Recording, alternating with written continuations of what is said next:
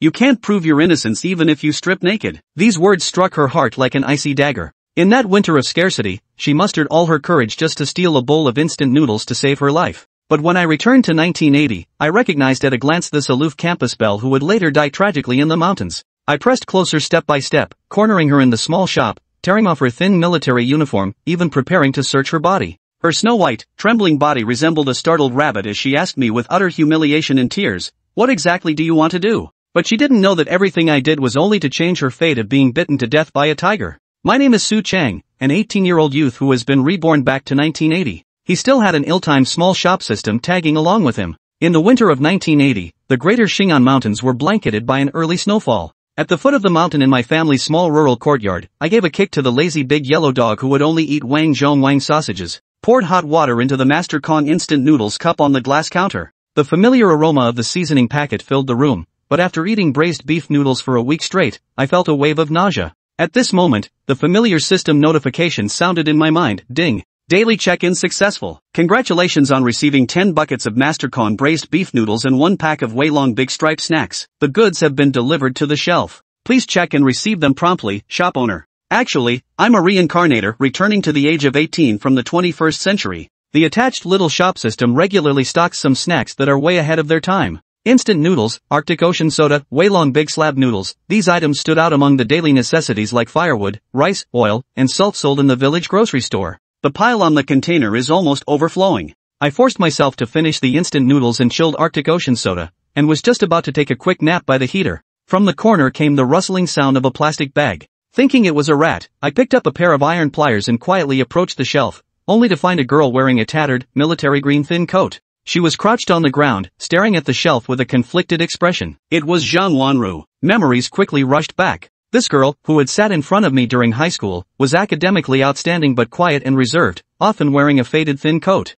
In the future, at a class reunion, I finally learned that in the winter after we graduated from high school, she was killed by a tiger on her way home while it was coming down the mountain. The winter of her accident must be now. I watched her shivering from the cold, eventually hugging a few cups of instant noodles, and carefully leaving a note on the spot. Before preparing to leave, holding that note, I slowly walked out. Now it's my turn to step in. Zhang Wanru hurried out with her head down, clutching a cup of instant noodles, her face flushed red from stealing. I quickly stepped forward and appeared before her in a flash. Oops. Her little head bumped solidly against my chest, and she quickly lowered her head to apologize. I'm sorry. After saying that, she turned to leave. Hey, don't go. In my haste, I exerted force with my right hand, and as my grip loosened, the wash-thin military green undershirt was torn right off. I held the undershirt, dumbfounded. Wait, since when did my strength become so great that I could tear someone's clothes off with a casual tug? In the snow, Zhang Wanru crouched like a startled rabbit, her skin trembling from the cold wind. She thought I was going to continue and suddenly stood up,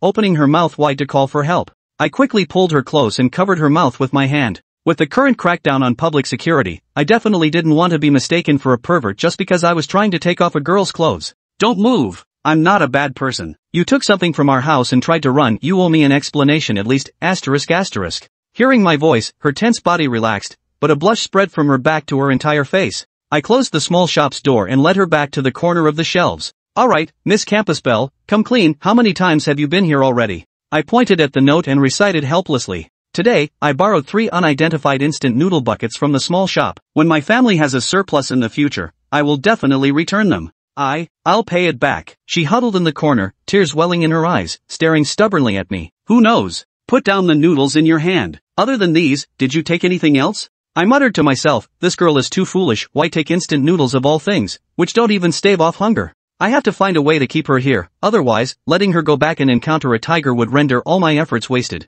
As soon as she heard about the body search, she immediately pulled off the shawl draped over her and stood straight to prove her innocence. How absurd. Does taking off your clothes prove innocence? If you have such determination, why resort to stealing in the first place? Let me tell you, even if you strip off your clothes, I will still inspect you. Feigning fierceness, I crouched down. She immediately panicked, tightly covering her chest. Hurry up, show me what you're covering with your hands. I pointed at her hands, speaking sternly. No. Hurry, or else I'll spread the word about you stealing, and you probably won't be able to stay in this university. She was completely flustered and slowly lowered her hands, revealing her delicate collarbone and snow-white chest. She was truly innocent. My eyes widened in shock. Beneath her slender frame, she possessed such an impressive endowment. Her broad chest rose and fell beneath the thin short sleeves. Did you see it clearly? No, nothing at all. Tears welled up in her eyes. I took a closer look. Her waist was slim, and the clothes really didn't fit her. I shook my head, clapped my hands together, feigned a frown, and moved closer to her. No, I still need to check thoroughly.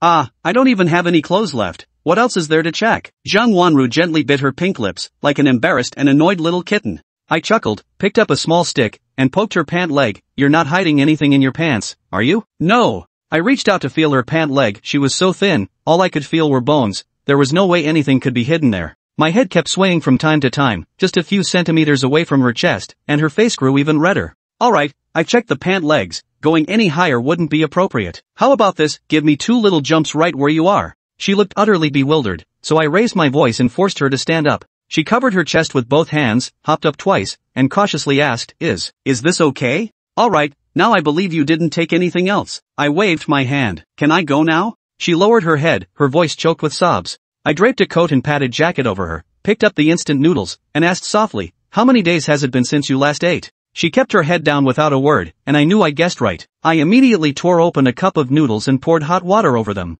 The aroma filled the air as I crouched beside her, holding the noodles. Eat up, you can leave after you finish. Her body twitched, and finally she picked up the chopsticks, taking a small sip of the noodle soup into her mouth. The moment the instant noodles aroma entered her mouth, she completely broke down, tears falling into the noodle cup as she cried with a heartbreaking wail. I handed her the Arctic Ocean soda and wiped her tears with my sleeve. She took a sip of the soda, then gulped down a large mouthful, her eyes lighting up. After eating a few bites, her stomach slightly full, she picked up the IOU from the ground and added her own name with a pen. And the small shop was renamed to Suchang. I took the increasingly wrinkled IOU and was surprised to find it read. Today, Zhang Wanru has borrowed 5 buckets of unspecified noodles from Suchang. When the household has surplus, they will definitely be returned. Wait, classmate Zhang Wanru, even counting the instant noodles you ate, it's only 3 buckets. How did the number jump from 3 to 5? So, you're planning to squeeze every last bit out of this sheep's wool, huh? Taking everything you can get, asterisk asterisk. Chapter 4, let's try a different approach to compensation. Suchang casually waved the IOU he'd taken from Zhang Wanru's hand, a wave of surprise washing over him. Truth be told, he never intended to make this little girl repay such trivial sums from the start. Yet the suddenly inflated figure on the note piqued his curiosity. Miss Zhang, the original note said 3 barrels. How come it's now changed to 5? Suchang spoke as he handed the note to Zhang Wanru, gesturing for her to see what she'd written herself, deliberately adopting a displeased expression. Sitting on the floor hugging her instant noodles, Zhang Wanru saw the note in Suchang's hand and instantly flushed with embarrassment. A crimson blush spread like a tide, visibly rising from her neck and engulfing her entire body. That Zhang Wanru, who had been quietly eating her instant noodles, was rendered speechless by Suchang's question. Her voice was as faint as a mosquito's buzz, like a kitten's soft murmur, and for a moment, she didn't know how to respond. When she first took the instant noodles, Zhang Wanru had seen the word noodles on the packaging and assumed the contents were similar to the dried noodles commonly eaten in the village. She figured 1 bucket would feed her and her father for at least 3 days. After careful calculation, she decided 3 buckets would suffice. In about 10 days, her father's leg injury would heal. By then, she could go into the mountains to gather wild goods to sell, repaying what she'd taken from the store. However, Zhang Wanru soon discovered that these instant noodles, unlike anything she'd ever seen before, tasted even more delicious than the roe deer meat her father cooked. They simply couldn't last that long. She couldn't recall what had possessed her then, but she added 2 strokes to the number 3 on the IOU, changing it to 5. But before she could even ask Suchang for 2 more buckets of noodles, he called her out on the spot. Faced with this awkward situation, Zhang Wanru was momentarily speechless, her delicate little face flushing as red as a freshly boiled egg. Fine, change it to 5 then. We've got plenty of this stuff at home anyway. But let me make one thing clear, this noodle costs $3 a bucket, and you'd better pay me back when you've got the money. Suchang crouched beside Zhang Wanru, his hand reaching naturally to hook the single-strap army green canvas backpack from the shelf. He pinched one corner and gave it a gentle shake, sending its contents tumbling out onto the floor with a clatter. A wooden box magazine pistol, a Type 63 military chest set with card-style pieces, and a pile of dark green plastic toy soldiers lay scattered about. Seeing these things, Suchang couldn't help but roll his eyes. While he'd long known this bag wasn't meant for carrying proper books, the sight of these trinkets left him utterly speechless. With a casual sweep of his arm, Suchang shoved the junk into the corner. Then, carefully, he stacked the few buckets of instant noodles neatly inside the backpack. Finally, he shoved the entire backpack into Zhang Wanru's arms, as if the loan had been settled. But when Zhang Wanru heard Suchang say the instant noodles cost 3 yuan per bucket, she froze instantly. The blush on her face was instantly replaced by shock. Her fingers tightened around the backpack straps, knuckles turning white from the pressure. In those days, the average monthly wage in northeast China was barely 30 yuan.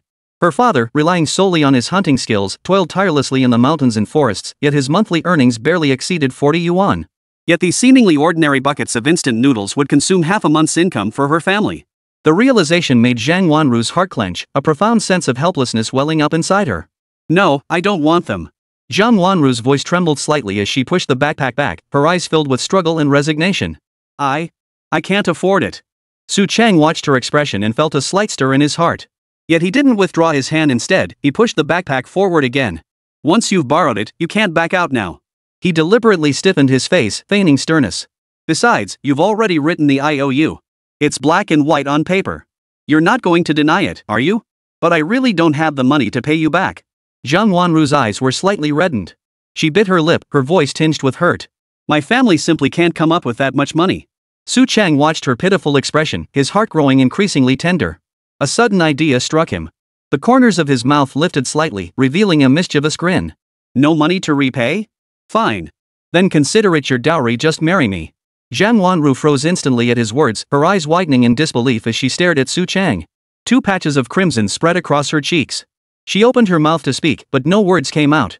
Finally, she lowered her head, her long lashes trembling uncontrollably. Su Chang watched her bashful expression, secretly delighted.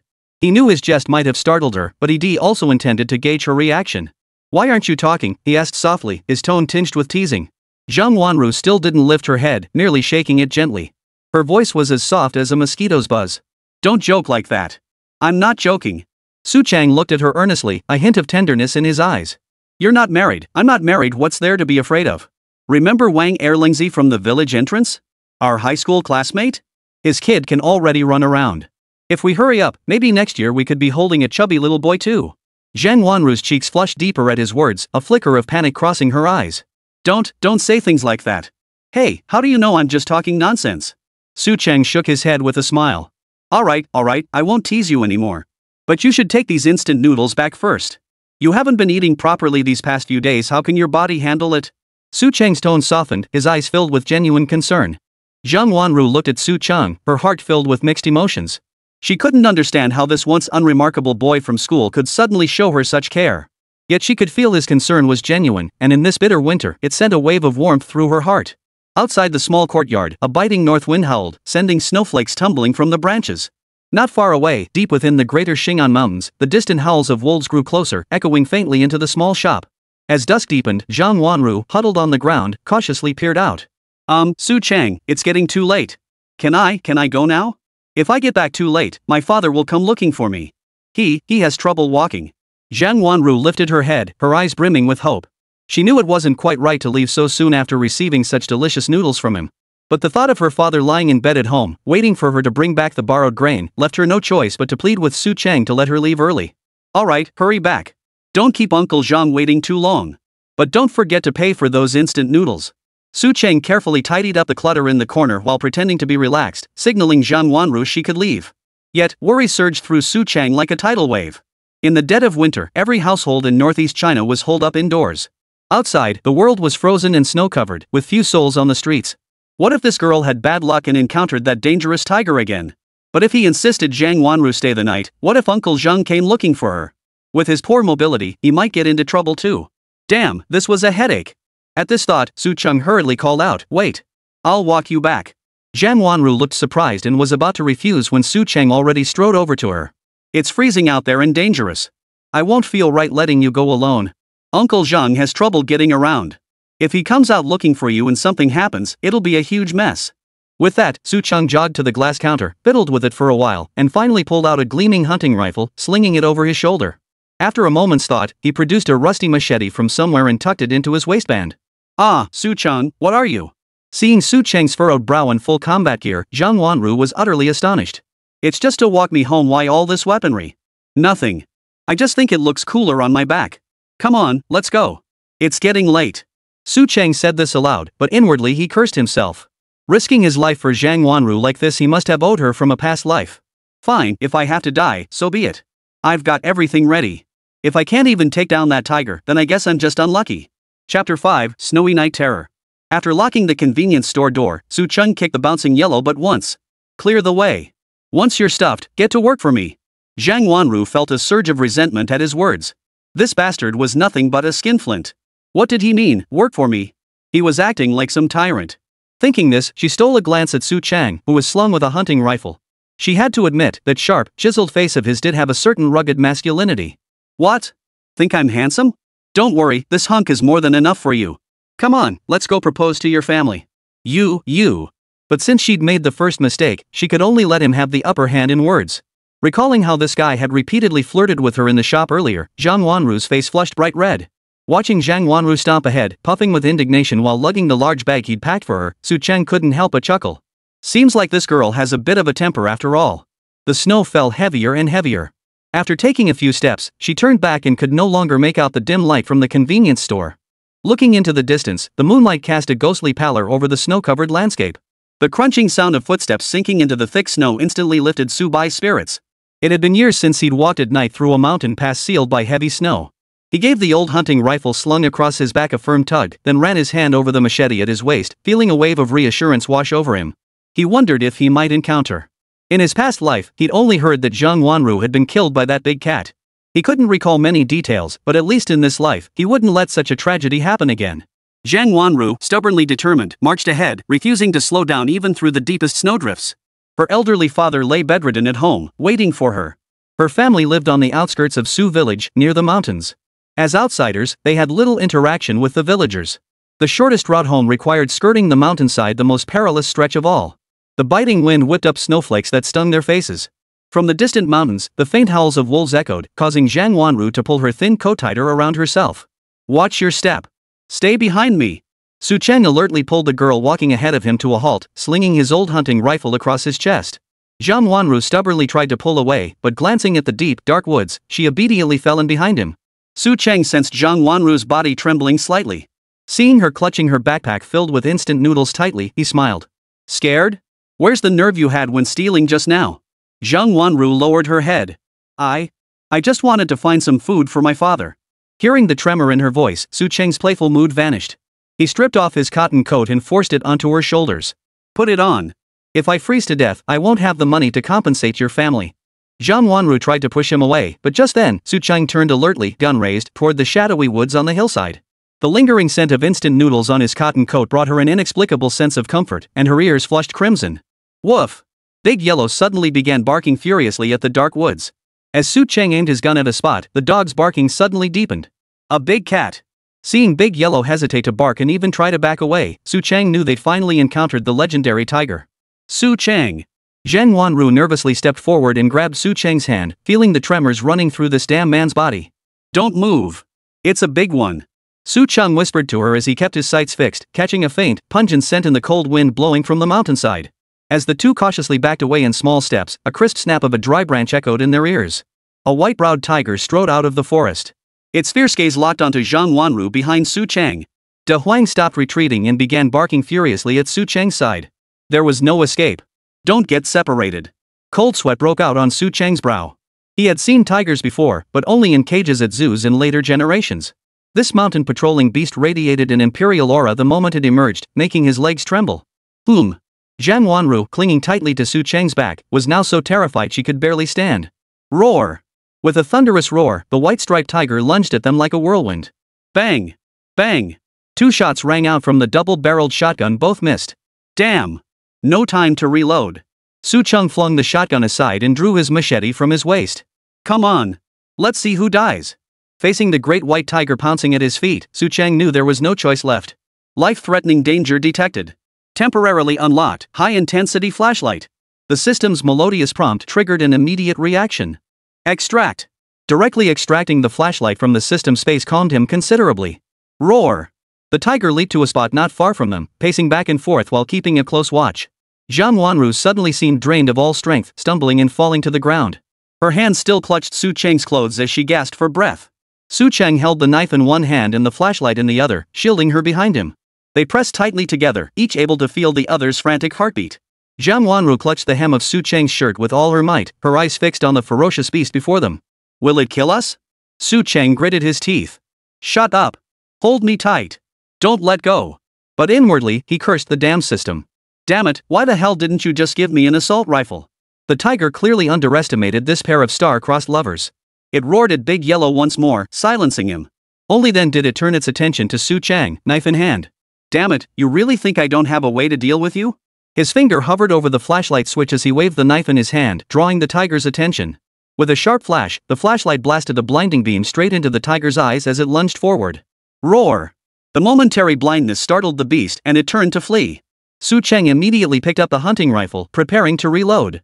But his hands were shaking so badly from nerves that he couldn't even grasp the cartridges in his pocket, let alone load them into the barrel. By the time he forced himself to calm down and finally loaded the shotgun, the tiger had already crashed through several pine trees and vanished into the deep woods. Roar!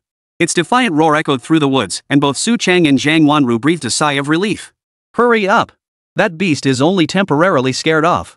Pulling Zhang Wanru up, Su Chang prepared to take a step forward when he heard the girl's wailing voice. My legs are weak, I can't stand up. What a pain. I'll carry you. He hoisted the woman onto his back and charged toward the Zhang residence, rifle in hand. Why are you helping me? The girl asked softly from his back, making Su Chang laugh in exasperation. To get a wife. Chapter 6, Arranging a Marriage. After locking the convenience store door, Su Chang kicked the bouncing yellow but once. Clear the way. Once you're stuffed, get to work for me. Zhang Wanru felt a pang of resentment at his words. This bastard was nothing but a skinflint. What did he mean, work for me? He was acting like a tyrant. Thinking this, she stole a glance at Su Chang, who was slung with a hunting rifle. She had to admit that sharp, chiseled face of his did have a certain rugged masculinity. What? Think I'm handsome? Don't worry, this hunk is more than enough for you. Come on, let's go propose to your family. You. Zhang Wanru really wanted to curse him out. What kind of person was he? But since she'd made the first mistake, she could only let him have the upper hand with his words.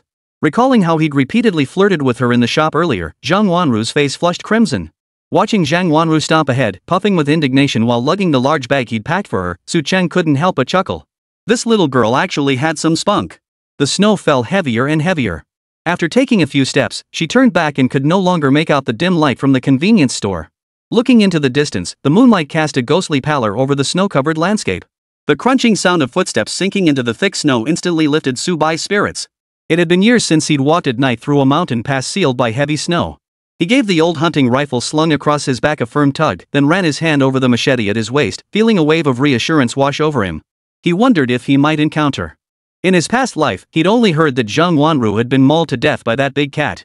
He couldn't recall many details, but at least in this life, he wouldn't let such a tragedy happen again. Zhang Wanru, stubbornly determined, marched ahead, refusing to slow down even through the deepest snowdrifts. Her elderly father lay bedridden at home, waiting for her. Her family lived on the outskirts of Su village, near the mountains. As outsiders, they had little interaction with the villagers. The shortest route home required skirting the mountainside, the most perilous stretch of all. The biting wind whipped up snowflakes that stung their faces. From the distant mountains, the faint howls of wolves echoed, causing Zhang Wanru to pull her thin coat tighter around herself. Watch your step. Stay behind me. Su Chang alertly pulled the girl walking ahead of him to a halt, slinging his old hunting rifle across his chest. Zhang Wanru stubbornly tried to pull away, but glancing at the deep, dark woods, she obediently fell into step behind him. Su Chang sensed Zhang Wanru's body trembling slightly. Seeing her clutching her backpack filled with instant noodles tightly, he smiled. Scared? Where's the nerve you had when stealing just now? Zhang Wanru lowered her head. I just wanted to find some food for my father. Hearing the tremor in her voice, Su Chang's playful mood vanished. He pulled off his cotton coat and forced it onto her. Put it on. If you freeze to death, I won't have the money to compensate your family. Zhang Wanru tried to push it away, but just then, Su Chang turned alertly, gun raised, toward the shadowy woods on the hillside. The lingering scent of instant noodles on the coat brought her an inexplicable sense of comfort, and her ears flushed crimson. Woof! De Huang suddenly let out a wild howl into the gloomy forest. As Su Chang raised his rifle to take aim, the howl abruptly deepened. It's a big cat. Seeing Big Yellow hesitate to bark and show signs of backing away, Su Chang knew they had truly encountered the legendary tiger this time. Su Chang. Zhang Wanru nervously stepped forward and grabbed Su Chang's hand, feeling the tremors running through this damn man's body. Don't move. It's a big one. Su Chang whispered to her as he kept his sights fixed, catching a faint, pungent scent in the cold wind blowing from the mountainside. As the two cautiously backed away in small steps, a crisp snap of a dry branch echoed in their ears. A white-browed tiger strode out of the forest. Its fierce gaze locked onto Zhang Wanru behind Su Chang. De Huang stopped retreating and began barking furiously at Su Chang's side. There was no escape. Don't get separated. Cold sweat broke out on Su Chang's brow. He had seen tigers before, but only in cages at zoos in later generations. This mountain patrolling beast radiated an imperial aura the moment it emerged, making his legs tremble. Zhang Wanru, clinging tightly to Su Cheng's back, was now so terrified she could barely stand. Roar! With a thunderous roar, the white-striped tiger lunged at them like a whirlwind. Bang! Bang! 2 shots rang out from the double-barreled shotgun, both missed. Damn! No time to reload.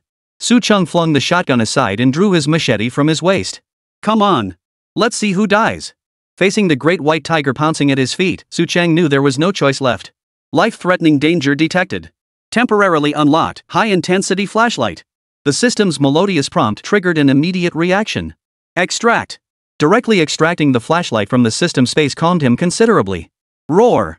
The tiger leaped to a spot not far from them, pacing back and forth while keeping a close watch. Zhang Wanru suddenly seemed drained of all strength, stumbling and falling to the ground. Her hand still clutched Su Cheng's clothes as she gasped for breath. Su Cheng held the knife in one hand and the flashlight in the other, shielding her behind him. They pressed tightly together, each able to feel the other's frantic heartbeat. Zhang Wanru clutched the hem of Su Cheng's shirt with all her might, her eyes fixed on the ferocious beast before them. Will it kill us? Su Cheng gritted his teeth. Shut up. Hold me tight. Don't let go. But inwardly, he cursed the damn system. Damn it, why the hell didn't you just give me an assault rifle? The tiger clearly underestimated this pair of star-crossed lovers. It roared at Big Yellow once more, silencing the dog. Only then did it turn its attention to Su Cheng, knife in hand. Damn it, you really think I don't have a way to deal with you? His finger hovered over the flashlight switch as he waved the knife in his hand, diverting the tiger's attention. With a sharp flash, the flashlight blasted a blinding beam straight into the tiger's eyes as it lunged forward. Roar! The momentary blindness startled the beast and it turned to flee. Su Cheng immediately picked up the hunting rifle, preparing to reload. But his hands were shaking so badly from nerves that he couldn't even grasp the cartridges in his pocket, let alone load them into the barrel. By the time he forced himself to calm down and finally loaded the shotgun, the tiger had already crashed through several pine trees and vanished into the deep woods. Roar! Its defiant roar echoed through the woods, and both Su Cheng and Zhang Wanru breathed a sigh of relief. Hurry up! That beast is only temporarily scared off. Pulling Zhang Wanru up, Su Cheng prepared to take a step forward when he heard the girl's wailing voice. My legs are weak, I can't stand up. What a pain. I'll carry you.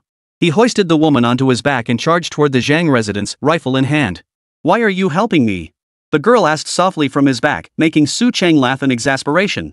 To get a wife. Chapter 7, Winter's Biting Chill. The biting wind swept through the mountain foothills. Su Cheng trudged through the thick snow, glancing back at the solitary lamp at the Zhang residence and furrowing his brow. Old Zhang really was a stubborn old goat. They say he never moved even after his daughter died in his previous life. Zhang Wanru's father never moved into Su village, and it was likely because of this that she met her end on this snowy, windy night. The thought made him glance again at the dark, gloomy woods not far away. He changed direction, taking another path away from the woods back toward the small shop. Big Yellow was clearly shaken by the tiger too, nowhere near as lively as when they'd first set out. He crouched down, brushing the drifting snow off the dog's fur. He gave its doggy head a rub. It's okay. Next time we see that big beast, we'll take it down together. Woof. Reassured by his master, Big Yellow seemed to perk up a bit. He took a few quick steps outside before returning to bark at him a few more times. The journey back was tough, but at least they made it safely. Opening the convenience store and shedding his gear, Su Cheng finally felt the safety of being indoors. Despite his heroic demeanor during the standoff with the tiger, only now did he plop down onto the floor, leaning against the tightly shut door as he gasped for breath. Damn, that was close. Recalling the moment, he'd been so close to that beast he could practically smell the foul, bloody stench from its mouth. If not for the system's emergency flashlight proving unexpectedly effective, it wouldn't have been just that little minx Zhang Wanru who'd died this time. The uncontrollable trembling of his body confirmed to Su Cheng that he had truly been reborn. After a long while, he forced himself to stand, bracing against the wooden door behind him. Those beasts hold grudges. It wouldn't be impossible for it to track my scent and attack me again. The thought made him unable to sit still any longer. Though there were still some bullets left in the old hunting rifle at home, who could guarantee he'd be ready at a moment's notice if the tiger attacked? He reinforced the doors and windows. Adopting the mindset that better safe than sorry, Su Cheng, who usually seemed carefree and easygoing, began earnestly repairing every corner of the small shop. Fortunately, the store had ample wooden materials. He worked until midnight before finally finishing the basic repairs. Stripping off his thin shirt, he revealed a sweaty, yet not particularly muscular physique. He couldn't help but feel a bit disgusted with himself. His physical condition was indeed lacking. The crappy system he had wasn't anything like those in other novels, where the host's physical abilities were boosted right from the start. This made him grumble for quite a while. Damn it, other systems are all fancy and powerful, but this crappy one only gives me some unsellable junk every day, utterly useless. Facing a life or death crisis, and all the system gave him was a flashlight. If word got out, it would utterly disgrace all reincarnated individuals. Grumbling to himself, Su Chung hastily prepared a packet of instant noodles. He decided to call it a day on the reinforcement work for now. Tomorrow he'd have to figure out a solution. Ideally, he'd make a few animal traps. Even though it was the 1980s and the government had banned hunting wildlife. But Sioux Village was deep in the mountains, and such policies hadn't been strictly enforced here. Besides, now that those beasts were coming down the mountains to attack people, there was no point in being polite to them anymore. After finishing everything, Su Cheng finally lay down on his long-neglected Kong bed. Comfortable. Unlike when he first returned from rebirth, despising this old-fashioned brick bed his father insisted on installing. Having faced life-threatening danger, he suddenly realized that simply being alive was the greatest blessing. He casually tore open a packet of snacks he'd earned from yesterday's check-in in the system. The sweetness that filled his mouth made him feel alive again. This couldn't happen again in this life. He recalled his past life. After drifting through the village for several years, he'd followed the young folks heading south to work as migrant laborers. He couldn't make big money, but he could scrape together a little. After that, he never returned. That was after his mother passed away from a serious illness. His father, consumed by alcoholism, vanished without a trace. No one knew if he'd died in some forgotten corner.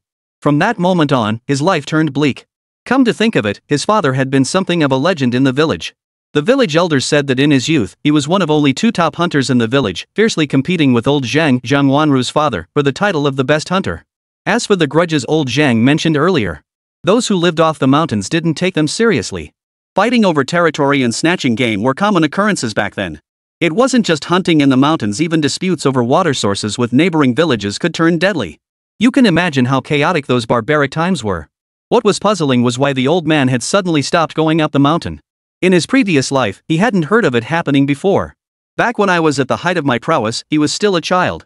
By the time he grew up, my mother's death had robbed the old man of his purpose in life.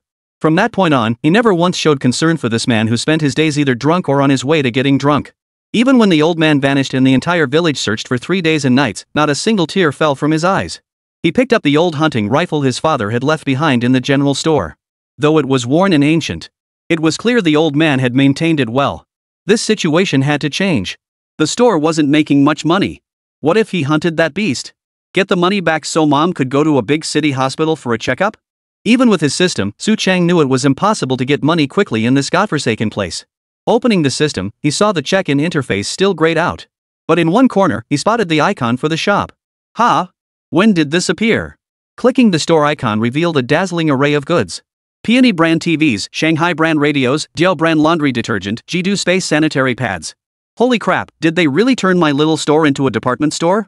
Though the catalog listed everyday goods, in this remote mountain village, even a single item would make Su Cheng a local celebrity. Wait, were these products even available in the city back then? As someone who had been reborn, he was naturally familiar with these products. But the brand labels on the products were distinctly of their era. Then came the price tags on the back of the goods. They nearly made Su Cheng spit blood. Holy, you damn system. Did you just dump decades ahead prices onto this era where people earn less than $300 a month? Forget big ticket items like TVs, just a pack of sanitary pads? This damn system dares to price them at 20 or 30 yuan. What damn woman would dare spend that much? She'd either get beaten to death by her husband or cursed to death by others. Fuming, Su Cheng closed the system interface and resolved to get some proper sleep. Tomorrow, he'd find a place to practice his shooting and take out that bastard before worrying about anything else. Chapter 8, Buying Grain. The next day, the weather cleared up. Last night's blizzard had completely cut off the small shop from Sioux Village. He pushed hard against the door, the thick snow nearly crushing the flimsy structure. Damn! Good thing I reinforced it last night. Pulling himself together, Su Chung quickly fetched his snow-clearing tools and began clearing the snow from his own roof. He then shoveled the snow, along with the snow in front of the door, to the sides, at least clearing a decent length path through the snow. He couldn't recall such heavy snowfall from his past life. Would it keep falling tonight? Looking up, everything inside and outside his house was blanketed in white. Less than a kilometer away, Sioux Village looked like a small grass pile buried in snow. Aside from smoke rising from a few chimneys, it gave off an eerie, unwelcoming feeling. Clearly, the villagers hadn't ventured out at this hour. This matched Su Cheng's memories of the lifestyle in this small mountain village. Damn, few people are as diligent as me in this kind of weather. Exhaling a puff of white breath, he was about to head back inside when Big Yellow, who had been following close behind, suddenly let out a loud bark. Hey, Su kid, is old Su home? Not far away, a short, stocky man trudged through the snow. Bundled up in thick layers, he looked from afar like a snow mountain bandit straight out of a TV show. Pockface? What the hell do you want with my old man so early? What? Trying to drag him off to gamble and drink again? He's not at the shop, should be home with my mom. This was Su'er, the notorious ne'er-do-well of Su village. Because of his pockmarked face, he was called Su'er Pockface. Not a good sort.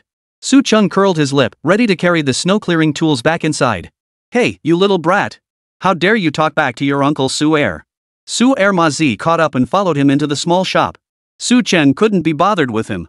This kind of person, loafing around all day, had long been despised by everyone in the village. He did come to the shop often, though. But he was just lurking around, hoping to catch villagers buying things so he could chat them up for a cigarette but to smoke. Expecting him to bring in any business? Not a chance. As the village elders would say, any money this guy had, he'd have drunk away gambling. Su's father, however, treated this good-for-nothing decently, sharing food and drink with him whenever he had any. This only made Su Chung despise the lazy bum even more. Oh, restocking? Looks like you've gotten a lot more diligent since taking over this little shop. I'll talk to your dad about giving you a raise. The guy casually picked up a package of exquisitely wrapped QQ candies, looking hesitant. 3 yuan a pack. Don't touch it if you're not buying. Su Chang returned to the cash register, propping his chin up lazily as he stopped the guy's hand. He didn't actually push him away to shoo him off after all, they were all villagers. Damn it, you're not being fair, kid. You dare charge $3 for such a tiny pack? Aren't you afraid the heavens will strike you down, you bastard?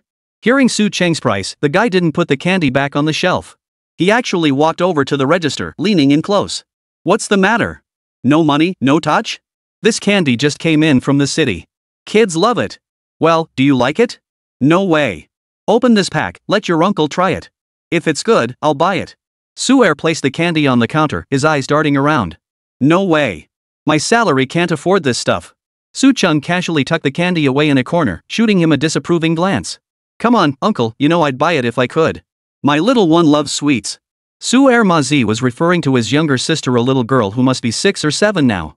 In Su Cheng's memory, the Wang family's youngest daughter seemed to have left school early to follow villagers to work away from home. Then buy it yourself. 3 yuan. No credit. He pulled the candy out again and placed it before Su'er, still looking utterly unmotivated. Su'er Mazi glanced up at him, then looked at the pack of QQ candies on the counter. His expression instantly softened. Hold on, Su Chang. You know I'm out of work. Could you knock a few bucks off? You really want to buy it? Su Chung couldn't believe this lazy bum had suddenly changed his tune today. On any other day, he would have stormed off in a huff. He'd have walked away muttering curses under his breath, something he was used to. But he really did want to buy it. His little sister had just recovered from a fever. As her big brother, he had to cheer her up somehow. It was rare to see this guy so humble and submissive. Su Chang even felt a twinge of affection for their sibling bond. 250, that's the absolute cheapest I'll go, and I'm doing you a favor for your little sister's sake. He grabbed a random red plastic bag and tossed the small packet of QQ candies inside. Alright, count this money. Pockface didn't hesitate, pulling a handful of loose change from his pocket and placing it on the counter. Hey, do you have any rice? I want to buy some grain. Before he could put away the QQ candy, he leaned close to Su Chang and whispered. Rice? Su Chang hadn't expected such an item. The convenience store was well stocked, but he hadn't noticed any rice, grain, or oil products. His gaze drifted to the calendar behind the counter, February 14, 1980. He slapped his forehead in realization. Back in his previous life, this time of year brought famine to the mountains. There was no snow disaster then, but a fire had destroyed the granary, burning all the grain for the entire brigade. Even if the granary hadn't burned down, they would still have struggled to get by this year. He recalled that year, when women married into the village had to return to their parents' homes to borrow grain, while the men ventured into the mountains to hunt for wild game. Let me check, there might still be some reserves in the warehouse. He recalled the market had grain. If there really was a famine, they'd have to buy from the market even at exorbitant prices. That's good, that's good. Oh, and I'll tell you something. The village granary has been emptied. The village chief is keeping it under wraps. Ha! Su Chang, who had just been about to head into the inner room to pretend to pack before buying grain from the market, was startled by his words. Seeing Pockmark's cautious demeanor, Su Chang knew there must be more to this story. Loose rice was 1.8 yuan per pound. Selling it for 2 yuan should be fine, right? While checking the market prices, Su Chang casually bought 100 jin and stored it in his system space. Su kid, let me put this plainly.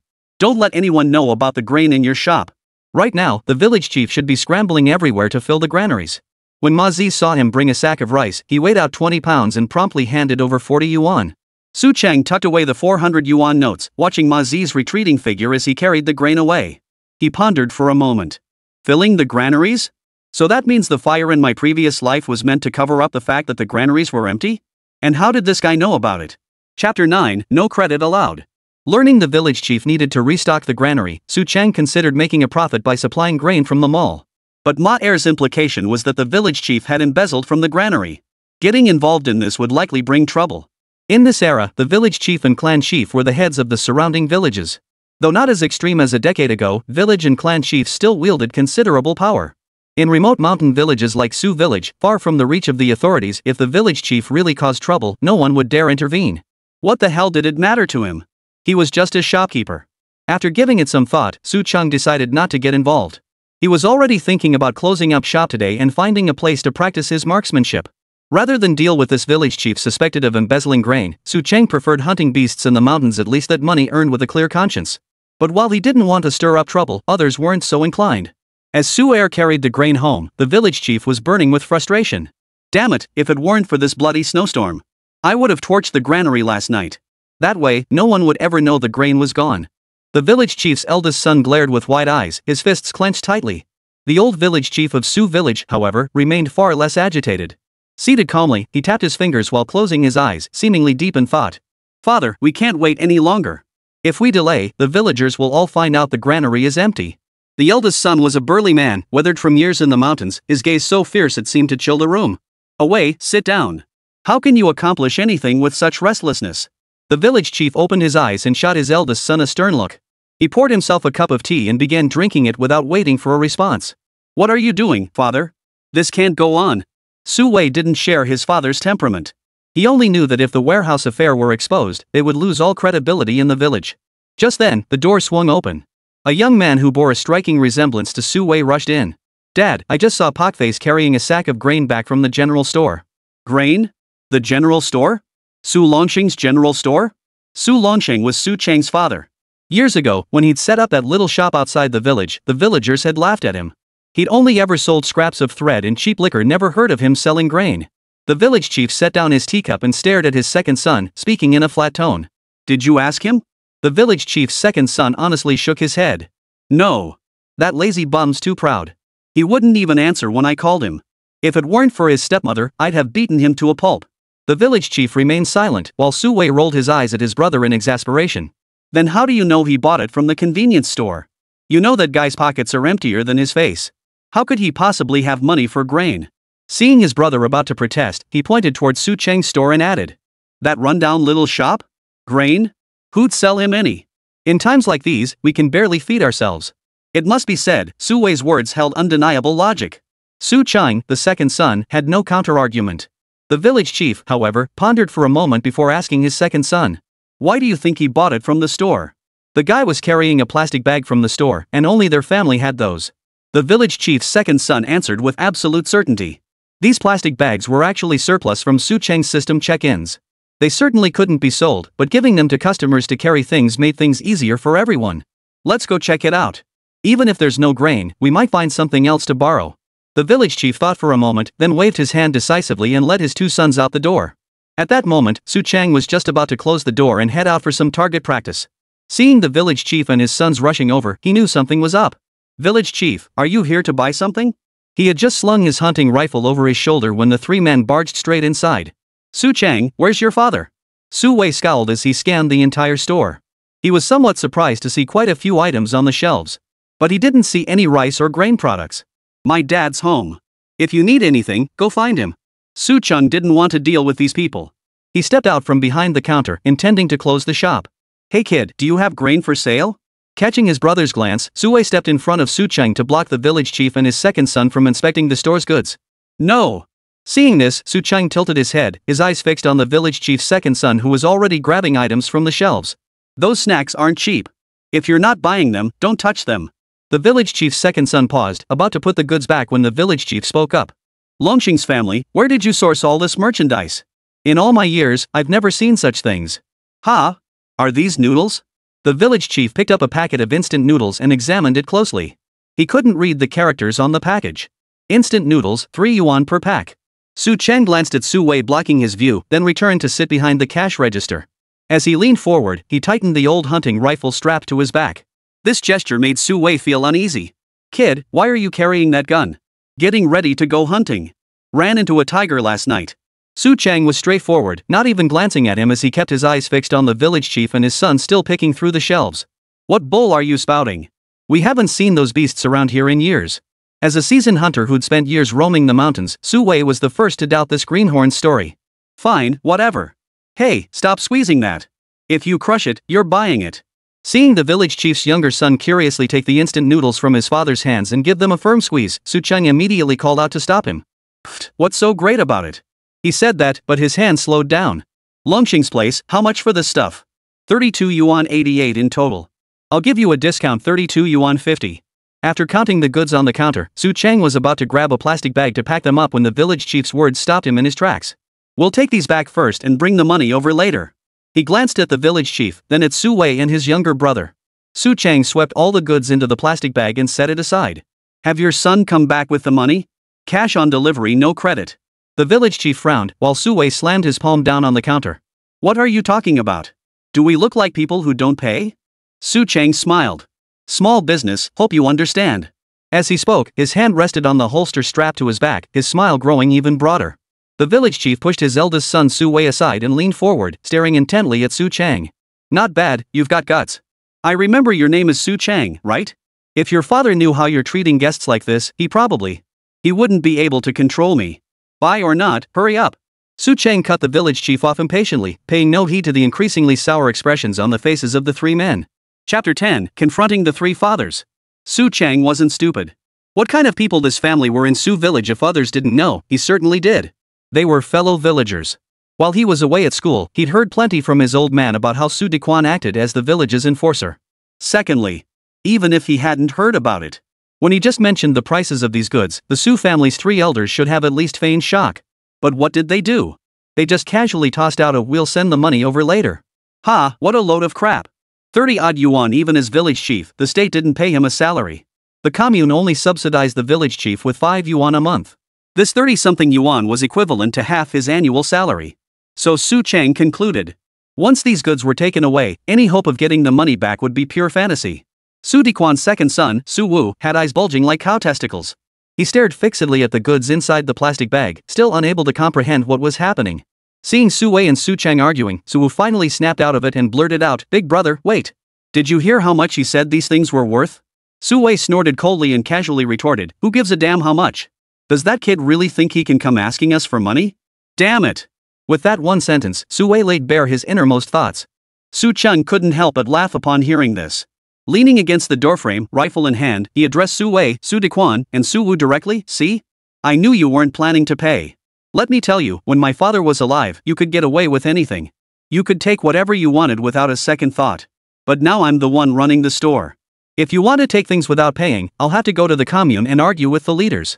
We keep preaching about equality for all, but look at you acting like little feudal lords, veering dangerously toward capitalism, committing serious counter-revolutionary acts." The three men turned green in the face upon hearing Su Chang's sudden outburst. Though such things aren't emphasized nowadays. But those scenes from years ago still haunt their dreams. Back in the day, countless people had been persecuted to death under these two charges. Now Su Chang was directly pinning these two serious charges on them. Who could possibly withstand that? After sucking in a sharp breath, Su Dequan hurriedly interjected, "Young man, don't go spouting nonsense. Counter-revolutionary? Listen, we made ourselves perfectly clear earlier. It's not that we won't pay you. I'll have someone bring the money over shortly." Su Wu stamped his feet impatiently beside him. He tugged at Su Dequan's military coat sleeve and said, "Dad, did you even hear what I said?" Su Dequan finally turned to his younger son and asked, "What did you want to say?" Su Wu waved the plastic bag in his hand. The other party had just said the contents were worth over 30 yuan. Upon hearing his son's words clearly, Su Dequan's eyes nearly popped out of his head. His mouth hung open as he stared dumbfounded at the contents of the bag. After a long moment of shock, he finally blurted out in astonishment, "What? Wait. 30-something yuan? Ha! Why didn't you just go rob someone, you little rascal? You're charging us 30-something yuan for this measly stuff? Did your father know you were setting prices like this?" Su Chang, however, smiled nonchalantly. "If you can't afford it, don't shop here. Of course, as you can see, we do have cheaper items in our little store. Take this soap, for example, 2 cents a bar. Oh, and this sugar 3 cents a pound. Oh, and there are cookies too, right? Heh, 50 cents a pack." Su Dequan clenched his fists tightly. He was tempted to grab his things and leave immediately. But then he remembered he had business here. Steeling his nerves to regain his composure, Su Dequan ordered Su Wu, "Put it down. Put the items down first." Su Wu was reluctant, but remembering the items only cost 30-odd yuan, he obediently placed them on the counter. Su Cheng calmly stepped forward to rearrange the items, smiling at the three men before him. "Nothing else to discuss. You can head back now. I've got tigers to hunt." Su Dequan gave a cold laugh, then calmly reached into his pocket and pulled out a pack of De Qianmen cigarettes costing 80 cents. Sitting down on the chair before them, he lit the cigarette with a match and asked, seemingly offhandedly, "Su family boy, I won't beat around the bush. I'll ask you one thing, do you have any grain in this little shop?" Su Cheng frowned, instantly recalling what Su Ermazi had told him. The village chief had emptied the grain storehouse, and now it seemed he'd set his sights on him. Realizing this, Su Cheng feigned curiosity. "Village chief, as you can see, this little shop only has these few items." "Yeah, right, why are you asking me about grain? Is your family running low too?" Su Dequan would never reveal the granary's secret to Su Cheng. After all, if this matter went wrong, it could cost him his head. "Never mind why I'm asking about grain. Right now, I'm asking you, does your little shop actually have any grain?" Su Cheng's mind raced. He neither confirmed nor denied it, merely responding with a half smile, "If you say there is, then there is. If you say there isn't, then there isn't. Since you won't tell me why you're asking about grain, how am I supposed to answer you?" Su Dequan froze, his mouth hanging half open. His mouth hung open as he thought, what the hell is this kid talking about? What the hell does "if I say there is if I say there isn't even mean? Su Wei, neck stiffened, snapped at Su Cheng. "Su Cheng, you son of a, can you speak properly?" Before Su Wei could finish his sentence, Su Cheng mimicked Su Wei's tone, his voice booming, "You ing bastard. You're the real bastard. Can't you speak properly? Didn't your parents teach you manners when you were in school? Listen up. You can flex your village chief's son privileges in front of others, but if you try that in front of me, I won't put up with it. If you've got the guts, go find the commune leaders and have them shoot me." Su Dequan was dumbfounded. Fury made his whole body tremble. He staggered to his feet, finger pointing at Su Cheng. "Su Cheng, how dare you talk to me like that? Don't think just because the higher-ups announced policies allowing household responsibility contracts here, we're moving away from the collective system, that I can't deal with you anymore." Su Cheng laughed loudly, "Ha! Village chief, you know what? Back in the collective days, I wouldn't have dared speak to you like this. But the thing is, haven't we proposed individual farming now?" Chapter 11, The Food Crisis. Su Dequan's mind buzzed. Yes. While others might be unaware of the true state of the granaries, he knew exactly what was going on. Back in the collective days, the granary was essentially his own. Whenever he ran low on grain, he'd simply haul a sack home from there. Even if villagers saw him, they dared not say a word. But the problem was, after spring this year, the commune suddenly announced that the brigade would implement the household responsibility system policy proposed by higher authorities. This meant dismantling the collective system and distributing the fields to individual households. And that's when the trouble began. First was the emptied granary. In previous years, when the granary was empty, they would simply replenish it quickly after the autumn harvest. But this year, it was only early spring. The grain in the fields was still buried under snow. The vast granary needed at least 1,000 caddies of grain to be replenished. Now, every household was short of food. Where could he find that much grain to replenish it? If he couldn't replenish the grain, the commune would send people down to distribute land, grain, oxen, and farming tools. Damn it, wouldn't that blow his cover? If this were exposed, even if the commune leaders didn't execute him as an embezzler, the hundreds of villagers in Sujia village would tear him limb from limb. The more Su Dequan thought about it, the more unsettled he became. Seeing Su Cheng's current arrogant expression, Su Dequan knew there was no chance of discussing this matter with him. This kid was like a newborn calf fearless of tigers, nothing like his old man, Su Lanyan. Su Wei rolled up his sleeves, apparently intending to charge forward and fight Su Cheng. But before Su Wei could reach him, Su Dequan frowned, his voice laced with irritation as he snapped, "What are you doing? Have you lost your mind? Let's go. If we can't talk this out with him, we'll go ask old Su. I refuse to believe this household is run by some wet-beard kid." Just as Su Dequan was about to leave, Su Cheng suddenly leaned in mysteriously towards Su Dequan, tugging at his sleeve. He whispered conspiratorially, "Village chief, hold on a moment. Can't we discuss this? Come on, let's talk in private." Su Cheng glanced at his brothers Su Wei and Su Wu, then said to Su Dequan with an expression that seemed to say, "I really can't stand the way your two sons are riding on your coattails. It's just a matter of grain, right? That's easily settled." Su Dequan was utterly baffled by Su Cheng's sudden change in attitude. While he stood there dumbfounded, Su Wei clenched his fists and shouted, "Father, listen to this. Listen to what this bastard is saying. He actually accuses me of acting like a fox borrowing a tiger's mite? This ing." Su Cheng, his brows furrowed as before, pointed a finger at Su Wei's nose and snapped, "You bastard. You're the real bastard. Did you come here wanting to talk business? If you want to talk business, then shut the hell up. Black lines appeared on Su Wei's forehead.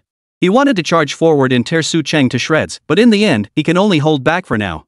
Turning to Su Chang. After his tirade, he turned to Su Dequan with a cheerful smile. Village chief, don't get angry. I wasn't yelling at you, ha. I was yelling at your son. Have them step outside first. Whatever needs discussing, you and I can handle it privately. Su Dequan nearly spat blood. He never would have imagined that Su Laonian, that old fool, could have produced such a bastard son. Angry as he was, he still had to find a way to resolve the situation. Suppressing his rage as best he could, Su Dequan turned away and snapped at Su Wei and Su Wu. What are you two staring at? Get out! Though Su Wei and Su Wu were seething inside, their father had spoken. They had no choice but to obediently turn and leave. Soon, only Su Chang and Su Dequan remained in the small shop. Though Su Chang didn't smoke, he pulled a pack of cigarettes he'd obtained from the system off the bottom shelf. Opening it, he took out a cigarette and handed it to Su Dequan. Village chief, try these. Even though Su Dequan had seen many things, he had never encountered Huazi cigarettes before. He held it in his hands, examining it closely, and asked curiously, what brand is this? Su Chang chuckled casually. Don't worry about the brand for now. Just smoke it. By the way, you came to ask me about grain, what's this really about? Su Dequan lit the cigarette and took a drag. It was indeed much smoother than his usual Dakianman brand. Gradually regaining his focus, Su Dequan said, never mind what I'm here for. Just tell me, do you have any grain here or not? Su Chang smiled and replied, Village chief, you're being unreasonable. I've already sent your two sons away. Why can't you be honest with me? I'm doing this out of goodwill, you know? If you won't tell me what's going on, then I can't help you. Su Dequan dug his toes into the ground. Beads of sweat formed on his forehead. His face flushed crimson as he asked impatiently, you youngster, just tell me, do you have any grain here? If you do, just nod, and I'll tell you why I came. Su Chang's lips curved upward in a faint smile. In that case, he said, I do have grain here. Su Dequan's eyes lit up. You have grain?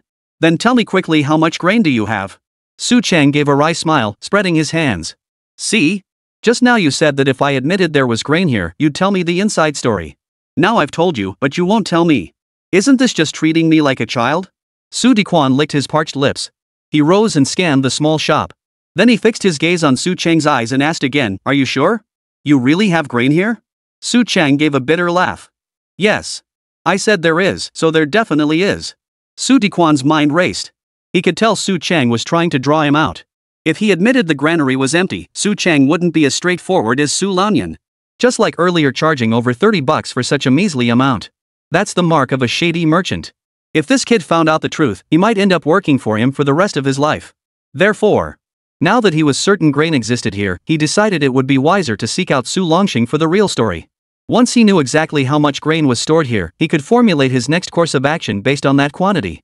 With that thought, Su Dequan stood up. Just as he was about to leave, he suddenly remembered something and said to Su Chang, oh, kid, grab a pack of those cigarettes you gave me earlier. Chapter 12, Passed Down Through the Generations. Su Chang seemed slightly disappointed. We haven't even discussed the matter yet. Forget it. Here's your cigarettes. Oh, and this pack costs 72. Upon hearing the price, he was dumbfounded once more. He nearly cupped his chin in disbelief, asking Su Chang in utter bewilderment, wait, what did you say? How much? 72? Cough cough, you crooked merchant. Doing business like this, aren't you afraid your son will be born without a butt? Watching Su Dequan storm off, his face turning purple as he cursed, Su Chang nearly burst out laughing. After old master Su Dequan departed, Su Chang shouldered his hunting rifle and calmly walked out the door toward the back mountain. He didn't go home. He knew that even if Su Dequan went to his house, he wouldn't get any useful information out of his father. Ever since his mother fell ill, his father had spent most of his time at home and hadn't checked on the small shop for over 10 days. Secondly, his father naturally knew exactly what goods were usually sold in the shop. After all, he personally handled every monthly trip to the Commune Supply and Marketing Cooperative to restock. As for himself, the most important thing now was to focus on honing his marksmanship. Once that was done, hunting a tiger or two for money would be the practical solution. While Su Chang headed to the mountains to practice his marksmanship, Su Dequan stormed into the two old houses at the eastern edge of the village with his two sons. This was the old residence of the Su family.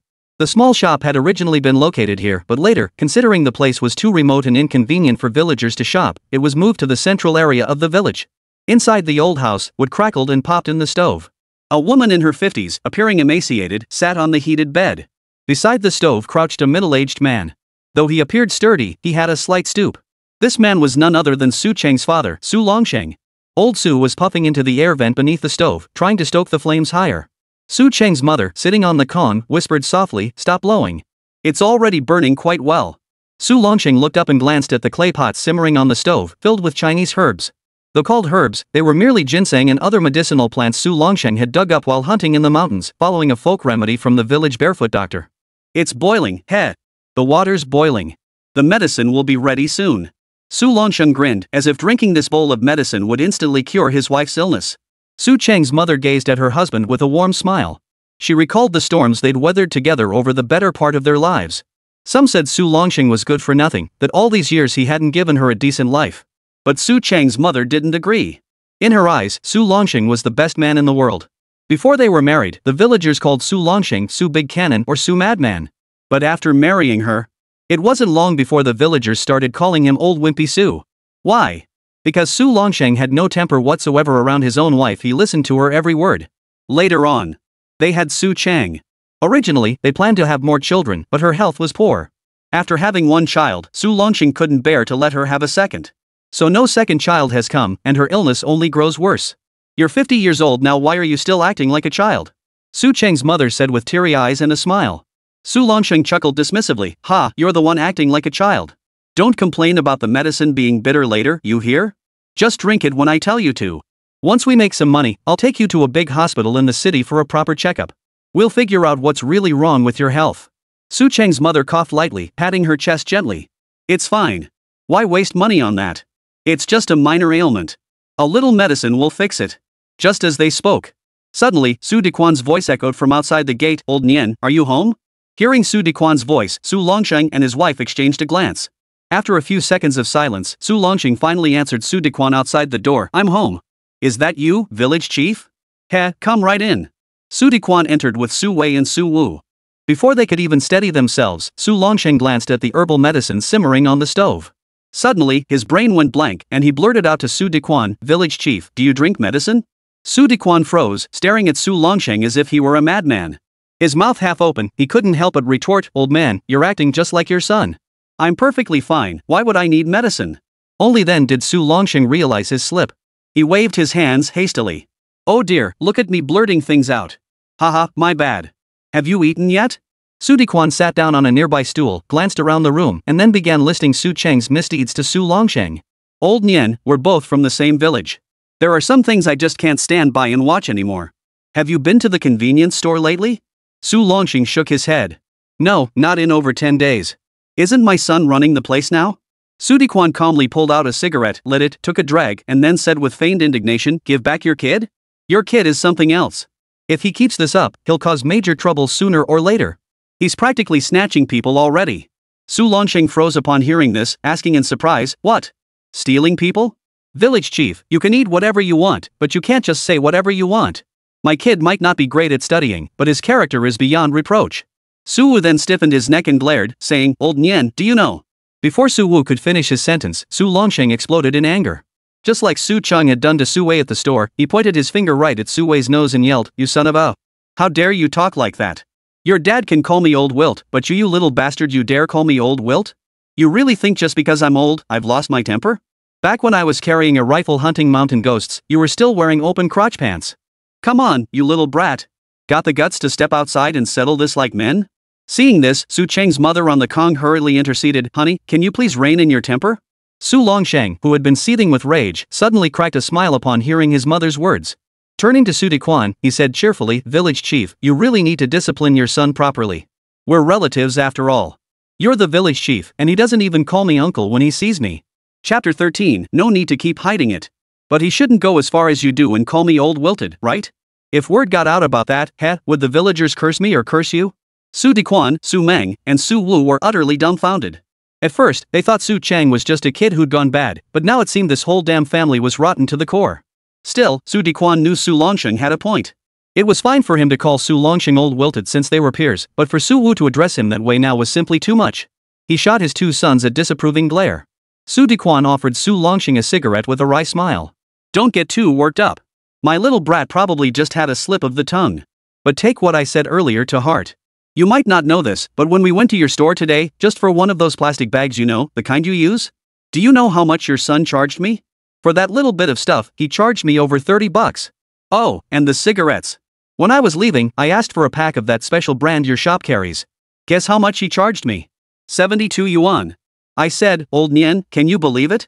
As village chief, the commune gives me a 5 yuan monthly subsidy, barely 50 yuan a year. Your son, so young, hasn't learned much else, but boy, he's mastered the art of being a crooked merchant. Su Longsheng was dumbfounded. He asked incredulously, village chief, is all this really true? Su Diquan replied matter-of-factly, would I lie to you about something like this? If you don't believe me, go check the store right now. Su Longsheng instantly flew into a rage, his beard bristling and eyes bulging as he spun around twice on the spot. Fortunately, Su Cheng's mother was on the Kong at that moment. Seeing her husband's furious state, she whispered, honey, don't get so worked up. I think you should go see for yourself. Su Longsheng took a deep breath, forcing himself to calm down. He then declared to Su Diquan with solemn conviction, village chief, rest assured. If I go and find it's true, I'll break that brat's legs myself before the commune or our brigade even gets involved. Su Diquan felt a surge of satisfaction. He knew full well that Su Longsheng was only mild-mannered around Su Cheng's mother. But in front of others, he was notorious for being a powder keg ready to explode at the slightest spark. Now that he'd exposed what Su Cheng had done. After all, Su Cheng's mother couldn't go to the store now. Once Su Longsheng went over alone and found out Su Cheng's pricing for the goods, it would be strange if that kid didn't get a whipping. The first objective of coming to Su Longsheng's house had been achieved. Now, only the second matter remained. Su Diquan stood up, stepped forward to light the cigarette Su Longsheng had just handed him, then smiled and said, old Nian, I came to see you today for another matter. Su Longsheng frowned and asked, what else is there? Su Diquan probed cautiously, old Nian, I recall your little shop doesn't sell grain, right? Su Longsheng replied, yeah, just daily necessities. Besides, you know how it is, not only do small shops like ours have no grain, but even the commune supply and marketing cooperative is out of it. The smile vanished instantly from Su Diquan's face. His expression turned grim. Seeming to bristle with anger, he snapped at Su Longsheng, then your precious son lied to me about having grain in your shop. That brat was clearly just messing with me. Su Longsheng looked puzzled and couldn't help asking curiously, village chief, why are you asking about grain? Is your family running out too? Su Diquan could only swallow his pride. He fumed, no. I just saw our own supplies running low and thought I'd buy some. If there isn't any, then forget it. Su Longsheng grew even more puzzled. Scratching the back of his head, he said, village chief, that doesn't add up. Aren't you the one who holds the key to our grain warehouse? If you're running low, why not just go to the brigade office, get the accountant to issue a slip, and temporarily withdraw some grain to tide you over? Hearing this, Su Diquan couldn't help but feel a chill run down his spine. Right now, he dreaded anyone mentioning the word granary in his presence. I just thought since the granary is our collective property in Su Village, as a leader, I shouldn't abuse my position to make special arrangements for myself, right? Speaking quickly, Su Diquan feared he might slip up and blurt something out. He hurriedly stood up and headed for the door. Su Longsheng watched Su Diquan's retreating figure, spat contemptuously on the ground, and cursed, "Pa! What a piece of work! Served as village chief for all these years, pulling special favors all this time, and now he acts all high and mighty in front of me? What a bloody piece of..." Su Cheng's mother murmured soothingly, alright, don't get so worked up. After I take my medicine, you should go check on things sooner rather than later. The boy's still young, we can't let him get into trouble over money. Su Longsheng countered bluntly, it's fine. Policies aren't what they used to be. I heard our village is about to implement household contracting soon. Plus, folks down south have already proposed market-oriented reforms, saying they'll encourage people to do business. Heh, I don't think our son would get involved in such trouble. He said this. Su Longsheng felt a bit uneasy inside. After the medicine simmered for a while, he had his wife drink it, then hurried off to the small shop. When Su Longsheng arrived, Su Cheng hadn't returned yet. After all, the shop didn't see many customers all day long. Most people were busy working in the fields during the day, and even when they came to buy things, it was mostly in the afternoon or early morning. It wasn't until late afternoon, as dusk approached, that Su Cheng finally arrived at the shop, carrying 2 wild pheasants. Upon entering, he saw Su Longsheng sitting by the shop stove, legs crossed, carefully examining a packet of instant noodles. Spotting Su Cheng enter, Su Longsheng scrambled to his feet and hurried over in 2 strides. Hey, kid, tell me, where did you get all this stuff? The main reason Su Cheng hadn't told his parents about these things was that he hadn't figured out how he'd acquired them. He couldn't very well tell his father he'd been reborn and that these items were gifts from some system, could he? If he actually said something like that, his father would probably find a few shamans that night to perform a ritual around him. Now, suddenly confronted by his father's questioning, Su Cheng's mind raced. He quickly stepped forward, not explaining the origin of the items, but instead snatched the instant noodles from his father's hand. Chapter 14, Never Breaking the Law. Then, he smiled mysteriously at his father and said, Dad, don't worry about how I got these things. Let me show you just how delicious they are. Just then, the kettle on the stove began to whistle. After setting down the bagged instant noodles, Su Chang reached for a box of bucket-style instant noodles from the shelf. The spicy and pickled cabbage flavors would surely be too hot for his father, so he thoughtfully chose a bucket of braised beef flavor instead. Under Su Longxing's watchful gaze, Su Chang swiftly tore open the packaging, poured in the various seasoning packets, added boiling water, and then used a fork to secure the lid on top. Even so, the room was now filled with the rich aroma of braised beef. Su Chang placed the instant noodles on the counter beside him, then pulled out 2 sausages. After unwrapping one, he handed it to Su Longsheng. "Dad, try this first." Su Longsheng hesitated. After all, he'd never eaten this stuff before. "Is it edible?" After holding back for ages, Su Longsheng finally asked what he thought was the most crucial question. Su Chang smiled as if it were obvious. "Of course it's edible. Are you afraid your own son would poison you?" Su Longsheng thought to himself, that was true. His son was his own flesh and blood, not some child he'd found in the snow. How could he possibly harm his own father? Still, when he finally took a bite, he did so cautiously, just a tiny nibble. Only after it entered his mouth and he chewed it thoroughly for a moment did he finally reveal an expression of disbelief. Somewhat incredulously, he asked Su Longsheng, "You little rascal. You have so many good things to eat? No wonder you haven't been coming home for meals lately. Damn you, you little brat. Are you even my own son anymore?" Su Cheng's face flushed crimson. Looking somewhat embarrassed, he said to his father, "Dad, don't be angry. The thing is, I just hadn't figured out how to tell you about these things yet." Only then did Su Longsheng realize the issue. He quickly pressed, "By the way, you still haven't told me where you got all this stuff." Su Cheng's mind raced. Thankfully, he'd attended high school for a few days. He looked at Su Longsheng with seriousness and said, "Dad, if I tell you, you absolutely mustn't tell anyone else." Su Longsheng nodded solemnly. "You little rascal, do you really think your old man has a mouth as loose as cotton-padded trousers? Go ahead and tell me. But think carefully first. If you've done anything illegal, you'd better keep quiet. Save yourself the whipping later. Just pack your bags, straighten your legs, and go turn yourself in at the commune office." Su Chang replied frankly, "Dad, come on. How could I possibly do anything illegal? It's like this. Didn't I tell you before? A classmate of mine has a father who's a leader at the supply and marketing cooperative.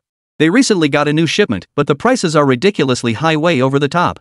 They can't sell it, and it's about to expire. They can't even throw it away. So they sent me a portion of it, and he mentioned that in a few days, they might send even more." Su Longsheng had already picked up his chopsticks and was eating instant noodles. He shoved a huge mouthful in, swallowed it with effort, then asked in astonishment, "For free?" Su Cheng smiled as if it were obvious. Why would they charge? They can't sell it, so of course it's free. Su Longsheng stared wide-eyed and asked, "Then why did you charge the village chief over $30? Su Cheng smiled and said, "I was worried they might come asking for money later. The wholesale price for these items is already so high. We're in business, I can't run a loss-making operation, can I?" Su Longsheng quickly set down his instant noodles and wiped his mouth. "Then I'll eat this." "You." Seeing the worry on his father's face, Su Cheng laughed off the concern. "Dad, just eat yours. I was just worried they might ask for money later, but the chances of them coming after me are practically zero. As for why I asked the village chief for so much money, well, partly it's to keep some wiggle room, but mostly, I just can't stand the guy. Anyway, rest assured. Your son may not be the brightest student, but I wouldn't do anything illegal." Su Longsheng's heart finally settled. Truthfully, he trusted his son's character. Just as his son had said. His studies might be lacking, but breaking the law? That was something his son would never do. Picking up his chopsticks again, he devoured the instant noodles in big bites.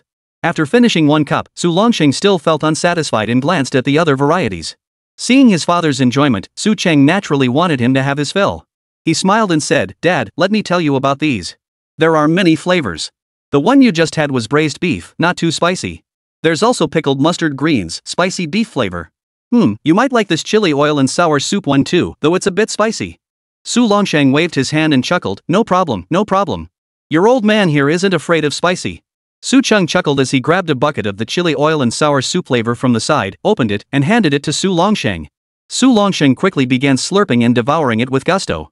Midway through eating, Su Longsheng remembered something and asked Su Cheng, "Son, did you offend our village chief this morning over this very thing?" Su Cheng nodded, sitting by the stove eating a packet of biscuits. "Well, what else could it be? Oh, did he come looking for you?" Su Longsheng wiped the sweat from his brow and nodded. "Yeah, he brought his 2 sons to confront me, calling you a crooked businessman." "Ha! The old fool should take a good look at who you are, my son, Su Longsheng's son. Even if I am a crooked businessman, so what? Isn't there an old saying? No business without a little trickery? A crooked merchant it may be, but your old man still has to remind you, don't do anything illegal." Su Cheng nodded. "Dad, rest assured.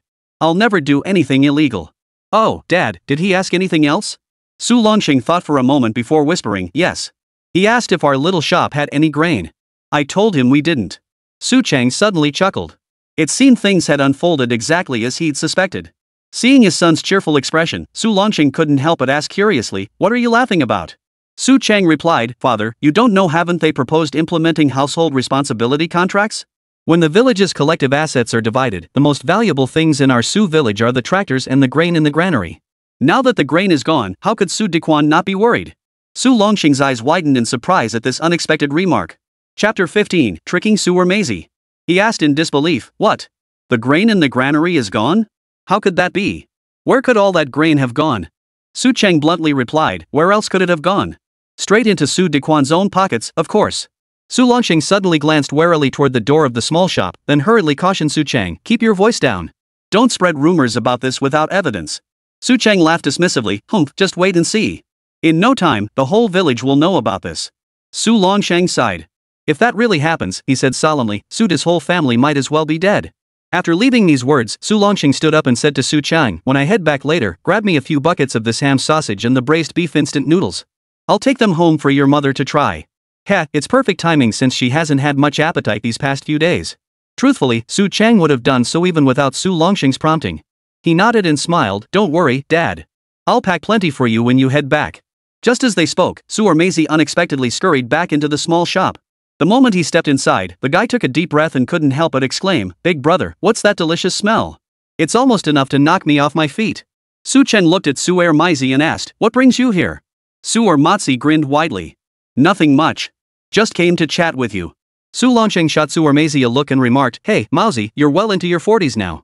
By seniority, shouldn't you be calling him Brother Su instead of Big Brother? Su Longxing wasn't lying. By family hierarchy, Su Chang should actually call Su Ermazi second uncle. But Su Ermazi didn't care about such formalities. Besides, he had come to Su Cheng today with a favor to ask. Look at you, your mindset is so backward. Back when we were destroying the Four Olds, we smashed all those gods and spirits. Ha! Family seniority? That's long gone. Our brother Dekengzi is a man of substance. To be his brother is a blessing from my ancestors. Su Ermazi spoke, then picked up the instant noodle cup from the counter and took a sip of the dwindling broth inside. That single sip. Su Ermazi practically drooled. Brother, my big brother, have mercy on me. Let me just taste it. This is too delicious. Give me a bite, and I'll do whatever you ask from now on. Seeing Su Ermazi's shameless antics, Su Longxing scowled at Su Chang. Kid, get him a bowl to taste. Stop embarrassing yourself. Su Ermazi nearly knelt before Su Longxing upon hearing this. He hurriedly exclaimed, haha. Family truly is family. Uncle, thank you. Thank you so much. Su Longxing was utterly speechless. Earlier, Su Ermazi had been calling him Big Brother at every turn. Now that food was involved, this brother had suddenly become an elder and was now addressed as uncle. Seeing Su Ermazi like this, Su Chang's lips curled into a mischievous grin. Noticing the late hour, he first handed his father several buckets of braised beef-flavored instant noodles. He also grabbed some ham sausages and snacks his mother could eat, filling 2 plastic bags to the brim. After sending his father off, he turned to Su Ermazi and said with a smile, since my father has already spoken up, I'll let you have 1 packet today. Oh, and you can handle spicy, right? Su Ermazi declared with apparent conviction, sure. We mountain folk, what can't we eat? Su Cheng smiled as he pulled a packet of fire chicken noodles from the shelf. He then fetched a large bowl, prepared the noodles for Su Ermazi, and added every single packet of sauce inside. But he didn't rush to hand it over. Instead, he picked up chopsticks and said, smell it first. You have to wait 3 minutes for it to taste good. Su Ermazi was now unable to speak. Every time he opened his mouth, saliva poured out like a burst dam, streaming from the corners of his lips. He swallowed countless mouthfuls of saliva. When Su Cheng finally handed him the chopsticks, Su Ermazi lifted the large bowl, scooped up a serving of the bright red turkey noodles, and shoved it into his mouth without a word. That first bite. Su Ermazi was instantly dumbfounded. First, he froze. Then he began coughing violently.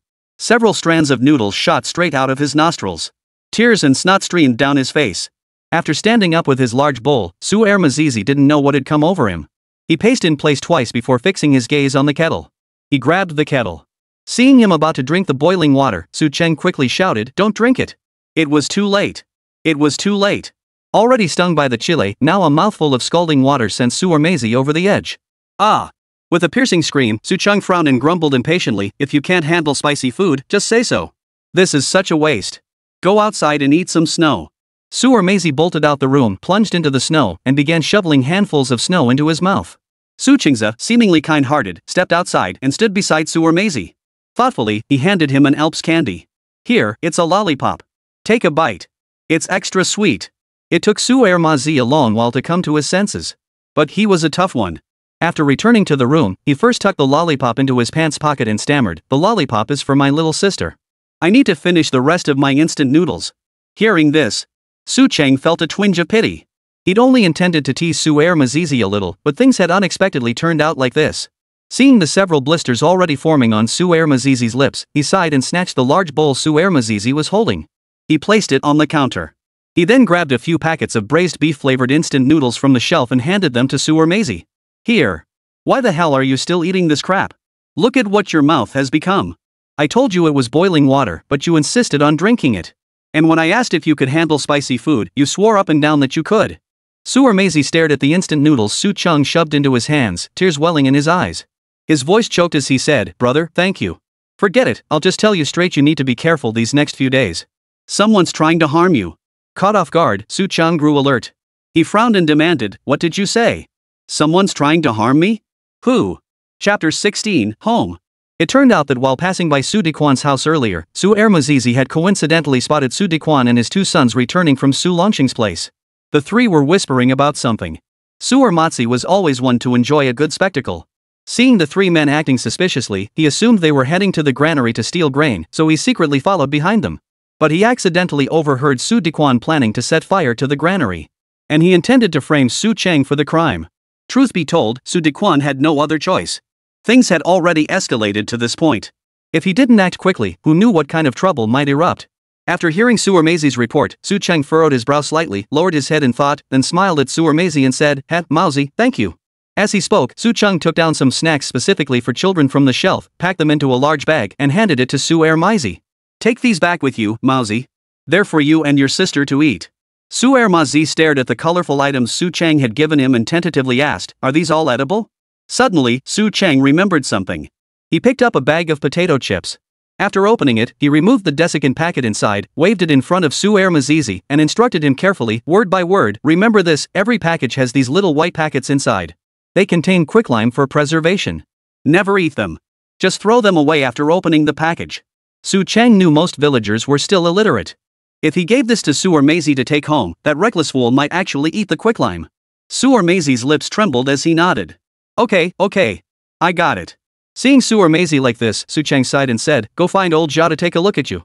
With all those big blisters on your mouth, how have you been eating these past few days?" Su Maisie grinned through his pain. "It's fine. We didn't have much to eat at home anyway. With my mouth all messed up, at least we're saving some grain." Hearing this, Su Cheng didn't know what to say. Though this pockmarked fellow was a bit reckless in his actions. He knew the man wasn't fundamentally bad. Take this situation, for instance. If not for Pockface coming to tell him about the Su Dequan family's plans, he'd never have known they were plotting against him. As these thoughts swirled through his mind, Su Cheng dismissed Su Maisie. He sat down on a chair in the small shop, crossing his legs. After careful consideration, he decided he must do everything possible to establish his alibi for being out of the village in the coming days. At the same time, he also needed to find a way to quickly inform the villagers that the granary was empty. Going out to shout about it directly would be too obvious. If he pushed Su Dequan's family too far, they might become desperate and resort to desperate measures they could very well kill to silence him. Therefore, such matters required careful strategy. After a moment's contemplation, a plan gradually took shape in Su Cheng's mind. His family had been urging him to find a partner and get married, hadn't they? He basically had a partner now, but to actually marry, he still needed the consent of both sets of parents, right?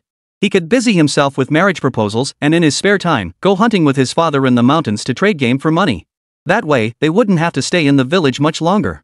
Meanwhile, in a couple of days, he'd have Pockmark gradually spread the news that the granary was empty. That way, he could sit back and watch the drama unfold. After sorting out his thoughts, Su Cheng stood up and scanned the small shop. Instant noodles. Looks like it's instant noodles again. Time flew by, and the next morning arrived. Daybreak had just arrived. Su Cheng hurried home carrying a large bundle of goods. He hadn't been home in quite some time. If his father hadn't come yesterday and broken the ice regarding the convenience store, he probably wouldn't have dared return for a long while longer. But now there was no need to worry about that. After all, the source of the goods in the shop had been explained. Half an hour later, Su Cheng arrived home. as soon as he entered the door. Su Longxing beamed at his wife, who was boiling water to make instant noodles. "The kid's back, honey." Su Chang's mother hurriedly turned to look at her son. Su Longxing approached with a smile and said to Su Chang, "Look, isn't your mother feeling much better now? Those instant noodles from your little shop really work wonders. She ate 2 whole buckets yesterday." Su Chang knew full well that his mother was still pushing herself to keep working. The family's lack of clothes and necessities was one thing. The biggest problem was that she still hadn't received proper medical treatment. Village barefoot Dr. Old Zhao was competent enough for minor ailments like headaches and fevers, but treating anything more serious was nonsense. That's why he had to find a way to get money quickly now. He needed to take his mother to a proper hospital in the city for thorough examinations. Identifying the cause early would allow for targeted treatment and a quicker recovery for his mother. We've got plenty of instant noodles. You can have them anytime you want. But Mom and Dad, don't just eat those. You should still have some coarse grains from home as part of your regular diet. Su Chang spoke as he set down the dozen pounds of pearl rice and another dozen pounds of white flour he'd been carrying on his back. Forget rice and flour, even cornmeal was a rare commodity these days. Seeing these items, Su Longxing's eyes nearly popped out of his head. He asked in disbelief, "What? Your classmate gave you all this?" Su Chang had already prepared his explanation on the way home. He smiled and said, "Dad, I helped my classmate handle these goods. It's confidential, no one can know about it." To keep me from talking, he gave me some of his pearl rice and white flour. You know, his father is a leader at the county supply and marketing cooperative.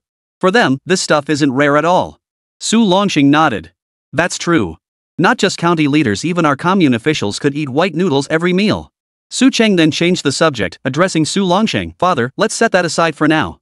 I came back today primarily because there's something I need you to handle." Su Longxing asked with a hint of puzzlement, "What is it that requires my involvement?" Su Chang replied earnestly, "A few days ago, a girl came to our little shop to buy something. I caught her. She's quite pretty, don't you think? Could you help me out and go propose marriage to her?" After Su Chang blurted out this unexpected request, both Su Longxing and Su Chang's mother were dumbfounded. The couple stared intently at Su Chang, making him feel a bit uneasy. Chapter 17, Getting Married? Seeing their reactions, Su Chang felt uneasy and tentatively asked, "Dad, Mom, what's wrong? Didn't you two always urge me to get married sooner? Now that I've found someone, why won't you help me propose?" Su Chang's mother suddenly teared up. "Of course we're willing. We just never expected you'd suddenly decide to let us arrange your marriage." Su Longxing chuckled, "Exactly. You need a wife to keep you in line. You're 18 now, almost 19. If you don't hurry up and find a wife, I'll start to worry about you." At this point, Su Longxing pressed further, "By the way, you still haven't told us whose daughter this is?" Su Chang didn't hide anything. He smiled and said, "It's the family of Zhang the Hunchback, north of the village." Su Longxing was dumbfounded once more. He abruptly stood up, his eyes once again fixed intently on Su Chang. After a long moment of stunned silence, he finally demanded with force, "What did you say? Zhang the Hunchback's family? How could you possibly be from Zhang the Hunchback's family?" Su Chang knew full well that relations between his family and Zhang the Hunchback's family weren't exactly friendly. But he wasn't entirely sure why. He'd never paid attention to such matters before, so naturally he'd never asked. But this time, ever since meeting Zhang Wanru, he couldn't stop thinking about her. Especially after visiting Zhang Tuozi's home. His urge to protect her grew ever stronger. He knew that in his previous life, his own recklessness had led to Zhang Wanru being devoured by the mountain spirit. This lifetime, he had to step up. Even if he couldn't marry Zhang Wanru, he would find a way to protect her for the rest of her life. Secondly, he had another motive for sending his family to Zhang Tuozi's home to propose marriage. But for now, he couldn't reveal the whole truth to his parents, lest it cause them undue worry. Seeing the agitated expression on his father's face, Su Cheng tentatively asked, "Father, what's wrong? Could this plan not work?" Su Longxing looked troubled. He muttered softly, "It's not that it won't work. The problem is Zhang Tuozi's side." Forget it. I've met the girl from Zhang Tuozi's family. She truly is a good girl, and she's filial too. If you could really marry her, it would be worth anything I had to do." Hearing his father's sigh, Su Cheng asked softly, "Dad, if there's something troubling you, tell me now. I'll help you figure it out." By then, Su Cheng's mother had finished cooking instant noodles. Su Longxing grabbed a bowl for himself and motioned for Su Cheng to take one too. But Su Cheng was already sick of eating them. He waved his hand. "I'll skip this round. You go ahead and talk first." Su Longxing began speaking as he ate. "This all started back when the two of us went hunting in the mountains. We came across a mountain spirit, a cunning beast. We tried to take it down together, but we didn't succeed." Su Cheng muttered, "So you didn't get it? That doesn't mean you have to stop talking to each other forever, does it?" Su Longxing's face flushed crimson. After a long pause, he finally said to Su Chang, "True enough, but never mind. I'll tell you the truth. If I'd listened to Camel and charged in back then, who knows? We might have taken that mountain demon down. But the problem is, I backed down then. That mountain spirit escaped right under our noses, and later it came down the mountain and killed Zhang the hunchback's wife. Sigh. Su Cheng finally understood why Zhang the hunchback harbored such hostility toward his family. So that was another reason. After Su Longxing finished speaking, Su Cheng didn't rush to respond. Instead, he stood up, brewed a cup of tea for his father, placed it before him, and then asked softly, "So, do you think this plan could work?" Su Longxing shook his head.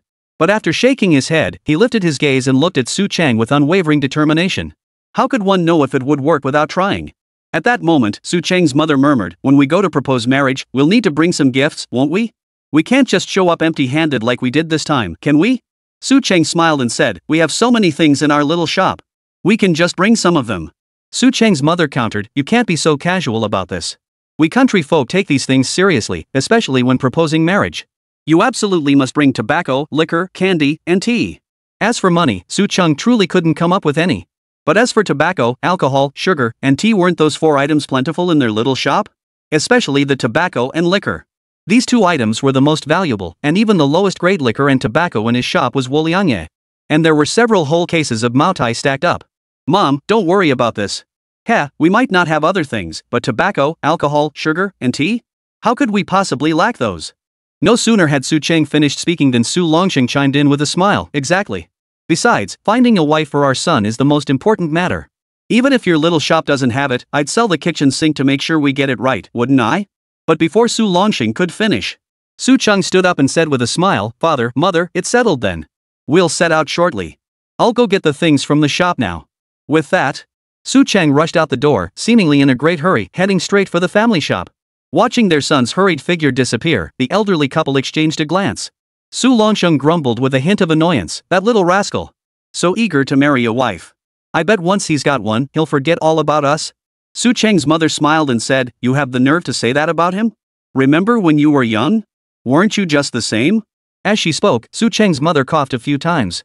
Seeing this, Su Longxing hurriedly brought over a teacup and handed it to his wife, urging her to take a sip to soothe her throat. Su Cheng's mother took the cup, sipped a small mouthful, then patted her chest and sighed. "This body of mine, sigh, I've put you through so much over the years." Su Longxing grinned. "What nonsense are you talking about? Our son is about to get married. A wedding brings good luck, who knows, maybe your illness will clear right up." He said this. But deep down, Su Longxing knew. If his son married, his wife might feel happier, and who knows, her symptoms might actually ease. But even if the symptoms didn't improve, even if her condition didn't improve, they wouldn't have to worry about their son anymore. He could just focus on taking care of his wife, and they wouldn't have to meddle in the young couple's life anymore.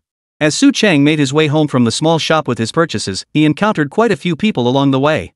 Whenever someone spotted him carrying all those items and asked about it, Su Cheng would simply smile cheerfully and say that a match had been proposed for him. Chapter 18, A Marriage Proposal? 18 years old might seem young to outsiders. But for rural youths of this era, marrying at 18 was perfectly normal. In fact, it was quite common for some girls to lie about their age in order to get married. On the way to Zhang Tuozi's house, Su Longxing, mindful of his wife's poor health and wanting to spare the old bachelor's feelings, decided to send only his son alone. Yet compared to Su Cheng, Su Longxing seemed even more nervous than his son. For one thing, he hadn't interacted with Zhang Tuozi in years. Whether the other party agreed or not was one thing. The real issue was this. He had a temper, and Zhang Tuozi was equally hot-headed. What if, upon arriving, Zhang Tuozi brandished a cleaver and chased them away?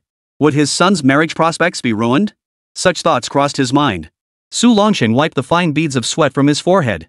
Seeing this, Su Cheng asked curiously, "Dad, it's freezing out, why are you sweating?" Su Longxing replied with a hint of embarrassment, This weather, how to put it? Right, what if they refuse?" Su Cheng shrugged indifferently. "If they don't agree, they don't agree. Anyway, I'm marrying their daughter, not Zhang Tuozi.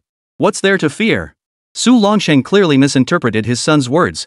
Frowning, he hurriedly warned, "You little bastard, let me make one thing clear, if that hunchback Zhang really refuses, you'd better behave yourself. Don't you dare mess around. If you dare get that girl pregnant or ruin her reputation, I'll break your legs." Hearing his father's words, Su Cheng asked earnestly, "Father, is that really how you see me?" Su Longxing opened his mouth, thinking silently, "This kid, he takes after me in so many ways. Please, don't ever learn from him in matters like this. Otherwise, even if he were dead, Zhang the hunchback would probably chase him with a butcher's knife." A short while later, Su Cheng and Su Longxing arrived at the gate of Zhang Tuozi's house. Chickens scurried about the yard, smoke curled from the chimney, and Zhang Wanru swept the courtyard with a broom in hand. Suddenly spotting Su Chang and Su Longsheng at her doorstep, Zhang Wanru froze in shock. Her mouth hung slightly open as she stared at them in disbelief. Su Chang followed behind Su Longsheng. With his father leading the way, he dared not act out of line. Still, as they passed through the gate, Su Cheng deliberately stuck out his tongue at Zhang Wanru. Zhang Wanru instantly flushed crimson with embarrassment. She shot Su Cheng an awkward glance before quickly averting her eyes. Uncle Sheng, she asked Su Longsheng, what brings you here? Su Longsheng chuckled as he headed toward the room, asking, where's your father? How has he been lately? No sooner had the words left his mouth before Su Longsheng and Su Cheng could step inside. Unexpectedly, Zhang Tuozi's voice boomed from inside the room, daughter, block them at the door. Don't let them in. After dropping this bombshell, Zhang Tuozi continued, old Su, mark my words, your daughter's mother's spirit tablet is right there on the cabinet. If you don't hurry over tonight, she'll take you away in the dead of night. Su Longsheng licked his parched lips upon hearing this. Zhang Wanru swiftly stepped forward, somewhat awkwardly blocking Su Longsheng's path. Su Cheng, however, grinned as he walked around Zhang Wanru toward the room. He called out to Zhang Tuozi, Uncle Zhang, if my dad comes in, my aunt will take him away. But if I come in, won't my aunt take me away tonight too? With that, Su Cheng had already stepped inside the room. After 2 days of rest, Zhang Tuozi's health had improved considerably. To put it plainly, the main reason most villagers looked so sickly now was simply that they had nothing to eat. The grain rationed by the production team last year had long since been consumed. Country folk had no reliable means of earning money. Moreover, in the depths of winter, even if they wanted to venture into the mountains to gather wild herbs or hunt animals for cash, it was hardly feasible. Furthermore, ever since his wife passed away, Zhang Tuozi had been eating irregularly, sometimes going hungry, sometimes eating his fill. Over time, this naturally led to digestive issues. A couple days ago, his daughter brought back some special noodles. After eating them, Zhang Tuozi gradually regained his energy. When Su Cheng emerged from the room, Zhang Tuozi's eyes widened instantly. He asked, seemingly annoyed, kid, what are you and your dad doing here? Let me tell you, you're not welcome in my house. Su Cheng, thick-skinned as ever, first laid out the instant noodles, cookies, and Dolly Garden mini buns he'd brought on the table. Then he leaned close to Zhang Tuozi and smiled, saying, Uncle Zhang, the grudges between your generation, you should sort them out yourselves. Surely they shouldn't affect us younger folks? Truth be told, I've developed feelings for your daughter. That's why I brought my father here today to formally propose. If you agree to this, in a few years, I'll marry your daughter. But before that, your family and I will take care of her together. Besides, your daughter got into teacher's college, right? Heh, I can figure out a way to cover her tuition and all that. Once she graduates, if she still finds this farmer worthy, we'll marry, start a family, and care for you both. If she doesn't fancy me, then never mind, we'll just pretend this never happened. Zhang Tuozi froze. Outside the door, Zhang Wanru and Su Longsheng were also stunned. Especially Su Longsheng. He thought, has this fool been kicked in the head by a donkey? How could he propose such terms? And he actually planned to pay for her education? The family's most valuable asset was a small shop that hardly saw any customers. What could they possibly use to pay for someone else's education? A deathly silence suddenly fell over the scene. Zhang Tuozi stared blankly at Su Cheng, his mind racing as he tried desperately to calm himself down. He needed to figure out why this kid was making such a demand. Su Cheng maintained his unflappable expression as he watched Zhang Tuozi. He was waiting for Zhang Tuozi to speak. Truth be told, even as he spoke these words, Su Cheng felt no certainty within himself. But recalling the expression on Zhang Wanru's face when she entered earlier, Su Cheng knew this young woman deserved a brighter future. Zhang Tuozi remained silent for a long while before finally speaking. But just when Su Longsheng and Su Cheng thought Zhang Tuozi would readily agree, he unexpectedly spoke slowly, addressing Su Longsheng outside the door, old Su, you get your ass in here. Su Longsheng entered carrying his belongings. Two old friends who hadn't spoken in years now stood face to face, both with tears welling in their eyes. After exchanging glances, Zhang Tuozi climbed down from the heated bed first, then turned to Zhang Wanru beside him. Stop standing there like a statue. Go brew them some tea. Chapter 19, Going to Our Deaths Together? The worry vanished from Zhang Wanru's face. She knew her father had agreed. Truthfully, when Zhang Wanru had been accepted into the teacher's college, she had long since abandoned any thoughts of attending. With the family in such a mess, how could she possibly abandon her father to go to school? As for Su Cheng's earlier offer to support her education, Zhang Wanru knew it was impossible. Every household was in similar straits. Even if Su Cheng's family was slightly better off than hers, how much better could it really be? At best, they could afford food and clothing without worry. To suggest she could attend school was nothing short of wishful thinking. Just as Zhang Wanru was pouring tea for Su Cheng and Su Longsheng, before Zhang Tuozi could speak again, he coldly interjected, Lao Nian, let me be clear about this. I agree to this match, but on one condition, you must promise me one thing. Su Longsheng's heart finally settled. He beamed and said, oh my, as long as you agree. If you approve this match, I'll agree to not just one thing, but 10 things, 20 things, anything you ask. Zhang Tuozi cut him off. Don't make empty promises to me, he said bluntly. First, let me explain what this matter entails. Seeing the expression on Zhang Tuozi's face, Su Longxing sensed that this matter was no ordinary affair. He slowly sat down on a nearby chair. Su Longxing looked at Zhang Tuozi with serious intent. Zhang Tuozi stood up, glanced toward the doorway, and remained silent for a long moment before speaking earnestly. Old Nian, it's come down the mountain. Su Longxing's expression shifted abruptly at the unexpected words, his earlier smile vanishing without a trace. He rose and approached Zhang Tuozi, gazing toward the distant mountains. After a brief silence, Su Longxing didn't wait for Zhang Tuozi to speak again. He declared bluntly, since it's here, we're going all in, damn it. Zhang Wanru and Su Chang were both utterly baffled. The two young people looked at their father by the door with puzzled expressions. Su Chang spoke first, his voice brimming with curiosity. Dad, what exactly did you mean when you said it's here? Zhang Wanru chimed in, equally curious. Yeah, Dad, could you explain what you meant? Zhang Tuozi frowned, turning around. But instead of rushing to explain the situation to Su Chang and Zhang Wanru, he first looked at Su Longxing. Only after Su Longxing nodded, signaling it was safe to speak, did Zhang Tuozi finally reveal the truth. That beast your father and I failed to kill back then has come down from the mountains. I spotted it several days ago but dared not make a fuss. It seems that beast is planning to take revenge soon. Hearing this, Su Chang's heart tightened. He suddenly recalled the scene from that night when he had escorted Zhang Wanru home. He hurriedly asked, wait, are you referring to that mountain beast with a large scar on its head? This time, Su Longxing visibly froze. He looked at his son in disbelief, demanding with a firm voice, wait a minute, how did you know that? Su Chang dared not conceal the truth. From the expressions on the two elders' faces, he had already grasped the gravity of the situation.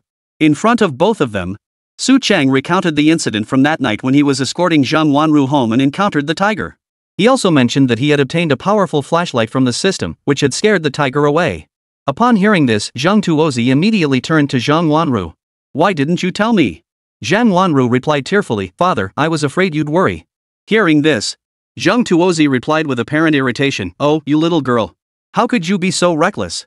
Don't you know that back then, neither I nor your uncle could stand up to that beast? I shot it from afar, wounding it, and killed its brother. After that, it came down the mountain and killed your mother. After that, I thought the beast had avenged its kin and wouldn't come down to harm us again. But just the other day when you went out, I saw it staring straight at us from the opposite hillside. If we don't kill it now, sooner or later it'll wipe out our entire family. Su Chang listened, then asked his father in bewilderment, Father, do tigers even understand revenge? Su Longxing sighed and said, all creatures possess a spirit. It's not just tigers, most animals in the mountains know how to seek revenge. Seeing the matter laid bare, Zhang Tuozi addressed Su Longxing directly, Old Su, don't blame me for being ruthless. I've no choice. If this beast isn't dealt with, even if my daughter were to marry into your family, she'd still be a curse upon you. Su Longxing nodded, his expression resolute. Since I sowed the seeds of this calamity back then, I'll handle this matter. Su Cheng couldn't wait to interject, Father, I want to go too. At that moment, Zhang Tuozi and Su Longxing shouted in unison at Su Chang, go to hell. After the two elders finished scolding him, they exchanged a meaningful glance. Su Longxing frowned sternly. Mark my words, this mountain spirit isn't like ordinary tigers. It's possessed of supernatural intelligence. You're too young, you're no match for it. Zhang Tuozi sighed in agreement. Exactly. When we two go to deal with it tonight, you stay home and take good care of my daughter. If we don't come back, you and your mother should just pack up and find work elsewhere. Our village is about to start working independently soon. Then you won't need to ask the brigade for permission to leave. It was clear. Su Longxing and Zhang Tuozi were determined to take down this beast, even if it meant dying. Su Cheng knew that even if he talked himself hoarse, his father would never let him take such a risk. But he'd made up his mind. How could he miss out on such an exciting adventure? After all, he was a child raised in the mountains. Whether it was marksmanship or archery, he was a master at both. A thought flashed through his mind, and Su Cheng smiled at Su Longxing and Zhang Tuozi. Alright then, if you two are going, I'm going too. But I'm not staying at your place tonight. This place is too far from the village, and there's no one around. If the mountain ghosts show up, they might just eat me and your daughter. Zhang Tuozi pondered for a moment and said, you're right about that. So where do you plan to go? Su Longxing replied, just head to my little shop. It's right in the middle of the village. Mountain spirits wouldn't dare wander into the village. Plus, I've got some food there, won't go hungry. Zhang Tuozi nodded and agreed, that sounds good. But Zhang Wanru objected. With only her father left, how could she live knowing he was walking into certain death? Chapter 20, There Are Ways. Father, you can't go. You absolutely mustn't go. If anything happens to you, what will become of me? Besides, your leg is still weak. You can barely walk, how will you hunt in the mountains? Zhang Hunchback was as stubborn as a mule. He knew that if this matter wasn't resolved, forget about enjoying his twilight years, he might end up burying his own child. Seeing his daughter weeping bitterly, Zhang Tuozi forced a faint smile and said to Zhang Wanru, "My dear, you can't stop your father this time. I was planning to go alone, but now, don't we have an extra pair of hands? Just be good and follow that kid Su Chang. And if he dares to bully you, go straight to the commune leaders and make that kid eat peanuts." Su Chang chimed in jokingly from the side, "Hey Uncle Zhang, that's not fair. You already agreed to let us marry. Even if I get a little handsy, that's just newlyweds fooling around." Before Su Chang could finish his sentence, Su Longsheng, with his fiery temper, reached out and smacked Su Chang hard on the back of the head. He scolded, seemingly annoyed, "You little brat, how dare you talk like that? You can joke around with anyone here, but not with Uncle Zhang. He's your future father-in-law." Zhang Tuozi's brows shot up. He muttered under his breath, "Not a single decent soul in the father-son pair, both of them bastards." Su Longsheng snapped back to his senses, scratched his head sheepishly, and then asked Zhang Tuozi, "By the way, with that leg of yours, can you still go hunting in the mountains?" Zhang Tuozi declared confidently, "Don't worry, this leg won't hold me back." With Zhang Tuozi's assurance, Su Longsheng accepted without hesitation. For the sake of their son and future daughter-in-law living a peaceful life, they were willing to risk their very lives. With their minds made up, Su Longsheng turned to Su Chang and said plainly, "It's getting late. Take the young lady to our family storefront and wait for our good news." Su Chang glanced at Zhang Wanru and chuckled, "Come on, dear." Zhang Wanru was utterly defeated. At first, she thought Su Chang was a decent young man, but now it was clear he was nothing but a heartless, shallow-minded fellow who'd been led astray by her looks. His own father was heading into the mountains to meet his doom, yet this guy was fixated on her, acting as if tonight were their wedding night. Is this even human? But before Zhang Wanru could speak, Zhang Tuozi grew irritated too, frowning as he snapped, "What are you standing there for? Hurry up and go with them." As Zhang Wanru sniffled and sobbed, Zhang Tuozi turned to Su Chang and said bluntly, "You look like a big, burly guy. What's the matter? Can't you handle this?" With his future father-in-law speaking up, how could Su Chang not know what to do? He sprang forward in a single bound, hoisting Zhang Wanru onto his shoulder. With a cheerful smile, he said, "Father, take care. I'll look after her." Watching Su Chang carry Zhang Wanru away, Su Longsheng felt a pang of disappointment. Zhang Wanru had at least shed a few tears earlier, but his own good-for-nothing son just dragged the girl away. That little brat. Looks like he's truly forgotten his father now that he's got a wife. Zhang Tuozi wiped the tears from the corners of his eyes, turned back, and retrieved a hunting rifle that hadn't been touched in years from the nearby cabinet. After dusting it off, he said to Su Longsheng, "Old Nian, let's go." Su Longsheng didn't refuse. Since he'd already agreed, he knew he had to go whether he wanted to or not. Meanwhile, after carrying the sobbing Zhang Wanru a considerable distance, Su Chang finally stopped. He turned his head to glance at her, still crying. "Can you stop crying? I'm protecting you, not forcing myself on you. Is this really necessary?" Zhang Wanru pounded Su Chang's shoulder with her fist. "You heartless bastard. Are you even human? Your father and mine are going to their deaths, and you didn't even try to dissuade them." After carrying Zhang Wanru such a long distance, Su Chang was getting tired. He set her down and said slowly, "Humph. It's just dealing with a mountain spirit. I already had a plan. If I'd said I was going in front of them, they definitely wouldn't have agreed. Now I'm taking you to the shop. You watch our family store for us. I'll go with Dad to take down that mountain spirit. By tonight, we'll be eating tiger meat back home. Oh, and I hear tiger meat is incredibly nourishing. After eating it tonight, it'll be perfect timing for us to consummate our marriage. I'll show you what a real stud is like." Zhang Wanru's mouth hung open. Su Chang's words left her momentarily speechless. She stared blankly at Su Chang. Before she could recover, Su Chang reached out and grabbed Zhang Wanru's small hand. He tugged her hand. Su Chang said to Zhang Wanru, "Why are you still standing there? Are you really planning to send our father to his death in the mountains?" Only then did Zhang Wanru snap out of her daze. Her face flushed with embarrassment as she snapped back, seemingly annoyed. "What nonsense are you spouting? Can you just shut up? Besides, are you really capable of dealing with that mountain spirit?" Su Chang grinned confidently. "Have you forgotten? That night, when the mountain ghost saw me, didn't it run away like a scared little dog? Heh, what does that tell you? It tells you I carry the spirit of a true man. That spirit alone is enough to make the mountain ghost retreat 3 steps. Zhang Wanru knew Su Chang was bragging. What kind of manly spirit? If it weren't for that flashlight that night, they'd have been devoured by the tiger long ago. Su Chang, can you act like a responsible adult? Tell me, what exactly is your plan?" Su Chang grinned mysteriously. "I'm not telling you. But trust me, I've got a way to deal with the mountain spirits. But can we hurry up? Otherwise, I'll never catch up to them." Though Zhang Wanru's heart raced with anxiety, seeing the relaxed expression on Su Chang's face, she couldn't help but feel that this man beside her might just have a way to take down this mountain spirit. If they could truly kill this beast, her father's long-standing torment would finally be lifted. At the same time, if father was right and the mountain spirit descended to seek vengeance, she would finally be free of lingering worries. With this thought in mind, Zhang Wanru licked her red lips and murmured, "Alright, I'll trust you this once." Su Cheng grinned cheekily. "Heh, don't just say you trust me once. Since there's no one around, how about you give me a kiss to cheer me on? Would that work?" With that, Su Cheng shamelessly leaned his face toward Zhang Wanru. Chapter 21, I Must Catch Up. Zhang Wanru punched him playfully, huffing, "If you keep this up, I'll never speak to you again." Su Cheng wasn't really in the mood for fooling around with Zhang Wanru right now. After all, his father and Zhang Tuozi had already gone hunting in the mountains. If he didn't hurry over, he'd regret it forever if something dangerous happened. As these thoughts raced through his mind, Su Cheng urged, alright, I won't mess with you anymore. Hurry up.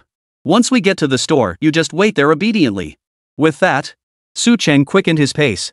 As he walked toward the shop, he greeted passers-by with a smile. When someone asked why he was in such a hurry, Su Cheng didn't hide anything. He explained with a smile that he was taking Zhang Wanru to the shop first, then he would join his father and Zhang Tuozi to hunt tigers. The villagers heard this and treated it as a joke. After all, how could tigers be so easy to hunt? But when they saw Su Cheng shouldering his hunting rifle and carrying his bow and arrows, hurrying from the shop toward the back mountain, the villagers couldn't help but feel a bit skeptical. Su Cheng moved swiftly. In less than half an hour, he caught up with his father and Zhang Tuozi, who had just reached the edge of the forest. The moment Su Longxing and Zhang Tuozi saw Su Cheng approaching, their foreheads instantly creased with frustration. Especially Su Longxing, his forehead creased with frustration as he glared at his son and demanded sternly, "What are you doing here? Have you completely forgotten what I told you and Uncle Zhang?" Su Cheng chuckled, seemingly unconcerned. "Dad, Uncle Zhang, how could I miss out on something as exciting as hunting a tiger?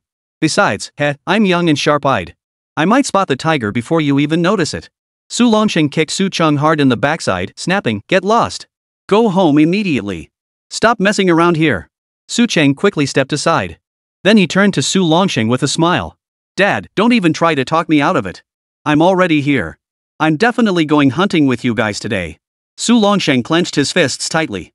He'd hunted for years and knew the dangers well. Besides, his son had spent most of his time at school lately.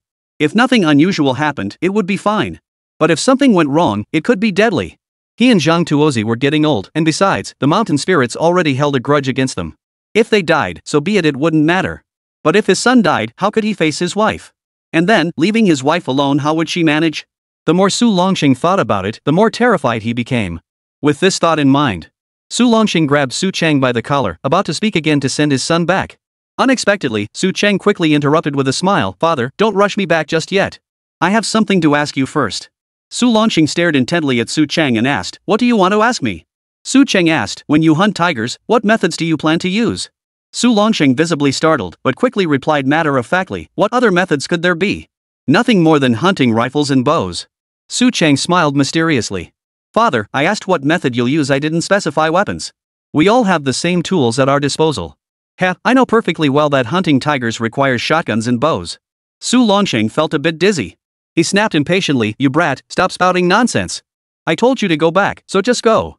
Stop dithering around here." Zhang Tuozi turned his head and glanced into the forest. Then he interrupted Su Longxing, "Old Nian, let the boy speak first. I think he might have a way to subdue the tiger." Su Longxing released Su Cheng's collar. He said, seemingly angry, what could he possibly do? But Su Cheng just smiled and said, "Who says I don't have a way?" With that, Su Cheng pulled out the high-powered flashlight he carried with him, a gadget gifted to him by the system. Su Longxing and Zhang Tuozi still held old-fashioned metal flashlights, their light output insufficient. Seeing the small black gadget in Su Cheng's hand, Su Longxing asked, "What's that?" Without a second thought, Su Cheng flipped the switch. Even though it was daytime, the green leaves ahead turned into a blinding white under its beam. Su Longxing quickly covered his eyes with his hand, staring at Su Cheng in shock. "You little rascal," he gasped, "this thing isn't." At that moment, Su Longxing remembered his son's request for secrecy and quickly shut his mouth. Su Cheng nodded, smiling as he explained, "Last time Wanru and I encountered that tiger, we used this very thing to scare it off. As long as you shine this thing in the tiger's eyes, it instantly goes blind. Then we can just shoot it dead." Su Longxing licked his dry lips and whispered, "Is that really possible?" Zhang Tuozi's expression visibly relaxed at that moment. He chuckled, "What's the harm in that? I think our kid's idea is pretty good. Hand over the flashlight and you can head back." Zhang Tuozi reached out, intending to take the flashlight from Su Cheng's hand. Seeing this, Su Cheng hurriedly waved his hands and said, "No way." Zhang Tuozi and Su Longxing asked in unison, "Why not?" Su Cheng said slowly and deliberately, "No means no. You two can't handle it. Zhang Tuozi and Su Longsheng exchanged glances.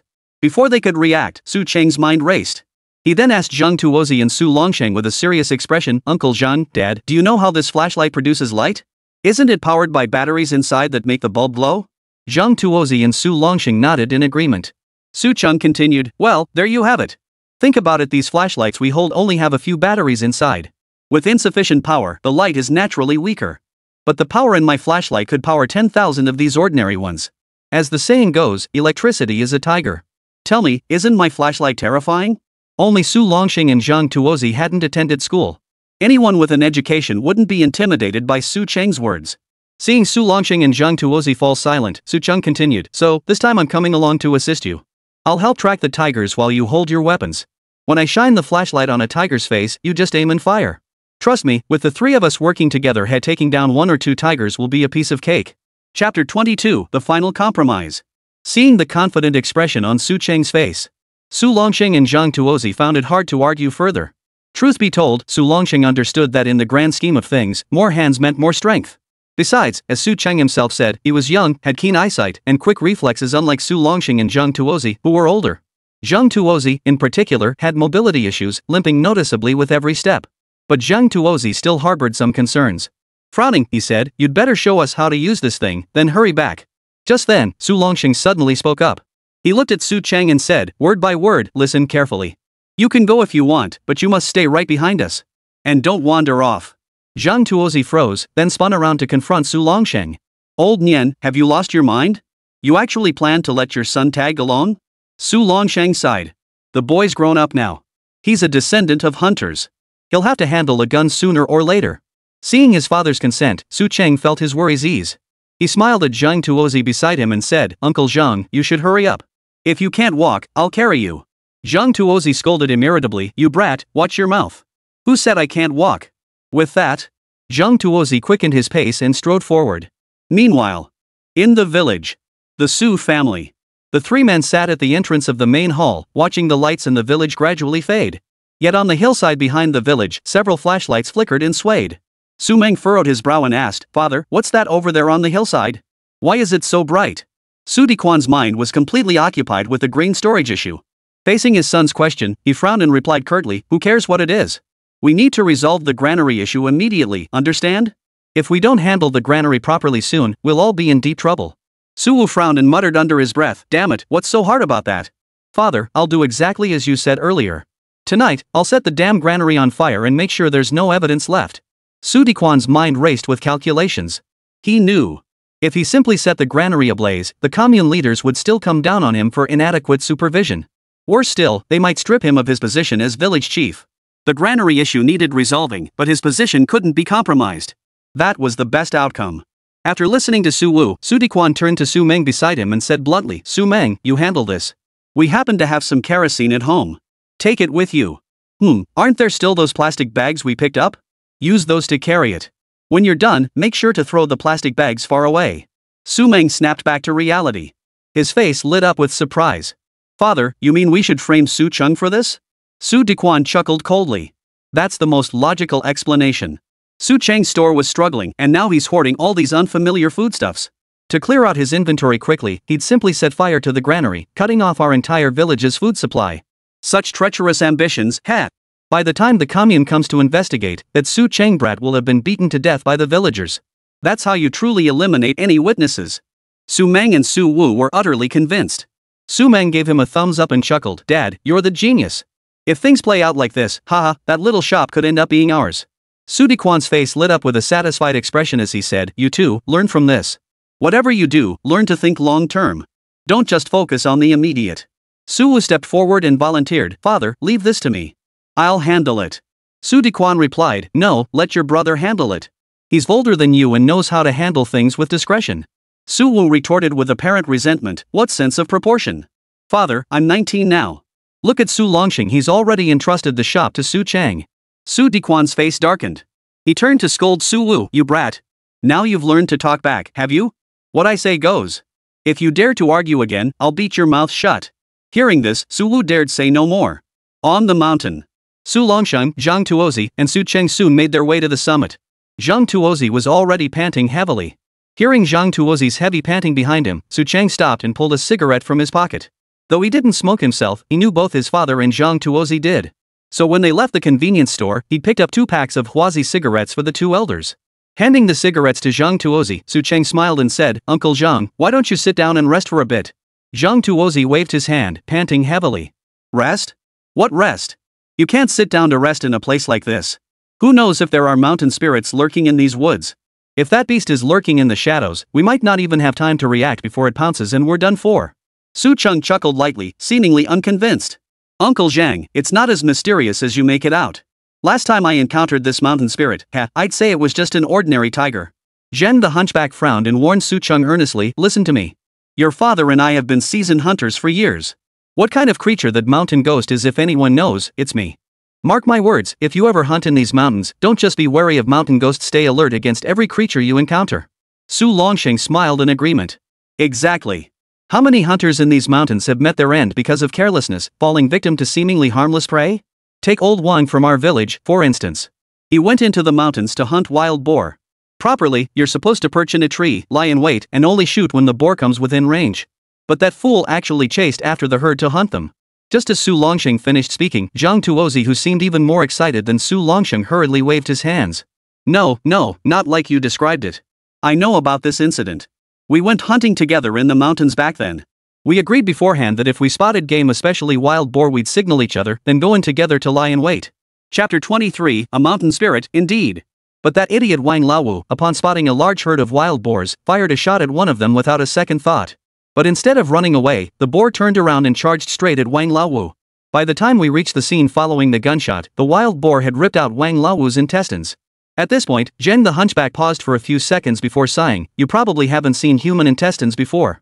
I hadn't either. I figured human guts wouldn't be much different from pig intestines. But when I actually saw them, I realized they're quite different. Su Cheng grew curious and asked, "How are they different?" Zhang Tuozi replied, "Pig intestines all look pretty much the same color. But human intestines? They're like the colorful bracelets we wear on our wrists during the Dragon Boat Festival, bright and multicolored." Su Cheng hadn't seen human intestines either. Hearing Zhang Tuozi describe them, he couldn't help but ask curiously, "Uncle Zhang, you're not joking, are you? Are human intestines really brightly colored?" Zhang Tuozi swore solemnly, "Would I lie to you about something like this? When Wang Laowu's intestines were dragged out by that wild boar, I was the one who picked them up piece by piece and stuffed them back into his belly." Su Cheng felt his scalp tingle. Such a scene was probably something only the older generation would ever witness. As the 3 men chatted back and forth, Su Cheng's peripheral vision caught a glimpse of a dark figure not far away. But the figure vanished in an instant, disappearing without a trace. Seeing this, Su Cheng abruptly fell silent. His brow furrowed as he swiftly raised his flashlight, sweeping it in the direction of the fleeting shadow. Zhang Tuozi and Su Longsheng naturally sensed Su Cheng's unease. Zhang Tuozi frowned, glancing in the direction Su Cheng had illuminated. He smoothly drew his hunting rifle, holding it at the ready. Su Longsheng instinctively turned around, standing back to back with Zhang Tuozi as they scanned the other direction. Only after they had assumed combat stances, Su Longsheng whispered to Su Cheng, "What's going on?" Su Cheng didn't conceal anything he dared not with such a matter and replied earnestly, "Father, Uncle Zhang, I just saw a dark shadow flash past up ahead, then suddenly vanish." No sooner had the words left his mouth, Zhang Tuozi muttered under his breath, Sounds like a mountain ghost for sure." Upon hearing this, Su Cheng couldn't help but feel nervous. After all, he was reborn. If he had never seen a real tiger before, he might have been ignorant of the danger. But the problem was, he had seen tigers before more than once. Before his rebirth, he'd seen plenty of these beasts at the zoo. Beyond that, after returning to this life, he'd also spotted one that night when he walked Zhang Wanru home. This beast, if they ambushed it, 3 of them could easily take it down. But now they were playing guerrilla warfare against the mountain beast. And they were out in the open while the beast lurked in the shadows. Realizing this, Su Cheng suddenly recalled what his father and Zhang Tuozi had said about mountain spirits seeking vengeance. If this mountain spirit was here for revenge, it would pursue them wherever they went. The thought flashed through his mind, and Su Cheng immediately asked Zhang Tuozi and his father, "Uncle Zhang, father, I'm asking you, if this mountain spirit is most likely here to seek revenge against you, does that mean it will pursue us wherever we go?" Zhang Tuozi spoke first, nodding. "Yes, that's correct." The words had barely left his mouth. Su Cheng immediately gave the order, addressing Su Longsheng and Zhang Tuozi directly, "Dad, Uncle Zhang, we're climbing the trees." Su Longsheng and Zhang Tuozi froze in surprise. Climb trees? Had this kid listened to too many childhood stories? According to the village elders, the cat was the tiger's master. When teaching the tiger hunting skills, the cat withheld one technique it never taught the tiger: how to climb trees. That's why tigers can't climb trees. Su Longxing and Zhang Tuozi had heard this tale as children too. Back then, they always wondered if tigers couldn't climb trees, couldn't the old hunters in the mountains simply climb up to escape a tiger's pursuit when they encountered one? But reality proved them wrong. They were wrong. Especially after growing up and actually dealing with tigers, they finally realized the village elders had been lying all along. Those beasts not only climb trees but do so with remarkable skill. Seeing Su Longxing and Zhang Tuozi standing silent, Su Cheng urged them, "What are you waiting for? Standing like this, if a tiger pounces, will surely become its meal." Su Longxing finally spoke, a bitter smile on his face. "My foolish son, did you really think tigers couldn't climb trees? Let me tell you, this tiger not only climbs trees, but he's a master at it. If the three of us climb up a tree and the tiger comes, we won't even have anywhere to run." Su Cheng sensed his father had clearly misunderstood him. He chuckled and explained, "Dad, what are you thinking? Did I say run? Heh, never mind that now. That big tree over there looks perfect. You two climb up first." Su Longxing felt uneasy and whispered, "Wait, are you sure about climbing? The problem is, time is tight." Su Cheng didn't have time for lengthy explanations. Before his father could finish, he urged impatiently, "Dad, do you trust me or not? If you do, then you and Uncle Zhang better hurry up and climb the tree, the higher the better." They were both raised in the mountains. Though Su Longxing and Zhang Tuozi were both elderly, they might be unfit for other tasks, but climbing trees was something they'd been adept at since childhood. Seeing Su Cheng's urgent demand to climb the tree, the two old men exchanged a glance. Ultimately, they decided to climb up first and see what methods Su Cheng had to deal with the mountain spirit. In less than 2 minutes, all three had scaled the nearby large tree. Now, even the closest of them, Su Cheng, was over 10 meters above the ground. Su Cheng found a sturdy branch to sit on. After perching, he hung his hunting rifle on a nearby branch and handed the flashlight to his father, who was seated on a branch above his head. "Dad, hold the flashlight and shine it down below for me." Su Longxing nodded, took the flashlight, and began shining it downward. With a hint of concern, he asked Su Cheng, "You kid, I'm not good with this thing. Don't shoot me dead." Only then did Su Cheng speak plainly, "Dad, relax. This thing can't kill anyone." Chapter 24, When the Going Gets Tough, Rely on the System. Su Longxing suddenly widened his eyes, asking with apparent irritation, "Then why did you say down there that this thing could kill someone?" Su Cheng grinned. "I was just messing with you." Had they been on solid ground, Su Longxing would have kicked Su Cheng without hesitation. But now they were in the tree. His son was over 10 meters above the ground. If he misjudged the kick and sent his son tumbling down, he feared his son wouldn't be killed by the mountain ghosts, he'd be the one to finish him off. "You little brat. I'll deal with you when we get back." Su Cheng wasn't afraid of that. He scanned his surroundings warily and murmured, "Dad, we'll deal with that later. Right now, I need to ask, are you sure the mountain ghost will come after us?" Zhang Tuozi replied, "Based on what we know about mountain spirits, since you said you saw it earlier." Before Zhang Tuozi could finish, Su Cheng spotted that black figure again. Like a bolt of lightning, it darted through the nearby thicket. This time, Su Cheng could almost make out the tiger's features. He cut Zhang Tuozi off, urgently saying, "It's here. It really came. Uncle Zhang, we need to stay alert." Zhang Tuozi licked his parched lips, rubbed his eyes, and asked Su Cheng, "Kid, you keep saying it's here, where exactly is this beast?" Su Cheng spoke slowly and deliberately, "Keep your eyes peeled. It'll be here soon. And when it comes, don't rush to shoot, you hear me?" After speaking, Su Cheng looked up again and said to his father sitting above him, "Dad, hand me your hunting rifle too." Su Longxing handed the rifle over. "Are you sure you know how to use it?" Su Cheng replied with confidence, "I've handled this thing before during our militia company training." After dropping that line, Su Cheng scanned his surroundings warily once more. Time ticked by. After nearly 5 minutes, a dark figure began to approach from 20 meters ahead. 15 meters, 10 meters. Under the glare of the powerful flashlight, Zhang Tuozi and Su Longxing clearly saw the massive creature before them. Green light glowed in the tiger's eyes. It lifted its head, opened its mouth, and exhaled white mist continuously, its eyes fixed intently on the three people in the tree. Zhang Tuozi clenched his teeth, raising his hunting rifle and taking aim. Su Cheng also held a hunting rifle, but he waited. He waited for the beast to draw nearer, until he was certain of a point where a single shot would kill it dead. Only then would he fire. 5 meters. As the tiger continued creeping toward the tree, Su Cheng suddenly looked up. His gaze swept past the tiger's back and his heart skipped a beat. He had thought only one tiger had come, but now he realized another tiger was lurking in the dense forest 30 meters away. Upon witnessing this scene, Su Cheng's heart suddenly leapt into his throat. But to spare his father and Zhang Tuozi from worry, Su Cheng held back from immediately sharing what he'd just witnessed. Unfortunately, at that very moment, Zhang Tuozi suddenly fired his gun. Bang! Accompanied by a deafening roar overhead, the tiger that had been slowly creeping toward the tree on the ground suddenly accelerated, charging toward the tree at breakneck speed. Zhang Tuozi panicked. As he prepared to reload, he never imagined this massive beast would already be scrambling up the tree trunk. In the blink of an eye, it had climbed to a height of 2 or 3 meters. Watching the tiger continue to leap up the tree as if it were level ground, Su Cheng finally fired. Bang! This time, the bullet pierced straight through the tiger's skull. But inexplicably, even after being shot in the head, the tiger kept climbing upward, as if determined to kill one of the 3 men. Without a moment's hesitation, Su Cheng fired a second shot less than 3 seconds after the first. Bang! Another shot rang out, the bullet striking the tiger squarely in the forehead. This time, after being hit, the tiger's movements visibly slowed. Its body even slid down the tree trunk 2 or 3 meters. But the tiger didn't retreat. Instead, it kept its emerald green eyes fixed on the 3 men in the tree. After a brief pause, it resumed its climb upward. Su Longxing's face drained of color at the sight. 2 shots. To be precise, it should be 3 shots. Zhang Tuozi's shot had clearly struck the tiger's back, while Su Cheng's 2 shots had both hit the tiger squarely in the head. Under normal circumstances, the tiger should have fallen from the tree and been dead. Yet this beast was still clinging to the tree, seemingly intent on charging forward. Ghost, ghost. Su Longxing's lips trembled, momentarily at a loss. Zhang Tuozi's face was deathly pale. His hands trembled as he repeatedly tried to push the bullet into the barrel. But fear and the cold made his hands shake violently. After fiddling for over 10 seconds, he still couldn't get the bullet loaded. As for Su Cheng, he too was tense and uneasy. But then, the system suddenly made a sound. Life-threatening danger detected. Rewarding you with a compound bow. Upon hearing the commotion, Su Cheng's mind raced. He swiftly drew the longbow from his back. As he gripped it and examined it closely, he was astonished to find that the simple bow he'd brought from the small shop had, in the blink of an eye, transformed into a proper compound bow. Most crucially, the bamboo arrows he'd brought along had all transformed into carbon fiber shafts.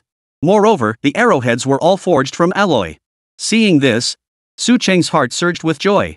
He swiftly drew the bow and released an arrow. Whoosh! Accompanied by the piercing whistle of the arrow's flight. The arrow flew straight into the wound from the second gunshot, piercing the tiger's skull and exiting through its back. It embedded itself in a large tree 7 or 8 meters away. After being struck, the tiger's claws released their grip on the tree. Its body fell straight down from the trunk. Its 4 legs kicked wildly a few times before it breathed its last. In the tree, Su Longxing and Zhang Tuozi were both dumbfounded. The mountain beast they couldn't kill with their guns had now been taken down by that kid Su Cheng with a mere bow and arrow. Where could they possibly complain about that? But for now, they had no mind to examine the bow and arrow in Su Cheng's hands. Their eyes were fixed, staring blankly at the tiger beneath the tree. Su Cheng finally exhaled in relief. His right hand gripped the compound bow tightly, while his left reached out. "Dad," he said, "give me the flashlight." Su Longxing snapped out of his daze upon hearing this and hurriedly handed the flashlight to Su Cheng. Once Su Cheng had it in hand, he scanned the distant forest. Su Longxing and Zhang Tuozi followed the beam's movement and scanned the forest ahead. What they saw left them both frozen in shock once more. Chapter 25, Carrying a Tiger Home. Just a few dozen meters ahead, another tiger stood. And this tiger, its eyes fixed intently on them. Seeing this, Su Longxing's heart sank. He sighed, feigning resignation. "We're done for. This time we're truly finished. How could there be another one?" But then Su Cheng chuckled. "Dad, it's not just one. Look closely behind this big one, there are 2 smaller ones too." Hearing this, Su Longxing and Zhang Tuozi followed the beam of Su Cheng's flashlight once more. Sure enough, when Su Cheng shifted the light a few meters upward, they spotted 2 more cubs. At this sight, Su Longxing and Zhang Tuozi sucked in a sharp breath. After a few seconds, Zhang Tuozi finally asked Su Longxing, "Old Nian, what do we do now? We barely managed to kill that mountain ghost, and now we've provoked these 3 beasts. If this keeps up, when will the cycle of revenge ever end?" Su Longxing wiped the fine beads of sweat from his forehead. He shook his head. "I don't know. For now, I don't know. We'll just have to take it one step at a time." As for Su Cheng, upon seeing the scene before him, he merely smiled and said, "All right, it's getting late. Let's go." Su Longxing protested urgently. "Leave? Where to? Those other 2 tigers are still watching us. Where can we possibly go?" Su Cheng gave a faint smile and said, "We're leaving." Su Longxing asked, "What do you mean, let's go?" Su Cheng glanced at where the tiger had been standing and said cheerfully, "Just now, while you 2 were talking, that tigress led her 2 cubs away." Hearing this, Su Longxing immediately frowned. He looked distrustfully toward the distance. What he saw made his eyes widen instantly.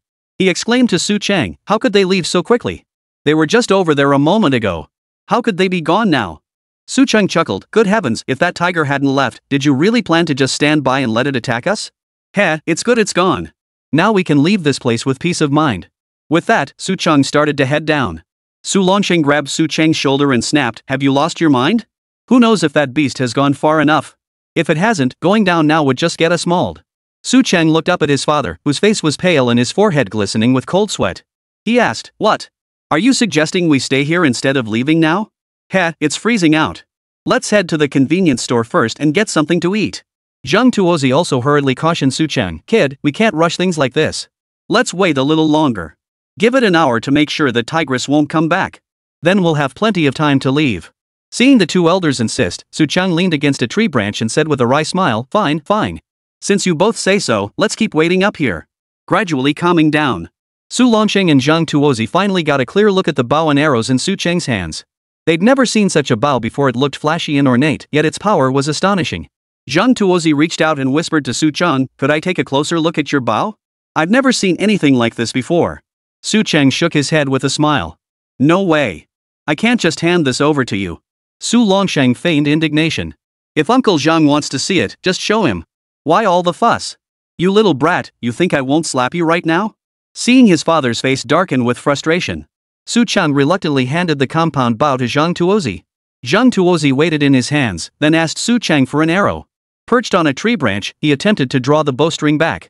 Once again, Zhang Tuozi was so stunned he couldn't speak. He stared at the compound bow in his hands in disbelief, muttering repeatedly, This. Sitting below, Su Longsheng heard the tone in Zhang Tuozi's voice and asked, "What's wrong?" Zhang Tuozi gently removed the arrow and whispered, "Where did your kid get this bow and arrow?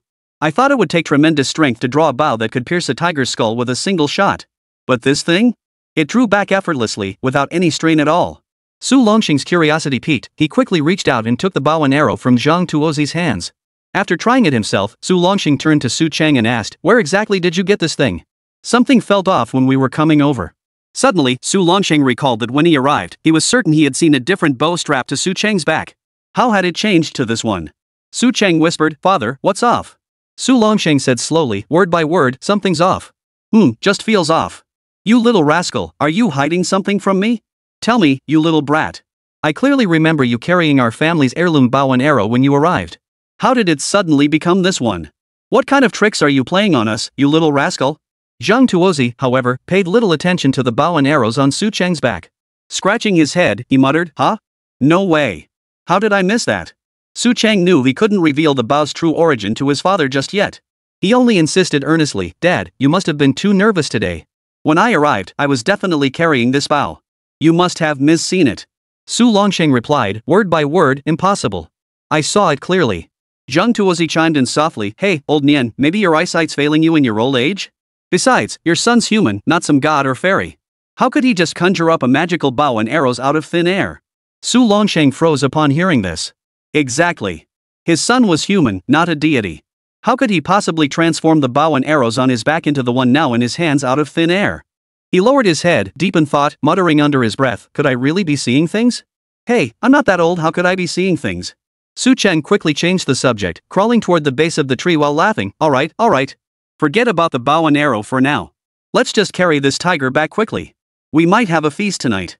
Ignoring Su Longsheng and Zhang Tuozi's protests, Su Cheng swiftly climbed down and flipped the tiger over on the ground. Chapter 26, Su Ermao Strikes.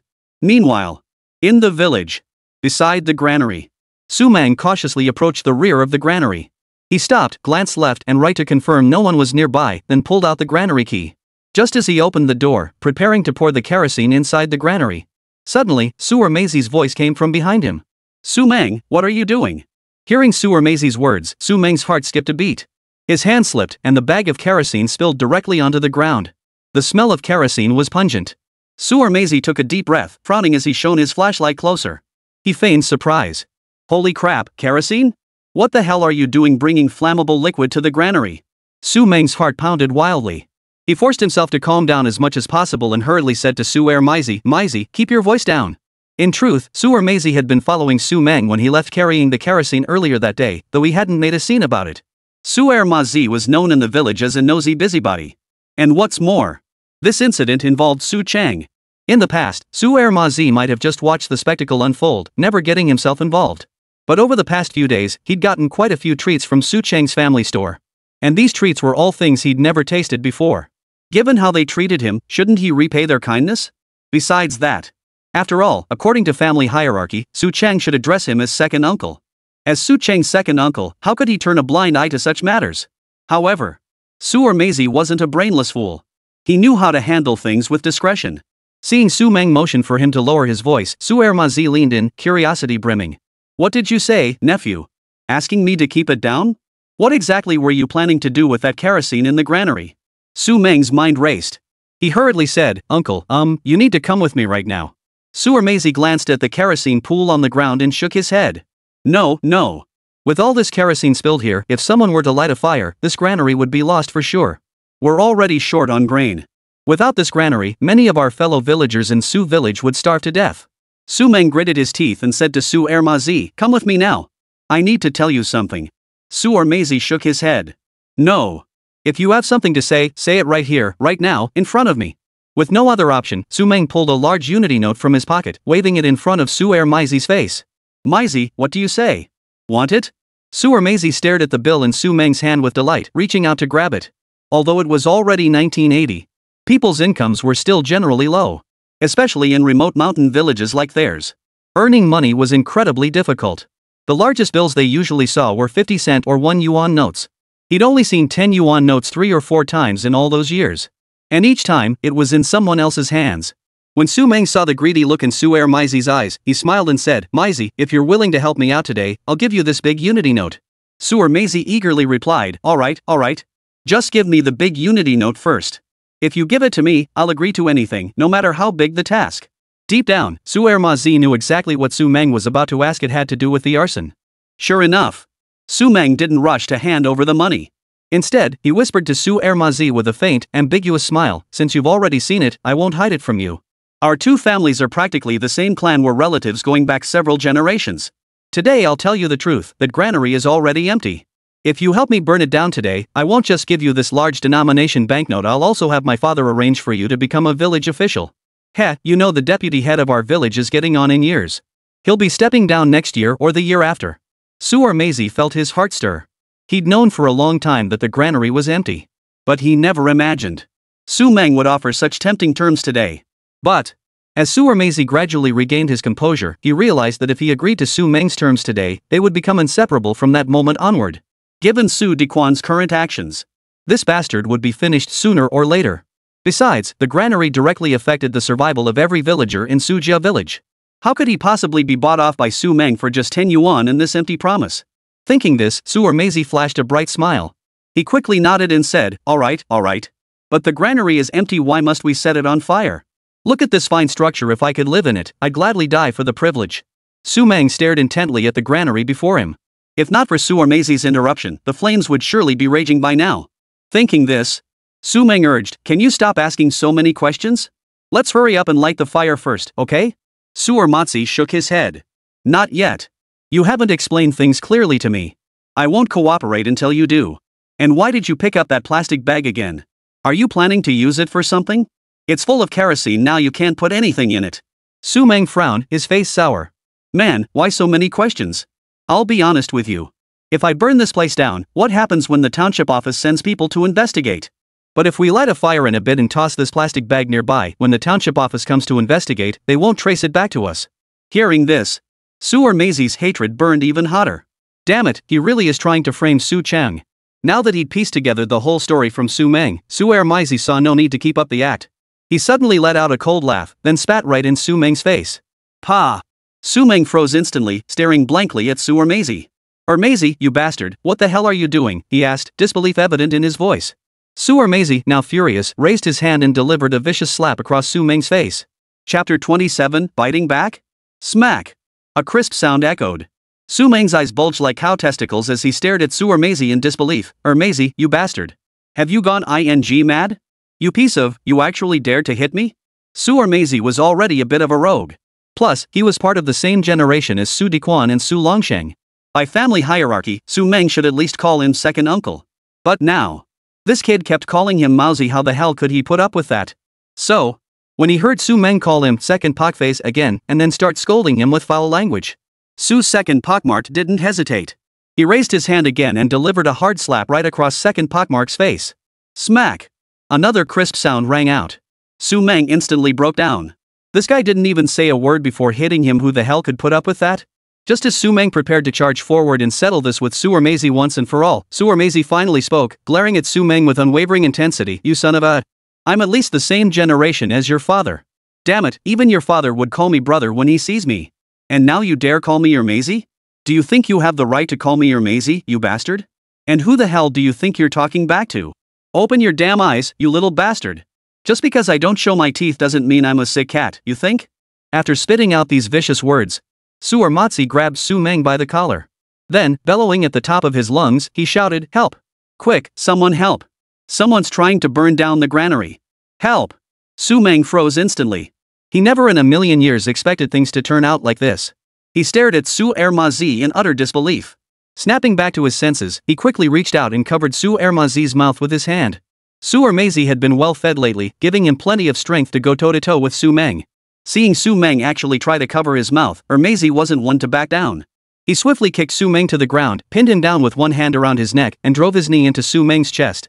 At that moment, Su Meng couldn't even think about fighting back, let alone getting up. In desperation, he urgently pleaded with Ermezi, "No, Uncle Air, Uncle Air. Why are you shouting so loudly? Can't we discuss this calmly? Do you really need to bring the whole village here?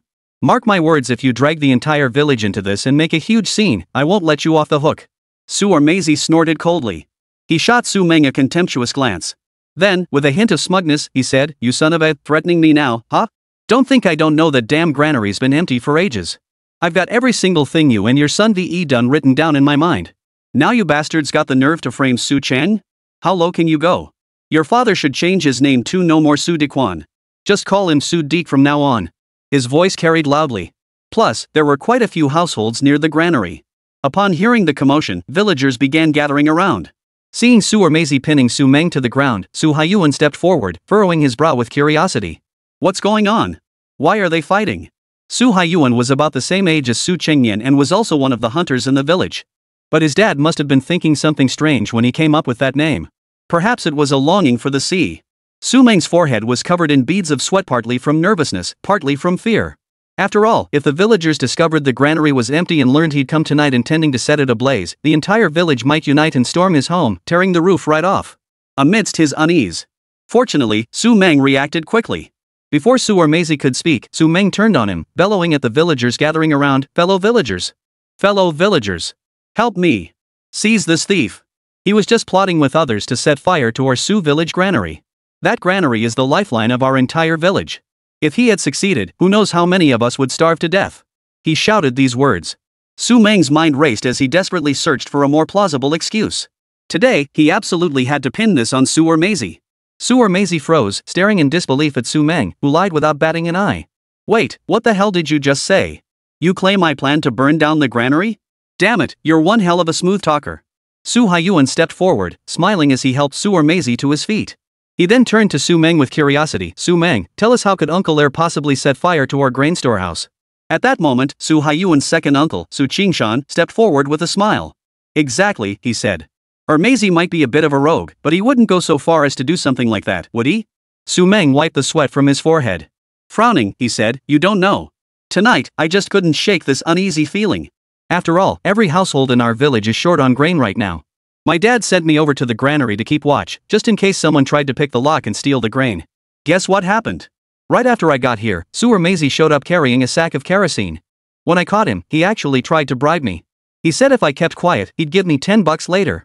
He even mentioned I could pick whatever I wanted from Su Cheng's family store." Su Ermezi was completely stunned. His mouth hung open as he stared at Su Meng before him like he was an alien. After licking his dry lips, Su Ermezi actually burst out laughing in anger. He nodded. All right, kid. You've got some nerve. You're tough, you're sharp, you're fierce. You didn't just kill 2 birds with 1 stone, you killed 3. After delivering each word with deliberate emphasis, Su Ermezi abruptly turned to face the gathered villagers. Raising his hand, he declared with resounding conviction, "Fellow villagers, though I, Su Ermezi, may be a rogue, I would never stoop to such a despicable act. If things truly happened as Su Meng claims, may I, Su Ermezi, be cursed with no descendants." Chapter 28. Each side has its own truth. Had anyone else sworn such a vow, Su Meng might have been unable to refute it. But when Su Ermezi made such a vow, it actually made Su Meng, who had been tense and anxious moments ago, burst out laughing. Adopting the posture of a victor, he crossed his arms and said to Suarmazi with a hint of smugness, Suarmazi, listen to yourself, does that even sound like something a human being would say? You're no spring chicken anymore, are you? You still don't have a damn wife to this day. You're already cursed to die childless, and now you go and make a vow like this in front of everyone? Do you really think we're all fools? Veins bulged on Suarmazi's forehead. He whipped his head around, glaring viciously at Su Meng before bellowing, Su Meng, you son of a, you'll die a miserable death. Is this how you stab me in the heart? Fine. I'll say it plainly now. Fellow villagers, it wasn't me who planned to burn down the granary tonight, it was him. And some of you might not know this, but the grain in that barn? It was already emptied long ago by Su Dequan and his 2 sons.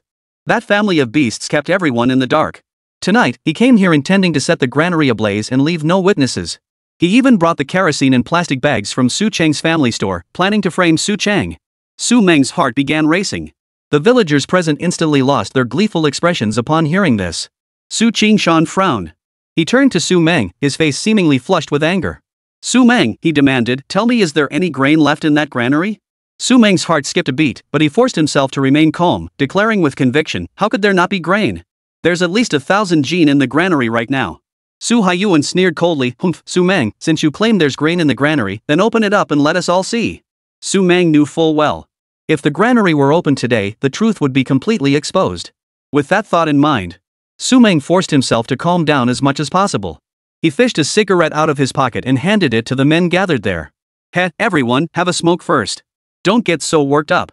There definitely is grain in the granary, but right now, I don't have the key to it. Everyone knows the key has always been kept by my father. To prevent anyone from stealing grain, he even kept it chained to his belt. But Suarmazi, he planned to burn down the entire grain supply meant to feed our Su village today. What do you say we do about this? The villagers aren't fools, after all. We're all from the same village. How could they not know what kind of person he is? Though Suarmazi is known as a rogue in the village, he'd never do something like stealing grain from the granary and then setting it ablaze. After all, Suarmazi is famously afraid of death. Setting fire to the grain inside the granary is an absolute capital offense. Su Qingshan mused, Su Meng, I think you're overestimating Mauzi here.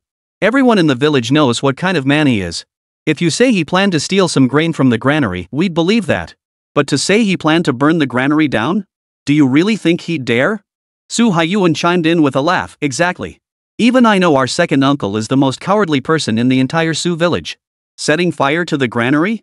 That's a capital offense. Su Meng's mind raced. He declared with unwavering certainty, why not? Don't forget, besides second Ma Zi, there's another mastermind behind this.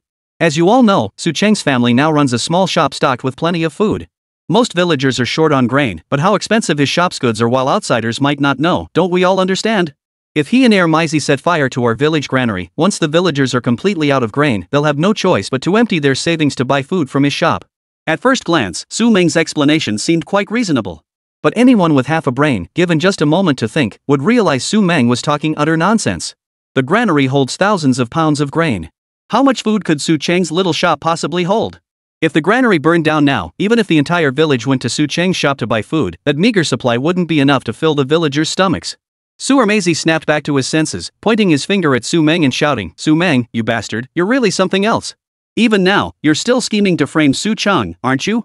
Alright, everyone's here today. You just told your version of events. Now, I'll tell mine. Su Meng cut him off, snarling, shut your damn mouth, Suarmazi. Say one more word and see if I don't kill you. Suarmazi snorted coldly, his face brimming with contempt. He declared with unwavering resolve, you bastard, listen up. Even if you really plan to kill me today, I'll still say what needs to be said. Unless you bastards are guilty as hell and scared that once I spill the truth, the villagers will hunt down all 3 of you. Su Qingshan, being the elder, stepped forward to stand between Suarmazi and Su Meng. He then addressed Suarmazi, enunciating each word clearly, Mauzi, speak up. Humph. The villagers of Su village aren't fools. Damn it, tell us what you know. The truth will come out in the end. With Su Qingshan's words, Suarmazi proceeded to recount everything that had happened that night, how he'd stumbled upon Su Meng, and the exact words exchanged between them in full detail before everyone present. Beads of sweat as big as beans formed on Su Meng's forehead. After licking his parched lips, he declared before the crowd, enunciating each word, don't believe him. My father is the village chief of Sujia village. How could he possibly break the law and do such a thing? This is all Mazi's nonsense. After dropping this, Su Meng leaned in close to Suarmazi and snarled, listen up, you bastard. You can eat whatever you want, but you better watch your mouth, got it? If we open the granary and find grain inside, I'll report it to the township office. Humph. I'll have the commune leaders come down and arrest you. You'll rot in jail if you deserve it, or get shot if you deserve that. Chapter 29, got a problem? Go to the old man. Su Maisie stiffened his neck, refusing to back down.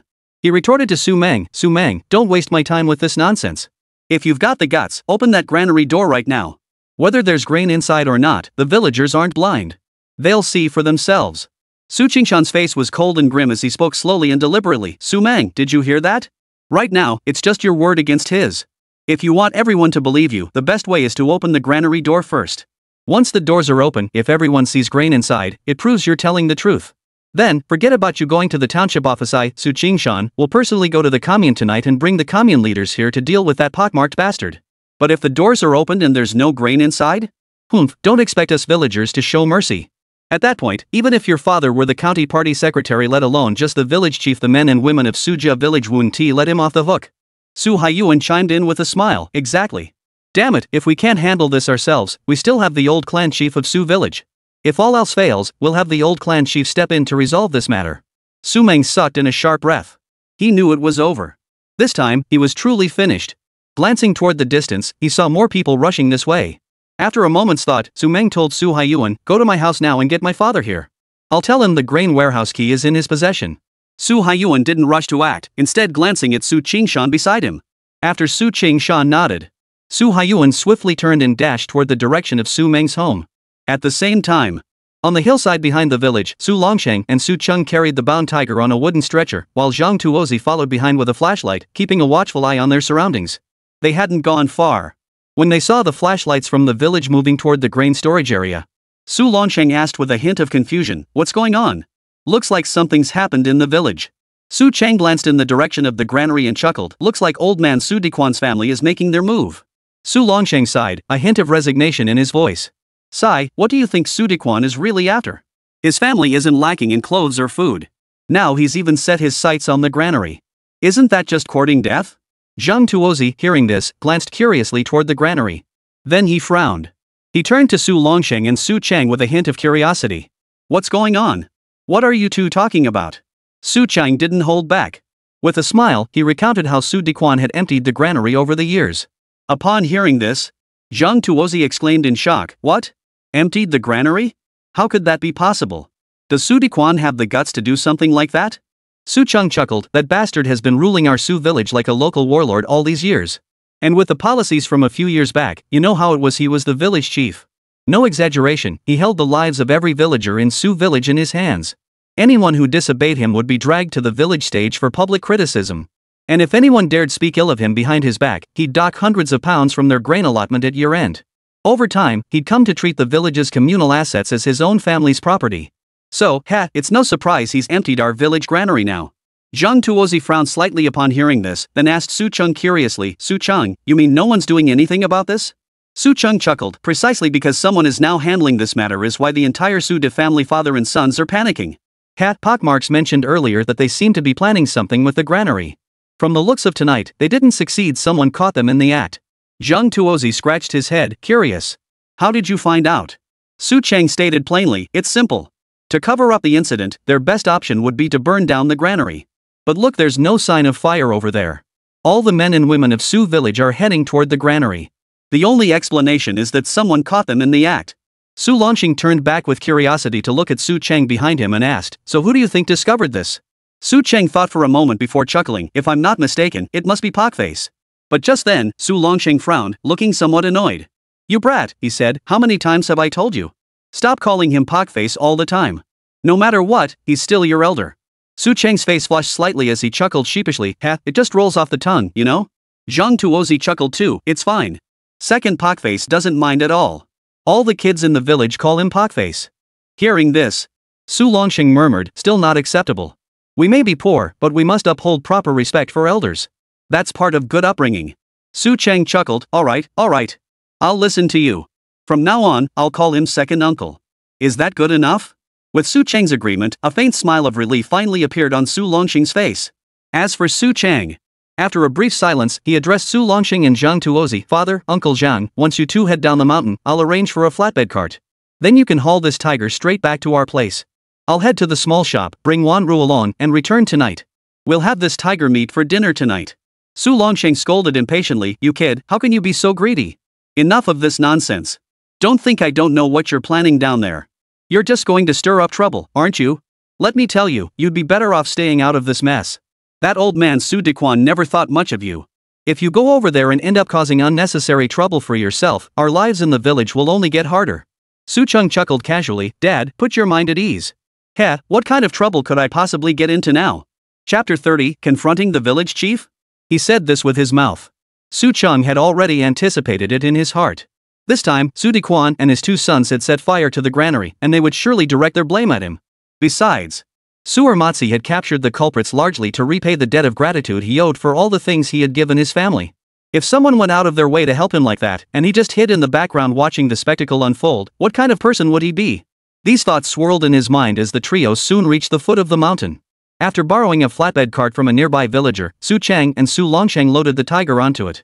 Then he took off at a run, hurrying toward the granary. When Su Chang arrived at the granary, Su Dequan and his son Su Wu also arrived at the front of the granary. Seeing his son now surrounded by a large crowd at the granary entrance, Su Dequan felt his heart race. Yet he forced himself to remain calm, his face darkening. As soon as he approached the group, he demanded in a thunderous voice, "What's going on? What do you think you're doing? Have you all lost your minds? What did the higher-ups say? Without authorization from the leadership, who dares to open the doors of this granary?"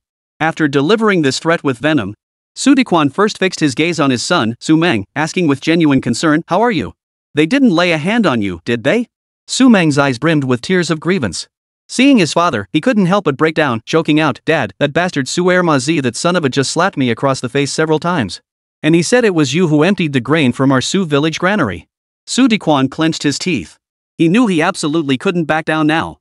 If he backed down now, and the villagers forced him to open the granary, the secret inside would be exposed.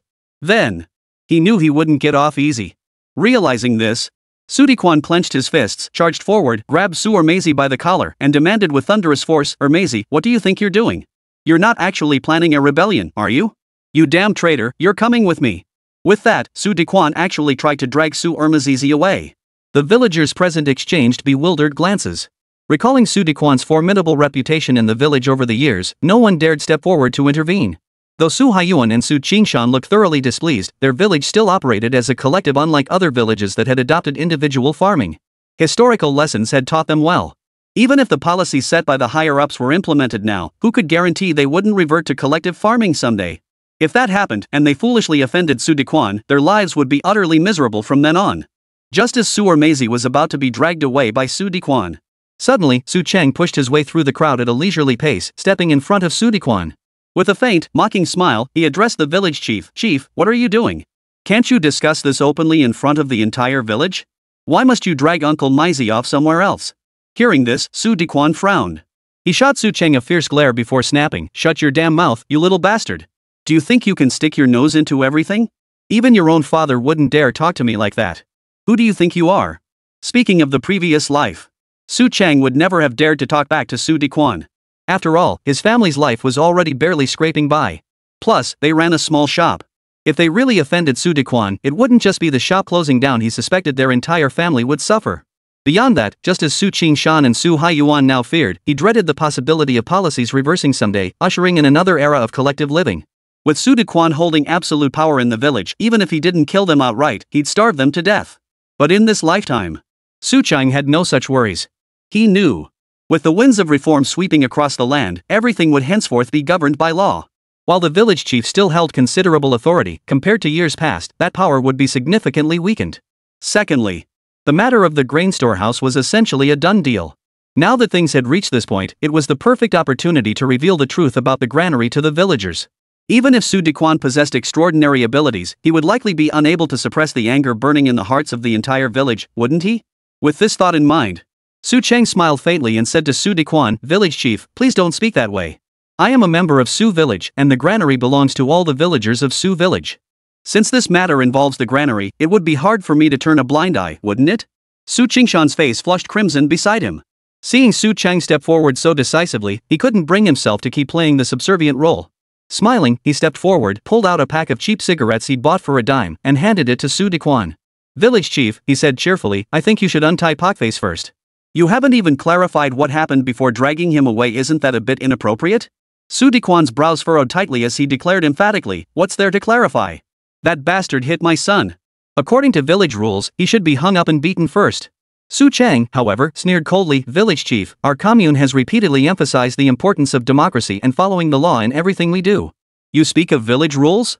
Can village rules really override national law? Village chief, speaking like this shows reactionary tendencies." Su Dequan's heart skipped a beat upon hearing Su Chang utter the words counter-revolutionary. He furrowed his brow and said to Su Chang with feigned surprise, "You little brat, don't go slapping labels on people like that. Let me tell you, I'm the village chief." Su Chang chuckled softly, stepping forward calmly. He first pried Su Dequan's hand off Su Ermeizi's arm, then smiled at him. "I know you're the village chief, heh. But just because you're the village chief doesn't make you some feudal warlord, does it? Setting up private courts like this is something from the old society. We live in a new society now, one that values national freedom and equality. In my opinion, you should release Uncle Mousy first. Let's clarify the ins and outs of this matter. If it truly turns out to be Uncle Mousy's fault, even if you were to peel a layer of skin off him, I don't think the men and women of our Su village would have much to say about it." Chapter 31, Su Longxing's Worries. "But if you insist on hanging Uncle Pocky and beating him today, I'll have no choice but to seek out the commune leaders tonight. Let them judge whether your actions are right or wrong." As he spoke, Su Chang turned his head mysteriously toward the grain warehouse. Upon catching Su Chang's glance, Su Dequan froze. He knew that even if he didn't let Su Ermeizi off the hook today, he had no choice. If the commotion continued here and that bastard Su Chang actually went to the commune to summon the commune leaders, then he'd have no choice but to open the granary doors. Once the grain warehouse doors opened, and with no solution in sight, he'd be a dead man walking. Su Dequan was, after all, a man who'd weathered many storms. His mind raced. Within mere seconds, he had a plan. With a cold laugh, he shoved Su Ermeizi to the ground. Seeing this, Su Chang rushed forward, helped Su Ermeizi up, and asked with feigned concern, "Uncle Meizi, how are you? Are you okay?" Su Ermeizi waved his hand dismissively. In front of Su Meng, he could hold his head high and dare to take action against this kid. But in front of Su Dequan, Su Ermeizi still felt a bit intimidated. But now, seeing Su Chang standing by his side, Su Ermeizi felt his heart ease a little. He quickly grabbed Su Chang's hand and said, word by word, "Chang, I'm telling you, this family is trying to harm you. Just now, Su Meng was carrying kerosene, planning to burn down the granary and pin the blame on you. And Su Meng even said that when the commune leaders come for inspection, he'll claim you did it to boost the general store's business. Tell me, aren't they deliberately smearing you?" Su Chang remained calm, smiling as he replied, "You can't make white black, nor black white. Heh, village chief, don't you think this situation calls for an explanation to all of us?" Su Dequan's heart was racing. But before the entire village, he summoned his authority as village chief and declared with conviction, "An explanation? Ermeizi has spoken, but my son hasn't said a word yet. What exactly do you want me to explain?" After delivering this statement, Su Dequan turned to Su Meng and demanded with authority, "Speak. What exactly happened?" Su Meng opened his mouth. He repeated the lie he had just told, this time in front of the entire village. After finishing, Su Meng wiped away tears as he added, "Father, Ermeizi deserves to die. He even said he'd help Su Chang become the village chief of our Su village." Su Chang laughed loudly, dismissively saying, Su Meng, fine. Since you've said all that, I'll ask you a few questions now. First, you said Uncle Meizi planned to set fire to our village granary, carrying a plastic bag full of kerosene. So tell me, where did that kerosene come from?" Su Meng wasn't the sharpest tool in the shed. Without hesitation, he blurted out, "In our Sujia village, kerosene is only sold at your little shop. And since you were the one who conspired with him, that kerosene must have come from your shop." Su Chang had been waiting for Su Meng to say exactly that. After Su Meng finished speaking, he chuckled lightly and replied calmly, "You say the kerosene came from my shop, right? Fine. I'll tell you the truth. Everything in my shop comes from the supply and marketing cooperative. Especially kerosene, every shipment is recorded, and I keep accounts of every sale. Last time, our family ordered a large barrel of kerosene from the supply and marketing cooperative. After unsealing that barrel, we sold it all in one transaction, and that transaction was made by your brother, Su Wu." At this point, Su Chang turned and smiled at the villagers. "Folks, who among you buys kerosene by hauling in big oil drums? Most of you just bring your own bowls to buy a little bit for lighting lamps. But Su Wu, do you know how much kerosene he bought last time? He bought an entire barrel in one go. With that much kerosene, it would take your family nearly 2 years to burn it all in your oil lamps, wouldn't it? So where did the rest of it go?" At this point, Su Chang sighed and said earnestly, "Never mind. We won't get anywhere discussing this here. In my opinion, instead of arguing about it, we should go find the commune leaders and let them settle the matter." Upon hearing this, Su Dequan retorted sharply, "You brat. Do you think I, the village chief, can handle a trifling matter like this?" Su Chang gave Su Dequan a half smile, half sneer. "Village chief, why are you so afraid of me going to see the commune leaders? Heh, got something to hide? Worried they'll uncover something? Black lines appeared on Su Dequan's forehead. After licking his dry lips, he snapped furiously, Su Chang, what the hell do you think you're doing? You actually plan to get me kicked out as village chief so you can take my place? Let me tell you, this position was appointed by the old clan chief and the commune leadership. Even if you manage to get me removed, you'll never become village chief. Su Chang replied nonchalantly, village chief, no need to get worked up. I already told you, I have no interest in being village chief. I'm just seeking justice for myself and Uncle Mizy. As Su Chang spoke, suddenly, Su Longxing's shouts echoed from nearby, you little brat. Can't you discuss things properly with the village chief? What do you think you're doing, making such a racket? Ever since Su Longxing and Zhang Tuozi had escorted Tiger home, Su Longxing's mind had been in turmoil. He knew Su Dequan's methods. Besides, he had connections within the commune. The commune leader was a relative of Su Dequan's family. His son was still too young. If he and Su Dequan really clashed, history's lessons told him the one who'd suffer in the end would undoubtedly be his own son. Realizing this, Su Longxing instructed Zhang Tuozi and his wife to tend to the tiger first while he strode purposefully toward the granary. Sure enough, not far from the granary, he saw his son standing before the village chief, confronting him head-on. Seeing this scene, Su Longxing felt his head spin. To prevent his son from completely alienating the village chief, Su Longxing steeled himself and rushed forward, attempting to reason with his son first. Su Dequan had genuinely been at a loss with Su Chang for a moment, but now, upon hearing Su Longxing's call, Su Dequan frowned in alarm, then turned to Su Longxing with a look of feigned anger, his voice firm and sharp. Su Lanyan, you old fool. How did you raise your son? Chapter 32, he actually admitted it? He's still a junior in the village, yet look at how he's talking to me now. Does he even respect me as the village chief? Over such a trivial matter, he stirred up the entire village. What is he trying to accomplish? Faced with Su Dequan's barrage of questions, Su Longxing grimaced, his expression tinged with helplessness. Village chief, that's not what I meant. How can I explain this? Su Longxing was never one for words. Faced with Su Dequan's barrage of questions, Su Longxing genuinely didn't know which question to answer first. Just as Su Longxing stood there at a loss, unexpectedly, Su Chang stepped forward with a smile and addressed his father directly. Dad, don't worry about it for now. Didn't I tell you to stay away for the time being? Why won't you listen to me? Hurry up and go back to boil the meat. Upon hearing the words cook the meat, Su Meng immediately turned his anger toward Su Chang. He spat out each word, Su Chang, you damned profiteer. Your little shop sells all this junk at exorbitant prices, fleecing the villagers out of their hard-earned money. And now you have the nerve to talk about cooking meat in front of everyone? Most families in our village have no food left to eat, yet you can afford to boil meat? Your family's living like royalty now, and you still have the heart to let Pockface set fire to our village granary? Su Chang glanced at Su Meng. With a faint smile, he said, Su Meng, boy, could you think before you speak? We live in the mountains, what's wrong with that? Am I not allowed to hunt up there? Today I'll tell you the truth, just now, I went with my father and Uncle Zhang to the back mountain and killed that mountain demon they hadn't managed to finish off before. A tiger that big? Ha! Don't you think we're allowed to boil some meat for dinner? The villagers froze in place upon hearing this. Su Qingshan asked incredulously, Ahem, Lao Nian, your son isn't just bragging, is he? That huge mountain cat, you really killed it? Su Longxing nodded cheerfully. We got lucky. Tonight in the mountains, we happened upon that mountain demon and took it down. Hearing this, Pockmark turned to Su Chang with eager eyes. Big brother, could you spare me a tiger tooth later? I hear those things ward off evil spirits. Su Chang chuckled as if it were a given, just a tiger tooth? Heh, don't worry. Once we're done with this, come with me. I'll not only give you a tiger tooth, but I'll even let you have a few chunks of tiger meat to eat. Air Ma Zi beamed with delight, exclaiming happily, alright. Thanks a million, big brother. Su Longxing pressed his forehead, looking somewhat exasperated as he addressed Su'er Mazizi. Motzi, what can I say about you? Xiao Cheng is still a junior. He calls you Uncle Motzi, yet you call him big brother? That's not appropriate. Su'er Mazi shrugged it off with a laugh. What's inappropriate about it? In my opinion, this whole thing is perfectly appropriate. Su Chang had no desire to waste time on this matter now. Pulling his thoughts back, he looked at Su Dequan and continued, Village chief, I stand by what I said earlier. Tonight's incident is a case of, she said. In my opinion, the best solution is for us to open the grain warehouse door. If there really is grain inside, then I'll admit that Uncle Mizy set the barn on fire. After all, you're the village chief. It's a piece of cake for you to pin that kind of blame on me. But if there's no grain inside, then you'll owe the entire village an explanation. Our fellow villagers have no food to eat now, and the autumn harvest is still a long way off. During this time, they're counting on the grain in that granary to survive. Beads of sweat formed on Su Dequan's forehead. He knew it well.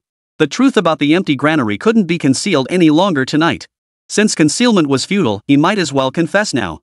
After calming himself as much as possible, Su Dequan looked at the villagers gathered before him and said earnestly, "Fellow villagers, since things have come to this, I won't hide it from you any longer. The grain in the granary is indeed gone." The words fell. A deafening silence fell over the crowd. Su Qingshan, Su Haiyuan, and the others stared wide-eyed at Su Dequan in disbelief. After a brief silence, Su Ermezi quickly shouted, "Damn it! I told you there was no grain in here. See? There really isn't any now." Su Qingshan's face darkened as he demanded, word by word, "Village chief, explain. What exactly happened here?" Su Dequan, however, knew how to handle things. Seeing that the villagers hadn't immediately rushed forward to confront him, he turned grim and declared before everyone, "As for who set fire to the granary today, it doesn't matter. The granary is empty now. Continuing to dwell on this matter serves little purpose." The villagers felt the same way. Under these circumstances, they understood what truly mattered. The grain stored there directly determined the survival of every man, woman, and child in Su village. With the granary now empty, who among them would bother pursuing the arsonist's identity? Besides, by now, it's obvious who the mastermind is. It's just that under Su Dequan's tyranny, no one dares to speak up about it. Su Dequan took a deep breath. He continued addressing the villagers, "But rest assured, within 3 days, I will arrange for the commune to deliver the grain from the granary to us. Once the grain arrives, you'll all be able to rest easy." Su Qingshan frowned, staring at Su Dequan and asking, "Village chief, are you certain the grain will arrive within 3 days?" Su Dequan declared with absolute certainty, "Rest assured, everyone. If there's still no grain in the granary within 3 days, you can go to the commune and report me. Tell him I embezzled Su village's grain, and let the commune leaders shoot me dead." Hearing this, Su Chang was taken aback. He never imagined Su Dequan would actually take responsibility for this matter. Most crucially, Su Dequan could stand before the entire village and declare that within 3 days, the commune leaders would deliver the grain. As these thoughts crossed his mind, Su Chang knew when to stop. If Su Dequan could make such a promise, he might actually have the ability to secure the grain within 3 days. Besides, if he kept pushing now, Su Dequan might become desperate and lash out, potentially putting him and his father at a disadvantage. Chapter 33, Losing the Village Chief's Dignity. After all, the man was the village chief. Plus, he had relatives holding leadership positions in the township. Realizing this, Su Chang put on a smile and said to Su Dequan, "Village chief, how could the grain just vanish? That's thousands of pounds of grain we're talking about." Su Dequan's eyes brimmed with contempt. He glanced at Su Chang and said with apparent disdain, "You little brat, why should I explain village affairs to you? What are you, anyway?" Su Chang didn't get angry. He just chuckled and said, Right. I'm not a thing, I'm a person. Ha ha. Well then, you should figure out how to communicate with the commune and get that grain delivered to our village." With that, he turned away. Su Chang turned to the gathered villagers and smiled. "Everyone, remember this, 3 days. In 3 days, we must see that grain. Otherwise, come harvest time, who knows how many of our old folks and young men will starve to death." Upon hearing these words, Su Qingshan said frankly, "Don't worry, Chang, we'll definitely keep this in mind." Su Haiyuan muttered under his breath, "So we're not going to pursue the matter of the grain barn being set on fire?" Su Qingshan shot his nephew a look and snapped, "What's the point of investigating that now? There's no grain left in the barns. Who the hell set the fire? Isn't it obvious?" Su Dequan heard this and felt a wave of frustration wash over him, though he was furious inside. But since the villagers had decided not to pursue the matter, his heart was at least somewhat relieved. After all, if the villagers had insisted on digging deeper, his son would have been the one to suffer in the end. To get the villagers to disperse quickly, Su Dequan continued, "It's getting late. Everyone should head home soon. In 3 days, you can come watch the grain being loaded into the granary." Su Longxing now joined in the persuasion. He smiled and said, "Everyone, please disperse. It's getting late." Su Qingshan and the others dispersed one by one. Su Longxing took out the cigarettes he carried with him, intending to approach Su Dequan to apologize on behalf of his son. But that bastard Su Dequan didn't give him the time of day. He just glared sideways at Su Longxing, then turned angrily to Su Meng and said, "Let's go back. What else is there to see?" Su Meng had been planning to take advantage of his father's presence to teach Su Ermezi a lesson. After all, that bastard Su Ermezi had just slapped him several times across the face. But now, his father was demanding they go home. Su Meng followed his father with a look of grievance. After walking a short distance, he muttered under his breath, "Are we really going to let Ermezi off today?" Su Dequan's face turned ashen. He stopped abruptly and snapped at Su Meng, "You little bastard. You're a grown man, how could you lose to Ermezi? Now you've been beaten, and you've disgraced your old man, you understand? Beaten by Su Ermezi." Now he was being scolded by his father. Su Meng felt so wronged he started to cry. Su Dequan raised his hand and smacked Su Meng hard across the head, snapping, "You damn kid, you're crying too?" Su Meng quickly wiped away his tears. With a pained expression, he followed his father home. Back home, Suwoo couldn't wait to ask, Dad, what happened? Why didn't the granary catch fire? Upon hearing this, Su Dequan shot Su Meng a glance. Su Meng retorted irritably, mind your own business, kid. Suwoo, who had long known what had transpired beside the granary, retorted with a sneer, some people just bully those weaker than themselves. If I'd been handling this, how could it have ended up like this? The granary would have been ablaze by now, no doubt about it. Su Meng abruptly stood up, itching to charge over and slap his own brother across the face. Seeing his son suddenly rise and lunge towards Suwoo, Su Dequan frowned and demanded, what are you doing? Have you lost your mind? Su Meng retorted, Father, look. Can this be blamed on me? If blame must be placed, it rests solely on that beast Su Meizi. That bastard, may he rot in hell. Su Dequan's face was clouded with worry. Licking his parched lips, he sighed helplessly, enough. Do you realize we're in dire straits? Mark my words, if we don't handle this properly, our entire family won't be able to stay in Su village any longer. Hearing this, Su Meng, who had been trying to calm himself down, quickly asked Su Dequan, Father, please tell us how we're supposed to handle this. There were over 1,000 jin of grain in that granary. Where are we supposed to find that much grain in just 3 days? Su Dequan heard this. He took a deep breath. Then, steeled with resolve, he addressed Su Meng and Suwoo, alright, you two needn't concern yourselves with this matter. Tomorrow I'll make a trip out. I'll first discuss it with our commune's leadership. Damn it, this business has nothing to do with me anyway. The commune leaders are as much the masterminds behind this as anyone. Now that things have blown up, I don't believe they'll stand idly by. Su Meng whispered, Dad, will this work? Su Dequan declared emphatically, humph. Whether it works or not, we'll only know after we've discussed it first. Meanwhile, Su Dequan was frantically trying to secure grain. Meanwhile, Su Chang was living quite comfortably. After Su Dequan left, Su Chang, his father, and Meizi headed to the small shop. They picked up some cigarettes, liquor, and a few snacks from the store, then hurried home with Zhang Wanru in tow. Upon seeing Su Chang, Zhang Wanru couldn't wait to ask, how did it go? Are you both okay? Su Chang grinned triumphantly. Do we look like we're hurt? Zhang Wanru exclaimed in surprise, so, the tiger really was killed? Su Chang chuckled, of course. If we hadn't killed it, how could we possibly be back? See how awesome your husband is? Zhang Wanru's cheeks flushed instantly. She looked slightly embarrassed and said to Su Chang, could you please speak properly? Su Chang chuckled cheerfully, I've been speaking properly all along, haven't I? Truth be told. Though not yet old, Zhang Wanru possessed a remarkably well-endowed figure. She turned to face Su Chang. Su Chang merely glanced down, and his eyes lit up involuntarily. Zhang Wanru saw Su Chang's eyes fixed intently on her lower body, and her face flushed even redder. Meizi, standing nearby with his shopping bags, couldn't help but chuckle. Hey, big brother, when did you two become a couple? Chapter 34, Find a Way. Su Chang chuckled, what's wrong? Is that a problem? Meizi nodded eagerly. Of course it's fine. What's wrong with that? Honestly, you two make quite the pair. Su Chang chuckled matter-of-factly, of course we do. Truth is, from the moment I first laid eyes on her, I already considered her my wife. Su Longshan walked ahead. Hearing his son's shameless words, he frowned and said with feigned irritation, you little rascal. Could you show some decency when talking to a young lady? Your father is right here, you know. Su Chang chuckled, Dad, I'm just following your example. Zhang Wanru, who had been feeling slightly embarrassed, suddenly burst out laughing at Su Chang's words. A dozen black lines instantly appeared on Su Longxing's forehead. He scolded, seemingly annoyed, you little brat. Not satisfied with teasing others, now you're teasing me? Haven't I disciplined you enough lately? Is your skin itching for a beating? Su Chang immediately plastered on a smile and said, Dad, please don't. Haha, I'm about to get married any day now, and you're still beating me up over every little thing? That's not very fair. As the group chatted back and forth, suddenly, old Zhao's voice carried from the distance.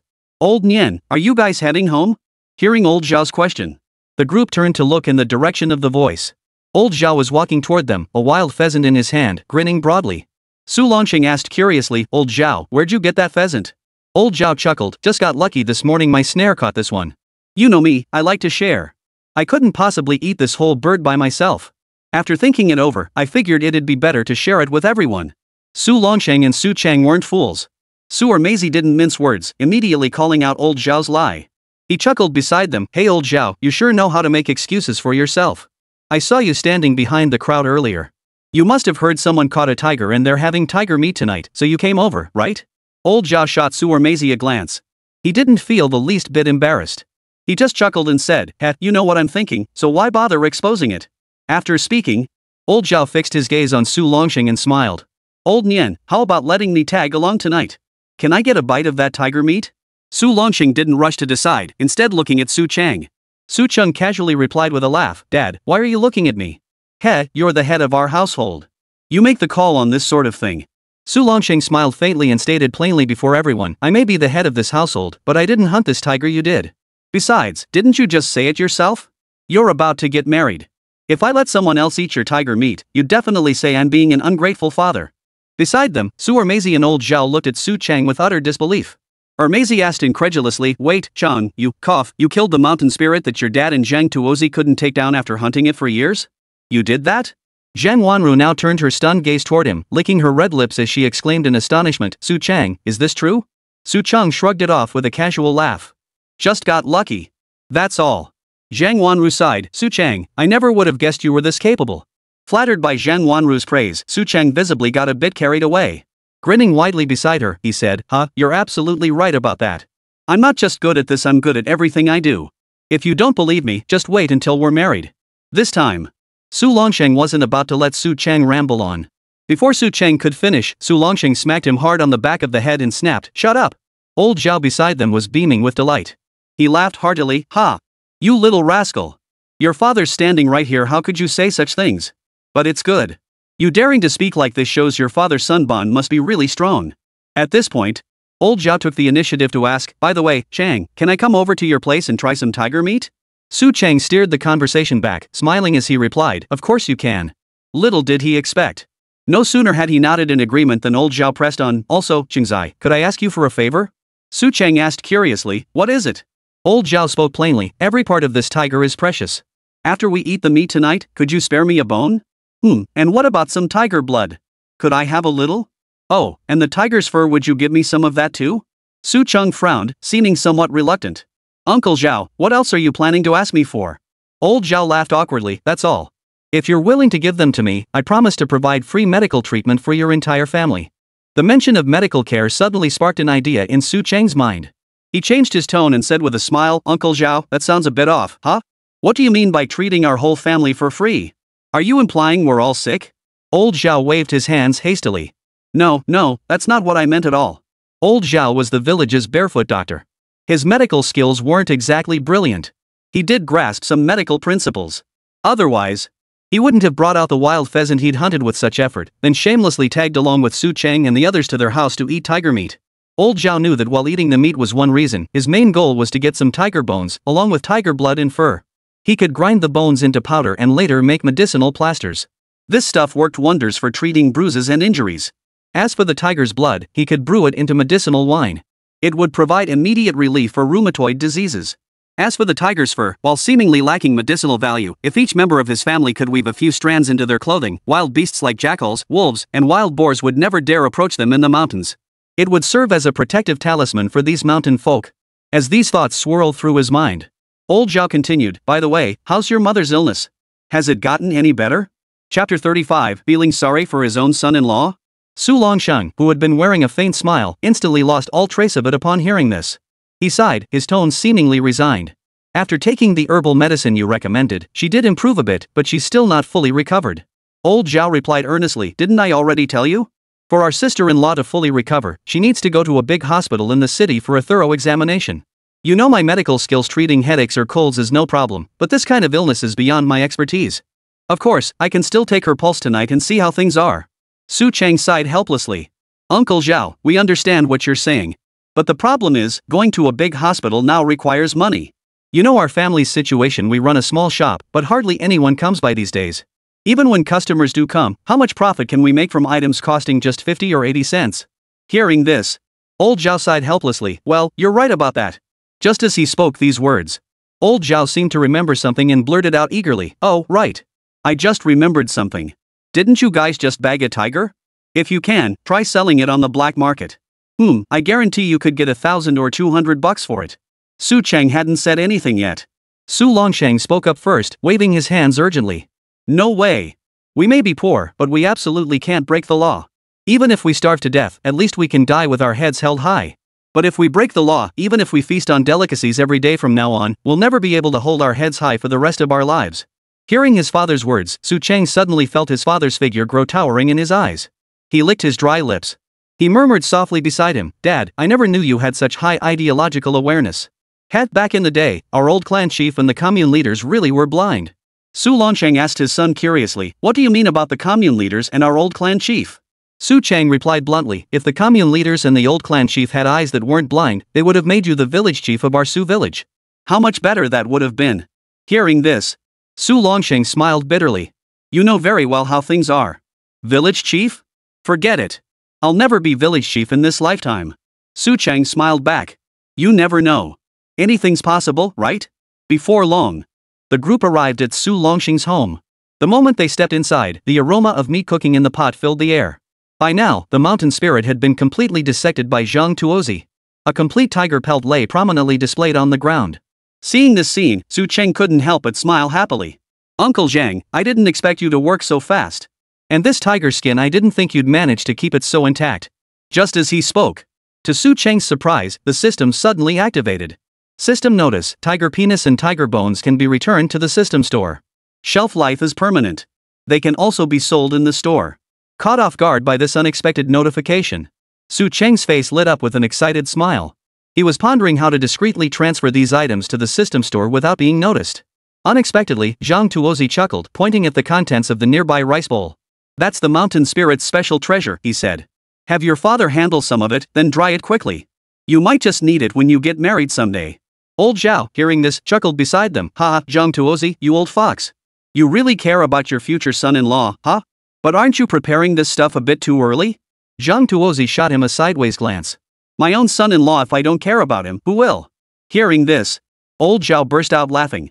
He glanced at the gleaming white bones in another basin and couldn't help but marvel. Zhang the hunchback, you're something else. How did you get these bones so clean? Even a fly would slip off them. Zhang Tuozi chuckled casually, after a lifetime as a hunter, if I couldn't handle something like this, I might as well quit hunting altogether. Old Zhao had already crouched beside the tiger bones, bending down to pick up a piece and examine it closely. Just then, Zhang Wanru, standing nearby, asked old Zhao with apparent curiosity, Uncle Zhao, do you really think these tiger bones have such miraculous effects? Old Zhao replied matter-of-factly, would I lie to you about something like this? The mountain cat is the king of beasts, the very embodiment of yang energy.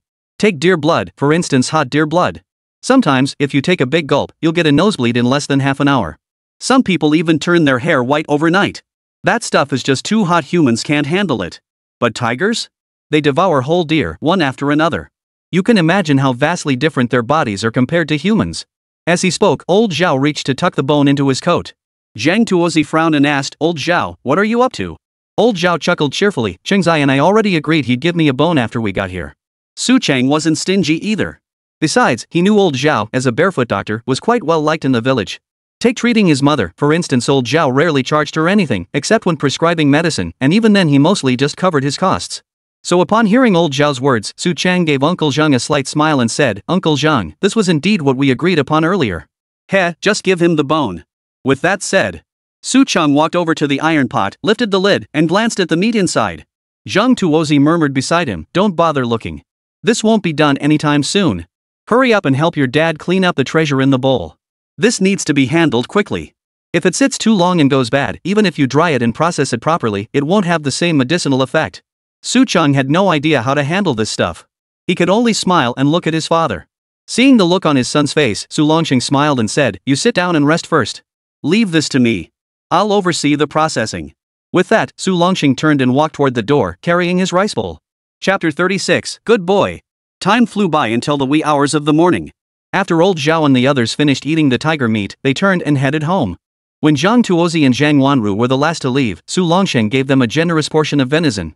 Soon, only 3 people remained in the house. Su Longsheng finally entered the house carrying the tiger bones and processed tiger penis. After placing the items before Su Chang, Su Longsheng asked, what should we do with these things? Su Chang smiled and replied, Father, you needn't concern yourself with these. I'll handle them properly. Su Longsheng glanced sideways at Su Chang, frowning as he asked, what? You wouldn't be planning to take these to the black market, would you? Let me tell you, selling things on the black market is speculation and profiteering. You absolutely mustn't get involved in that sort of thing. If you do and get caught, it'll be a serious matter. Su Chang chuckled, Dad, what are you thinking? How could I possibly do something like that? I plan to give these things to my old classmate. You know, his father. Su Longsheng finally relaxed a bit, nodding. All right. I understand. Your classmate's father is a leader. I was just worried you might do something illegal for money at your age. Su Chang waved his hand and laughed. Don't worry, Dad. I'll do anything, but I'll never do anything illegal. After saying this, Su Chang quickly changed the subject. He said earnestly, right, Dad, let's put this aside for now. I want to discuss something with you, taking mother to a big hospital for treatment. But no sooner had Su Chang finished speaking than his mother frowned, her expression seemingly annoyed as she retorted, You child. Why are you always trying to take me to the city for treatment? You can see I'm perfectly fine now. What's there to see at the hospital? She said this. The real reason Su Chang's mother refused to go to the city for treatment was simply her fear of spending money. Right now, the family wasn't just short on food, more importantly, they were short on money. A trip to the big hospital would easily cost $1,000 or $2,000. If she had that money, she'd rather save it for her son's wedding. Then, when her time came, she could rest easy knowing her son was taken care of. Hearing his mother's words, Su Chang spoke frankly, Mother, please don't refuse this. Rest assured, I'll handle the money. I'll find a way. Su Longsheng sighed and spoke earnestly to Su Chang, Son, it's all because your father is useless. If I were capable, I wouldn't have let your mother suffer from this illness for so long. But since you brought this up today, I, your father, promise here before you and your mother, from now on, I'll do everything in my power to earn money. Hearing this, Su Chang spoke again with a smile, Dad, Mom, did you not hear what I said? I already told you money matters are on me. Su Longsheng frowned and asked, How exactly do you plan to make money? You know how the world is these days. You mustn't get involved in any shady deals, understand? Su Chang smiled and said, Dad, why are you bringing that up again? Don't worry. Once I finish this busy period and make some money, we'll take Mom to the city for treatment first. Seeing the confident smile on Su Chang's face, Su Longsheng tentatively asked, Then could you tell me first, how exactly do you plan to make this money? Su Chang wouldn't reveal the system's existence to his father. He merely smiled and said, Father, there are some things I can't tell you yet. But rest assured, every penny I earn will be honest money. If I ever deceive you, may I be cursed to become a bastard son. Su Longsheng's wife overheard this and turned to glare at him. Listen to what our wonderful son is saying. That little brat is getting more and more insolent every day. Su Longsheng stepped closer, raising his hand as if to slap Su Chang across the face. You little brat, he growled. You call yourself a bastard son? That makes me the turtle, doesn't it? At this point, Su Longsheng never actually brought his hand down on Su Chang's head. Instead, he chuckled and said, Alright, it's a bit too early to talk about that now. Making money isn't something you can just do whenever you want. But there's something I've been thinking about for days. Today, you're going to tell me all about it. Su Chang asked curiously, What is it, Dad? Su Longsheng asked earnestly, You and Zhang Wanru, are you really planning to support her through school? Su Chang nodded, smiling. Father, you know she's been accepted into a teacher training college. Who knows? After graduation, she might become a respected teacher. If I marry her now, wouldn't I be ruining her entire future? Upon hearing this, Su Chang's mother immediately frowned, looking displeased. My boy, she said, her voice tinged with reproach, your father has discussed this with me too. But no matter what, you must think this through carefully. You're definitely not going to school now. You'll end up like us, working the fields for the rest of your life. If you let someone else go to school and they come back as a college graduate, do you really think there'd be any chance for the two of you? You've spent a lot of money, and now it's all for nothing. Su Chang didn't really know if he and Zhang Wanru would end up together in the future. But deep down, he felt certain it would work out. Of course. Even if they couldn't marry in this lifetime, supporting her education would at least make up for the debt he owed her from his previous life. Besides, armed with his knowledge of the future from his previous life, he was confident that in a few more years, when the winds of economic reform swept across the land, his wealth would be beyond measure. Even without the system, he would still become a billionaire. With these thoughts in mind, Su Chang smiled and said, Mother, our family is still better off than Uncle Zhang's. Besides, you know the relationship between Uncle Zhang and my father. I didn't amount to much and couldn't finish my studies, but now Uncle Zhang's daughter can go to school. Even if we don't arrange this marriage, we should still help them. But before he could finish, Su Longsheng suddenly smiled and said, Good lad, you've got my old generosity. Forget the rest just for what you just said. I support you. Su Chang's mother looked slightly annoyed as she said to Su Longsheng, You just keep causing trouble. I was hoping to hold my first grandchild before I die, but now it seems that hope is gone. Chapter 37, Grain Delivered? Su Chang hurriedly protested, Mother, what nonsense are you talking? Rest assured, I won't just give you a great-grandchild, I'll give you a great-great-grandchild. Su Chang's mother gave a bitter smile. Since both her husband and son had made up their minds about this matter, there was little left for her to say. After exchanging pleasantries with his parents for a moment, Su Chang saw that it was getting late. He gathered the tiger bones, tiger penis, and other items, then hurried off to his family's small shop. Before long, Su Chang arrived at his family's small shop. The moment he stepped inside, Su Chang couldn't wait to shut the shop door behind him. He placed the tiger bones and tiger penis items beside the shelves. Staring at these objects, he furrowed his brow, wondering with some confusion, how could he get these things into the system mall? The thought had barely formed. Unexpectedly, the system made a sound again. System prompt: would you like to add the tiger bone and tiger penis to the system store? Su Cheng selected yes. The tiger bones and tiger penises vanished without a trace. Immediately afterward, a door seemed to materialize before his eyes. Upon stepping inside, 2 items were displayed on the shelves before him, precisely the tiger bone and tiger penis from moments ago. Most crucially, both items now bore price tags. And their prices were rising at a visible rate. Seeing this, Su Cheng's eyes lit up. It seemed items in this system store could be sold. He wondered whether selling them would yield currency from this world or from the system world. But upon further thought, Su Cheng wasn't in a rush to convert these 2 items into cash just yet. After all, according to the system's previous prompt, any goods entering the system could be preserved indefinitely. He decided to hold on to them for now, waiting until prices rose a bit higher before figuring out how to sell them. With his mind made up, Su Cheng quickly exited the system store. After grabbing a bucket of instant noodles from the small shop, just as he was about to eat, something suddenly occurred to him. Ever since he'd set out to hunt tigers in the mountains, his dog De Huang seemed to have vanished without a trace. The thought struck him. Su Cheng hurriedly got up. Fortunately, just as he was about to head out to search for Big Yellow, the dog's barking suddenly echoed from outside the door. Su Cheng grinned widely and hurriedly ushered Big Yellow into the room. After giving De Huang a few ham sausages, Su Cheng sat by the stove to warm himself and eat his instant noodles. 3 days passed in the blink of an eye. That morning, Su Cheng was still asleep. Suddenly, a series of urgent knocks sounded at the door. Hearing the noise, Su Cheng rose lazily, wondering who would come to his small shop so early in the morning. Filled with curiosity, he called out, "Who is it? This early in the morning?" To his surprise, Su Ermeizi's voice came from outside. "Cheng, you little rascal, come out here right now." Su Cheng calmly got up and headed out. Just as he opened the shop door, Su Ermeizi reached out and grabbed his wrist. Su Cheng quickly shook off Su Ermeizi's hand and said with a wry smile, "Uncle Meizi, what's going on? You're in such a rush to find me. Could it be that a mountain cat has entered the village?" Ever since he, his father, and Uncle Zhang had killed that mountain demon in the woods 3 days ago, Su Cheng's heart had been in constant turmoil these past days. Especially at night, he kept dreaming about those 2 cubs and the mother tiger coming down the mountain to find him. Su Ermeizi heard this and replied with a bitter smile, "If it were a mountain cat wreaking havoc in our village, that would be fine. We villagers could band together, catch it, and have a feast." Su Cheng gave a wry smile and asked, "If it's not that, then what is it?" Su Ermeizi bluntly replied, "You won't believe this, but the commune actually delivered grain to us." Hearing this, Su Cheng was somewhat stunned. He asked, "What? They actually sent grain?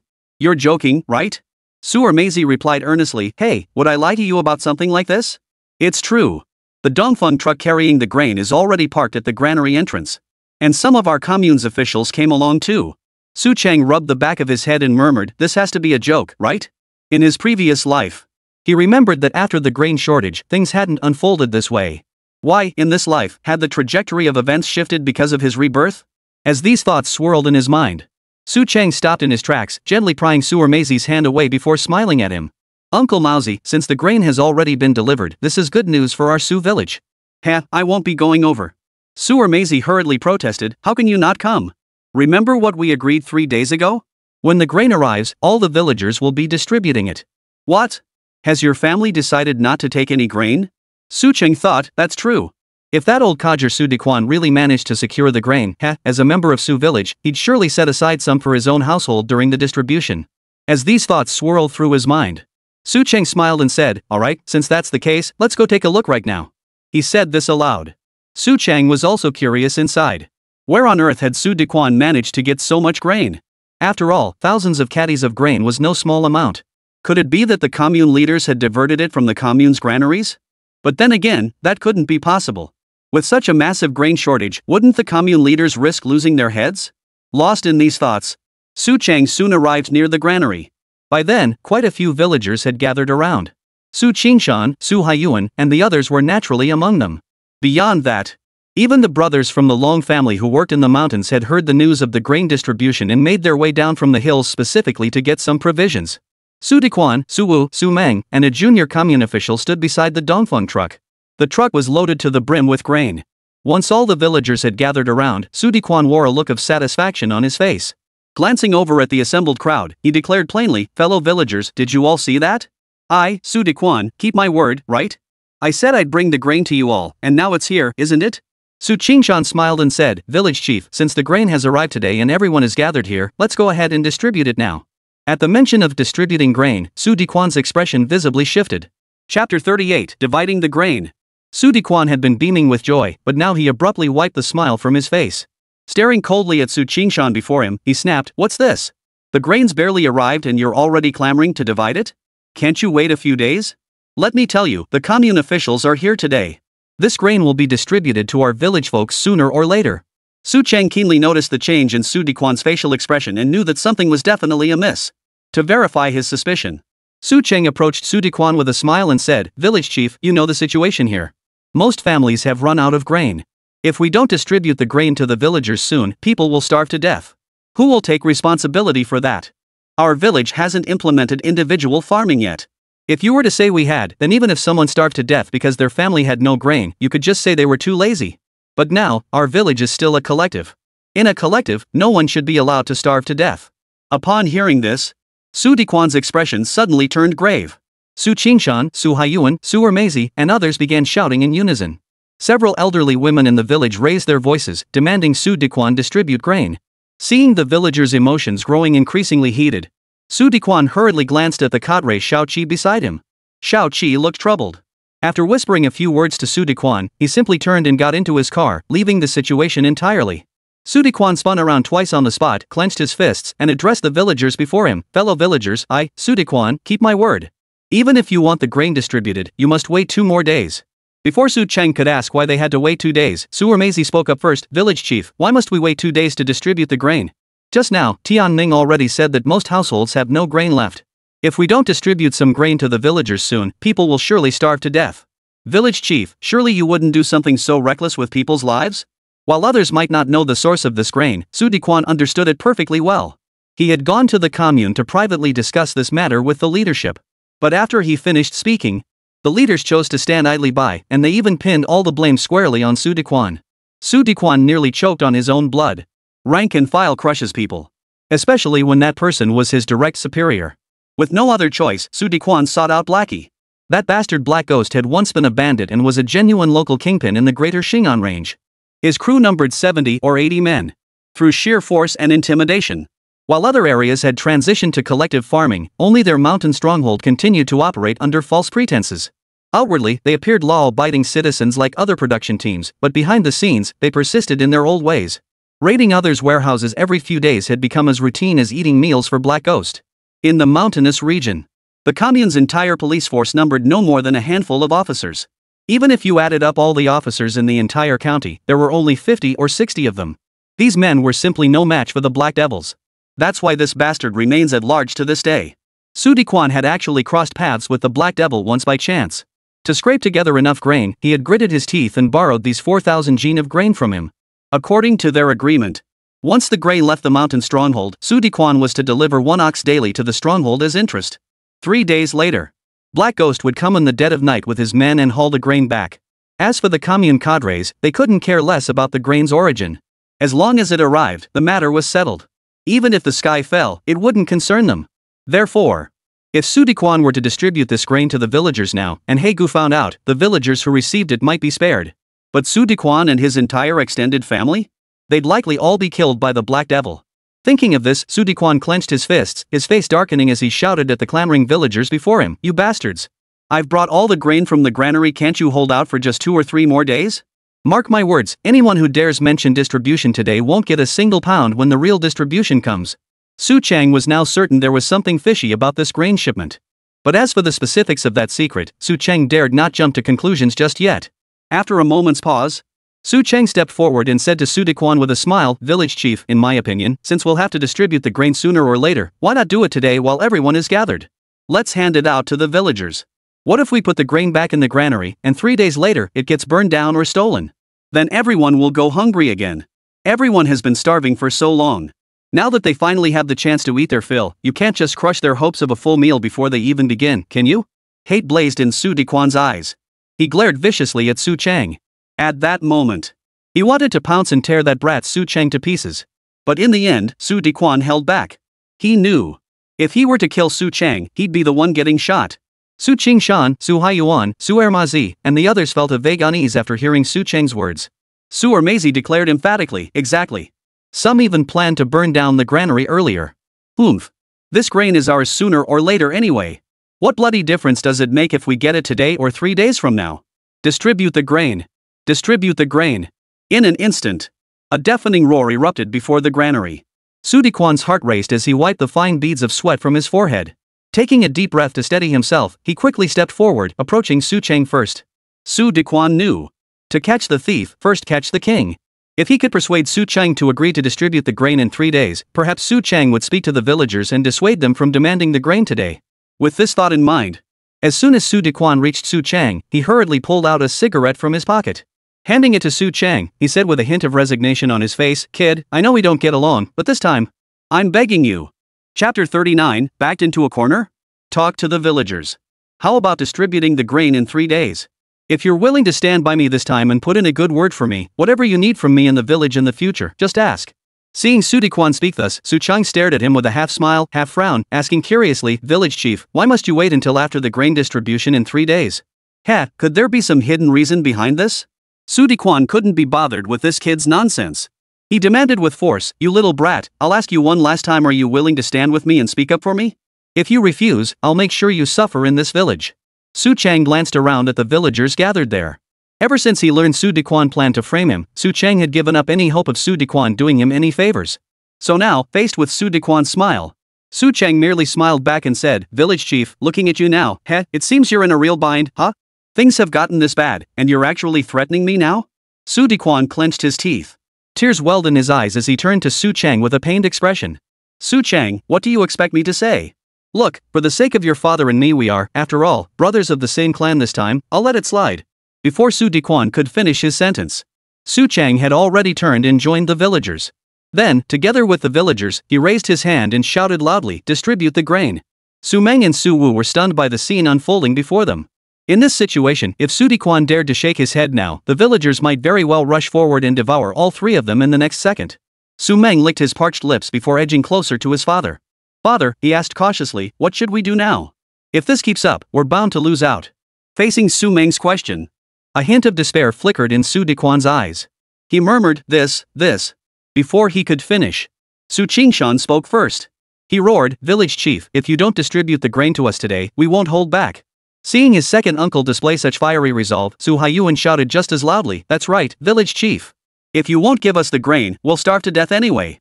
Better to get our hands on it now than die hungry, at least we can have one last full meal before we go."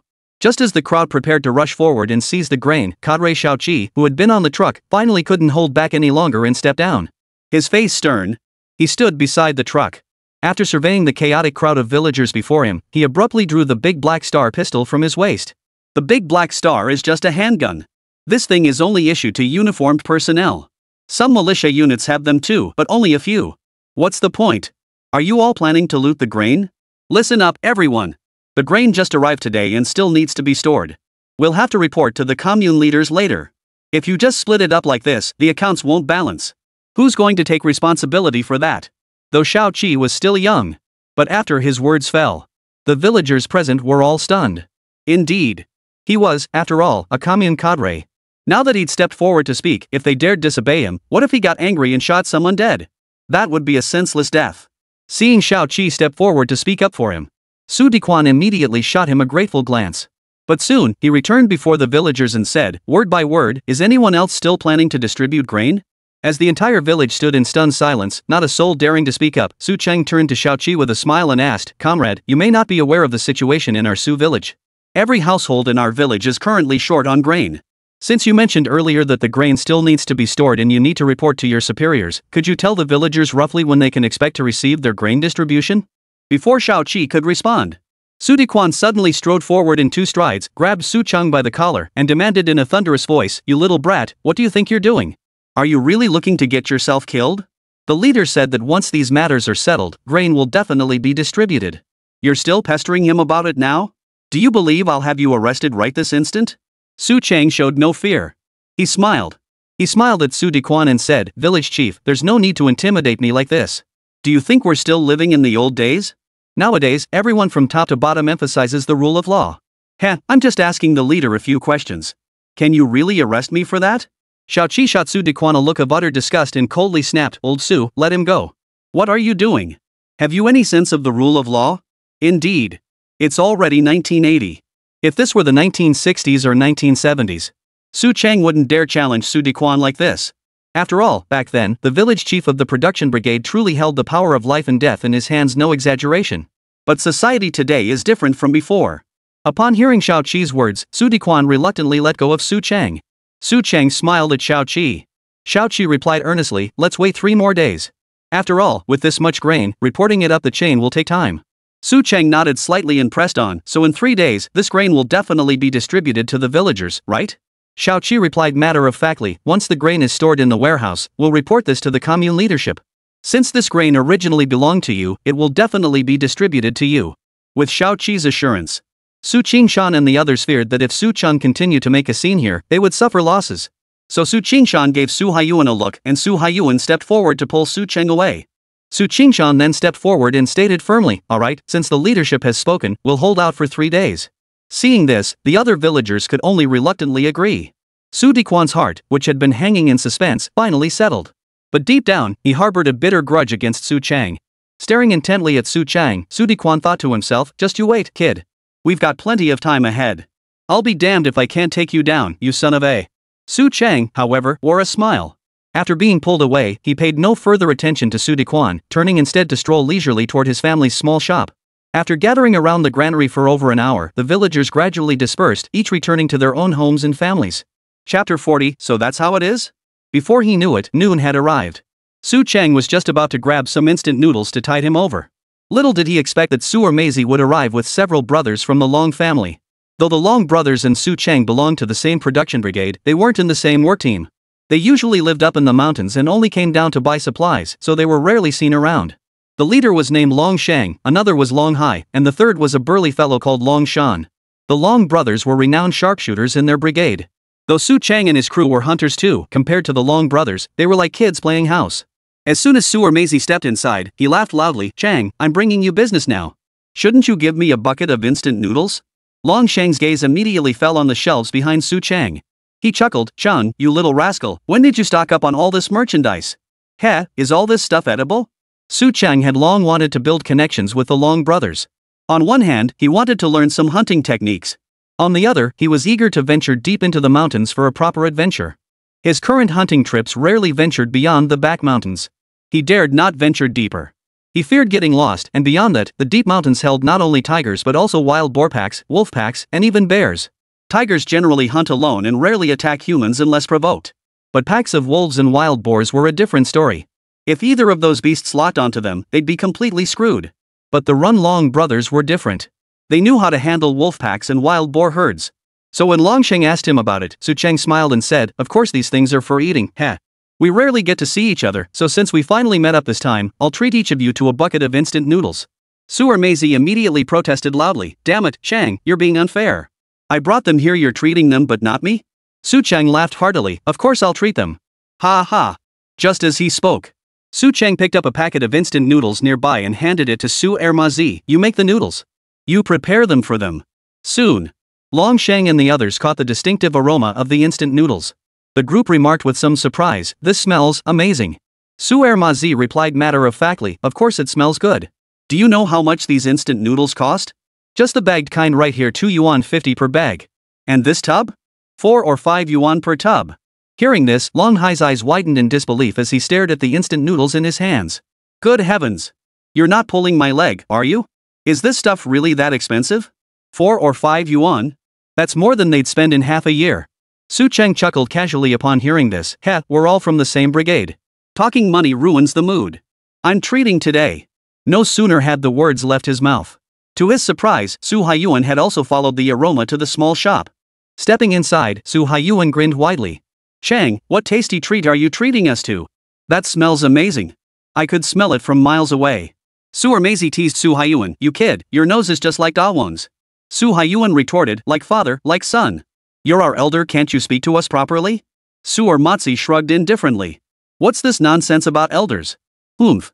What's wrong with how I talk to you? Are you only happy when you call me second uncle?" Lured by the aroma of instant noodles, Su Haiyuan had no desire to waste time bantering with Su Ermezi. He stated bluntly, I'm not talking to you anymore. I'm going to see what you're all eating first. Su Maisie handed his instant noodles to Su Hyun. Here, take it. Just made. I'll get myself another serving. Su Hyun didn't rush to take it, instead glancing at Su Chang first. Only after Su Chang nodded his approval did Su Hyun eagerly grab the bowl and start eating. The group ate their instant noodles. Unexpectedly, Longsheng suddenly piped up, by the way, have any of you noticed that the grain our village chief got this time might not have come from legitimate sources? Hearing this, Su Chang set down his fork and frowned slightly. What do you mean? Longsheng glanced toward the doorway.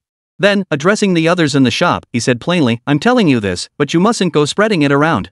Just then, Su Maisie declared emphatically, rest assured. If we dare spread what you say here, we'll meet a miserable end. Longsheng gave a wry smile. Uncle Maisie, that's hardly necessary. The thing is, we're not sure ourselves right now. Su Chang asked, can you first explain exactly what the situation is? Longsheng began to speak earnestly. Originally, they hadn't known about the grain distribution down the mountain. After all, they lived permanently in the mountains, and it hadn't been long since their last trip down to procure supplies. But yesterday afternoon, while hunting, they unexpectedly saw Su Wu leading an ox into the mountains. Consider this. It was still winter. There was no pasture in the mountains. It was certainly not the season for plowing fields with oxen. Most crucially, judging by Su Wu's direction of travel, he was most likely heading toward the production brigade where the Black Ghost resided. After hearing Longsheng's explanation, Su Chang finally understood. He had wondered how that old fox Su Dequan could have gathered so much grain in such a short time. Now it seemed clear, this batch of grain was most likely borrowed from Black Ghost. As for the ox Su Wu had led into the mountains, it was almost certainly the interest on that grain. Moreover, the reason for the 3-day delay in grain distribution was now clear. If he hadn't guessed wrong, Su Dequan must have planned to borrow the grain first, then have the Black Devils seize it back themselves. In the end, the Black Devils wouldn't suffer any losses. More crucially, they'd gain several oxen for free. After sorting through his thoughts, a bold idea suddenly formed in Su Chang's mind. What if they could first distribute this grain among themselves? Or let Black Ghost know the grain was lost? Wouldn't that old bastard Su Dequan be completely screwed? Chapter 41, Doing Business on the Mountain. Once his mind was made up, Su Chang wasted no time. He shared his plan with Long Hao. Long Hao couldn't help but laugh. You're something else, kid. Ha! That's pretty ruthless, but it's a solid plan. No sooner had they finished discussing it. Su Chang pulled out toothpaste and other items from his shop, grinning at Long Hao. Uncle Hao, I've got some good stuff here.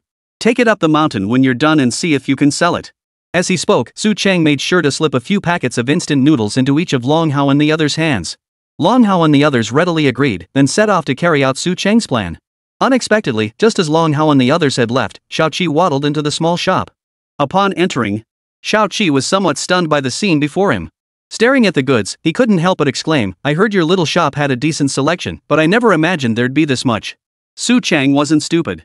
Although Xiao-Qi had come with Su Dequan, it was certain that the village's grain situation had little to do with Xiao-Qi. After all, he wasn't a commune leader, just an ordinary office worker. His presence alongside Su Dequan this time was almost certainly to maintain appearances. With this in mind, Su Chang wouldn't let the chance to befriend Xiao-Qi slip away. After all, he intended to make his way in the business world.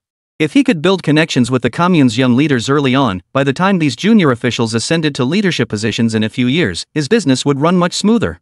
Leader, what would you like to order? I'll definitely give you a discount. But then Xiao-Qi smiled and said, how come there aren't any mountain delicacies in your little shop? It turned out Xiao-Qi wasn't particularly interested in the general store's merchandise. What truly piqued his interest were mountain delicacies. Things like pheasants, wild rabbits, ginseng, and deer antlers. These items were now rare commodities on the market. Especially among the county officials, most of whom favored using such items as gifts. Seeing the look in Xiao-Qi's eyes, Su Chang immediately recalled something. Right. Wasn't he looking to make money? If he could partner with Xiao-Qi, he could collect wild mountain goods from the village and sell them to Xiao-Qi, pocketing the difference. Wouldn't that be a way to make a living? With that thought in mind, Su Chang smiled as if it were the most natural thing in the world. Yes, of course I have some. But I just delivered the mountain goods this morning. By the way, boss, if there's anything you need, just give me a list. I'll keep an eye out for you over the next few days. I'm sure you'll get it in no time. Xiao-Qi didn't hesitate. He smiled, picked up the paper and pen beside him, and quickly jotted down a few items.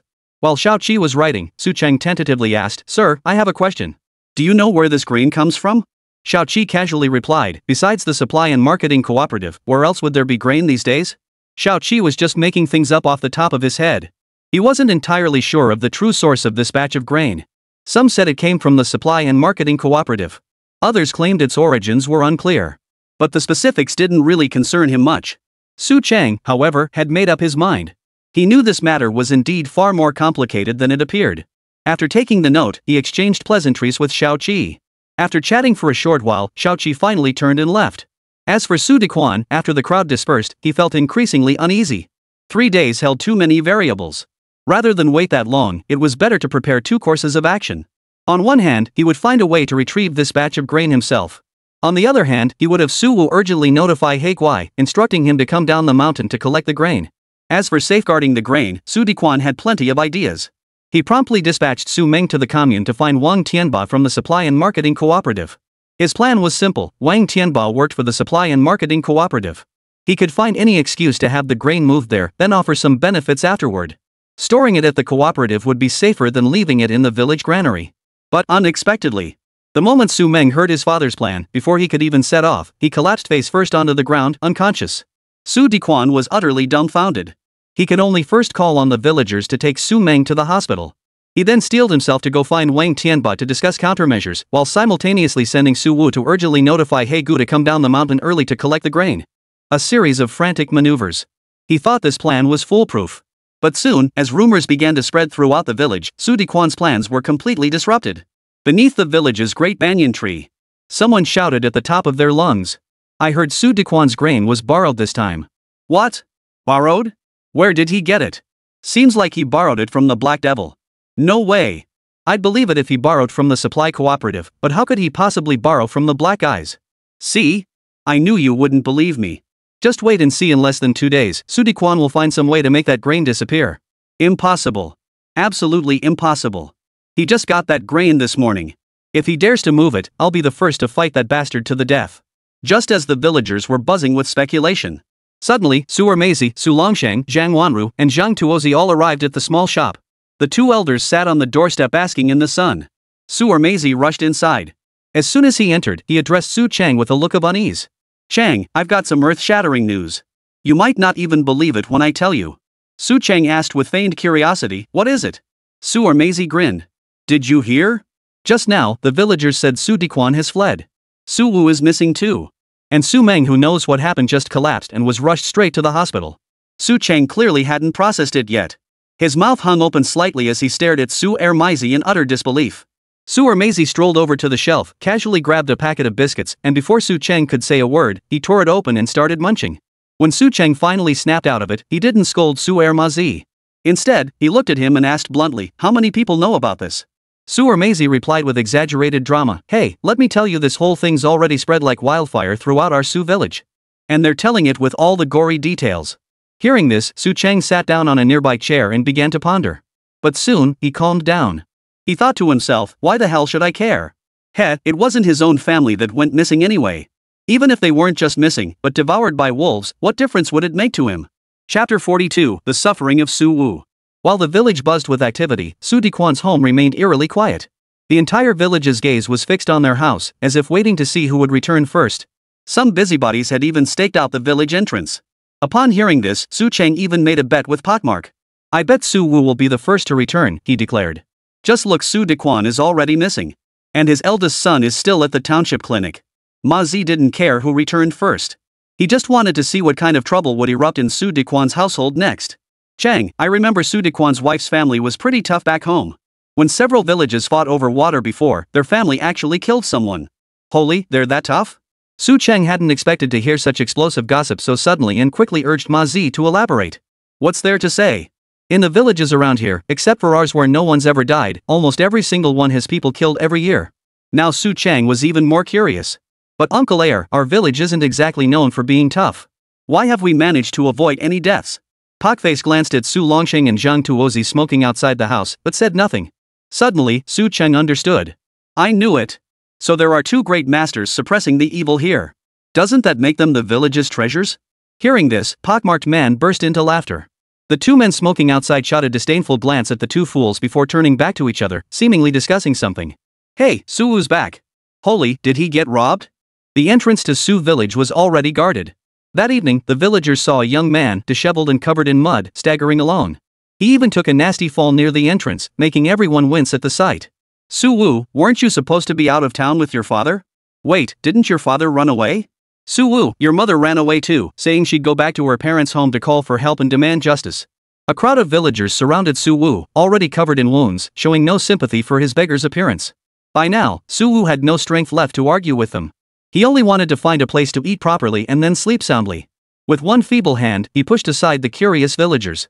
All he could see was his home. He must have suffered a tremendous blow. Who knows what happened to him? Karma, perhaps?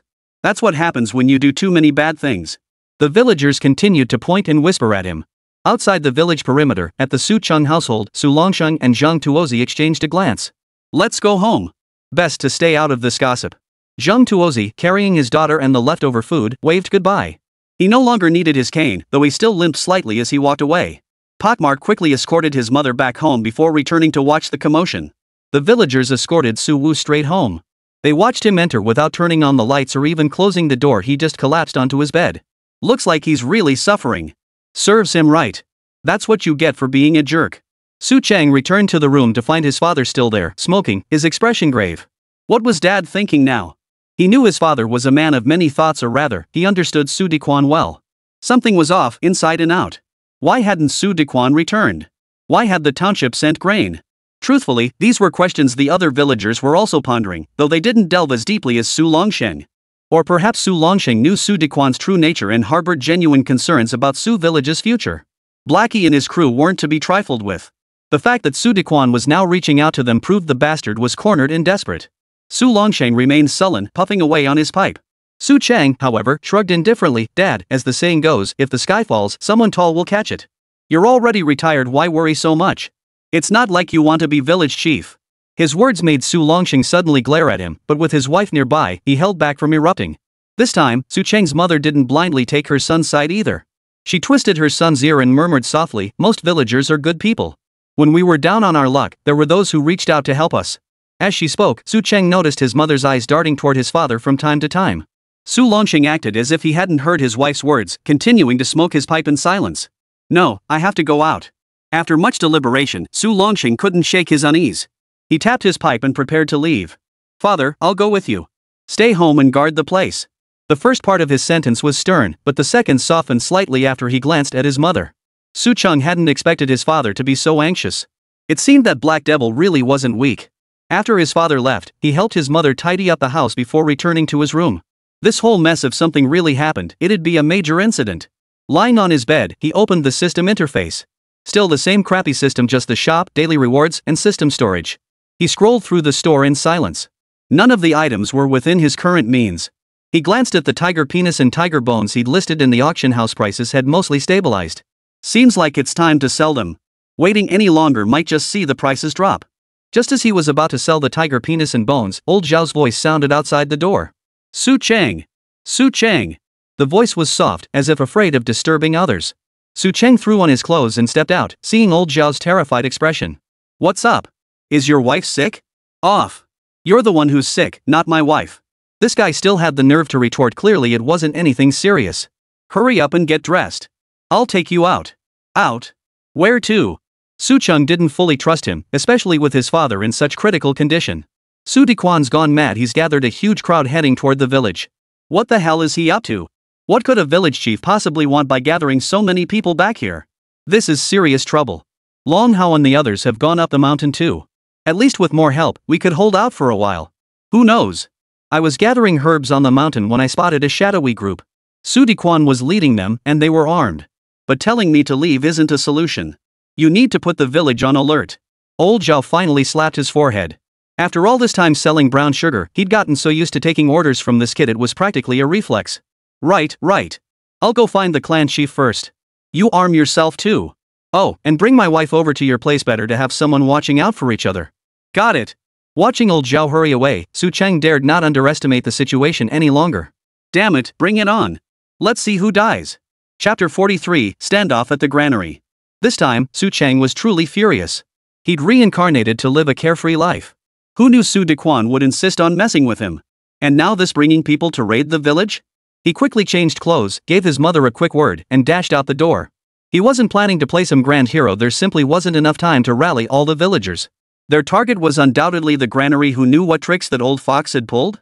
But since they were all after the grain, Su Cheng didn't dwell on how Su Dequan had convinced Xiao Qi's superiors to transport the supplies here.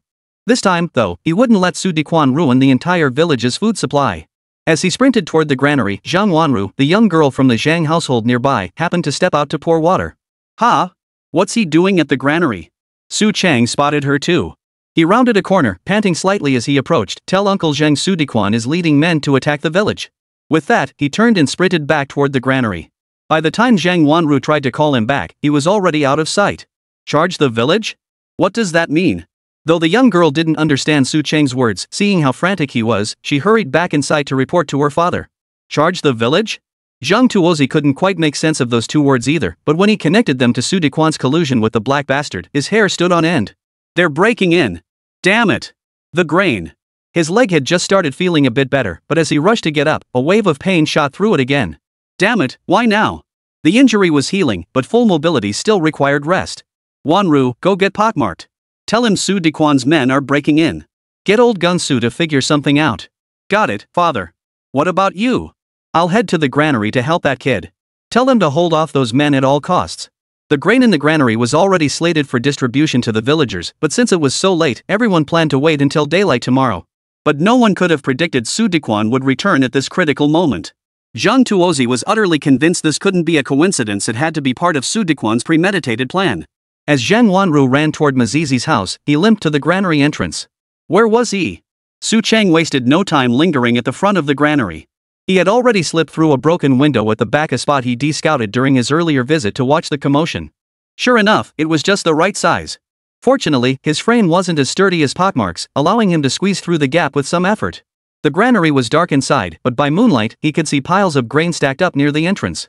Now it was up to this damn system to deliver. His tiger penis and tiger bones could indeed be stored in the system, but those were destined for auction at the marketplace. He had no idea if they'd actually been stored in the space. Just as he opened the storage space, ready to collect the grain, a commotion erupted outside the door. Chang Zai? You went in? Su Cheng wanted to respond, but then he thought, what if all the grain was taken? And the people outside found out he'd been inside, that would be disastrous. So he didn't bother with further thoughts and began gathering the grain immediately. 1 sack, 2 sacks. Sure enough, he could collect it. He could collect it, but the items didn't appear in his inventory. Instead, they went straight into the mall, just like his tiger penis and tiger bones. Ha! Was it cheaper because no one had bid on it? Seeing the grain he'd collected priced at 3 cents per pound, Su Cheng chuckled. Sure enough, the market over there had no shortage of this grain. Probably because they looked down on it as coarse food. Actually, the marketplace only had a reference price, it wasn't forcing him to sell. Otherwise, his tiger penis and tiger bones wouldn't still be sitting there waiting for their value to rise. Since he could store it all away, there was no need to worry. While he was buying up grain inside, Zhang Tuozi was pacing anxiously outside. Could that kid have dashed back to the small shop to figure something out? But thinking it over, that seemed unlikely. He scanned his surroundings and decided to hide nearby and watch the situation unfold. Just as he found a corner to hide in, his hunting bow slung over his back, Su Cheng finally climbed out the back window. Ha! Did that kid really go inside? But why isn't he answering me? Zhang Tuozi didn't see him climb out, but he did spot him running toward the convenience store under cover of darkness. Could that kid be planning to set a fire inside? The thought made him even more anxious. These were life-saving rations. Even if Su Dequan and his gang really came to steal them, wouldn't that be better than burning them all down? His anger grew with each thought. He was about to leap out and stop the kid for a beating when a commotion erupted from the village. Damn it, why now? There was no choice. He dared not venture out now. Otherwise, if the granary really caught fire, he'd be in deep trouble. No amount of explaining could clear his name. Su Cheng finished collecting the grain, his mind finally at ease. Heh, Su Dequan. Without grain, I'll see how you'll cause trouble. With that weight off his shoulders, he didn't go home. He dashed straight back to the small shop, opened the door, and lit the oil lamp. Just then, Pockmark arrived. Chang, that bastard Su Dequan brought men back to seize the grain. Su Cheng feigned surprise, then his anger flared up. He has the nerve to come back and steal grain? Come on, let's go confront him. Ma Zi, equally indignant, rolled up his sleeves and followed him outside. By now, the entire village of Sujia had risen. They gathered on the village square at the entrance, facing off against the men Su Dequan had brought back. What's going on here? The leader, who looked like an official, stood beside Su Dequan with an air of superiority. Su Dequan then introduced the group to the villagers with feigned sincerity. This is Brother Wang from the township. He's been sent by the Supply and Marketing Cooperative to help us fight the tigers. Since you all have grain stores, it's only right that these tiger hunting heroes fill their bellies before heading into the mountains. Su Dequan, you're full of. You hauled the grain back this morning, and now you're here to collect it tonight? You really think the whole village is stupid? Exactly. Don't think everyone's as gullible as your dumb wife. Mark my words today, forget about hunting tigers. Even if a tiger showed up, we'd bite it to death ourselves. As the villagers' anger boiled over, the dozens of men brought by Wang Shuachin across the way began to hesitate. Damn it, what the hell is going on? We just came to collect grain. Why is everyone suddenly talking about hunting tigers? Chapter 44, The Unfilial Descendant Su Dequan. Truth be told, Su Dequan was in a bind. Securing this much grain by morning had already been a monumental effort. Now he had to return it all. Otherwise, he feared the consequences would be unbearable. Seeing the villagers cursing incessantly, a surge of anger welled up within him. I'm the village chief. I make the decisions. His thunderous roar instantly silenced the villagers across from him. However, just as Brother Wang thought this grain collection would proceed smoothly, a stone flew from the crowd, striking him squarely on the head. Before he could even cry out in pain, someone shouted from across the way, What kind of village chief are you? You don't give a damn about us villagers. That grain was ours to begin with. You lost it, so you should get it back.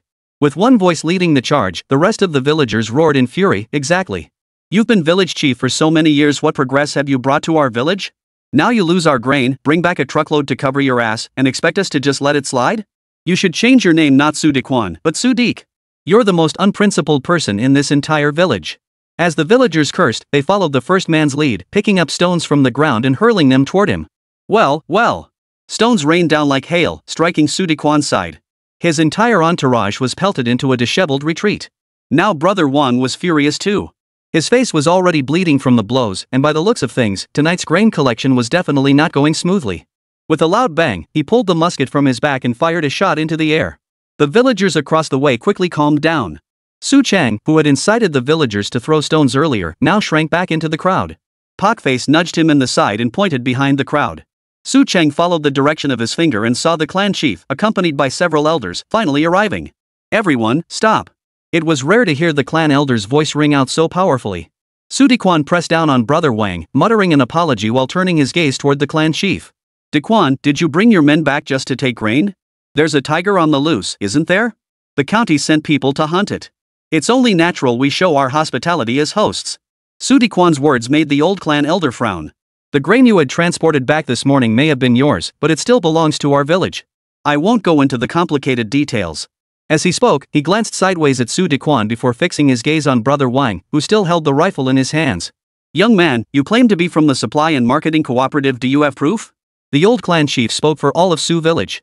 The villagers, no longer afraid of death, now followed the old clan chief. Right.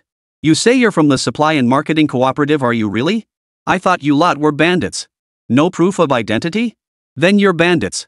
Su Dequan's face turned beet red with embarrassment. Wang Ge, meanwhile, was so exasperated by these old country bumpkins he nearly laughed. Why would I need to pretend to be from the Supply and Marketing Cooperative? My old man is the deputy director of grain at the cooperative. Just ask around town and you'll know exactly who Wang Tianba is. Su Chang nearly burst out laughing upon hearing the name. Damn, a name like that really was a relic of its time. Ma Zi noticed his sudden chuckle and scratched his head in confusion. Before he could ask Su Chang anything, Su Dequan spoke up again. Chief, this man is genuinely from the Supply and Marketing Cooperative. He's here on orders. Before he could finish, the clan chief cut him off with a furious shout. Su Dequan, are you pulling our leg? Would a real Supply and Marketing Cooperative leader have you deliver grain in the morning only to send people to take it back at night? Are the leaders idiots? Or do you think we're idiots? The old chief's words ignited even fiercer reactions from the villagers behind him. Damn it! You traitor! Once wasn't enough you set your sights on our grain once, and now you're back for more? Beat him to death. Drive him out of Su village. The crowd's fury was so intense they didn't even notice the flintlock rifle in Wang Tianba's hands. Damn it! Just as Wang Tianba raised his gun again, a dark shadow flashed before everyone's eyes, landing 2 meters in front of him. With a thud, the shadow plunged into the ground. Only then did everyone recognize it as a black-feathered arrow. Young man, your gun is indeed fast. But can you guarantee you'll still be alive after firing it? The crowd turned toward the voice and saw Zhang Tuozi had appeared out of nowhere. He carried a quiver on his back and had already drawn his powerful bow. A black-feathered arrow was knocked and aimed squarely at Wang Tianba, the man holding the gun. He had jogged over from the granary, enduring the pain. His daughter, unable to find Pockmart, had run back home. Finding no one there, she had dashed back to the granary. Hiding outside the granary, Zheng the hunchback dared not let his daughter take the blame. Left with no choice, he had to reveal himself and follow his daughter over. Wang Tianba had never been held at arrow point before. The sheer killing intent radiating from it was something he, a veteran of the city walls, had never encountered. With a sharp crack, he flung the musket from his hands to the ground. He raised both hands in surrender. "Don't shoot! Don't shoot! I surrender!" The lame man across from him was clearly a seasoned hunter. If it came down to a shootout, with his own half-baked marksmanship, Wang Tianba knew he'd be the one to die. Behind him, the laborers he'd gathered were now utterly bewildered. "Boss, we came to haul grain, not steal it. This isn't what we agreed on." "Exactly. We came all this way for $3. If we don't have any grain to haul, they won't give us our money back." The villagers across the way heard every word. "Ha! So you're just here to pad the numbers. You scared the hell out of me." "Exactly. Who'd have thought anyone would come to loot grain in these times? Blame Su Dequan for dreaming too big. Did he really think a single word could make us open the granary?" As the villagers breathed a sigh of relief, Zhang Tuozi lowered his powerful bow. Pockmarked and Su Chang exchanged glances. When they spotted old Zhao waving at them from the crowd, they merely shook their heads. He wasn't about to step out and make a spectacle of himself now. Just as old Zhao and the clan chief were about to surround Su Dequan and that Wang Tianba for questioning, another commotion erupted outside the village. "What now? Who else is coming?" Everyone looked out like startled birds. There came Su Dequan's wife, leading over 100 people from her family, armed with all sorts of weapons. "Su Dequan, you bastard. If you don't give my sister an explanation today, you'll die right here." Chapter 45, One Trouble Follows Another? Su Chang stood among the crowd, about to pull his burly man, pockmarked, back to the small shop, when suddenly a new drama unfolded. Well, that was just great. The entire village had suddenly become spectators. If you could sit back and watch the show, why would you want to take the stage? It seemed the villagers had grown accustomed to watching the show. Having been thrust onto the stage so suddenly, everyone's performance was a bit rough around the edges. Now they were all just gawking, even starting to point fingers. Goodness gracious, what a never-ending series of spectacles. You bet his wife's gonna scratch him to death. Su Dequan not exactly a bad guy, but certainly not a good one either. If that's not bad, then what is? I'd say he's the kind of scum who'd rot from the soles up. He's already got his eye on our grain. In the old days, he'd be the kind of tyrant landlord who ruled with an iron fist. The villagers, however, remained passive. But the clan chief's side is starting to get nervous. "You Huang family folks are all armed with hoes. Are you really planning to fight? Off. My daughter's been bullied. Don't I have the right to stand up for her?" That Huang fellow was fierce, roughly the same age as the Su clan chief, yet still brimming with such fiery temper. The men beside him were all his sons. Precisely because he had so many sons, his grandsons were already married now. Truly a large family. Su Chang scanned the crowd. He recognized at least 10 of them, all troublemakers from the neighboring village. As for Su Dequan, everyone knew he only became village chief because of the Huang family. Now look at him, his own father-in-law was bringing people to criticize him. "Dad." Just as he was about to beg for mercy, hoping his father-in-law would intervene and have the clan chief release him, his wife cut him off with a sharp command. "Su Dequan, you've really done me in. Trying to pin the granary incident on me and then just walk away? Taking both our sons with you?" With her maternal family backing her, his wife now spoke without restraint, pointing at Su Dequan and hurling insults. "All these years, I've been loyal to your Su family, bearing you 2 sons. And this is how you treat me? Heartless. You're more treacherous than Chen Shiming himself. Your conscience must be completely devoured." This Huang woman was truly losing her head. Given the situation, she clearly could have avoided stirring up this mess, but she insisted on doing just that. "You ran off, fine. But to have people say I stole the grain? I, Huang Guimei, have lived with integrity. Since marrying into the Su family, if not for merit, then for toil. I'm here to demand an explanation." Her words rang with righteous indignation, yet they seemed to fall on deaf ears. Her father and brothers finally seemed to notice something was amiss.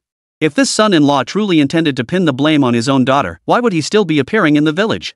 And now he was being escorted like a criminal? Huang Guimei, emboldened by her father and brother's presence, was about to continue her protest when one of her brothers pulled her back. "Calm down. Brother, something's off about him. Didn't you run away?" Now the rural woman seemed to catch on too. Su Dequan had clearly fled, so why was he back? Glancing across at the villagers, they too were armed with various weapons, seemingly here to settle scores with her husband. "Ahem, old Su, what exactly is going on here?" The clan chief of Huangjia village broke the awkward silence, stepping forward to confront the Su family clan chief for answers. Just then, Su Dequan cried out. "Dad, save me. They're going to send me." "Shut up." The Huang clan chief was no fool. Seeing the crowd of villagers across the way, he knew that if the truth came out, who knew what kind of trouble it might stir up. Sharing this concern, the Su clan chief nodded in understanding. "This matter," he said, "come with me to the village office. I'll explain everything clearly." While the two clan chiefs whispered privately, the dozen or so men following Wang Tianba grew restless. "Have you finished your business? Looks like you won't be moving anything today. We're heading back." "Hey, that's not right. You took my money. Even if you're not working, you still have to take me back." Wang Tianba grew frantic. Held captive by these mud-footers, who knew what might happen. They wouldn't kill him, of course, but a beating would still be a real ordeal. These men he'd hired might not fight the villagers for his sake, but they should at least save his face. He couldn't afford to lose both money and dignity. "We were only hired to move things, not to fight." The leader had also assessed the situation clearly. His boss was likely of dubious background. And that so-called grain? More trouble than it was worth. They were just laborers in the countryside, no way they'd risk their necks for some Mr. Wang. When Wang Tianba started shouting over here, Zhang Tuozi grabbed his daughter and started heading back. By now, it was clear to everyone. The clan leaders of both families didn't want to escalate the situation. They were thinking of settling this behind closed doors. Just as Su Chang considered sneaking around to the granary to return the grain stored in his spatial pocket, Zhang Tuozi suddenly halted. Gunfire! He turned his head toward the mountainside. Within seconds, a muffled thud echoed from that direction. It seemed close to the village, yet the sound was unusually muffled. "Kid, go get your gun. Everyone else, hurry and gather anyone in the village with firearms." Zhang Tuozi, with his wealth of experience, knew this kind of gunshot meant the shooter was either deep in the woods or firing at something like a wild beast. The villagers scattered nervously. Those from Huangjia village were already turning to run back. "Hold your horses. We don't know what's happening over the hill. If we scatter now, we won't be able to save you if you get mauled by beasts." The Huangjia village folks cursed under their breath. "Damn it, what rotten luck. Quick, head for the old Su family shrine to take cover." Right. The ancestral hall is the only place around here that can shelter us. If beasts entered the village, the greatest danger was being scattered and attacked, a hard-learned lesson from their mountain life. By the time Su Chang and Pockmark raced home, his mother already knew trouble had struck the village. Just as she was about to ask what was wrong, she saw the boy grab his hunting rifle and dash outside. "What happened?" "Beasts are in the village, mother. Lock up the doors and windows, I'm going to help Uncle Zhang." Pockmarked also grabbed two simple swords from the Su household, handing one to Su Chang while fastening a short dagger to his own waist. "I have no idea where my father is right now. I just hope he doesn't run into that beast." What he didn't know was that Su Longxing wasn't facing beasts at that moment, but creatures far more troublesome than any beast. "Long Hao, we're running low on ammo. Fall back toward the village." "Roger." Chapter 46, The Black Ghost Descends the Mountain. On the mountain, Su Longxing struggled along the path, supporting the wounded Long Shan. "Brother Shang, are those two going to be okay?" Long Shan's foot had been pierced by a wooden arrow, the shaft still lodged deep inside. He dared not pull it out. "They'll be fine. Both are seasoned veterans. Nothing's gonna happen to them." Damn it, who knows what those black devils were on? They came charging down the mountain like they were bloodthirsty beasts, attacking without a word. Besides the arrow in his leg, Longshan had also sustained multiple shotgun wounds, though fortunately, the shots had come from a distance and none were fatal. "Enough about that. I'll help you down the mountain. Once we reach the village, there's a chance to survive." Su Longxing couldn't help but feel incredibly lucky this time. Originally, he'd only intended to call the three of them back to the village to keep watch for another night. But who would have guessed that just as they reached the mountainside, they heard a commotion? And among the voices, he recognized someone he knew. As he drew nearer, he spotted Long Hao and Long Hai running ahead, supporting Long Shan, with He Gu and his gang hot on their heels. Having left his hunting rifle behind, he had no choice but to hurl his short knife. It managed to take down one of Black Ghost's men. Black Ghost was alert enough. Seeing his comrade hit, he immediately led his men to a concealed spot and shouted out. But after shouting for a long time with no response, he realized they'd been tricked again. By the time they returned, Su Longsheng had already met up with Long Hao and the others, preparing to head down the mountain. After running a short distance, Long Hao and Long Hai voluntarily stayed behind to cover their retreat, allowing Su Longsheng to lead Long Shan back to the village. The two had thought they'd evaded the Black Demon and his men's pursuit. But halfway down the mountain, they heard another tiger's roar. Damn it, what rotten luck! That tigress showing up now was enough to make his old bones smoke. They struggled to the foot of the mountain, still frowning at the gloomy forest ahead. "Let's go back to the village first." Gunshots echoed sporadically from the mountains, clearly growing fainter as they receded. Su Longsheng knew this was Long Hao and Long Hai trying to lure away the Black Ghost's gang. "Brother Shang, it seems Black Ghost is heading for the village." Though wounded, Long Shan remained sharp-minded. "Probably after you left, Su Wu made contact with the Black Devils." At that moment, Su Longsheng recalled Su Wu's return. His clothes were in tatters. Long Hao and the others hadn't troubled him, yet he'd ended up like this. There was only one possibility: he had fallen out with the Black Ghost. It was highly likely Su Wu had angered the Black Devil. Su Longsheng's assessment proved correct. Having just woken up from a nap at home, Su Wu immediately began gathering all the valuable items in the house. Then, under cover of night, he fled toward the township.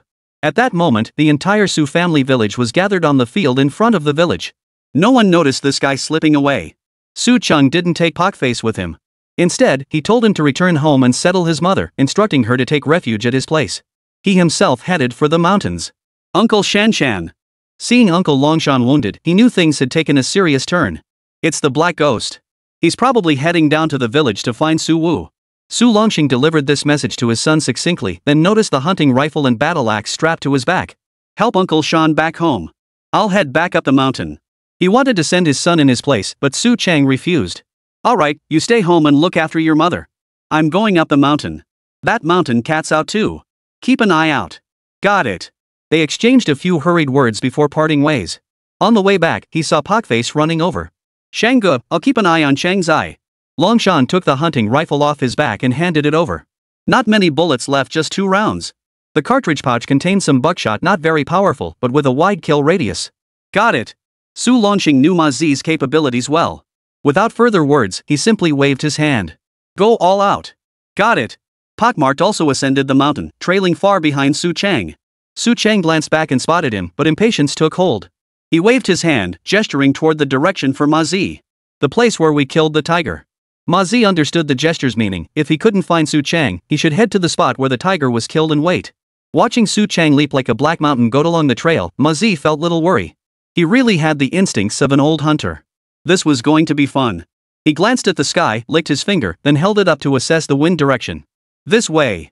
Mountain winds were unpredictable, but as the saying went, a tiger's path creates its own wind. The direction the wind came from indicated where the tiger roamed.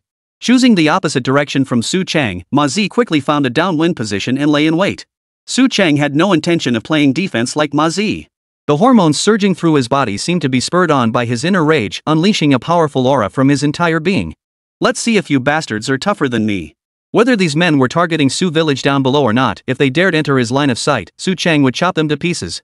The mountain night held no peace. The sounds of beasts and insects made Su Chang, a novice at stealth, even more cautious. Shoo! Not long after setting out, he heard faint rustling sounds. Su Chang knew these were venomous snakes emerging from the forest. Damn, thank goodness I switched to those riveted liberation shoes. With his own spatial pocket, he'd naturally equipped himself with the best gear available. These boots were heavy, but at least they offered protection against the snakes and insects lurking in the woods. After walking a short distance, he heard voices nearby. Damn it, these bastards are old hunters from the mountains.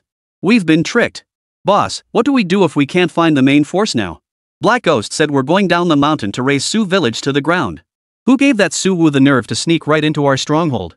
Our boss kindly invited him, but the bastard didn't appreciate it. Listening to their chatter, it seemed this mess really was stirred up by Su Wu's gang. Su Cheng crouched in the grass, biding his time.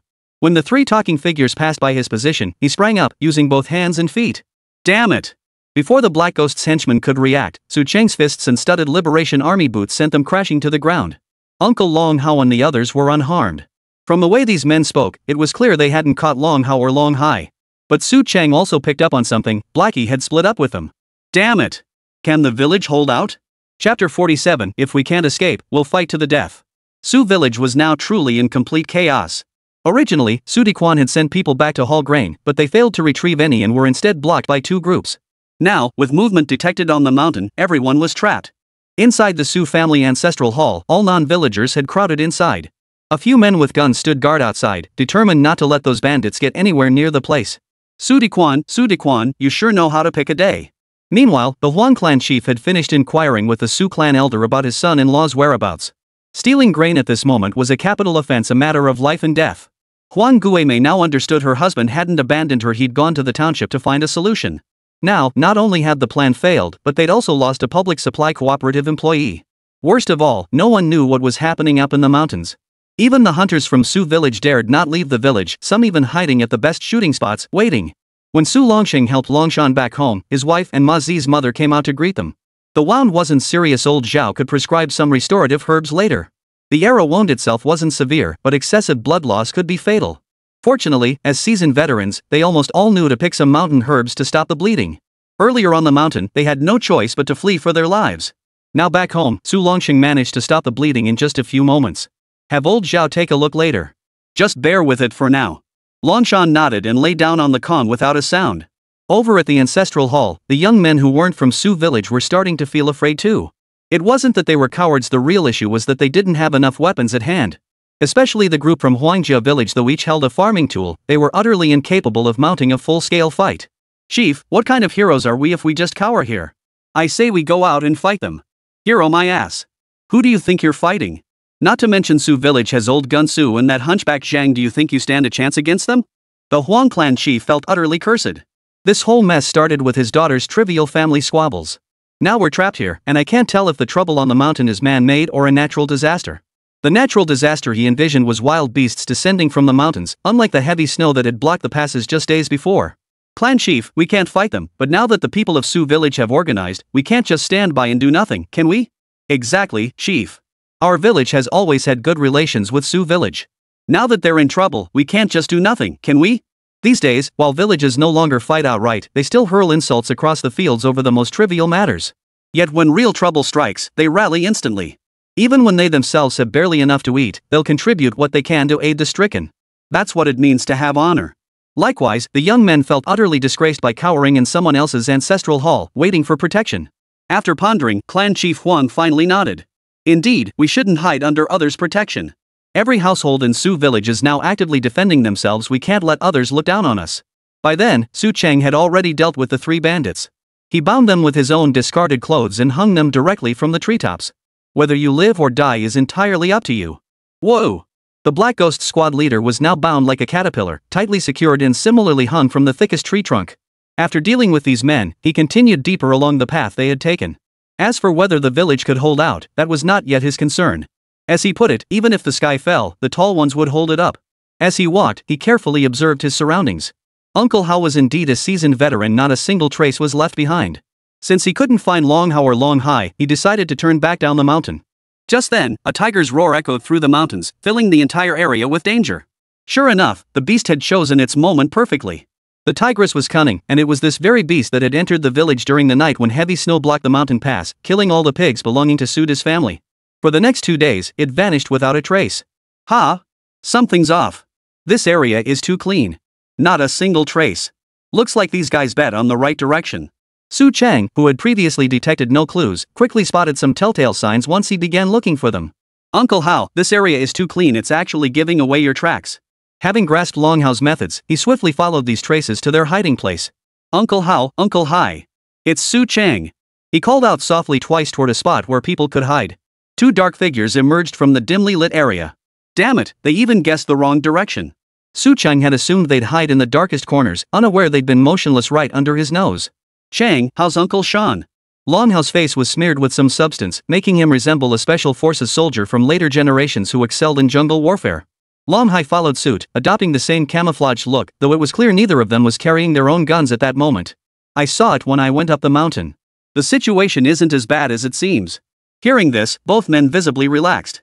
Long Hao pointed in a direction and lowered his voice. The black guys are preparing for a large-scale descent. Those earlier were their advance party. They should be here soon. Su Cheng scanned the hillside as well. After confirming the direction, he nodded in agreement. Uncle Hao, we're outnumbered and outgunned. We can't take them head-on. Oh? Got an idea? Su Cheng smiled and pointed toward the other side of the mountain forest. That isn't a dedicated mountain path. So I'm guessing if they really dare to attack the villages down below, they definitely won't dare take such a broad, exposed route. Following his gesture, the shadowy figures in that direction were indeed moving along a mountain path that offered greater concealment. Pockface is watching that side. We should have results soon. Both Long Hao and Ma Zi knew Ma Zi's capabilities. They exchanged a glance, then patted his shoulder. Let's go. If we can't escape, we'll fight. Taking out one more bandit is a good thing. Alright, Uncle Hao, Uncle Hai, I'm with you. Let's clean up these bandits ourselves. Alright. Chapter 48, Blackie's Cunning Plan. Black Ghost was truly furious this time. When Su Wu first entered the mountain stronghold, his appearance. He looked like he'd been beaten up multiple times. As his biggest patron, not only had he lost a fortune at Su Wu's gambling den, but he'd also sold off all the grain from his village to him. Well, sold might be a stretch, at least most of his gambling debts. And the grain had covered most of it. Now, when he entered the mountain stronghold again, Blackie greeted him with great enthusiasm. Borrow people? What do you want to do? Men? Black Ghost had plenty. But without profit, or if the profit was meager, Black Ghost wasn't willing to conscript these underlings. After all, you need provisions before you can wage war. Did he not know what kind of person Suwoo was? So no matter what promises Suwoo made, Blackie dismissed them as nothing but a joke. Finally, Suwoo must have lost his mind. He leaned close and whispered that his old man had been village chief for years and had amassed a fortune. As the Black Devil wavered in disbelief, Suwoo pressed on, mentioning his injured elder brother who'd been confined to the township clinic for days. Hospitalization back then wasn't about healthcare or attentive treatment, it was a status symbol. You see, at that time, the clinic had only a handful of beds. With medicine in short supply, those who secured a bed were people of status and standing. Looks like you were right, kid, your dad really has some savings stashed away. Suwoo was overjoyed at this turn of events. At least half of the task his father had entrusted him with was now accomplished. But his joy was premature. When he tried to leave, the black-skinned man refused to release him. Brother Su, since your dad's so loaded, it's only fair he pays to get you back, right? This time, Suwoo was genuinely dumbfounded. It wasn't until several burly men carried him out that he finally accepted this harsh reality. That very night, he slipped away while the guards weren't paying attention. Of course, his ragged clothes and the bruises and scrapes from his desperate escape didn't matter. That very night, while Blackie was still dreaming of another small fortune while holding his own woman, he was notified that Suwoo had escaped. Boss, when that bastard ran off, he took our prized treasure with him. Damn it, that machine gun. I wouldn't even dare touch it myself. How did he manage to get it? Blackie couldn't fathom how his prized possession had fallen so easily into an outsider's hands. His men dragged in a cook from the mountain stronghold, his head swollen and face bruised from a beating. Boss, this guy let Suwoo go. He even helped him escape and took our heavy machine gun. Get that machine gun back no matter what. Suwoo wouldn't have fled carrying that heavy machine gun. His real goal was to distract the Black Ghost's bandits. In his view, anything worthy of being called a treasure was precious. Choosing the lesser of two evils, he figured there'd still be chances to recapture him after he escaped.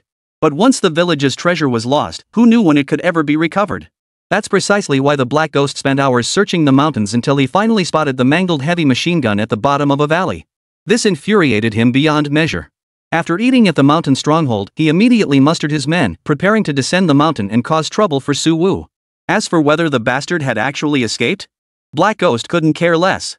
Damn it, he can run, but he can't hide. I refuse to believe his village chief father would actually let us hunt down his precious son. Whether Suwoo was captured or not was no problem at all for him. A scoundrel like Su Dequan, if not the entire village of Sujia, despised him like a dog, then at least the adults wouldn't give him the time of day. Therefore, He Gui planned that after descending the mountain, it would be fine if Su Dequan agreed to provide them with offerings of money. If he refused, it wouldn't take much effort to deal with him. All he'd need to do was spread the word that Black Ghost Village was offering a bounty for Su Dequan's youngest son, Suwoo. That alone would scare the living daylights out of these mud-legged peasants. Then, no matter how powerful Su Dequan's backers were, wouldn't he obediently pay tribute to them? His plans were clicking along perfectly until he encountered that tigress lurking nearby on their descent. Boss, several of our squads have gone missing. What should we do? Black Ghost couldn't care less about these so-called missing bastards. None of them were upstanding citizens, at least half had committed crimes inside. The other half who hadn't committed crimes were either still waiting for their cases to surface or were family members. But that tigress was roaming everywhere, making the brothers too scared to split up recklessly on the mountain. Boss, we're off to a rough start today. Shouldn't we just head back? Get lost. What era are we in, still clinging to such superstitious nonsense? Black Ghost pressed on regardless, leading his 200 men in a mighty charge toward Su Village. For this operation, he'd practically drained the entire mountain stronghold. Rumors were already spreading about an impending crackdown. Who knew how many would die this time? After this job, we're done. Unfortunately, this era wasn't like the future, where martial arts novels were readily available. Had Black Ghost read such tales, he would have known that trouble often strikes when martial artists attempt to retire. When they crossed a mountain and reached the only large hill behind Su Village, they actually encountered someone familiar. At the time, Long Hao and the others hadn't intended to deal with this mountain bandit. Usually, they each went their separate ways, you on your narrow path, me on my broad highway. But today, Blackie was truly furious. Without asking any questions, he immediately started demanding money. Long Shan naturally refused, leading to a clash that left Long Sheng injured on the spot. This only deepened the enmity between them. The few men managed to escape quickly, but his main force wasn't to be trifled with either. After dispatching several squads to ambush the two mountain runners, he led his main army toward Su Village. What he didn't see was that 3 camouflaged hunters had already positioned themselves behind his main force. Uncle Long Hao, how did you generate that power just now? Long Hao had just demonstrated a technique before him, knocking out one of Black Ghost's men. This single display earned him Su Cheng's reverence as a master of boxing. In the end, he reluctantly agreed to teach him this boxing style. Su Chang and his group leisurely followed Black Ghost's main force down the mountain. Whenever they spotted stragglers, they knocked them unconscious and confiscated everything they carried. Ha! They've stopped at the village entrance. Ha! Must be your dad who's got him pinned down. When Long Hao noticed this, he could guess what was happening. Su Chang, however, was somewhat surprised. He'd only learned of his father's prowess in the past few days. What are they doing? Is this a challenge match? Do we have such customs around here? Chapter 49, You Dare Move? You don't. Long Hao was right. The situation now was that Su Longxing stood alone guarding the village entrance, facing Black Ghost's group of 20 or 30 men. Old Gun Su, we meet again. Remember, it's been years since we last crossed paths, right? Haigi pushed aside his men, staring at the lone figure standing in the middle of the road, wielding a simple broadsword. It seemed this time, he intended to take them all on by himself. Heh, so you still remember me. By the way, how's your boss doing? Black Ghost knew him, but only by reputation. He knew Black Ghost's boss best. Back in the mountains, they'd clashed dozens of times, and each time, Su Longxing had come out on top. He's dead. Died in the mountains 2 years ago. But I avenged him. I slaughtered every last one of his enemies, 10 of them. Most people would tremble in fear hearing such words. But Su Longxing didn't flinch. He simply thrust his battle axe into the ground, pulled a cigarette from his pocket and lit it. True enough, that's a specialty of your Black Mountain. Just wonder if the vengeful spirits of your enemies haunt your dreams every night. A man like Black Ghost naturally feared no gods or ghosts, but his men might be another story. Hearing Su Longxing speak thus, many across from him began to show signs of unease. It was clear this man before them didn't care about killing. And judging by his demeanor, he'd certainly killed before. Not everyone who makes a living in the mountains is a desperate outlaw like Black Ghost. Many had come to the mountains because they couldn't make it in the villages, and Black Mountain offered all sorts of ways to make money. Haigi sensed unease among his henchmen behind him and whipped his head around to glare at them.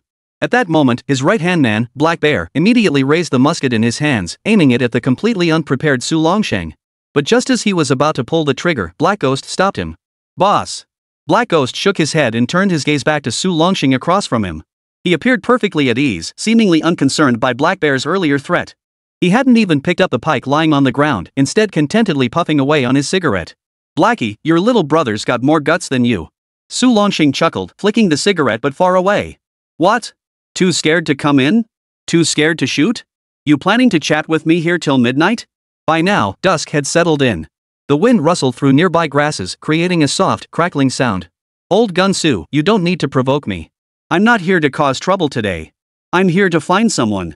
Looking for someone? Who? Su Wu? Su Longxing twirled his knife, tucked it behind his waist and walked straight over. Don't come any closer. Stay right there. Black Bear tensed up, raising his gun again, ready to fire at any moment. This time, Black Ghost didn't stop him. But Su Longxing moved like a ghost, darting past the direction of Black Bear's gun barrel. Instantly, a fist followed. Thud. The fist slammed into Black Bear's stomach with a deep, muffled sound. Instinctively, Black Bear tried to straighten his back, but the pain in his stomach amplified 1,000-fold. The imposing 6-foot-tall man was forced to hunch over, collapsing to his knees. Just one punch had rendered the burly man helpless, kneeling on the ground and retching uncontrollably. Black Ghost, seemingly unfazed, fixed his gaze on Su Longxing, who had now stepped before him. Your brother's smarter than you. He knows who to mess with and who to leave alone. He pressed a hand against the Black Bear's face, his eyes fixed on the Black Ghost who was about to erupt, and said this with a smile. Don't push your luck. I know you had men lying in wait here. Did you really think I wouldn't dare touch you? The Black Ghost believed he'd been extremely cautious. Others didn't know that this man, one of the so-called two guns of Su village, had killed many people in the mountains. He was an eyewitness. Besides, he was out alone now. What about the other one? He certainly didn't want to be targeted by both of them. Little did he know, however, that the very person he feared most was sitting at home right then, seemingly oblivious to the danger. Father, aren't you going to check on Uncle Longsheng? Zhang Wanru was puzzled. Just moments ago, her father had brought out his bow and arrows to intimidate the crowd, yet now he retreated back inside. No need. He can handle the Black Devil alone.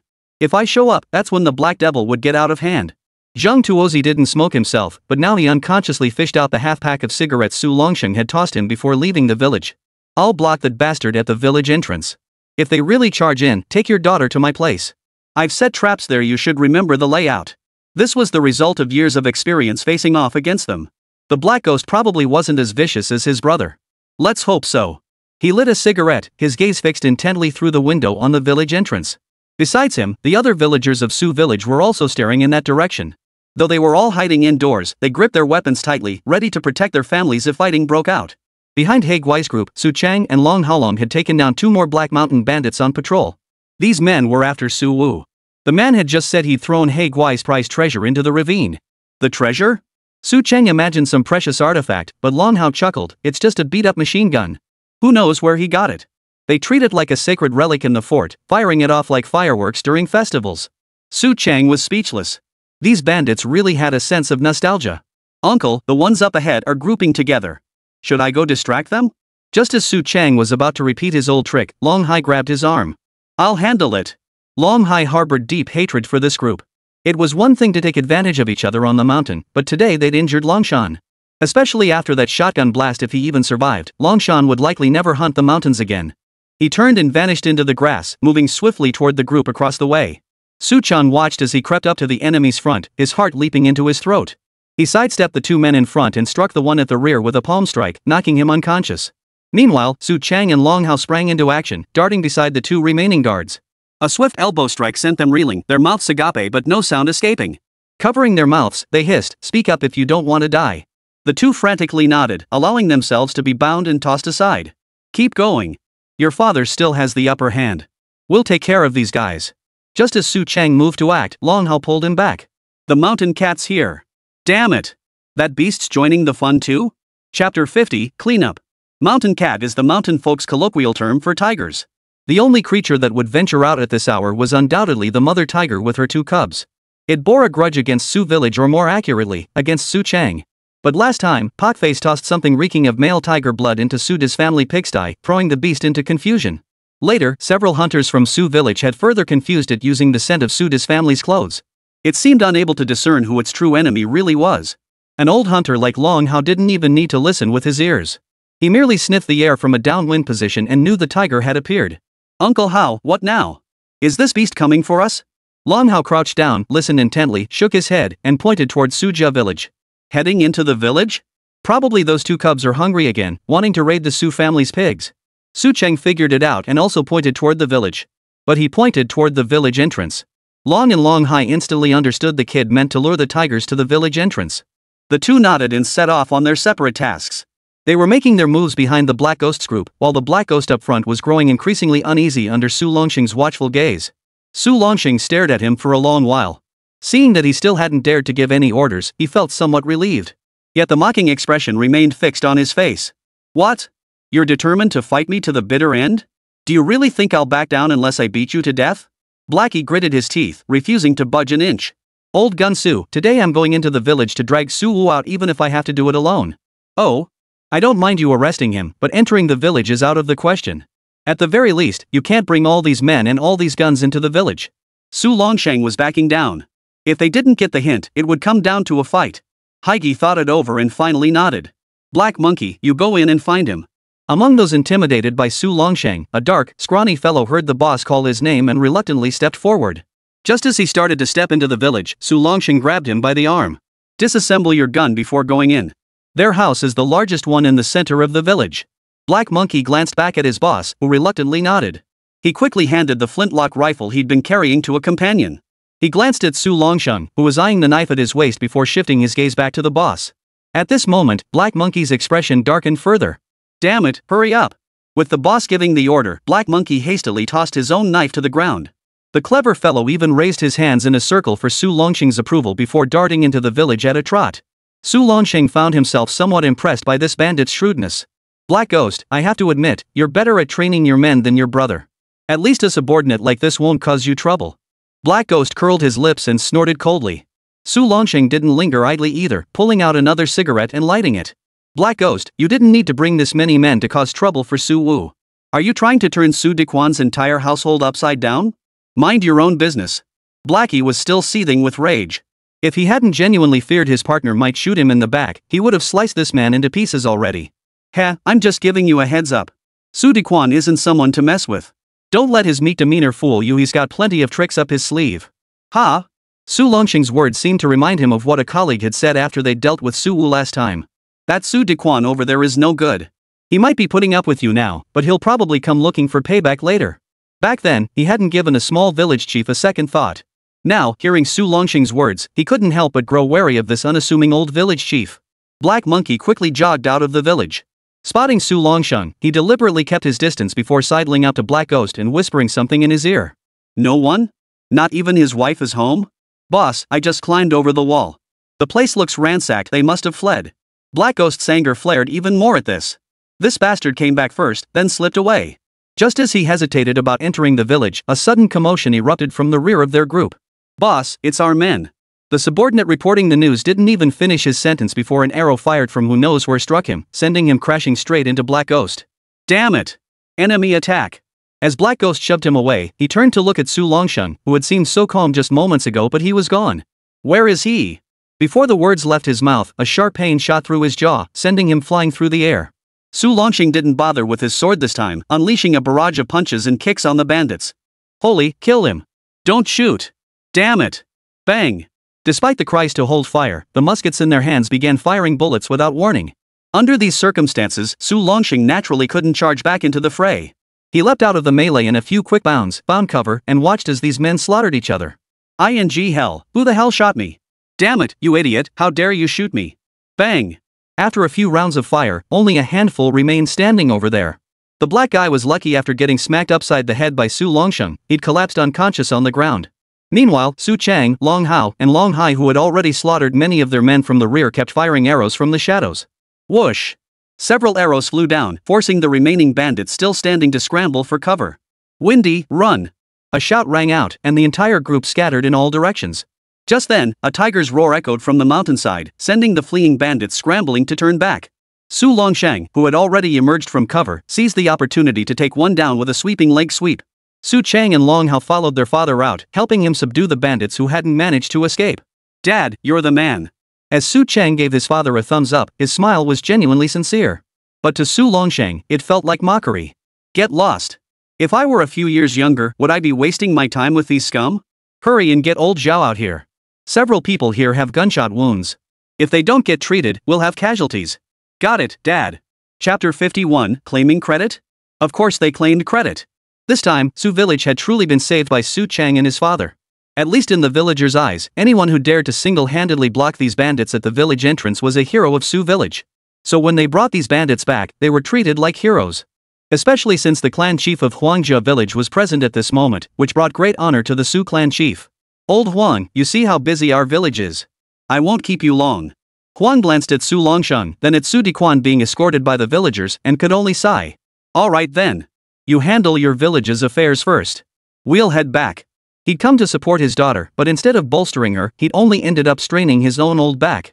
Su Diquan never imagined that his simple plan to borrow arrows from the grass boats would backfire so spectacularly. Originally, when he went to the township office, the grain he obtained, whether through threats or bribes, was merely meant to silence the villagers. If Wang Tianba simply returned the grain, the matter would be settled. But who could have imagined that these villagers would dare to oppose him? At the critical moment, even his own clan brother and others failed to stand by his side. He had misjudged the situation, and never imagined the Black Ghost would come down the mountain looking for his own child. Su Diquan, you'd better watch your back. As for the son-in-law, Clan Chief Huang had nothing more to say. All these years, he hadn't committed any major offenses. But this time, it wasn't just him. As the clan chief of Huangjia village, even the highest officials in the township couldn't stand idly by.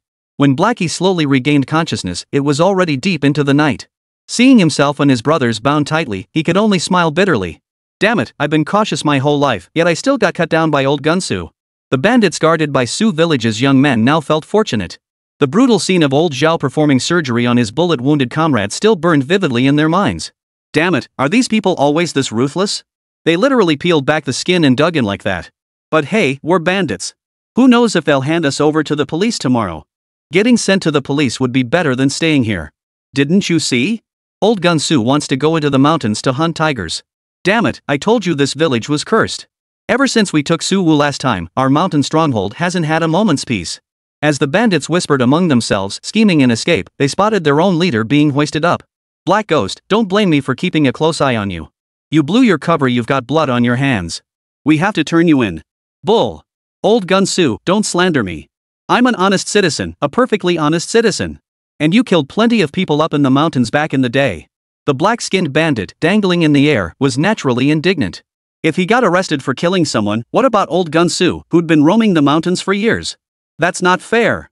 Su Longsheng chuckled while puffing on his cigarette. Blackie, these matters require evidence. You admitted to the killings yourself. When the time comes, the police will find ways to make you talk. As for me, I'm long retired. Forgot all about the past. You, old gun Sue. You'll die a miserable death. Just you wait, my brothers will avenge me. Wah! Before the curses against Su Longxing could finish echoing, Long Hai, his face darkening, simply pulled off his own sock and stuffed it into Su Longxing's mouth. Lucky my brother's okay. If he'd been hurt, I wouldn't have used a sock to shut you up. Patting the dark-skinned man's cheek, Long Hai's expression finally eased slightly. After instructing the village's able-bodied men to keep a close watch on the prisoners, Su Longxing and Long Hai finally left the ancestral hall and headed home. By now, many people had gathered at the Su residence. The clan chief sat in the seat of honor, his face glowing brighter than if it had been smeared with lard. Though they hadn't captured every last one of Blackie's gang, the village had dealt with them decisively this time. But capturing He Gui, the ringleader, was already a major achievement. Longshan, Su Diquan definitely can't be village chief now. I think you're qualified for the position. The clan chief specifically nominated Su Longxing for village chief, and he had initially hesitated. But Su Cheng immediately stepped forward to accept the role. Rest assured, elder. My father will certainly serve the village well. With all the quality goods from our store, I believe our village will only prosper. Only then did the clan elder notice the young man who had dared to draw his gun in the ancestral hall. Nodding at him, he said, "Two Sus can't be written with one stroke. Your shop's goods are indeed good, but don't be so greedy in the future." He knew about Su Cheng selling brown sugar. As the clan's leader, he understood such goods were rare even outside the village. Regardless of the methods this youngster employed, as long as they improved the villagers' lives, they were worthwhile. The others in the room were overjoyed at the clan chief's decision, none more so than pockmarked. See? I always said Uncle Shang would replace Su Diquan sooner or later. If it weren't for that guy's connections back then. The clan chief and his entourage didn't linger long. They still had reports to write back at the office. This time, no matter how great Su Longxing's contribution was, the village officials would get their share of credit too. Only after they had all departed did the Su household truly begin to celebrate. Su Cheng even splurged at the mall to buy Wanlian liquor from the mall, which drew another round of teasing scoldings from Zhang Tuozi. "You youngster, couldn't you have picked some proper liquor? Uncle Zhang, that's not fair. Sure, the name's a bit odd, but it's good liquor, you gotta pay for it. Get lost. Go grab a few packs of cigarettes and snacks from the store. Why are you being so stingy at your age?" Uncle Zhang wouldn't scold him like that, but his dad sure would. Watching him scamper off, Zhang Tuozi finally glanced at his old rival and reluctantly gave him a thumbs up. "This time, you showed some guts. Of course. We can't disgrace the reputation of the Su family's twin heroes. Get lost. They're talking about the twin heroes of Su Mountain, it has nothing to do with your Su family." "Heh, isn't Mount Su our Su family's mountain? What's there to argue about?" The two started bickering again, but they still clinked their cups together. After examining Longshan's injuries, Long Hao and Long Hai breathed a sigh of relief. They went out again, caught a few wild rabbits, and handed them to the women. Zhang Wanru helped Ma Zi's mother and Su Cheng's mother with chores in the kitchen. Hearing the men's voices outside finally calmed her nerves. That was truly terrifying. If Uncle Longxing hadn't stopped them, those bandits would have dared to enter the village. Su Cheng's mother smiled. "It's fine, it's all over now. We'll turn them over to the police tomorrow." "Oh, I'll come along too. It's been ages since I visited the township." "You're all welcome to come. I haven't been out in ages either. This time, let Qingjai buy you some nice things." Chapter 52, Ancient Town? Where's the ancient? That night, no one in Su village could sleep. Everyone was thinking about escorting these bandits to the police station first thing tomorrow morning. If all went well, they might even receive praise from the police officers or perhaps even a reward.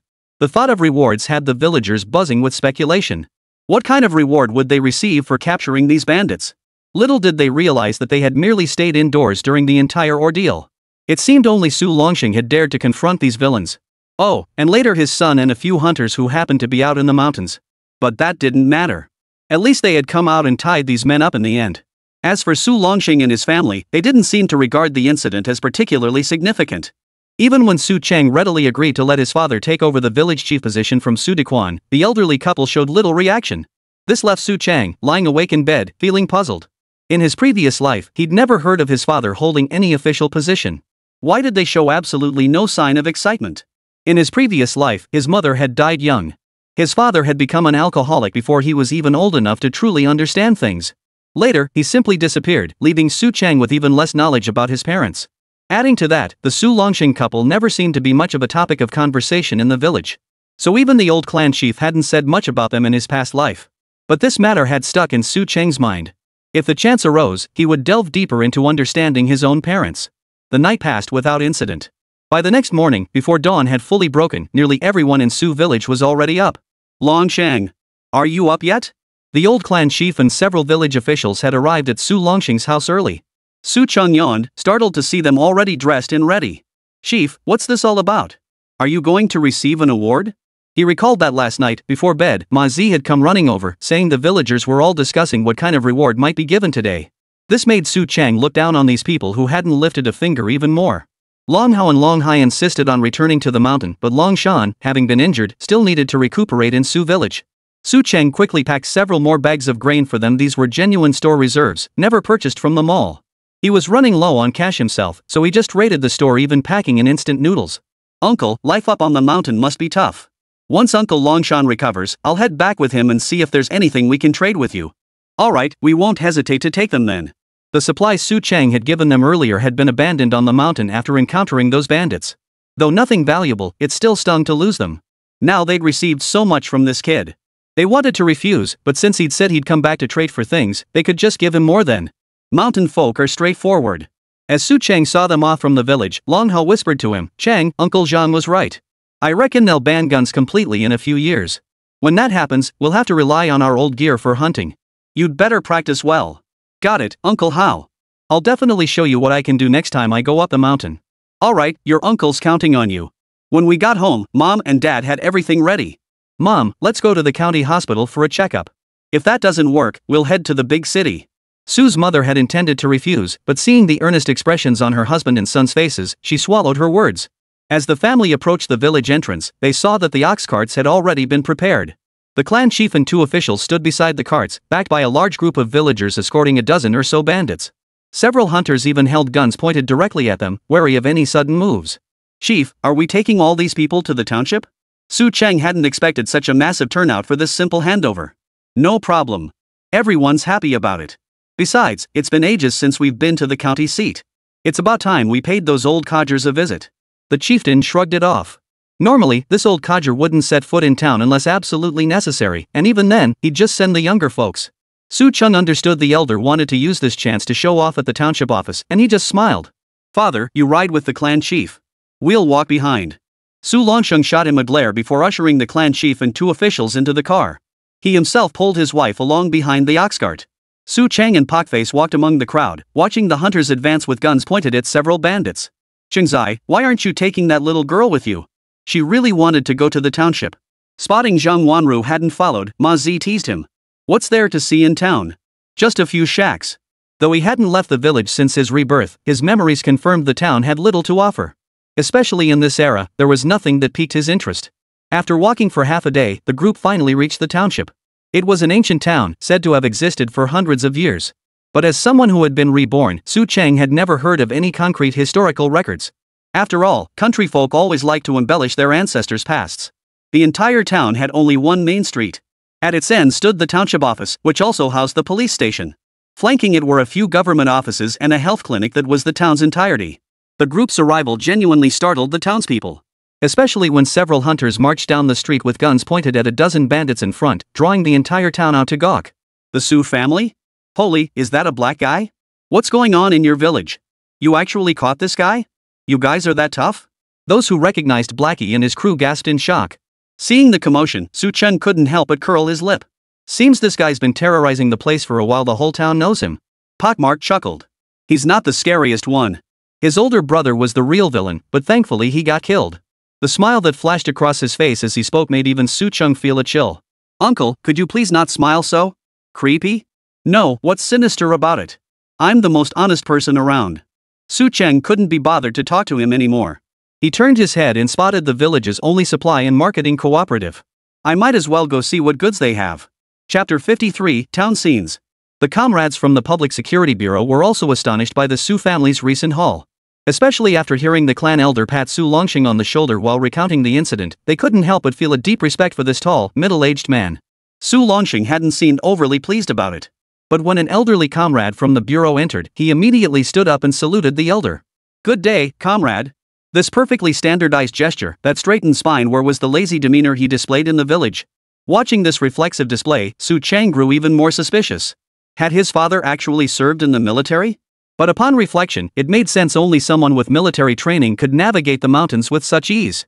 The elder took in Su Longxing from head to toe, then broke into a knowing smile. Haven't seen you in years, but you're holding up well. Not bad. You haven't disgraced the honor of your elite squad. Yes, sir. Only then did everyone present realize that Su Longxing and this old man were old acquaintances. A few petty thieves, huh? Oh? And you've got a life on your hands? Upon seeing the Black Ghost's confession, the old man frowned and pointed toward the dark room inside. Throw him in there. 2 days. His words left the station's officers somewhat troubled. Old leader, that's solitary confinement. Most people can't endure it for even a day and night. 2 days will kill him. The old man snorted coldly. Since he has a life on his hands, he's no ordinary criminal. Such individuals are targets of dictatorship. Fine then. We'll file the report when the chief returns. Su Longxing wanted to catch up with this old comrade at the station, so Su Cheng dragged Pockmark to town. His mother had already been sent to the clinic for examination. He wanted to see for himself whether the town was still the place he remembered. Stepping out of the clinic, they saw a stage already set up on an empty lot across the street. Qingzai, look! The show's about to start. Ma Zi happily munched on a sugarcane stalk, pointing excitedly at the stage on the open ground. It was Sichuan opera, performed by a troupe from nearby Sichuan city. I wonder if they'll do face changing. I heard that skill is hard to master. In my previous life, thanks to the internet and a few celebrity endorsements, this art form hadn't been lost. But in this era, fewer and fewer people were learning it. Face changing definitely won't be part of it. I heard the master who still knows it is already 80, and no one wants to learn from him. Villagers who had been waiting nearby overheard Su Cheng's mutterings and struck up a conversation with their usual friendliness. No one's learning it? Seriously? This is an art passed down by our ancestors. Even if they don't want to learn it, shouldn't they be forced to? Su Cheng hadn't realized this intangible cultural heritage had dwindled to such a state. The master himself is already 80. In a few more years, this unique skill will likely die out completely. Why force them? These kids all want to make money. They've all headed south.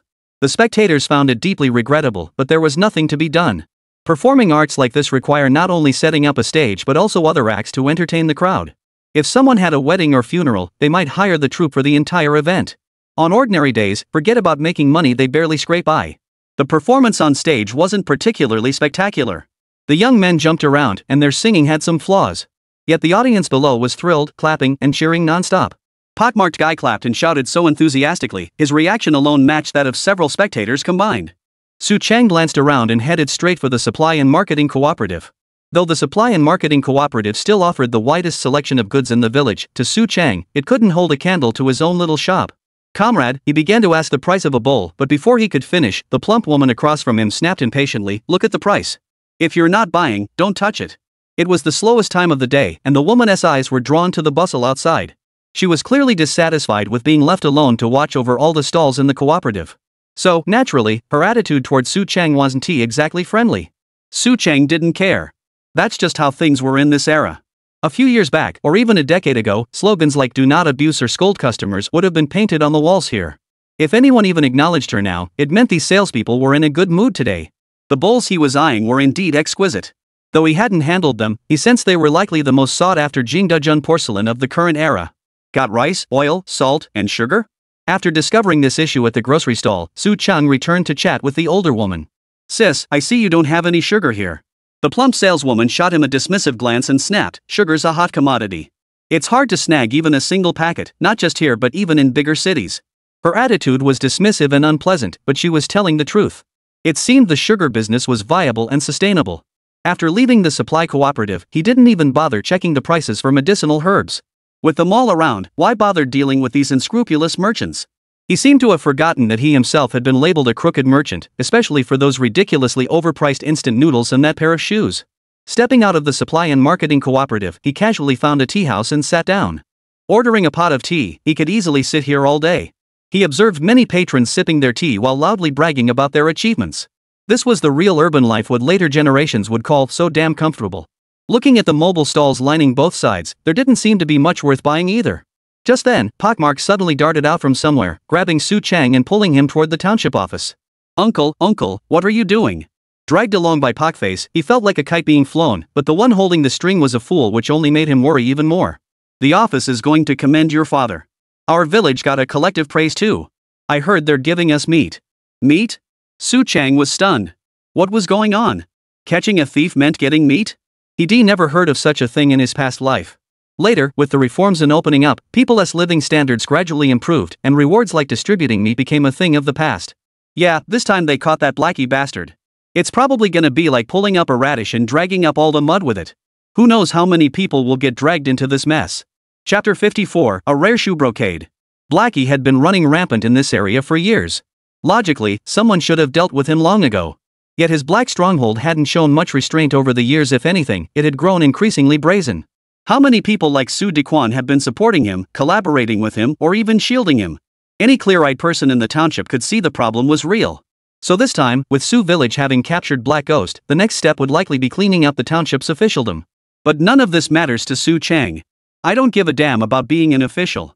I just want to go back to the village and live my own quiet life. At that thought, Zhang Wanru's sorrowful gaze flashed back into his mind.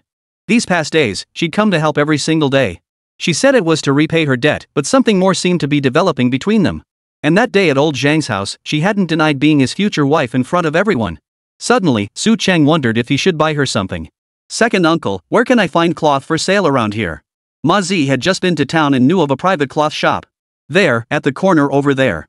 It should still be open. I peeked inside earlier. It's quite small and no one's watching. Su Chang was curious to meet someone who could run a private cloth shop in this era, a true trendsetter. But when Ma Zi led him to the shopfront, Su Chang nearly burst out laughing. Because this wasn't a cloth shop at all, just a tiny storage room with a few strips of fabric spread out as displays. Hello, are you here to buy fabric? Before they even stepped inside, a clear, young woman's voice called out from within. Su Chang and Ma Zi exchanged a look, surprised to find the proprietress was a young woman. But though her voice came out, she didn't come out to greet them. My apologies, dear customers. I have a problem with my eyes, so I can't come out to welcome you. Ah. Su Chang was even more speechless upon hearing this. You run a shop blind? Aren't you afraid someone might burst in and steal all your goods? Ma Zi, however, glanced around. It seemed the neighbors nearby were all watching them, as if they feared these two were the kind of bad people Su Chang had imagined. Well, we're coming in. Su Chang noticed the neighbors' reactions too and pulled Pockmark straight inside. The interior was indeed cramped, but what met Su Chang's eyes were vibrantly colored bolts of fabric that lifted his spirits. Please take a look at the goods, sir. My brother just went to restock, so I'm minding the shop. Su Chang finally snapped out of his daze and nodded to the seated young girl. Pockmark playfully waved at the girl, stopping only when he was certain she truly couldn't see him. Miss, how much are these fabrics? Running his fingers over the fabrics, he found the quality to be quite good. If sold at the Supply and Marketing Cooperative, this fabric could fetch around 1 yuan 50 per meter. The colored ones would be especially in demand. Su Chang was quite impressed with his own business acumen, even though he hadn't seen any fabric for sale at the Supply and Marketing Cooperative earlier. But based on the prices of other goods inside, he had calculated a baseline price for the fabric.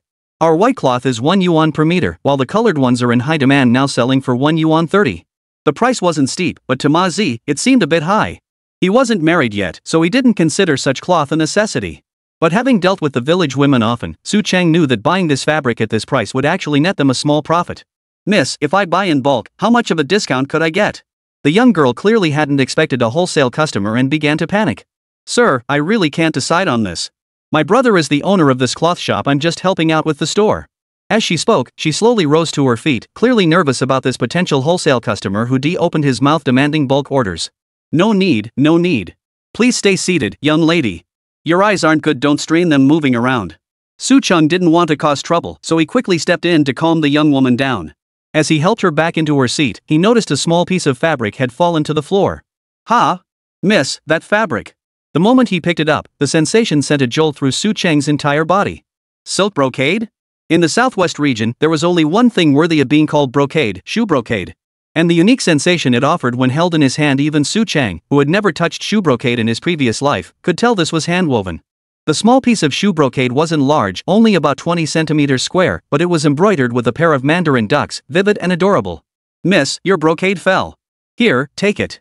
Su Chang had no intention of keeping such a precious item for himself, nor did he want to soil the young girl's valuable possession. Thank you. This isn't shoe brocade at all, I wove it myself back when my eyes were still good. Oh? How common is such hand-woven brocade around here? Su Chang's heart skipped a beat at her words. Such hand-woven brocades were not only exorbitantly priced in this era but would later fetch astronomical sums in later generations. Of course, that referred to the exquisitely handcrafted shoe brocade. Later, industrial brocade emerged, causing prices to plummet. Later still, digital industrialization made it even cheaper. Yet precisely because of this mass industrialization, handcrafted shoe brocade became an even rarer treasure. If he could get some pure handmade shoe brocade from this young girl and toss it into the marketplace, he couldn't even imagine what kind of price it would fetch. The women in our village all weave this kind of embroidered fabric. It doesn't have a formal name, but it's quite different from the brocade you're talking about. Huh? There are such intricacies to this? Su Chang was a bit bewildered. If you're looking to buy wholesale, you'll have to wait until my brother returns. I don't know his wholesale prices. But if you're interested in my embroidered fabrics, I can arrange for someone to take you to our village. The women there have truly skilled hands, far more skilled than mine. Su Chang hadn't expected such a fortunate encounter during his trip to town. Just as he was about to agree, someone returned outside. Ching Ching, I'm back. I heard we had a customer come by. The voice boomed before the person even appeared. Su Chang and Pockmark quickly stepped aside and turned to look outside. What a sturdy fellow! Chapter 55, Acquiring Shoe Brocade, Profit Without Investment. As Su Chang studied the burly man before him, the man also noticed the young man in front of him. Su Chang's sharp gaze made the burly man sense that this fellow was clever, extremely clever. And the fact that he could reach out and push aside the other man blocking his sister proved that this one was the one who could negotiate. Are you here to buy cloth, sir? NG had just left the village, his pace hasty yet hesitant all the way, his mind preoccupied with his sister who had poor eyesight. Upon returning to the street, he heard from a neighbor that a customer had arrived, prompting him to rush back. But upon seeing these two men, he couldn't help but feel a bit disappointed. His shop was finally up and running, but the monthly rent was no small sum. He'd heard on the radio that the market had opened up, allowing private entrepreneurship. With no other options, he'd borrowed money from every relative in the village to start this small fabric shop. Their village was quite a distance from here, but the weaving and dyeing techniques there were quite good, which is why he'd thought of coming out to sell cloth. The moment Su Chang saw him, his first thought was that hunting in the mountains would be the perfect fit for this burly fellow. Hello, Su Chang said. Your fabrics here look quite different from the ones at the supply and marketing cooperative. I assume these are made by the villagers themselves? Siggy shot him a wary glance, then signaled to his sister sitting in the shadows. His demeanor instantly shifted to warm hospitality. That's right. We're from nearby Mutsuan village. We've been clothmakers for generations, so this kind of work is second nature to us.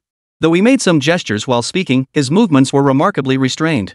Seeing this, Su Chang realized the man was truly a novice in business dealings. Having navigated big cities in his past life, Su Chang felt a pang of discomfort upon hearing the man lay bare his entire background. It wasn't about anything else. As a businessman, anyone would prioritize profit above all else. This guy just blurted out his background to a customer he'd just met. Doesn't he worry they'll go straight to his village to buy cloth? Not to mention, buying cloth directly from the source would be cheaper than going through him, a middleman. Besides, few buyers come to the market for bulk purchases these days. If someone really wanted to take away his livelihood, it wouldn't just be someone as shrewd as Su Chang. Even someone like Pockmark could pull it off. Bro, first time doing business, huh? No, knew immediately he'd blown it. He must have slipped up while talking earlier. He'd given away his source. His expression darkened as Su Chang saw right through him. Forget it. Looks like our deal's off. As they spoke, the girl who had been sitting earlier stood up. Brother, this customer is a good person. He wants to buy fabric from us in bulk. No turned to look at his sister, a bitter smile on his face.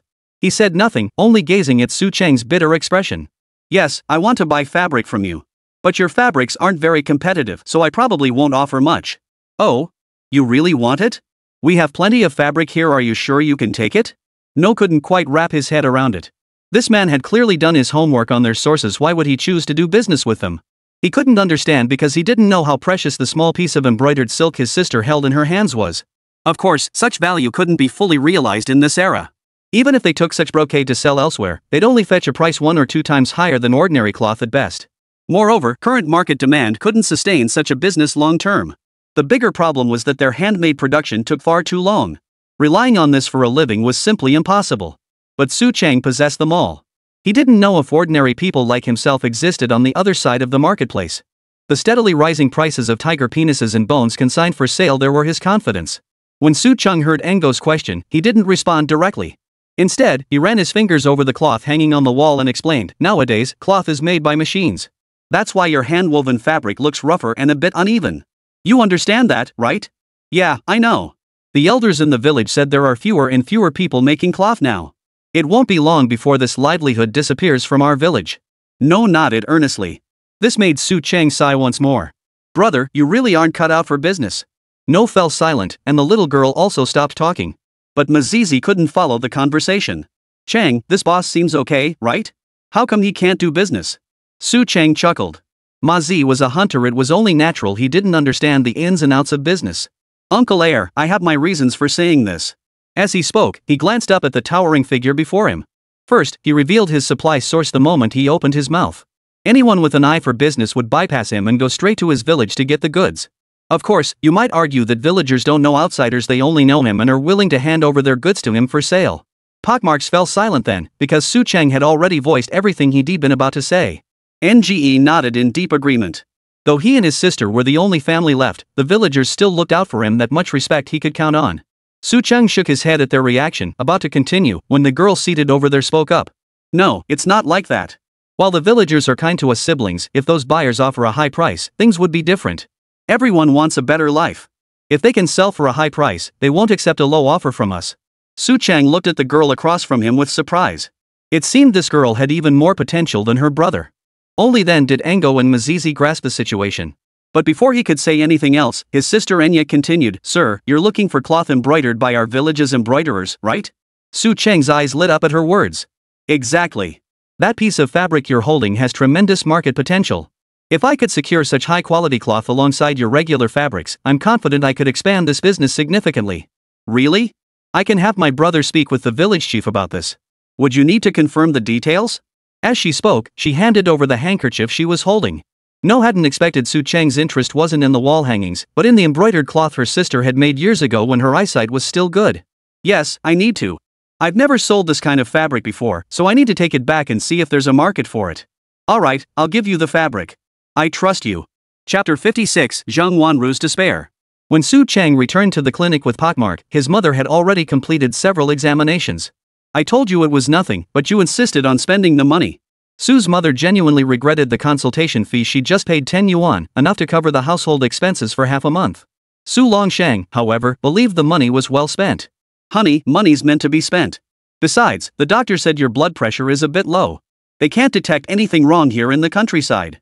It's best to get it checked in a big city. No way. I'm perfectly fine. You two men stop wasting money on me. Mrs. Su shook off her husband's hand, shot her son Su Cheng a withering glare, and marched ahead. Su Cheng could only shrug helplessly at his father, signaling, This is your woman. You deal with her. Su Longsheng was speechless. He really didn't mind spending the money. But if he were the one needing the checkup, he'd probably be just as heartbroken as his wife. The group walked behind the ox cart, where the drunken clan chief ranted incoherently. I told you our Su village would make something of itself. See? We're awesome, right? Those old bastards at the township commune always called us a godforsaken place with no achievements. Now we've even won a certificate of merit, they've got nothing left to say. The other two village cadres wouldn't dare ride with him on the ox cart now. The old man, drunk out of his mind, kept dragging people into his endless complaints. He'd go on, talking so much he'd confuse everyone. Su Longsheng was up front coaxing his wife, while the other villagers each had their own games. Only Pockface held a few flatbreads he'd bought them in town to bring home for his mother to try. Pockface, you only bought a few flatbreads? Yeah, didn't have much money. Didn't dare spend more. Pockmarked was honest enough that his single sentence left the questioner speechless. Who had money these days? Even Su Cheng, who ran the small shop, was dressed neatly and hadn't been seen carrying any loot or such. Ironically, those who weren't directly involved in the arrest and whose family fortunes couldn't compare to the shopkeepers had bought quite a lot. Seeing this contrast, some felt they'd overspent, while others took pride in outdoing Su Cheng. Su Haiyuan, the most thoughtful among the village youth, had actually bought a pair of liberation shoes during this trip to town. Though these weren't the same thick, riveted mountain boots his uncle had bought from Su Cheng's shop. But this flashy guy promptly swapped out his old shoes and headed back to the village wearing the new pair. This instantly made him the sharpest dressed lad among the young villagers. Haha, Su Cheng, how do you like these shoes compared to the ones in your shop? Su Cheng chuckled and gave him a thumbs up. Not bad. In the countryside, it's mostly young people who wear liberation shoes like these. Farmers like us just stick to cloth shoes. Such flattery instantly made the young sailor Su Hai feel a bit giddy. Of course. Look at this rubber sole, it won't hurt your feet no matter how far you walk. And I hear they're incredibly durable, lasting 3 to 5 years easily. The other young guys nearby were both envious and jealous, and couldn't help but start making snide remarks. Your shoes are clearly designed for comfort, but they can't hold a candle to the pair from Su Cheng's store. Didn't your uncle have a pair? Your aunt even wore them out to show off last time. Exactly. The ones from Su Cheng's store are the real deal. Those look like they could last 3 to 5 years. Yours? I'd say 6 months tops if you're lucky. Bull. Liberation shoes are famous for their durability. Su Haiyan argued back, dismissing them as sour grapes. Unconsciously, he started looking for a sense of accomplishment through Su Chang again. Su Chang, since you're finally in town, why not buy something? Su Chang just smiled without saying a word. The pockmarked guy beside him couldn't take it. What, our Qingjai needs to buy things? We walked into their shop and they gave us a piece of embroidered fabric without us spending a dime. Embroidered cloth? Several women nearby heard this and immediately crowded around, urging Su Chang to show them the cloth. Su Chang didn't refuse. Since collecting shoe brocade would become routine for him, a little publicity at this point could only be beneficial. Oh my, this cloth is exquisite. Look at the intricate handiwork. Chang Zai, the girl who gave you this embroidered cloth must be quite talented, right? Look how lifelike the mandarin ducks are stitched. Seems like the Su family is preparing for a joyous occasion. Ha! Su Chang is finally of marriageable age. Uncle Longsheng, with you becoming village chief and your son finding a match, it's double good fortune. You'll have to treat us to a feast. Exactly, a feast is in order. Su Longsheng and his wife, who were walking ahead, had no idea what was going on. When they came over to ask, they found out their son had actually accepted a token of affection from that girl? How could this be tolerated? Not only was this behavior utterly lacking in propriety, but there was also a young girl in the village one they had all approved as a potential bride. You brat, return that cloth immediately. Su Longsheng couldn't very well embarrass his son in front of so many people, so he could only glare at him with a dark expression. I can't return it. This isn't a token at all, it's a sample. I need to deliver this cloth to the real buyer. Unfortunately, his explanation did little to convince the other women. Even if Su Chang's family ran a small shop, such business dealings were commonplace. But that would take all the fun out of gossiping. The women were baffled, and Su Chang didn't think much of it. Only after Su Longsheng glared at him again did he pull Su's mother, who was trying to clarify things with the women, back to the front of the line. Qingzai, what do you think about this? Pockmark felt embarrassed. After all, if he hadn't spoken up, Su Chang wouldn't have gotten into this trouble. Second uncle, it's fine. Things like this will happen again. They'll just talk about it for a while and then move on. Su Chang didn't dwell on it. But when Zhang Wanru from the village heard the news, she couldn't sleep that night. Damn Su Chang! Faithless bastard! You'll die a miserable death, you scoundrel! After hiding under her covers and cursing Su Chang, that bastard who abandoned his principles for a pretty face, she realized she was actually genuinely angry and hurt by this. What should she do? If that bastard truly intended to abandon her for someone new, she'd have to settle her debts with him immediately and cut all ties. As the young girl pondered this, resentment welled up in her heart once more. Her sorrow overwhelmed her, and tears streamed down her face uncontrollably. Damn Su Chang, bastard! Gritting her teeth, she cursed Su Chang relentlessly from beneath the covers, unaware that at that very moment, Su Chang was in a state of utter bewilderment. 3,000 yuan? That's the profit after the exchange rate conversion? Holy, I'm rich! Chapter 57, High-Priced Fabric? Am I being scammed? Watching the constantly updated prices on the marketplace, Su Chang found it hard to believe that this small piece of cloth was selling for more than tiger bone. After all, that tiger bone had only reached around 7,000 yuan, and that was for several pounds of it. How big could this cloth be? At most, it was about the size of 2 palms. Holy crap, now I know what true handmade luxury goods are. Though the marketplace never displays reviews for such items. Judging by the insane prices people were willing to pay, this must be the legendary shoe brocade that later generations would rave about. The kicker is that Enya mentioned her craftsmanship is still at a beginner's level in the village. Ahem, that's basically intermediate level, better than a beginner, but still far behind those experienced embroiderers with years of practice. This news had Su Chang absolutely thrilled. He'd originally planned to test the waters with some mountain produce first. Who knew this tiny piece of shoe brocade would test the system's exchange rate? Originally priced at over 4,000, the converted amount still netted him over 3,000. What's more, the system thoughtfully converted it into currency usable in this era. Now, whether he spent it or deposited it in the bank, there wouldn't be any issues. Suddenly becoming a wealthy man, Su Chang found it hard to believe. But he quickly regained his composure.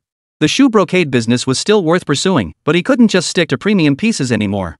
If even the girls' goods could fetch this price, he should buy up everything in their village. He could even offer them deposits to secure future supplies, preferably locking in several years' worth of production. It wasn't that Su Chang was overly shrewd. After all, it was already the late 1980s. Who knew if the market wouldn't be flooded with predatory merchants in the coming years?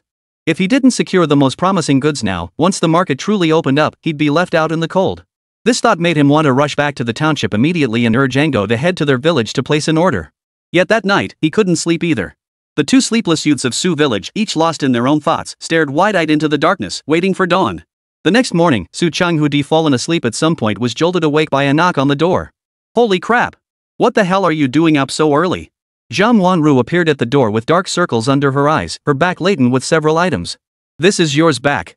I'll repay what I owe you as soon as possible. Just as the young woman tossed down a bundle and turned to leave, Su Chang grabbed her shoulder. What's the rush? Don't you have work to do? Hurry up, no one's coming to trade today. But first, move the stuff in the shop out of the way so we can lay out the fabric on the floor. With a rare helper at hand, Su Chang couldn't let her slip away. He didn't even bother to ask why the girl had gone crazy. It wasn't until he was brushing his teeth that it dawned on him. Damn it, those gossiping women must have spread rumors about me being nosy, and now this girl's jealous. He glanced at Zhang Wanru, who was reluctantly moving items off the shelves over there, and smiled dismissively. There was no need to explain anything, because Ango would surely come over to vouch for him soon. Anya was definitely business material, though her eyesight was poor. Wait, shouldn't there be a corneal transplant surgery by now? Su Chang pondered. It seemed the girl really might regain her sight. Comparing Zhang Wanru and Anya again, he suddenly found himself torn between them. That stinky man, who knows what filthy thoughts he's entertaining. Seeing Su Chang stand frozen for minutes while brushing his teeth, Zhang Wanru grew so furious she began stacking shelves with such force they creaked loudly, as if about to collapse. Hey, you wasteful woman! If that shelf collapses, it'll crush you. Get out here this instant. Su Chang snapped out of it and immediately pulled Zhang Wanru out. If the goods got smashed, at worst they'd eat what was edible and sell the rest cheaply. But if someone gets hurt, he'd have no daughter to offer as compensation to Zhang the hunchback. You! Dragged out by Su Chang like that, Zhang Wanru couldn't tell if he'd done it on purpose. Just as she was about to speak, pockmarked man arrived with several women. Chang, Aunt Bao, and the others want to ask if this cloth collection business is true. They also have some unfamiliar people near the village we mentioned. As their representative, Pockmark laid out the women's purpose plainly. Su Chang had no time to indulge Zhang Wanru's petty grievances. He promptly retrieved the shoe brocade, still awaiting final approval from the cash register with deliberate showmanship. Auntie Bao, I'm looking for this kind of hand-embroidered piece. This small section alone could fetch over 100 yuan. If you resell it, you could probably make a decent profit. No sooner had he finished speaking than the women who had just entered, still unsteady on their feet, jumped up in shock. What? Such a tiny piece can sell for 100 yuan? Chang Zai, we don't cheat people. This embroidered fabric isn't worth that much. We shouldn't deceive others, but we shouldn't be deceived either. Exactly, Chang Zai. We've watched you grow up. You can't make a loss on this deal. Honestly, hearing such a huge profit margin while still being reminded not to get cheated made Su Chang feel a warm glow in his heart. This was the kind of simple honesty unique to this era. In a few more years, everyone will worship money above all else and won't be this kind-hearted anymore. Aunt Bao, rest assured. I won't be fooled, and no one could pull a fast one on me. Don't worry. If you ever receive fabric like this, just bring the seller here and we'll settle it face to face, okay? That's definitely better. Settling in person means no one can cheat us. Exactly. The women initially brightened, but then seemed to recall something, their faces turning slightly embarrassed. Su Chang understood perfectly well. Aunt Bao, I'll only trade with you. I won't deal with strangers from other villages. And I'll only pay you directly. Is that all right? Great. That's settled then. The women had just been fretting about how to collect their commission, but now Su Chang had solved it for them. How could they not be delighted?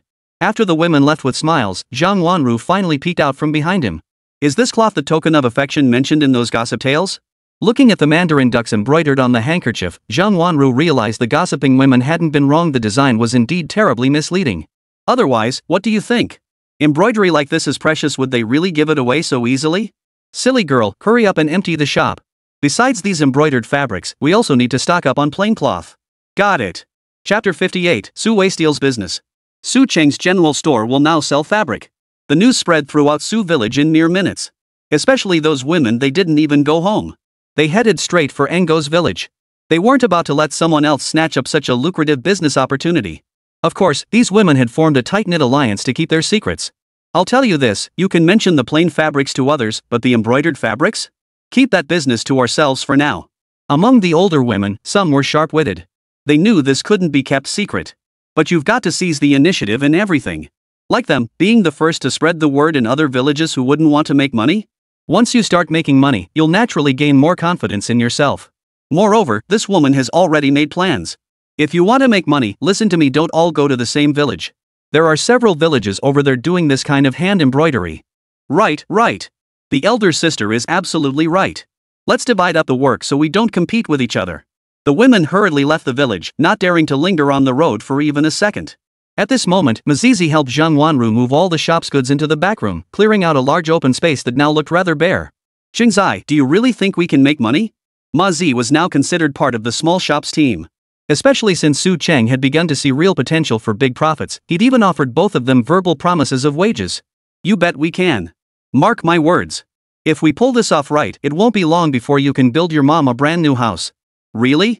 Ma Zi grew excited, clenching her fists as her eyes sparkled. Beside him, Zhang Wanru was already calculating the wages Su Chang had promised her. If I really get paid, I should be able to clear my debt to this jerk in just a month. There wasn't much to do at home anyway, so she planned to come work full-time at the convenience store from now on. Moreover, Su Chang had now explained the situation with that embroidered cloth. The jealousy that had gnawed at her all night vanished instantly. Su Chang wasn't in a hurry to check in now. Anyway, this crappy system wouldn't give him anything worthwhile. Making money was the priority. Should he sell the tiger penis? The embroidered cloth would probably be needed as a sample, at least he needed a standard reference. After much deliberation, he decided to sell the tiger bone first. Tiger penis would only appreciate in value over time. It was almost time for the hunting ban on national treasures like tigers. Besides, he wouldn't sell all the tiger bones, saving some for his old man to soak in liquor was a good idea. Besides, there was still a tigress in the mountains. Though he wasn't sure if he could hunt her down, it was something to look forward to. As for his mother's illness, which hadn't been diagnosed in the village, Su Chang planned to inquire about it next time he went to the city. He'd take the medical records there to get a second opinion. Su's mother was the type who'd rather suffer in silence than spend money.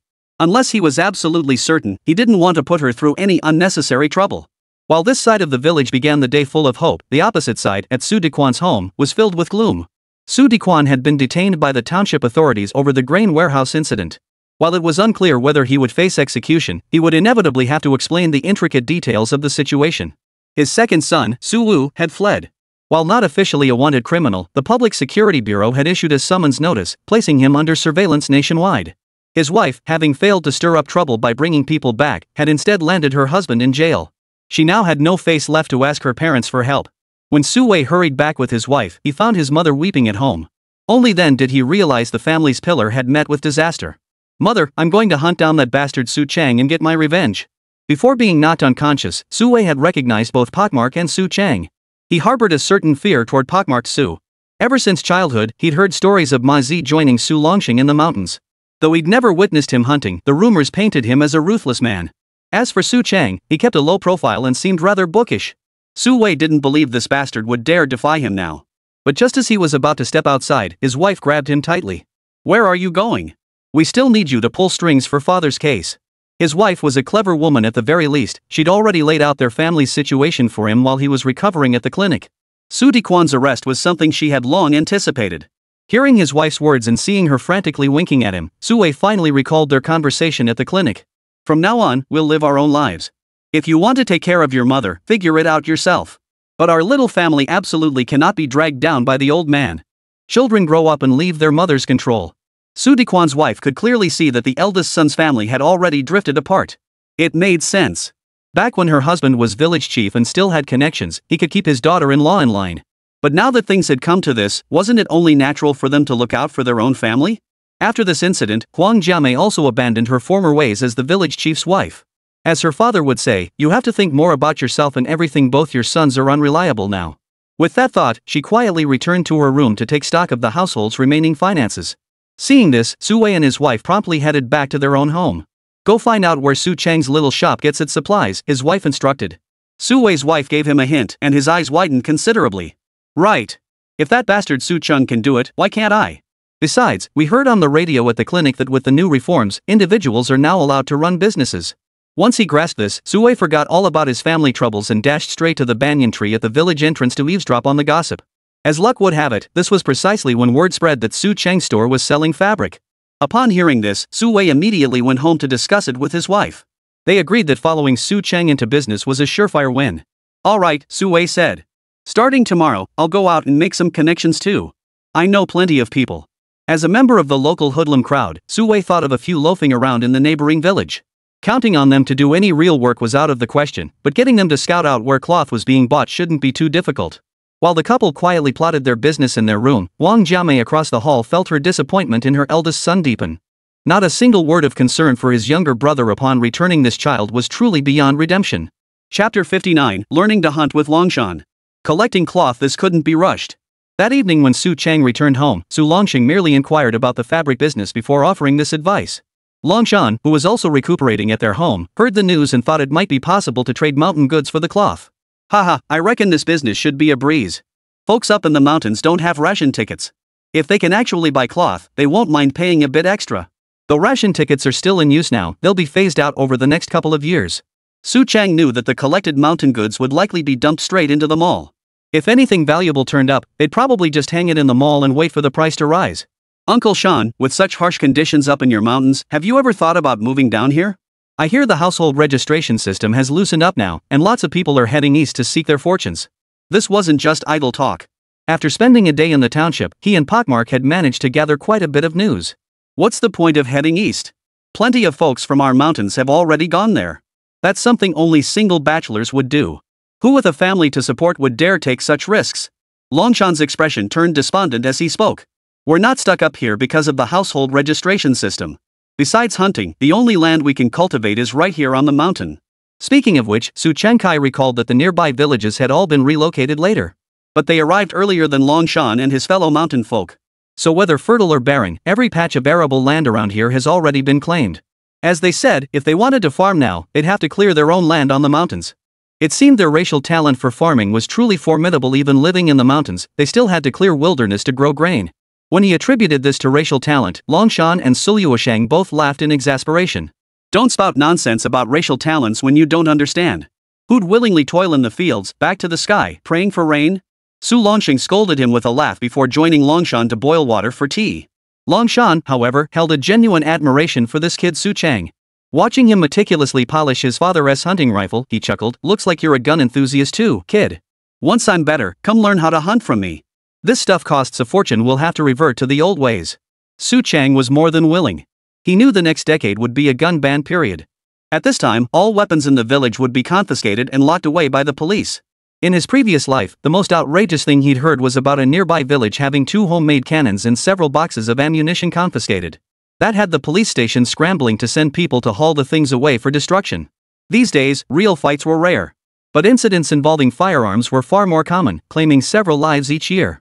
Hearing that Longshan was willing to teach him the old hunter's ways, Su Chang eagerly agreed. Perfect timing, I've been waiting at the shop these past few days for those ladies to deliver the fabric, so I'll have time to learn traditional hunting skills from you, Uncle Shan. As they discussed hunting, Zhang Tuozi entered from outside. His leg had improved considerably by now, though not fully recovered. He no longer needed crutches to walk. "Hey kid, heard you sold those embroideries for a fortune?" The news came from Zhang Wanru when she returned home. At first, he thought his daughter had misquoted the price. 2 palm-sized pieces selling for 100 yuan? That's equivalent to 2 months of our backbreaking wages. As the saying goes, it's not the scarcity that troubles us, but the unfairness. If everyone in the village rushed into such a lucrative business, Su Chang's little shop would probably be crushed by the crowd. To verify the rumor, he had to swallow his pride and go ask Su Chang directly. "Uncle Zhang, that's just my estimate.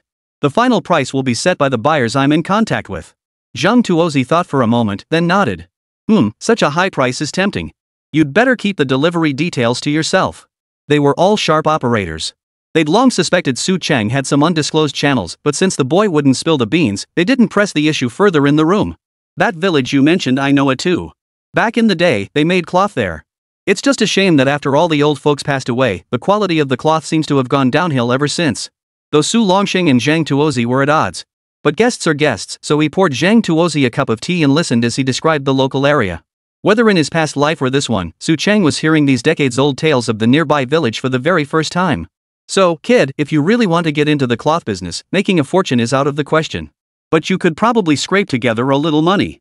In Zhang Tuozi's view, weaving cloth was essentially waiting to die. After all, the textile factories in the countryside now employed a massive workforce. Even though the workplaces were still some distance away, for the mountain folk, this represented a golden opportunity to shed their farmer identity and become factory workers. Handmade cloth simply couldn't compete with machine-made quality. If it weren't for the rock-bottom prices, people with increasingly promising futures would have long since discarded this kind of fabric. Su Chang smiled and pulled out the handkerchief-sized embroidery again, drawing gasps of admiration from everyone in the room. "Uncle, father. This is precisely why I want to make cloth. This is what truly brings in the money." Su Longsheng had seen his share of the world and had encountered such embroidered fabrics before, but he'd never heard of anyone selling them for such astronomical prices. "Young man, you haven't been duped, have you? Can this cloth really fetch $100? Zhang Tuozi carefully examined the mandarin duck handkerchief in his hands, equally skeptical of Su Chang. "Not a penny less. Su Cheng's confident demeanor made the other men exchange glances. Fine, go ahead. Zhang Tuozi wanted to say something more, but Su Longxing cut him off. Got it. Uncle Shan, tomorrow I'll carry you to the shop. You can give me some pointers. Carry me? I'm not really lame, don't worry. I'll teach you everything I know. Longshan, who rarely used idioms, had just done so, instantly warming the atmosphere in the room. When Su's mother saw that embroidered cloth, she seemed to recall something. But she quickly tossed it back to Su Cheng and went back to preparing dinner. Mom's acting really out of character. Didn't you see how excited those other women were this morning? Compared to them, my mother's composure was impossible to fake. Seems our mother has her own story to tell. No rush, we'll uncover it bit by bit. Chapter 60, Money, Lots of Money. Morning in Su village remained as peaceful as ever. 2 days had passed since Su Dequan's incident, and word was he still hadn't returned. Yet over these days, villagers had noticed Su Wei constantly running around outside, seemingly busy with matters concerning his father. Only Huang Guimei knew the truth, this couple wasn't bustling about for her husband's sake. They were probably scheming about their own affairs again. Huang Guimei paid little attention to these matters. Instead, she had spent the past few days organizing all the family's money, intending to hide it away. She planned to wait for her husband's return and then rely on him for the rest of their lives. The villagers had been watching their situation unfold, taking a certain schadenfreude-laced pleasure in it. Every day under the big banyan tree, people discussed their affairs, invariably ending with a collective spit of disdain before dispersing to their homes. As for the group of older women who had already connected with the embroidery artisans, they were particularly busy these days. They had arranged for several skilled embroiderers to come to the village to sell their fabrics. As for Su Cheng, he'd been staying at the shop these past 2 days, practicing basic hunting skills in the courtyard with Longshan. Cheng Zai, a few hunters went up the mountain today. Word is the mountain cat moved its den. Probably won't see it for a while. Ma Zi remained Su Cheng's eyes and ears in the village. After finishing his tasks here, he'd pretend to carry a bag of sunflower seeds and head to the banyan tree to listen to gossip. Zhang Wanru, however, hadn't been around much lately. That night, Su Cheng had made arrangements with Zhang Tuozi. From now on, Zhang Wanru would be in charge of collecting cloth at the shop. She had been sent to Enya in the township for training. With everything seemingly settled, Su Cheng finally opened his marketplace interface to check the price of that small white handkerchief. It seemed the fabric was priced accordingly, though tiger bone had risen slightly again. Seeing the fluctuating prices resembling stock market movements, Su Cheng remained unhurried. He didn't need the money just yet. Besides, even if he did withdraw the money, he couldn't possibly keep it in the small shop. The system was the safest place to store his belongings. Speaking of the system's storage space, after settling the matter with Su Dequan, he secretly returned the grain he'd taken from the granary. This back-and-forth exchange seemed to have little impact on the grain itself, yet it had effectively expanded his storage capacity. You know what? This crappy system actually has some use. He casually checked in for another day and received 2 boxes of Black Man toothpaste. He didn't think it was too little, so he took a few tubes for his family and Zhang Tuozi. He also prepared some gifts for Longshan to take back to the mountain. That was the entirety of his work these past 2 days. Acne Face had reinforced the rest of the store over the past 2 days. Especially the dog hole Zhang Wanru had crawled through. Su Cheng had sealed it shut with 2 large wooden planks. Now that the little girl had a key to the store, she wouldn't have to sneak in through the back door anymore. Cheng Zai, that black bear guy's here, but he didn't bring any cloth. Ma Zi, who just returned from his stroll, brought Engo along. As the two stood at the shop entrance, Engo's burly frame drew an involuntary gasp from Longshan in the courtyard. Holy, this guy's built like a tank. NGE heard this and flashed a simple, honest smile. Brother Chang, I'm here to deliver your goods. Su Cheng quickly ushered him inside and sent Ma Zi to fetch a bottle of soda for this honored guest. Hearing there was soda to be had, Ma Zi moved with remarkable speed. He even brought out his own personal water jug to share with this esteemed guest. Watching the bubbly liquid in the white water jug, NGE couldn't help but swallow hard. Try it. It's a bit sweet. Next time, I'll let your sister have some too. Su Cheng was splurging big time here. This soda wasn't cheap, after all. He usually couldn't bring himself to drink it even at his own shop. Longshan, however, showed no interest in fizzy drinks. He puffed on the de Qianmen cigarettes Su Cheng had procured for him, feeling this life was far better than life in the mountains. Brother Chang, I collected these embroidered cloths. See if you can sell them. The burly man pulled 5 or 6 handkerchief-sized pieces of embroidered fabric from his waist pouch. Each featured exquisitely detailed patterns that left both Su Cheng and Pockmark dumbfounded. No, are all the crafts in your village this good? Su Cheng picked up one piece and compared it to Enya's. The difference was immediately apparent. Your sister really wasn't being modest. Compared to this, that quality is what you'd call true shoe brocade. Hearing this, NGE could only offer a wry smile. My sister's eyesight is failing. This was her finest work from a few years back, but I doubt she'll have the chance to create anything like it again. Mentioning this, a trace of sorrow flickered in the iron-willed man's eyes. Su Cheng gently set the fabric down and sighed. Ango, I won't lie to you. This cloth is probably worth more than I thought. I want to make money, but I won't make money by compromising my conscience. Here's what I propose. Option 1, sell me all these shoe brocades outright. I can't give you an exact price now, but it will definitely exceed 100 yuan. Second, consider this a partnership. Whatever profit I make, you make too. That's how we'll do all our business from now on. Hearing this, Ango, that tough guy, nearly shed tears of emotion. Though he had no idea how much profit Su Cheng meant, given his high appraisal of the fabrics, it must be unimaginably high. Su Cheng wasn't in a hurry either. Watching this honest man, he couldn't help but feel a twinge of guilt. Why? Because ultimately, how much he made was entirely up to him, wasn't it? Would he really reveal the mall's selling price to him? Even a blood brother wouldn't be that sincere. He said this because in his past life, he'd heard a certain business tycoon say, life is like a stage play, it all comes down to acting. Su Cheng found himself increasingly drawn to the feeling of staying behind the scenes as the sixth man. At least in this Su Dequan incident, no matter how the villagers discussed it, he, Su Cheng, was merely the son of a minor future village chief. At most, he was just a country boy whose family ran a small shop with some decent merchandise which suited his desire for a quiet life perfectly. No ultimately chose the first transaction method. It wasn't that he wasn't greedy, but because all this cloth was on credit. He had to pay the supplier when he returned. Su Cheng didn't hesitate. After selling half the tiger bones from the mall and receiving 3,000 yuan in cash, he immediately counted out 500 yuan for Ango. Brother, this is all the cash I have on me right now. I'll give it to you first, and we'll settle the rest when you bring the next shipment. So much money. Seeing the stacks of 10 yuan notes spread across the table, even No, who wasn't the sharpest tool in the shed, realized this young man was genuinely loaded. Even Pakface and Long Shan were startled by this partner who showed absolutely no signs of being wealthy. We'll make even more money in the future. Trust me. Chapter 61, The Tycoon Flaunts His Wealth. Even Zhang Wanru was startled when Su Cheng suddenly produced such a large sum. This is no small matter. No one knows where Su Cheng got all this money, especially since the way he looks suggests it's not even all of it. Shang Chang, you've been stuttering for ages and still haven't made any sense. Beside him, Long Shan swallowed hard. Not only had he never seen that much money, but living up in the mountains all these years, he'd never even heard of anyone being able to produce such a sum at once. Su Cheng shot them a dismissive glance. We're in business, he said, exasperated. How else would we buy stock? Do you really think the goods in my shop are free? Come to think of it, that made sense. The goods in his little shop were hard to find anywhere else. Not only were they not available wholesale, but even retail items like these were in high demand. The group instantly filled in the financial rationale behind his wealth, leaving Su Cheng quite satisfied. He hadn't been entirely unprepared for the day he'd be misunderstood. But times were changing. Once he became the wealthy figure in others' eyes, they'd gradually grow accustomed to it over time.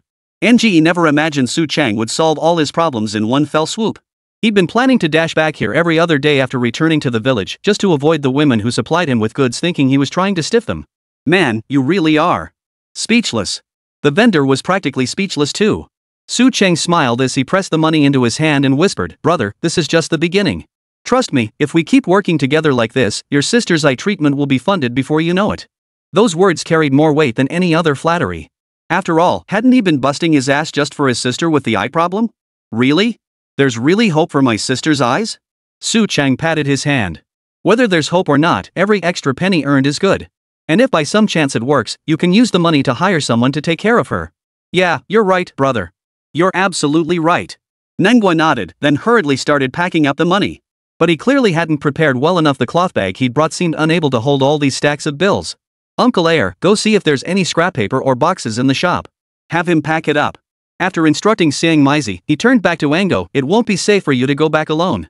I'll have my Uncle Maizi escort you home, don't refuse. This money isn't all yours. Safety comes first. Right. Safety first. At first, Ango wanted to insist that no one would dare mess with someone as burly as him. But Su Cheng's words instantly made him back down. The money really wasn't all his to keep. He'd have to figure out how much to split with those women too. Pockmart quickly fetched several boxes of instant noodles. The packaging was exquisitely designed, making one's mouth water just looking at it. Su Cheng couldn't help but give Mazizi a silent thumbs up. This guy was definitely doing it on purpose, using these fancy pictures to tempt Ango, and even the women behind him. This was. Seeing the pictures, Ango was stunned. He'd never seen such exquisite noodle packaging in his life, not even the ones sold in restaurants looked this good. The problem was, these pictures were seriously making him hungry. Just looking at those big chunks of ham and sausage made his stomach growl. Oh, this is our shop's specialty instant noodles. Here, this is the kind. Su Chang pretended to search through the drawer under the cash register, then pulled out a packet from his spatial storage and placed it in Engo's hand.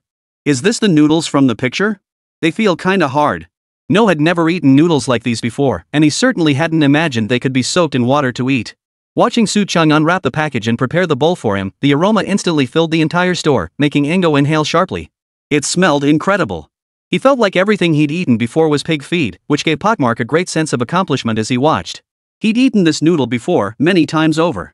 This sense of superiority kept him from acting as provincial as No, instead prompting only a faint smirk. After devouring the noodles in under a minute, No felt thoroughly satisfied. As he bid farewell to Su Chang and walked down the road with Pockmark, he grew slightly uncomfortable under the latter's gaze. Uncle Error, is it okay if I call you that? Why are you staring at me like that? Did I do something wrong? Ma Zi shook his head, his expression hesitant. Uncle Error, just tell me. You know this is my first time doing business. If Brother Su Chang hadn't taken me along this time, I definitely wouldn't have made any money. Seeing his sincerity, Ma Zi finally spoke. That packet of noodles you just ate cost 3 yuan. Chang didn't charge you, it was on the house. But I figured you should know. Holy.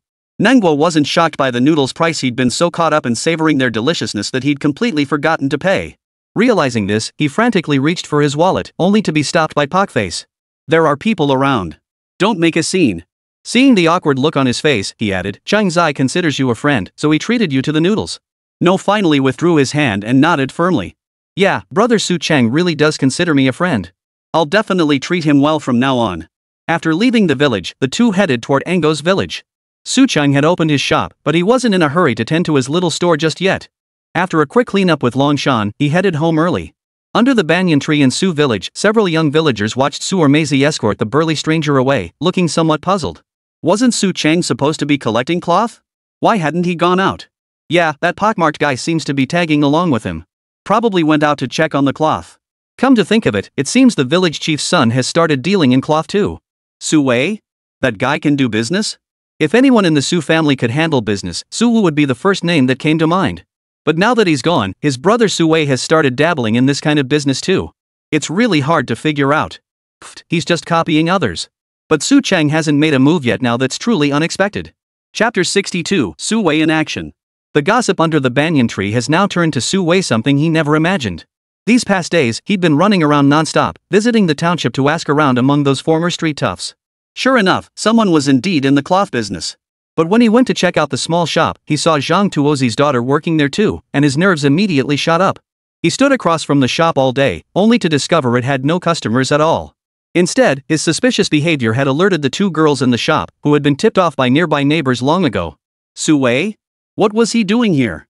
Zhang Wanru stole a few glances at the big oaf across the street. She sensed this guy probably hadn't followed her here. If he wasn't targeting me, then maybe he just wanted to buy some fabric? After listening to her ramble on for a while, Enya finally understood who the man across the street was. After a moment's thought, she said indifferently, I guess he heard some rumors in the village and wants to take over Brother Su Cheng's cloth business. Huh? That bad? Makes sense, his family's full of crooks anyway. She'd seen Su Wei set fire to the granary with her own eyes.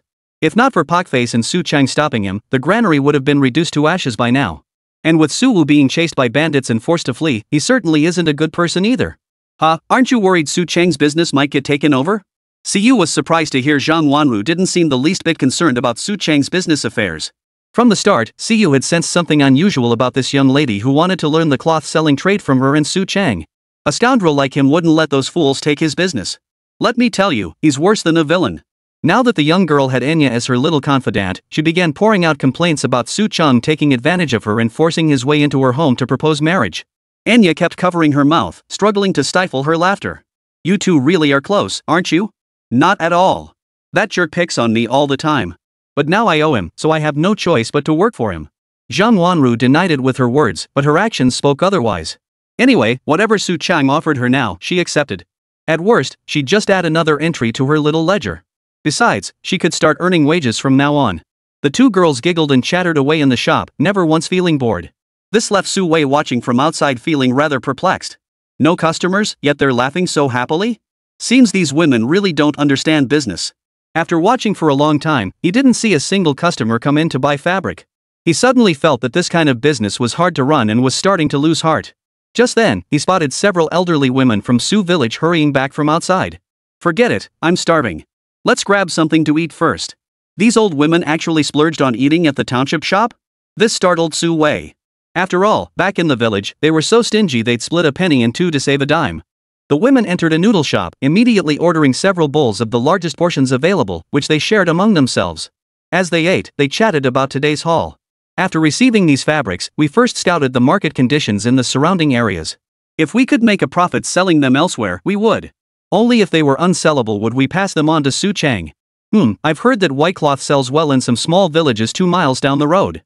I plan to check out the market there. Yeah, I think the farther away it is, the bigger the price difference gets. It's just too far to take the bus, and I can't bring myself to spend that much on transportation. You can't catch a wolf without sacrificing the lamb. Making money isn't easy. The conversation among the older women carried throughout the noodle shop. Yet no one looked down on them. They were all earning their keep through hard labor, every penny hard earned. It's not like over a decade ago with all that talk about capitalism and such. Things are open now. Not that their minds were truly open. These women toiling through the streets and alleys worked hard too. If a grown man did this kind of work, people would surely accuse him of profiteering. Su Wei didn't enter the noodle shop, but instead crouched in a corner outside, listening intently to the women's conversation. So running a shop doesn't bring much business, but going door to door might actually be an opportunity. Once he grasped this, he saw no reason to linger. The women in the noodle shop had finished eating. Burping contentedly, they split the bill into several portions and paid. Only then did they begin heading home. Sis, you got some of that handmade fabric too? On the way, the women huddled together, whispering as they debated how much to ask Su Chang for it. We got them, but they're pricey, way more than regular fabric. Yeah, I got one too. It cost me over 3 yuan. I hope Chang keeps his word. I can't afford to lose money on this. Don't worry. He's Su Longxing's son. I know Longxing, he's a man of his word. Trust me. If that's the case, I'll rest easy. Especially after what Qingzai said how much profit a single small piece of cloth could bring. I couldn't sleep a wink last night. You're absolutely right. That's why I told you on the surface, we're just peddling coarse cloth through the streets, but the real money-making secrets behind it? We can't let anyone else know. Exactly. Otherwise, we wouldn't have dared splurge on noodles earlier. Turns out these old women are shrewd too. Especially after hearing Su Chang's suggestion, they quickly put on an act of hard-working laborers in the village. This makes it easier to scout for news about handmade cloth in other villages later.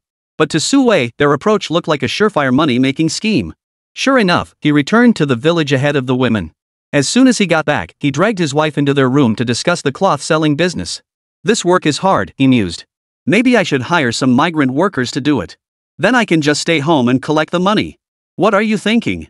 Hiring people to collect the cloth for you and then have them sell it too?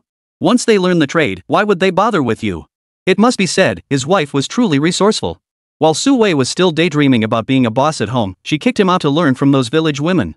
By the time Su Chang found out about this, it was already half a month later. By then, Su Wei hadn't made any money. He'd only gotten himself into a whole mess of trouble. But that's another story. Right now, Su Chang was being grilled by his parents. Dad, no matter how you look at me, I can't spill the beans on someone else's business. Our trade runs on reputation. If I spill the beans, we'll never do business again. Chapter 63, Buying and Selling Everything. Su Chang's small shop wasn't open, forcing the women who'd returned to the village to head straight to his place. Right in front of his parents, Su Chang actually accepted the goods from these women, immediately handing over several hundred yuan in cash. Naturally, the scene erupted in shock once more. The women were all terrified. They never imagined the scraps of cloth they bought for 3 or 5 yuan could be sold at a profit of nearly 10 to 20 times their cost. Those with weaker hearts nearly collapsed on the spot. Su Chang explained that the first batch might be slightly more expensive because the bosses wanted to sweeten the deal for their workers. Future shipments would likely be smaller. How much less? Not half, right? The women asked anxiously. Su Chang shook his head. It won't be that dramatic. I'd say maybe 10 or 20 yuan less. The women crunched the numbers and realized even with that reduction, they'd still make a decent profit. All right, let's do it. As he saw them out, Su Chang cautiously reminded them, keep this between us. If too many people start collecting goods, you won't be making any money soon. The women nodded vigorously, promising him they wouldn't breathe a word. After seeing the women off, Su Chang finally faced his father, Su Longsheng, and his mother, both with faces as dark as thunder. Dad, it's not what you think. The three-way interrogation naturally included Zhang Tuozi, whose leg had already healed. As a future-in-law, he was there to piggyback on the meal. This guest from Longshan naturally became the one to plead Su Cheng's case.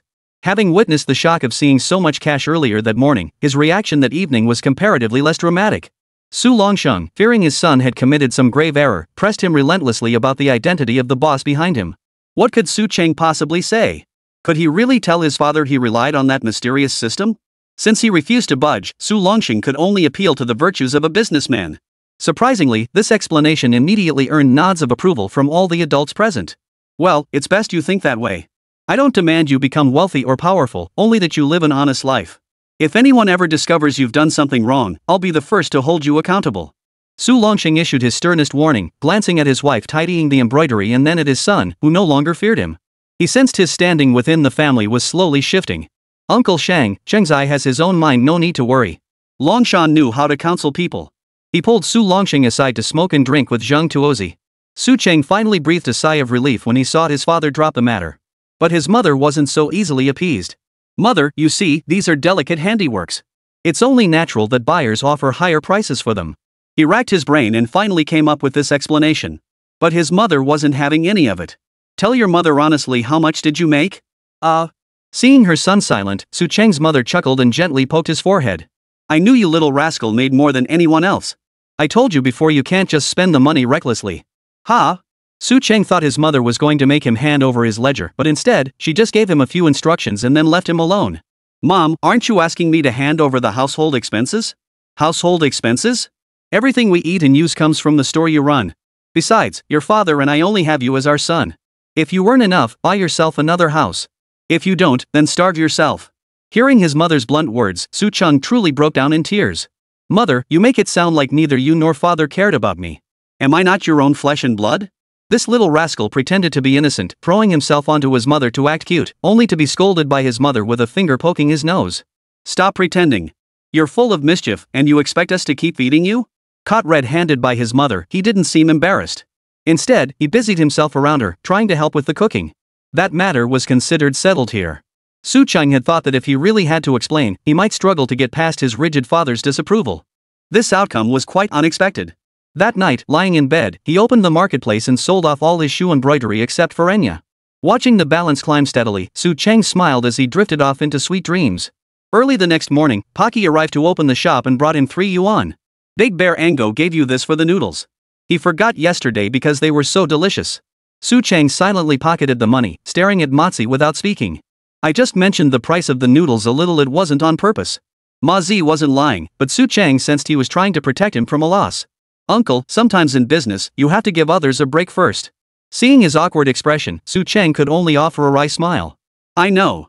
That's why we let him try it first before charging. Fine. Your comprehension skills are truly unmatched. Su Cheng silently marked this down in his notebook, a future reminder never to let this man, once his father's partner, now his subordinate, handle business negotiations alone. He crossed out the instant noodles from Nengo's ledger. Not long after opening the shop, the same group of women from last night showed up again. This time, however, they brought people from other villages. Their carts were piled high with fabric. Chengzai, we found this fabric. Take a look and tell us what you think it's worth. Alright, Uncle Air, weigh the cloth. Somehow he produced a floor scale from somewhere. He simply tossed the bundles of coarse cloth onto it, and the weight was instantly measured. This thing's pretty handy. We saw one like this at the meat processing plant when they were buying pigs. The farmers selling the cloth clearly knew their stuff. As they were discussing the scale, Su Cheng, who had just come out from the back room, chimed in. Father-in-law wants to buy this scale? We have one. Ha! Aren't you guys in the cloth business? How come you're selling scales now? Everyone stopped what they were doing. Everyone knew Su Cheng collected cloth, but selling scales? What was that about? We collect cloth, and we sell scales too. We sell everything. Most importantly, our goods are top-notch, absolutely the hottest items on the market. Really? The farmers who'd come to sell cloth were skeptical. They hadn't seen anything when they carried their cloth inside earlier.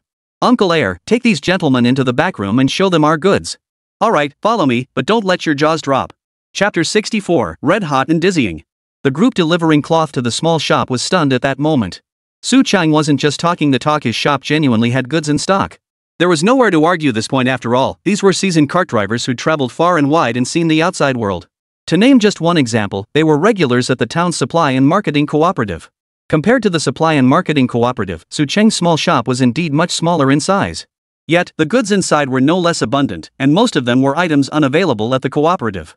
Mr. Su, where on earth did you get this stuff? The same cart driver asked again, this time genuinely frightened. After all, it had only been a few years since this young man had managed to get his hands on so many goods unavailable even at the supply and marketing cooperatives. A few years ago, this would have been a criminal offense. Su Chang watched him warily, but the fear in the man's eyes seemed genuine. He couldn't help but chuckle. Uncle, I see this ox cart is yours too. You must know things have opened up now, right? Yeah, that's what they say, but no one dares to do it like you. The driver meant to say he'd never seen anyone buy in such large quantities before. Su Chang understood his meaning and pointed to the cloth on the cart. Uncle, look. We bought this cloth, we didn't shortchange you on the weight, nor did we skimp on the lady's payment, right? The driver nodded, but before he could answer, the women who'd weighed the cloth spoke up for Su Chang. This young boss is quite reliable. His scales are accurate. We weighed our goods before leaving home, and they were even a few ounces heavier here.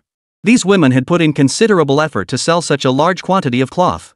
They pooled all the cloth from the village together, hoping to haggle for a few extra cents when selling. Now that they had a chance to speak up, Su Chang probably wouldn't dare to push the price down any further. The driver hurriedly explained, afraid of offending either side. No, that's not what I meant.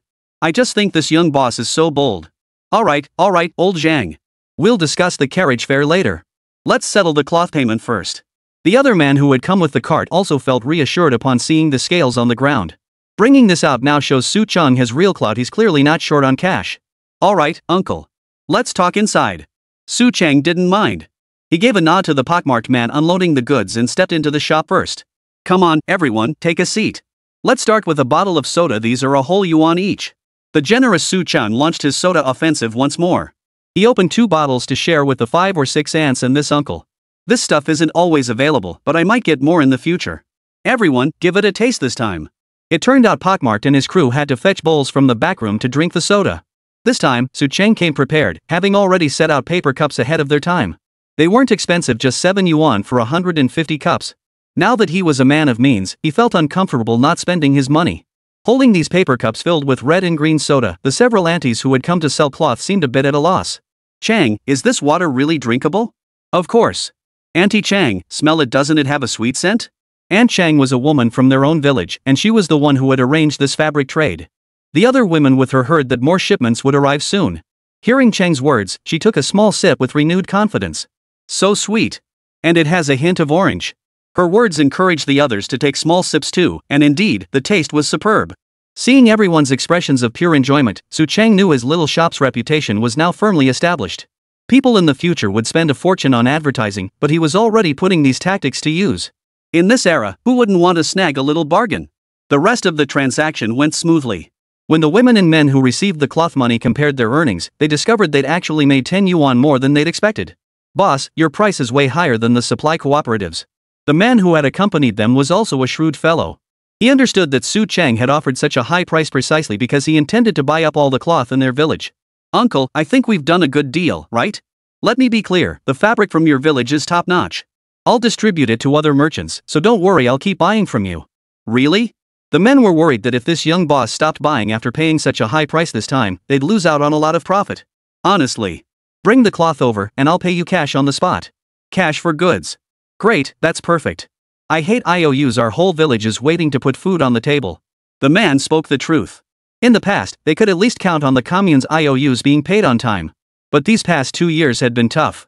For rural folks like them, who depended on cloth making for a living, the biggest worry was cash flow problems. Su Chang's words put everyone present at ease. After seeing off this group of customers, neither Pockmark nor Su Chang had time to organize the pile of fabrics before the next wave arrived. Same routine, same surprise. This time, another village auntie led the way. After leaving Su Chang's house last night, their newly ignited ambition drove them out before dawn. Now, wave after wave of people were pulling in with loads of fabric. The loafers gathered under the banyan tree were utterly stunned. No way. Su Chang's shop actually received cloth? Didn't they say he didn't go? Are you blind? Didn't you see Aunt Chang and Aunt Cohen helping him? Those cartloads of fabric were brought back by a bunch of old ladies. Holy crap. If even our own grandma can make money, does that make us look like lazy good-for-nothings? Out of nowhere, someone posed this soul-searching question, turning the faces of the loafers under the big banyan tree dark and gloomy. The news that Su Chang had received the fabric spread like wildfire throughout Su village in minutes. Whether they wanted to buy fabric or not, everyone in the village now crowded around the small shop. Especially when they saw Aunt Chang and the other women who had already completed a transaction sitting right at the store entrance, sipping soda and bragging. It made everyone else green with envy. Mom, what are you drinking? Aunt Chang's youngest daughter ran over, surprised to see her mother drinking something and from such an elegant paper cup. Hey, country girl, is something up at home? I'll head back now. Aunt Cheng had left her family behind running a business already drew gossip from her in-laws, and seeing her daughter approach, she quickly packed up her things to return. Auntie, here, this soda's on me. Remember to bring the bottle back when you're done, it's 50 cents. Ah! Su Cheng's generosity left the entire crowd of onlookers speechless once more. Chapter 65, Su Wei tastes the flavor. Aunt Cheng's daughter, Tuna, clutched the already opened bottle of soda, and her entire aura instantly transformed. Don't touch it. My mom worked hard to buy this. It's precious, a whole yuan per bottle. And we get 50 cents back for the empty bottle. Tuniu was the envy of all the kids in the village. Instead of letting Su Cheng give her the soda, Aunt Cheng generously pulled out 1 yuan 50 and bought it for her daughter. She also picked up some everyday essentials like oil, salt, soy sauce, and vinegar from his shop. Carrying home the large and small bags, her back straightened noticeably. Several other women like her were also spending freely at the store, each buying a bottle of soda for their children before heading home. After 2 or 3 groups of cloth sellers had left, Su Cheng and Pockmark were both exhausted, slumped in the shop. Xingzai, how are we going to sell all this fabric? Looking at the fabric piled high in the shop, Pockmark looked troubled. No worries. I'll have someone come pick it up tonight. Su Cheng's plan was simple: keep a portion of the cloth in the shop as regular merchandise. The rest would either be stored in his spatial pocket or dumped directly into the marketplace. After all, he'd acquired this fabric as cover for collecting shoe brocade. No matter the quantity, he could handle it. The key point was that what looked like a room full of cloth would become nothing more than an icon and a stacking number once it entered the marketplace. Besides, he'd acquired this cloth at a low price. While the collection price seemed slightly higher than the supply society's, it was still considerably lower than the current market price for cloth. Even selling them at market price would net him a small profit. As he watched the money from selling tiger bones dwindle in his account, he glanced at the ever-rising price of the shoe brocade in his shop and smiled. A single piece was worth over 5,000 indeed, its quality far surpassed Enya's. The Enya cloth remained stored in his system space. He had no intention of selling it. The girl seemed rather pitiful. If her eyes truly couldn't be cured, this cloth would likely be her last handmade piece. Though it was only worth a little over 4,000 yuan, Su Cheng believed returning it to Enya would win him the burly man's loyalty once more. With no rush to sell the shoe brocade in his shop, Su Cheng now planned to take his mother to the city for an examination. Second uncle, could you and Uncle Sean watch the shop for me? Ha! Watching the shop is no problem, but I don't know how to handle the accounts. Su Cheng slapped his forehead. Buying and selling cloth really did require some knowledge. He recalled the young girl Zhang Wanru he'd assigned to Enya's shop. No wonder he hadn't seen her around lately, she must have been learning the ropes. He recalled the young girl he'd assigned to Enya's shop. No wonder he hadn't seen her these past 2 days, he'd been feeling uneasy about it. Alright, I'll head to town right now. Pockmark was now full of energy. With a steady paycheck, sunflower seeds to snack on, and the occasional bottle of soda to savor, his life was more comfortable than anyone else's. After Pockmark left, Su Cheng closed the shop. He shut the shop down completely, focusing instead on how to convince his stubborn mother to return to the city for further examinations. Along the way, he encountered villagers from Su village, all greeting him with smiles and appearing especially friendly. Once he was out of earshot, they gathered to gossip about him. Who would have guessed? Look at Su Cheng making big bucks at such a young age. How do you know he's making big bucks? His family's still living in that shack, and I haven't seen them spend a dime on repairs. Pfft, you just don't get it, do you? They're putting their money where it counts. Business is great, right? Just flip something and you rake in a fortune. Exactly. Look at Su Dequan's place, it's all spruced up now, right? But what's the deal? Heard his eldest son followed Su Cheng into the cloth business too. Haven't seen much of him lately. Well, isn't Su Wei running around for his dad? How did he end up in the fabric business? You know nothing. That woman in their family is sharp as a tack. Who knows how many years Su Dequan will get? They've practically split up already. Oh, Su Wei looks like such a big, burly guy, but who knew he was such a henpecked husband? You can say that again, ha. The village gossip never stops. Just when we thought Su Cheng's story was settled, now they're dragging Su Wei's whole family into it. Su Wei's wife, who just returned from outside, turned ashen-faced upon hearing the news. Zhang Guimei hasn't been arguing with that crazy woman next door lately. Besides tending to her meager plot of land, she spends her days asking her parents if there's any chance her husband might come back. Even though Su Wei and his wife hadn't given her a second thought these past days, she wasn't making a fuss anymore. This only made Su Wei's wife feel more and more afraid the longer she stayed here. Wei, do you think your mother is plotting to harm us? What are you thinking? Mother's been visiting my maternal grandfather lately. Probably to find out about my father. Su Wei had barely returned home when his wife pounced on him with this bizarre question. He didn't get angry at his wife's narrow-mindedness. After all, it was his wife who suggested he venture out to collect cloth. She even borrowed money from her family to help him build connections. Right, tomorrow I'll go farther afield to collect cloth. Damn it, Su Cheng has already bought up all the cloth around here. During the day, Su Wei had passed through their village with several cartloads of cloth, but he'd heard it had already been sold. At the time, he hadn't realized it was to Su Chang. Then today, he saw several unfamiliar faces from other villages and finally pieced it together. Su Chang got Aunt Chang and the others to help collect cloth. Couldn't we get them too? His wife was now eyeing the village women for the same purpose, but Su Wei cut her off before she could finish. Forget it. They've already taken Su Chang's money, and I hear they made a tidy profit on this deal. How much could it be? They were carrying big and small bundles back, and even bought soda for the kids to drink. It could be said that even before the winds of reform and opening up reached the southwest region, the women in their village had already shown signs of becoming pioneers. Damn it, how did these women manage to get down here? Having traveled outside, he knew outsiders rarely trusted someone from another village.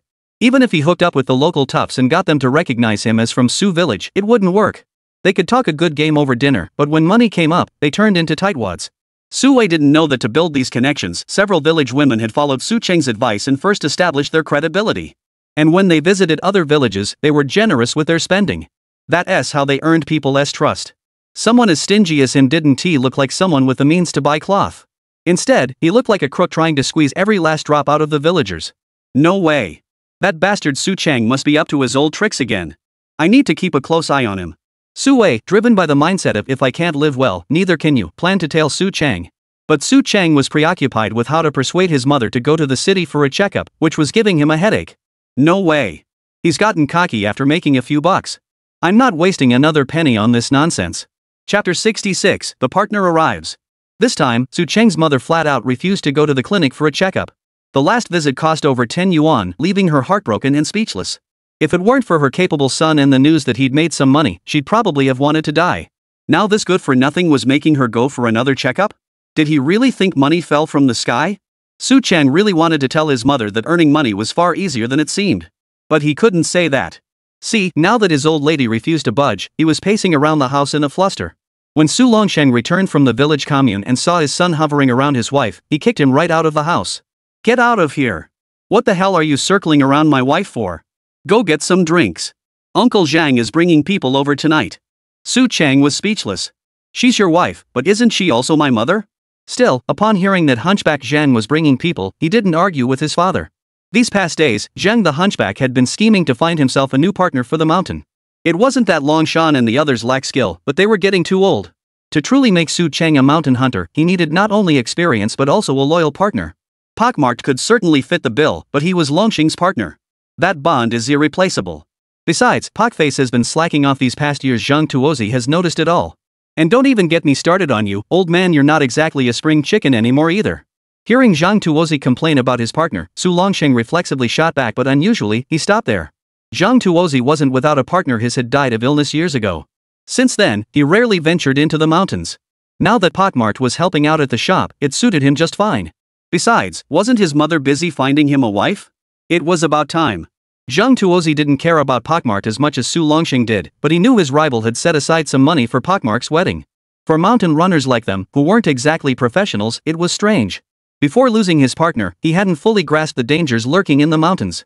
But ever since Ma Zi was gone, every climb felt unnervingly off.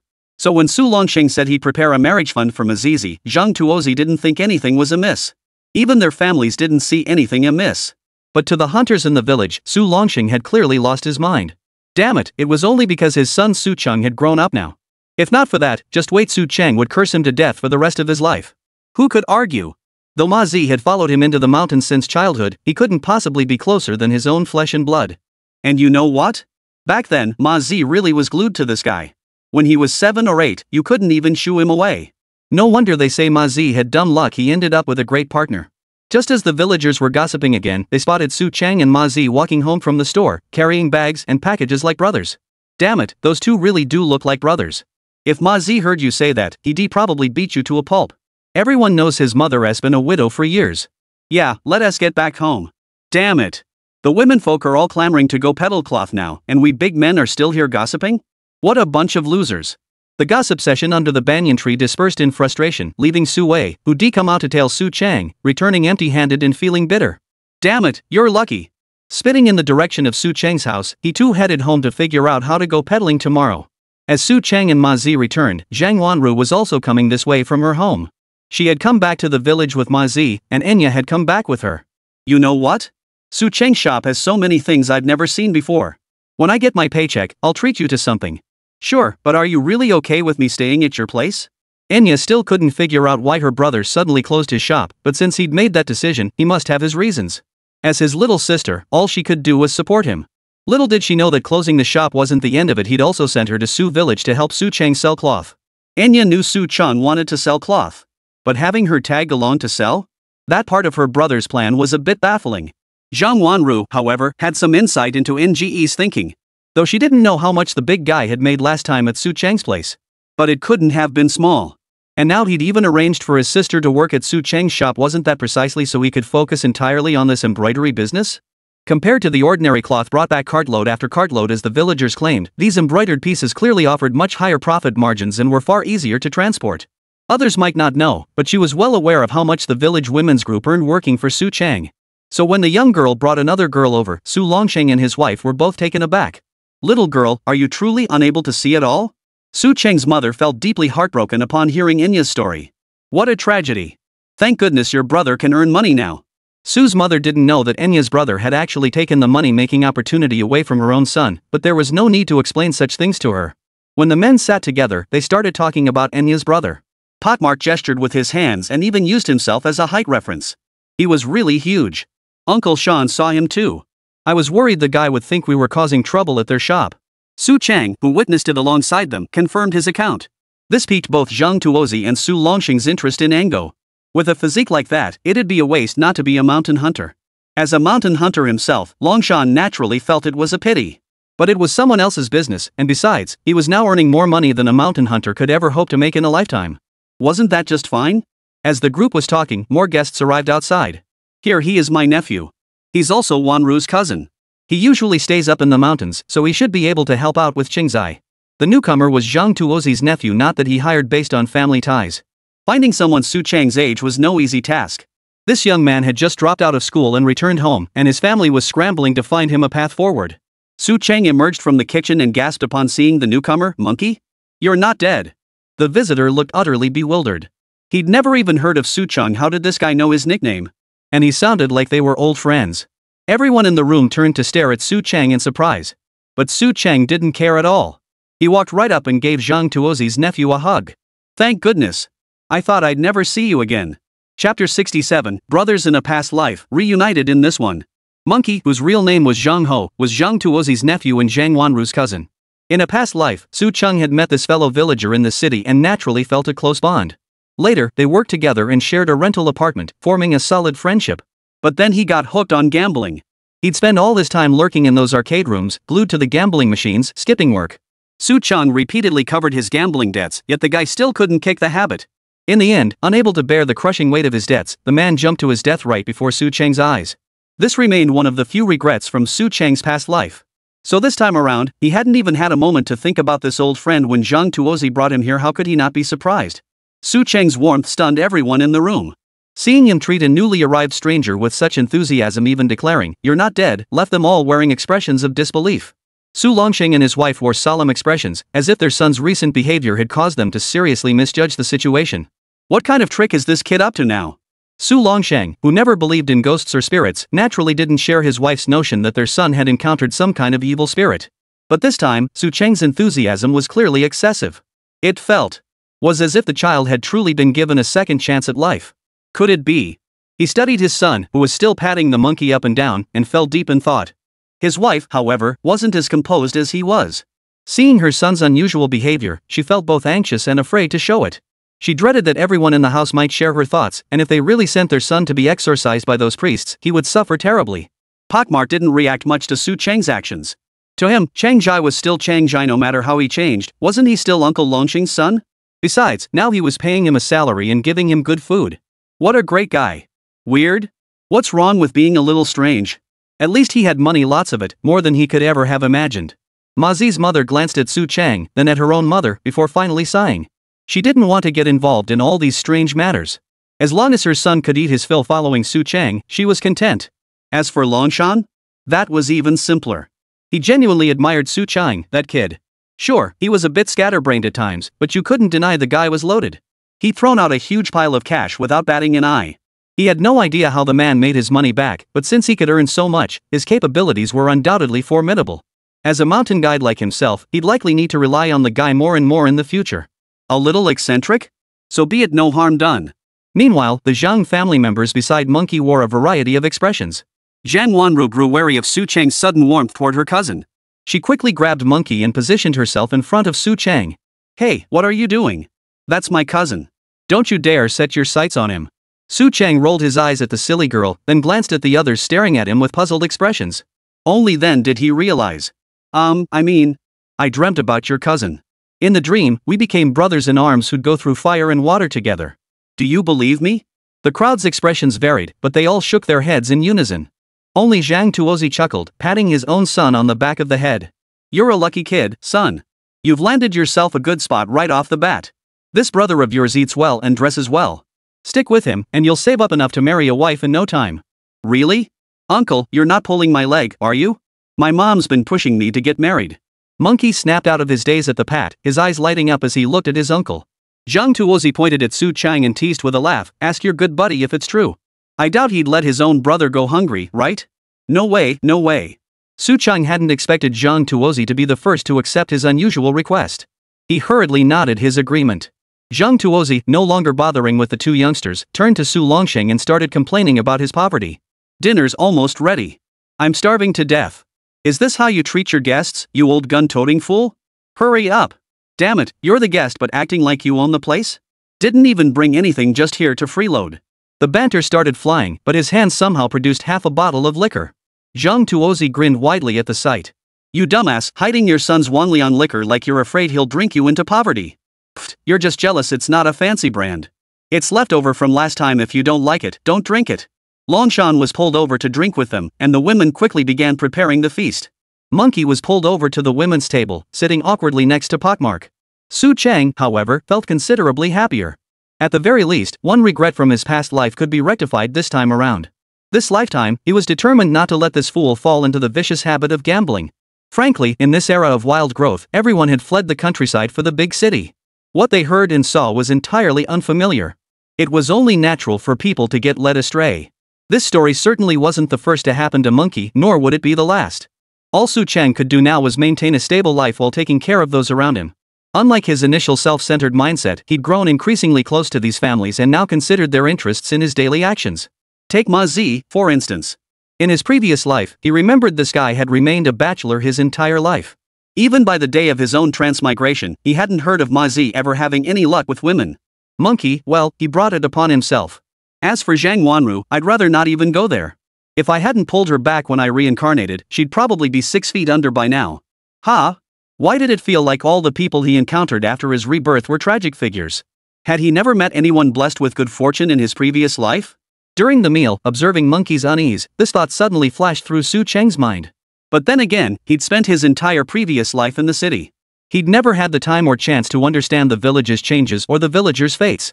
Ah well, better focus on living my own life first. Chapter 68, Sue gets duped, yet ends up resenting Su Chang? Su Chang hosted banquets every few days, and Zhang Wanru had even gained a bit of weight from all the feasting lately. On the way back, Monkey trailed behind her, puzzled by her warning to be wary of that bastard Su Chang. Cousin, Uncle doesn't seem to have any issues with my husband now. Why are you the one with the problem? Monkey's words made Zhang Wanru's pretty face flush instantly. The whole Su Chang affair had become an open secret. Enya, whom she was supporting as they walked side by side, couldn't help but cover her mouth and giggle. You just keep your mouth shut. Anyway, remember everything I told you. Okay. Monkey dared not contradict his young cousin. From childhood onward, he'd always held her in high regard. Whether it came to studies or chores, she'd always been his role model. This time, he'd come to see the legendary brother-in-law. Though he seemed a bit unreliable, Monkey could still sense the warmth Su Chang radiated. Don't worry, cousin. I'll work my hardest. Uncle said my brother-in-law won't shortchange me. Stop talking. Hurry back and tidy up that junk room. You'll be sleeping there from now on. Got it. The group chatted and laughed their way home. Ma Zi's house was on the outskirts of the village, so on the way back, they had to pass by Su Diquan's place. These days, the Su Diquan household was eerily quiet. Word was that Huang Guimei had stopped causing trouble, but after work each day, she'd become all mysterious. Who knew what mischief she was brewing? As for Su Wei, he came and went at all hours, simply refusing to show up for work at the production team anymore. Instead, he had his wife take over their work assignments, toiling day and night without rest. When Pockmark's mother saw her son peering inside, she quickly pulled him back. Go home. Mind your own business. Okay, mother. It wasn't that Pockmarked was meddling, it was just that the entire Su family's situation had become the talk of the whole village. They'd constantly bring it up to rub salt in the wound, tossing in a few jibes at Su Wei for good measure. That was just daily life in Su village. As for those old women, they didn't seem to have much free time these days. Ever since someone started making money by following Su Chang, the women's group has grown larger and larger. Word is it's now spread to several nearby villages.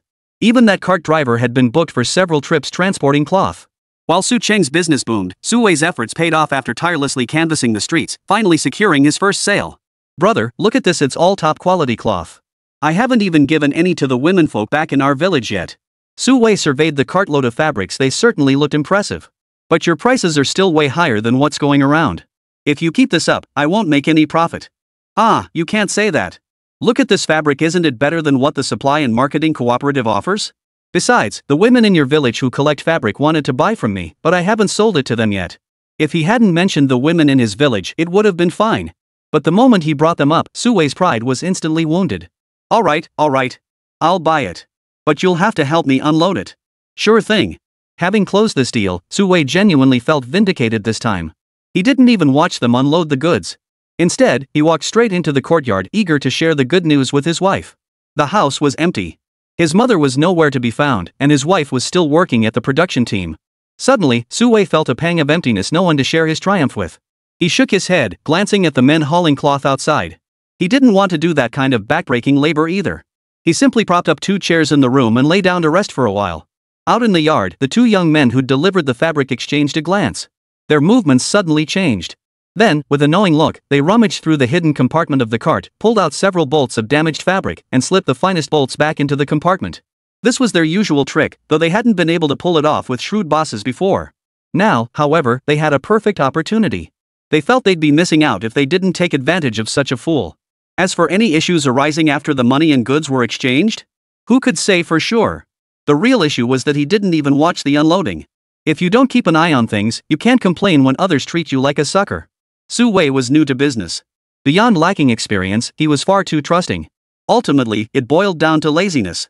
Running around all these days had already worn him out. Now that the deal was finally in the bag, he naturally let his guard down. By the time he was roused, the fabrics in the courtyard were already neatly stacked. Boss, this is the price we agreed on. Here you go. The 2 cloth sellers smiled as they handed over the count. Su Wei checked it was correct and paid up. Watching the 2 drive away, Su Wei considered stopping by Su Cheng's small shop to buy some peanuts and celebrate with a little liquor. But when his wife returned and carefully inspected each bolt of cloth, the couple discovered several were defective. How could you accept such fabric? Were these defective pieces given to you by someone else? Su Wei's wife never imagined her husband could be deceived. Recalling how vendors often slip defective goods during purchases, she asked casually. But when Su Wei remained silent for a long time, she turned to look at him and saw his face darken with anger. They deceived me. They tricked me with this shoddy fabric. Su Wei's clenched fists creaked audibly. He never imagined his trust would be repaid with deception. They clearly thought he was a fool. I'm going to confront them, he growled. Damn it, if they don't compensate me, I'll beat the crap out of them. Just as he was about to step out the door, his wife grabbed him tightly. You think you can just beat them up? Don't you realize you could get arrested? Someone from our family is already behind bars. Do you want us 2 women to be the village's laughingstock too? Women's minds were calmer in such moments. At least she understood the reality. Once goods left the doorstep, responsibility vanished. Su Wei tried to shake her off as she held him tight, but her words cooled his temper. Damn it, the worst part is Su Chang. If not for him, my father wouldn't have ended up in prison. If not for him, I wouldn't have had to go out and get scammed. This is all his fault. He kept these words to himself, unwilling to let his wife look down on him. But after being scammed once, he not only hated those 2 con artists but also came to despise Su Chang himself. Damn it, just wait till I get my hands on him. I'll kill that bastard. Su Chang had no idea he'd earned Su Wei's fresh hatred. Watching the agile monkey, he couldn't help but feel overjoyed. Uncle Sean, I think if Monkey and I team up, that mountain tigress should be ours for the taking. Chapter 69, Everyone's busy selling cloth, yet you want to go up the mountain? Life in Su village was getting easier by the day. With fewer and fewer tasks assigned by the production team, the womenfolk were all heading out. Some formed groups to collect cloth from nearby villages. Once a deal was struck, they arranged for pickup and settle payments immediately. This streamlined process ran like clockwork, more professional than any trained salespeople of later generations. Meanwhile, with Enya and Zhang Wanru managing the accounts, the young girl being a whiz with numbers, and Su Chang, pockmark, and the newly arrived monkey providing the muscle, the three men quickly amassed a substantial haul of cloth. Come evening, when everyone else had retired for the night, Su Chang slipped into the shop and dumped all the day's cloth haul into the marketplace. He kept the good pieces and sold off the rest. Hey, another profit in the bank. Though the amount seemed small to Su Chang, just a few dozen or 100 yuan. But the sheer volume made up for it. With this kind of almost no-cost business, Su Chang felt no guilt at all. Watching the small amounts pile up in his system account, he couldn't help but feel a bit troubled. Damn it, when will the 90s finally arrive? That was the real golden age of diversity. Nowadays, even with money, you can't find quality goods. Of course, he wasn't implying that the mall's goods were inferior. But spending decades' future prices in the mall while earning such meager profits? That was a foolish move he'd never make. Beyond essential daily necessities, Su Chang strictly controlled his spending urges. Even his soda inventory was capped at 2 cases, just 24 bottles. Even so, he still hadn't sold through the first 2 cases he'd brought back. Consumption levels would only pick up when the village women dared to spend money in that moment. He didn't even want to speculate about future market trends. Just then, Monkey came over after his meal, offering to help see if anything else needed doing, especially since a decent amount of fabric had arrived during the day. Brother-in-law, let me take a look. Monkey exclaimed. Holy crap! Where's all our fabric gone? Monkey walked in and immediately spotted that 2/3 of the fabric originally stacked in the middle of the shop was gone, startling him. No worries, I had it shipped out. Huh? Shipped? I didn't see any trucks coming.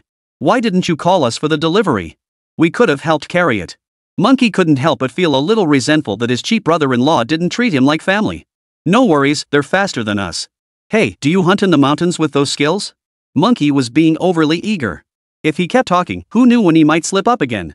Last time he'd met Monkey at home, everyone had stared at him strangely, making him feel awkward all night. Of course. Everyone in our village is a skilled hunter. Uncle trained us all. Zhang the hunchback was indeed a skilled hunter.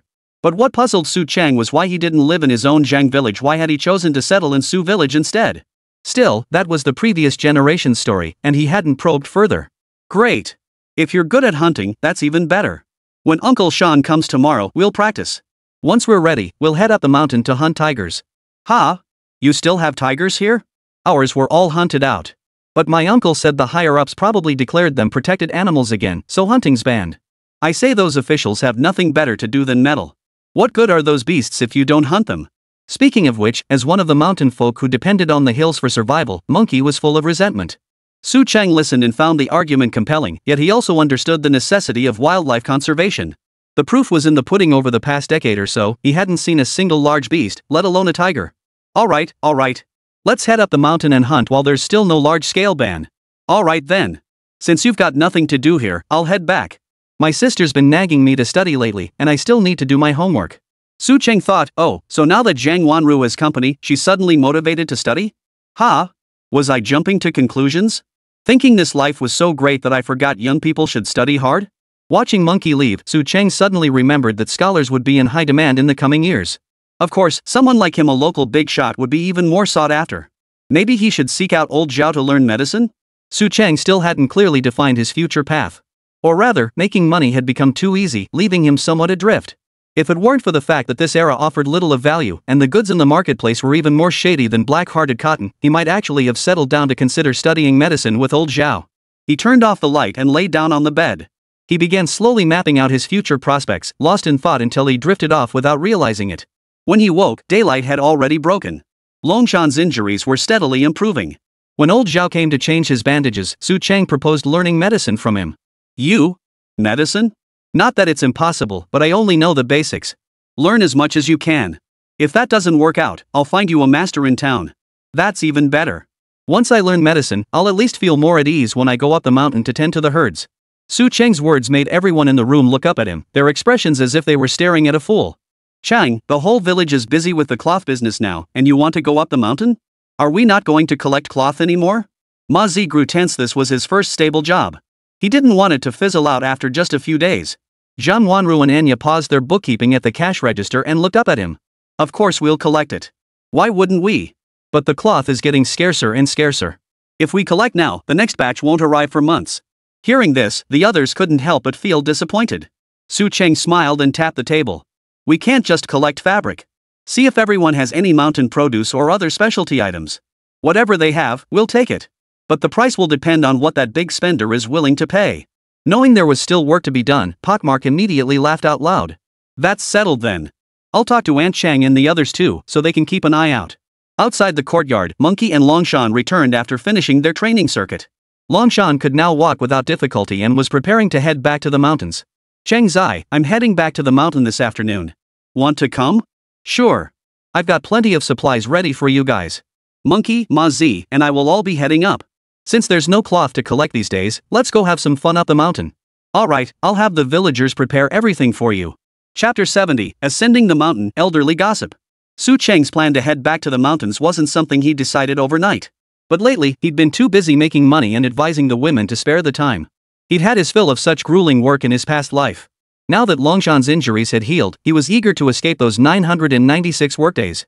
Su Longxing was truly at a loss about his hands-off approach. Fortunately, Zhang Wanru and Anya had taken over the small shop, and most of the nearby cloth had been collected. When more goods arrived, he could simply have them dropped off at the store. The two girls happily agreed to handle the rest of the work, leaving their father with nothing more to say. Little did he know that as soon as Zhang Wanru stepped outside, she grabbed Su Chang and demanded a raise for their wages. I've done the math on this.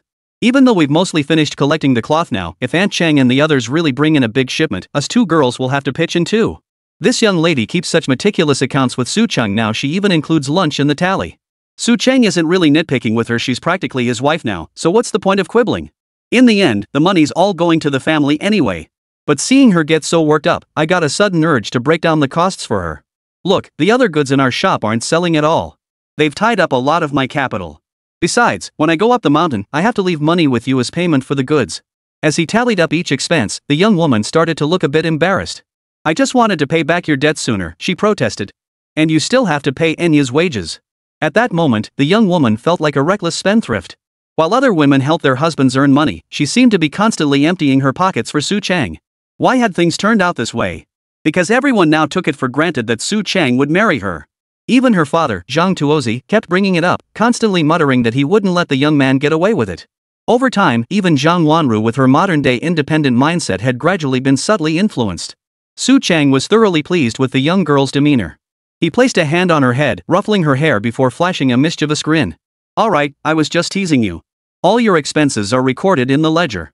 Plus, I left 300 yuan in the cash register. When you close up shop, just take the money home with you. Don't worry about the store's inventory. But that won't do. There's a lot of merchandise in the store, and it's all rare, high-quality stuff.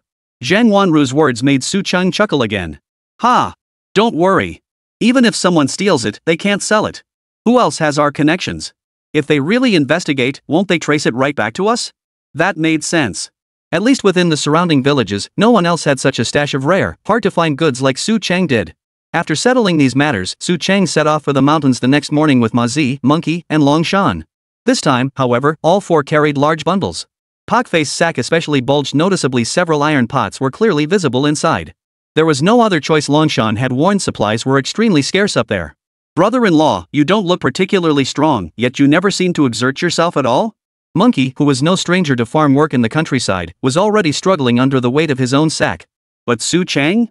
He was practically skipping along like a kid on a school field trip.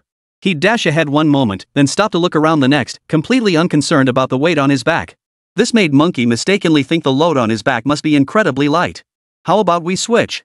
Su Chang was actually quite considerate toward this brother from his past life, especially since the guy was clearly malnourished at the moment. Even though he'd been eating meat every day since arriving at the house, his body hadn't fully recovered its strength yet. As he spoke, he deliberately bounced the heavy bundle on his back. Seeing the weight of the bundle, Monkey shook his head like a fan, genuinely dismayed. Pockmarch kept his head down, focused on the road ahead, oblivious to their exchange. But Longshan, who knew these mountain paths well, had also noticed something unusual about Su Chang. Chang, you don't really exercise much, do you? How come you seem stronger than us mountain folk? Ha? Really? Maybe it's just good genetics. What else could Su Chang say? His rebirth was already a game-breaking glitch, and ever since he'd defeated the mountain spirit up here, he'd felt his body growing stronger by the day. Though he hadn't measured it, he could feel that inexhaustible energy coursing through his veins. Longshan listened thoughtfully. You know, your family really is something special. Your dad was the top hunter for miles around. Back in the day, everyone would give him a thumbs up whenever he came up. Su Chang hadn't expected to hear gossip about his father this time. He quickly leaned closer to Longshan and pressed for more details. As they approached a cliff edge, they found a sheltered spot and decided to rest there for a while. See those claw marks? Your dad and Zhang the hunchback left them when they came up the mountain to hunt mountain ghosts. Sure enough, deep claw marks were etched into the rock face nearby. Su Chang stepped forward to touch it. Though covered in moss, he could sense the sheer force that could have torn a man apart. Back then, the mountain demon ripped open your father's back. Even as blood poured from his wounds, he still managed to swing his blade backward and cleave the tiger's head. Right? You saw the scar on the tiger's face from that battle, didn't you? Longshan knew about the mountain demon being dealt with by father and son. At first, neither he nor Long Hao believed it, but after seeing the mangled corpse with the shattered tiger head, they finally accepted it. It was beaten to a pulp. How could anyone recognize it? Su Chang chuckled and let the subject drop. After all, that tiger hunt had been more of a fluke. He only fired the finishing shot. It was his father who truly earned the mountain demon's hatred. I recognized it, he insisted. When Uncle Longxing and I carried it back, I double-checked it was that beast. Pak's face grew animated at the memory.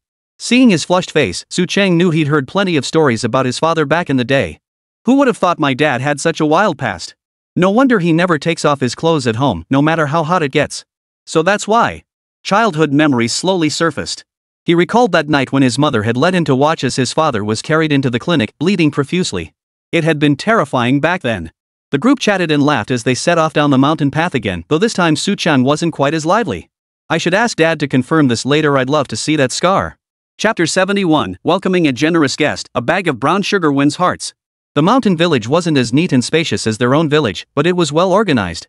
As soon as they entered the village, Long Hao and Long Hai rushed out to take all the items from their hands.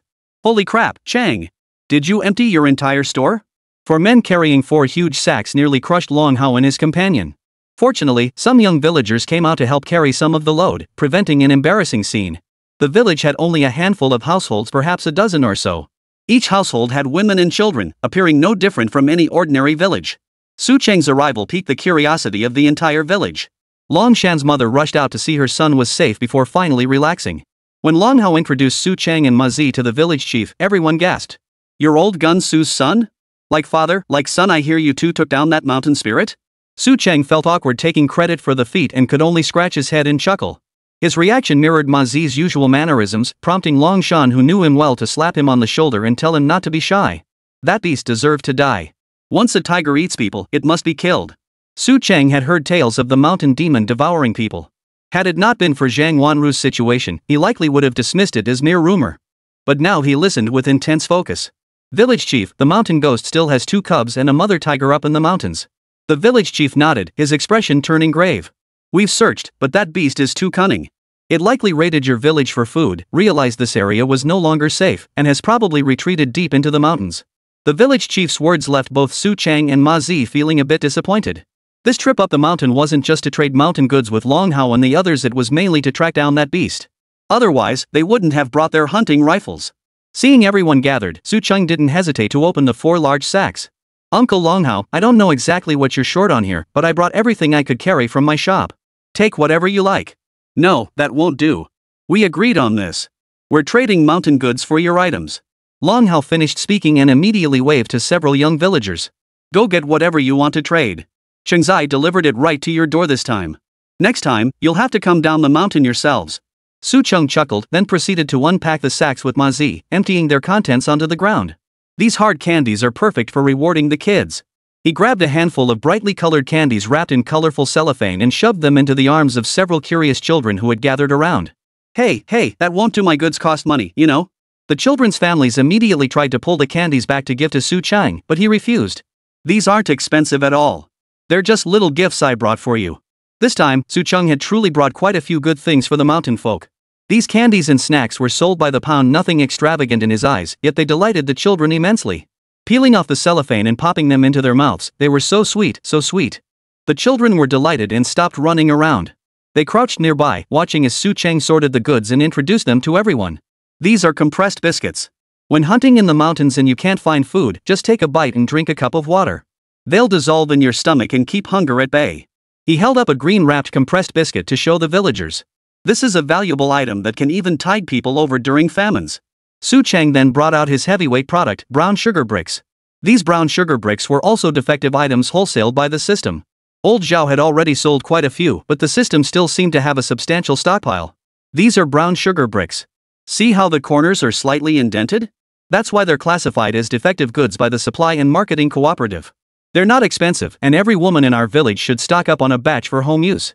A batch? You're stockpiling such expensive stuff in bulk? Who doesn't know brown sugar?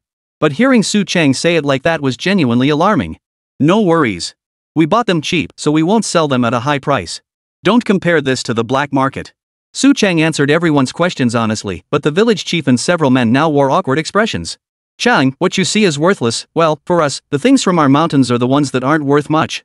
As they spoke, the villagers had already brought out large and small bundles of mountain goods from their homes. Medicinal herbs, dried game, rabbits, a little bit of everything, though not in large quantities. Village chief, you can't say that. Actually, I'm just like you, things you consider precious aren't really expensive back home. On the contrary, your mountain goods are highly sought after. Hearing this, the villagers looked skeptical. Su Cheng didn't elaborate further. He simply pulled items out of his bag one by one. Double arrow razors, erasers, flashlights with batteries, plastic buttons, nylon socks, cooling balm. As he counted them out one by one, they filled the ground. Oh, Uncle Longhao, Uncle Longshan said you folks don't have any pots up in the mountains. I brought you a few. Monkey, open your bag. Monkey complied and opened the bag he'd carried on his back. Sure enough, inside were iron pots of various sizes, stacked layer upon layer, looking rather amusing. After explaining the trade standards to the villagers, they protested loudly, "This won't do. It's too cheap. You're clearly losing out." No way. They insisted on sticking to the dried rabbit standard, 2 rabbits per pot, which was affordable for everyone in the village. But the villagers protested. Clearly, this young man was practically giving them away. Xingzai, you can't run a business like this. Charge what's fair, or else none of us will dare trade with you in the future. Longhao eventually persuaded Su Cheng to raise the price, but Su Cheng was reluctant. This chance to sell well might only come once. Win over these mountain hunters, and future supplies would be no problem. Uncle Longhao, we're merchants, we have to make a profit. This isn't the first time, right? If we don't let everyone have a little fun now, it'll be tough to do business with you guys tomorrow. Don't worry, I'm not losing out. Of course he wouldn't lose out. When he casually tossed a dried rabbit into the mall and saw the price tag, he'd already mentally celebrated his fortune. Who would have thought people in the future would crave wild game so much? Even dried game still commands such high demand. Hearing this, Longhao and the village chief exchanged glances, then could only shake their heads and urge the villagers to bring Su Cheng more mountain goods to trade. That evening, everyone got what they wanted, and the whole village was filled with festive cheer. Let's have a feast tonight. Longhai, go hunt down a big one. Alright. Chapter 72. Monkey wine can get you drunk, but watch out for fever in children. Longhai was usually quiet, but when he acted, he truly brought back a big game. He returned carrying a black mountain goat on his shoulders, which looked to weigh at least 70 or 80 pounds. What impressed Su Cheng and Monkey most was that the goat had been killed instantly, a single arrow through the eye. Longhai tossed the goat down and hurried away, afraid Su Cheng would grab him and try to give him something else. He'd grown wary of this overly generous fellow. Down in the village, he hadn't noticed the boy's extravagance. But this time, nearly everything they'd brought up the mountain had been given to them for free. He really couldn't bring himself to accept anything else. His 2 young children alone had their arms stuffed full of fruit candies. His wife, clutching several bricks of brown sugar, beamed with a smile as bright as could be. Su Cheng didn't feel this was a loss. After all, his father had a good relationship with them, so he considered it maintaining ties with such a valuable client. Remembering his past life, when he and Monkey were new on the job, they'd even haul the client's belongings during a move just to keep them on board. Doing things like this often taught you the ropes of social etiquette. After the villagers had exchanged their goods, every household soon brought out their finest ingredients to prepare a feast. Longshan might not have many skilled hunters, but when it came to butchering sheep and cooking, they were top-notch. Hey, Uncle Longshan, you never showed us these skills when you were down in the village. Seeing Longshan's masterful culinary skills, Su Cheng and Ma Zi were like kids discovering a new treasure. Mountain folk, who among them doesn't know how to cook? Out in the wilds, if you can't prepare your own meals, you'll starve to death. That was true enough, and Su Cheng silently took note. Longhao hauled out a large wine vat from somewhere. One glance told you it was well-aged. Longhai's smile grew even broader as he eyed the vat. Longshan chuckled as he cooked, teasing, "You rascal. So you really did stash a whole vat of monkey wine." No wonder back then, the 3 of us only drank what was meant for me and Longhai. Monkey wine? Wine brewed by monkeys? Su Cheng's eyes lit up at their words. The monkeys up on the mountain are clever creatures. If they can brew wine like this, it must be better than anything you'd find elsewhere. Ha! Just kidding. But those monkeys sure knew how to pick their fruit. After Longshan, Longhai, and I discovered these fruits, we picked them all and even planted them in the back. They just don't taste as good as they did back then. As he broke the ceiling clay, the aroma of wine instantly whetted everyone's appetite. Su Cheng couldn't help but swallow hard as he stared at the mud-covered wine jar. Uncle Longhao, did you bury this wine in the mud to mellow it out? Ha! You know about these things? Looks like you have to try this wine. The villagers prepared the meal together and it was soon ready to serve. But being mountain folk, they had no proper tables or chairs, everything was handmade from wood. Everyone brought out their household items and pieced them together. Come on, let's eat. At the village chief's call, the entire village dug in. The atmosphere of dozens eating together was incredibly satisfying. At least, Su Cheng had never experienced such a hearty feast in either of his 2 lifetimes. Chomping on lamb chunks and chugging monkey wine, he felt this was the kind of life that truly felt satisfying. Oh, right uncle, give this to auntie. They say this stuff is specially made for women's needs. Halfway through the meal, Su Cheng suddenly remembered something. He dashed over to the now empty sack, rummaged around inside with a look of intense concentration. Finally, he mysteriously slipped several cloth-wrapped items into Long Hai's hands. That thing? What thing? Long Hai, already tipsy, was confused. Su Cheng whispered a few words in his ear, causing the burly man to jerk as if electrocuted, nearly dropping everything in his hands. You wouldn't dare throw them away, would you? After all, this little rascal meant well. No way. I learned this from old Zhao too. He said cleanliness is paramount, and we're modern people now, women's health isn't something to take lightly. Though slightly tipsy, Long Hai still cared deeply about his wife. I'll get it for her right now. Auntie will understand how to use it once she sees it. We can't keep using those old-fashioned methods anymore, they'll make you sick. At those words, Long Hai sobered up considerably. Grabbing the item Su Cheng handed him, he hurriedly pulled his wife home. Long Shan hadn't married yet, so there was no share for him. Long Hao had heard his wife died in childbirth, so there was no need to prepare a share for him either. Su Cheng felt like he was acting like an old housekeeper, having to look out for the wives of all these grown men. Wait a minute, what about my mother? I need to think this through. It wasn't that he hadn't thought about this issue before, but back in the village, he hadn't noticed anything like this happening. And the womenfolk wouldn't have made such matters public, would they? It was only when he went up the mountain and saw the mixture of blood and wood ash near the village latrines that he recalled how many women's ailments in this era stemmed from such primitive practices. As he pondered how to broach this with his mother back home, a woman suddenly cried out. Shan Bao? Why is your face so red? Have you been drinking? A child stood before them, face flushed crimson, breathing heavily. It's nothing. The child just has a fever. Cover him with a blanket and let him sweat it out. A man beside him, presumably the child's father, took the child's temperature while drinking, seeming rather unconcerned. Su Cheng, who had only studied medicine with old Zhao for 2 days, saw this and sensed the child's condition was more than just a fever. Uncle, is the child just feverish? Su Cheng's approach startled the couple. Cheng, kids get fevers all the time. Up here in the mountains, we just let them sleep it off. They'll be fine tomorrow. Probably afraid of alarming Su Cheng, the villager quickly had his wife carry the child back inside, warning her to keep him out of the draft. Uncle, I've studied medicine for 2 days with the barefoot doctor down in the village. This child doesn't seem to have an ordinary fever. Ah! The man was terrified by Su Cheng's words. He dropped his bowl and grabbed Su Cheng, asking anxiously, Cheng Zai, he's my only child. He had an older brother the same age, but we couldn't keep him alive. His voice was nearly choked with tears as he spoke. This was a stark contrast to his earlier indifference. Su Cheng couldn't help but shake his head.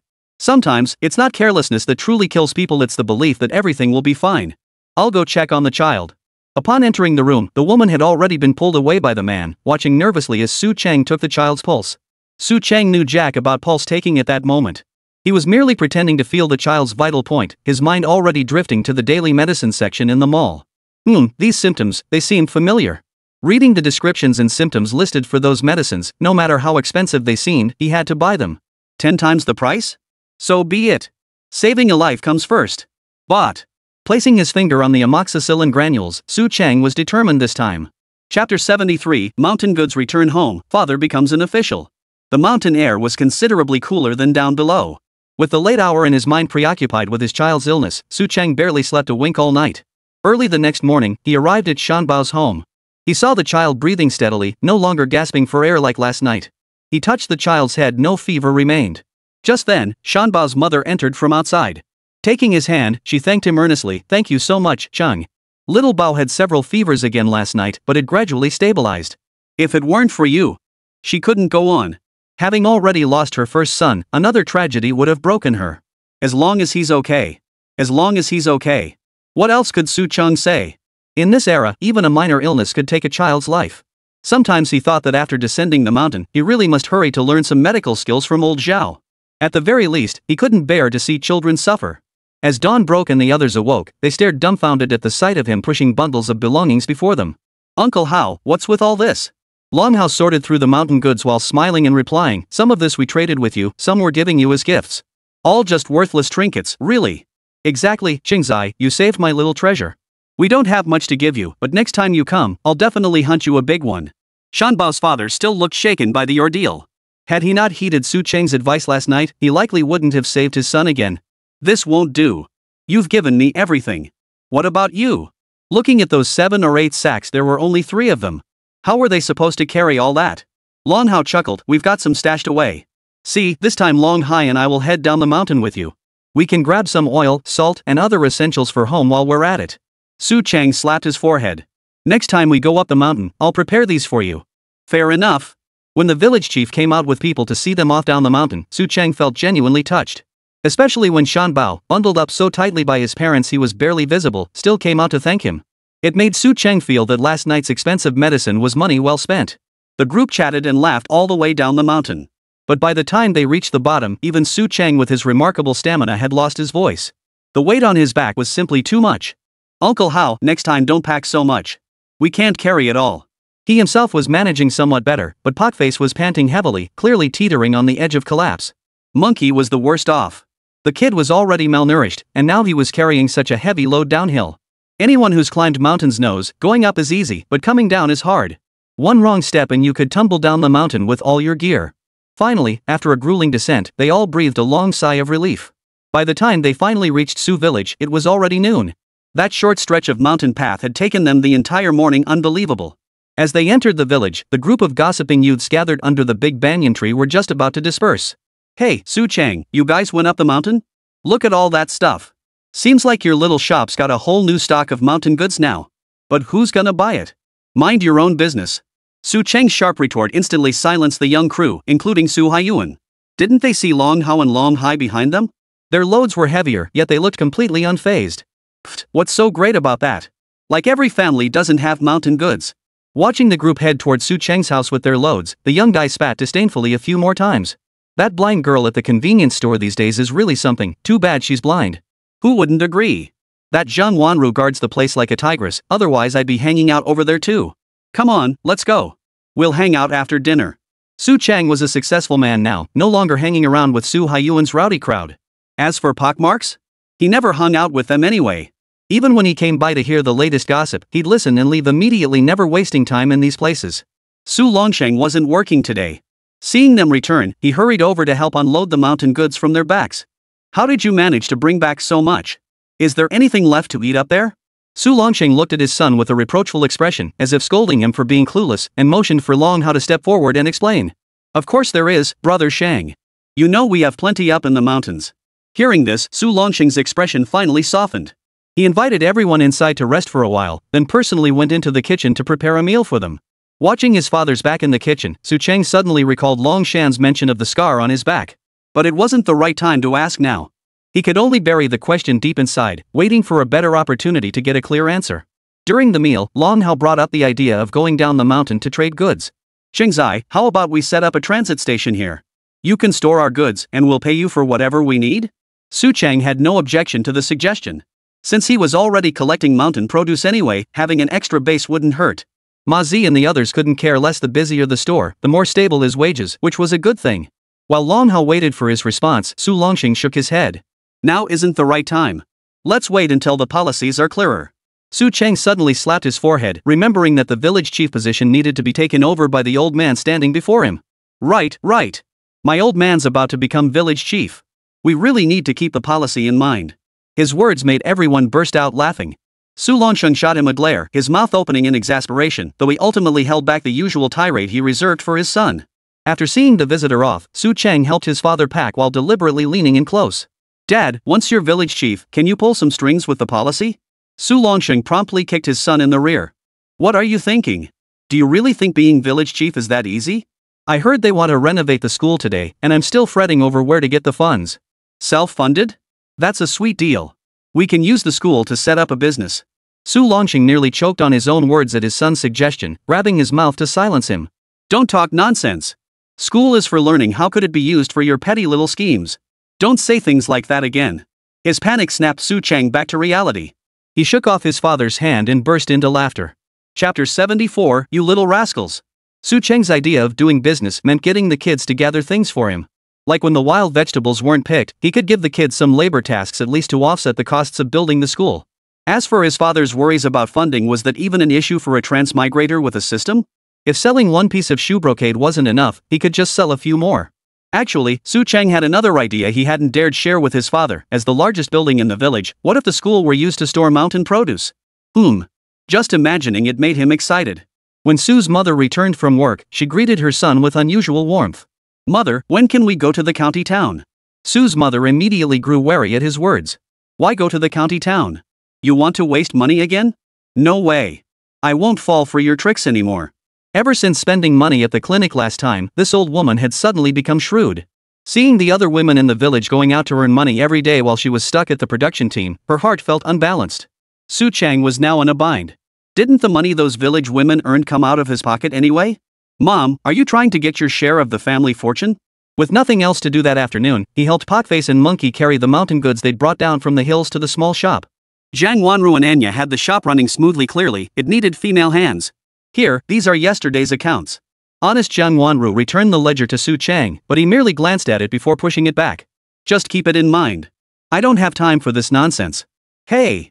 You lazy bum, trying to make me do all the work again?" The little girl wasn't having it, chasing after Su Chang and chattering away with a flurry of complaints.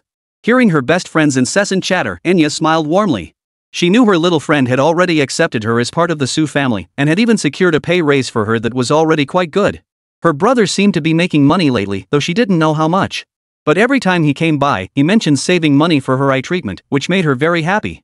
Whether her eyes could be cured was one thing, but the fact that her brother no longer had to tend to that unprofitable cloth shop, no longer sighing every night, that alone was a blessing. After sorting out the mountain goods in the shop, Su Chang went to find old Zhao again, still bringing up the matter of learning medicine from him. "I don't have time to take on apprentices. How about you come with me on house calls when you're free?" Su Chang thought it over, then finally handed over his book on barefoot medicine. "I don't have time for house calls, but glancing through this book might be useful." He shuddered at the memory of how he'd once prescribed medicine in the mountains based solely on those drug instructions. You can't learn medicine just from books. If you're serious about studying, you really need to observe actual cases with me. Alright, when I'm less busy, I'll shadow you for a while. Back then, being a doctor didn't carry the risk of being stabbed to death by medical agitators like in later times. At least in this era, such a selfless profession commanded universal respect. By the time he left old Zhao's house, dusk had already fallen. As he approached the granary, he spotted Zhang Wanru acting suspiciously. "What's this girl up to? Going out at this hour?" The girl glanced left and right. Seeing no one around, she slipped into a small grove nearby. Su Chang didn't think much of it and quietly followed her inside. The girl hadn't expected anyone to follow her. After crouching in the grass for a while, she finally pulled up her pants. But then she spotted Su Chang following her and locked eyes with him. Their eyes locked for less than 2 seconds. The girl let out a shrill scream that could shatter glass. Su Chang rushed over and covered her mouth. Thankfully, the sound hadn't carried far and hadn't alerted anyone. What the hell was she screaming about? Why didn't she just use a public restroom? She was old enough to know better than to be scared of snakes, bugs, or rats. Su Chang felt a bit awkward, but honestly, with her tiny frame, there wasn't much to see anyway. Zhang Wanru, her mouth covered, instinctively tried to bite him. Seeing she'd stopped screaming, Su Chang quickly withdrew his hand. This girl was born in the year of the tiger. He didn't want to get hurt. "Let's go. Don't wander into these woods unless you have to." "What were you thinking?" Just as the girl was about to retort, she caught the man's gaze drifting toward the nearby ash pile. Her heart clenched again. "Pervert." She kicked his calf and ran off, pulling up her pants as she fled. Only when he saw the pile of ashes on the ground did Su Chang slap his forehead. Damn it, I forgot about this again. He'd thought it through clearly while still on the mountain, but the moment he returned, it slipped his mind entirely. It seemed the lady's personal hygiene issue couldn't wait any longer. In his previous life, he hadn't had many opportunities in the village, but working in the city had given him a deep understanding of such situations. Back then, it was an era where women were treated like men and men like oxen. Everyone was so focused on earning more money that they neglected personal hygiene. He'd seen women suffering from all sorts of ailments before, but you couldn't ask about it. Asking meant you were talking about women's diseases. Pondering this, he passed by the Zhang household and noticed the young girl's window was open. His eyes darted around. He pulled a small bag from the system, filled it with sanitary supplies, and added a note. Whoosh! He tossed the bag into Zhang Wanru's room and walked away without looking back. Zhang Wanru, who had been blushing shyly in her room moments before, flung herself onto the bed. She punched the pillow beneath the covers repeatedly with her delicate fists, as if it were Su Chang himself. Enya, who was about to speak, glanced toward the window. A bag had been tossed inside. Ha! This bag is so pretty. Zhang Wanru picked up the bag and discovered something inside. She emptied it out and her face flushed instantly. The note inside clearly explained how to use this thing. What on earth is this? Enya couldn't see it, but she knew it must have been tossed in by someone familiar from outside. At this hour, only one person could make her best friend blush like this. It's nothing.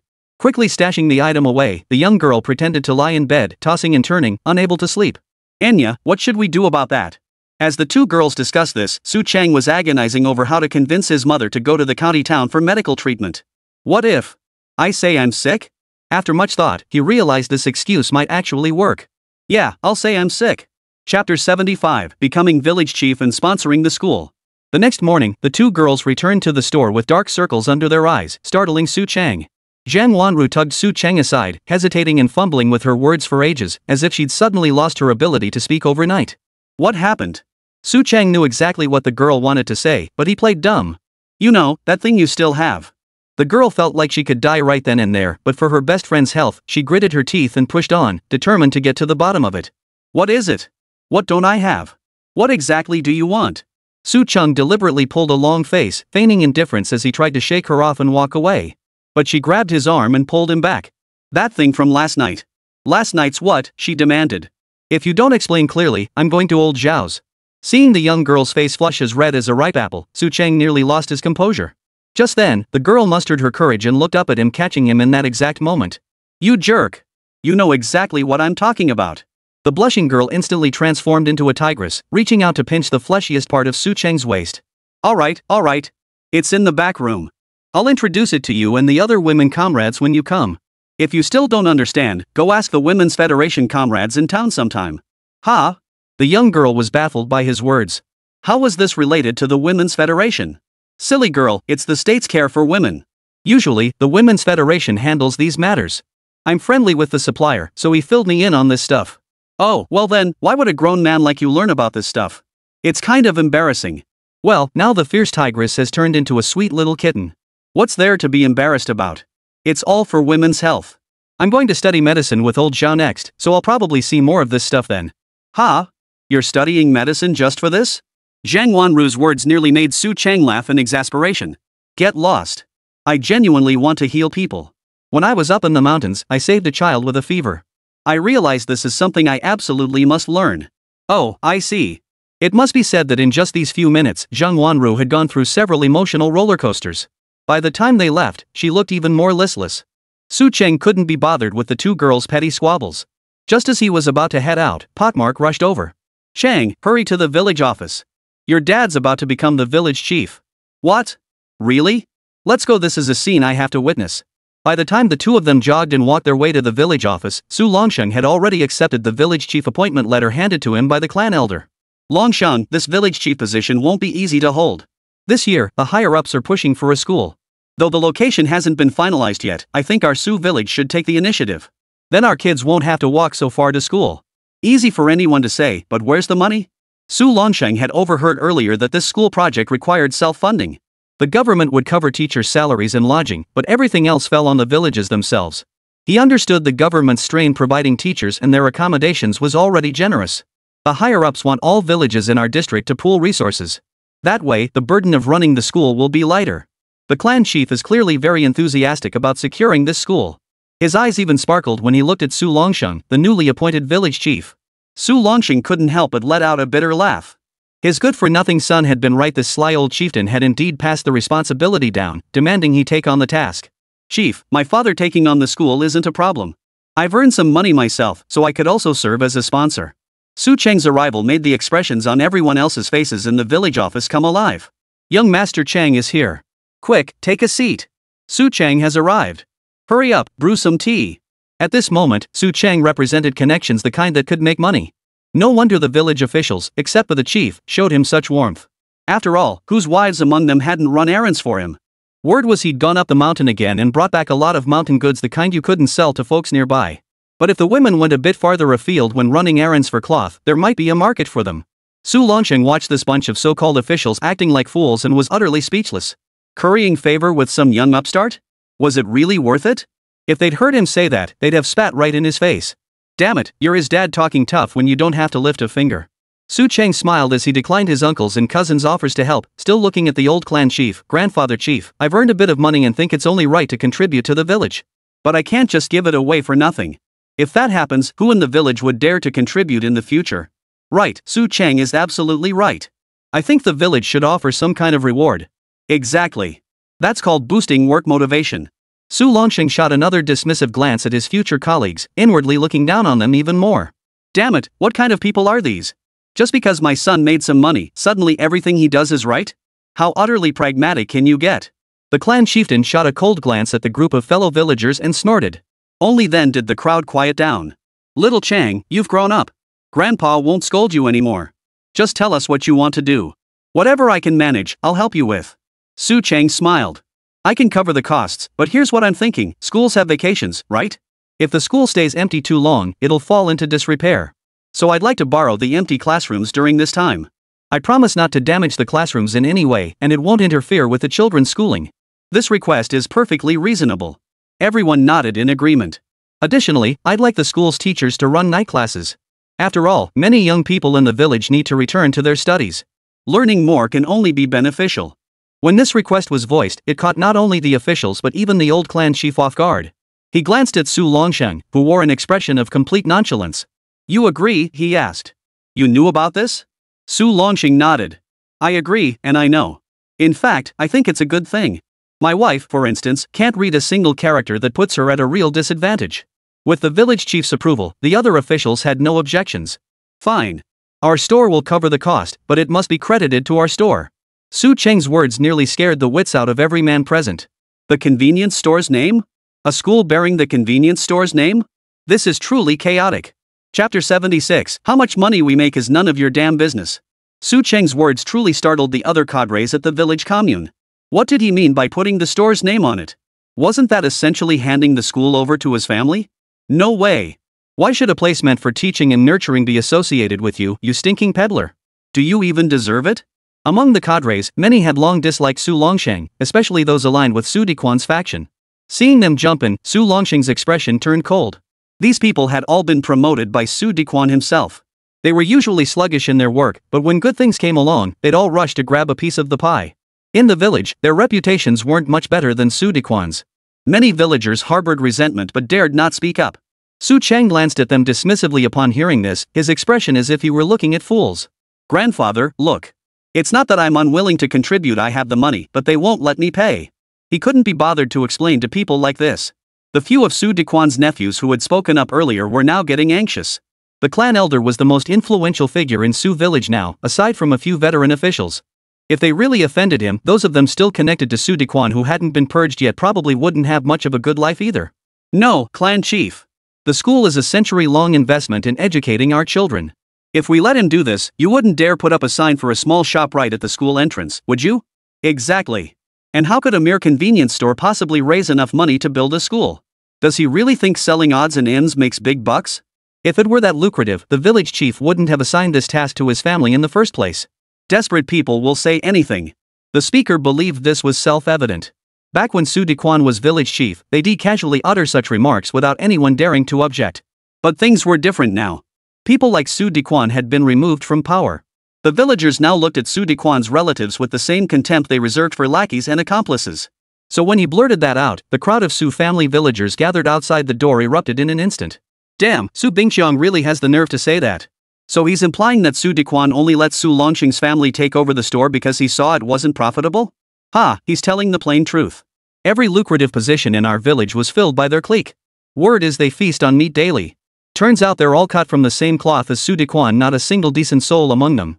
Seeing Su Bingqiang speak like this across the room, and hearing the villagers' reactions outside the door, Su Cheng didn't even need to defend himself now. He didn't even bother to glance at the man across from him. The clan chief of Su village's face darkened. Back when Su Dequan was in power, he'd heard similar talk, but it hadn't seemed like such a big deal then. Now, however, hearing it again, he felt that none of these people in the village office, who had gotten their positions through connections, were fit to remain. Su Bingqiang finally realized his words were inappropriate and tried to explain, but was pulled back by an elder behind him. "Elder, it's not that we have any issue with Su Chang," he began. "It's just that we don't believe he currently has the financial capacity to cover all the costs for the school construction. After all, the school is a place that nurtures generations. If he agrees on a whim and the funds never materialize, our village will become the laughingstock of the entire region."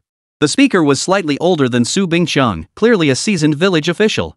Su Chang recognized him. He was Su Dequan's clan elder. He was specifically in charge of the village office's finances, and his family's living conditions were arguably among the top in the entire village, second only to Su Dequan. His words sounded reasonable, but they were still aimed squarely at Su Chang. Only now the accusation shifted, implying that Su Chang had rashly promised funds he could never possibly deliver. Sure enough, after his words, the old clan chief's expression softened slightly. When he turned to look at Su Chang, his gaze carried a hint of suspicion. "Chang, look at this." Su Chang was genuinely exasperated to the point of laughter. These old fools wanted him to pay up and prove his wealth. "If it weren't for my father being the village chief, I wouldn't give a damn about you lot." He mentally cursed every old man and official across from him, yet his face remained plastered with a polite smile. "Grandfather, this isn't up to me. I think someone else should vouch for me." With that, he turned his head toward the door and called out loudly, "Auntie Chang, are you here? And the other ladies who helped me with the cloth, come testify whether I have the means or not." A stir rippled through the villagers outside. Aunt Chang raised her hand and responded excitedly. Here, Chang Zai. We're right here." She was visibly thrilled. This was her golden opportunity to advertise. As Su Chang had taught her, it was all about establishing her credibility. With a reputation known throughout the village, she would no longer need to constantly explain that she wasn't a fraud when buying and selling cloth. So when she ushered the group of women inside, she walked with her head held high, radiating a sense of authority. "Chief, I can vouch that Qingzai has the financial means to oversee the school's construction." Yes, we can attest to that too." Several women behind her caught on and raised their hands to vouch for Su Chang. Across the way, Su Bingqiang watched these women with a pained expression. Though his own wife wasn't among them, several had recently become quite close to him. "If you say you can vouch for him, then go ahead. I could just as easily claim I'm a provincial official." That was a pretty low blow, but Su Chang didn't dwell on it. It was precisely this level of incompetence that made him unwilling to get personally involved. Aunt Chang saw the dismissive smile on her family's moneymaker's face and instantly understood. "Ha, we can make 200 or 300 yuan in just a few days, and that's just for our referral fees. Since Chang Zai bought out the cloth from the people we brought in bulk, he's making even more than us." Her words drew constant nods from the group of women behind her, while the expressions of those self-proclaimed upright and dedicated officials across the table grew increasingly grim. At this rate of profit, not only was he the boss raking in the most, but every single mother present could easily save up the thousands needed for the school's construction fund. "Ha, anyone still have objections? Speak up now. Don't expect me to foot the bill only to get kicked out later. I won't be so kind then." Chapter 77, Flaunting Wealth Invites Envy. It must be said, this time Su Chang had used the words of the anti-squad to defend himself, and his argument was undeniably persuasive. At the very least, when the villagers outside the village office heard about Aunt Chang's earnings these past few days, they were stunned. Holy crap, no wonder these old ladies were running out every day. If they could earn a year's worth of our income in just a few days, I'd be running too. Who could disagree? Back then, who hadn't mocked these women, saying they were working themselves to the bone for Su Chang, not realizing they were actually working for themselves? Damn it, with earnings like that, I'd gladly be a workhorse myself. Relying solely on farm income, it's a miracle my family doesn't starve. While the villagers buzzed with gossip outside, the few officials inside were growing increasingly restless. Especially with these women earning so much, no amount of official authority could suppress that now. Quiet. The old clan chief finally seemed to have made up his mind. After commanding everyone to quiet down, he swept his gaze across the room before delivering his final words. Since Chang Zai's side had no objections, the matter was settled. Of course, any other villagers wishing to contribute to the school could also approach the village office, provide their names, and make donations. The matter was settled, but the commotion it caused drew the attention of troublemakers from all over Su village and even nearby settlements to Su Chang's unassuming little shop. Everyone wanted to know how Su Chang was making money.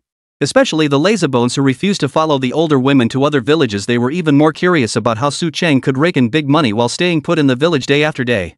Su Wei was one such person. He'd actually tried peddling goods between villages before, only to get scammed. That batch of junk fabric was still piled up at home, unsold. Damn it! How come he makes money doing nothing while I work my ass off and still lose money? That's not fair. The thought made him seethe with anger. Even after returning home, he barely spoke a word. He changed his clothes and headed straight to the town to drown his sorrows in drink. He couldn't fathom why, as the former village chief, he had actually lost to the son of a hunter. What baffled him even more was how Su Chang could make so much money in such a short time. Speculation and profiteering. He must be engaging in speculation and profiteering. I'm going to report him, and I'll make sure he gets locked up. Truth be told, he didn't stop to consider that his own behavior while traveling between villages was precisely what he called profiteering. Now, almost everyone in Su village was talking about Su Chang, and everyone wanted to be like him. Su Chang had become the ideal child overnight. At home, adults would often say, if you could be as successful as Su Chang, I wouldn't have to worry so much. The group of women who followed Su Chang to make big money became the envy of all the village women. Wherever they went, crowds gathered to ask how to source fabrics, making Aunt Chang and the other women leaders practically walk with a spring in their step. Returning home with his father, Su Chang saw the old man sitting silently and knew exactly what was troubling him. Dad, you're still worried I'll get into trouble? Su Longsheng shot him a glance, his eyes betraying his unease. This is actually a good thing. Our family business is bound to expand anyway. Getting the villagers on board now will save us a lot of trouble later. Su Chang explained while pouring his father a cup of tea to appease him. Though his words were reassuring, his expression remained flippant, as if he hadn't given the matter a second thought. His son's attitude only deepened Su Longsheng's regret over accepting the village chief position.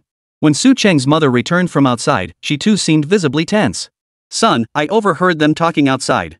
They said you've made a fortune? Could someone be plotting against you? Su's mother wasn't concerned about whether her son made money or not. Her greatest fear was that the villagers might cause trouble and harm her son. If that happened, she'd feel like dying. Mom, you're exaggerating. I'm just making a little profit on the difference. It's nothing like making a fortune. Busy reassuring his mother, he hadn't noticed that Zhang the hunchback and pockmarked face, who usually frequented their home, hadn't shown up. Under normal circumstances, if something like this happened, they would have rushed over immediately to discuss it with them. But now, clearly, this rumor had created a sense of distance between them. The village loafers gathered under the banyan tree had shifted their chatter to Su Chang today, their eyes darting toward the general store as they spoke. No one had delivered cloth today. It seemed Su Chang's recent business had bought up all the nearby supplies. Strange, though how does he sell all that fabric? He must have connections. If he doesn't have a boss backing him, I'd never believe it. Sailor Su was also constantly thinking about all the little items he'd seen and not seen in Su Chang's shop, especially his uncle's pair of hiking boots, which he couldn't stop thinking about. I bet he'll ship this fabric out soon. When he does, we'll follow him and see where he sells it. That'd be great. Once we get into this business, we could rake in big bucks just like him. You never know, idlers have their own ways. If Su Chang hadn't had the system mall, they might have actually pulled it off. Meanwhile, Zhang Wanru and Enya at the convenience store found it odd why were so many people milling about outside today. Especially the older folks, who seemed to be patrolling in groups. It wasn't until closing time that afternoon, when Aunt Chang brought the group of elderly women back to arrange a time to collect the fabric, that they heard about Su Chang's situation.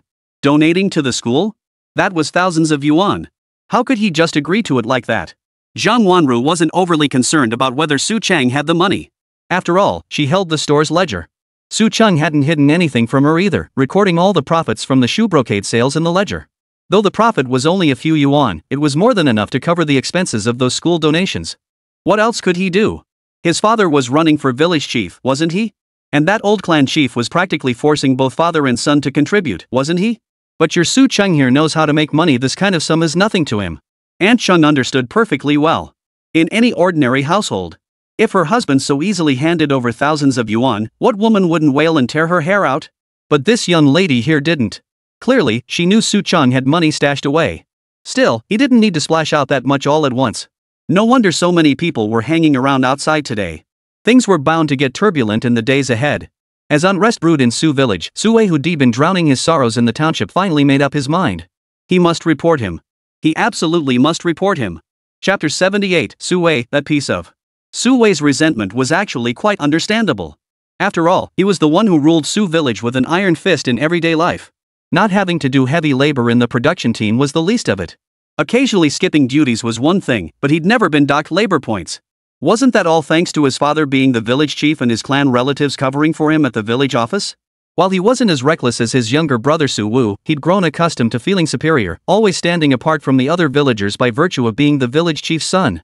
Now that his father had lost the village chief position, and he kept hitting roadblocks in his money-making schemes. What really pissed him off was that bastard Su Chang could rake in so much money without breaking a sweat money that took others years of farming to earn. Damn it! Why does he get rich while my dad's in jail? Why can he make the village women earn money for him? Why does his little shop have things others don't? This jealousy consumed him, distorting his very features. After downing a few more shots of liquor, his thirst for revenge burned even hotter. Drunk and reckless, he stormed straight to the township office. I'm reporting Su Chang for profiteering. Before he even made it through the gate, the stench of alcohol on him made the old guard kick him right back out. "Get the hell out of here, you drunken fool!" The old man's kick landed with precision, sending him sprawling face first into the dirt. "Get the hell out of here, or I'll chop you to pieces." That's the Southwest ethnic style, draw knives at the drop of a hat, never wasting breath on nonsense. Kicked into sobriety, Su Wei lunged forward again. But when he saw the brightly lit room and the curved ethnic knife hanging inside, he chickened out. "Damn it! I'm going to find my dad's connections." Su Dequan had connections at the township office, plenty of them. But they were all at work now, and Su Wei would have to sober up before he could even get inside. At the very least, the Miao gatekeeper at the township office entrance wouldn't let him in so easily. After some thought, he returned to the small tavern where he'd been drinking earlier.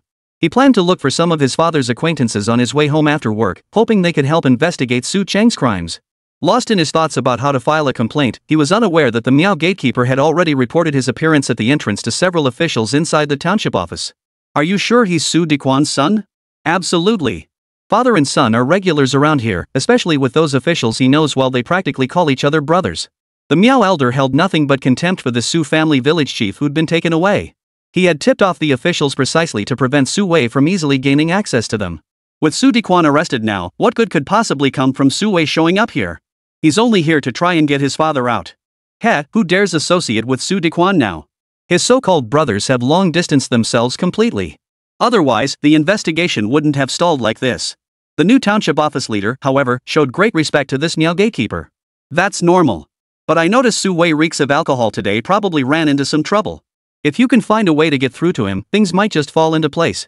The official stroked his chin and nodded to the old man who'd once been a reconnaissance soldier. "Thanks, old man. If we crack this case, I'll buy you drinks." "Haha, I've been waiting to hear that." The leader left, but instead of heading into the township office, he walked outside. When he reached the township's only small tavern, he happened to see Su Wei drinking with a young thug. Su Wei seemed rather agitated at that moment. What the hell kind of ability does Su Cheng have? He just found a boss and collected all the fabric from the nearby villagers, right? "Oh, so Brother Wei, you started running the fabric business because you heard about his success and wanted to learn how to do business?" "Learn my ass. Damn it, these people are nothing but scammers. That last batch of fabric I got? Half of it was damaged and unsellable. It's still sitting in my house now."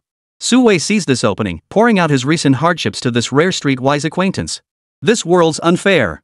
Su Cheng makes thousands, even tens of thousands, doing nothing, and he even donates to build a school for the village. Meanwhile, I work my ass off day and night." His bitter complaints didn't move the man across from him. Instead, it was the earlier remark that made the underworld brother's eyes light up. Is running fabric really that lucrative? Who knows? But the women from the village who followed him had each made several hundred yuan. And that was just one person. Their whole group had over 10 women. Thousands of yuan was definitely possible. In this era, who had ever seen thousands of yuan in cash? Hearing talk of such sums now felt utterly unbelievable. Fortunately, the tavern wasn't crowded at that moment. The ruffian glanced around at the others present, and only when he saw that no one seemed to have heard Su Wei's words did he breathe a sigh of relief. "Bro, this place isn't enough. Let's go back to my place and keep drinking." Without waiting for Su Wei's response, he simply hoisted him up and started walking.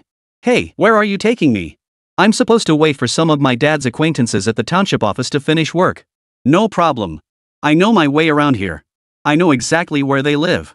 Come home with me first. We'll drink our fill, then go find them." "Oh, alright then." Su Wei was carried away, but the new leader in the tavern didn't rush after them. Carrying Su Wei back home probably meant he intended to go after Su Cheng. Was Su Cheng really that wealthy? As the saying goes, money moves people. The leader believed Su Wei had no choice but to target Su Cheng this time. Judging by the thugs dragging him away, it seemed the decision was already made for him. So why not play the opportunist? If I can pin this weakness on Su Wei, I refuse to believe Su Dequan would ignore their father-son bond. Sooner or later, he'll root out all the rotten apples here. With that thought, he immediately returned to the township office, wrote a report, and soon arrived at the nearby police station. Capture Su Wei? He's planning to target Su Cheng? Boss, I remember Su Cheng, he's old gun Su's son.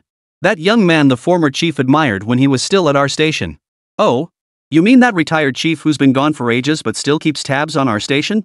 Yes, him. I heard he and Su Longxing, Su Cheng's father, served in the same military unit. So that's the connection. Arrest him first, then we'll see. If I'm not mistaken, they should be moving tonight. Understood, sir. I'll have the team prepare firearms and equipment. Chapter 79, Coercion and Inducement. Su Wei truly hadn't expected that his buddy hadn't dragged him home for drinks but to tie him up. Hey, what are you doing? Didn't you say you wanted to treat me to drinks? His dazed mind snapped into focus the moment he was strapped to a chair, cold sweat breaking out as he sobered up. Ha! Drinking? Ha! Let me tell you, today you're going to spill everything. The street thug wasn't exactly a saint either, brandishing a knife and slashing it back and forth across his face. Hey, buddy, let's talk this out. We've known each other for a while now. Ask me anything you want to know. I promise I'll tell you everything I know. Su Wei was genuinely terrified. He knew this kind of person was truly capable of anything. If he really stabbed him to death, escape was uncertain, but the only certainty was that he'd die right here. Tell you everything? Not bad. The man sheathed the knife, casually grabbed a wooden stool, and sat down before him. So this Su Cheng guy really made a killing? Su Wei snapped back to his senses. He remembered how the man's eyes had lit up when they'd mentioned Su Cheng making money at the tavern earlier. Clearly, he was after the cash. He made it. He made it. And he made a ton. He nodded frantically, as if fearing this guy might stab him to death if he hesitated a moment longer. You saw it? The other man remained uncharacteristically calm, his eyes narrowed in skepticism at Su Wei's claim. I didn't see it, but... Seeing the other man ready to draw his knife again, Su Wei panicked and hurriedly explained, the women I referred to him each earned several hundred yuan. Now all the women in our village follow these guys to help him run fabric. Really, I'm not lying to you. Just ask anyone in our village and you'll see. This time, the other person nodded and sheathed the knife. Finally, he turned back and asked, all cash payments? Yes, all cash. We don't know how much cash this guy actually has, but I heard the women carry it back in sacks when they collect their pay. Hearing this, the streetwise man jumped up excitedly, pacing back and forth in the room. Who is this Su Cheng you're talking about? Why does he have so much money? Seeing his interest piqued, Su Wei quickly began telling him about Su Cheng and the old gun in his family. You mean his old man was a gun? And he even killed a tiger? I've heard he did, but I never saw it myself. But it's true his dad was the best hunter in our village. Oh, right. That Blackie who got caught last time? Yeah, Blackie and his crew were captured by his dad alone. The capture of Black Ghost was big news throughout the entire township. To take down that band of mountain bandits single-handedly, even the boldest person across from him would have to reconsider their own standing. Is he really that formidable? Though Su Wei hadn't witnessed it himself, he later heard the village loafers under the banyan tree reenact the whole thing vividly. He didn't believe it was that incredible, but the story was told so vividly that he could only relay it to this gentleman. So you're saying he didn't actually beat Black Ghost and his crew into submission? He just scared them with a clever plan? Exactly, that's what I think too. Seeing his view endorsed, Su Wei immediately nodded like a chick pecking at grain. This display pleased the gentleman immensely. He personally poured a glass of cold water and slowly brought it to Su Wei's lips. Come on, brother Wei, the other man teased. We've known each other for a while now. Don't you want to fleece a fat cat like Su Cheng for a nice chunk of cash? These punks have gotten smarter these days. The father might be a tough guy, but the son? Not necessarily. Based on his years of street experience, the Su Cheng was clearly all bark and no bite, not even as tough as Su Wei standing before him. I want to, but my dad just got locked up because of them. I can't. Upon hearing this crucial detail, the thug's eyes darted around before he suddenly turned polite toward Su Wei. He untied him immediately and even helped him up with feigned kindness. This was all a misunderstanding, you see. Take brother Wei here, if guys like us don't hit it big, we're stuck like this forever. You agree, right? Su Wei dared not nod recklessly. This guy clearly seemed off, not like the brothers who used to hang out arm in arm. Look, your father got dragged into this too. If you didn't make a fortune, you probably wouldn't even dare speak up at home now, right? Su Wei found his words hit close to home. Ever since that woman had him separated from his mother, it seemed like she was the one calling the shots at home. So, you really want to take down Su Cheng? Hell yeah. But just the two of us? No way we can handle that old gun, son. But with you showing us the way, we just need 2 more guys and we'll have him tied up tight. Then, whatever you want, it's all up to you, right? You gotta admit, these street thugs really understood the mindset of a pushover like Su Wei. First they threatened him, now they were tempting him with money, completely pushing aside the fear he'd felt just moments ago. Really, I can take whatever I want. Su Wei's eyes slowly lit up. Seeing this reaction, the thug felt completely reassured. Don't worry. If we sneak into the village under cover of night, even if we can't tie him up, we can still steal his goods from his store. With that assurance, Su Wei immediately nodded in agreement. Fine, I'm in. This time, I'll make him understand who truly calls the shots in Su Village. Su Wei wasn't stupid by nature, but lately, poverty had truly driven him to desperation. Before, though still poor, at least his old man was the village chief. Wherever he went, people looked up to him. Now, he was reduced to peddling fabric door to door, swindled out of a fortune, and enduring his wife's incessant nagging at home. This thug's offer felt like a door suddenly swinging open, making him dream of returning to the days when people looked up to him. Seeing his eagerness, the hustler wasted no time, grabbing him and rushing off to find two accomplices. Before leaving, he tucked the family heirloom, a homemade flintlock pistol, into his waistband, just in case. What they didn't know was that someone had been watching them from across the street the moment they entered. "Boss, looks like they're planning to move tonight. Follow them, but don't let them spot us." Chapter 80, Night Raid on the Convenience Store. Another quiet night descended upon Su Village. Business had been surprisingly busy today. Su Chang, Pockmark, and Monkey had made 3 trips back and forth with their carts. Even Ango, who arrived later, pitched in after handing over the shoe brocade he'd collected to Su Chang. "Brother Chang, your business is really booming." NGE had come to deliver the second batch of shoe brocade. After taking the payment back last time, the artisans in the village were overjoyed. He'd also made a small profit as the middleman. "Sure, it's less than what the women shipping these fabrics make, but it's still way better than running my own shop. This is nothing. The real money's in the embroidered fabrics you're collecting for me." Seeing this burly fellow bring 20 pieces of embroidered cloth, this time some even as tall as a person.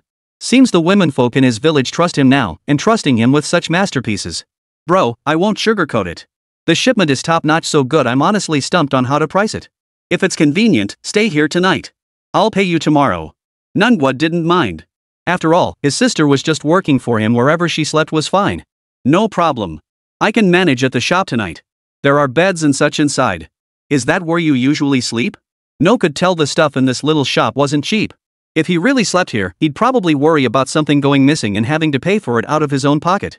"I used to sleep at the shop, but not anymore. The stuff there is nothing special, nothing like your precious coin." Ah. No thought he was joking, but Su Chang was dead serious. Embroideries like these appearing in the marketplace had been driven to insane prices by capital. The most exquisite one, about the size of 2 palms, had been bid up to over 10,000. Even after converting it back using the marketplace's so-called exchange rate, it was still at least 8,000. That's why he'd taken down the tiger penis and stashed it in his system's storage space. The embroidery was precious, but it was just an inanimate object. Tiger penis, however, could revive the dead and restore flesh to bones.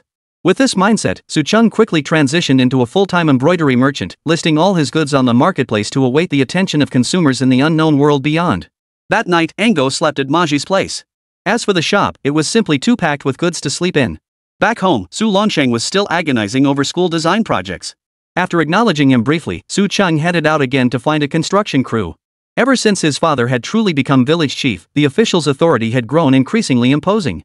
Even when he returned home and sat silently, it gave Su Cheng the strange illusion that his father had somehow changed.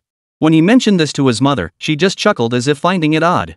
"A man becomes serious once he has a career, doesn't he? Unlike you running such a big business yet still so carefree." Great, another lecture from Mom. After the family finished dinner, Dad left again. When he returned, he pulled Su Cheng aside and said, "Tell those 2 girls at the shop to go home and rest." "What kind of business is this? Paying them a few bucks and working them to death?" "Ha? What few bucks? My pay is based on a full-time supply cooperative employee rate. Over $100. Wait, didn't we close up after receiving the goods today to go home for dinner? How come those 2 girls are working overtime again?" As the boss, naturally he preferred to be a hands-off manager. But Zhang Wanru was practically his wife-to-be. Sure, he did harbor some selfish thoughts about her. But he couldn't possibly be working them to death like his father claimed. "No way. I gotta go see what they're up to." Zhang Wanru and Anya really did volunteer to work overtime tonight. After all, they'd received a large shipment of fabric, and the men had simply walked away after bringing it in. The subsequent sorting and inventory fell to the 2 young women. Anya's eyesight was poor, so she counted by touch alone, recording the quantities as she went. For sorting, Zhang Wanru used the patterns she could see as the standard, arranging them into neat stacks. Don't let their petite frames fool you. Those 2 girls polished off a night's worth of work that 3 grown men couldn't manage, and they did it beautifully. "Anya, let's go. My stomach is growling. I didn't even notice I was hungry while working." When Zhang Wanru returned to the shop after washing her hands, she saw several masked men holding Anya hostage. "Who are you? What do you want? Let Anya go." Zhang Wanru shouted angrily, lunging forward to grab the masked man who had pinned Anya against the wall. "Another one. Tie her up and gag her." This masked man was the thug brought by Su Wei. Seeing Zhang Wanru recklessly charge forward, he slapped her hard across the face, leaving it swollen. Su Wei and the other 2 quickly stepped forward, snatching a strip of cloth to bind Zhang Wanru. They stuffed a piece of cloth, who knows where they'd found it, into her mouth, silencing her. Anya, now pushed against the cash register, was also silenced. "Open the drawer," the thug growled in a deliberately hushed voice, his knife pressed against Anya's throat. "We're only here for the money. We don't want to hurt." The thug deliberately lowered his voice, threatening Anya with a knife pressed against her throat. But the girl was stubborn. Though she couldn't see who was threatening her, she still let out 2 muffled cries, refusing to comply. She's blind. That woman is Su Chang's mistress. The keys should be on her. Su Wei's warning to this person instantly clicked for Zhang Wanru. With her mouth blocked, she glared wide-eyed, writhing on the ground as she searched for the masked figure of Su Wei. Su Wei, feeling uneasy under her intense gaze, kicked her squarely in the stomach. Search for the keys. He ordered the 2 men following behind to search the girl for the key, and by then, he had calmed down. They had entered the village long ago, but it was still early then. So they'd gone to Su Wei's house to keep an eye on the situation here. Seeing the fabric delivery people coming and going, the thugs had already made up their minds. Su Wei was right, this shop was indeed a sitting duck. They waited until night deepened before leaving the village. They changed clothes in the small woods, covered their heads, and then returned. As for tying up Su Chang? That bastard Su Chang was with Pockmark and Monkey, making him a tough target. With only 2 young girls left in the shop, it was the perfect opportunity to strike. But while they were ransacking the store, they failed to notice that Su Chang had slowly begun to accept his little shop. Ha! So many people this late? Seeing the shadowy figures cast by the shop's lamplight, he instantly grew wary. Chapter 81, Zhang Wanru's Ruthlessness. Su Chang's wariness wasn't unfounded. He had become a local celebrity now. People greeted him warmly when they saw him, but he knew they were secretly discussing how much money he had. Some even claimed he'd become like the capitalists of the past, suggesting that Pockmark and the 2 girls weren't just working for him, they were supposedly getting paid wages. He hadn't paid much attention to these rumors before. After all, in this era, private business owners like him were becoming increasingly common. But when Ma Zi returned and told him that outsiders from other villages had been inquiring about him lately, it finally caught his attention. That's why he wouldn't let the 2 girls work overtime after a full day's labor to guard against these strangers. After all, the store was quite a distance from Su village, and he couldn't be there all the time. He had to provide his employees with some security. He even proposed to his father that they form a village security team. Su Longxing nearly lost his temper. His son had only been a shop owner for a few days, and already he was making such a big fuss about organizing a team to act as his bodyguards? Naturally, the matter was dropped. But Su Chang had prepared for such a situation, stashing quite a few weapons in the store's corners. No one could have imagined things would escalate so quickly. Peering from his hiding spot, he witnessed Su Wei, his face concealed, kick Zhang Wanru aside. 2 other masked men were groping his own woman. This was something he couldn't tolerate. He smashed through the window and kicked the man still searching Zhang Wanru for keys to the ground. Hell, they dared to rob my shop? Su Chang moved swiftly. After kicking one man down, he grabbed the other by the throat and squeezed hard. The man's eyes rolled back as he was choked unconscious. Su Wei and the punk still at the cash register hadn't expected Su Chang to show up at this moment, let alone with such overwhelming force. Su Chang? Su Wei was utterly shocked. He never imagined this guy could fight so well, taking down both men with just a few punches and kicks. The punk prying open the cash register drawer was terrified. He had the nerve to pickpocket and make small money on the streets, but this was his first encounter with such a formidable opponent. Don't you come any closer. I'll stab you to death. Gripping the short knife tightly, he shouted threats at Su Chang from behind the counter, as if the words alone could bolster his own courage. Su Chang didn't even glance at him. Su Wei's earlier words sounded eerily familiar. Zhang Wanru writhed beneath his feet, muffled moans escaping her lips. Su Chang crouched down, tore the cloth gag from her mouth, and reached to untie her bonds. He was Su Wei. His voice, I'd never forget it. When the girl could finally speak, the words that spilled out made Su Chang realize everything at once. The ropes binding the girl were tied in a tight knot, and he couldn't untie them immediately. As he frantically searched for something to cut the rope, the girl suddenly sprang up and delivered a flying kick straight at Su Wei, who hadn't even registered her movement. Thud! The 100-pound Su Wei was sent flying by the little girl's kick, crashing into the fabric in the middle of the shop. He seemed badly injured. The cloth covering his face was torn away, revealing his true identity. Zhang Wanru was still bound by ropes, but her legs were free. She charged forward and began kicking Su Wei relentlessly. You came to steal my family's money. You tied me up. You hit me. The girl was truly enraged now. Her Liberation Army boots showed no mercy, landing blows precisely on Su Wei's vital areas. Kicked into unconsciousness, Su Wei couldn't even scream. The excruciating pain radiating from his groin knocked the life out of him. The thug at the cash register had never seen such a fierce woman. Realizing things wouldn't end peacefully tonight, he yanked Enya toward him and pressed a knife to her throat. Freeze. Move again, and I'll slit her throat. Just as Zhang Wanru was about to deliver more kicks, Su Chang yanked her back. Let her go, and I'll give you the money.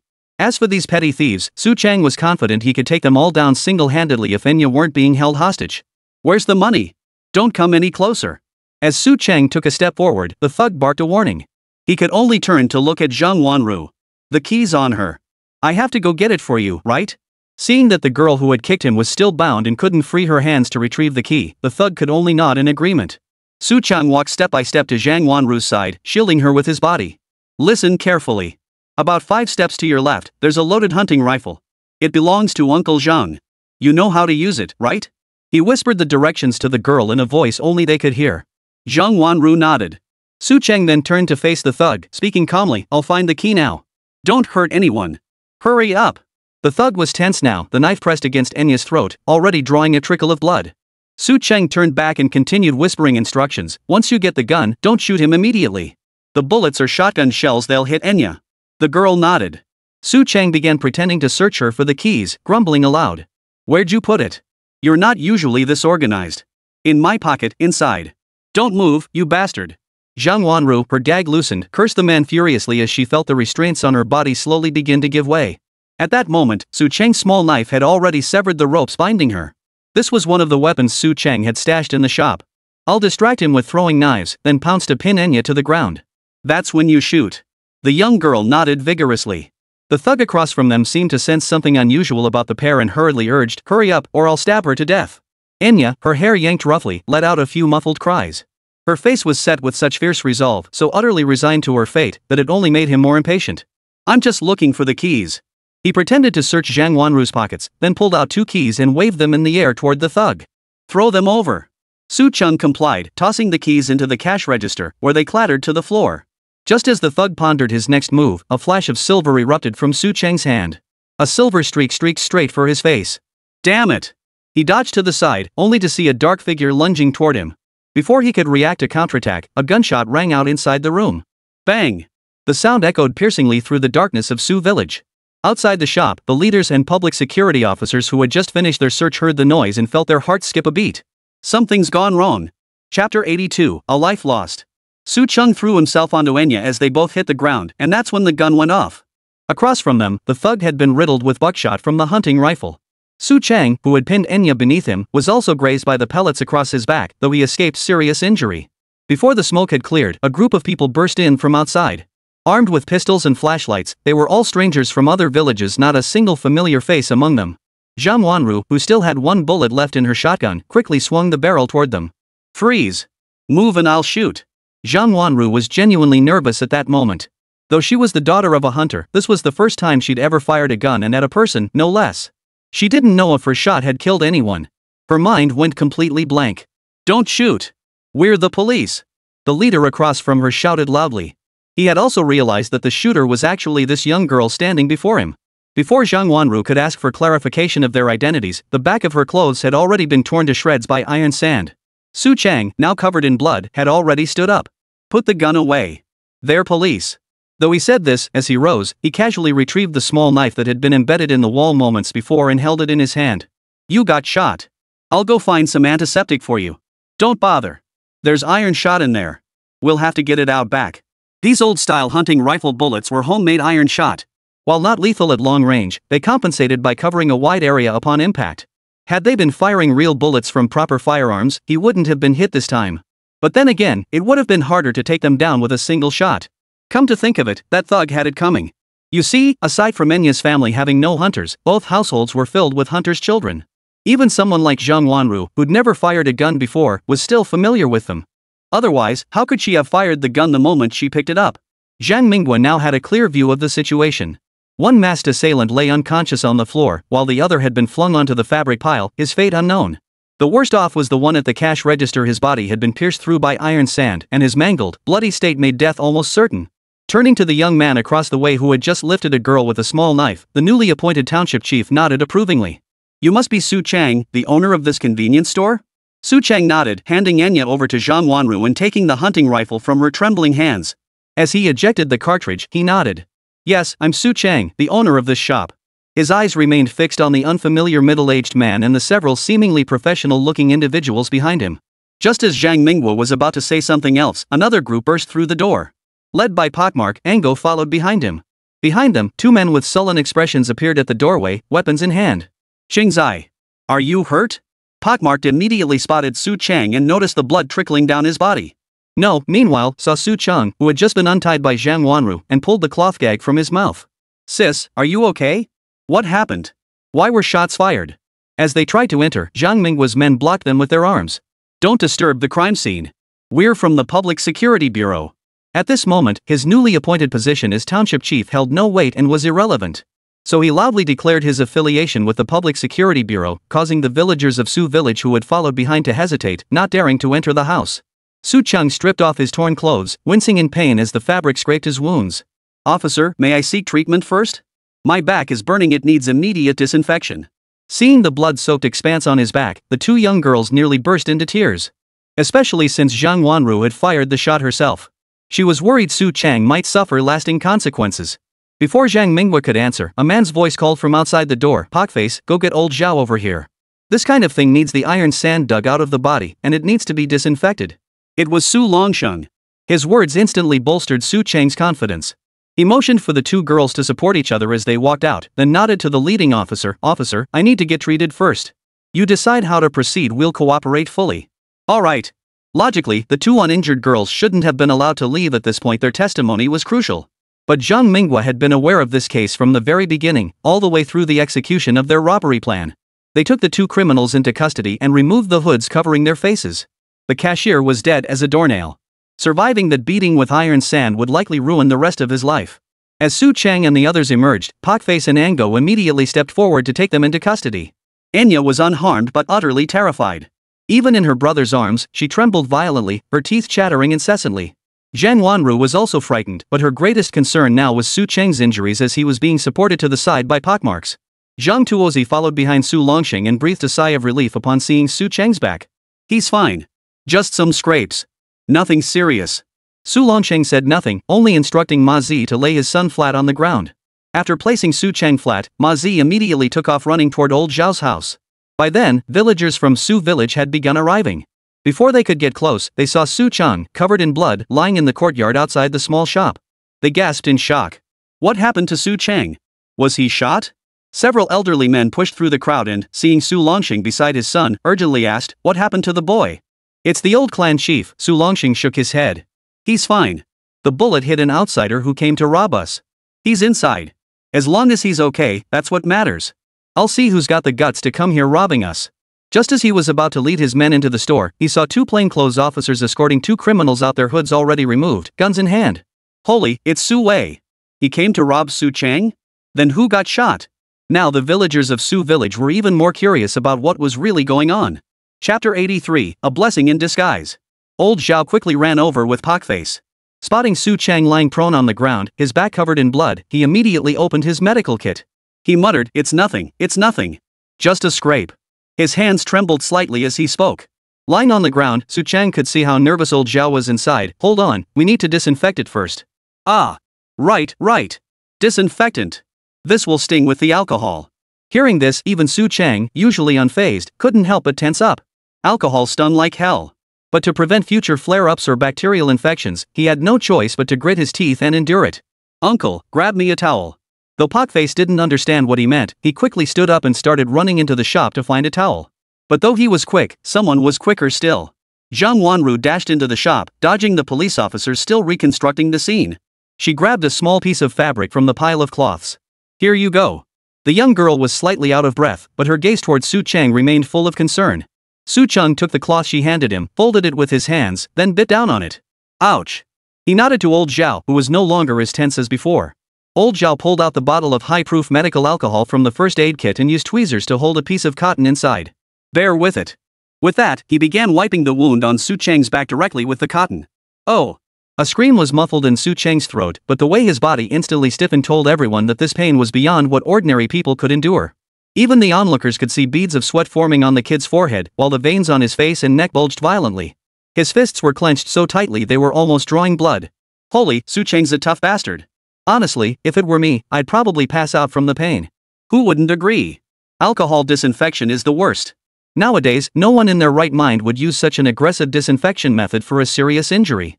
Back in the day, people used ash from burning grass, but that was excruciating too. While the crowd gathered around to inspect Su Cheng's injuries, several villagers pointed and whispered about Su Wei, who had regained consciousness. Damn it, that bastard actually brought people back to the village to rob us. I always said not a single decent soul in the Suda family. See? First the young one ran off, then the old man got arrested, and now this one brings thugs right to our doorstep to rob us. Ha, this family is finished. His wife will probably bolt tomorrow. Hard to say. They're nothing but trouble now. Where could she possibly go? Who'd dare take in someone like that? The villagers weren't surprised Su Wei would do something like this. After all, this family's reputation was already stinking to high heaven. But hearing from the police that it was actually Zhang Tuozi's daughter who fired the shot, that was a huge surprise. You know what? Hunchback Zhang really taught her well. One shot and that scumbag was dead. Hey, you didn't see it? I peeked through the window just now. Man, that horse died in a gruesome way. Its body was shattered by the iron shot. Cut the gore. No one's gonna shed a tear for scum like that. They were telling the truth. If someone came to rob a house like that, even if they weren't shot dead, they'd probably end up getting shot. As for whether he was the main culprit or an accomplice, does it even matter to us country folk? After Zhang Minggua's comrades from the police station finished processing the crime scene, they realized just how remarkable Su Cheng's little shop was. It had quite a few items even the town's supply and marketing cooperative didn't carry. Just as he was about to ask the boy about these goods, he caught sight of the business license hanging on the wall above the cash register. Ha! So politically conscious? In this era, very few people would bother applying for such a license just to run a small village store. After all, it involved running around to various government offices. Who in the countryside even knew about such things? Plus, from what the public security officers had heard from the villagers, he knew Su Cheng wasn't just your average rural lad. Chief, this Su Cheng is quite the character. He can get his hands on things others can't. After searching the entire store, the police officer quietly reported to Zhang Minghua. Here were goods that many supply and marketing cooperatives couldn't provide, especially brown sugar. Just the pile they saw weighed over 100 pounds. All of this was stockpiled by Su Cheng for old Zhao. Even though the village women were now busy collecting cloth, their demand for brown sugar hadn't diminished. In fact, with the money they'd earned, they were buying it in even larger quantities. Brown sugar? That stuff being sold at sky-high prices on the black market? Zhang Minghua never imagined such a luxury item would exist in this remote, impoverished corner of the world. Not only that, but I heard from villagers that his shop also sold soda, the kind produced by that factory dozens of kilometers away from our township. However, the supply was limited, and I didn't see any such stock in the store now. The police officers weren't coveting Su Cheng's rare goods. Rather, as far as they knew, Su Cheng didn't seem particularly remarkable. What was even stranger was that villagers rarely saw him interacting with outsiders, yet the goods in his shop clearly didn't appear out of thin air. Zhang Minghua understood the implication of his police colleagues' keen investigative instincts. I'll go question the kid later, though I doubt I'll get much out of him. Everyone keeps their money-making methods under wraps. MHM. Stepping out of the shop, he saw old Zhao already at work cleaning the iron sand from Su Cheng's back. Glancing at the pale-faced youngster lying on the ground, it seemed that recent ordeal had drained most of his vitality. You're Su Longsheng? Zhang Minghua immediately recognized the man standing beside him with his back straight. This was no ordinary individual. You are. Su Longsheng paid no attention to this man, his entire focus fixed on his son. The new town chief, I hear you and our veteran comrades from the Public Security Bureau were comrades in arms? When Zhang Minghua extended his hand and the belatedly aware Su Longsheng grasped it, he felt a slight tremor in the man's palm. Oh, you mean the old commander? I was his junior, serving in the same unit. Such matters could withstand scrutiny, and Su Longsheng held nothing back. Instead, he was more concerned about the merchandise in his son's shop. Your shop has quite the selection. If the township needs supplies in the future, give us a wholesale price. Zhang Minghua leaned close to whisper, completely oblivious to the bewildered look on Su Longsheng's face. This store belongs to my son, but I can talk to him about it. Great. Chapter 84, School Site Selection. Su Cheng never imagined that the middle-aged man who had brought people to arrest Su Wei and drag out the dead body was actually the newly appointed township chief. The next morning when he woke up, the pain in his back had eased considerably. Son, what would you like for breakfast? Mom will make it for you. Su's mother had cried all night. She only learned the shop had been robbed when her husband brought their son back on a stretcher. Her son had been struck in the back with iron sand while saving Enya. Seeing her exhausted son lying face down on the bed, she burned with hatred for Su Dequan's entire family. But when she rushed over to the Su family home to unleash a torrent of curses, she found the dilapidated door kicked open. The interior looked as if it had been ransacked, with belongings strewn everywhere. Villagers had gathered outside, pointing and whispering. What happened? Mrs. Su pulled several familiar women aside to ask what had happened. Hey! Su Cheng's mother! Is that kid Su Cheng okay? We just saw him disinfecting the shop entrance. That must have hurt like hell. Oh, you came to see how this family met their end?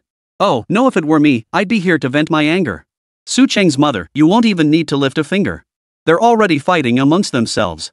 The women chattering away were all regulars who'd gotten bargains at Su Cheng's shop. Aunt Cheng especially clung to Su Cheng's mother, acting incredibly affectionate. After the women chattered on, Su Cheng's mother finally understood why the entire Su De family had ended up like this. Word had reached Su Cheng's wife that Su Wei had returned with men to plunder the village. Instead of rushing to her husband's side, she rushed straight home to gather up the valuables, preparing to flee. Su Dequan's wife, who had always disliked her, had been keeping a close eye on this eldest daughter-in-law lately. She had a feeling this woman wasn't trustworthy. Sure enough, seeing her frantically gathering belongings today made her jumpy. When she heard shouts outside calling Su Wei a thief, her anger boiled over. She rushed out, chased the children away, then returned to hurl insults at Su Wei. The two women immediately began arguing. First came the verbal sparring, then the physical blows. In the melee, everything in the house was smashed to pieces. As Su Wei's wife stormed out, she even kicked down their front door. Truly a never-ending drama. Ugh, not a single decent soul in that family. Su Cheng's mother, Jinyan, returned home brimming with satisfaction and proceeded to gossip to her son, who could only lie face down on the bed, about the enemy family's latest antics. Su Longxing was standing by the bedside at this moment, as if father and son were discussing something. After finishing her gossip, she noticed her husband standing motionless and asked curiously, "Honey, what are you doing standing there?" Su Longxing rolled his eyes at his wife and ignored her. "What are you thinking?" Logically, a word from the township chief should have his subordinates running errands for him. But he seemed somewhat. He couldn't find the right words to articulate his thoughts, but Su Cheng murmured from his bed, weak and isolated.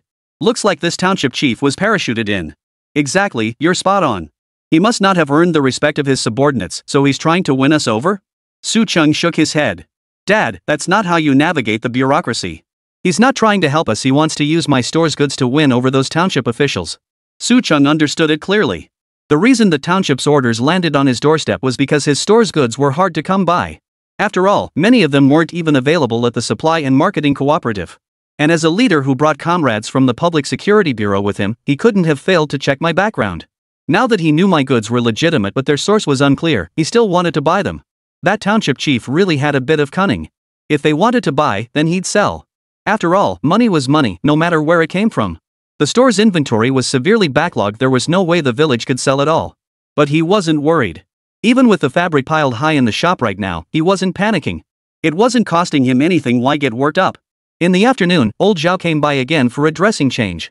This time, Su Cheng absolutely refused to let him use alcohol for disinfection. He quickly retrieved a mild disinfectant from the mall and had Zhang Wanru, who was tending to him, disinfect the wound before changing the dressing. "Kid, you've got some good stuff here." Seeing the bottle in the young girl's hand, a disinfectant that seemed equally effective but wasn't as harsh as alcohol, old Zhao, a barefoot doctor, grew envious. "Don't even think about my supplies. You've been selling brown sugar pretty well lately, right? Why not swing by the township office more often and stock up on meds? Oh, and that medical class you signed me up for got in? It's done. The township officials heard about your contribution in catching the thief and expedited your application. I'll bring you the student ID next time I go out." Old Zhao stared at the bottle of disinfectant, glancing back every few steps with such reluctance that Su Cheng was genuinely speechless. "Here, take it. Damn it, this guy's like a dog, once he gets his teeth into something good, he won't let go." Once old Zhao got the medicine Zhang Wanru handed him, he bolted like he'd found a treasure, running faster than a four-legged dog.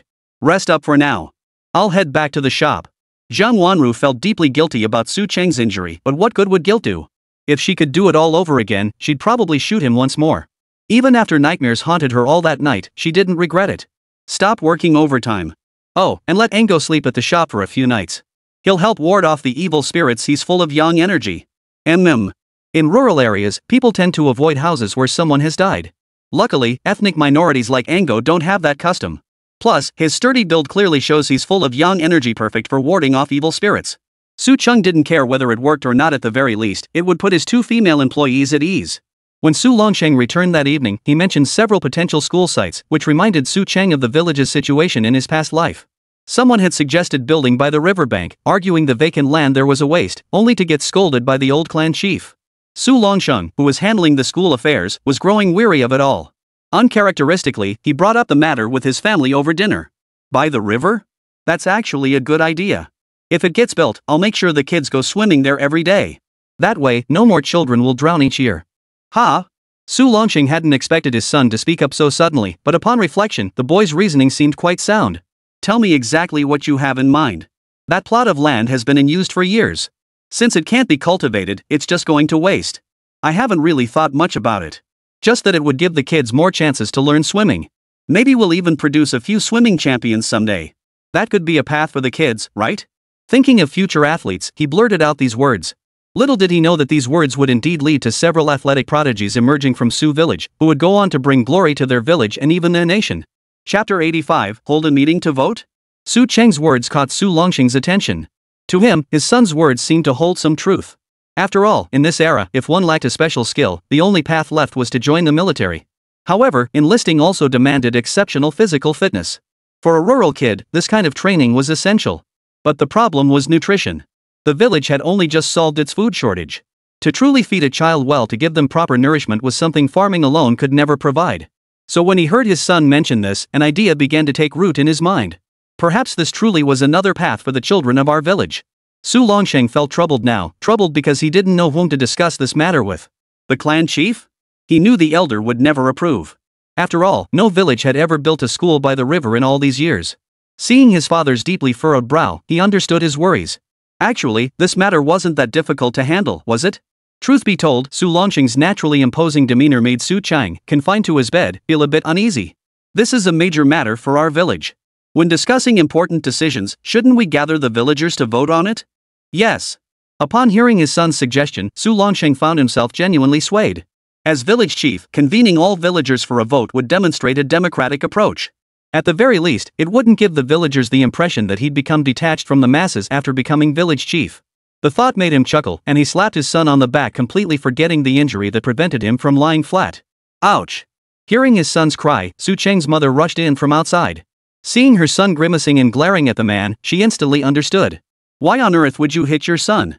Having been kicked out by his wife for idling about, Su Longxing decided to seek out the clan chief to discuss the matter first.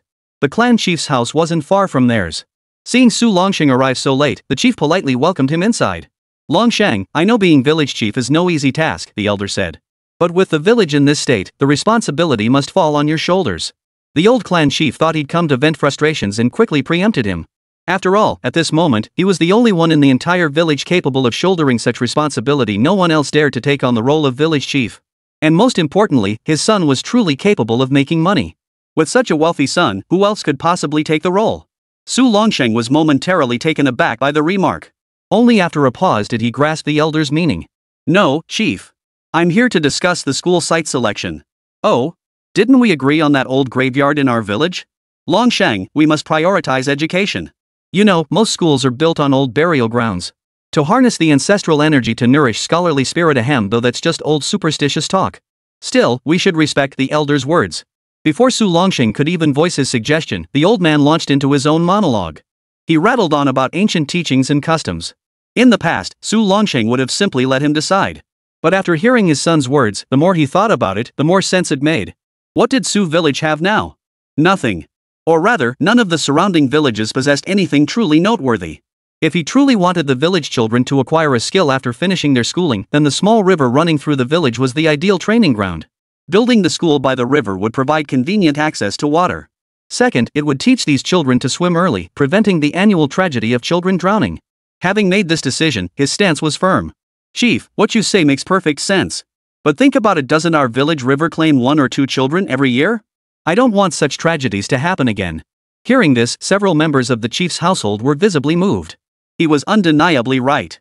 No matter how much parents warned their children, even breaking sticks at home, some mischievous kids still ventured into the river. You can't stop such things entirely, you can only manage them. The best solution is for the school to organize the children and teach them to swim from a young age. This reasoning was compelling, so compelling that even when the elder clan chief invoked ancient traditions, he still couldn't sway Su Longsheng. In the end, both men simply fell silent, sitting there quietly, staring at each other. Brother Longsheng, why don't we just do it your way? Even the chief's own son didn't support his father this time, clearly siding with the villagers' perspective. Yeah, Dad, I think this is feasible. We lost a pair of brothers to drowning just 2 years ago. That family still hasn't recovered. The clan chief's second son had also defected, now standing squarely on Su Longsheng's side. What do you know? Schools everywhere are built like this. Why should ours be any different? Who'd dare send their kids to our school then? The old clan chief's words had his second son seething with resentment. What nonsense! We can't even take care of our own village kids, why should we let them come here to study? Besides, we're not refusing tuition fees. Just as he was shouting, the old clan chief flew into a rage, smacking his son on the head with the pipe he was holding. Get lost! Adults are talking. You're not even married yet, you have no right to speak. This truly set the second son off. Is it my choice not to marry? What do I have to offer a wife? You've given everything to the eldest son. What's left for me? Seeing the situation escalate into a family feud, Su Longsheng felt awkward. He quickly pulled the second son aside, bid farewell to the elder, and let him out the door. This old man is unreasonable. We were clearly discussing school matters. How did it suddenly become about my bachelor status? The one Su Longsheng dragged out was Su Erniu. His eldest brother, Su Danio, was already married and had a wife who bore him a chubby son. Erniu was genuinely fed up. He'd been suppressed by his father's favoritism for over a decade and couldn't take it anymore. Erniu, I really can't help you with this. But I do think you should talk to that big guy, Engo. After all, the women in their village are all skilled and resourceful, and most importantly, they can earn money. Ha! Brother Longsheng, you're absolutely right. I'll go talk to the big guy tomorrow. Chapter 86, The Village Needs Supplies. Su Chang, who'd just been slapped by his father, stared speechlessly at Pockmark and Monkey as they came to visit him. Hey, is this how you visit someone who's sick? I'm your boss, after all. Why are you two picking on me? Pockmark always carried a bag of sunflower seeds in his pocket, not the loose ones sold in stores, but pumpkin seeds he'd harvested himself. Want some, Chang? But it's hard to crack them while lying down. Pockmark reached out and placed a handful of seeds in front of him. Monkey ignored the fuss, cracking seeds as he reported the shop situation to Su Chang. Big Guy had been sleeping in the shop for 2 days now, and nothing strange had happened. The shop staff said his strong young energy could keep that wrong ghost at bay. Pfft, what injustice! He came here robbing people, got beaten to death? Serves him right. And didn't he see who he was trying to hold hostage? If he'd really tried, Ango would have torn him apart. Pockface and Ango got along well, one burly, the other always up in the mountains. They had plenty in common. Besides, Su Chang had been injured saving his own sister. That night, the big guy brought his sister over and genuinely knelt before Su Chang. If Su Longsheng hadn't acted fast and grabbed him, Su Chang would have lost years off his life. Soma Zi was right that Punk had kidnapped Enya, the most important family member to the big guy, Ango. Forget ghosts, even if he came back to life, Ango would probably tear him apart alive. That's enough for now. Once my injuries heal, I'll go find our boss to demand payment and settle the score. The fact that Su Chang had a boss backing him was already common knowledge throughout Su family village. Especially how this boss was so generous, throwing around stacks of cash like confetti. The stories about that had been blown way out of proportion. Even Su Chang felt a bit embarrassed hearing it. He could only blame himself for setting up his persona too simplistically back then. He'd casually mentioned a movie plot from the future, and the villagers had taken it all as fact. Oh, right, Qingzai. That township official came by again. He's apparently planning to buy up all the goods in our store. We'll need to handle the delivery to the township. Ma Zi overheard Zheng Wanru and the official talking in the shop today. Though he didn't quite grasp the official's meaning, after he left, Enya explained that the official was trying to negotiate a lower price. Price was negotiable, it was just a matter of how much profit we'd make. The key point is that we absolutely must charge a delivery fee for this door-to-door service. Ha! Both Pockface and Monkey were momentarily dumbfounded. What did he mean by delivery fee? Weren't the items in the shop worth more? Seeing their bewildered expressions, Su Chang couldn't help but chuckle. My goods are certainly negotiable, but your delivery fee isn't included in the price. We can't let labor go unrewarded, can we? Our delivery fee? The clever Monkey immediately caught on. Right. You're the ones delivering this stuff to the villages. What's wrong with charging a delivery fee? Uncle, explain to Monkey how the ladies who buy fabric from me make their profits. Pockmark was beaming with pride. He'd been involved in this scheme from the start. If only he hadn't been so tongue-tied, he'd have joined the ladies' group to make money himself. So he explained to Monkey in detail how Su Chang cultivated these women's groups and how much money they could earn in just a few days. Monkey listened with sheer excitement. Seeing the two finally accept this arrangement for the delivery fee, Su Chang finally smiled, a very happy smile. What's the worst thing about rural folks? Honesty, too much of it. Take Pockmark, his simple-minded nature would make him an easy target for scams and bullying in the countryside. As for Monkey, despite his shrewd appearance, his worldview was still rather narrow. Tricking him would be a piece of cake. Su Chang wasn't opposed to letting them venture out and see the wider world. The problem was they simply didn't have the chance. Now things had improved. The new township chief seemed like a decent trading partner. Even if they couldn't collect payment immediately, at least they could finally sell their goods. Ideally, he could sell everything in the shop, allowing him to focus entirely on the cloth and other mountain goods trade. That would make earning money much easier. After sending the two back, he thought he'd finally get some peace. But then Zhang Wanru showed up again. What now? What else could there be? Seeing the girl's slightly flushed cheeks, he wondered if she'd run all the way here. This made Su Chang feel a bit nervous. He hadn't realized he was so important after all. He'd just been lying in bed for a couple of days, with no free time at all. The girl then pulled a cloth bundle from behind her back. Su Chang recognized it as fabric from the shop. Seeing you lying there so uncomfortable, I sewed this cloth pouch so you can rest more comfortably. Still a bit shy, she tossed the bundle onto his bedside and turned to dash out. Only Su Chang murmured to himself, what's there to be shy about? You're practically family now. Taking care of your own man is only natural, right? As he spoke these words, he failed to notice his own mother leaning against the doorway, smiling sweetly.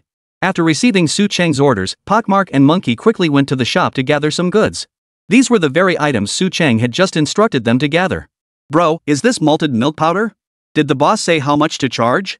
Monkey's question stumped Pocky. Just as he was pondering the price, Enya, sitting at the cash register, blurted out a figure. Got it. Monkey nodded and jotted it down. Though he couldn't read, he had his own way of keeping track. By the time Zhang Wanru returned, the two of them had already packed up a large bundle of goods. We're going to the township, Qingzai said. We can charge a delivery fee without any qualms. Zhang Wanru thought it made perfect sense to charge a delivery fee for this kind of service. Sis, the boss said this delivery fee is ours, it's our own money. What? The two girls hadn't expected Su Chang to forego even this small profit, especially since, as Pockmark had mentioned earlier, the prices for these items had been lowered. Why do I feel like this time, our boss is practically giving away the goods? It's not a feeling, prices definitely dropped.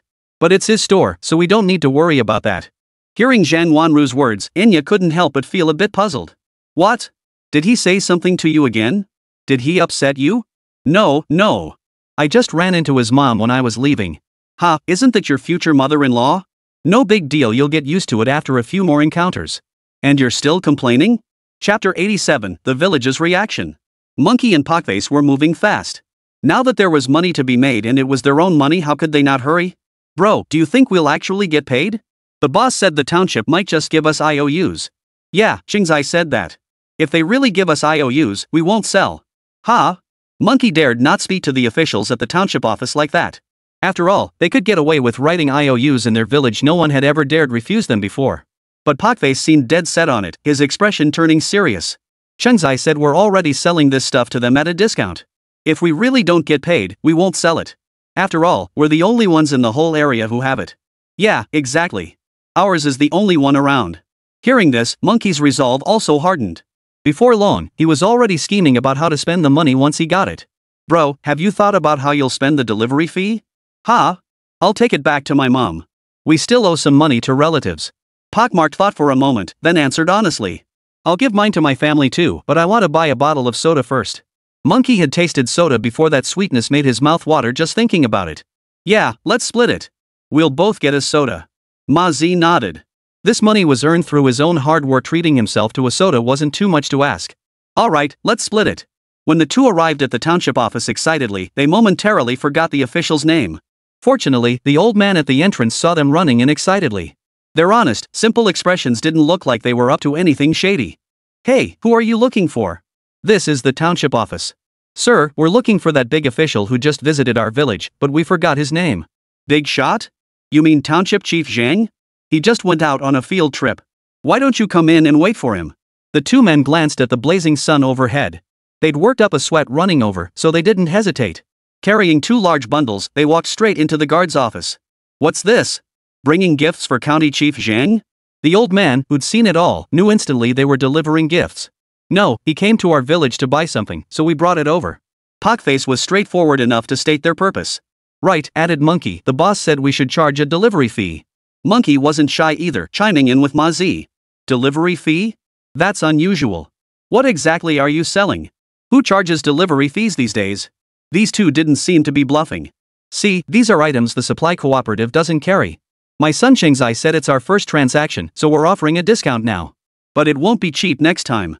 Su Chang had indeed said that. Pockmark remembered it clearly. Oh? Open it up so I can see. The old man had seen the world. With so much available at the supply and marketing cooperative these days, whatever they didn't have must be truly rare. Monkey hesitated, but Pockface went straight ahead and opened the bundle. Wow, quite a haul of good stuff. Seeing the assortment of sundries inside, the old man's eyes lit up. He set his sights on that bottle of malted milk powder, a hot commodity at the supply and marketing cooperative. How much for this? The old man knew the market and didn't immediately grab it, just pointing at the malted milk powder. Monkey then pulled out a piece of paper, glanced at what he'd written, and named a price. Ha! It really is cheaper than at the supply and marketing cooperative. Alright, I'll take this bottle. Don't let the old man fool you, he was a gatekeeper, but he always carried cash in his pocket. He pulled out the money and handed it to Potmart. Potmart was a bit stunned, this bill seemed a bit large. We don't have change for that. Having picked up some basic math from the two girls at the store, he calculated for a while and finally figured it out. But they didn't have any change right now.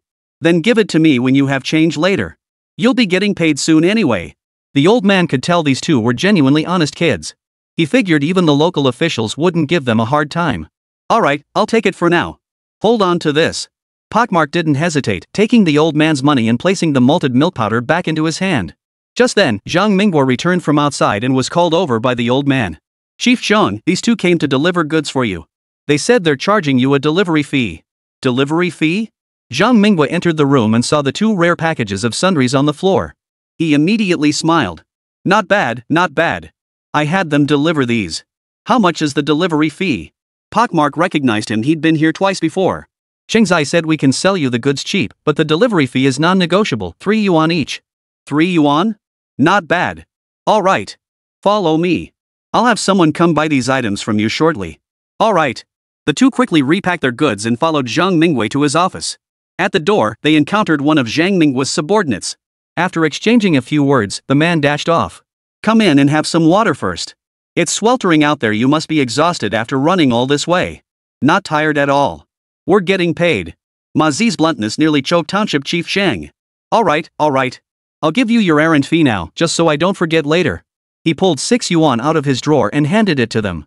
After taking the money, Potmart immediately gave 3 yuan to Monkey. He then tucked the rest into another pocket and secured it. Watching their movements, Zhang Mingguo chuckled. What's this? Did your boss say this money is yours? You have to keep it separate? It was meant as a joke, but the two nodded with unusual seriousness. The boss said we can't owe this money. If we don't get paid for the errand, we'll just pack up and go home. Yeah, go home. The two were pretty naive. The guy across from them was an official, and no one had ever dared to talk back like that before. But this only piqued Zhang Mingguo's curiosity about their young boss even more. When others arrived, they also paid cash for the items, remarking how cheap they were. Chengzai explained that since it was their first transaction, they were offering a discount to build trust. Future deals wouldn't be so cheap. This remark made Township Chief Zhang find Su Chang, the young boss, even more intriguing. So you'll have goods like this in the future too? Pockface was momentarily flustered by the question, even forgetting the figures he just calculated. Monkey, however, was quick-witted. Not sure, but our boss has plenty of connections. We should be able to get it. Alright, we'll keep using you guys as our runners then. Chapter 88, Accounts and Intelligence. Pockmark and Monkey soon returned to the village store.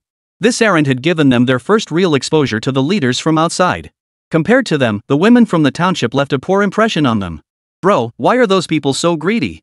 They're already cheaper than the supply and marketing cooperative, yet they still want us to knock off more money. Yeah, they're shady. He recalled how several women had tried to take goods on credit. If not for Pockmark insisting on cash transactions, those latecomers might have cleaned out their entire stock. Exactly. All that talk about IOUs. They're just greedy. Thankfully the township chief bought up all our goods, seems like he's got money. Yeah, he seems like a wealthy man. The two hurried back to the store and handed all the money to Zhang Wanru. The girl quickly recorded the transactions, counted the money carefully, and locked it in the cash register. She'd take it to Su Cheng's house when she went back that evening. Pockface, come with me to Su Cheng's place tonight. Yeah, we need to buy soda. The two couldn't hide their excitement at having money. Each bought a bottle of soda for 50 cents, and since they drank it there, they didn't have to pay the 50-cent deposit. Watching the two of them look so content, Zhang Wanru couldn't help but smile. She no longer drank soda herself, finding the lingering carbonation uncomfortable. Enya didn't care for it much after trying it once either, though she did enjoy cracking sunflower seeds at the cash register. Ango had been staying in the village these past few days. He was a bit anxious, but he knew Su Cheng was injured and felt awkward asking about it. Hearing they were going to Su Cheng's house tonight, he wanted to come along too. After closing the shop that evening, they first dropped Enya off at Zhang Tuozi's place before heading to Su Cheng's home. Here's the money collected from the township today. Count it. Zhang Wanru handed the money and ledger to Su Cheng, who accepted them without looking. What's the situation with the township? Is that township chief really a parachute appointment? This question was directed at Pockmarked Ma. After all, he wanted to understand who the other person was before deciding whether to do business with him in the future. The township leaders don't seem to listen to him much, though they don't appear to care when there's something in it for them. But those women definitely won't listen to him. Oh? You notice that? Ma Zi wasn't stupid, he just didn't talk much. Yeah, when selling goods, none of those leaders gave him any special treatment. When settling accounts, everyone paid their own share, and they even exchanged gifts among themselves, but none went to him. As for the women, they simply ignored him. He'd clearly stated no IOUs at the start, yet several tried to renege later, claiming the township had no money. Monkey chimed in from the side. Yeah, if my brother hadn't said no, those old women would have snatched up all our goods without paying. Su Chang smiled. He knew Pockface would never let him take a loss. That much was clear from the little incidents with Angwo last time. Oh, and we heard Su Wei is probably going to get shot for real. But that bastard Su Dequan still hasn't spilled the beans on the connections inside. They're still interrogating him. Cases like Su Wei's, where he went straight to the door to rob someone, were always dealt with harshly. If he really got shot, it wouldn't be undeserved. But Su Dequan's refusal to talk was a bit surprising to Su Chang. But none of that was his concern anymore. Hearing Pockmark speak, the others began discussing among themselves. Su Dequan must have some powerful official protecting him behind the scenes, otherwise, how could the interrogation drag on this long? Monkey hadn't met this former village chief, but according to the villagers, such corrupt officials were common decades ago, thugs who ran rampant in the village thanks to powerful connections. Ango, however, found it odd. If your former village chief was so corrupt, why didn't you get rid of him? In our village, someone who dared to do such things would have been buried long ago. Buried alive. Hearing this, the others shot him surprised glances and quickly moved away. Su Cheng smiled and said, Brother Ango, you're from an ethnic minority. Usually, matters like this are handled internally. But here, we hand everything over to the police. No need to take matters into your own hands. Oh, that's how it is. But our village chief doesn't bother anymore. He just calls the police whenever something happens. Still, the police always ask us for our opinion first before handling things. These days, policies for ethnic minorities are quite well developed. People like Ango receive special consideration, which really makes life easier for them. As they chatted, evening fell.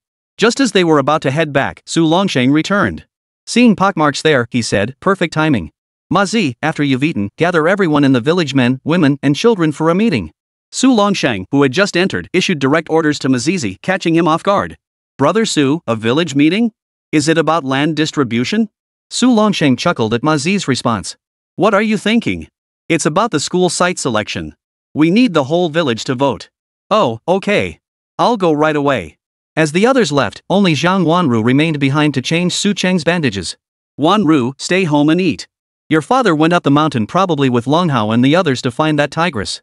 Yes, Uncle Longsheng. Watching the young girl attentively care for his son, the old hunter felt deeply comforted. At dinner, Su Cheng's mother placed extra pieces of meat in the future daughter-in-law's bowl. The family appeared very harmonious. After the meal, as Su Longsheng prepared to leave for the meeting, Su Cheng followed him. What were you doing out there? Just resting at home. No way. Lying around all day would make me sick. It's good to walk around a bit. Whether it was the mall's medicine working wonders or his own physical condition improving, 2 days later the wounds on his back seemed less severe. Now, as long as he didn't make any sudden movements, he could get up and move around. Su Cheng suspected that with his father's temperament, he might not be able to keep the village troublemakers in check. It was up to the son to hold down the fort. After all, he was now more famous in the village than his father. What could you do? In times like these, whoever had the money was the boss. Of course, he wouldn't steal his father's thunder after all, the current village chief was still his dad. Besides, as someone who had been reborn, he steered clear of thankless, backbreaking tasks like this. Hey, you're cracking sunflower seeds too? Don't crack too many, it'll ruin your teeth. No way. I peeled a Maimun tea bite into them like that pockmarked guy. The way he and Zhang Wanru whispered behind Su Longsheng's back, they looked just like a young married couple, which only made Su Longsheng more pleased. Let's go to the meeting. Chapter 89, Village Assembly. Su Longsheng's first village assembly since taking office was held right here in the ancestral hall. Besides this place, there was nowhere else in Su village large enough to accommodate the entire village. For this inaugural village assembly, the villagers were all excited and cheerful. The children especially were running about the ancestral hall as if celebrating a festival, creating a lively atmosphere. By the time Su Longsheng and his entourage arrived, nearly every household in the village had gathered. Nevertheless, as the village chief, he proceeded to call the roll. To Su Cheng's surprise, his old man actually remembered every household member in the entire village. Seems this old man really knows how to get things done. Alright, the village assembly is now officially in session. Parents, keep an eye on your children and make sure they don't fall. Clapping his hands, the newly appointed village chief formally commenced his first address since taking office. The murmuring below ceased as the villagers fell silent, their eyes fixed on the few figures before them.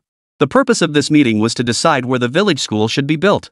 Beforehand, I had discussed this with the clan elder, but our opinions differed. Therefore, we would put it to a vote. He then laid out both his own and the elder clan leader's proposals, honestly explaining the pros and cons of each option to the villagers. Chief, we've never heard of a school built by the river in all these years. The elders' point isn't without merit. Though I hate to admit it, it seems their school really is built on an old graveyard. That's what the elders say, not me. I heard the scholarly energy can suppress the yin energy, and the school will produce outstanding students. Bull. Didn't that old township school sit on a mass grave? What great figures did it produce? I call that feudal superstition. But building it by the river is still a bad idea. Our river may not be deep, but it drowns 1 or 2 kids every year. No matter how much we warn them, they never listen. It's infuriating. Who can say otherwise? Villages like ours are still better off. In other villages, even the ponds can drown children who knows what kind of unconscionable deeds they've committed? Once one person started sharing these gossipy tales, the villagers below joined in, turning the entire ancestral hall into a noisy mess. There was absolutely no way to hold a proper vote. Alright, everyone, hold on a moment. Speak one at a time. How can anyone hear your opinions with all this noise? As the meeting chair, Su Longxing quickly restored order. Uncle Heir, you have something to say? You go first.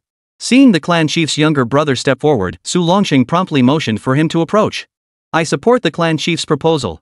At the very least, we can't build a school that invites widespread resentment. Even if we don't admit students from other villages, we can't let others point fingers and gossip about us. Right, I support the clan chief's opinion too. I agree too.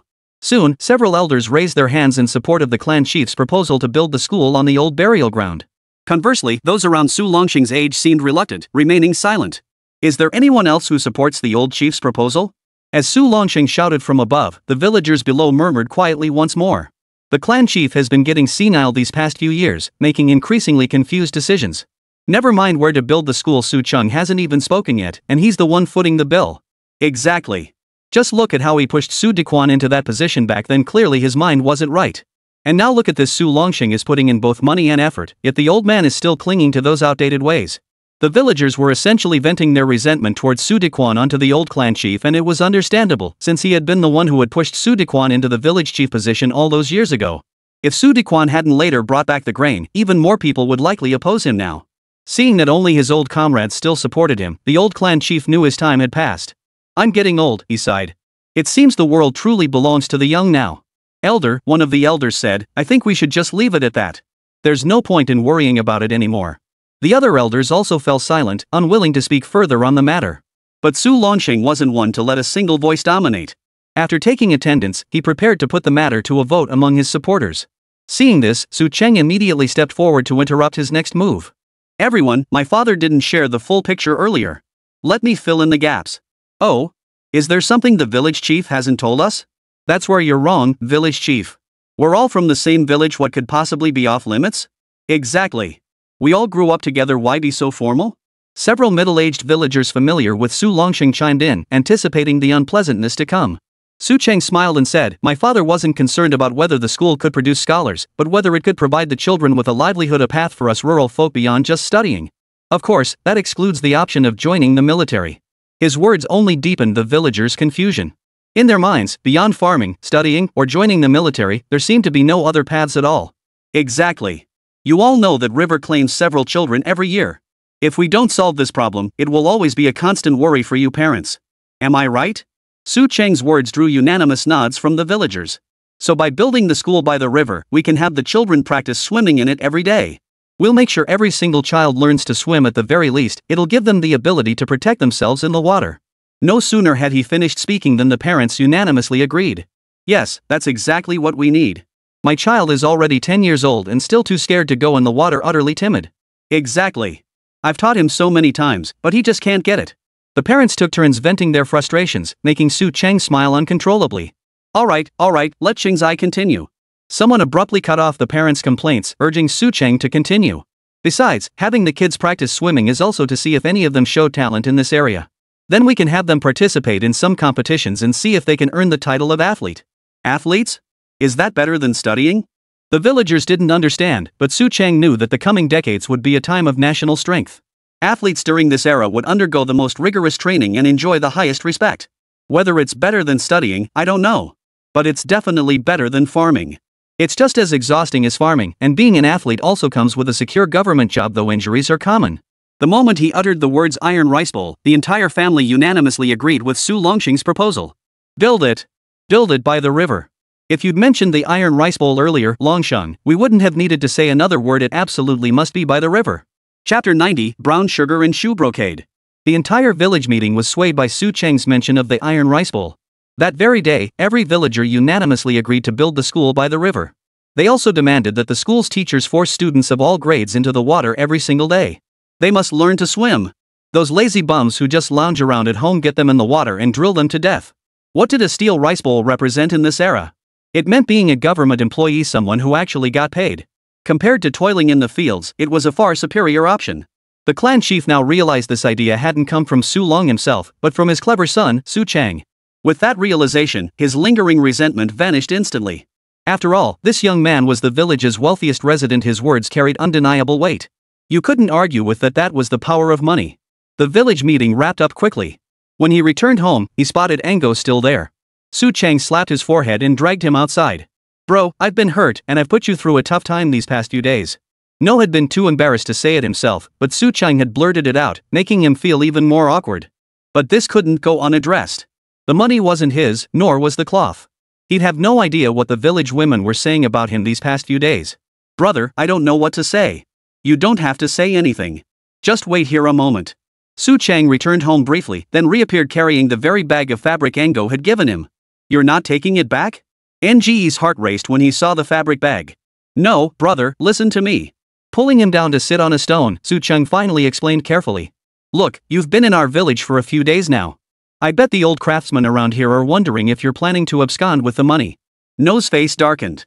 He'd considered this possibility himself but hadn't dared mention it to Su Cheng. Take the cloth back now.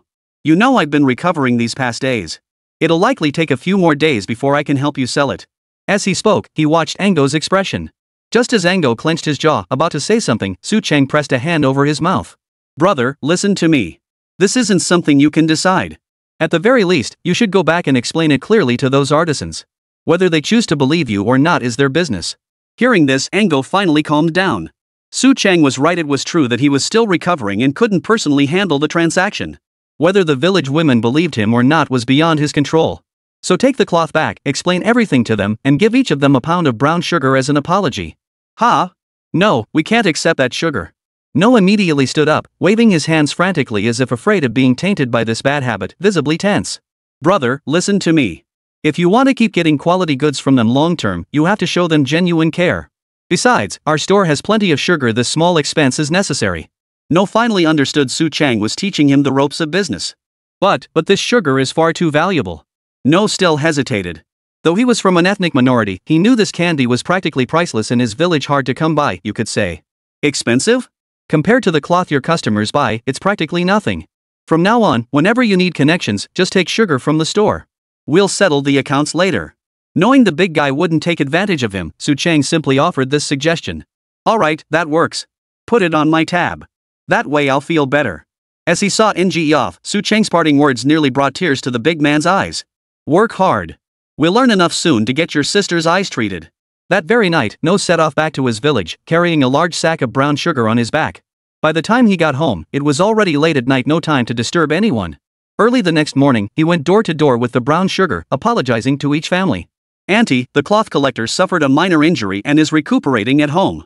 I've brought the cloth back for now. The shop owner said he owes you all a pound of brown sugar per household as compensation for the delay. The gift of brown sugar moved these old artisans to tears. Young man, why are you so earnest? That's medicine for someone who's hurt. How could you possibly bring it back? Take it back, take it back. Exactly. Our cloth isn't worth much anyway. We've checked around. The shopkeeper pays the highest price in the whole area. Others only offer a tenth of what he gives. They're trying to rip us off. Su Cheng's prices are high because he sells his cloth at a premium too. And his prices are sky high compared to other merchants of the same era. His fabric buying prices have soared accordingly. This has really energized the artisans. These past days, though worried about whether Ango might have gotten into trouble, we never suspected he'd abscond with the money. Auntie, here's what really happened. My sister was selling goods at his place, right? That day, some thugs from their village stormed in with a gang. No storytelling skills came into play at this moment, leaving the group of ants wide-eyed with shock. Only when they heard that the robber had been shot dead by a young girl did they finally breathe a sigh of relief. So that means the young boss saved Enya? Oh, and you mentioned he's not married yet? What about our Enya? We can't do that. He's already planning to marry. The girl who fired the gun was his future wife. Oh, that's truly unfortunate. But never mind. Enya is so skilled with her hands, she'll definitely find a better man. It was only then that the craftswomen truly got to know Su Chang, the small-time boss, and accepted his apology. Take this cloth back with you. Whenever you sell it and make some money, just bring it back to us. Oh, and set aside some of the money for little Enya. She must be shaken up. We should buy her some brown sugar to help her recover. Nengua now understood what Su Chang meant by heart for heart. These women were kind to the siblings, but not to this extent. Now, through this back and forth, hadn't their relationship deepened? It seemed future business dealings should follow this approach. Brother Su Chang had taught him well. He'd listen to him from now on. Chapter 91, The Children's Understanding. Su Village was building a school, and they were sending their children to the state to secure iron rice bowls. This news sent ripples through the entire village, exciting every resident.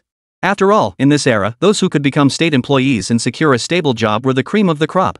If one didn't achieve it through education, it would require years of grueling work at the grassroots level. Alternatively, one could serve in the military for several years and attain an officer rank to secure such a position upon discharge. Now, Su Chang was suggesting his children become athletes, claiming that national-level athletes could secure this iron rice bowl. Everyone expressed skepticism about this claim. But this time, Su Chang's words carry a different weight than before. After all, he had already made his fortune, and the entire cost of building this school would come from his own pocket. I think Chang's eyes got a point. Forget everything else, just look at those basketball guys in the township. They seem different from everyone else, eating meat every day. No way?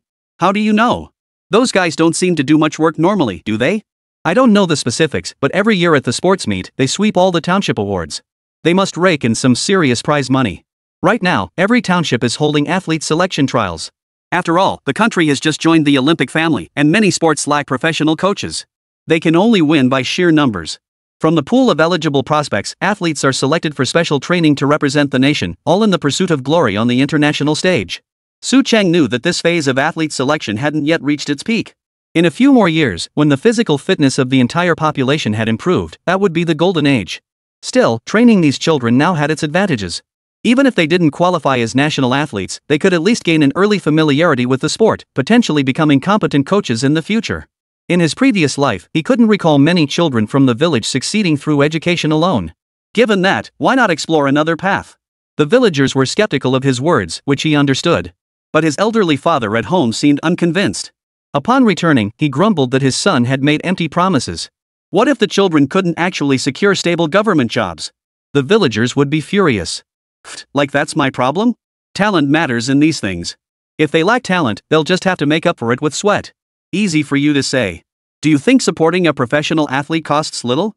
How can our village afford it now? Su Longxing had hit the nail on the head. Su Ben had been about to slap his chest and promise to cover everything, but then he thought about it. His old man had a point. He was already sticking his neck out by donating a school.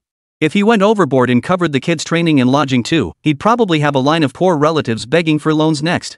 Dad, you're right. I need to think this through carefully. Su Longsheng hadn't expected his usually stubborn son to back down so readily. It felt rather unfamiliar. Still, he felt a sense of relief that his words had finally sunk in. The next day, while Su Chang was still pacing slowly at home recuperating, a group of village kids burst into the house. Uncle Chang, my dad said you can get us on the government food ration. Is that true?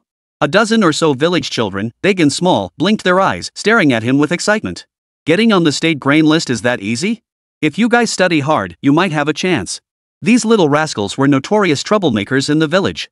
Though Su Chang was much older than them, he rarely paid much attention to these little devils. But hearing their parents scold them daily, he knew full well how mischievous they were. When Tiger Head saw Uncle Chang's dismissive look, he nearly burst into tears. Uncle Chang, you didn't trick my dad, did you? He said he'd beat me to death. He said he'd throw me in the river every day until I learned to swim. Hutu was the son of Uncle Su Chang's third brother. This little nephew left him both amused and exasperated. The boy's family had been water rats for generations, yet he turned out to be a complete landlubber. Sitting in the courtyard, he beckoned the children to gather around. If you really want to hold on to this iron rice bowl, it'll probably be way more exhausting than studying textbook knowledge. I'm not afraid of hard work. I'm just scared of my dad beating me. Yeah. But how hard can it be compared to farm work? Every busy season, we work ourselves to the bone. My mom said with a steady job, we won't have to farm anymore. A secure job means you can eat meat. To the children, the iron rice bowl meant one simple thing: no hard labor and meat on the table. Hearing their words, Su Chang suddenly felt that his idea might truly change their fate. Never mind anything else, just teaching each of them to swim, saving one or two mischievous kids from drowning every day, that alone would be a great service. He smiled, stood up, and waved his hand. Alright, since you're not afraid of hard work, I'll treat you to soda. And when you really become athletes one day, you can eat all the snacks in the store you want. Really? Uncle Chang, you can't lie to kids. I'm not lying. Now come with Uncle Chang to get your soda. Yay! Uncle Chang is the best. So the kids swarmed around Su Chang and followed him back to the store. He told Pockface and Monkey to open up the last 2 cases of soda they had in stock for the little ones. The younger ones can have more, the older ones should share with the little ones, no fighting. Seeing the joyful smiles on these little rascals' faces, Uncle Chang felt every penny was well spent. Just then, Ango returned. Bro, I brought back all this cloth again, and this time I got even more. Su Chang motioned him inside, had him put the cloth away, and handed him a bottle of soda too. So? Did the village ants agree? Yeah, they did. Money-wise, you can pay me back once your injury heals. They even said they'd set aside some cash to buy brown sugar for my sister to nourish her body. These old ladies are so kind to us siblings. As the big man spoke, his eyes glistened with tears. Su Chang knew this big guy had firmly secured their village's shoe brocade business this time. Rest assured, your lives will only get better from here on out. You'll need more and more of these nourishing things. Well, you're really splurging on these kids. Seeing them share so much soda, he knew the price of such drinks from experience. It was all to motivate them. Many of these kids weren't cut out for school. Without some intervention, the next few years would likely produce more good-for-nothings like Su Wei. Chapter 92, NGE's Request. Su Wei was a real piece of work. Though Ango wasn't from their village, that bastard had actually brought people back to rob them and even held his own sister hostage. Ango regretted not coming over sooner to beat him to death. But hearing Su Chang speak, he couldn't help but think of the idle troublemakers back in his own village. It felt like Su Chang's words might just become tomorrow's reality. Brother, you're truly a saint. Just like the uncles and aunts in our village, all good people. Su Chang smiled. In these times of material scarcity, neighborly bonds held far more warmth than in later generations. Though minor conflicts were common, genuine grudges were rare. People mostly helped and watched out for each other. As Enya and Zhang Wanru were sorting through the shoe brocade brought back by Ango, they discovered several exquisite pieces they hadn't expected. They couldn't help but be startled. Brother, did Antamon even bring out the embroidered cloth from her own wedding? Did something happen to her family? Though Enya's eyesight was poor, her fingertips instantly recognized the intricate embroidery. Not that I know of. But Antamon's daughter is getting married soon. Probably needs money for her dowry. Oh. So Sister Shueching is finally getting married? I should find time to visit her. I wonder who the groom is. Is he from our village too? As the siblings chatted about village affairs, Zhang Wanru felt a pang of regret over the sodas in her shop being wasted by those little brats. She glanced at Su Chang, wanting to say something but ultimately holding her tongue. Su Chang smiled and waved at her, signaling that none of it was a problem. Collect all the bottles back. Don't break any, they're 50 cents each. Pfft, he was just being generous earlier, and now he's nitpicking over 50 cents. She said this, but still swiftly snatched the glass bottles from the children's hands. When Tiger Head stuck his little tongue into the bottle to lick it, she grabbed him by the ears and scolded him. Are you stupid? If the bottle mouth is chipped, you'll cut your tongue. Hey, you old hag. You haven't even become my aunt yet and you're already bossing me around. You little rascal, don't run. In the courtyard, while Zhang Wanru chased Tiger Head around, the other children cheered him on, creating a peaceful and joyful atmosphere. Watching their joy, Su Chang felt it was all worth it. Bro, thanks for pulling both me and my sister out of that money pit. NGE was referring to the cloth workshop in their village. Back then, when he took that step out, he was essentially fighting for a way to survive. By then, Enya had already lost her sight. If he stayed home farming, there was no way he could support his sister. So, with the support of the villagers, he borrowed every penny he could and rented a small shop in town to sell cloth. Unfortunately, he simply wasn't cut out for business. After being open for over half a month, he hadn't sold a single piece of cloth. If it weren't for Su Chang giving him business like this, he'd probably be bankrupt by now. Well, every beginning is tough, but you might not be cut out to be a boss after all. Hearing this assessment of himself, Manhwa could only scratch his head, looking rather sheepish. Right now, you helping me collect these shoe brocades is just a good start. Once you're familiar with these operations, I'll have you collect even more items for me. Su Chang had long since planned this. In this era, many items were looked down upon by others. But flipping them through the marketplace could yield much higher profits. This was his trump card to guarantee future training and education for these children. Yes, that's exactly what I'm thinking. As long as I can cure my sister's eyes, I'm willing to endure any hardship. As he spoke, the big man clenched both fists tightly. Su Chang could sense the depth of his resolve. It's fine. Just rest here a few more days. Once I'm better, you can help me collect some more interesting things. All right. Sitting in the courtyard, watching the lively children playfully tease Zhang Wanru, both men felt a sense of peace wash over them. Right, brother? I. The big guy hesitated, stammering and unable to finish his sentence. Just say it. If you need money, I can give you my savings. No, I don't need money right now. It's just. Looking at the children in this courtyard, he finally gathered his courage. Once your school is built, could you let the children from our village come here to study too? Uttered these words as if they had drained every ounce of his courage. He couldn't even meet Su Chang's gaze. Su Chang was somewhat taken aback. This request was hardly a concern for him. But then he thought about it. It seemed like there was already a school in NGE's village. If he were to let the children from their village attend, he would need a very compelling reason. I can't really decide that, Su Chang replied. After all, the procedures for transferring students between villages would need to be clarified. You'd have to find out the details yourself. No clearly hadn't considered this either, but he patted his chest confidently. I'm absolutely certain there won't be any problems. After all, the idea of training children to become professional athletes who can secure a stable government job is incredibly appealing. Su Chang burst out laughing. You goofball, so you were waiting for me here. No scratched his head sheepishly, his face flushing slightly. What can you do? Our village has been weavers for generations. Not many even farm the land, let alone get a government job. Su Chang felt a pang of emotion too. Yeah, in this day and age, everyone wants to be a civil servant and get that iron rice bowl. But this situation should change soon. NGE didn't understand what he meant. But he didn't press further. After all, even he felt his request this time was a bit excessive. The school was built at such great expense precisely to give the village children a better future. Wasn't he just freeloading off their generosity? After some thought, he decided that for the sake of his village children's future, it was worth it even if it meant losing face. Go back and tell your village chief clearly, the school will provide room and board, but the graduates must work for our village for several years. This idea was inspired by the so-called training for employment programs he'd heard about in later generations. Free room and board, guaranteed skills training, but in return, you work for us for a few years. Unbeknownst to himself, Su Chang had become a full-fledged capitalist in thought. If anyone found out, he'd likely face criticism again. Chapter 93, Massive Profits, the Billionaire's Ambition. After lingering in the shop for a while, Su Chang was sent home by Zhang Wanru to recuperate. You're still recovering. Go home and focus on getting better. These young girls nowadays are like little housekeepers. They can handle everything in the shop. Even when people come to sell cloth, she manages it all perfectly. Fine, I'll slack off for a few more days. Walking slowly home, he glanced at the group of loafers gathered beneath the village's great banyan tree. He found himself wondering how he could put these people to use. He needed to find them work. Otherwise, wasting their time like this was just squandering money. He wasn't short of work for them at the very least. Collecting cloth and goods suited these fellows perfectly. But he hadn't yet mapped out a plan. At the very least, he needed to sort through what held value in this era.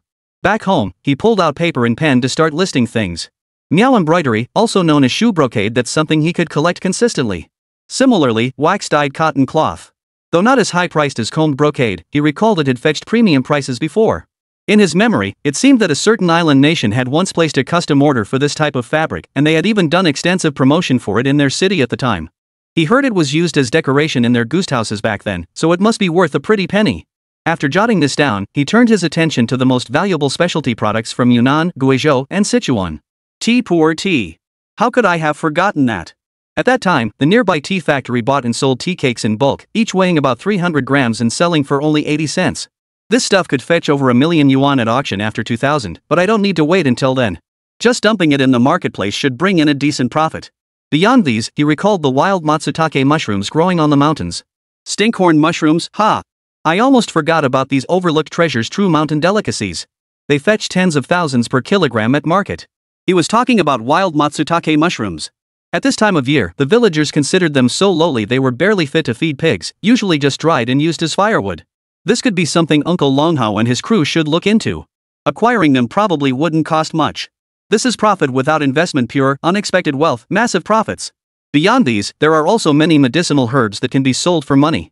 Ironclad orchids nowadays, they're only used to treat coughs in cattle. Throw them on the ground and no one would want them. He made another note in his journal, knowing that once this herb gained recognition, its price per gram would surpass gold.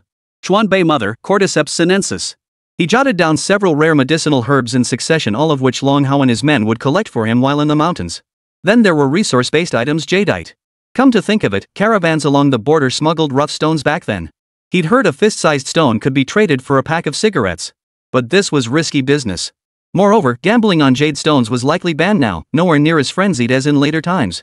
After jotting down the word, he crossed it out. This venture was far too risky for the present. Ebony? He pondered such rotten wood was often dug up from nearby riverbeds, usually chopped by villagers for firewood. When did this happen? Right, the ebony case. A single intact piece of ebony was valued at over 100 million yuan. It was a notorious local scandal. Back then, he'd even remarked to Monkey how much of this would the village burn annually. Finally, there was manhwa. Unfortunately, even today you needed a letter of introduction to buy it. If he were to collect it, he'd probably have to tap into his father's connections. He hadn't known before, but now he was aware his old man had served in the military. In this era, what connections could be more reliable than those forged among fellow soldiers? And such comrades were scattered across the four corners of the earth. Someone as capable as his father could probably weave an astonishingly extensive network if he ever decided to pull it together. With his future plans neatly mapped out, he glanced back at the note now densely covered in tiny handwriting. Su Cheng suddenly felt his horizons broaden considerably. Damn it, this was clearly the path to becoming a billionaire. Following this road, it would be hard not to get rich. By then, supporting one child's education and training wouldn't be a problem, even a few more wouldn't be an issue. With his future acquisitions clearly mapped out, the next challenge was manpower. The village women had already tasted the benefits. If he needed to collect other items, they'd follow his lead without hesitation. The village loafers needed to be put to work too, couldn't let them just loaf around the village. He didn't hold any grudges against them, but he felt wasting time like this was pointless. They might as well earn money for themselves. When Su Cheng's mother returned and saw her son grinning foolishly at the paper he'd written on, she hurried over and touched his forehead. "Are you okay? What are you grinning about at home?" "Mom, your son is about to become a millionaire." His mother rolled her eyes at this and snapped, "Get well soon. I'm counting on you to bring home a bride." Su Cheng was speechless. It seemed his marriage to Zhang Wanru was inevitable. How old was he, anyway? Was he really supposed to get married so young? But then again, in this era, his age was actually the most suitable for marriage. "Mom, it's not like we're in a rush, right? Why wouldn't it be? Look at the woman next door, she's about my age and already a grandmother." Alright, this matter clearly left Su Cheng no room to speak. But thinking about Zhang Wanru's flat figure, he couldn't help but wonder if their future children would even get enough to eat. Worst case, we'll buy formula at the mall. I refuse to believe a billionaire could be bankrupted by feeding his kids formula. Just as he was lost in these wild thoughts, Su Longsheng returned home unusually early. What's with the early arrival today? I just went to see the construction crew, and those guys want more money. I feel like they're trying to take advantage of the situation, so I came back early. Taking advantage of the situation? Dad, aren't you using the wrong term? Shouldn't this be called adjusting to market conditions? Get lost. It's all because of you. Everyone says you've made a fortune, so they're jacking up the prices. Su Longsheng flared up at the sight of his son. Those jerks, when they heard his son was footing the bill, their eyes practically turned green. So what if the labor costs are high? We just raise our standards. If we can produce quality work, spending a little extra is no big deal. Get lost. Half the village knows how to do this work. If the money's going to be made, let the young folks in the village earn it. Hey, Dad, you've got a point there. Why don't we start our own construction crew? Chapter 94, a construction crew? We could actually pull it off. Start our own construction crew? Su Cheng's suggestion seemed to instantly spark an idea in Su Longsheng. It wasn't impossible, they just needed an experienced foreman to guide the village youth. Building a few simple houses shouldn't be too difficult. As Su Longsheng muttered to himself, Su Cheng knew this plan could work. Still, to bolster his father's confidence in making a mark for the villagers, he elaborated, "Dad, think about it. The government is encouraging us to take initiative now. Opportunities like this for construction work will only grow. We've got plenty of young people in our village. They gather under the big banyan tree every night. If we don't put those loafers to work, trouble will only brew." Su Cheng's words plunged Su Longsheng into deep thought. At this time, idle youth were a major societal problem, and it wasn't unique to their village. When he visited the township office, he'd seen many young returnees from the city. They always carried themselves with an air of arrogance, looking down on farming and refusing to set aside their pride to do down-to-earth work. It was indeed a problem. I'll discuss this with the village cadres later. Though now serving as village chief, Su Longsheng had no intention of becoming a one-man show like Su Diquan. Besides, given his recent appointment, no one was inclined to heed his advice. "I think it's better to keep second uncle close. After all, you have a deep foundation of cooperation and he understands you." Truthfully, Ma Zi wasn't much older than Su Longsheng, but according to family hierarchy, he was indeed his senior and deserved to be addressed as uncle. With Monkey already working at the shop, we have enough hands now.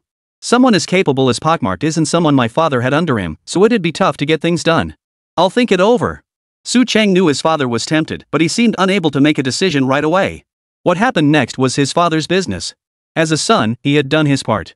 Su Longsheng now faced the reality that the village committee lacked any personnel loyal to him. As his son had pointed out, he had no capable individuals under his command. If he truly wanted to accomplish anything, he felt he couldn't manage it alone. Adding to this, the recent proposal regarding the school site had made him acutely aware of the factional divisions within the village. Someone like the old clan chief, though long removed from village affairs, still held considerable sway within the village committee. To say the least, his veto power could pose significant obstacles to any initiative. Then there were the old faction loyal to Su Dequan. Not all of them were bad people, but there weren't many good ones either. They spent their days coasting along, hoping to emulate Su Dequan's approach of reaping benefits without lifting a finger. For Su Longsheng, who was known for his decisive and efficient approach, this was absolutely intolerable. Perhaps this presented an opportunity to clean house within the office. Having solidified this plan in his mind, Su Longsheng promptly returned to the village office. Sure enough, the workers were gathered together, seemingly sharing some joke. Seeing him arrive, they didn't even bother to pretend to be working. Everyone here? Perfect. Let's have a meeting. The group across from him seemed unimpressed. Longsheng, it's the off-season now. You're just looking to make a splash again? Yeah, running a school isn't enough to satisfy you? What new scheme are you cooking up now? Well, they can have sons. Do you have such a capable son? No, I don't. If I had such a capable son, I'd be enjoying my retirement by now. Their words were harsh enough to make Su Longsheng's blood boil. Between the lines, they were implying he only became village chief because of his son. He sneered inwardly, then slammed his hand on the table and declared sternly. Serving the village, what part of that isn't about making a difference? Anyone unwilling to do their part can just get lost. The men across from him hadn't expected Su Longsheng to suddenly explode like this. He was practically yelling at them point blank. How could they, the usual village officials, tolerate this? Hey! What are you talking about? What do you mean refuse? We're village cadres, we're supposed to direct the work. Do you really think the whole village depends on you to get things done? Do you actually believe becoming village chief gives you the right to lord it over everyone? Didn't your son just shove you into this village chief position? Well, now that everything's out in the open, Su Longsheng could get down to business. Oh, Uncle San, if that's how you feel, why don't you take the village chief position? I'm ready to step aside anytime. Same goes for the rest of you. If you're dissatisfied, step up. I won't object. Seeing Su Longsheng blow his top, the village officials across from him all fell silent. They were all sensible people. During Su Dequan's tenure, they hadn't accomplished much. Did they really expect Su Longsheng, pulled in at the last minute, to suddenly become capable? Seeing everyone had nothing more to say, Su Longsheng let out a cold laugh. Since the village needs a school, hiring a construction crew is our top priority. I've approached several contractors, either their prices were too high, or they deemed the workload too demanding. So I've decided to assemble a team from capable young villagers here. I thought since we're all from the same village, you could recommend some promising candidates. But now it seems I've overestimated you. With that, he turned and walked away without so much as a glance at the officials across from him. Only after he had left the village office did the officials reluctantly curl their lips in displeasure. What's so great about him? He's just some guy who got his position through his son. And he wants to put the village youth on a construction crew? Does he really think building houses is that easy? Anyway, I won't let our sons and nephews follow him around causing trouble. It's almost planting season, we don't have time for this.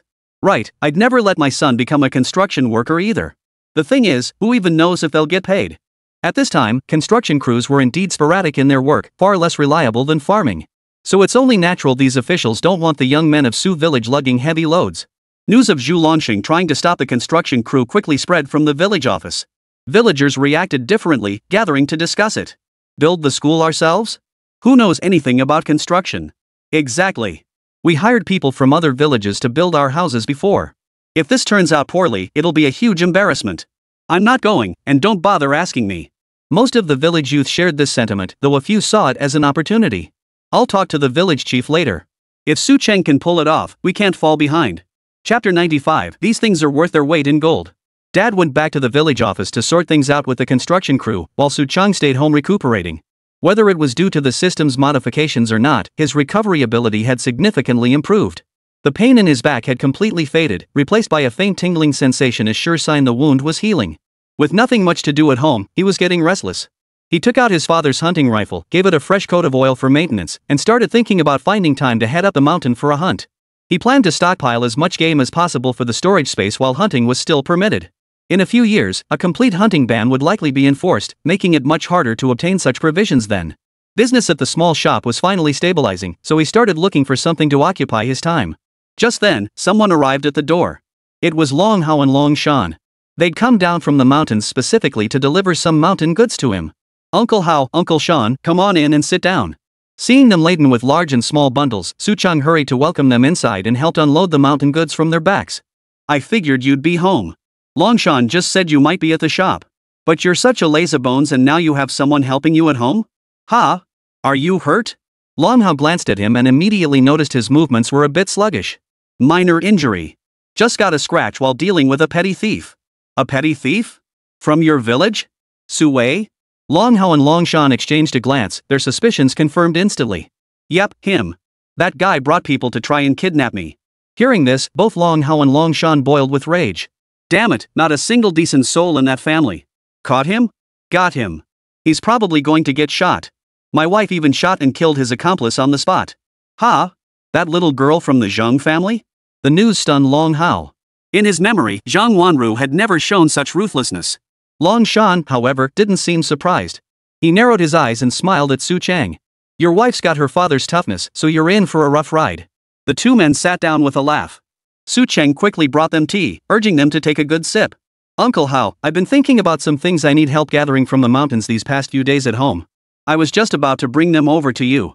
As he spoke, he casually handed them the prepared list. Longhao and Longshan had both attended school and could read.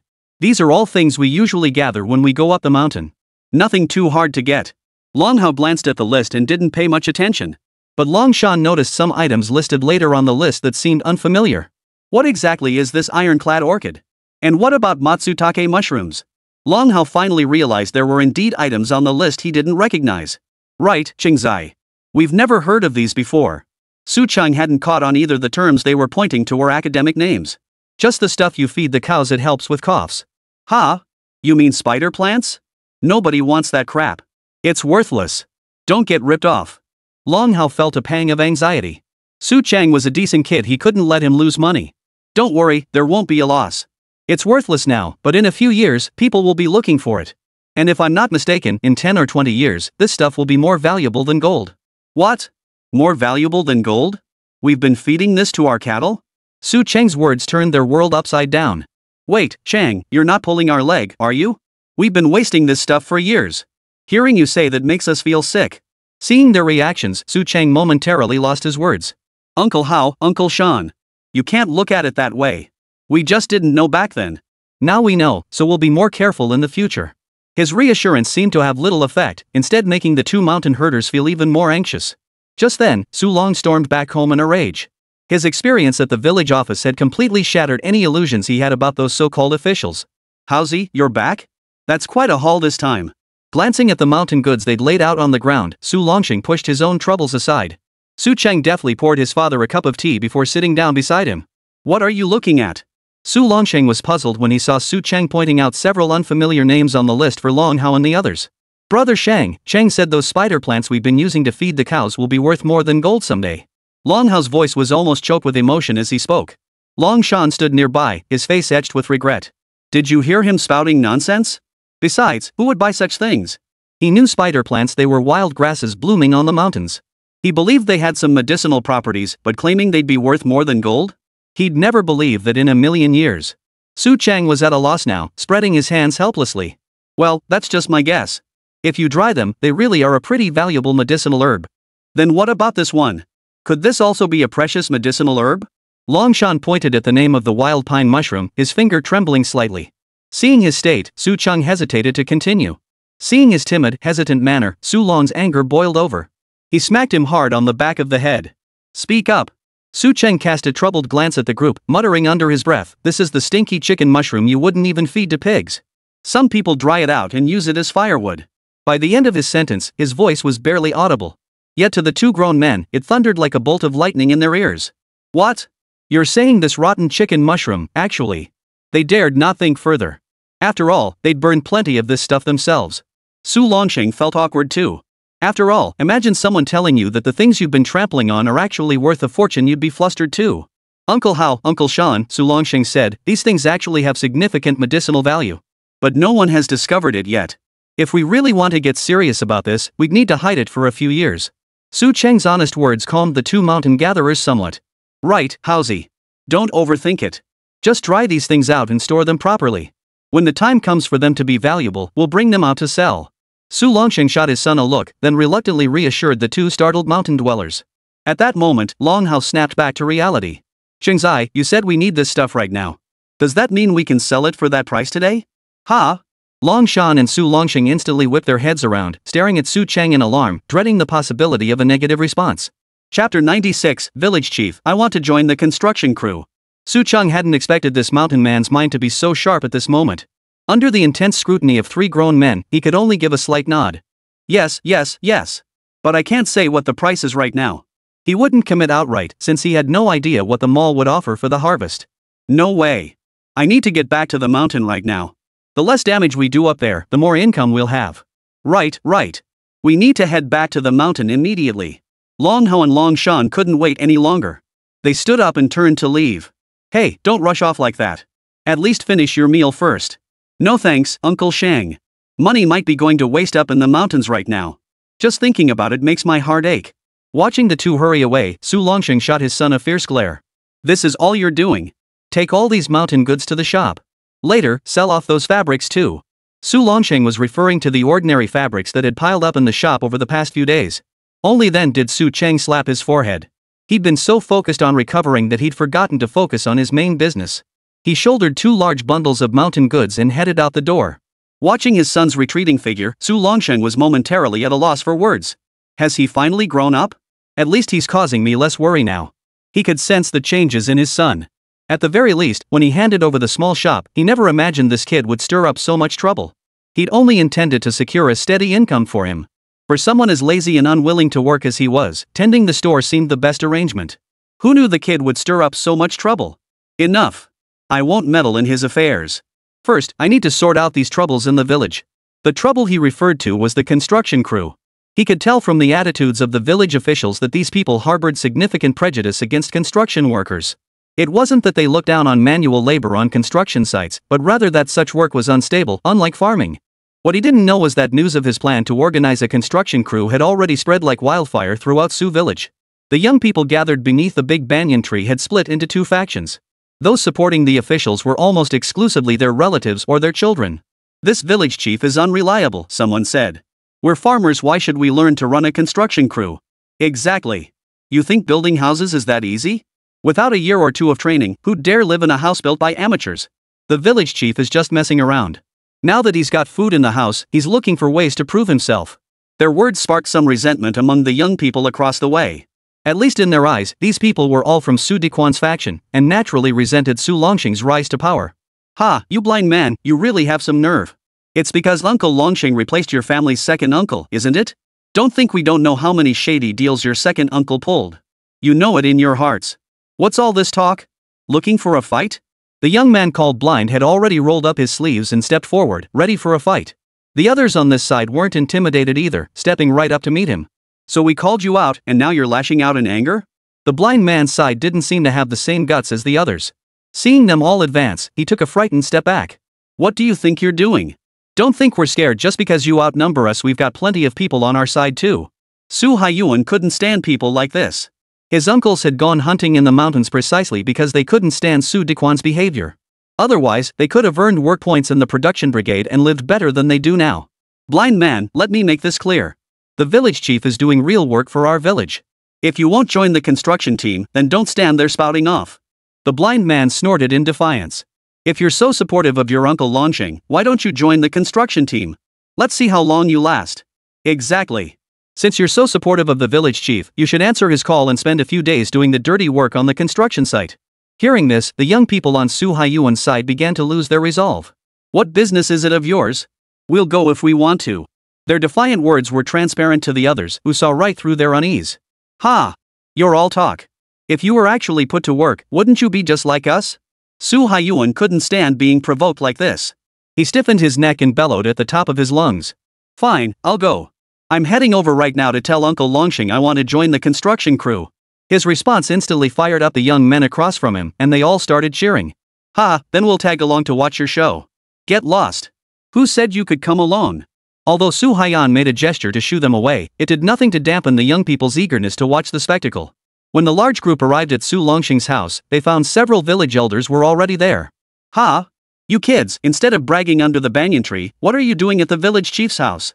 Su Longsheng was puzzled as to why these troublemakers had joined Su Dequan's group. Weren't they usually like oil and water? Uncle Longsheng, I'm here to join the construction crew. Su Haiyuan glanced at his companions behind him, shot a glare at the troublemakers across from them, then volunteered himself to Su Longsheng. Oh? You want to join the construction crew? Have you ever built a house before? Do you know what to watch out for on a job site? I bet you don't even know the sand to gravel ratio. The barrage of questions left the young man flustered. The middle-aged men present exchanged knowing smiles. They were the helpers Su Longsheng had recruited, veterans of housebuilding who had since retired. When Su Longsheng called them back, they found it a bit odd. Longsheng, nobody's born knowing this stuff. If they're really eager to learn, we old-timers can teach them. Oldly, you're really willing to teach? This is your bread and butter, you know. Oldly was a veteran builder from the neighboring village. The master craftsman Su Longsheng had urgently summoned through pockmark. You're willing to pay such a high price to bring us old-timers out of retirement? I wouldn't dare cut corners for your village, would I? I see these young folks have potential. If we truly teach them well, I reckon Su village might just have its own construction crew someday. The group of young villagers from Sujia village listening outside were a bit bewildered. Big bucks? Looks like the village chief is serious this time. Chapter 97, A New Project. Su village was organizing its own construction crew. This was big news. After all, outsiders had always been brought in to build houses for them. The village truly lacked such talent. Mentioning this made the old clan chief feel as if he'd swallowed a fly. Unpleasant indeed. Every time he saw the construction crews enjoying their meals and drinks, his own people could only watch from the sidelines. But now things were different. Su Longsheng wasn't just building a school, he'd gone straight to forming a construction crew. Although the old man had differing opinions with Su Longsheng regarding the site selection, he wholeheartedly approved of the idea of teaching the village youth a new trade. That very day, he rushed over to Su Longsheng's house and spotted several former construction foremen from years past. Only then did he truly feel at ease. Su Chang had already returned to his small shop. Pockface had asked his dad to come help him, so now Su Chang needed to teach Monkey how to sort through the unprocessed mountain goods. These all needed to be sun-dried before selling. That pile over there, wash it when you have time, then dry it in the sun too, but don't dry it completely. Honestly, Long Hao and Long Shan had brought back quite a haul this time. The four of them spent the entire afternoon sorting it in the store's courtyard. Alright, this is exhausting. Next time, it'd be easier if they did a rough sort before bringing it in. Just pay them a bit extra. Now that Su Chang had some cash in his pocket, he was feeling a bit lazy. Zhang Wanru couldn't help but grumble at his extravagant spending. What's the big deal? A little tired is nothing. You're just burning through your money. She said that, but she too stood up and patted her own back. Enya might be blind, but her hands were incredibly dexterous. Even someone as clumsy as Monkey couldn't match her skill. Just as they were about to fetch water to wash their hands, more people arrived at the door. It was Aunt Chang, Aunt Li, and the other women who helped Su Chung collect cloth. Oh, Qingjai got another shipment of mountain goods? You know what? This batch is really fresh. So you're going to sun-dry all this stuff? Makes sense, fresh mountain goods don't fetch a high price. Aunt Chang, who had handled such goods before, knew immediately upon seeing the items spread across the entire courtyard that they were preparing to sun-dry them. Aunt Chang, Aunt Li, hurry inside. Wanru, get some soft drinks ready for the ladies. These folks are Su Chang's money gods, we must treat them well. No, soda is too expensive. We can't afford it. We're all neighbors here, no need to be so formal. Aunt Chang's words were polite enough, but her hand accepted the soda without a moment's hesitation. Zhang Wanru really wanted to roll her eyes at her right then and there. But she held back. After all, these people were the source of her paycheck. Oh, Aunt Chang. I was just about to come find you since you didn't come over. Come, everyone, take a look at this list. Su Chang pulled the list he'd worked on all night from his drawer. It was different from Long Hao's group's list. After all, Long Hao's group was based on the mountain, where valuables were easier to identify. Auntie Chang and her group were different. They'd be moving around nearby villages, so the items they needed to collect would inevitably be more complicated. Chang, just tell us directly. None of us can read a single character on these huge characters. Showing us the list is useless. Aunt Chang remained her usual straightforward self. After taking a sip of soda, she grabbed the small flask she'd prepared earlier and filled it with the remaining liquid. She didn't seem the least bit embarrassed when she caught Zhang Wanru's gaze. The kids at home always crave this sweet soda, I've got to save some for them. Zhang Wanru had initially looked down on this woman, but hearing those words, her displeasure vanished instantly. Aunt Chang, you've made some money now, don't be so stingy. I see Qingnyo and the others have new clothes. Why not make yourself a few? Our fabric isn't expensive. Zhang Wanru teased her as she took the glass bottle back. Ah, that's all from debts owed to my children in a past life. Even after earning money, I still need to buy things for the household. Where would I find spare cash for that? Her words resonated deeply with the other women, especially those who'd spent their first earnings in a flash before they could even brag about them at home. It's all for the family. Money lost can be earned again. Cheng auntie, Li auntie, this time I've thought of more ways for you to earn even more. This topic couldn't be allowed to develop any further among these women. Otherwise, today would be wasted listening to nothing but their endless complaints. At the mention of extra income, all the women stopped drinking their soda. Cheng, what do you want us to collect? We don't have much, but we know everyone in the surrounding villages now. Collecting things wouldn't be hard. Su Cheng picked up the list they handed back and began explaining each item to them. Miao embroidery, you already know about collecting those pieces. But there's another similar style, dong embroidery, which is also quite valuable. See if you can collect some of that. Also, wax-dyed cloth wanru, bring out some samples from inside. I saw several pieces of this fabric just yesterday. Zhang Wanru quickly retrieved several pieces of wax-dyed cloth from the pile. These fabrics feel distinctly different from others, smooth as silk to the touch. When you see this type of cloth, set it aside separately. We'll settle the payment for it with you later. Qingzai, is this cloth really that valuable? Adli has seen this kind of fabric before, and she knows where it's most abundant. How should I put it? It might not be worth much now, but decades from now, it'll likely become intangible cultural heritage. After all, these are unique crafts of our ethnic minorities. Though the women couldn't grasp the full meaning of Su Cheng's words, they remembered the fabric. Beyond that, Su Cheng also mentioned collecting various odds and ends. Qingzai, we understand you want to collect cloth. But you're also collecting stones, wood, and even stamps? We just don't get it. The women were a bit perplexed. It wasn't that there were too many things to remember. Rather, some items defied description through words alone. Take the bloodstone and jadeite rough Su Cheng wanted to collect, they had no idea what those were. And ebony? That was too specialized, they'd never even heard of it. Fine, just collect the cloth for now. While collecting the cloth, keep an eye out for those wax-dyed fabrics. If you find any, tell everyone to hold on to theirs. We can offer a slightly higher price for those pieces. That way, we won't have to worry about them being snatched up. Got it, we'll take your word for it. The old ladies don't have many redeeming qualities, but they've got one now listening to Su Cheng. Chapter 98, Material Source Found? After settling this with the group of women, Su Cheng found little left for him to attend to at the shop. He simply packed up and headed home. He planned to spend an evening clearing out the excess inventory. Piling things up like this was a safety hazard. The shop had a lot of fabric, which was a fire hazard. Su Cheng's pockets weren't exactly overflowing with cash either, so it was time to sell some goods to the mall. Upon returning home, he found the village chief and a group of young villagers gathered in the courtyard, while his father was keeping company with several elderly construction workers. After serving as their waiter for a while, their meeting finally concluded. It's settled then. Starting the day after tomorrow, we'll begin training these youngsters. Oh, and have you arranged the brick factory and cement? We'll need a lot of materials for this school construction. As the veteran craftsmen were leaving, they reminded Su Longsheng. I've made the arrangements. They'll be here tonight. I'll have all the materials delivered to them then. I expect everything will be ready in one go.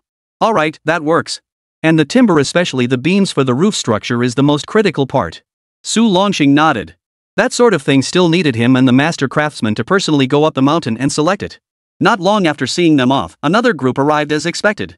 They were several middle-aged men Su Cheng had never seen before, roughly the same age as his own father. The moment they entered, they enthusiastically embraced Su Longsheng. Hey, this must be your son, right?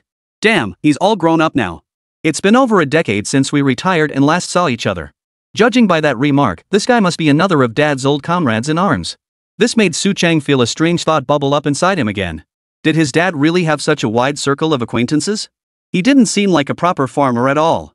Just as he was lost in thought, the group had already sat down. What are you staring at? Hurry up and grab a few bottles of liquor from the store. You really have no sense of the situation. Su Longsheng scolded his son for being clueless, but it only made the old acquaintances across the table burst into laughter. Get lost. Do we need you to provide liquor when we come to your place? Third brother, bring the liquor inside. One of the men responded with a nod before hauling an entire crate of liquor inside from outside. 56 proof, but not Moutai. Just our village's bulk liquor for now. Once the school's built, we'll drink Moutai. The fellow across from him must have been well off, casually dropping the name of Moutai. Though Moutai wasn't particularly expensive in this era, costing only about 7 or 8 yuan a bottle. But that not expensive was only relative to someone like Su Cheng, who was loaded. And the real problem was that such liquor came with rationing. Fine, drink yours first. Next time you come over, I'll get you some good stuff. No problem. With that settled, they got down to drinking. Fortunately, Su Cheng thoughtfully contributed the peanuts and snacks always kept on hand for drinking. After setting them out, he hurried to the kitchen to stir-fry a few dishes for the gentleman. Watching his son bustle about, Su Longsheng felt deeply gratified, though his mouth remained unsparing with a few scolding remarks. After catching up over drinks, the boss-like man inquired about the school situation. Su Longxing calmly explained the origins and future plans for the school. The men across from him grew increasingly interested as they listened. When they finally heard that the location had been chosen by Su Chang, their gaze immediately fixed on the young man who had just entered carrying the dishes. Impressive, impressive. That shows real foresight. And this arrangement makes the best use of your village's existing resources. He's got the makings of a businessman. Ah, it's not about potential or anything. This kid just has a lot of clever ideas. But this time, I really do need your help sourcing building materials. I know you guys have an intelligence background, this task should be a breeze for you. Ha, the old squad leader still remembers us. Of course. We all started as scouts. Since leaving the service, we've been steadily building our network. Just when we took over the brick factory, you reached out. Oh? I had no idea you guys ran a brick factory. How's it going? Decent scale? Can you supply me with red bricks? Su Longxing was a bit surprised. He'd heard about these guys, but since he hadn't made it big himself, he hadn't kept in touch all these years. No problem. Not only can we handle your school's order, but even if you doubled the quantity, we'd still get it done. The man pounded his chest and agreed to the deal in one breath. That's settled then. Oh, and while you're at it, could you handle sourcing the rest of the materials too? One stop, no hassle. Absolutely. We'll handle all the school's materials. But old squad leader, we have a request. Su Longxing chuckled, knowing exactly what these rascals wanted to discuss. Go ahead. How many students? Let's not get into specifics. But if we take on another 100 or so students, we should be able to handle it. Hearing his father say this, Su Chang nearly slammed his head onto the table. Glancing at the empty bottle on the table and the now empty crate that had been brought in, Su Chang began to wonder if his father had had one too many. What did he mean, we can handle another 100 or so students? There were already dozens of village kids enrolled. Another 100 would bankrupt Su Chang's wallet. But the man across from him showed no understanding of Su Chang's predicament, instead giving Su Longxing a thumbs up. The old squad leader really gets me. Not many. Our village only has about 30 kids, and I reckon maybe 10 or so would actually come. Ha? What about the other children? Aren't they going to school? Su Longxing set down his wine cup, his expression turning serious. The man sighed at that moment. Their families are struggling. Bull. It's precisely because they're struggling that they send their kids to school to fight for a better future. I'll go with you tomorrow. How could they not let their kids study? Su Longxing slammed his hand on the table, startling Su Chang. Squad leader, don't get angry. I'll handle this. I promise every single one of those 30 kids will be here tomorrow.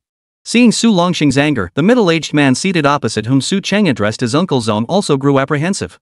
Alright, I'll leave this matter to you. Oh, and take this money. Hey, why give me money? I said our brothers will cover the school supplies. Take it already.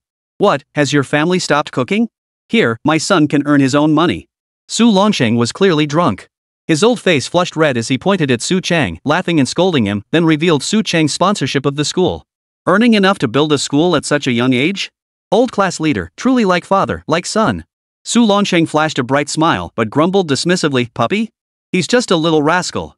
Rest assured, when the time comes, our school will cover everything for the kids. You won't have to pay a single penny. Ha? That won't do. Absolutely not. Watching the drunken men shoving each other, Su Chang felt numb.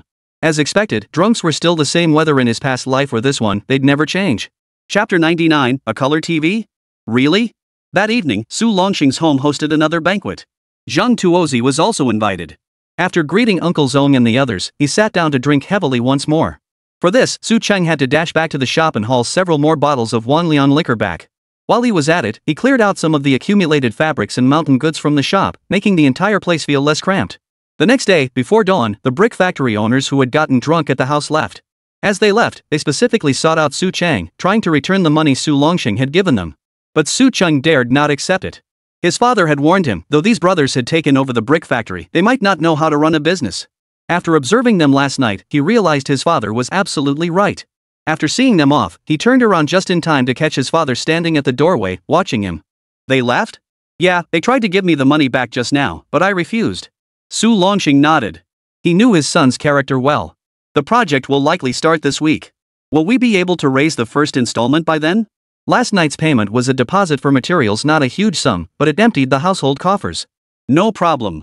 If you need it, I can give it to you right now. Su Longxing paused at his words, then waved his hand. No need. There's no one at home asking for money. If you have it, just save it. Watching him turn and leave, Su Chang couldn't help but curl his lips. Stubborn as a dead duck's mouth. If I hadn't woken up last night and overheard you two counting your money, I'd have thought you were hiding a fortune.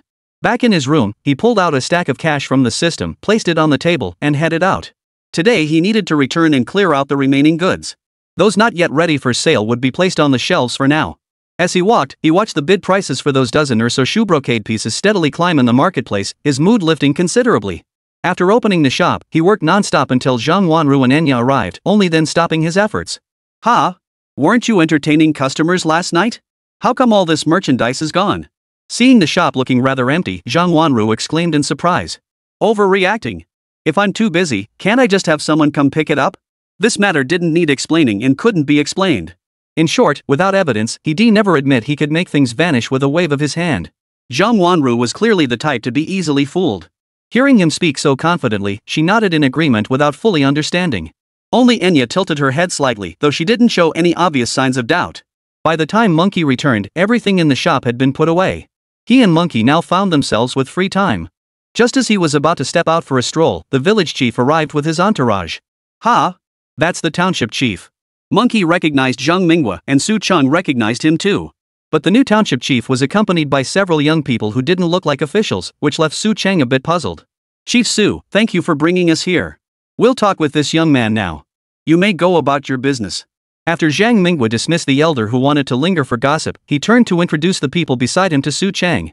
"Young Su, these are friends of mine from the city. They heard you could get some rare goods here, so I brought them along to take a look." Su Cheng certainly wouldn't turn them away. After all, sending Monkey and the others to bring goods to the township was precisely to open up sales channels for his shop's merchandise. "Come on in, everyone. Township chief, you should have given me a heads up. I could have prepared some wild game for you. It's prime hunting season in the mountains right now." As he ushered everyone into the shop, his observant gaze immediately fell on the young men trailing behind Zhang Minghua. Their expressions lit up with excitement at his words. "Oof. These lot are either official sons or wealthy city folk, easy targets to fleece." His experience navigating the underworld in a later era gave him an initial impression of these men. As customers entered, Su Cheng began distributing sodas. This stuff was a rare treat, not just in the countryside, but even in the city. His gesture served two purposes: to show hospitality and to demonstrate his capabilities. Sure enough, after a round of sodas was distributed, the men's gazes toward him grew noticeably warmer. "Hey, you've pretty much cleared out your stock, huh? Last time I came by, you still had quite a bit in inventory." "Haha, that's all thanks to you, Township Chief Shang, for leading the way in opening up sales channels for us. Last time Monkey and the others brought down to the township was several months worth of my stock. I reckon if we need more supplies, we'll have to wait a while." He was telling the truth. Those items were all rewards earned through check-ins. If you really wanted to earn that kind of money, it would take time. Hearing him say this, the excitement faded from the young people's faces, replaced by disappointment. Zhang Shanghua chuckled and pointed to the pair of hiking boots on the shelf. "I've never seen these myself, but I hear they're quite useful, especially in the mountains." Su Cheng had Monkey pull the shoes off the shelf and place them before them. They were indeed hard to come by, a new experimental batch from the Liberation Factory, so quantities were limited. Only one pair was purchased by our village. "These shoes are heavy, but if you don't mind, you can try them on." The young men were curious about these so-called mountain boots. They tried them on and found them surprisingly comfortable, so they bought them outright. Upon hearing the price, they didn't hesitate at all and immediately gave their shoe sizes. While pretending to fetch the goods from the back, Su Cheng swapped out a few pairs for matching sizes from the mall. This time, he sold them at cost, not a penny of profit. Zhang Shanghua, however, had other needs. Watching Su Cheng dart in and out of the back room, he pulled him aside and whispered, "Can you get your hands on a color TV? "Ha? That's not easy to come by." Su Cheng feigned contemplation for a few seconds before pulling up the item's price in the mall. "Yeah, it's really hard to get. Heard they're selling for 700 or 800 in the south." "Holy, that expensive?" He mentally calculated the system's exchange rate. The wholesale price was only around 300, and that included the exchange difference. "I've heard of this model. I could probably get it 100 or 2 cheaper than in the south, but I can't guarantee when it'll arrive." Zhang Shanghua noted that he said he didn't know when it would arrive, not whether he could get it. "No problem. As long as the goods arrive, money isn't an issue." "That's great, County Chief. If you're serious about it, just give me a deposit. You know, my little shop runs on a tight budget." "Absolutely. We'll put down 300 as a deposit. Once it arrives, have Monkey come to the township office to notify me." "No problem. Got 300 up front without lifting a finger. City folks sure are generous." Chapter 100, Crying Gets You Milk. Zhang Minggua's arrival gave Su Cheng a chance to prove himself. Compared to his old man, his brain was far more agile. After all, in this era, opportunities for the township chief to personally visit the village were few and far between. If he didn't seize the moment to play the poverty card, when would Su village ever get better policy support? With this in mind, he led Zhang Minghua and his city friends on a tour of the entire village. Mayor, our village doesn't have any major development projects right now. But you know we're building a school soon, right? So we're putting our idle labor to work. By the time he finished speaking, he had already led the group to the school's designated site. Ha? You're planning to build the school right by the river, one of the young men asked curiously. After all, this was the first time he'd heard of such a school location. Yes, there are several reasons for that. Seeing the puzzled expressions on their faces, Su Cheng paused, gathering his thoughts. The children in our village are quite mischievous. Every year, several kids meet their end in this river. So, to prevent such tragedies from recurring, the village officials pushed through the decision against many objections to build the school right by the river. His voice grew solemn as he spoke these words. I grew up in this environment too, so I understand perfectly well that if a child can't swim, they're easily dragged into trouble when their friends pull them into the river to play. Whether it was his skillful storytelling or the fact that such tragedies occurred everywhere in those days. The expressions of those listening grew solemn. Your decision was absolutely the right one. I fully support it. Village Chief Zhang Minghua nodded earnestly, as if he sensed Su Cheng's deep concern for the village children in his words. Moreover, establishing the school here would make it convenient for daily swimming training sessions. Hearing this, the others suddenly realized. You mean daily training? Are you planning to? Zhang Minghua's expression shifted to surprise as he grasped the implication. Su Cheng nodded at him and continued, yes, we want to train the children to become athletes or at least steer them in that direction. Whether they can achieve it is another matter entirely. This idea surpassed everyone present in their wildest imaginations. They found it hard to imagine that a small shop owner had already begun making future plans for the village children. That's an excellent idea. I fully support it. At that moment, Su Cheng's words seemed to open a door in Zhang Minghua's mind. If every village here could develop such self-reliant initiatives, the future development of this region would no longer be a cause for worry. As the local official, Zhang Minghua understood clearly that only by giving the villagers hope could their lives become more bearable. Undoubtedly, Su village was now moving forward in precisely that direction. Zhang Minghua's words instantly energized Su Cheng. Township Chief Zhang, if you truly support us, we won't hesitate to take advantage of it. Ha? Zhang Minghua hadn't expected this young man to dig him such a deep hole right here. I didn't say. Before he could deny it, Su Cheng cut him off. Township Chief Zhang, our current development doesn't require much support. Right now, our village public office doesn't even have a loudspeaker. Shouldn't it be possible for the township to support us with one? A loudspeaker? The group glanced around and noticed that Su village had already erected several utility poles. Ha? Your village has electricity now? Su Cheng had only noticed this development 2 days prior.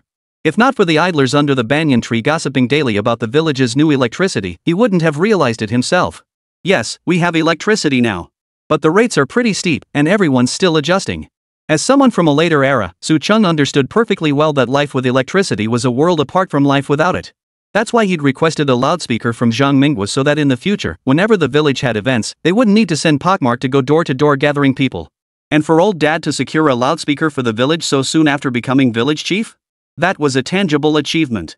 Zhang Minghua thought it over and finally nodded in agreement. If your school truly comes to fruition, it will be a major event for our township. In this day and age, the concept of a sports academy doesn't exist. Allowing children to receive professional swimming training while attending school is a very commendable endeavor. Su Cheng led them to observe a group of young people learning housebuilding techniques from several master craftsmen. Seeing everyone learning so diligently, Zhang Minghua felt deeply reassured. Of all the villages I've seen, yours is the most vibrant. His friends chuckled in agreement.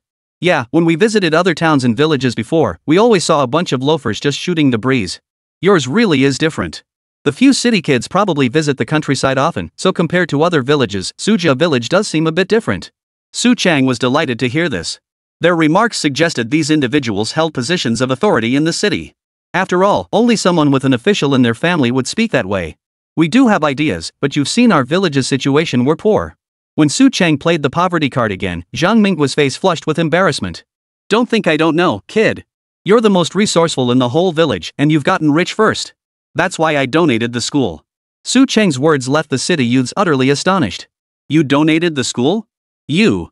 They were about to ask where the money came from, but then they thought, if this guy could even get a color TV, how could he possibly be short on cash? You're amazing. They swallowed their questions and simply held out their thumbs in admiration. Zhang Minghua felt deeply gratified to have such a capable person under his command. Here's the deal, he said. I'm new to the township and don't have many resources yet, but I can't say I won't support your village's development. If you can get a radio for the village, I'll provide some ink for your school. A radio? No problem. Deal. Radios were available at the mall and weren't expensive. Su Chang could afford one in no time. After seeing off Zhang Minghua and his entourage, Su Chang finally clapped his hands. Turns out, crying babies get fed. Next time I run into these officials, I'll just cry my eyes out. Keep whining about being broke. Chapter 101, The Construction Crew's Hope. While Su Chang was giving Zhang Minghua and the others a tour, not far away, the young villagers of Su Village were learning from several master craftsmen. Hey, look over there. Isn't that the new township chief standing next to Brother Chang? A sharp-eyed youth pointed in Su Chang's direction with a smirk. Su Haiyan followed his gaze and sure enough, saw Su Chang gesturing with several others, one of them dressed in official attire. That's only natural. Look how big Brother Chang's business has grown in our village. I hear those ladies aren't just buying fabric anymore. Gossip under the big banyan tree always spreads like wildfire. Even before the women had officially launched their new venture, word of their expanded business scope had already spread, sparking lively discussions among villagers of all ages. The main issue was that Su Chang's recent purchases were rather eclectic. Some items were even considered guaranteed losses. People couldn't fathom why he'd buy them. Sailor Su wasn't the idle young man he'd been just a short while ago. His elderly mother had recently fallen ill, and a visit to the township clinic revealed she was suffering from a chronic condition. He couldn't afford to loaf around under the big banyan tree like he used to. As it happened, after a falling out with the blind man, he was spurred into joining this construction crew. But he actually showed some real aptitude for construction. At least he could grasp most of what the master builders taught him on the first try. When it came to hands-on practice, he picked it up in no time. Sailor, demonstrate the bricklaying technique for them again. Explain your method. How come there's such a huge gap between people? Sailor picks it up in one go, but you guys just can't get it. The master builders were at a loss for words. They'd trained apprentices before. But an apprentice like Su Sailor, who grasped things instantly, was truly rare. The others weren't particularly bad, but compared to him, they seemed clumsy. Thus, over these few days of instruction, Su the seaman emerged as the most gifted among the master craftsmen. Su Longsheng watched from the sidelines, understanding why this young cousin had suddenly become so quick to grasp things. How is your sister-in-law's illness? If you need money, come by tonight. I'll have Qingzai and the others prepare some. Su Haiyuan's father was nearby, observing the school site selection with Su Longshan. Not yet. The doctor said it's best to get a thorough checkup in a big city. I plan to take her after I finish this busy period. Don't wait. This illness can't wait. Come over tonight, and I'll go with you tomorrow. No, that's not necessary. Su Longsheng shot him a stern look, and he immediately backed down. I'll take your sister-in-law for a checkup too. That good-for-nothing had her examined in the township last time, but they didn't find anything wrong. He still felt uneasy. Hearing that Su Longsheng wasn't specifically going into town with them, Su Haiyuan's father finally breathed a sigh of relief. But the school is under construction now. Without you and me, would the earth stop spinning? Su Longsheng couldn't help but roll his eyes. He was just the village chief, not Superman. Would the school get built any faster if he stayed here? Just then, Pockmark ran over. Uncle Shang, your comrades are hauling bricks over. I checked, they're good bricks. These days, Potface had become Su Longsheng's full-time errand boy. Though he didn't get paid every time like when delivering goods to the township, he was happy to help. After all, they were longtime partners, and their collaboration was seamless. Alright, come check the goods with me. As the group turned to leave, the young bricklayers still practicing over there finally got a chance to sit down and rest. Sailor, how's your mom doing? We're all from the same village, everyone knows everyone. The town couldn't find anything wrong, so we'll probably take her to the city for a checkup in a few days. Seeing the bitter expression on the sailor's face, the young men who often hung out with him didn't know what to say. It'll be fine. Good people are blessed by heaven. Besides, you can earn money now. Once our school building is finished, we can take on a few more house construction jobs. One of his friends leaned in close and whispered, I heard from some veteran builders that construction work is getting easier these days. Once we're fully trained, we can start our own crew and make our own money. Hearing this, the eyes of the young men who had just been complaining about the hardships lit up instantly. Making money was something everyone dreamed of. Especially since they used to sit under the big banyan tree every day, listening to those women talk about raking in big bucks, their eyes practically turning green with envy. But they didn't have the nerve to go door to door, nor the gift of gab to strike up casual conversations with villagers. The kind of work those women did? They just couldn't pull it off. So sometimes they'd make a few sour remarks, only to be looked down upon by the women's own children. Now, with this chance to earn money, how could they not be thrilled? As they chatted, a young companion came running in from outside. Come see. That girl Sholan is coming over to learn how to carry bags too. Huh? Her mom doesn't need care anymore? And what's a woman doing on a construction site? What could she possibly do? On construction sites these days, it's either bricklaying or masonry work. Bringing a woman here really doesn't leave much suitable labor for her. Su Sholan is one of the few capable girls in Su Village. But her family's situation was indeed more dire than most villagers. Her father passed away 2 years ago, leaving behind a frail mother and a young brother. At the production brigade, she always volunteered for extra work, just to earn more work points to support her family. Now that work at the brigade was dwindling, she came straight here to join the construction crew. The veteran workers were highly resistant to having a girl join their training. "Young lady, this is all heavy manual labor. You really can't handle it." "Master, I can handle it. I never lagged behind the men in the production brigade. If you don't believe me, ask them." Su Xiaolan pointed at the group of young onlookers, her face glowing with pride. Su Haiyuan knew her family's situation. Normally, he might have teased this young woman who'd always clashed with him. But now he had no interest in that. Everyone was fighting for their families. He couldn't bring himself to mock those striving to survive, because he himself was fighting to get his mother better. "Master, she really is capable. Give her a chance." When all his peers backed away, unwilling to speak well of her, Su Haiyuan stepped forward, a rare move, and spoke up. All eyes turned to him.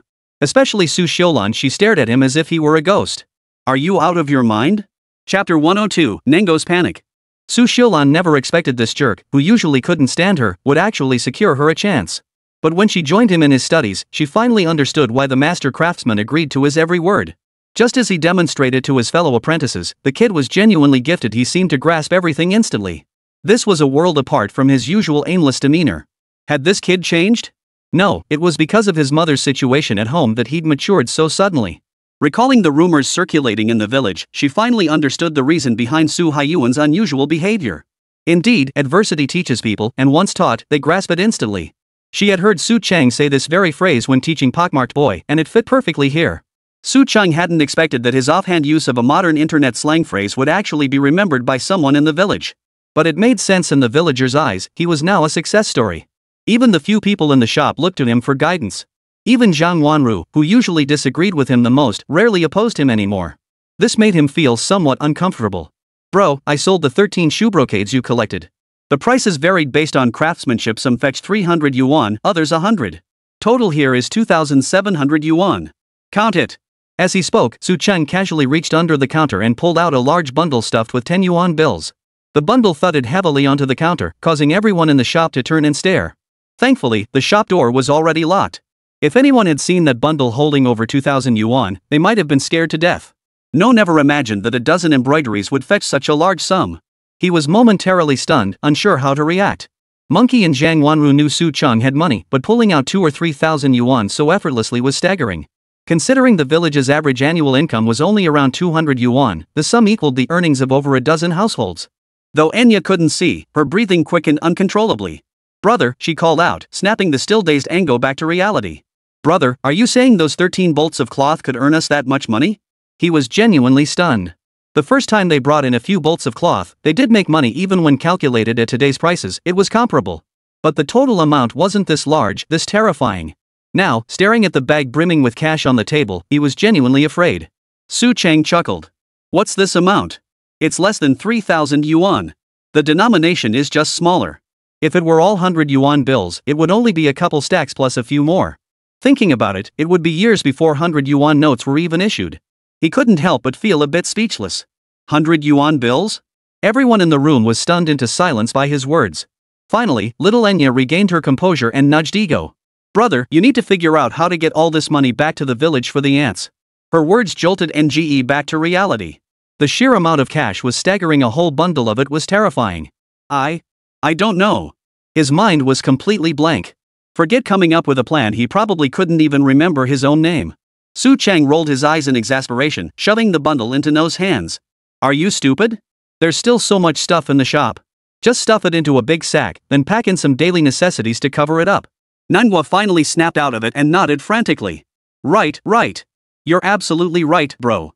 But just as he was about to follow Su Cheng's advice, something felt off. "Wait, we can't afford any of this stuff." He tapped his head, trying to get his foggy brain working, only to be met with a snort of amusement from Zhang Wanru watching nearby.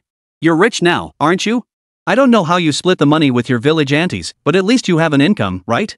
Why not pick something affordable? Like oil, salt, vinegar, things every household needs to stock up on?"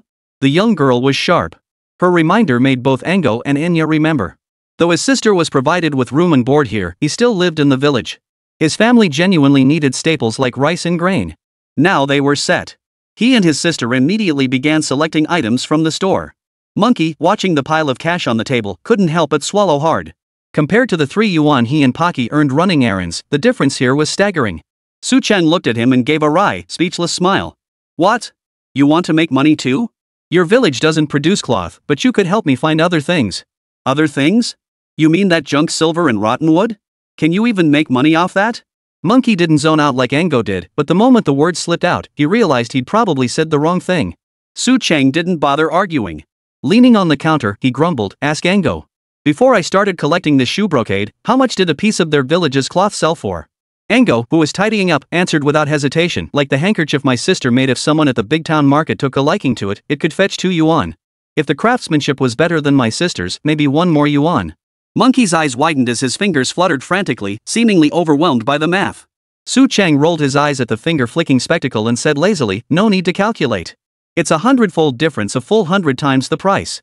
The moment those words left his mouth, everyone in the room was stunned.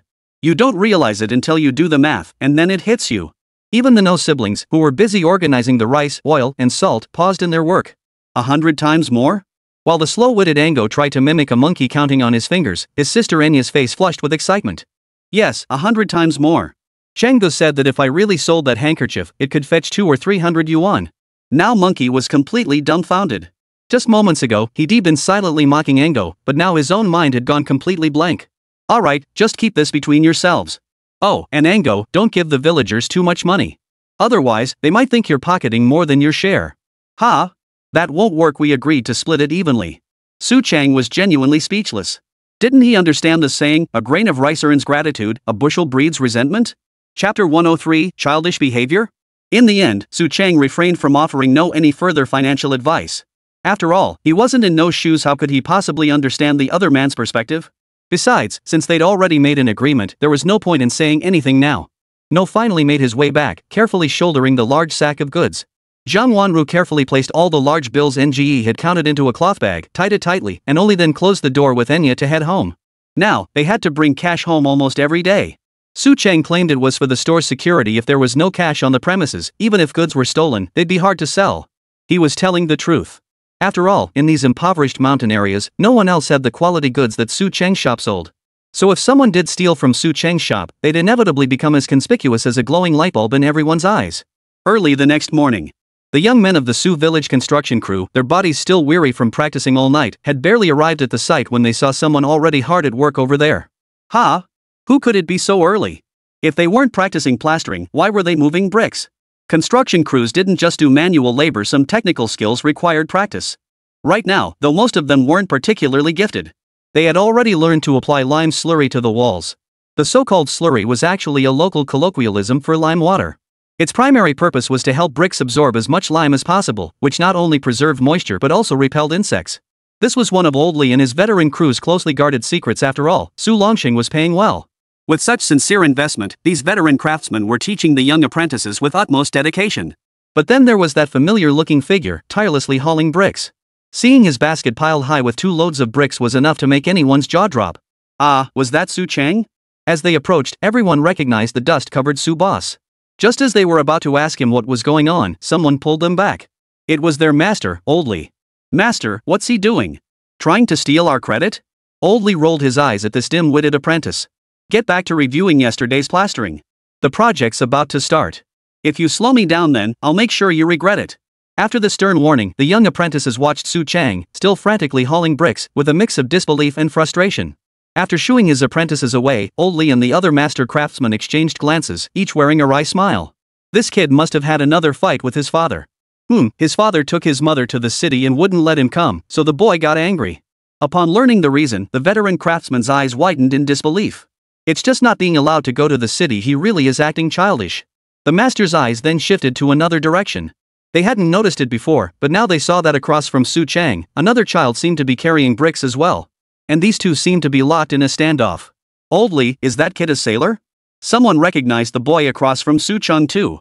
Seeing him grimacing and stacking bricks as if in a pouting contest with Su Cheng, several people simultaneously turned their heads to look at Old Li, who had arrived early. Don't look at me.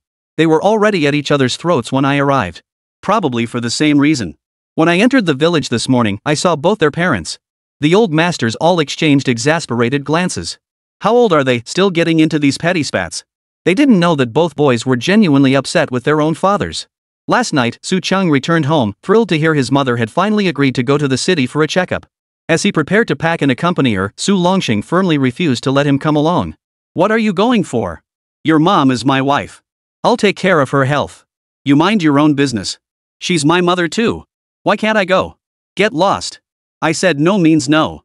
Say another word and I'll beat you senseless." "That's not fair. Why can't he, as her son, go with her? And don't forget, he's the one paying for the checkup." This left Su Cheng thoroughly displeased. He turned away, refusing to speak to him, and ran off to beg his own mother for mercy. Unfortunately, the couple seemed determined to exclude him from the examination. No amount of pleading could persuade them to let him accompany her. "I'll go by myself." In the end, Su Cheng muttered resentfully, only to be met by Su Longxing's merciless belt lashing across his backside.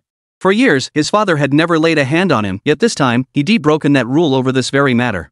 Su Cheng instinctively tried to fight back, but his mother's piercing glare stopped him in his tracks. That's why, watching them leave that morning, he felt so stifled he ran to the construction site to vent by hauling bricks. Arriving at the site, he happened to catch sight of Su Haiyuan, his face twisted in fury. The two locked eyes, each seemingly ready to unleash their pent-up rage on the other. They'd both been present when his parents were sent off earlier, sharing a common bond of suffering. Yet now, they couldn't stand the sight of each other. Damn it!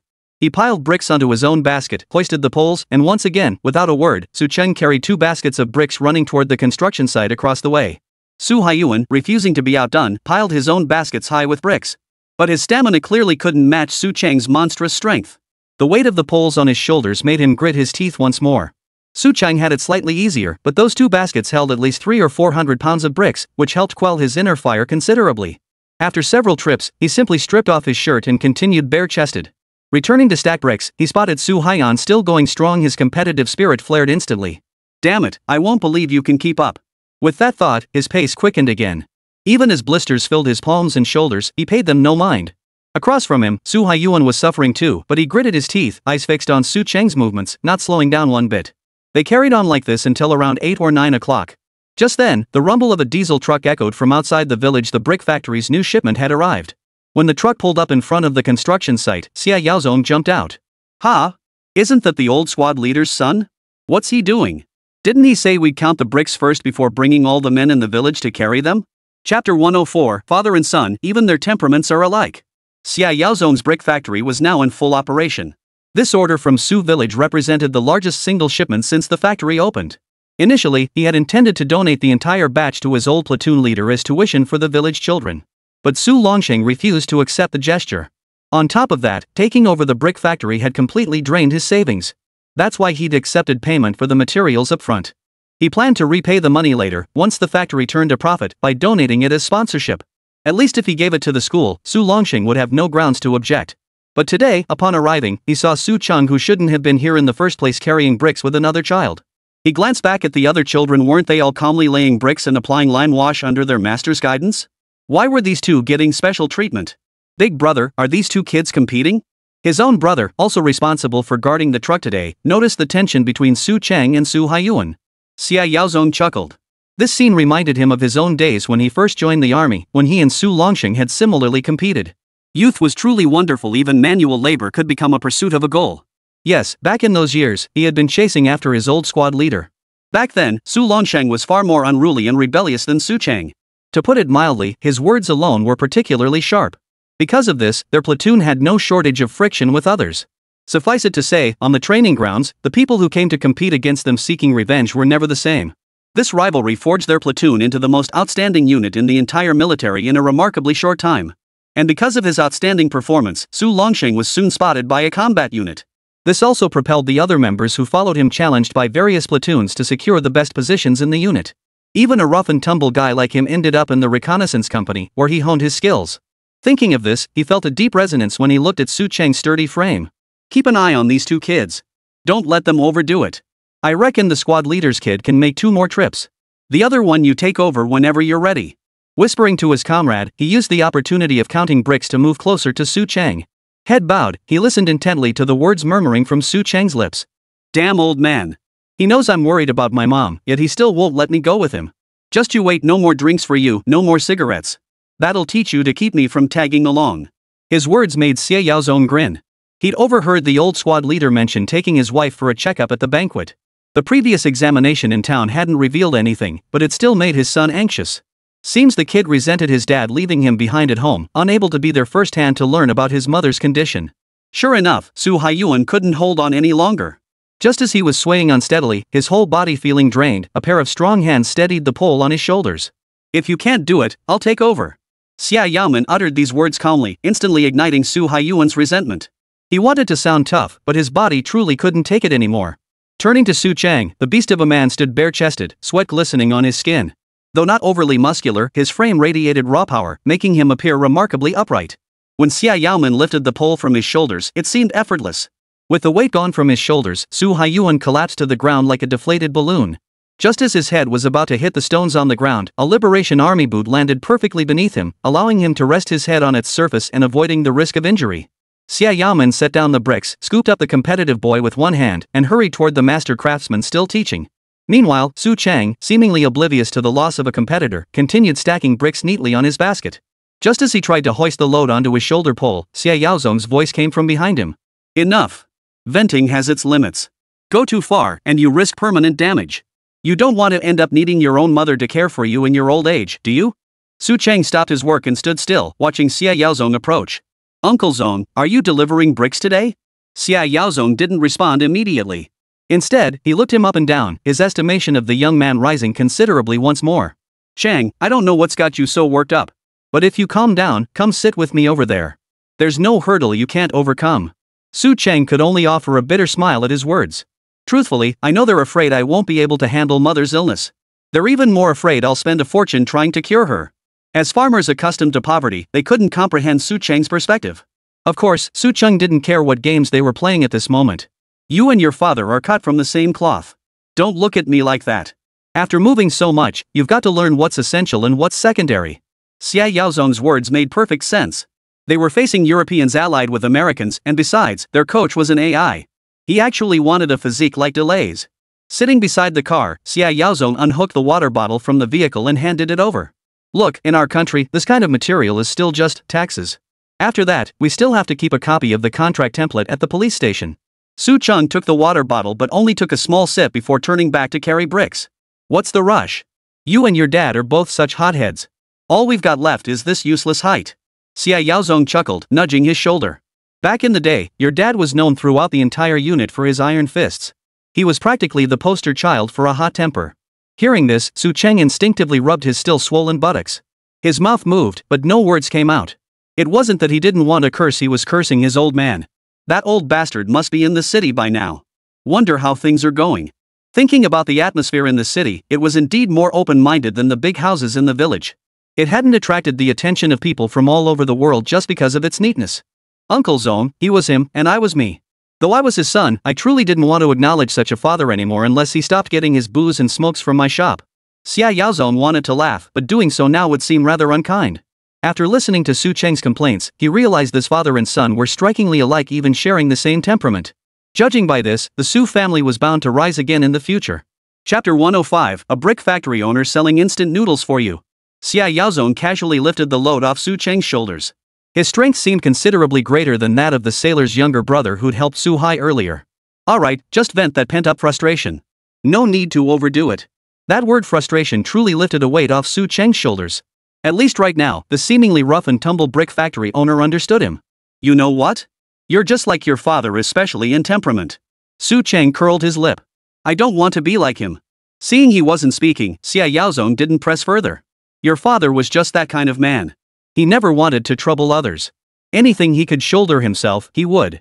Even when he couldn't handle it, he'd grit his teeth and push through just like you did with those bricks earlier. I don't. Su Chang retorted. I'm strong as an ox. The protagonist retorted stubbornly, only to make Xia Yaozong burst out laughing. Ha! You two are identical even in your stubborn refusal to admit defeat. Su Chang waved his hand in exasperation, drenched in sweat. Surprisingly, it actually made him feel much better. Uncle Zong, did you guys train like this in the army too? Watching his expert technique, Su Chang knew instantly that this middle-aged man must have spent far too many years in this brick factory. Forget everything else, just look at how effortlessly you toss those 2 baskets of red bricks in the air, Xia Yaozong remarked. If you ever joined the military, you probably wouldn't even need a physical exam. Su Chang shook his head. He had no desire to wander the world beyond his home. As someone who had been reborn, he knew the southern reforms were already stirring up a storm, an unstoppable tide of history. Just yesterday, the new town chief Zhang Minghua had brought several people who clearly wanted to ride that wave, though they never dare voice it openly. Consider this, one of the nation's 4 modernized cities in the future had grown from a tiny fishing village to rival world powers in less than 50 years. Why are you still holding a grudge against your father? Your mother went for a checkup, and your father accompanied her. Isn't that only natural? Besides, after all these years, shouldn't you give them some time alone? Honestly, after Xia Yaozong said that, Su Chang, who had been resisting earlier, suddenly felt a weight lift. Yeah, they'd been married their whole lives, yet they'd barely had any time alone together. He recalled his past life, when his mother passed away from illness. After that, the old man drowned himself in alcohol every day, as if refusing to accept reality. Now, not only did the hatred toward his father vanish, but a bittersweet ache welled up inside him, one he couldn't quite put into words. Come to think of it, your father's personality hasn't changed a bit over the years. He's always been the type to avoid troubling others, shouldering everything he could handle on his own. As Xia Yaozong spoke these words, his face was filled with nostalgia. But how many things can one truly handle alone? Who doesn't rely on help from relatives and friends? Exactly, that's how we see it too. Back in the company, your dad was so competitive, but it only drew stronger opponents. Su Chang nodded. That was certainly true in the military environment. Unless you could completely dominate others, once you showed your abilities, you'd be challenged daily. Xia Yaozong continued, your father faced the most daily challenges, and he never hung up a no-challenge sign. Even when he was in terrible shape, he'd grit his teeth and push through to the end. That matched his impression of his old man perfectly. The two finished packing up and returned the shovel for red bricks to its original spot. Uncle Zone, come to my shop for a soda. I guarantee you'll like it. Soda?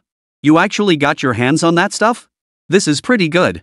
Come on, let's see what other amazing things you have in your shop. Xia Yaozong had seen the world, but only a little. When he and his brothers saw the shelves stacked with small sundries that had sold out even at the supply and marketing cooperative items they'd never managed to snag, their eyes widened in astonishment. Qingzai, this is your shop? This inventory is truly unexpected. Picking up that thick pair of Mountain Liberation shoes, Xia Yaomen couldn't bring himself to put them down. Bro, I'm taking these boots. Pay for them first and I'll pay you back once I make some money.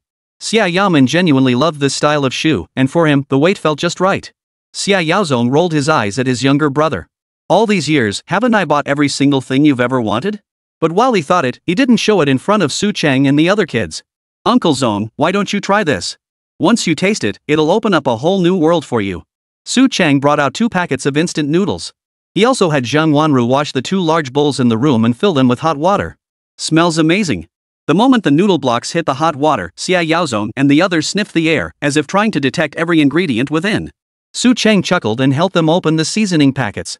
Now that's what I call a real aroma. Sure enough, as Su Chang tore open the seasoning packets, the entire shop was instantly filled with an intense seafood aroma. This scent, new to Xia Yaozong and Xia Yaomen, nearly made them sneeze right in Su Chang's face. Chang, how much are you selling this for? I'll pay you right now. 3 yuan per packet. I'll take 2 for 5 yuan. Xia Yaozong sucked in a sharp breath at the price. After all, the annual income for a family in their village was only around 200 yuan. If they really ate this kind of noodle, the whole family would probably starve to death. Bro, this noodle dish smells amazing. It's not ready to eat yet, but the aroma alone is making my mouth water. Su Chang pushed the soaking noodles toward them and whispered, Uncle Zong, if I asked you to sell these noodles, how many packs do you think you could sell? Now both Xia Yaozong and Xia Yaomen had question marks floating above their heads. Weren't we just here for soda? Why were they now stuck promoting these expensive, unsatisfying noodles instead of getting their soda? Seeing their silence, Su Chang continued calmly, Uncle Zong, if I let you make a yuan per pack, would you do it? And I can tell you, this stuff sells like hotcakes on trains. At this point, the Xia brothers dared not underestimate the youngster before them. They had ridden trains before and knew hot water was available on board. If it smelled that good, it really would be tempting. Chapter 106, Making Money Isn't Easy? Xia Yaozong and his brother returned to their car in a daze. By then, Old Li and his apprentices had already unloaded all the bricks and stones.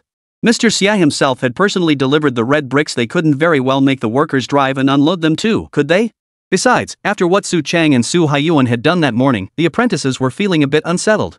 Might as well let them spend the day moving bricks, it would relax them a bit. But Old Li and the others hadn't anticipated that while the apprentices' minds were back on the job. But after those 2 Xia brothers who delivered the bricks went back with Su Chang, why did they suddenly seem dazed, as if their souls had been sucked out? Xia Yaozong wasn't possessed by spirits, he was captivated by that bowl of instant noodles. His younger brother was no different, still instinctively smacking his lips as if savoring the lingering flavor. Bro, this noodle soup is seriously delicious. Xia Yaoman had tasted plenty of good food during his military service, but this time, he was genuinely captivated by the rich flavor of those instant noodles. People from later generations like Su Cheng naturally despised this junk food meant to feed a couple of mouths. But this was the 1980s. Even the Japanese inventor of instant noodles might not have conceived of such a thing back then. Yet Xia Yaozong and his brothers were already enjoying a product meticulously seasoned decades ahead of its time. How could they not be impressed? Hearing his younger brother's musings, Xia Yaozong gave a wry smile. But it really was expensive. This remark left Xia Yaoman completely silent. Their bricks sold for 3 cents apiece, exactly the amount needed to buy 3,000 red bricks. Consider that the workers producing these bricks earned only 3 yuan a day. If they were to eat this stuff, they simply couldn't afford it. Bro, Xingzai said if we sold them on the train, they'd probably go pretty well. Xia Yaozong shook his head and sighed. Remember when we took the train after discharge? Almost everyone brought their own food. Sure, there was hot water, but eating instant noodles in the carriage? People would have cursed us out. Never mind whether people could afford it. Just eating something this drool-worthy in a closed train compartment would earn you the scorn of the entire car. Flaunting it like that clearly isn't something a decent person would do. Su Cheng hadn't gone into too much detail with them, only mentioning that selling this stuff on trains was the best approach. Of course, this was based on what he'd observed in his later life. But he overlooked 2 crucial factors, the very ones that would most impact this business. First, if we actually brought this stuff onto the train to sell regardless of whether it's sold or not, anyone eating it in the carriage would immediately raise the conductor's suspicions. At that point, whether we'd get caught by the railway authorities was a real concern. Xia Yaoman nodded in agreement. He knew his brother was stating the truth. Second, as I just mentioned, if we really angered the passengers in the car, how long do you think a business like ours could last? Xia Yaozong's words completely dissuaded his younger brother Xia Yaoman from pursuing this line of business. Still, he smacked his lips, savoring the memory of that seafood seasoning flavor. Bro, next time the delivery comes, let's buy a few packs ourselves and treat mom to a hot pot. Yeah, sure. Eating this stuff occasionally shouldn't be a problem, as long as our factory gets up and running. This school project used quite a lot of bricks and stones. After finishing the accounts, if we really collect all of Su Longxing's payment, deducting the workers' wages and the car's depreciation fee, we should still make a small profit. Xia Yaoman seemed hesitant to speak further, but as his older brother, Xia Yaozong knew exactly what he was thinking. Don't worry. I'll definitely collect the money from the old squad leader this time. I won't be as generous as I was at the beginning. Hearing this, Xia Yaoman's expression finally relaxed. The brothers found money hard to come by, but over 10 kilometers away in the Miao village, Ango finally returned to his home carrying a large bundle. Because the bundle contained a large sum of money, he didn't even dare take the 1-cent bus back to the village like he usually did. Who knew if he might encounter robbers or pickpockets on the bus? If he lost that money, NGE would probably feel like killing someone. This bundle of cash was undoubtedly the first time in his entire life he had ever seen, touched, or felt such overwhelming weight. He had left Su village before dawn last night and didn't return home until past 8 o'clock, when every household had already begun their daily chores. He roughly wiped his face, then pulled out the small sundries he'd used to conceal the cash from the bag and placed them on the table. This wasn't good enough. Just showing them the money wouldn't make a big enough impact. He needed to teach them, like Xingzai had done, to understand the value of these things. Besides, now that they had money, it was only natural they'd want to spend it freely. With that thought, he put the items he had taken out back into the bag. Next, he visited each household personally, pulling out thick wads of cash from his pocket. Aunt Shan, this is your payment for those 2 pieces of cloth, 582 yuan and 3 jiao total. As we agreed, you take half, and the rest is mine. Before the woman named Aunt Shan could even utter a word of refusal, Ango had already pulled out a thick stack of large denomination bills from his bag. No, didn't you say the boss had something come up and would delay this transaction? Why are you here now? Even NGE hadn't expected these ants to be genuinely unhurried about getting their money. Last time, he'd only mentioned in passing that Su Cheng had been injured. This time, he'd not only brought all the embroidered goods but also delivered a generous amount of mountain produce. These ants had all taken the initiative to dig into their own pockets and hand the money to him. They just wanted a partner like Su Cheng to keep finding other ways for them to make money. Don't be fooled by their rustic appearance, sometimes their calculations run deeper and more direct than those of city folk. Goodness gracious, you've saved our family this time. Last time we thought that was a once-in-a-decade high price. Today we finally realized how valuable our embroidered fabrics really are. Yeah, I used to buy this stuff at the market for $2 or $3 a piece. But now that you tell us it can fetch such high prices, I wish I'd shown him all the stock we had at home. Yeah, who would have guessed this business had such huge profit margins? Chapter 107, Letting Go and Looking Ahead. After seeing off the Xia brothers, Su Cheng realized that after a morning of brick hauling, his resentment toward his father had completely dissipated. Apart from the blisters rubbed onto his hands and shoulders, his body seemed to show no adverse effects. Monkey and Zhang Wanru were already diligently spreading out the mountain goods outside, ensuring the sunlight could dry them evenly. Anya was busy wiping down the shelves with a cloth. Sometimes Su Chung found it odd. Even though the girl was clearly blind, she never knocked a single item off the shelves while cleaning.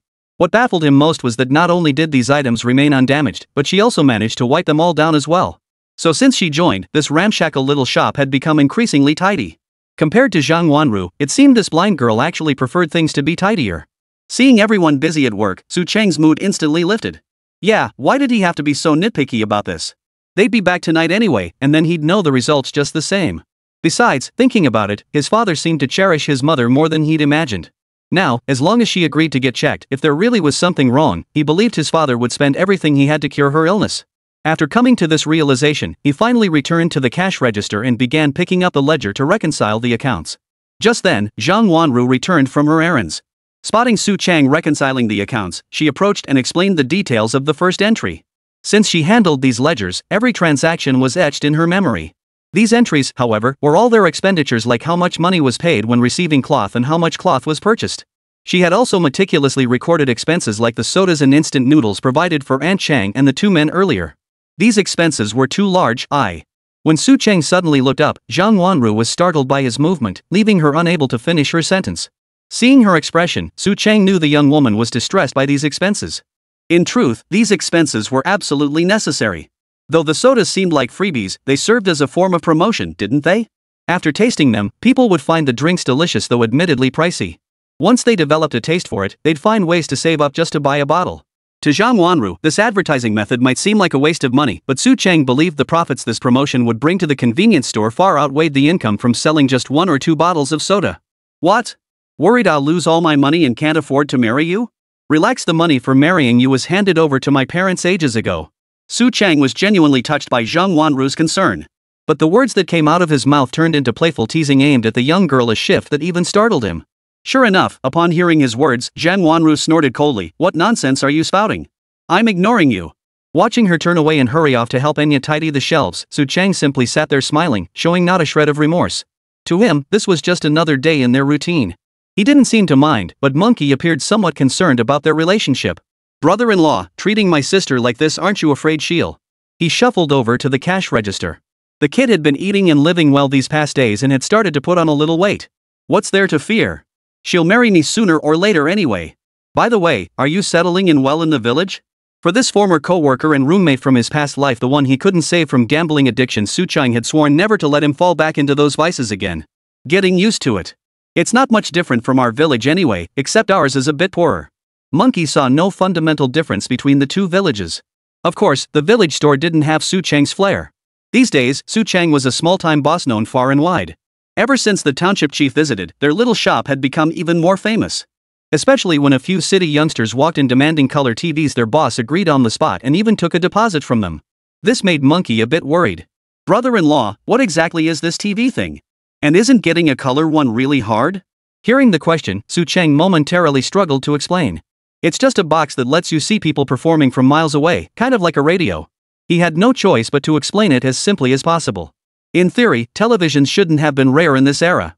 But in their mountainous region, forget about televisions, just having a radio was a luxury. That's why Su Chang had promised the new township chief he'd get the village a radio. Such a device wasn't particularly expensive in the market. Even accounting for the exchange rate difference, it wouldn't cost more than 10 yuan.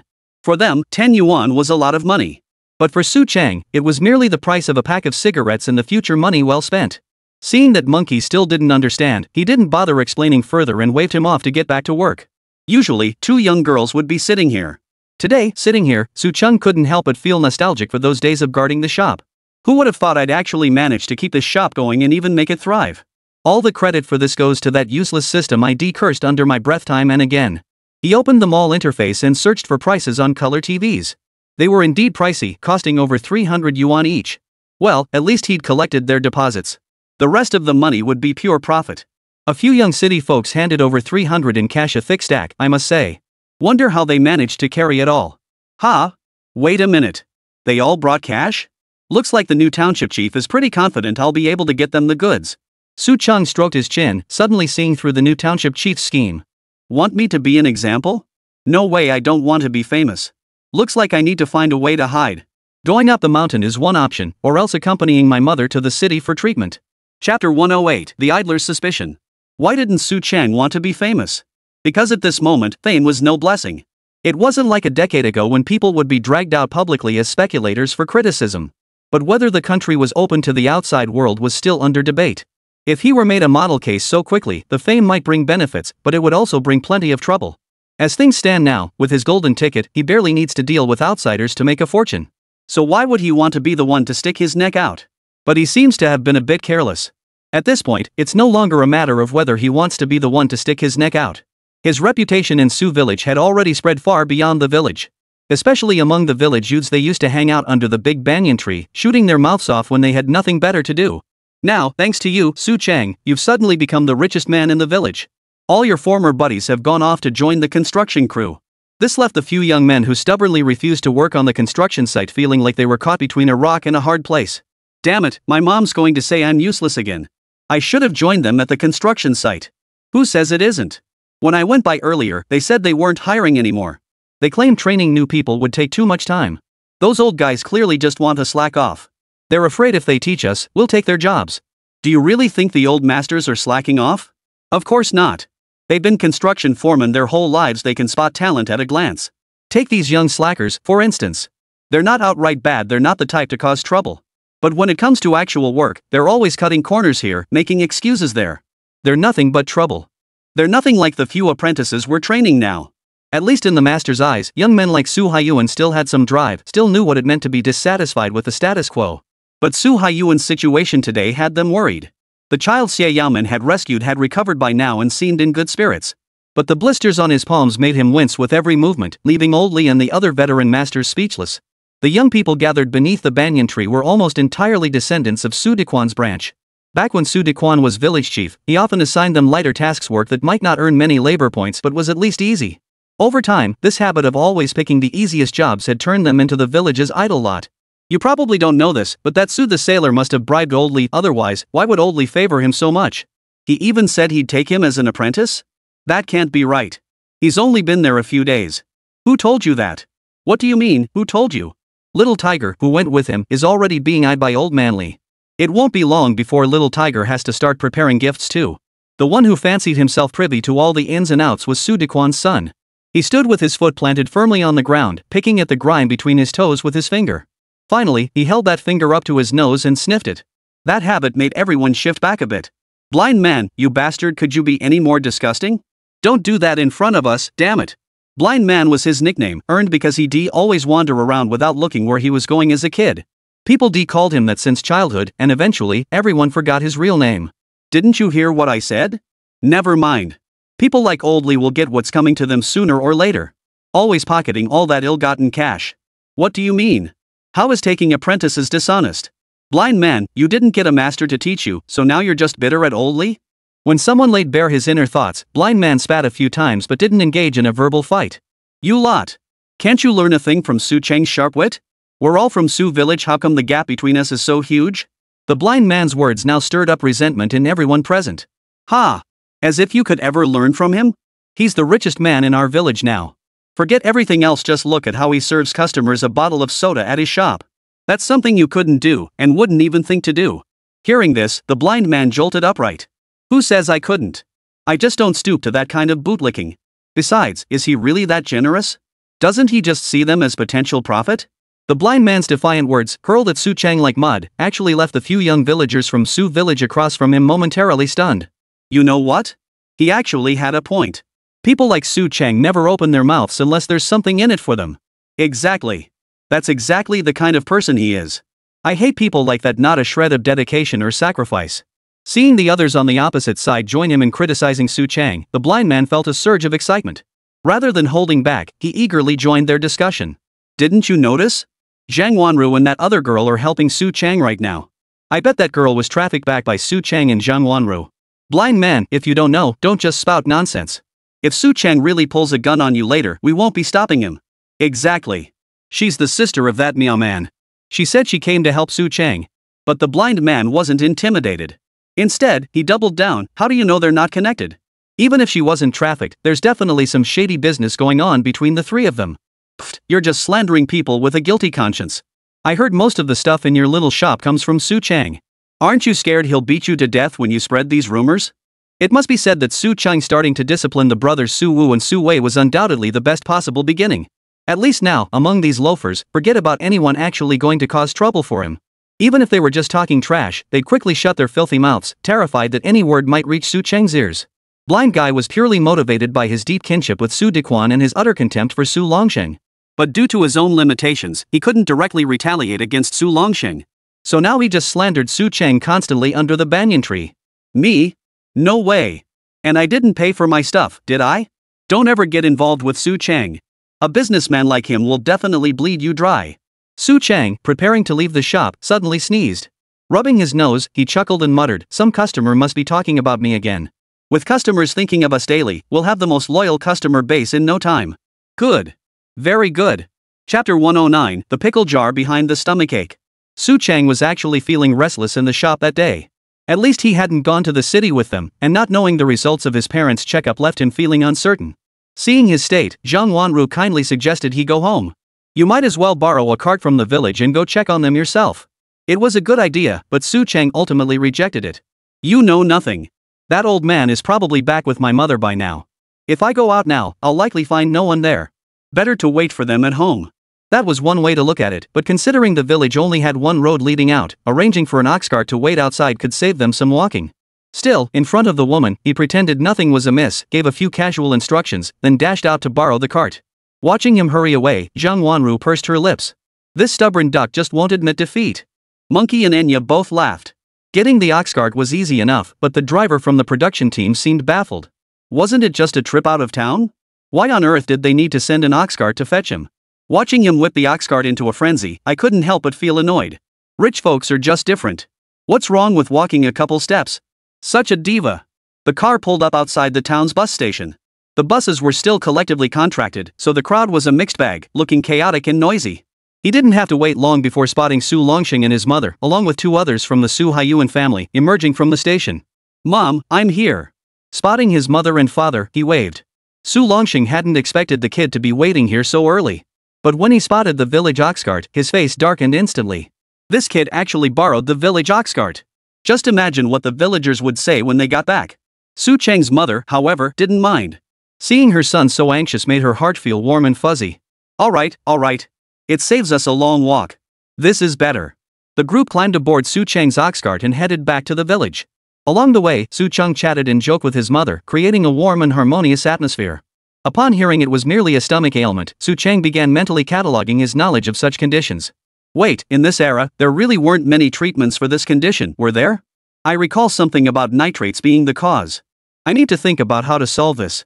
As he mentally searched for information about this condition from his past life, he heard Su Haiyuan's father grumbling about how doctors knew nothing. The old man said we should eat less pickled food, he muttered. What else is there to eat in our village? How else can we keep food fresh without pickling? It turned out his wife also suffered unbearable stomach pain and was diagnosed with this chronic condition. Unlike Su Longsheng, he didn't take it seriously, dismissing it as nothing more than overeating. Su Longsheng remained silent, his face darkening as he lost himself in thought. It's really nothing. Just rest for a couple days and it'll be fine. These tests are a waste of money. Su Haiyuan's mother now looked genuinely concerned. Medical fees in the city weren't cheap. Unlike Su Chang's family, such expenses were a significant stretch for theirs. Su Chang's mother shared similar thoughts. Who could disagree? I told them it was nothing, but those two father and son insisted on getting it checked out. As she spoke, she stole a glance at her silent husband and her son, seemingly still simmering with mild irritation toward them. Hearing her say this, Su Chang couldn't let her underestimate the illness. Mom, this illness can't be taken lightly. I heard that chronic conditions like this require long-term care. I bet the doctor said the same thing, right? Yes, that old man did say that. He told us to cut back on pickled foods. I wanted to argue with him right then, but my wife held me back. He's just a quack. Su Haiyuan's father chimed in, giving Su Chang insight into the doctor's diagnosis. Uncle, the doctor was actually right. These pickled foods contain something called nitrates. It's like how vegetables left out for a day or two taste salty without adding any salt. After hearing this explanation, Su Haiyuan's father nodded in agreement. Now that you mention it, you're absolutely right. But Chang, you know how folks in our village are, we don't have such refined tastes. If we don't eat pickled vegetables, what else is there to eat? Su Chang couldn't immediately think of a solution, but Su Longsheng chimed in from the side. Who has time for all that fuss? We're barely scraping by just to get enough to eat these days. His words made sense, but they instantly triggered Su Cheng's rebellious streak. Father, you're wrong. We can't risk getting sick just to fill our stomachs. Heh, you're just a well-fed fool who doesn't understand the hungry. Do you even know what city folks eat? Pickled vegetables, just like us. How could we possibly eat better than them? His words found agreement among the others in the cart, but Su Cheng scoffed coldly, why not? What's so great about the city? I hunt up in the mountains here in the village and eat far better than they do. As the saying goes, when words don't match, even half a sentence is too many. In this regard, he and his father were naturally at odds. The rest of the journey passed in silence. After returning to the village and returning the ox cart, Su Cheng went straight home and hauled out the family's pickled vegetable jars. What are you doing? Su Longsheng's temper flared at the sight. It seemed this fool truly intended to deprive the family of pickled vegetables, utterly unacceptable. Even if he truly didn't eat them, he shouldn't have done this in front of the villagers. Does he even intend to remain village chief? Get rid of that pickle jar first. I'll figure out a way to improve things later. You know nothing. Put that crock back where it belongs. I won't move it. Don't even think about making my mother eat pickled vegetables. Are you moving it or not? I'll beat you to death if you don't. No way. You can beat me to death today, but I won't let you run wild like this. Who's being reckless? Ha! You've only been alive a few days and already dare to smash the pickles our ancestors left behind. Their shouting grew louder and louder, and Su Cheng's mother hurried out from the inner room. But by then, they'd already started fighting. With a crash, Su Cheng seized the moment and kicked the pickled vegetable jar to smithereens. You little bastard. I'll beat the crap out of you. Su Cheng wasn't dumb enough to stand there and get whipped by that old bastard with his belt. After smashing the jar, he turned and ran. Seeing his dog chase speed, Su Longsheng cursed furiously, fine. If you've got the guts, don't come back. Wait till I get my hands on you, you little bastard. Neighboring villagers gathered to watch the commotion, and upon learning the situation, they were utterly speechless. That Su Cheng kid was up to his old tricks again. Chapter 110, Old Zhao's Role. Su Cheng fled into the small shop, unconcerned that the old man might chase him. After all, while he had no shame, Su Longsheng, as the village chief, still valued his reputation. It was just a broken jar, hardly worth the embarrassment. Sitting at the shop entrance, Su Cheng racked his brain but couldn't think of a solution. The old man clearly didn't trust him now, and his mother was heartbroken over the ruined pickled vegetables and mountain delicacies. Most were sun-dried, and many pickled items were now inedible. Getting some fresh fruit might actually help with stomach ailments. Opening the marketplace app, he found fresh fruit available. But the prices? Forget ordinary folks, even a wealthy man like him, raking in a fortune daily, couldn't afford them. Damn it, these prices rival those of Shanghai 40 years in the future. Could the mall be connected to that magical city? Seeing watermelons priced at over 100 yuan each, he couldn't help but recall his trip to the metropolis with Monkey in his previous life, where they'd seen those exorbitantly priced fruits in that high-end supermarket building. They claimed it was imported, but wasn't it actually grown in Guangnan? Monkey's offhand remark back then had stuck with him. Guangnan doesn't seem to have the transportation infrastructure for that now. I wonder if our local fields could even grow such fruits. The southwest region does have many local specialty fruits, but it's only just spring now, still too early for harvest season. No, this matter must be resolved. After much deliberation, he turned his thoughts to old Zhao, who hadn't been seen around for days. What choice did he have? Old Zhao was the only barefoot doctor within 10 miles. Lately, old Zhao had been helping Su Cheng sell brown sugar, which had made life at home much easier. Seeing him arrive with a dark expression, he knew the kid must have gotten into another spat with his old man. What? Not satisfied with kicking over the pickle jar at home, now you want to come smash mine? News of his quarrel with Su Longsheng had spread through Su village faster than the wind, especially when combined with the old ox cart driver's story. Everyone assumed Su Cheng had grown pretentious now that he had money. Old Zhao didn't tee by the ox cart driver's tale, but he fully believed Su Cheng would smash a pickle jar. Don't even mention the pickling jars to me. Right now, I'm racking my brain over how to get the villagers to eat less pickled vegetables. Su Cheng shot him a speechless glare, thinking the cured meats hanging in his own house were no better. Su Longsheng was right, what else could they eat given the village's current circumstances? Old Zhao understood the situation now. Following Su Cheng's gaze to the household provisions, he sighed wryly, our circumstances are what they are. I'm actually doing better than most, things improved a bit after your family started running the brown sugar business. Back in the day, we couldn't even afford pickled vegetables like these. This remark plunged Su Cheng back into gloom. Old Zhao, you're a doctor yourself. You know eating too much of this stuff isn't good, right? It's not just bad.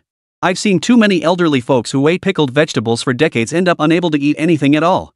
During training at the county hospital, I heard it's caused by stomach cancer.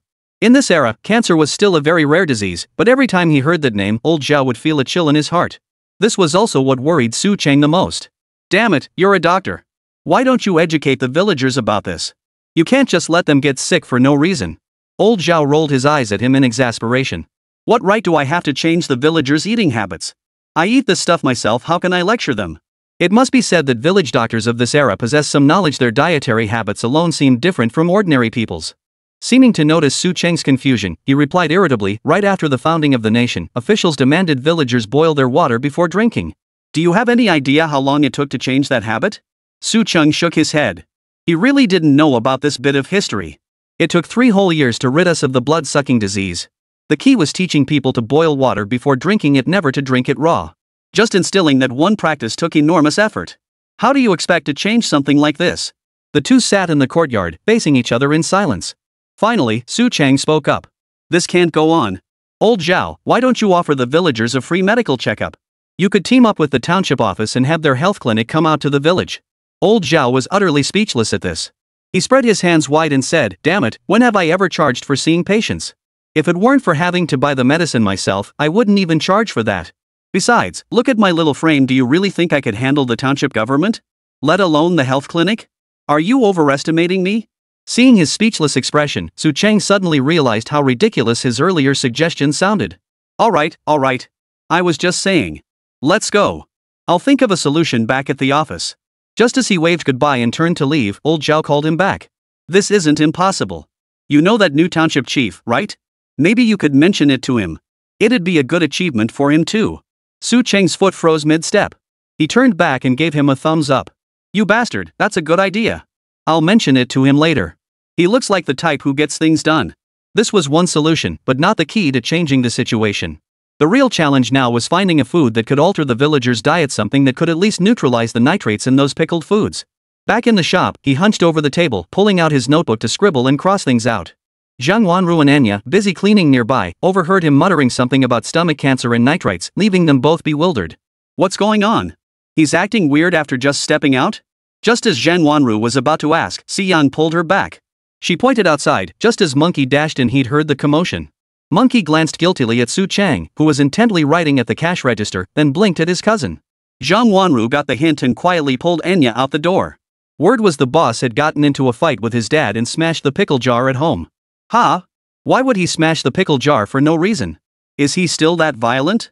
I've known Su Cheng for so long, but I never realized he was like that.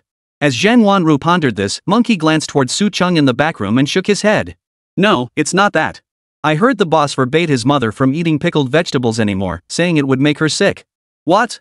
Eating pickled vegetables causes illness? Chapter 111, Tomatoes. It has to be tomatoes. Nitrite. In this era, no one truly understood what this substance was used for. Even some of the most knowledgeable medical experts at the time had only a vague understanding of the concept. After all, as old Zhao had said, people weren't even eating their fill these days. Who cared about salt or anything like that? Just having food to eat was already a blessing. Lying on the bed in the shop, Su Cheng couldn't sleep a wink all night. His mind raced with seemingly impossible solutions. He wasn't sure if he'd actually slept at all, but in a daze, he suddenly recalled a documentary he'd once seen. Tomatoes? He remembered the documentary mentioning that vitamin C, essential for the human body, could be extracted from tomatoes. The thought struck him, and he immediately opened the marketplace app. Fresh tomatoes were 13 yuan per kilogram, not expensive. But it wasn't something he could afford regularly either. If he needed to prepare 2 or 3 every day, it would probably cost him 400 or 500 yuan a month. But what he needed now wasn't fresh tomatoes, he needed tomato seeds. Seeds, weren't there any seeds? He kept scrolling down the mall page and finally found a large selection of plant seeds on the last few pages. Great! This crappy system actually had some use after all. The seeds weren't expensive, just over 10 yuan for half a pound, enough to plant several acres. But having seeds alone wasn't enough, he needed to know how to grow them. The marketplace didn't offer such services, so he'd have to figure it out himself. Seeking out old Zhao late at night, he simply couldn't sleep and didn't want to wait any longer. He threw on some clothes and dashed straight over to old Zhao's place.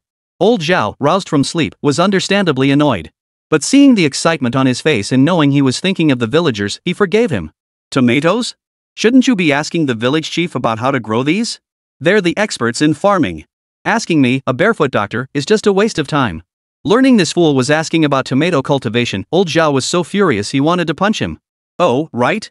Damn it, not sleeping properly really messes with your head. Su Cheng slapped his forehead, ignoring old Zhao's exploding rage, and turned to leave immediately. This prompted old Zhao to spit in the direction of his retreating back. You bastard. Old Zhao's wife saw him return home looking furious and knew he'd been provoked by Su Cheng again. She tried to comfort him, just forgive him. I heard he didn't dare come home today and is holed up in the shop.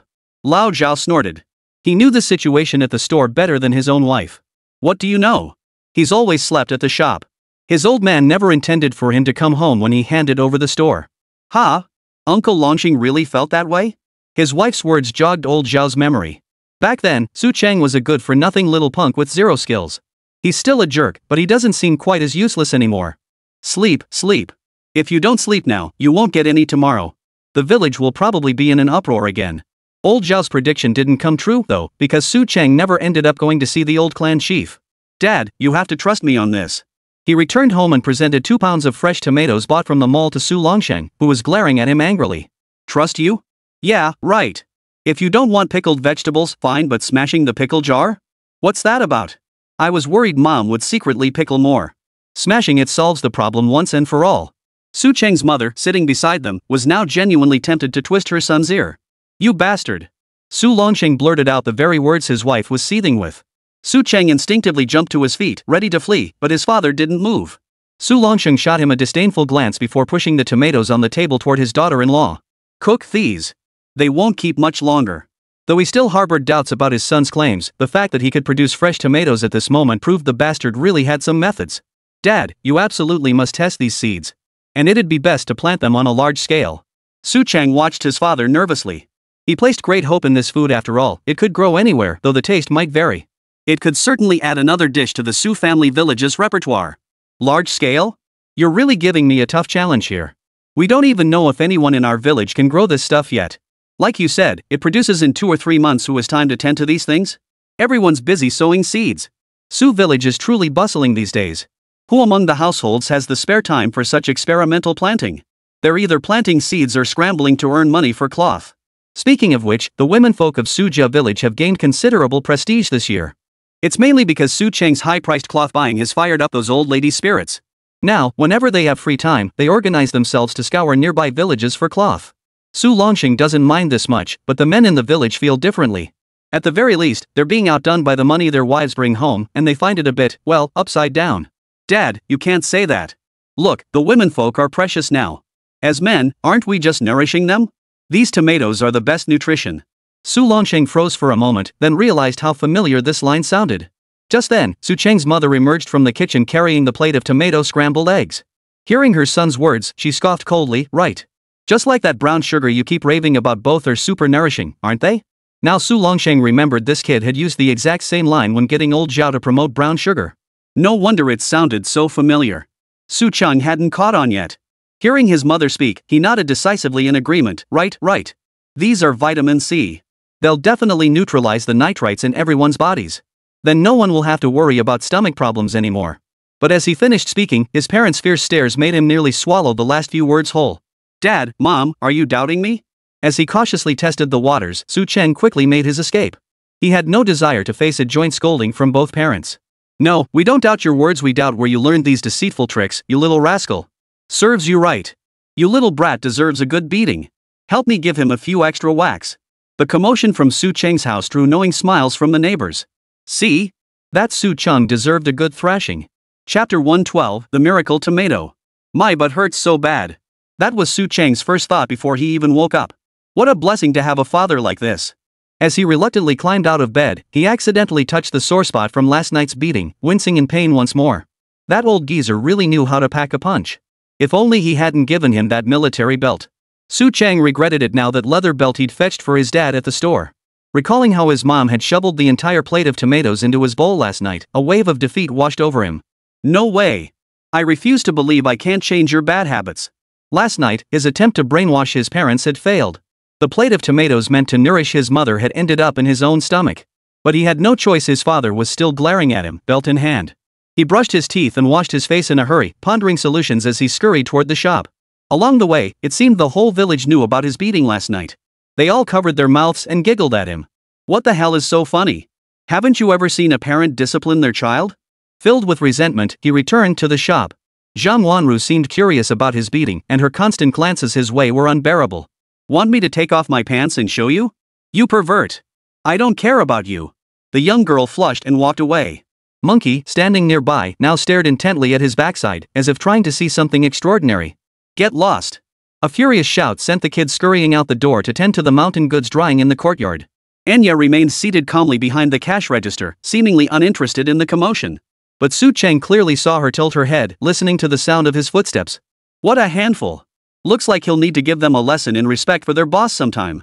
Lost in thought, he plopped down into his chair, only to jolt last night's wound open again. A sharp hiss escaped him as he grimaced, drawing the two girls inside to turn their heads once more. This shop is unbearable time to find old Zhao. He recalled how that old codger had told him to seek out the clan chief last night. Thinking about it, he probably should have listened. If he went to the chief, he might avoid getting beaten up. Old Zhao hadn't made any house calls today. His eyes were dark and puffy, like he'd been up all night. What are you doing here again? Don't make me teach you how to grow tomatoes. I really don't know anything about farming. The old codger seemed genuinely scared of Su Cheng and was ready to shoo him out of the house. Hey, what's with the attitude? Is that how you talk to your own customers? Don't want to sell brown sugar anymore? Once they arrived at old Zhao's place, Su Cheng didn't hold back. With his wife absent, both men could speak without restraint. TSK. Still not learning your lesson after getting beaten last night? You're nothing but a bully who picks on the weak. Old Zhao wasn't intimidated. While preparing his medical supplies, he taunted him with words. Get lost, you old fart. In the whole village of Su, I wonder how many dare to push my dad around. At least your future father-in-law dares. The old fart really knew how to rub salt in the wound. Earlier that morning, he'd run into Hunchback Zhen. The bastard hadn't even said hello before staring straight at his crotch, nearly forcing him to the ground and pulling down his pants. He barely escaped, only to hear the old bastard mutter, too light. If I'd really gone at him, he'd be bedridden for days. Another ungrateful old geezer. After all, I saved your daughter's life. Seeing old Zhao about to head out on another house call, I grabbed him urgently. Where are you going? Help me figure this out. What? I told you I don't know how to farm. Why don't you ask someone in the village who does? I snatched his medical kit and clutched it to my chest. I'm not talking about growing tomatoes. Help me figure out how to get my mom to eat them. Old Zhao was at a loss. This kid was getting more and more shameless. Didn't your mom eat them last night? Huh? How'd you know I brought the tomatoes back? Of course. What else would make your mom believe you? Besides those old ladies who still trust you, who else would fall for your tricks so easily? Seeing the kid staring intently at him, old Zhao couldn't help but blush. I was forced into it. If I hadn't tried selling you that brown sugar that day, my wife would have been heartbroken. Seeing Su Cheng staring at him without a flicker of wavering, he almost tried to explain again. But then Su Cheng slammed his hand on the table and leaped to his feet. Right. That's it, the brown sugar route. Let me think. The kid paced around their living room, muttering to himself as he walked. A cure? A miracle drug? No, dietary therapy, that's it. Dietary therapy. He dashed out the door, his speed betraying no trace of the swollen buttocks from last night's beating. Old Zhao shook his head at the sight of his frantic energy. Just as he picked up his medical bag and was about to step out for a house call, Su Cheng suddenly returned and collided with him head-on. Damn it! Didn't you go back? Go back? Where to? Cut the crap. Take this. Give it to any severe stomach disease patients you know. If they don't improve. If it works, you can't blame it on the tomatoes. He stared at the small medicine bottle Su Cheng handed him, then pulled it back, pacing again. Old Zhao was starting to fear this kid. Right now, he seemed possessed, making him too scared to get close. After circling a few times, he froze in place again. Just as old Zhao thought he was lost in thought again, he turned his head with a sinister look. What are you doing? What are you up to now? Su Cheng flashed what he considered his most sincere smile. Old Zhao. You know how to cook, right? I can, I guess. But first, tell me what you're up to. Su Cheng then pulled him down, sitting down enthusiastically. Look, I want to help the villagers stop suffering from stomach ailments. That's a good thing, right? You just want your mom to eat tomatoes, right? Never mind that. Just tell me if it's a good thing or not. Old Zhao paused, then nodded honestly. It is a good thing. People usually just endure stomachaches. If we can truly cure this ailment, it would be a huge blessing. Hearing this, Su Cheng's smile grew even brighter. Exactly. So, you see. He pulled old Zhao close and whispered a few words in his ear. That's not right, is it? That's clearly deceiving people. So are you in or out? I'll be honest with you, besides brown sugar, I've got plenty of other money makers up my sleeve. Damn it, you're shameless. If you put it that way, I guess I have no choice but to go along with it. Chapter 113, Master Healer Old Zhao. Old Zhao was genuinely nervous now. Su Cheng was right behind him, as if he didn't trust this house call. Hey, I already agreed to see you. You don't need to follow me, right? Su Cheng lazily propped his head up with both hands, strolling leisurely behind him. No way. Didn't I say I wanted to learn medicine from you? Now's the perfect time to start. Old Zhao's eye twitched. Damn it, who else could have a disciple like this? Not only does he refuse to carry anything, but he's also watching me like a hawk, making sure I don't say anything out of line? Damn it, having you is the stain on my life. Muttering a quick curse, he led his free-riding apprentice to the doorstep of a house on the village outskirts. Is Aunt Lu home? This was the home of Su Sanxiang, the village's top pig farmer.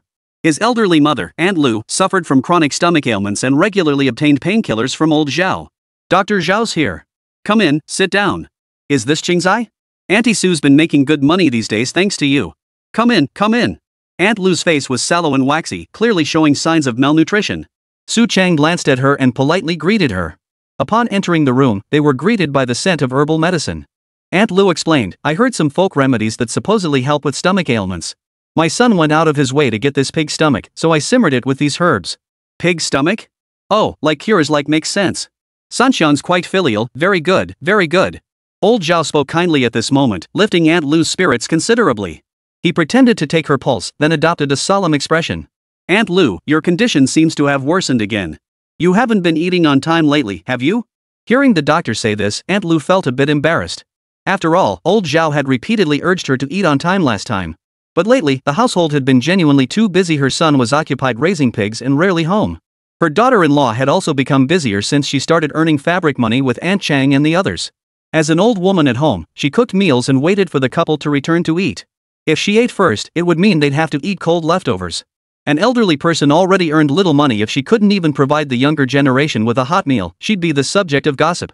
A nervous chuckle escaped Aunt Lu, who offered little explanation. Old Zhao scanned the kitchen area and immediately spotted the freshly simmered pig stomach, sparking an idea. How about this, Aunt Lu? I'll make you some tomatoes. This dish is really good for your condition. It won't make you better right away, but at least it should ease your pain today. Ha? No medicine today? Just vegetables? Aunt Lu couldn't process this sudden change and felt a bit dazed. A flicker of awkwardness crossed old Zhao's face, but he quickly recovered. Auntie, taking too much medicine isn't good in the long run. Qingzai happened to have some tomatoes, and this food is very helpful for stomach ailments. Let's try dietary therapy. Dietary therapy? You mean eating vegetables can cure stomach problems? You're not trying to pull the wool over this old woman's eyes, are you? Aunt Lu eyed old Zhao skeptically, but seeing his earnest expression, she finally agreed. Old Zhao was quite the character. Using the very pig stomach he'd simmered with Chinese herbs, he actually whipped up a side dish of stuffed tomatoes. This tastes really good. These tomatoes are so fresh. If they're not too expensive, we should buy some to eat too. After taking her first bite, Aunt Lu couldn't stop eating. Watching her appetite open up, old Zhao felt a surge of pride. Su Cheng watched her polish off the entire plate of tomatoes while barely touching the pig's stomach. He knew the old lady was saving the meat for her son. This method works. We should try it at home. Thinking of his own mother, who also doted on him, he figured she'd probably save most of the meat for him too. After finishing the plate of tomatoes, Aunt Lu perked right up. Ha! The pain really has lessened. Looks like your tomatoes really work, Dr. Zhao. As a longtime sufferer of stomach ailments, Aunt Lu had grown accustomed to the discomfort. But now, it was clear the pain had eased considerably. So you really should keep eating these tomatoes. I happen to have some tomato seeds here. If you don't know how to plant them, just ask one of the farming experts in the village. Then you won't have to buy them next time. Right. We can grow our own. Give me some seeds. Since they worked, Aunt Lu didn't hesitate to take them. After leaving Aunt Lu's house, Su Cheng followed old Zhao to several other homes of stomach ailment sufferers. Using the same method, they achieved good results each time. See? At least 5 families now know tomatoes can treat stomach ailments. This medicine is all yours, kid. Of course, tomatoes alone couldn't produce such miraculous effects. But when old Zhao cooked using the stomach medicine Su Cheng bought from the mall, things changed. The convenience store system didn't stock many medicines, but it did carry common household remedies like this. Anyway, just help me spread the word. If you can at least get my mom to accept this idea, you'll have done me a huge favor. Seeing these patients embrace the dietary therapy so readily put Su Cheng's mind at ease. But upon reflection, it seemed quite a few villagers suffered from stomach ailments. This suddenly made him feel a strong sense of responsibility. Old Zhao, what if we actually held a free clinic? Forget about these expensive medicines, we should stick to slowly nurturing them with tomatoes. His words trailed off mid-sentence as he abandoned the idea of providing free medicine and medical care to the villagers. Old Zhao didn't mind, he was an experienced doctor after all. Your idea is good, but right now everyone's barely getting enough to eat. Medicine is still unaffordable. Your tomato seeds, though those could be useful. Even if no one's sick, it'd give the village one more food source, right? As they walked back, the two quietly discussed their grand plan for planting tomatoes. Little did they know, this tomato scam was proving surprisingly effective. When Aunt Lu's son Sanxian returned, he heard tomatoes could cure his mother's stomach ailment and immediately rushed to the township to find them. Several other families also began searching everywhere for this versatile plant that could be eaten as both a vegetable and a fruit, instantly sparking widespread interest throughout the village.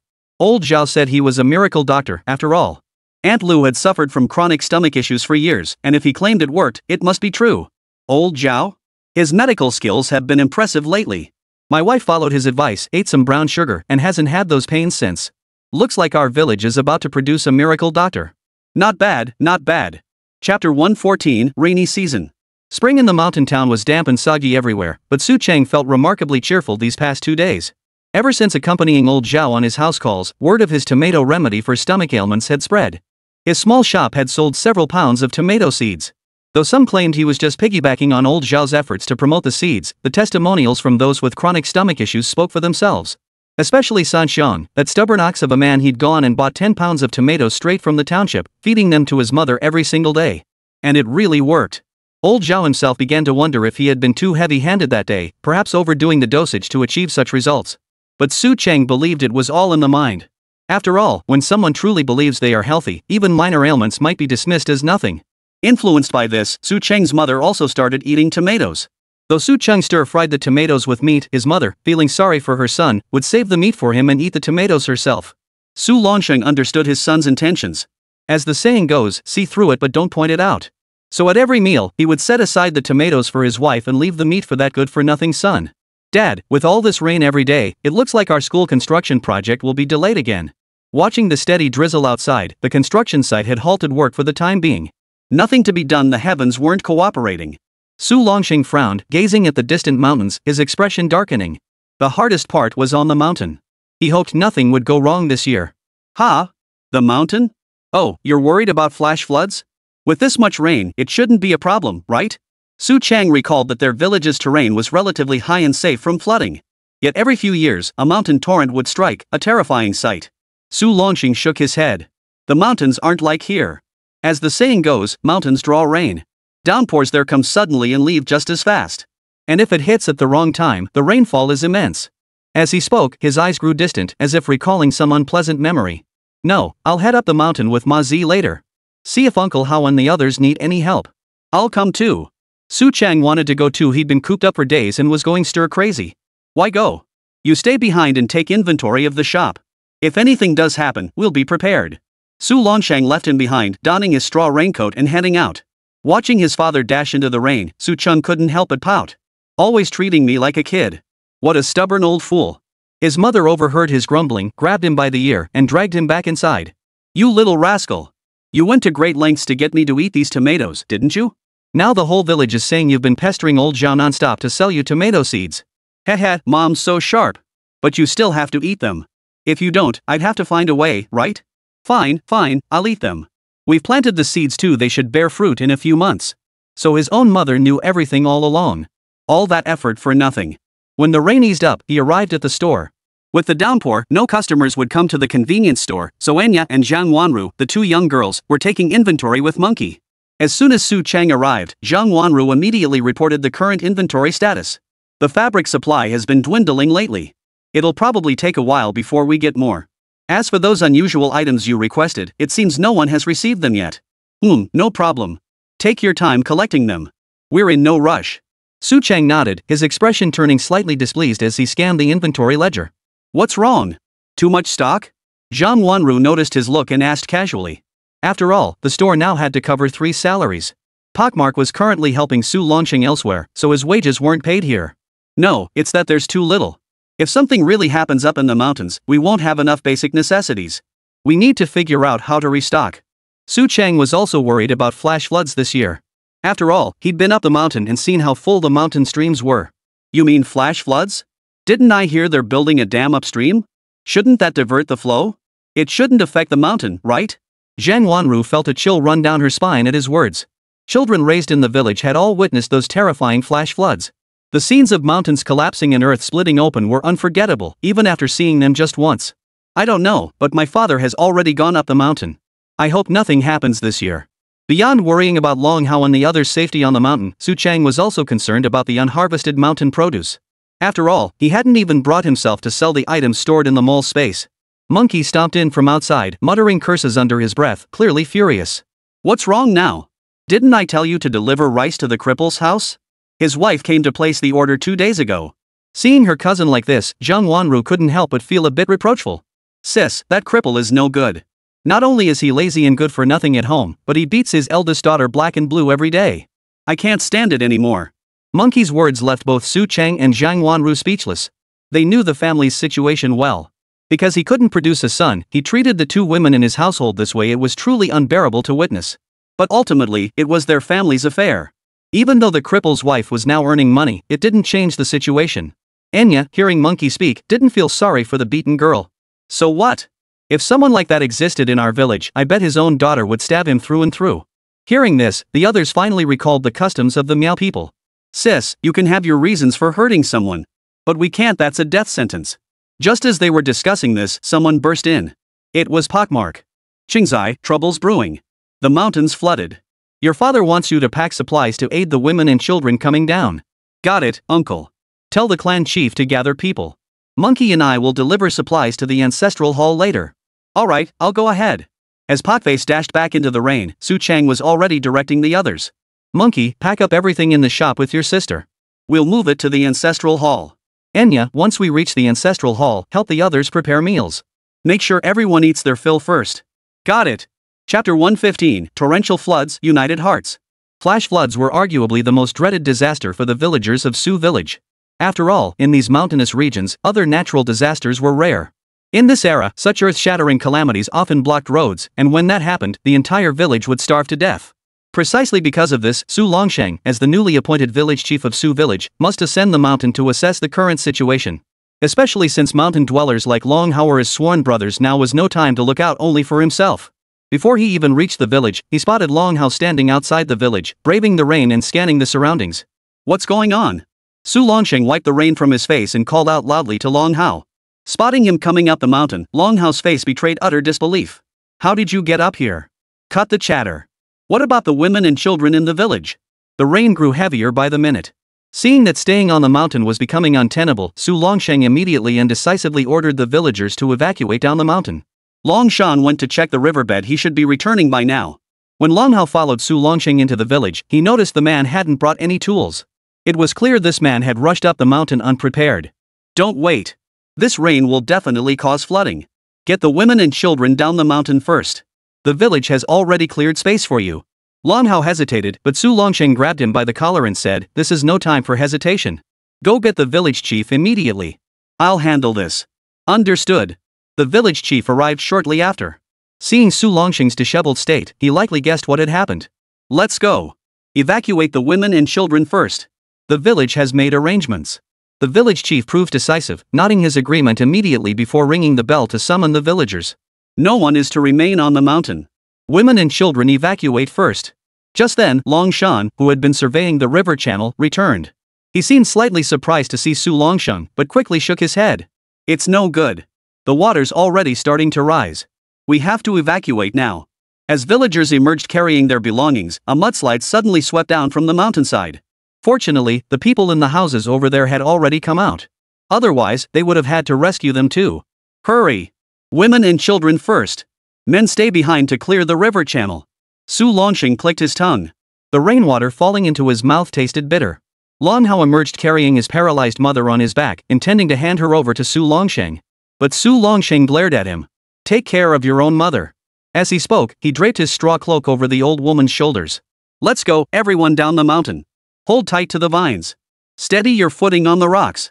Long Hao knew this man would inevitably bring up the rear a role he himself had once filled. Such individuals were invariably the most perilous. As the group began slowly making their way down the mountain path, bustle began to stir in Su Village. Su Chang had Monkey wake the clan chief first, then he and Zhang Wanru each shouldered a large bundle of supplies and headed toward the ancestral hall. Enya, unable to see, stayed behind in the shop for now. Villagers roused by the clan chief's gong, hearing news of the mountain flood, rushed straight to the ancestral hall without a word, awaiting the village chief's instructions. The village chief went up the mountain? Only upon learning that Su Longsheng had already gone up the mountain did the clan chief feel reassured. Though their ties to the mountain dwellers weren't particularly close, as neighbors they often exchanged mountain produce and goods. When floods like this struck, whether they knew the person or not, saving one life was better than none. People in this era were that simple-hearted they didn't think twice about saving lives. But when the villagers saw Su Chang and Zhang Wanru emptying their store and moving everything over, they couldn't believe their eyes. "Zhengzai, you're bleeding money here." Several young people familiar with Su Chang were astonished that their usually penny-pinching buddy could be so generous. Save lives first, settle accounts later. Turns out, this guy can't shake his merchant nature after all. Monkey led the others to set up a large pot to boil ginger tea. After all, Pockface had just mentioned the village chief had gone up the mountain to retrieve people. In this downpour, they were bound to catch a chill. Half a bag of salt remained, and the quilts were insufficient. As the shop's manager, Zhang Wanru quietly relayed the situation to Su Chang. "Got it. I'll bring them over later." Zhang Wanru paused at his words, then nodded quickly. She knew Su Chang had ways of acquiring things, though she never pried into the details. Just as Enya knew the shop's inventory levels always replenished, never depleted, she never questioned. When Su Chang returned, supporting Enya inside, his back was laden with a sack of grain, oil, cloth, and other daily necessities. While Enya and Zhang Wanru were sorting through the goods, she had a wood-cutting knife tucked at her waist, the shop's knife, though Zhang Wanru hadn't noticed when she'd brought it in. Zhang Wanru asked curiously. The Meow girl replied coldly, "If a flash flood comes down, a knife is more useful than anything else in this place." Zhang Wanru was genuinely startled. The Meow truly had no weaklings among them. Soon, the first group of villagers evacuated from the mountains arrived in Sujia village, covered in mud. When Mazizi led them into the ancestral hall, the villagers hurriedly handed them bowls of ginger tea. "What's happening up the mountain? Is it really flooding?" "Pretty much. The river has already swollen dramatically. It'll likely reach your village's river soon." Su Chang noticed the villagers had lost their shoes in the rush, several now barefoot and bleeding. So he went out again and returned with a pair of rubber boots to distribute among the group. These were all defective items from the system, not worth much. Meanwhile, the cripple who'd heard the news and rushed over to gawk started sneering sarcastically from the sidelines. "Mr. Su's really hit the jackpot, huh? Giving away such expensive shoes for free? Even folks in our village don't get that kind of treatment." The guy really had a foul mouth, and his words made the villagers who received the shoes feel awkward about accepting them. "Get the hell out of here, you bastard. If you don't want to die, get lost." Just as the cripple was about to explode, more commotion erupted outside the door. Su Longsheng burst in, carrying an unconscious villager on his back. His Liberation Army boots were shredded by the gravel beneath him, leaving bloody footprints in the dirt. Spotting his son, he bellowed, "Get food for the kids. They haven't eaten in 2 days." Su Cheng ignored the cripple, swiftly taking the unconscious villager from Su Longsheng's back and directing the villagers to receive the children and women following behind. Outside the ancestral hall, the blind man's eyes gleamed as he stared at the supplies guarded by Zhang Wanru and Enya. Chapter 116, A Grain Storehouse Behind the Ancestral Hall? The villagers Su Longsheng had carried in weren't from Longhouse village, they'd already been settled with the first group. Walking at the rear of the column, he, Long Shan, Long Hai, and others spotted the additional villagers and instructed them to join the procession. They even ran to nearby mountain settlements to confirm no one was left behind before returning. It was only after encountering the unconscious villager along the way that the three of them took turns carrying him back. Though not massive in scale, this flood had still washed away 2 entire villages. When the villagers of Su village heard that many had been buried alive, they sighed in sorrow. While bandaging his father's wounds, Su Chang listened to the villagers lament their losses. No deaths is better than anything else. Once someone dies, everything is lost. His optimistic spirit truly brought a glimmer of hope to the eyes of many villagers. Zhang Wanru approached and whispered something in his ear. Su Longsheng knew it must be about the food shortage. The village granary. Before he could finish, Su Chun cut him off. "No way. That's the village's property. I'll handle this. I know there's a grain storehouse behind the ancestral hall." "Ha?" His words left Su Longsheng completely dumbfounded, but when he saw him wink at him, he couldn't help but roll his eyes. "Just keep it quiet." Su Chung understood his father's meaning. He smiled, stood up, and walked toward the back. Pockface and Monkey were still simmering ginger soup nearby. Monkey faintly heard Pockface mutter to himself, "All these years in the village, I've never heard of it. There is a warehouse, but it's just used to store farm tools." Soon, Su Chang returned from the back, carrying several sacks of cornmeal and pickled radishes. No choice, these things are cheaper at the mall. At this point, who cared if the pickles were healthy? Worst case, old Zhao could play the miracle doctor again. The villagers were deeply moved by his generosity, clutching his hands and tearfully thanking him. In the corner, the cripple he'd just berated noticed something. That kid had gone into the warehouse. When he tried sneaking up behind him on the second trip, a cold voice stopped him. "If you want to die, I can skin you alive right now." The voice belonged to Enya. Though she appeared delicate and bookish, she now gripped a woodcutting knife. Her eyes had turned completely white as she fixed the cripple with a stare that froze him in place. Oomph. Who needs it? When Zhang Wanru returned, she passed the cripple and heard him muttering curses under his breath. Meanwhile, Enya stood quietly sharpening the axe. Enough, stop sharpening it. No one's going to harm anyone now. Enya smiled, not arguing with her pure-hearted best friend. After the cripple stepped out of the ancestral hall, he immediately spotted the blind man crouched in the corner outside. Damn it, you lazy bum. What's the matter? Not going in to help? You could have earned some goodwill by helping out. Our village chief might even give you a promotion someday. The cripple knew the blind man was dead set against Su Longxing becoming village chief. Sure enough, the moment those words left his mouth, the blind man jumped to his feet. Like hell, I'd admit he's the village chief. You're just here to gawk too, aren't you? Why'd you come over only to get the cold shoulder? Get lost. I just came to take a look. Seems Su Cheng's really splurging this time. I saw a ton of grain earlier. Grain? Where'd he get grain? His shop never sells grain. As the primary gossip under the banyan tree, the blind man knew exactly what Su Cheng's shop did and didn't sell. The lame man trusted the blind man's word, but he had clearly seen the bag labeled flour. There was no way he could have misread it. The two exchanged glances, immediately realizing this must be Su Cheng's hidden stash. The back warehouse. The lame man's single phrase made the blind man understand his meaning. Nodding, the two secretly circled around to the edge of the back warehouse, preparing to peek inside. Just then, a large hand pressed down on both their heads. Who the hell? Before the lame one could finish his curse, a hand clamped down on his throat. Only then did they see it was pockmarked face, who had been simmering soup inside. Su Air, you bastard. The blind man's words were cut off as well, his throat seized by the pockmarked man. The pockmarked man pinned them both against the wall, flashing a simple, honest grin. Cut the crap. I don't want to bury you two up in the mountains.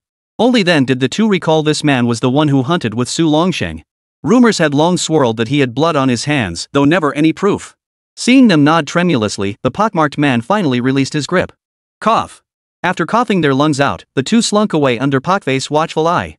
Just then, Monkey yelled from inside, Uncle Mazi, got the firewood yet? Coming.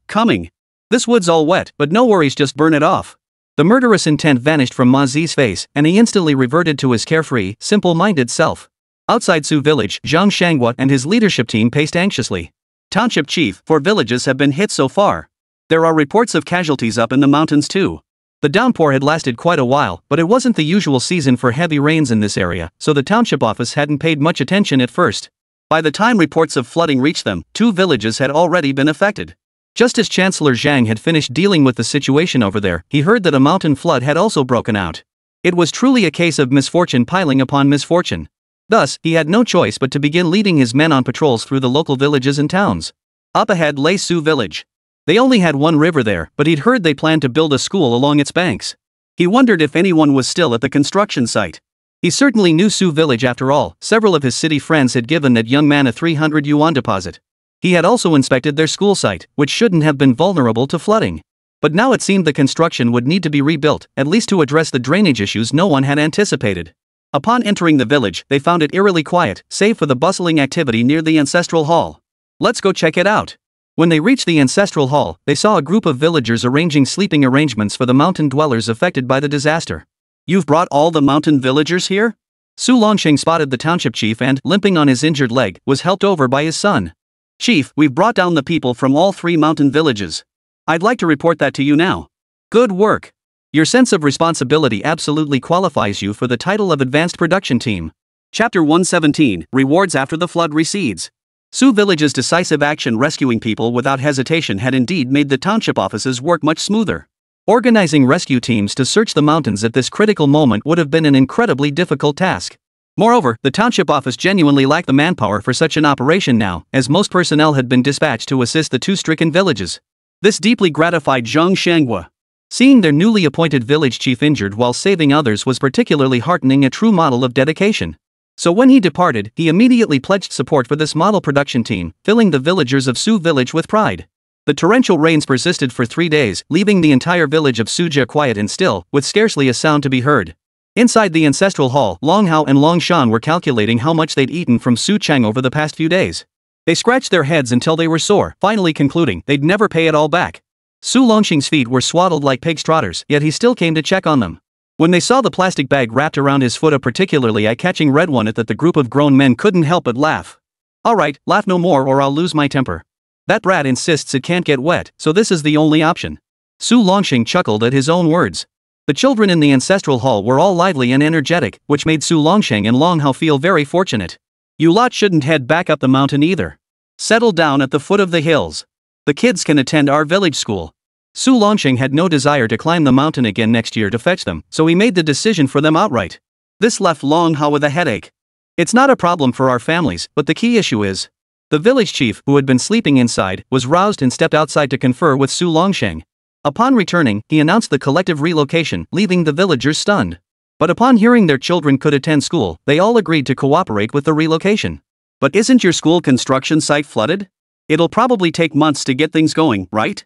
They had inspected the site themselves. While it hadn't been submerged by river water, it had become a rainwater-filled depression. Such a foundation is unstable. Leveling work will likely be required. We didn't anticipate this year's flooding at the start. It was careless of us. But it's no big deal. It just means a bit more work. We'll definitely finish within 2 months. Su Longxing specifically called Xie Yaozong over yesterday for a discussion. After receiving confirmation, he made this promise. Long Hao and the others exchanged glances and shared a wry smile. That'll cost a fortune, won't it? It's just a shame for your wife. They were referring to Su Chang. These past days, he'd been bustling about tirelessly. Not only had Long Hao and the others noticed his efforts, but the villagers had also etched his dedication into their hearts. What hardship could he possibly face?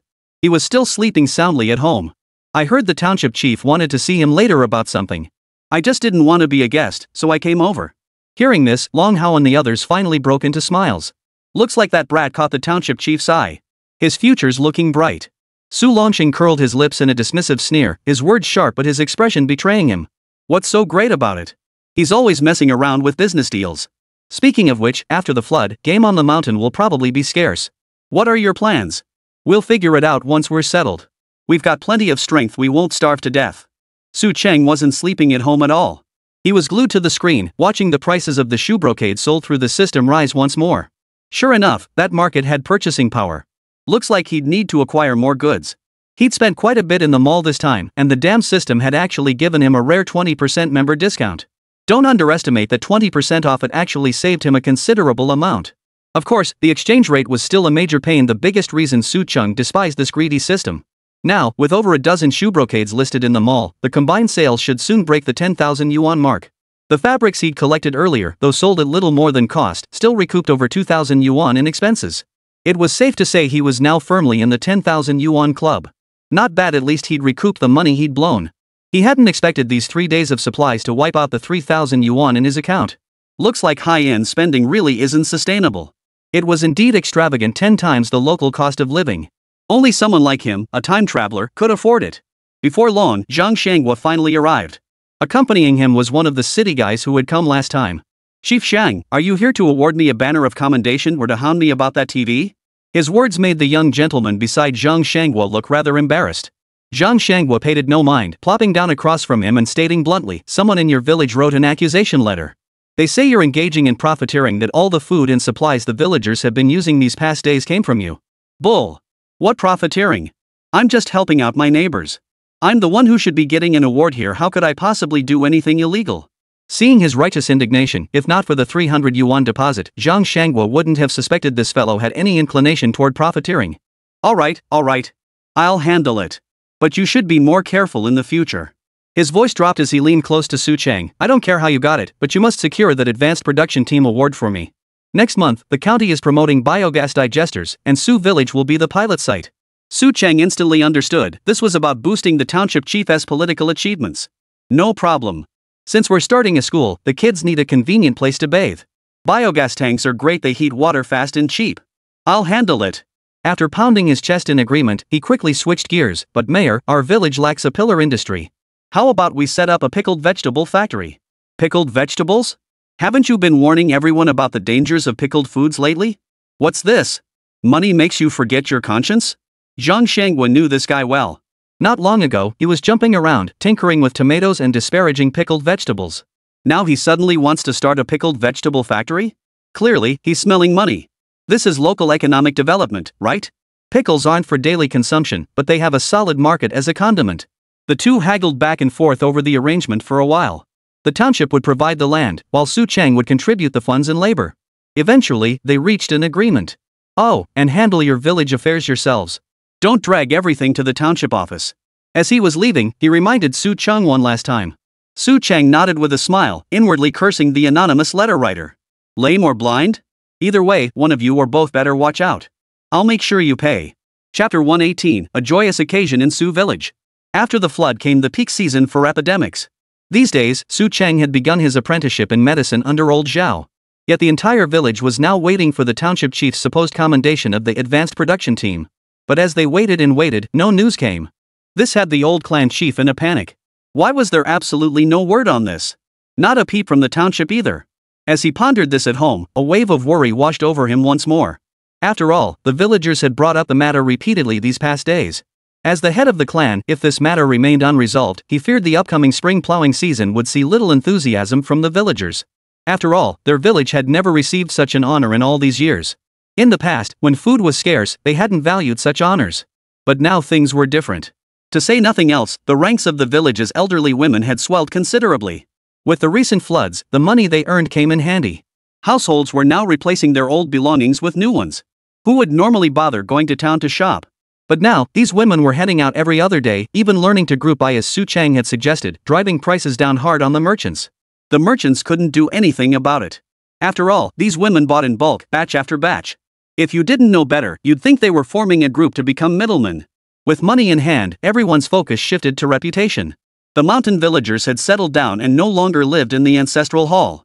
But rescuing these mountain dwellers had made Su Village's reputation resound throughout the surrounding villages. Precisely because of this, the village elders, children, and women grew even more fixated on securing that advanced production team title. There was no choice. The old clan chief feared he'd be driven to his grave waiting any longer. Seizing a moment, he visited Su Longxing's home again. Su Longxing had been recuperating at home these past days. His foot injury had mostly healed, but as old Zhao's apprentice, his son Su Cheng insisted he rest a few more days. Elder, you're here again about that title? Su Longxing asked. I've told you, I truly don't know. Su Longxing was at a loss. The old man kept showing up every other day, always asking when the title would be finalized. He understood the urgency, but it was the villagers who were anxious. The township chief had said it would take time. What could he, as village chief, do about it? Should he really go to the township office to push for it? He didn't have that kind of clout. Oh, you don't know, but isn't your son pretty close with the town mayor? He must know. Just as they say, speak of the devil right then, Su Cheng and old Zhao returned from their house call. Seeing the old clan chief there didn't surprise him. Elder, this really isn't something we can rush. Su Cheng plopped down right across from the two of them. His so-called master, meanwhile, had several mountain goods hanging from his body and was carrying a medical kit in his hand. But looking at him, he was empty-handed. You couldn't even tell who was the master and who was the apprentice. Su Longxing was used to this dynamic. He shot his son a speechless glare before grumbling to old Zhao, you're supposed to be the master here. Can't you act the part? Old Zhao dared not put on airs in front of Su Cheng. He might be the so-called master in name, but these past days, the medicine he'd gotten from Su Cheng had cost him real money. If he really angered this guy, having his medicine cut off would be the least of his worries. If he actually demanded payment, would he have to pay with his life? Laughing awkwardly, he placed the mountain goods he was carrying into Su Cheng's kitchen. By the time he emerged, Su Cheng had already prepared a cup of tea for him. Chief, he began, this isn't a village-wide issue. We've got a mole within our own ranks. Ha! This wasn't just news to the old clan chief. Even Su Longxing, the father, was hearing this from his son for the very first time. What is it? Tell me, and I'll see justice is done. The clan chief now understood the gravity of the situation. So Su Cheng recounted the story of the anonymous letter Zhang Shanghua had told him about. Think about it, the township chief just arrived. This needs investigating, right? Without clearing things up, they wouldn't dare award our advanced production team title lightly. Su Cheng deliberately downplayed his own involvement, but everyone present knew this appeal to the mountain villagers had emptied his small shop.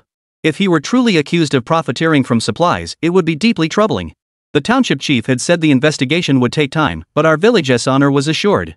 Su Cheng's words eased the old clan chief's mind somewhat. Still, the mystery of who sent that anonymous letter was a real headache. The old man hadn't been involved in village affairs for quite some time, and hearing him say the honor was assured made him feel less inclined to get involved.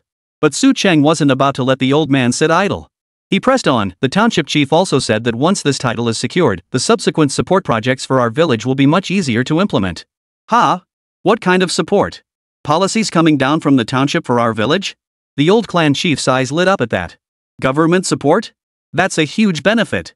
In all the surrounding villages, aside from those where a local official had gained such prominence, who had ever heard of such treatment? A mountain village like Sioux Village hadn't produced a single scholar in 10 years, let alone someone who could become a leader. Yes, first as a biogas demonstration village. Once we secure that designation, experts will come to help us build biogas digesters. I hear these digesters not only fuel stoves but also produce fertilizer for crops. That good? His words instantly lit up the eyes of the three grown men. Who among those who farm year-round wouldn't want more fertilizer for their crops? But this composting technique isn't something just anyone can grasp. Without years of experience, you'd never figure out the knack for it.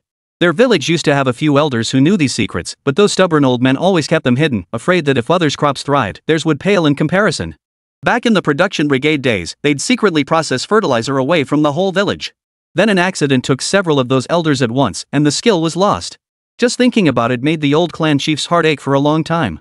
Now that such an opportunity had presented itself, he was determined to take charge of the matter no matter what. Qingzai put in a good word with the township chief. Keep this biogas digester in our village. You know those old devils took the craft with them to the grave. The old clan chief's words left Su Longxing and old Zhao speechless. Damn it, didn't you support those old fools back then? Why are you flip-flopping now? But neither spoke. They merely exchanged a glance before silently picking up their cups and sipping their tea. Chapter 119, Using Someone Else's Knife. Seeing their actions, Su Cheng understood the gist of it. Was the old clan chief a good man? Compared to Su Dequan, he was a far better man. But as he grew old, he became somewhat power-hungry and placed great importance on status and position. So his anxiety over the advanced production team title was understandable. Since the villagers were making life difficult for him, he wasn't about to let the rest of Sioux Village have it easy either. This was a tactic he'd learned in his later life. It's like living in an apartment building where someone keeps a dog unleashed, letting it relieve itself right outside their door. The best way to deal with that is to turn every resident in the building against the dog owner. The simplest tactic? Smear that dog all over the hallway. Then that family would bear the full wrath of every resident in the building. Su Chang was employing the exact same tactic now. Chief, he said, the biogas digester is the least of our concerns. Whether Chengdu gets involved or not doesn't really matter. Better policies? This time, even Su Longxing couldn't hold back. He grabbed his son's ear and snapped, spit it out already. Why are you dribbling like this? Are you dropping sheep dung? Su Chang gave an awkward chuckle. He dug a hole for the old clan chief and ended up dragging his own father into it. He'd been so excited this time that he'd forgotten his father was the village chief. The county chief said that to revitalize the rural economy, he wants to boost township enterprises. Right now, he has an idea, setting up a pickled vegetable factory. A pickled vegetable factory? Could that really work? Hearing this, the three men including Su Longxing couldn't help but fall into deep thought. Pickled vegetables, every household made them. If they were to turn it into a factory, sales volume aside, the market simply wouldn't be in their own region. After all, why would people pay money for something they could make themselves? Times were different back then, people saved wherever they could. It wasn't just possible, it was bound to succeed. The township chief had declared that our pickles would reach new markets, putting our township on the map. If done right, we'd even compete for the top advertising spot on national TV, airing commercials before the evening news broadcast to reach 1 billion people nationwide. The moment he finished speaking, the room fell silent. Young and old alike fixed their gaze on Su Chang. Their expressions, as if looking at a fool, instantly snapped him back to reality.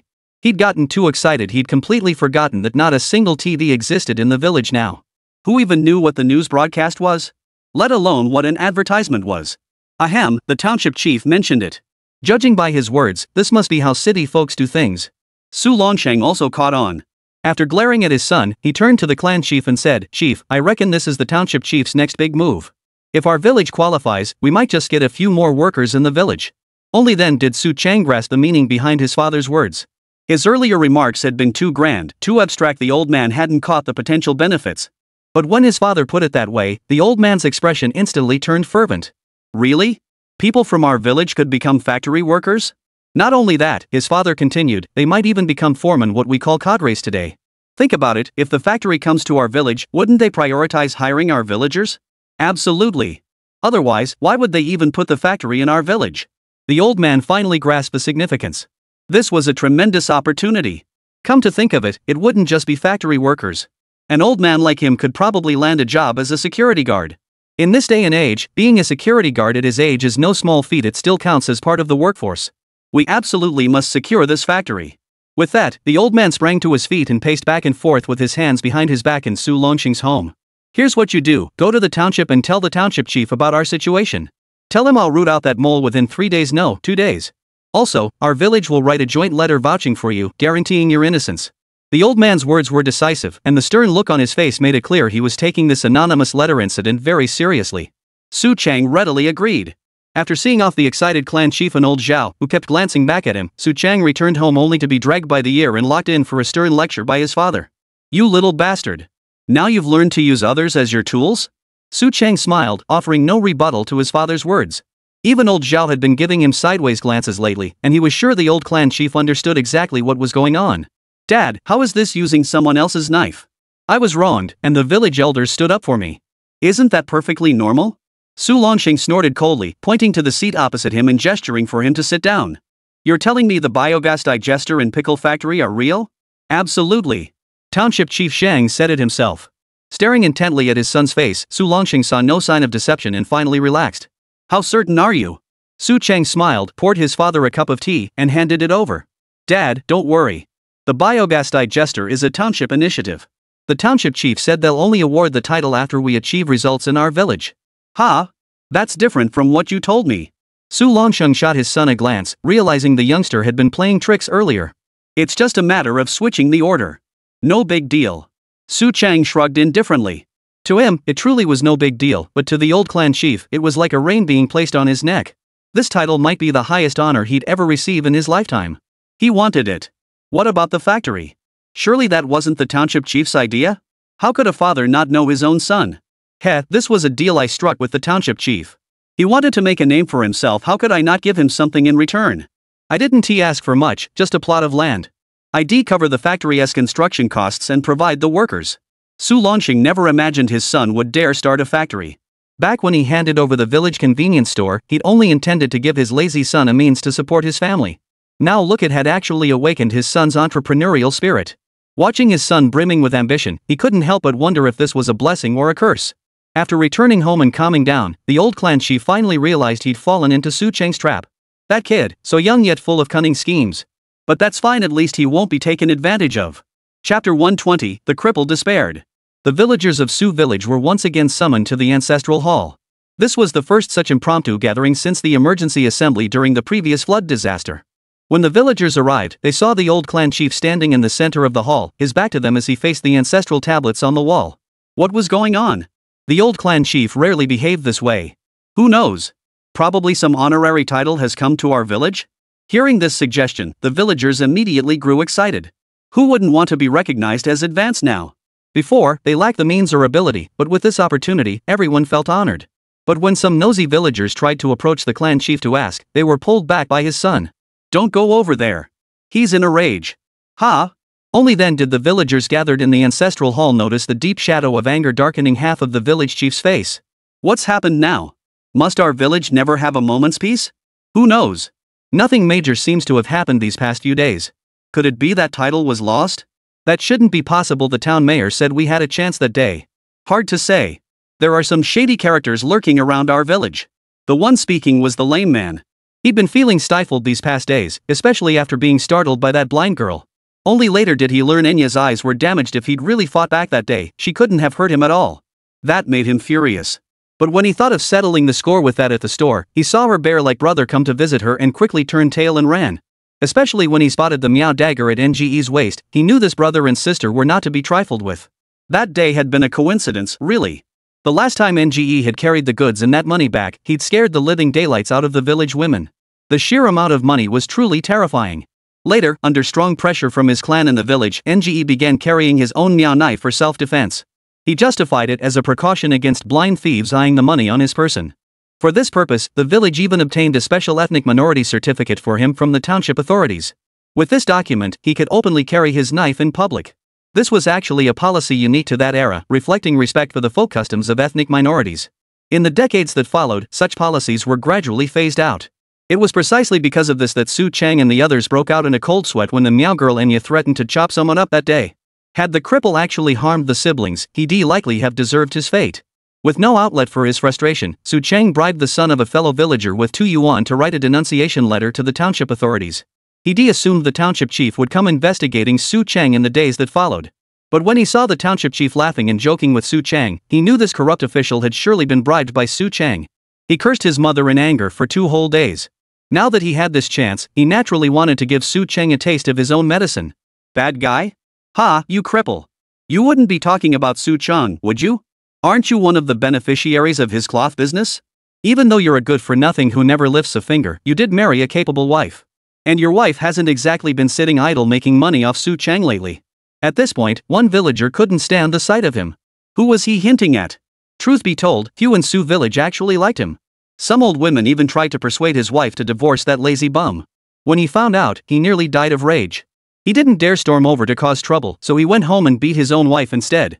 What's he talking about? I never took a penny from him. What beneficiary? That's you lot. I'm clean as a whistle. Oh, really? You're clean? So we're the ones who aren't clean, huh? What? You spent women's money and won't admit it?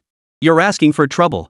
Many villagers were already dissatisfied with him, and this remark offended the entire village, let alone the men who frequented the Old Mothers Club.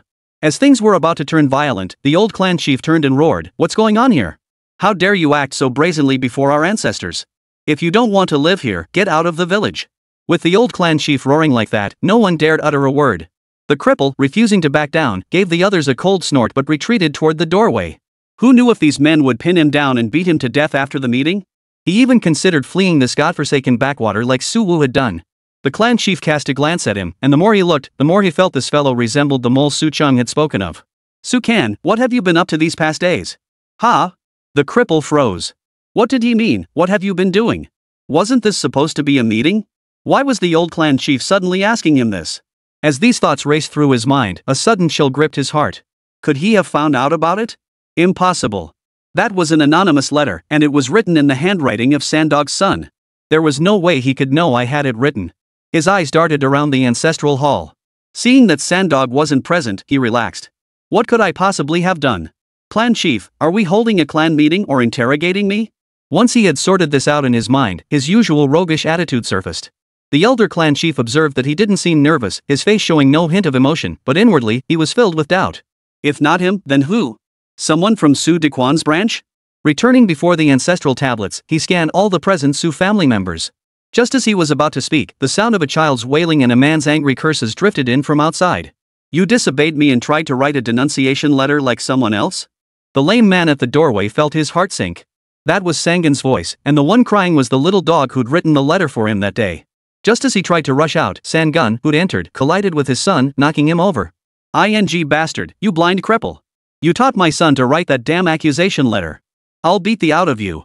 Sango's furious fists and kicks pounded the crippled man on the ground until he howled in pain. The villagers present wanted to beat the bastard too, but before they could sort things out, they stepped in to pull the two apart.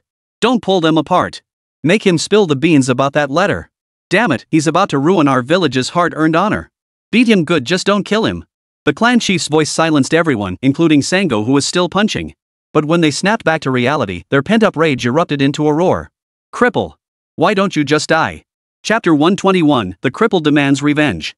What do you call this kind of behavior? It's called selling out the village and worse, ruining an honor that was already ours, making us a laughingstock to all the surrounding villages. The moment the old clan chief spoke these words, every villager of Su village in the ancestral hall erupted with fury. They charged forward without a second thought, fists flying as they pounded him.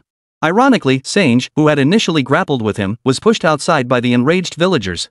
"Hey, let me handle this." Sangu was genuinely panicking now. Though he didn't have the best reputation in the village, he was at least considered loyal and upright, never having done anything to betray the village or wrong others. When he saw his son had money to buy candy at the store, he was puzzled. Grabbing a stick, he chased the little brat back home. Upon questioning, he discovered the boy had written a letter of self-criticism to the cripple. The letter even had several words spelled out in pinyin. The boy then tearfully told his father it was a letter denouncing Su Chang. Sangu exploded on the spot. Who was Su Chang? He was practically the only hope left for their village of Sujia. He was the one bringing in money for those old women, and he even helped those poor mountain folk, a true saint in the village. Sango didn't understand the bigger picture, but he believed in doing the right thing. So he dragged his son, whom he'd already beaten soundly, to the ancestral hall, determined to confront the cripple. Now, hearing the clan chief say that letter could ruin their village's honor, how could he not be furious? Seeing the crowd around the cripple was too thick for him to push through, his gaze darted to his own son, wailing like a dog. His rage flared up again instantly. He raised the stick in his hand, ready to lash out at the child, but a large hand grabbed it. "Enough! Are you trying to beat your own child to death?" Su Longxing seized the stick from Sangan's hand and flung him aside with force. "Village chief, this child took 2 yuan from the cripple to write that denunciation letter for him. Su Longsheng ruffled Sangan's son's hair, then turned to glare fiercely at him. What does a child know? When adults tell you to write something, you write it. Besides, he earned that money with his own skills. What's wrong with that? Su Longsheng's words caused the villagers surrounding the cripple to stop their beating. Village chief, that's not fair. He clearly targeted Qingzai and slandered our village, costing us the title of advanced production team. Some villagers began shouting in protest. Even if Su Longsheng were Su Cheng's father and the village chief, how could such matters be settled this way? Seeing the crowd's fury, Su Longsheng flung the wooden stick aside and stepped back. Only then did the crowd glimpse a woman behind him, a woman with disheveled hair and a forehead clearly streaming with blood. The wife of the lame man? The villagers parted to reveal the woman before them. Clearly aware her husband had caused trouble, she had rushed straight to Su Longsheng to plead for mercy. The blood still trickling down her forehead suggested she'd likely been prostrating herself before Su Longsheng. Chief, let's set this aside for now. Shouldn't we announce the important matter first? Su Longsheng knew arguing now was futile. He needed to divert the conversation. The important matter? The clan chief paused, still processing the request. Before he could respond, Su Longsheng continued, the township is launching a pilot project, a biogas digester trial. The township chief intends to establish this pilot in our village. If we achieve success, the honor of being an advanced production team will be bestowed upon our entire village. The villagers gathered in the ancestral hall lit up at this news. Moments ago, they'd been seething with rage, ready to take on the world. Now, in the blink of an eye, their mouths were stretched into grins, nearly revealing their uneven teeth. Village chief, is this true? That letter won't affect us? Su Longsheng shook his head. It does have some impact, he said. But the township chief said our village deserves credit for saving lives. These minor issues won't tarnish our honor. As he spoke, the pockmarked man beside him pushed aside the villagers crowding around the cripple and hauled the man now beaten beyond recognition out from the crowd. You bastard, the luckiest thing is that you married a good wife. Otherwise, heh. By now, the cripple had been beaten into a dazed stupor. He desperately shielded his head with his hands, muttering like a scared little rat, stop hitting me, stop hitting me. I won't do it again, I swear I won't. His voice was trembling with tears. Not a shred of manliness remained, which filled Pockface with utter contempt. Lame man's wife, I've handed him over to you. Forget it. You handle your own family affairs. I'll send old Zhao to check on this bastard later. Seeing the lame man's wife about to kneel before him again, he reached out to support her. No, no more of this. You're shortening my life. Go back and keep a close watch on him. He probably won't dare any more wickedness. Otherwise, there'll be no place for him in our Sioux village. Understood, village chief. I'll keep a close watch on him and make sure he never commits such heinous acts again. The woman, now filled with gratitude, helped her husband away. Following behind them was the cripple's little girl, clearly still bewildered as to why her father had been beaten so badly by the villagers. What a sinner! If that bastard were a bachelor, we'd have buried him today. Who wouldn't agree? That bastard used to beat his wife and daughter daily. Now look, he's only brought suffering upon his own family. Suffering? Best he can't endure it and just drops dead, problem solved. The villagers watched them depart and began murmuring once more. The clan chief's anger had subsided by now, and he recalled what Su Chengsheng had said earlier. Longsheng, did the township chief really say that? But earlier? Chief, you know my son is the kind who never forgets a grudge. He just wants to use your authority to expose that mole. Su Longsheng was brutally honest, even laying bare his son's intentions in front of everyone. Truthfully, this was also his own self-interest. At the very least, he needed to establish his son's reputation.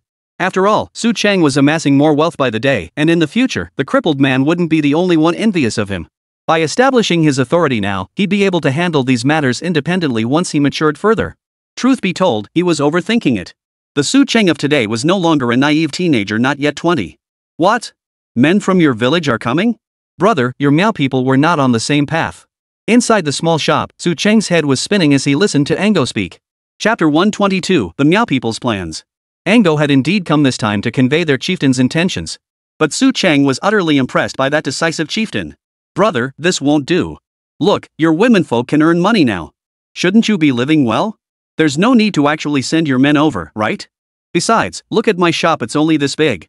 Even if more of you came, I simply wouldn't have enough work for everyone. No scratched his head, glancing at the now noticeably emptier store, and finally understood. Brother, I won't hide it from you. Now that the women in our village can earn money from embroidering cloth, the men have even less standing. Ha! His words instantly piqued Su Cheng and Monkey's interest. Zhang Wanru, who'd been chatting with Enya nearby, perked up her ears, eager for some Miao gossip. Unfortunately, Ango spotted the two girls present and grew self-conscious. He awkwardly tugged Su Cheng outside. When Monkey tried to follow, the man refused. Pfft, whatever. If he doesn't want us to listen, so be it. Monkey grumbled as he returned, only to find his cousin and the blind meow girl chatting and laughing together. Sis, what were you talking about? Go on, kid. Mind your own business. Zhang Wanru had no intention of telling her younger brother that some meow communities still practiced matrilineal clans. This meant while the village chief could be male, the tribal leader must always be female. Moreover, their marriages weren't about giving daughters away, they practiced a form of walking marriage. Walking marriage? Outside, when Angola mentioned this form of marriage, it instantly reminded her of a documentary she'd once seen about ethnic minorities. Wait, aren't you meow? How come you practice walking marriage too? I remember. Manhwa stared at his boss in disbelief. Bro, there are several meow groups. And when you Han people meet ethnic groups wearing similar clothing, you all call them meow. Sometimes we just don't bother explaining. Only then did Su Chang realize how little understanding there was of these ethnic minorities during that era. It was only around this time that some experts and scholars began conducting in-depth research on these ethnic groups, eventually clarifying their origins. In their own words, their tribes lacked written records, so all history was passed down orally by elders. If major disasters struck, their customs and histories could easily be lost forever. It is precisely for this reason that the state has invested significant effort in compiling their ethnic histories and formally recognizing their identities. Otherwise, how could the song of the great unity of the 56 ethnic groups resonate so powerfully? Understanding these circumstances, Su Chang now grasped the chief's concerns. Brother, it's not that I don't want to help you, I genuinely don't know what kind of work to find for you. You see, our village is about to build a factory. If you meow people want to work in the factory, that's no problem. But if you don't want to work in the factory, you must join. And we'll send our children to school here, don't worry, the chief said so. Now that our village has money, the village will cover all boarding costs for the children. Su Chang tapped his forehead in exasperation. Brother, that's not the point. The point is, if you want the village to thrive, you must find a sustainable path forward. Seeing he still didn't quite grasp it, Su Chang squatted down and carefully drew 2 lines on the ground for him. See? This represents the work of your village's women. Now that their work is improving, I'll show that with this upward curve. You understand that, right? Got it, got it. They're holding their heads high now. What an explanation. Seems meowmen still have big ambitions, at least they don't want to be overshadowed by the women anymore. But you men need to lift your heads too. And working in factories won't make you rich. The women can earn more with a single piece of meow embroidery than you do in several months. That's absolutely true. After all, the prices Su Chang pays for their meow embroidery are ridiculously high. Even if every meow man worked in a factory, how much could a pickle factory pay? At best, 20 or 30 yuan. How could that compare to several hundred yuan for meow embroidery? Brother, you can't just stand by and watch us drown. I still want my own son to carry my surname. I envy you Han people to death. After seeing the world, Ningguo grew increasingly resistant to the village's walking marriage custom, feeling it undermined his manhood. He wasn't alone in this. Even their village chief was being kept in check by his own wife, the village matriarch, who was determined to assert her authority. How about this? I'll go with you to your village. At the very least, let me see what kind of opportunities might open up for us there. He wasn't very familiar with ethnic minorities like Nge. He knew mountain folk like Long Hao and his kind, so he'd taken advantage of the floods to enlist their help.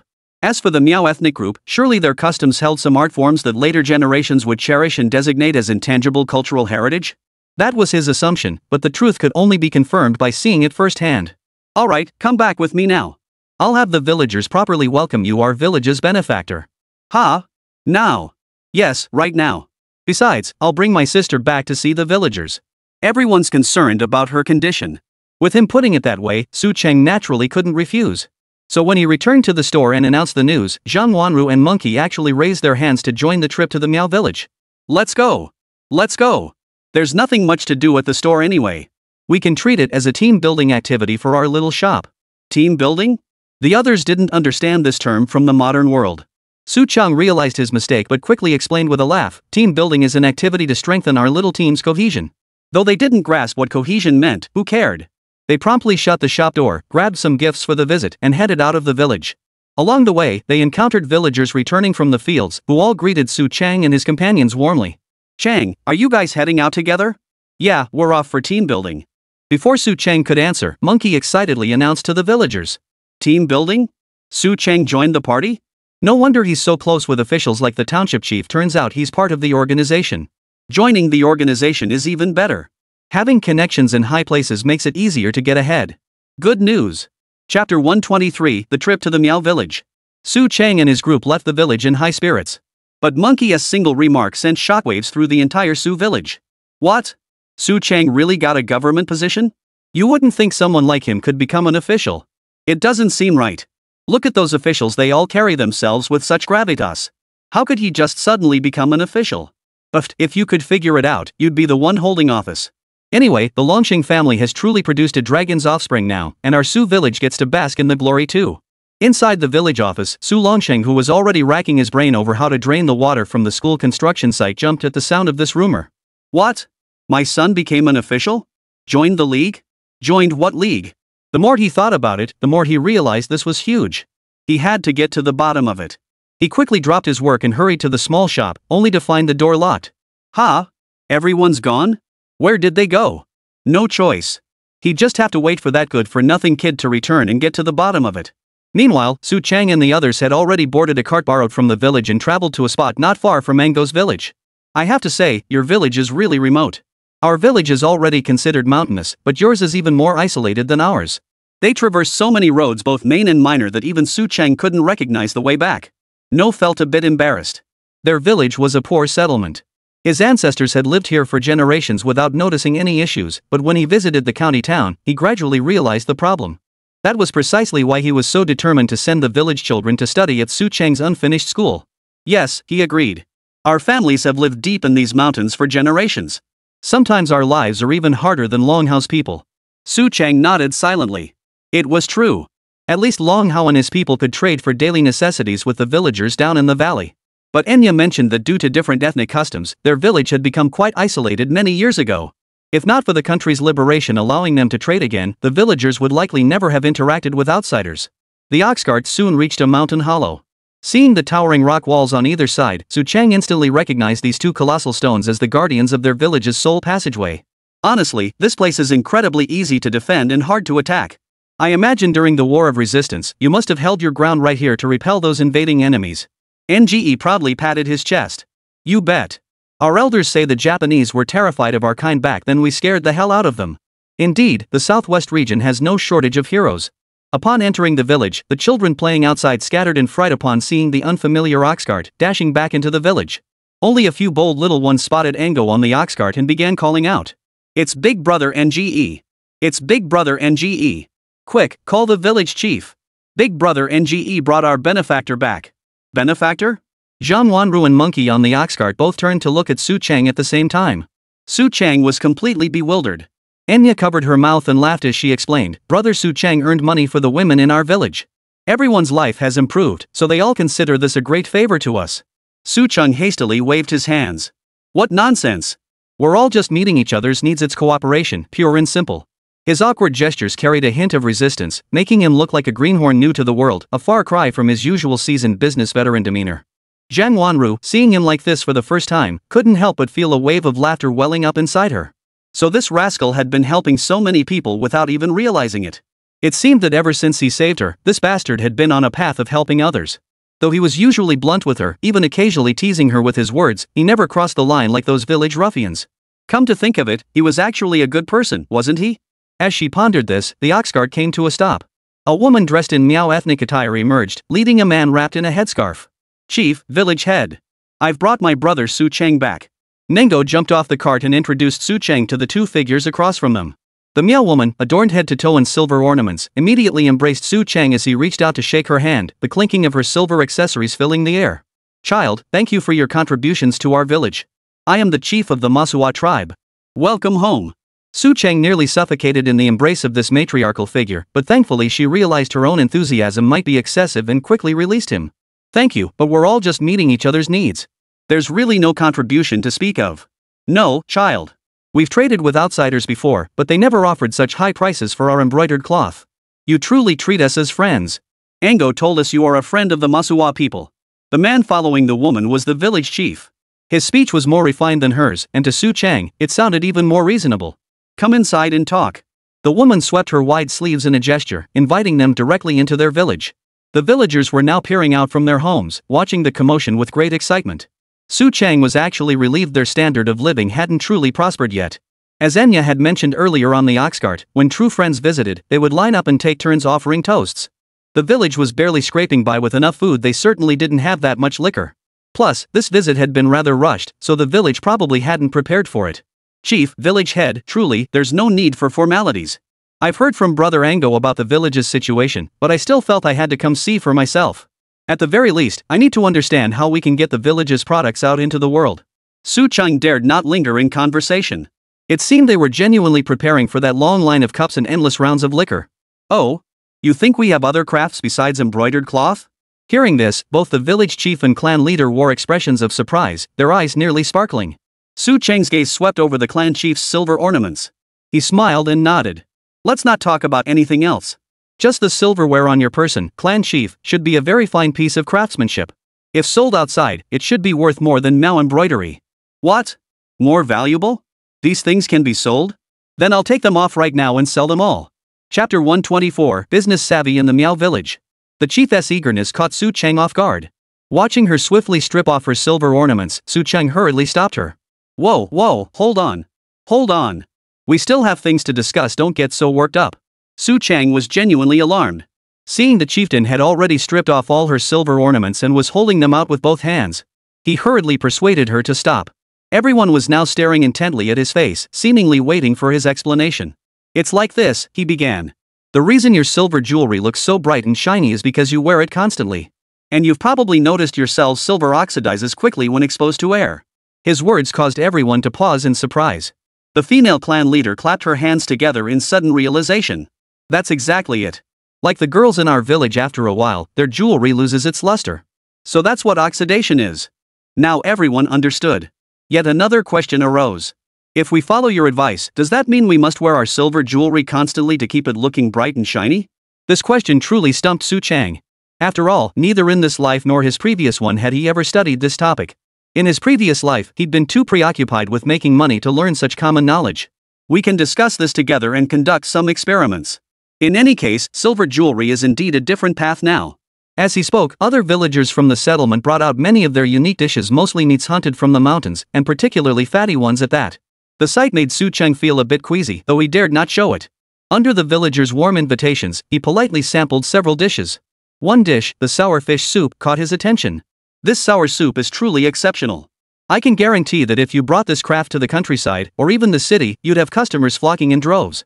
Having lived in the city in his previous life, he'd never even tasted such delicious fish soup back then. Is it really that good? No one knew this fish soup was a secret recipe passed down in their village. Yet, having eaten it since childhood, he seemed to have grown immune to its flavor. Zhang Wanruan Monkey also sampled the sour fish soup and quickly gave it high praise. It was indeed excellent, easily rivaling the fish soup made by chefs in those state-run grand hotels. The village chief couldn't help but smile upon hearing this, for this sour fish soup was a secret recipe every man in their village was expected to master. Moreover, Su Cheng's suggestion that they could open a restaurant in the city made him feel that the village men had finally arrived at a moment to hold their heads high. Similarly, the other villagers, especially the men, were even more delighted. The meal left everyone beaming with joy, well-fed and content. Only then did Su Cheng begin inspecting the various specialty products the villagers had brought. Did you dye all these fabrics yourselves? They don't look like wax-dyed patterns. How did you achieve this? He had been purchasing fabrics for quite some time now, and during that period, Su Cheng had learned a great deal about dyeing and weaving. All this knowledge had been passed down to him by the villagers who delivered the goods, not the rigid, textbook-style learning from school. It was truly practical knowledge. The male village chief gave him a thumbs up at that moment. You really know your stuff, sharp eye for this trade. The other villagers' gazes towards Su Cheng grew admiring. You're the first person who could spot the difference at a glance. Others have come to our village to buy cloth before, but none noticed that our dyes were different from others. As the village chief spoke, he had the villagers bring over the dyeing materials. Oh, so you use plant dyes? But wait, others use wax, which is also plant-based. Why isn't theirs as vibrant? Su Cheng quickly spotted the difference, and the madder roots in his hands could never produce such a deep red. The village chief smiled and clapped his hands to signal the villagers behind him. Two villagers stepped forward, each holding a bowl. One contained a vivid green liquid, resembling some kind of plant sap. The other had a distinct bloody scent, the blood of some unknown animal. This is bayberry juice, gathered from the mountains. The process of boiling it down involves many secrets. Su Cheng nodded. He felt it would be inappropriate to pry further into the contents of these bowls. This is ox blood, drawn from the beef cattle we raise. Beef cattle? Su Cheng hadn't expected that the cattle in their village were raised for meat. In this day and age, cattle were crucial tools for farming. No seemed to sense Su Cheng's confusion. Pointing toward a distant part of their mountain range, he explained, the beef cattle we're talking about are a type of shaggy cattle found on the high plateaus far from here. They're covered in fur and unsuitable for plowing. Now Su Cheng understood. The shaggy cattle Ango referred to were actually yaks, typically found in high-altitude regions as a local specialty breed. Yes, in past years we always had to travel a long way to collect the cattle, but to achieve such beautiful colors, we've always preserved this tradition. The village chief's explanation made Su Cheng realize that this grass dyeing process was no simple task. I believe this fabric could be marketed as a separate product, and connoisseurs would command a premium price for it. A premium price? This was the second time the villagers had heard that word, yet their eyes still sparkled with excitement. Yes, just like your meow embroidery. Though Su Cheng hadn't yet had it appraised by the marketplace, he was certain that such handcrafted items would be highly sought after in the world across the river. Then we must bring back large numbers of these beef cattle. They will become our village's economic industry in the future. Don't assume everyone in the village is ignorant. At the very least, this male village chief understands these concepts. The clan chieftain, however, didn't place much emphasis on this craft. Instead, she brought along two women who looked exceptionally sturdy. Young nephew, see if the jewelry they wear can fetch a price. The two robust women were draped in gold and silver ornaments, all distinctly ethnic in style. As they turned, the jingling sounds emanating from their bodies were both beautiful and melodious. However, what caught Su Cheng's attention wasn't the glittering jewelry, but the rich ethnic flair of their attire. Antique Chief, Su Cheng asked, do you sell these outfits as complete sets? What? Everyone in the room was stunned by his words. Could this thing actually be sold as a complete set? Chapter 125, there's something even more powerful. Why would Su Cheng say something like that? Because he recalled his past life, when hanfu had just become trendy. Back then, there was a specific activity young people loved to engage in called cosplay. The outfits worn by these two masters before him were precisely the kind of attire those young people were passionate about. Look at your outfit's vibrant colors, distinctly ethnic flair, and those dazzling gold and silver ornaments adorning your bodies.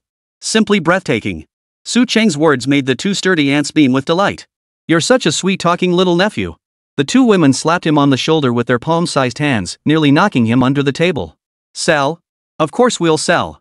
As long as it makes money, we'll sell anyone in this village except the children. Pick any man you like, and he's yours. The clan chief's aunt was being downright unreasonable, making Su Cheng's eyelids twitch. He glanced at the men, the village chief, Ango, and others, and noticed awkward smiles spreading across their faces too. Such is the tyranny and power of a matriarchal society. This conversation couldn't continue any longer. Su Cheng quickly deflected the topic with a laugh. But when you're making these clothes, I have a suggestion. Ha! Su Cheng was now practically a god of wealth to the villagers. The women, including the clan chief, crowded around him, nervously asking for his advice. Explaining this issue clearly to a crowd of women left Su Cheng feeling rather awkward. Fortunately, Enya had just changed back into their clan's traditional attire at that moment. Su Cheng pulled Zhang Wanru close and whispered a few words in her ear. Zhang Wanru shook her head more vigorously than an electric fan at first. Finally, under the intense glare of the women, she could only give a weak nod. She then pulled Enya outside. When they returned, they first shooed all the men out of the village. Only Su Cheng remained as the sole man in the room before they brought Enya back inside. Wow! The women gasped at Enya. Her traditional outfit had suddenly transformed into a crop top, her original pants now cropped to 3/4 length, completely changing her entire style. The chieftain abruptly whipped her head towards Su Cheng and shouted, "So this is the change you meant to make?" Su Cheng was genuinely frightened. After all, in this era, such attire was considered scandalous. But to his surprise, after uttering those words, the chief suddenly burst into laughter. This is precisely the style our tribe's women should pursue, unique and self-expressive, while highlighting our beautiful figures. Su Cheng was utterly speechless inside. He knew the matriarchal influence here was formidable, but he hadn't imagined these women had become this powerful. This wasn't merely a matter of openness versus conservatism, they had become trailblazing female leaders, true pioneers of feminism. Chief, he cautiously began, such changes will quickly make your attire ahead of its time in certain respects. Su Cheng chose his words carefully, also wanting to remind this powerful matriarch that while such attire might be acceptable within the village, wearing it outside could cause trouble. Rest assured, I understand. Those men outside are all selfish bastards. They want us women to be for their eyes only. The chieftain's words seemed to unlock the women's tongues. Soon, they joined together in condemning the rotten men outside, listing all their faults. Hearing this, Su Cheng quickly made an excuse to escape the room, drawing another round of laughter from the women inside. Outside the house, Noor, the village chief, and the other male villagers were curious about what Su Cheng was doing inside. He was merely advising them on designing clothing styles for export. Su Cheng dared not honestly tell them about that kind of design. After all, Enya was Nge's sister, a woman as fierce as a bear. If he found out, Su Cheng suspected he'd be smashed into the mud with a single punch. The chief then introduced two elderly villagers. Young master, these two are our village's silver craftsmen. Do you think we should mass-produce that silverware? Su Cheng nodded to the two masters while shaking his head at the village chief. Village chief, I understand your eagerness to make money. But think about it, if this item were so easy to produce, would it still hold value? Before the village chief could answer, one of the masters clapped his hands. My nephew is absolutely right. As the saying goes, rarity makes things valuable. Truly fine craftsmanship is forged through time and dedication. The other masters suddenly nodded in agreement. Su Chang smiled and nodded, explaining to them, in the future, our handmade silver and gold jewelry will be sold as part of complete outfits. They'll be sold as sets, not as individual pieces. Oh? Su Chang's proposal piqued the curiosity of all the men present. Think about it, if you can craft such exquisite silverware, why couldn't others? Perhaps they possess even more advanced machinery capable of producing items more refined than your current handiwork. The two masters wanted to deny it, but they had seen industrial production firsthand. What Su Chang described wasn't impossible. Seeing no objection, Su Chang continued, whether it's clothing, dyed fabrics, or our gold and silver jewelry, what we're selling is the style of your ethnic group. It's something others can't replicate even if they tried. And such items can only be fully appreciated when sold as a complete set. No clapped his hands in agreement. Exactly. Our full outfits must be complete. Otherwise, they look mismatched and out of place. Seeing this burly man grasp the point, Su Cheng couldn't help but give him a thumbs up. Exactly. Given how popular Miao embroidery is, we can tell those people are deeply interested in your culture. So we should press our advantage and make a killing off them. Great. All the men cheered in unison, some even clapping enthusiastically. The atmosphere outside the house instantly grew much more lively. Just then, the women inside began filing out one after another. The men turned to look at them and gasped in shock. Good heavens, what on earth have you done? Why did you cut your dresses and pants so short that your navels are showing? Su Cheng genuinely wanted to flee at that moment. He hadn't expected these women to be so resolute they'd actually cut their clothes shorter. From now on, this is how we'll dress in the village. Only this way can we truly showcase our beautiful figures. The clan elder then emerged slowly, her attire looking even more outrageous. Seeing this, the village chief rushed forward and draped his own outer garment over her. Everyone saw everything. Hurry home and change. Chapter 126, The Lively Bonfire Night Banquet. The longer Su Chang stayed in the village, the more he felt that these Miao people living in the mountains were truly free-spirited by nature. Even a shy girl like Enya could dance gracefully under everyone's gaze, showing not a trace of embarrassment. In contrast, Zhang Wanru seemed somewhat stiff when Enya pulled her up to join the dance. By evening, the village's bonfire banquet had officially begun. Ng plopped down beside Su Chang, snorted coldly, and plunked a wine jug in front of him. The guy was still fuming over the new outfit Su Chang had picked out for his sister. Bro, times change. Naturally, our clothes need to keep up with the trends too. Heh, my brother. You treat my sister like a doll. Look at the women in the village now, each one showing more skin than the last. The men's eyes are practically on fire. Sure enough, before the food spread out in the village, the men seemed to ignore the food entirely, their eyes constantly darting toward their own women. Some unmarried young men had restless glances, seemingly pondering which maiden's chamber they'd sneak into tonight. Isn't that just fine? But I heard you say your men have to leave before dawn. Is that really the case? No's expression turned slightly awkward. Not necessarily. At least someone like the village chief can stay overnight with the clan leader. Well, Su Cheng decided it was best not to pry into such matters. As they ate, everyone grew full and satisfied. Soon, they began dancing around the bonfire. Watching the young men and maidens circle the flames, the village chief sent over by the clan leader glared at Su Chang with a sour expression, downing 2 more cups in irritation. What on earth have you done? Look at the state of things now. He was genuinely displeased with Su Chang. The women in the village had always been strong-willed, but now their skirts were shorter and their tempers fiercer. Unable to get his way with his own wife, he could only come and vent his frustration on the one responsible for this situation. Su Chang could only offer an awkward smile before refilling the village chief's cup. Village chief, you can't look at this with an old-fashioned mindset. Look at the clan chief, hasn't she become more youthful? And isn't there something in the way she looks at you that makes you think certain things? As he spoke, the clan chief dressed in a short-sleeved top and a skirt that had been boldly altered to be even shorter happened to glance their way. She shot the village chief a provocative look. The village chief shuddered, his entire body trembling as if he'd swallowed an elixir of youth. He nodded vigorously. But he quickly snapped back to reality, banishing those thoughts from his mind. Watching him shake his head vigorously, Su Chang knew the old man was already under his wife's spell. But she can't dress like that. At least not outside. Su Chang burst into laughter, raising his cup to clink with the chieftains. Of course, the chieftain might be bold in her ways, but she wasn't stupid. If she really went out dressed like that, every man on the street would probably go mad. The village chief wholeheartedly agreed, but soon sensed something was off. Before he could dwell on it, Su Chang swiftly proposed a proposal for full-scale cooperation with their village. Village chief, look at it this way. Now that the path has been paved, your village has a stable direction for development. So sending people to our village to learn that shouldn't be necessary anymore, right? You're right. It probably isn't necessary. After all, if we were to actually implement these things, our village wouldn't have enough manpower. Just then, Ango chimed in, raising another point. Village chief, I still think our children should be sent to Sioux Village for schooling. I've seen the outside world. I don't want our children to be stuck in these mountains like we were. His words made the village chief ponder for a moment before he gave a heavy nod. You're absolutely right. Kid, I hear your school even teaches swimming. Could our village kids get a secure job in the future too? No matter the era, the traditional Chinese mindset of nurturing the next generation into capable individuals seems deeply ingrained in everyone's hearts. I can't guarantee anything, but at least no child graduating from our school will be a landlubber. In the past, our village lost 1 or 2 to drowning every year. We can't let that continue. At this, both NGE and the village chief fell silent. Though their area wasn't near any rivers, so such tragedies wouldn't occur there. The situation in the mountains is far more complex than down below. Every year, many children die prematurely from various causes. Alright, it's settled. Once your school is built after the new year, we'll send our children there to board. They'll only come back for holidays. And we'll cover the fees. We can't let you shoulder this burden alone, brother. Now that NGE had a way to earn money, he naturally couldn't let Su Chung handle everything alone anymore. Su Chung didn't argue, merely nodding indifferently. We'll see about that later. These are minor matters.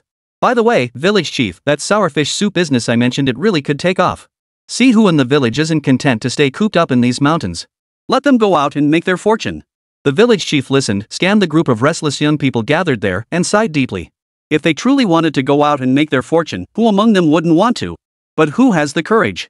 Not long ago, if it weren't for that fellow's family being truly desperate, we wouldn't have let those 2 siblings go out either. He shot a glance at Ango, who no longer resembled the quiet boy of old.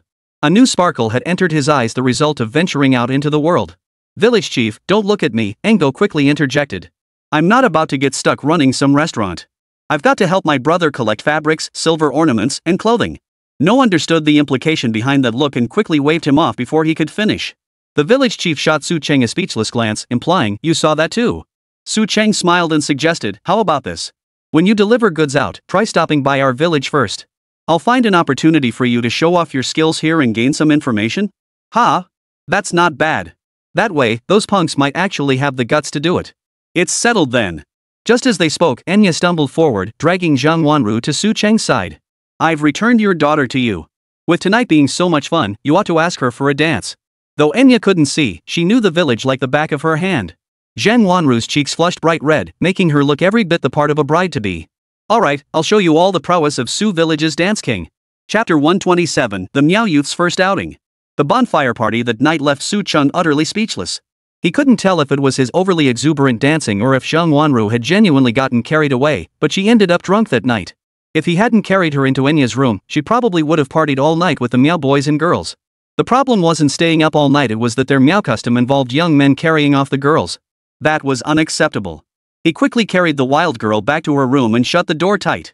Enja was nowhere to be found that night, so he sat by the bedside all night long, tending to the drunken girl.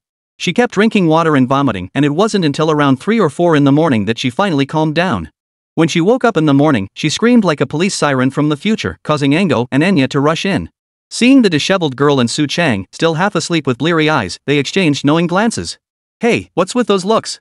I told you nothing happened last night. She's practically my fiancée already, what's there to be embarrassed about?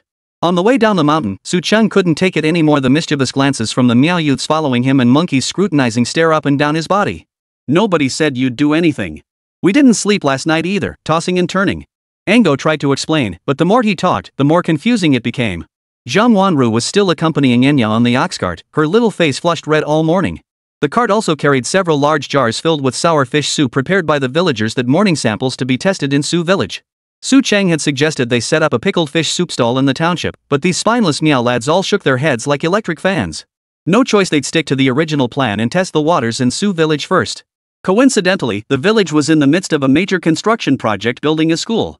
This was their Meow village's contribution to the school's construction, lending a hand. Brother, don't blame them, they're just country bumpkins who've never seen the world. Nengo felt genuinely embarrassed at that moment. After all, they'd already pointed you in the right direction, but these village lads just wouldn't dare set up a stall in town. It was a bit embarrassing. What do you mean they haven't seen the world? When you first started your cloth shop, didn't you just grit your teeth and push forward? My situation was different, my family couldn't even afford to put food on the table. What difference is there? It's just that when things get better, people get timid. He'd hit the nail on the head. Geo remained silent all the way, deeply resonating with this observation. Miao village wasn't far from Su village, and with everyone chatting and laughing, they soon reached the village entrance. The young men of Su village, who usually gathered under the big banyan tree to gossip, spotted their group. It's Su Chang. He's brought people back. They look like ethnic minorities. From afar, the young men spotted their ox cart and noticed the Miao youths dressed in traditional ethnic attire.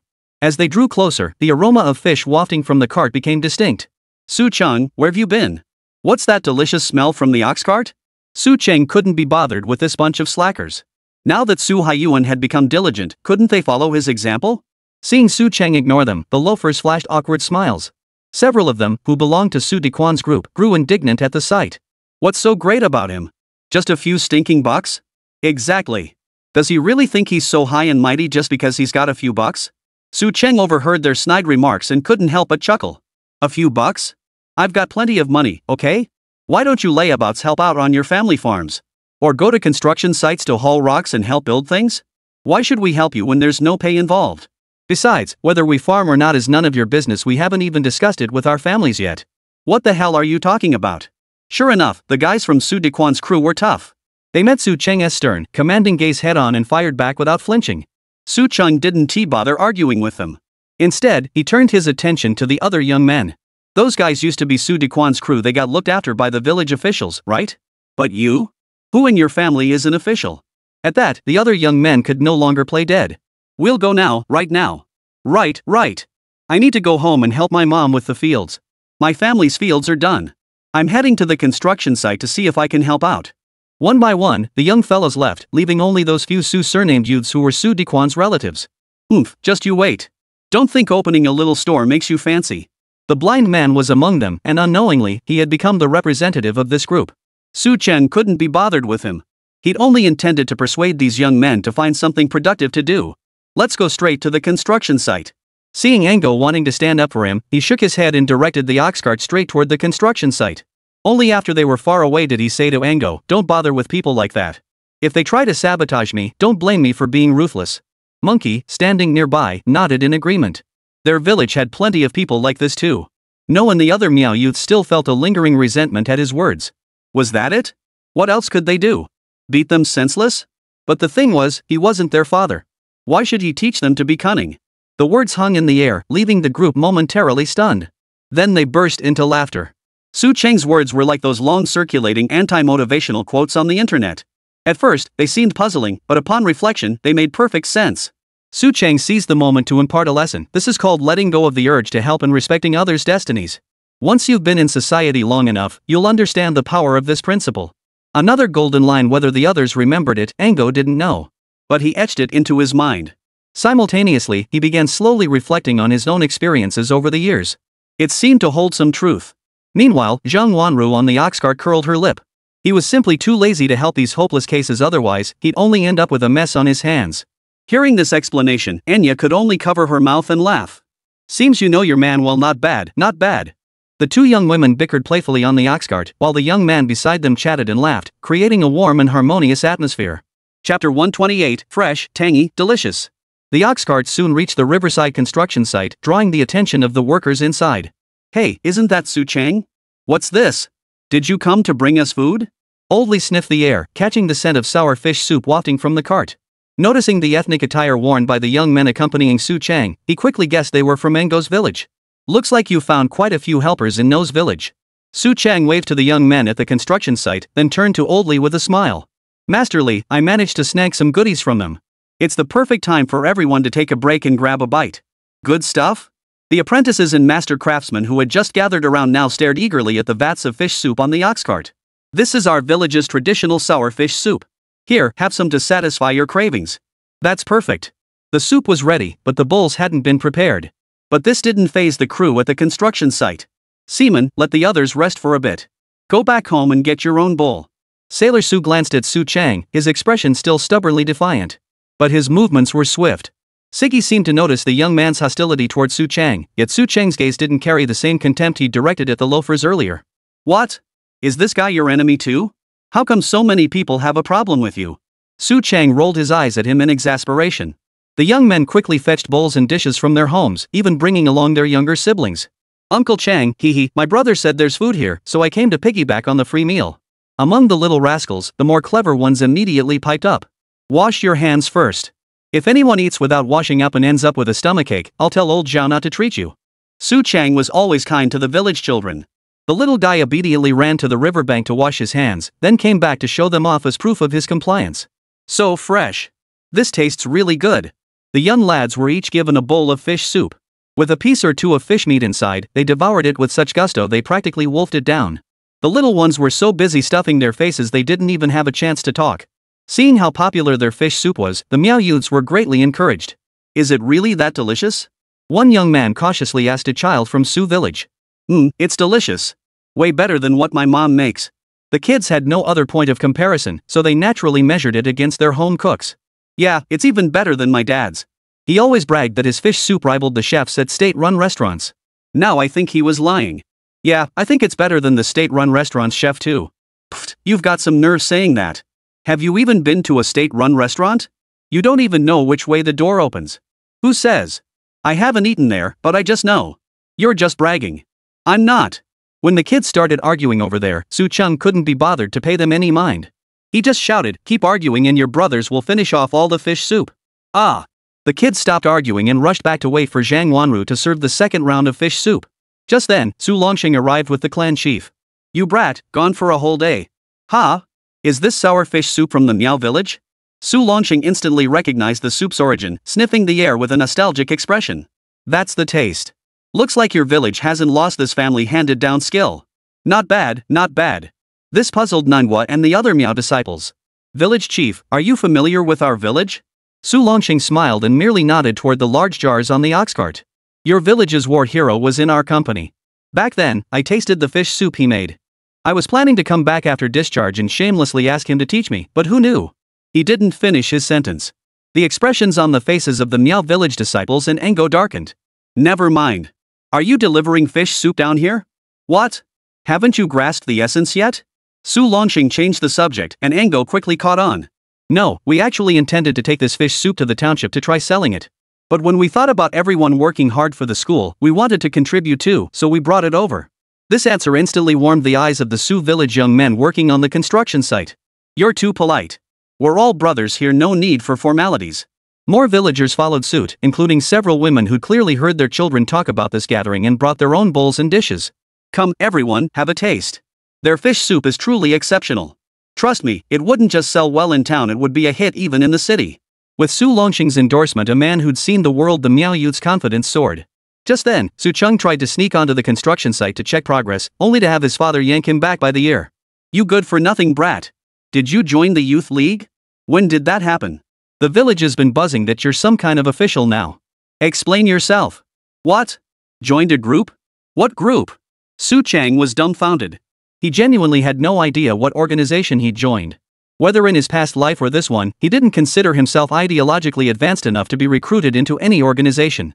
Then what do you mean by group building? How can you build a group if you're not even in it? Su Longxing pondered for a moment before finally recalling the source of the rumor, that very term. Ah, team building? That's just team development. Didn't I casually mention it yesterday when I was leaving? The truth was finally clear, leaving both Su Longxing and him utterly speechless. The monkey nearby overheard their conversation and quickly scurried off to the side. After all, he had been the loudest one shouting that phrase yesterday. If anyone was to blame for this whole mix-up, it was him. Su Longxing shot him a disapproving glance and snorted coldly. Why aren't you serving the clan chief a bowl of fish soup? You have no sense of tact whatsoever, yet you aspire to run a business like others. Ah!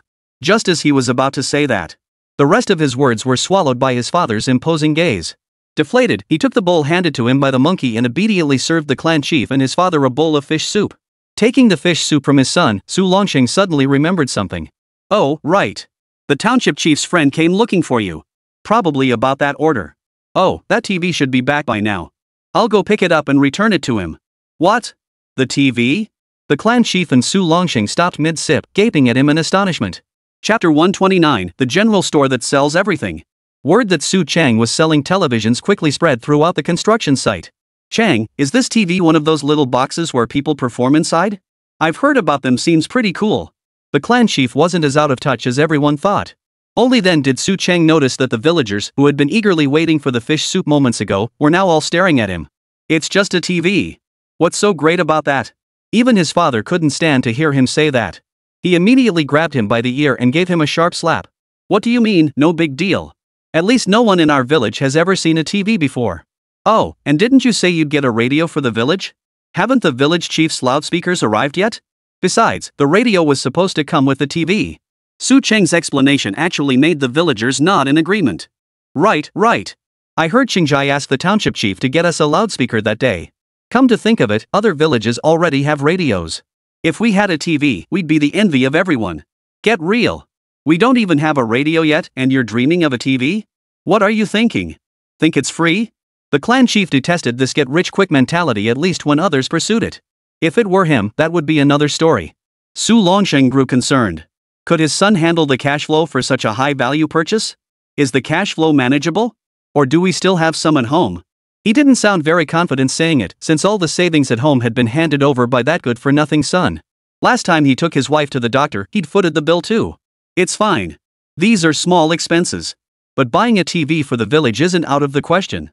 As soon as these words left his mouth, the surrounding villagers fell silent and immediately gathered around. Really? Qingzai, you're actually going to buy a TV for the village? If that's the case, it would be wonderful. The clan chief grew tense upon hearing this. Qingzai, don't listen to their nonsense. I may be old, but I'm not stupid. I know a TV like that costs at least several hundred yuan. His words poured cold water on the villagers' enthusiasm, dousing their excitement instantly. What? That expensive? Holy crap, hundreds of yuan? That's enough for my income for years. Well then, we can't afford a TV like that. The villagers were genuinely scared. After all, their lives were only just starting to improve. Spending hundreds on something like this would truly break their hearts. Su Cheng, however, didn't seem to care much. He shook his head and said, Chief, you're talking about a color TV. Those are expensive to source. In the south, they can sell for 700 or 800. Holy! At that price, everyone sucked in their breath in unison. The few hundred yuan mentioned earlier was already the absolute maximum they could imagine, maybe 300 or 400 at most. But Shu Qing's figure of 700 or 800 completely shattered their expectations. Good heavens, this TV is eating people alive. I doubt I could even scrape together 700 or 800 by selling my own flesh. No way, no way. The villagers shook their heads and sighed. Seeing his son's utterly unconcerned expression, Su Longxing's face immediately turned serious. He shot his son a stern look, and Su Cheng immediately got the message. Chief, I was talking about a color TV. That's a brand new gadget that just came out, so of course it's expensive. But there's also something called a black and white TV. If our village had the money, we could actually buy one. Black and white TV? You mean without color? The clan chief deduced it instantly from the name. This earned Su Cheng an involuntary thumbs up from him. The old chief is wise indeed. Production team, if you have 200 or 300 yuan, I could help you get a black and white one. The old clan chief's nose practically turned sideways at that remark. Forget 200 or 300, the production team doesn't even have 100 yuan left. That good for nothing Su Dequan blew it all. Su Cheng could only shrug helplessly. Well, there's nothing I can do about it. I can't cover that expense. Su Longxing didn't want to see the atmosphere turn cold, so he quickly interjected, what's the problem? Aren't you in charge of the radio? Once it comes back, just get the township chief to bring a loudspeaker and broadcast the radio programs every day. Thus, under everyone's witness, an alternative solution was found. Su Cheng, of course, didn't care either way. He followed his father home. Along the way, villagers greeted him warmly. His standing in the village had suddenly risen to a level nearly equal to his father's. Back home, Su Longxing snorted coldly and slammed the door shut. Tell me straight, are your supply channels legitimate? Ha? Su Cheng hadn't expected his father to suddenly take an interest in his sourcing channels. How could he possibly explain this? If he told the truth, his father would probably think he was a freak. But not explaining it seemed equally unacceptable. No matter how he answered, it seemed like a catch-22, and that was giving him a headache. Seeing his son's troubled expression, Su Longxing gave him a helpless pat on the shoulder. I'm not here to blame you for anything, he said. But before you act, think things through carefully. Don't let a moment's gratification lead you down the wrong path. Ha? Su Cheng suddenly looked up, meeting his father's stern, earnest gaze. A wave of emotion washed over him. In that moment, he was on the verge of laying everything bare to his father. No need for all that. Just tell me what you can get through your channels. Ha? Su Cheng froze again. His father's question seemed to imply he had specific needs, but upon reflection, his father didn't appear to have any particular demands. Hesitantly, he asked, Dad, what do you want? Su Longxing shot him a cold glare and snapped, so you're saying you could actually get me whatever I want? If I asked for a long gun or a short gun, you could get that too? Well, that's impossible, but I could talk to the township chief and see if he can pull something from the Armed Forces Department. Su Longxing heard this and laughed in exasperation. Get lost. I don't need that junk. It's just that we need to buy some big items for the house. Big items? Dad, you might as well just tell me what it is. I'll figure out a way to help you. Su Longxing felt a bit awkward now, uncomfortable under his son's gaze. Just see if you can find a motorcycle for me. What? Su Cheng hadn't expected his old man to ask for something so outrageously expensive. After all, in this era, owning a bicycle was already considered quite impressive, let alone a motorcycle. Under his father's intense gaze, he could only grit his teeth and agree. I'll try my best. I knew my son could do it. Hearing his son's words, Su Longxing's face finally broke into a broad smile. Chapter 130, Those Good-for-Nothing Guys. Su Cheng never imagined his old man would actually set his sights on a motorcycle at this moment. Of course, for someone who had been reborn, this wasn't exactly a crucial item. But the problem was this was still the 1980s. In an era where everything required ration tickets, acquiring such a vehicle would be no easy feat. Despite possessing a shopping mall system that granted any request, it only contained everyday goods. At best, it could offer a set of those little picture books found in supermarkets to entertain children. Even the everyday medicines were merely necessities for future households. Want something more high-end? Sorry, no such luck. Unlike what you see on TV, future supermarkets do have appliance sections. But if you want to buy a motorcycle, you'd actually have to go to a specialty store. Su Longxing was overjoyed when his son agreed. At least when he arrived at the construction site the next day, he seemed much more energetic. Su Cheng, who had accompanied him to check on the construction progress, looked as lifeless as an eggplant hit by frost. His listless demeanor seemed odd to everyone watching. Huh? What are you guys still doing here? Didn't I tell you to try your hand in our village first before heading to the township to do business? But when he arrived at the construction site, he saw the Miao boys had already changed out of their traditional clothing. They were now wearing some hemp clothes provided by the villagers and were busy moving bricks. Aren't they building a school? We figured we'd help out as much as we could and get the school built first. That's what our village chief told us. Right. The village chief told us before we came. The Miao boys exchanged knowing glances as they spoke, wary that one might slip up. Su Cheng rolled his eyes in exasperation, his face brimming with disdain. Afraid to go shout about it in town yourselves? No offense, but how come grown men like you have no guts? Can't you learn a thing or two from your big brother NGE? At first, the Miao lads felt a bit embarrassed by his words, but when he mentioned NGE, they burst out laughing. What? Did I say something wrong? Su Cheng asked curiously. After all, NGE was the first person from their village to venture out into the fabric business. Hadn't he pioneered the way? Why were they reacting like this? Uncle Chang, brother Ango, was forced into it by his sister. Back then, the villagers all thought about lending money to the siblings to give it a shot, but he chickened out. A Miao youth glanced around nervously. Only after confirming Ango wasn't present did he dare reveal the truth to Su Cheng. Su Cheng's face fell completely. No wonder the men in your village have no standing, they're all spineless cowards. Unwilling to waste words on such spineless cowards, he strode straight into the construction site, leaving behind a few Miao youths who felt a bit embarrassed by his scolding. I told you, if we'd stayed in the village, Uncle Chang would have yelled at us for sure. But what could we do? You dare yell at him? I sure as hell wouldn't. Me neither. The group exchanged glances, sighed, and slumped their shoulders as they walked back into the construction site to assist the Su family village workers. Su Cheng's arrival didn't disrupt the apprentices working alongside their masters at the construction site. Oldly, spotting his client, promptly approached to explain the school's plans. It's just that the foundation got flooded these past few days, so we need to refill it here. And as for the biogas digester you mentioned, we plan to place it behind the school. That spot isn't near the river, so it won't get flooded. As Oldly spoke, he noticed Su Cheng's distracted gaze. Young man, are you mocking this old man? Ha! Su Cheng snapped back to attention and quickly apologized to the veteran craftsman. Uncle Lee, I'm truly sorry. I was deep in thought. I have complete confidence in you managing the school. By the way, Uncle Lee, you have extensive connections. Could you help me find out where to buy a motorcycle? A motorcycle? What do you need that for? There aren't many in the township now. I heard the post office is replacing that three-wheeler. Why? Interested?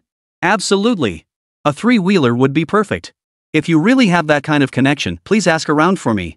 Money's no object. Su Cheng hadn't expected Oldly to actually have such connections. He'd already figured it was impossible to buy something this big brand new. It's perfectly normal for the post office to have a three-wheeled motorcycle like that. Heh, you really are rolling in dough. But I don't have that kind of pull. You're the one who's close with the township chief. You could mention it to him after all, the township office and the post office are practically next door. Su Chang quickly nodded in agreement. This matter truly needed to be entrusted to the influential township chief Zhang Shanghua. Finding a solution through Oldly instantly lifted Su Chang's spirits. When he saw NGE again, he recalled what those Miao youths had said earlier and couldn't help but sneer at him. Hey, bro, what's with the attitude? Did I do something to you? You greet me like this first thing in the morning? Manhwa had grown familiar with him now, no longer as reserved as before. Ha, so it was your sister who insisted you come out and make your fortune back then? I really misjudged you. Ha? Those kids must have been bad-mouthing me. I'll beat the crap out of them when I get back. You're just like them. What's the difference between you and those cowards? Manhwa knew immediately that Su Chang had found out about the boys hiding in Su village, too scared to venture out and do business. Truth be told, it was a headache for him too. Or maybe it was just as Su Chang said back in the village, people get too comfortable in their own little circles, and stepping outside them becomes a huge hurdle. Brother, it's not that we're cowards. If you told us to go up the mountain and fight those beasts, we'd do it without a second thought. But we're just not good with words. As he spoke these words, his voice grew noticeably quieter. No one's born knowing everything. Didn't you used to be afraid to talk to strangers before you left? Now that you've got money in your pocket, are you still scared? Well, actually, I still am. Get lost. Su Chang impatiently brushed off the useless man. As he walked toward the small shop, he ran into a few village kids. Uncle Chang. The township chief is here again, this time with a big box. Oh, the loudspeaker guy's here. Must be delivering goods. I need to get my stuff ready for them too. Spotting Zhang Shangua's large truck pulling in from afar, Su Chang knew the city gentleman must be waiting impatiently. Perfect. I'll have them find out about that motorcycle deal for me. Chapter 131, The Real Color TV. The arrival of Minister Zhang brought all the workers on the construction site to a halt. They weren't idly waiting for Zhang Shanghua to inspect progress. They'd heard a large truck had arrived in the village delivering supplies and they were rushing to help unload it. Su Chang had already returned to the small shop and retrieved a 350 yuan Haitang brand color television from the room. The mall's description claimed this TV was part of a manufacturer's retro series, specially made in a 14-inch size, perfect for nostalgic gamers. Damn, are manufacturers in the future this straightforward? Heavy as hell, probably another one of those bulky CRT TVs. No need to unpack it. Su Chang knew exactly what he was getting the moment he retrieved the item. Along with the TV, he retrieved a Haining brand radio worth 30 yuan. The radio wasn't particularly large and it was plug-in powered, quite considerate. At least it spared Su Chang from having to buy a new pair of batteries every few days. Come to think of it, he'd never heard of the Haitang brand before. Would people in this era even recognize it? He wasn't particularly knowledgeable about nostalgic brands, but just hearing the name made it feel distinctly vintage. He had just stepped out of the room when he spotted Zhang Shanghua leading that young master to the shop entrance. Ha! Su Chang, I saw you weren't at the village office, so I figured you must be here at the shop. Zhang Shanghua's easygoing, familiar manners suited Su Chang perfectly. At least this township chief didn't put on airs like other officials, at least not with him. Township chief, I'm just making sure your TV is properly stored. You know this thing's valuable. Not only can't it get bumped or dropped, but even a bit of humidity here would ruin it. Exactly. You're absolutely right. These city folks treat their TVs like precious treasures these days. Honestly, this kind of thing is just too bourgeois for my taste. As Township Chief Zhang spoke, he completely overlooked the increasingly awkward expression on the young master's face beside him. You can't say that. People's living standards have improved. Besides, officials like you need to watch the news broadcast every day to stay informed about policy developments. It's essential, absolutely essential. Well said. The young master's clouded expression cleared instantly. Haha, you're a smooth talker. If you ever get into office, all that official jargon will spoil countless officials. As the two laughed and exchanged pleasantries, the young master grew increasingly restless. Brother Su, the TV. Su Chang nodded at him with a smile, then turned to Township Chief Zhang, Brother Zhang, about that final payment. Here you go. As he spoke, Township Chief Zhang pushed the young master forward. The young master was equally decisive, pulling a stack of bills straight from his backpack. Brother Su, here's 200. Count it. Su Chang didn't even glance at it, tossing the neatly bundled stack onto the counter for the two girls to count. Here, the color TV is inside. But be careful moving it, this thing is heavy. I nearly broke my back hauling it in. No problem. With the driver helping, we can definitely manage it. The young master couldn't wait any longer and followed him straight into the room. Walking behind them, Zhang Shanghua glanced back at the shop. It really did seem much emptier now. Looks like this relief effort for the mountain villagers truly cost the young master a pretty penny. But as he entered the house, he noticed the puzzled expressions on Monkey and the two girls' faces, though he didn't think much of it. Once everyone had entered the inner room, Zhang Wanru and Monkey exchanged glances. Monkey couldn't help but lean close and whisper, "Sis, when did your husband bring the stuff in? Why didn't you tell me?" Didn't you say it was heavy? How should I know? He's always been so weird. If you don't understand, don't ask. Hurry up and check if the mountain goods outside are dry. Hey, I was just asking.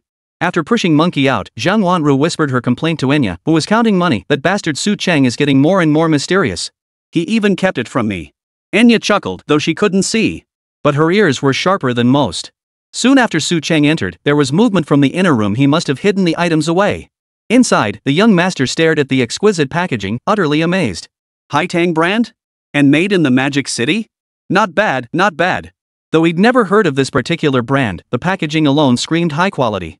Even Zhang Shanghua had never seen such vibrant packaging. The two of them peered into the box repeatedly but found nothing unusual inside. Su Cheng wasn't worried. After all, products from the mall would inevitably adapt to reality, like the instruction manuals or production dates inside. Such details would never expose the mall's existence. Su Cheng, this Haitang brand radio of yours seems pretty decent. And it doesn't even run on dry batteries. How about buying a batch for our township? A whole batch? Mayor, these radios aren't cheap. 50 yuan each, that's nearly your monthly salary. Zhang Shanghua was speechless, but seeing the equally exquisite packaging, he felt a pang of reluctance. Could you really not offer a discount? You know the township genuinely needs to pay closer attention to national policies. Su Cheng feigned difficulty. Township chief, it's not that I won't discount them. I pay a high price for the goods myself. If I were making a few yuan off you, I wouldn't bother deceiving you. Zhang Shanghua rolled his eyes. This guy's words were absolutely untrustworthy. If it weren't for the supply and marketing cooperative being perpetually out of stock, he wouldn't have had to turn to this kid. Then get me one. Our township genuinely needs it. As for the money, I'll have to apply for it from higher ups. It'll probably take some time. Su Cheng chuckled, shoving the radio meant for the village straight into Zhang Shanghua's arms. You handle it however you see fit. What's a radio worth anyway? Consider it my gift to the township. Ha! Zhang Shanghua immediately grew wary. The young master beside him, who'd been drooling over the TV, froze and turned to stare at Su Cheng. Ha! Just tell me what you need. If I can handle it, I'll get it done. If not, I won't break policy to pull strings for you. Su Cheng was speechless. This guy really didn't know how to talk. What did he mean by cutting corners? Was he that kind of person? Don't worry.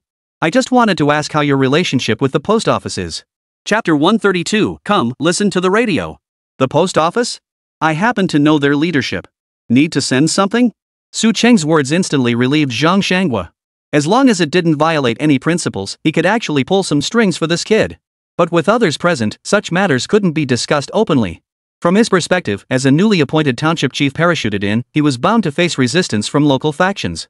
The achievements in Su Village were precisely what he needed to establish his authority. Especially after handling the Su Dequan incident and then cracking down on Su Wei, he had secured an excellent start with the public security, procuratorate, and court systems. The old-timers summoned to the township office for questioning over Su Dequan's case represented the local power structure. Uprooting them entirely was an unexpected bonus. All of this was thanks to the young man standing before them. So, accommodating him on certain matters wouldn't be a violation of principles. Town chief, you see, my father just retired from the military. He misses those days of riding his motorcycle around. I heard the post office has a three-wheeler they're retiring. I was wondering if we could buy it. Hearing this, Zhang Shanghua and the young master were both startled. They exchanged glances before confirming with him, "You're not joking?" "Not at all. Isn't this vehicle up for disposal? Could you possibly find a better buyer than me?" Seeing how serious he was, Zhang Shanghua finally realized this guy meant business. This wasn't about whether it could be sold. These were state-owned assets. Even if the postmaster general truly wanted to dispose of it, he wouldn't dare. His reasoning was undeniably sound. Though the winds of reform had begun sweeping through the south, conservative mindsets still prevailed in their region. His sudden appointment here was meant to open a new front to foster this spirit of openness.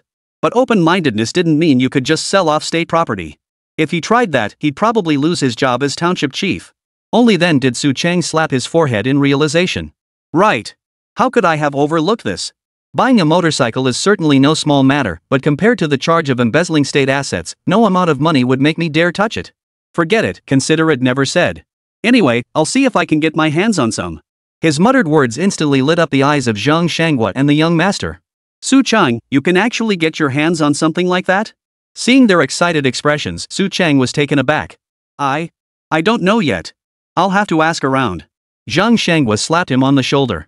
If you really can pull it off, get one for our township too. We'll streamline the process, we won't drag out your payment. The young master seemed poised to echo similar sentiments, but upon reflection, he held his tongue. Yet the look he shot Su Chang instantly turned into pure admiration. Alright. Get your TV out of here first.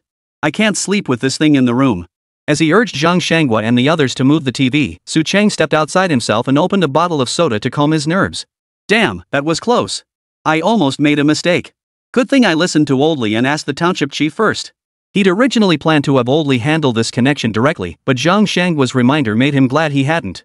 Besides, Old Li was a shrewd old fox himself, he hadn't agreed to it either. The old man must have seen through it too, which is why he didn't take the job. Everyone who knew him understood that anyone who helped him out would get a cut of the middleman's profits. This had been confirmed by the group of women in Su village, and he didn't believe Old Li was unaware. Yet the old man remained unmoved, instead subtly suggesting he speak with the township chief, which was quite interesting. Truth be told, I've come to realize there are quite a few talented individuals around me. Take my own father, for instance. Despite his energetic approach to village leadership, he rarely gets involved in the factionalism among the village officials. He even handled the matter with the old clan chief strictly as an official duty. And the fact he even wanted to get a motorcycle that definitely didn't come from an ordinary peasant background. What baffles him most is his own mother. She seems utterly unfazed by all this. It seems our old Su family must have some roots after all. Why did I have absolutely no memory of this in my previous life? After the images of his parents flashed through his mind, he thought of Su or Maisie. How to describe this fellow? He usually seemed simple-minded. But when it came time to exert himself, he did so without fail, never shirking work when it was needed. What surprised him most was the lethal aura this man carried, effortlessly summoned and dismissed. That was definitely not a skill one would expect from a hunter who spent his days in the wilderness. Even his current master, Old Zhao, whose medical skills seemed half-baked, proved remarkably capable when it came to saving lives. During his time shadowing him on house calls, he'd witnessed the old man's skill in action several times. Not to mention those two siblings, Anganaya and his sister. Don't think he doesn't know if those two ever really came to blows, they wouldn't be any less fierce than Pockface. Thinking about it, he couldn't help but feel a bit moved. Could this be what I overlooked in my past life? How blind I must have been. Zhang Shangwa and the young master drove off with the color TV. The loudspeakers were set up at the village office, and when his father's deep voice came through them, it sounded a bit jarring. Right, I should take the radio to Dad. Waving goodbye to the two girls in the shop, he stepped out the door. Passing by Monkey, who was arranging mountain produce in the yard, he grabbed a plastic bag of wild mushrooms. As he neared the village office, he picked up a radio from the store and tossed it into the bag. Dad, I brought you a radio. Inside the village office, all the officials were gathered around the loudspeaker system delivered by Township Chief Zhang. Hearing his words, they immediately turned their heads and stared at the red plastic bag in his hand. You actually bought one? Su Longsheng knew his father had gone to deliver televisions to Zhang Shangwa and the others. He had no interest in televisions because they weren't for people like them. But the exquisitely packaged radio in his son's hands belonged to their village. It was the best way for the villagers to learn about the outside world. I bought it. 50 yuan. When will your office ever scrape together that kind of money? Get lost. No money? Want your life? Go take it from Su Diquan. The father and son's exchange drew laughter from the other station officials, though the smiles on the faces of those once promoted by Su Diquan looked distinctly awkward. Chapter 133, The Radio Goes Up. The radio Su Chang brought truly turned the entire Su village upside down. At first, the village officials were curious how could such a small box produce sound. But upon hearing the news broadcast, they immediately grew solemn. It was as if they were attending a meeting at the county level, facing those veteran leaders. This reaction only deepened Su Chang's contempt for these seasoned bureaucrats. All posturing. As he muttered to himself, his father grabbed him by the collar. He quickly looked for a way to connect the radio to the loudspeaker. Reluctantly obeying his father's orders, Su Chang searched for the audio jack on the loudspeaker. Soon, he found it and plugged it in. The loudspeaker emitted a crackling noise that tortured everyone's eardrums. You idiot! What are you doing? Unplug it immediately. Only then did Su Chang realize he'd plugged it into the audio input jack. Sorry, wrong jack. Hold on. He unplugged it and plugged it back in correctly. The loudspeaker blared the solemn, resonant voice of the news broadcast anchor. According to the research and decision of relevant national departments, commercial exchanges have become one of the means of circulation between our country and foreign nations, and the entry of foreign capital into China is imminent. Therefore, adhering to reform and opening up is a fundamental national policy. It was clear that policies from top to bottom were now geared toward reform and opening up. This news made the faces of several conservative village officials in Su village turn noticeably grim. Hearing the broadcast emanating from the village office, the villagers naturally recalled what Su Chang had once mentioned. Village chief, will we all be able to listen to these programs from now on? Villagers living near the village office rushed inside, their eyes lighting up at the sight of the radio connected to the loudspeaker on the table. But we can't listen for too long, we still have work to do, after all. Su Longsheng then had an idea. This broadcasting work required dedicated personnel. Having it at the village office was inconvenient. Besides, looking around, he couldn't find a single reliable villager who could play the broadcasts punctually every day. His gaze inevitably turned to his own son. Where do you think we should install this loudspeaker? For the first time, Su Longsheng formally sought his son's opinion in front of everyone. This startled Su Chang, but he quickly regained his composure. Placing it at the village office would be inconvenient. After all, people work here, and loudspeakers during meetings would be disruptive. Hearing this, the others nodded in agreement. So where do you think it should go? Su Longsheng wasn't fooled by his evasion and pressed him directly. Well, I think our small shop would be best. I'll have Monkey set up the loudspeaker there, so everyone within 5 kilometers can hear the broadcast. Seeing some officials in the village office about to object, he quickly added, besides, the loudspeaker and radio need electricity. Who knows how much power they'll consume? That'll make the township office's electricity bill impossible to calculate. This effectively silenced the few village officials present. When it came to wealth in Su village, no one could match Su Chang. This felt a bit unfair, but Su Chang didn't care about the reputation implications. After all, he intended to control the village's broadcasting authority, and that wasn't just about playing music programs. Seeing no objections, Su Longsheng made the decision on the spot, instructing Su Chang to carry both the loudspeaker and the radio back to his home. Starting tomorrow, you'll broadcast the news network on schedule. We need to stay updated on the latest national policies. Right. The village chief is absolutely right. Hearing that news broadcast just now, we only realized such policies already exist at this time. Not everyone in the village office opposed Su Longsheng. The other cadres immediately took sides, their allegiances clearly marked. This only made the expressions on the faces of Su Dequan's former followers look even more grim. Su Cheng couldn't be bothered with all this. He picked up the radio and headed back to the store. Hey, what about the loudspeaker? Someone reminded Su Chang to take the loudspeaker back with him. But a villager pulled him back. Are you stupid? Su Chang is so smart he'd definitely have Monkey carry something this heavy. I'm telling you, he'll use the village ox cart to haul it, didn't you see? Even when the county chief came, they used a big truck. The villagers chattered excitedly, discussing how that news broadcast segment had truly broadened their horizons. Sure enough, not long after, Su Chang and Monkey drove the village ox cart over. Folks, if you want to hear the radio sooner, lend a hand. Alright, we just want to listen as soon as possible and see what big news is happening. Many hands make light work, and soon the loudspeaker was hoisted onto the ox cart. When they reached the small shop, Su Chang had Monkey find 3 sturdy wooden poles. He tied the tops together to form a triangular shape. They hoisted the loudspeaker onto the apex of the triangle. With everyone pulling together, they managed to erect the triangular wooden frame. Alright, now we can run the wires. During the initial design phase, he had already reserved space for the wires. So when the horn was erected, the wires were neatly bundled along the poles without causing any interference. The convenience store area had already been electrified, and thanks to his foresight, he had the electrician replace the wiring with stronger, higher capacity cables. Once plugged in, the speaker responded. When connected to the radio, the sound was indeed louder than before. Ha! Su Cheng got it right this time. It really is much louder than back at the village office. Of course. Why else would Su Cheng be the smartest kid in our village? Quiet down, everyone. Listen to the news. The news program ended quickly. Just as everyone thought there was nothing else to come, suddenly, festive music filled the air from the loudspeaker. Big white rabbit milk candy, kids love it. Several children's voices bickered playfully before delivering this jingle, catching the villagers completely off guard. This is an advertisement. I'll be bringing these milk candies back to sell in a few days. Hearing this, the villagers grew even happier. After all, the candies mentioned in the ad sounded delicious. Watching their joy, Su Cheng felt he could keep up with the times by checking them all for products advertised on the radio. This radio is truly wonderful. I wonder if the television Su Cheng mentioned would be even better. Inside the house, the old clan chief heard the commotion outside and felt a pang of regret at missing the chance to see the television Su Cheng had mentioned. Little did he know that in the city, the television Su Cheng had given to that young master had actually attracted the attention of some very important figures. Chapter 134, Different Strokes for Different Folks. Ever since the loudspeaker and radio arrived in Su village, the entire hamlet seemed to come alive. At the very least, starting at 7 in the morning, Su Cheng had Enya, who arrived early, conduct all-day broadcast tests. While others were still deep in slumber, a sudden, majestic station opening melody would blare out, followed by the morning music program. Villagers rubbed their sleepy eyes as they stepped outside, greeted by this delightful music that instantly lifted their spirits. Of course, there was one person who was thoroughly displeased. The lame man, who had been beaten by the villagers and was still hiding indoors, covered his ears and grumbled. He didn't want to hear anything about Su Chang, much less step outside to face the villagers pointing fingers at him.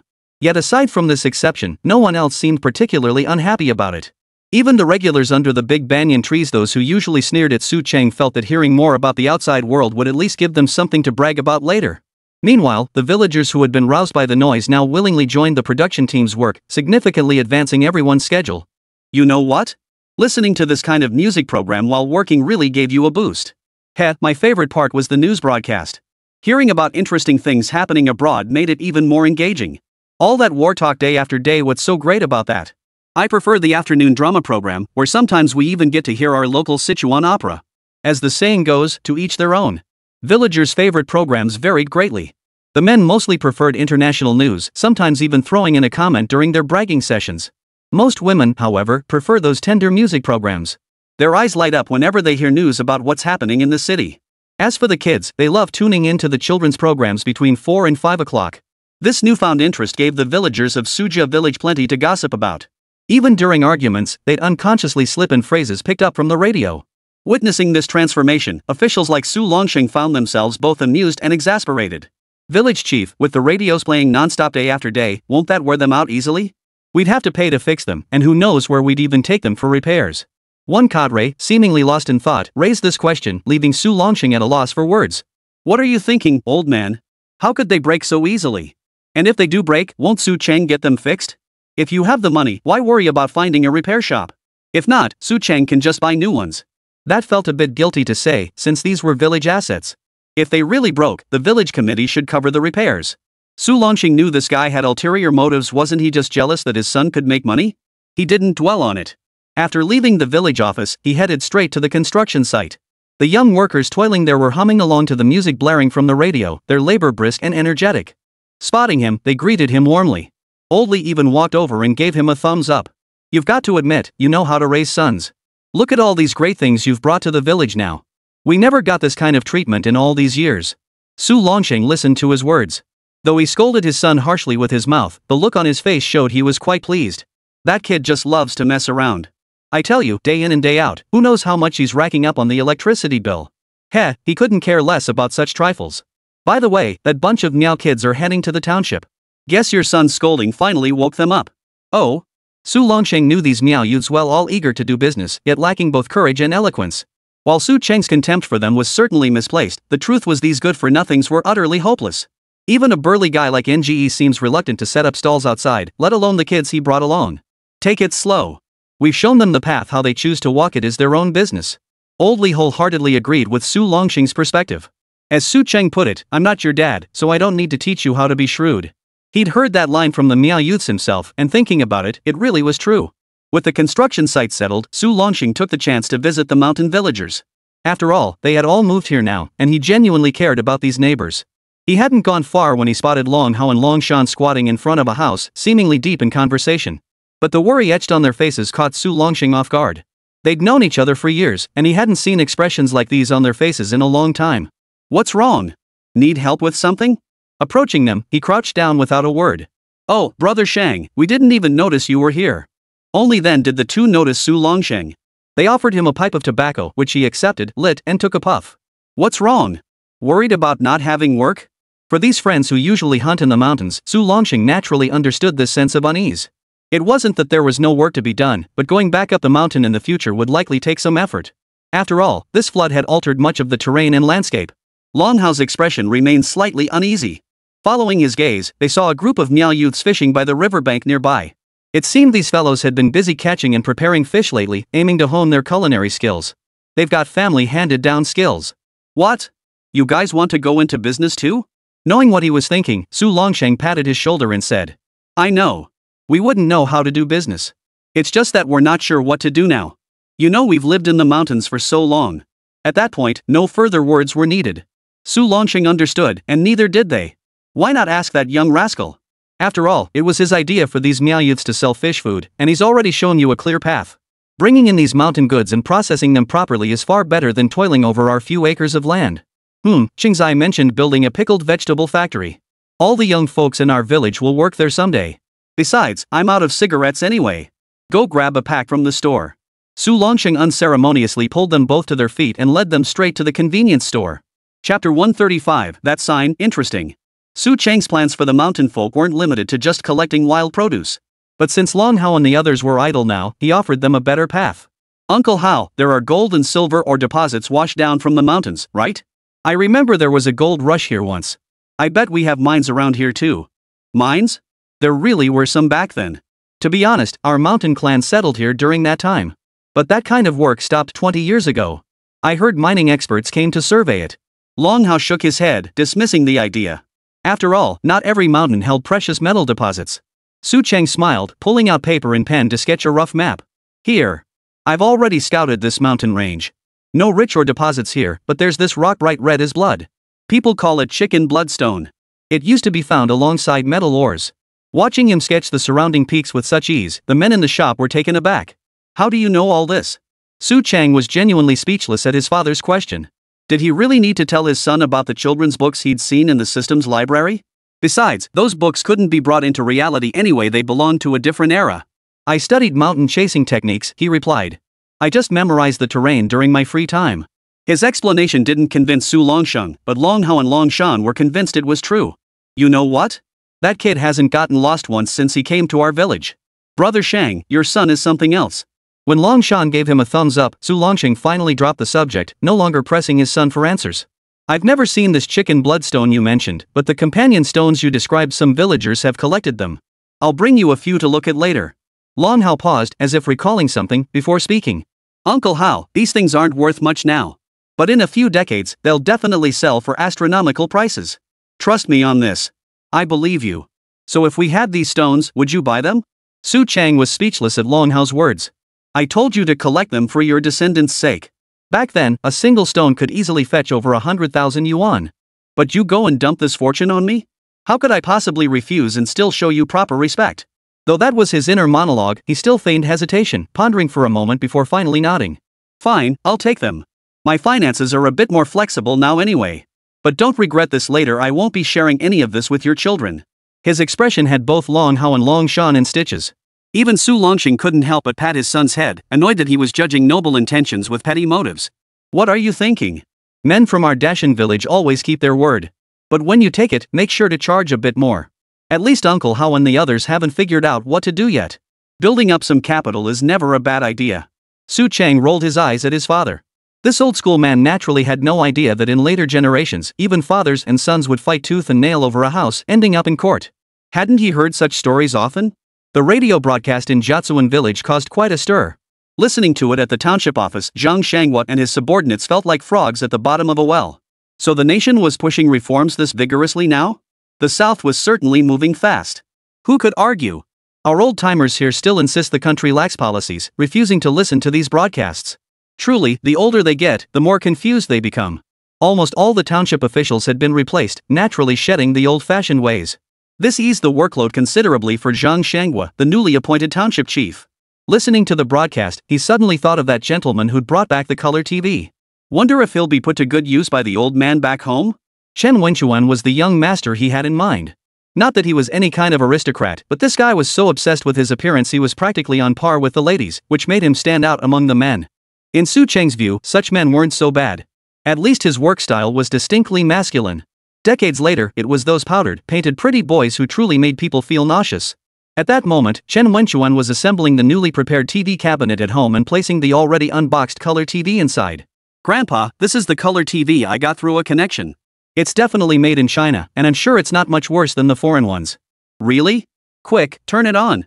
I just want to see what a color TV made in our country looks like. When the old man was helped inside and saw the color TV his grandson had brought him, his eyes lit up with joy. Chen Wenchuan responded briefly before calling out to the outside. Bro, did you set up the antenna? I'm ready to turn it on. Go ahead. I'll find the signal for you. His brother's voice came from outside, clearly coming from the rooftop. As Chen Wenchuan turned on the TV, static crackled through the speakers. Then came a grainy picture, with colorful stripes constantly sweeping up and down the screen. Grandpa, just a moment. I'll adjust the channel. As he turned the two small knobs, the crisp click of the mechanism engaging drew a nod of approval from the old man. The limit switch mechanism is well crafted. Parts like this truly rival foreign imports. Grandpa could judge quality just by sound, and he wasn't bragging. After all, he was among China's first wave of overseas students to return home. After dedicating decades to the nation, he finally had time to savor the quiet blessings of family life. Soon, clear images filled the television screen. Seeing the signal stabilize, Chen Wenchuan hurried outside to call up to his older brother on the roof. "Alright, just fix the antenna like that." Seeing his grandson leave, the old man had his son help him walk to the television. He ran his fingers over it. "This plastic material is quite good. It must be a new type. Wait, this texture. Hai Tang brand?" The old man turned to his son with a puzzled look. Seeing his son shake his head, he couldn't help but smile. "Heh, even you in the business department don't recognize this brand. Looks like our domestic production is doing quite well. 100 flowers blooming, very good, very good." The old man's words carried hidden meaning, and his son took note. "Dad, I'll look into this brand later. It must be a new up-and-coming one. Worth looking into. First, let's watch the TV and see if it can really compete with foreign brands." Alright. Chapter 136, The Scholar Returns. The power was out in Sioux Village, and word was it would stay off for 3 days or longer. This left the villagers, accustomed to working while listening to the radio, deeply dissatisfied. Some even wanted to go to the township office to voice their complaints to Township Chief Zhang, but fortunately, cadres like Su Longsheng managed to calm their impulsive actions. "Our country's power generation capacity is insufficient. That's a fundamental national reality. Everyone follows the news daily, so why can't they understand?" Su Longsheng found himself both amused and exasperated by these villagers, whose curiosity about the outside world knew no bounds.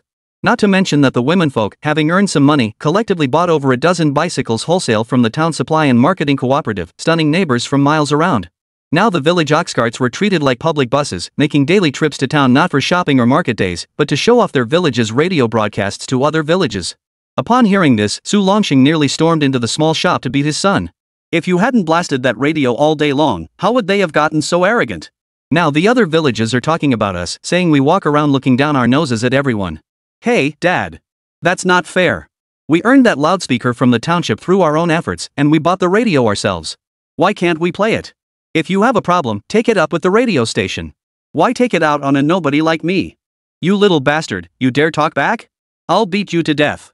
Su Cheng's mother watched their daily chase and shout routine and couldn't be bothered to intervene anymore. The village had indeed changed significantly in recent times. Besides their daily, unshakable work assignments at the production team, the men now gathered regularly to smoke cigarettes and discuss international affairs. This was a far cry from the old days of sitting idly by their doorsteps cracking sunflower seeds. Everyone's standard of living had improved considerably. At least this time, the old mothers group managed to bring back over a dozen bicycles from their group, purchased their most glorious achievement yet. "Sister Longsheng, let me tell you, buying a single bike retail versus wholesale is worlds apart. Next time we buy something, we'll negotiate again." Cheng Zai said it's called group buying. Aunt Cheng's eyebrows practically flew up when she talked about it.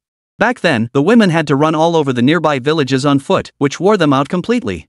So when someone suggested buying bicycles, the members of the auntie group all jumped at the chance. When Su Cheng heard about it, he came up with an idea: pool orders for 15 bikes and demand wholesale prices directly from the supply and marketing cooperative. She felt a bit nervous when she went to negotiate the price. But as soon as they heard they wanted 15 bikes at once, they immediately offered a discount. Had she not kept Su Cheng's 4-word mantra "cut the price in half" firmly in mind, she might have agreed on the spot. After haggling for hours at the supply and marketing cooperative that day, she managed to knock 20 yuan off each bike, no small sum. Consider that bicycles now cost 71 yuan each, meaning their price was cut by a full quarter. So when the group of grandmas rolled back with their bikes, the spectacle was truly unmatched in all the village. Just as the village gathered to watch the grandmothers learn to ride, someone returned at the village entrance. Su Wenbin, the village's only high-achieving student still in school. Well, technically, he was attending a teacher's college. In those days, continuing education beyond junior high required either exceptional grades or a well-off family. Su Wenbin had both. As Uncle Su Dequan's youngest son, he stood out among the village's students. When he saw the group of old women in the threshing yard riding brand new bicycles, bikes wrapped up tight and with a bamboo pole propped on the back seat for fear of damaging them, he couldn't help but snort derisively. At school, bikes like these were a dime a dozen, and he'd never seen anyone treat theirs with such reverence. Typical small-town mentality. His return naturally drew the villagers' attention. "Ah, our brightest student is back. Looks like our school can open early. DeLong's youngest son? He's got the makings of a scholar. Looks pretty sharp, dressed up all proper." "Hey, what are you saying? That's an official's uniform. What do you mean dressed up like a proper gentleman? If you don't know how to speak properly, just keep your mouth shut." Listening to the villagers' loud chatter, Su Wenbin felt utterly ashamed to be from the same village as them. He hurried home, ignoring the stares of these country folk. What's so great about being a teacher? Does he really think he's some big shot now? Ha, they used to say his uncle Daquan was the village chief, acting all high and mighty. Now, he's nothing. His father hasn't had it easy these days either. Word is he's been borrowing money left and right just to pay for his son's education. Who could deny it? Back when Su Daquan was in power, his father had eaten his fill. Now karma had come calling. Poof. The villagers' resentment towards Su Daquan had now spilled over onto his entire lineage, especially those lazy young men who spent their days gossiping under the banyan tree. And the elders? Su Longshen was already preparing to purge the village officials, he just hadn't found the right excuse yet. That evening, the old clan chief had barely finished his meal when Su Wenbin came knocking. Elder, he began, I hear capitalism is running rampant in our village now. This is wrong. As he spoke, he pulled out an old magazine. The clan chief recognized it, the Red Flag magazine from 3 years ago. That magazine had gone out of business 2 years ago. Just the other day, the radio mentioned it, saying the closure of this publication, which had always opposed reformist ideas, was a sign. He remembered the villagers cheering when they heard the news. See here, it says abandoning farming for commerce deserves criticism. Clan chief, we mustn't make such mistakes. Seeing the look of utter disgust on his face, the old clan chief couldn't help but laugh in exasperation. I'm getting old. Why don't you speak to the villagers? The clan leader's words instantly energized the teacher trainee. No problem. I'll gather everyone in the ancestral hall right now. They must recognize this ideological problem, it's a serious matter of principle. Watching him dash off excitedly, the clan chief's son and wife were speechless. Father, you're pushing him into the fire pit. When the villagers turn on him in a mob, even his father won't be able to save him. The old clan chief took a drag on his pipe and shot his son a sidelong glance. Why don't you go talk some sense into him? No way. I'm not his father, why should I teach him to be cunning? Chapter 137, You're Nothing. A magazine from 3 years ago, an outdated argument. Su Chung couldn't fathom what his former classmate had possibly learned at that so-called teacher's college. But when he was summoned to the ancestral hall and heard him spouting nonsense, Su Chang and the villagers below were all dumbfounded. Has this kid gone mad from studying? Even we know the policies have changed, how can he still cling to such outdated ideas? It was truly baffling. Wasn't school supposed to be where the most advanced ideas were taught? How could someone become more backward the more they studied? As the villagers murmured among themselves below the stage, Su Wenbin could no longer contain himself. Su Chang, you speak. Do you realize you've made a grave mistake by inciting villagers to speculate with cloth? Are you trying to follow the capitalist path? Su Chang hadn't expected this guy to fire at him first. Truth be told, they hadn't interacted much, they hadn't even been in the same class back in middle school. Su Wenbin, have you even listened to the radio? At the very least, your school must have newspapers, right? Or surely your teachers know something? How can your thinking still be stuck in that ancient era? It reeks of decay. Su Chang's words instantly drew uproarious laughter from the villagers. This line wasn't Su Chang's original creation. It was actually uttered by a radio announcer during a recent program criticizing the Red Flag magazine. You're full of it. Hey, you're a high school student now, how can you speak so crudely? Wait, you're just a vocational school kid. I forgot you're studying to be a teacher. Your dad borrowed money from our women's group to pay for your education, and this is what you've learned? Good thing your mother died early, otherwise, you'd have driven her to her grave. Su Chung delivered these words without holding back an ounce. You must understand, even though policies have loosened now, in mountainous areas like theirs, if someone were truly labeled with such a crime, they'd likely face a lot of trouble. To ensure his own peace of mind, Su Chung didn't mind if the man on stage dropped dead right then and there. He should have kept quiet. Once he brought this up, several women in the group who had lent money to his family were not pleased. You up there! Did your father raise you to be such an ungrateful son? Everyone knows what your father did with Su Daquan back in the day. If it weren't for him being an old man having a child late in life, and us all being a bit better off now, who would have lent money to your family? Exactly. We all hoped you'd study hard and become someone useful. And this is the kind of book you read? If it's like they say on the radio, do people like you still have a whip tucked behind your ears? The old women's tongues were sharp as knives. Within moments, Su Wenbin on stage couldn't take it anymore. A bunch of uncouth mudlegs, utterly devoid of any refinement. As he turned to storm off, he'd managed to offend the entire village. Ha! We're mudlegs? Then what are you? You're just a bastard spawn of mudlegs. Damn it, I've really seen it all. Someone thinks a few days of schooling makes him a big shot? Him. Chaos erupted instantly. The impulsive villagers surged forward, reenacting the scene of the last mob beating of the cripple. Su Chang slipped out of the ancestral hall amid the chaos. Damn it, I'm never coming to these things again. Unless my dad calls a meeting, I'm not answering anyone else's summons. Su Chun thought this whole thing was a waste of time. But the villagers found it quite entertaining. Even if they didn't join in the beating, it would at least give them something to gossip about. Zhang Wanru stayed behind to mind the shop and didn't join the commotion at the ancestral hall. But when Monkey told her about it, she couldn't help but sneer at the once promising prodigy. She used to think he was such a stud at school, probably destined for a government job or something. Now it seemed staying put in the village was the better bet. Enya, listening nearby, chuckled and pointed outside at Su Chang, who was sorting mountain goods with Monkey. "You mean this kind of stability?" she whispered. "Being a shopkeeper's wife is certainly better than being married to one of those ingrate bastards. Who knows if he might turn out to be another Chin Shimmy."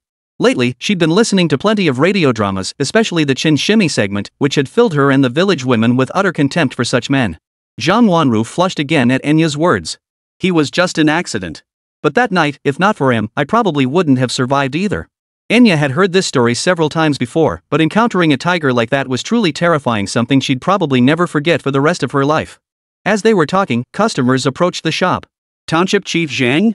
Looks like you really do have time on your hands, running around to our village like this. Won't the other villages have something to say?" Su Cheng's voice carried loudly. The two young girls quickly tidied up the cash register ledger and brought up 2 bottles of soda. This was the hospitality gesture Su Cheng had taught them. At first, they'd felt reluctant to spend the money on sodas. But later, this hospitality actually encouraged the cloth sellers to buy more generously in the shop, and it became a habit. Zhang Shanghua entered with a man who looked like an intellectual. "Here, have some soda. You too, comrade from the Agricultural Academy, have some." The two girls, quick to read the situation, made room for them at the counter. Zhang Wanru thoughtfully fetched Su Cheng's teacup, freshly brewed with a pot of steaming tea. "You're building a biogas digester, right? Comrade Xia from the Academy of Agricultural Sciences is here to guide your work. He'll be visiting frequently these days, though he can't stay long because he has to catch the bus back. No need for formalities. Our village is famously hospitable. Stay at Uncle Air's place, it's spacious, and he'll keep an eye on things, letting us focus on learning." With a sweeping gesture, Su Cheng settled the intellectual's lodging. He was referring to Ma Zi's home. Lately, Ma Zi had been helping his father with chores, but since his dad didn't have much to do, he'd been hanging around the construction site learning bricklaying. And honestly, he'd put his new skills to good use, sprucing up his own place so it looked like a brand new house. So having the guests stay at his place was a huge honor. Moreover, Su Cheng wouldn't let Ma Zi lose out. Naturally, such expenses would be covered by the village committee's public funds. This way, they provided warm hospitality, gave Ma Zi some income, and saved face for the village committee. Perfect. Chapter 138, No wonder, that's normal. Comrade Xia from the Agricultural Academy was quite the character. Though Su Cheng's shop didn't have much stock, Xia still recognized items like instant noodles, things rarely seen in the countryside. Comrade Xia truly had seen the world. "When I first encountered this stuff, I didn't even know how to eat it." As the group chatted and laughed, Ma Zi returned from the ancestral hall and burst into the room, looking excited. "Chang, that guy got beaten pretty bad. If his dad hadn't shown up, he'd probably have ended up worse off than the cripple." Only after uttering these words did Pockmark realize there were guests in the shop. "Uncle Air, Comrade Xia will be staying at your place these days. Please take good care of him. Submit the expenses to the village office for reimbursement." "No problem. I renovated that room specifically for what you call a homestay, right?" "Yes, for the homestay." Hearing Ma Zi's words, both Zhang Shanghua and Comrade Xia turned to look at Su Cheng, their eyes clearly brimming with admiration and excitement. The admiration was directed at Comrade Xia, while the excitement belonged to Township Chief Zhang. To have such a business-savvy individual under his jurisdiction, how could Su Village not thrive? Under their combined gaze, Su Cheng felt no embarrassment. But recalling the farce at the ancestral hall, he couldn't help but feel a headache coming on for the official, Township Chief Zhang. "Don't look at me like that. With my mindset, I just got lectured by an intellectual who returned to the village." "An intellectual? Scolded?" Now both Zhang Shanghua and Comrade Xia were baffled. Zhang Shanghua cut straight to the chase. "What happened? Now all the old comrades in our township know we need to adapt. Truth be told, your radio is really something, it lets us keep up with national affairs. This time, I'm definitely placing a few more orders with you." Hearing this, Comrade Xia recalled how the township chief had praised this resourceful young entrepreneur from the small mountain village during their earlier conversation. "Exactly. If you really have radios, our Agricultural Research Institute needs a few too. Not for official use, I want them for my elderly parents at home." Comrade Xia clearly wasn't short on cash. Though Zhang Shanghua had mentioned these radios weren't cheap, he felt the expense was justified to stay informed about national affairs. Before Su Cheng could say anything, Pockmark blurted out Su Wenbin's story, even naming the normal school he attended. "Teacher training? No wonder. There are several old fogies over there, and back in the day, all the troublemakers were shoved off to that place. It's only natural they'd produce students like that." Comrade Xia, one of the intellectuals present, suddenly understood. As for Su Wenbin, still clutching that long-discredited magazine to make his point, Xia was filled with righteous indignation. That magazine had spread plenty of perverse ideas back then. Several of our senior comrades at the Agricultural Research Institute were victimized because of it. Just talking about it was infuriating. His agitation was entirely justified, though Su Cheng hadn't considered this angle. Still, he didn't want to dwell on the issue and immediately turned to Zhang Shanghua and Comrade Xie to inquire about the order quantity. If you can secure 10 units or more, I might be able to negotiate a discount with them. Shipping everything together would also save on freight costs. That was the plan, but he had no intention of letting these two fat sheep slip away.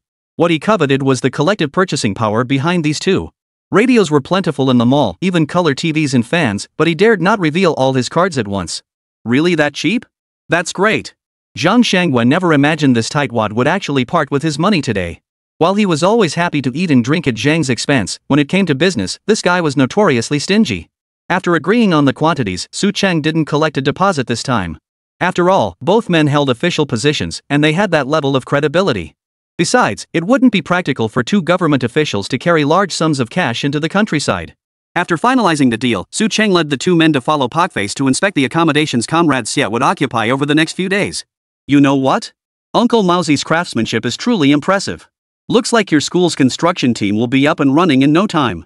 Zhang Shanghua, being a man of insight, saw how Mauzi had tidied the house spotlessly and began to grasp the concept of a homestay that Su Cheng had mentioned. Here's how I see it, our village doesn't have any strong industries. Once the biogas digester is up and running, your leaders will naturally come for inspections, or people from other villages might come to learn. That's when our homestay could really take off. Besides, we'll be setting up a pickled vegetable factory soon. If we have proper lodging, traders from other places will have somewhere to stay too. I must admit, this foresight truly astonished Zhang Shanghua. How does your mind work, boy? How did you think so far ahead? Su Cheng smiled. He'd picked up all this in the city during his time in the future. People back then would bend over backwards to provide convenience for others. As the saying goes, if you want to earn someone's money, you have to serve them well. Comrade Xia hadn't expected such treatment during this rural assignment.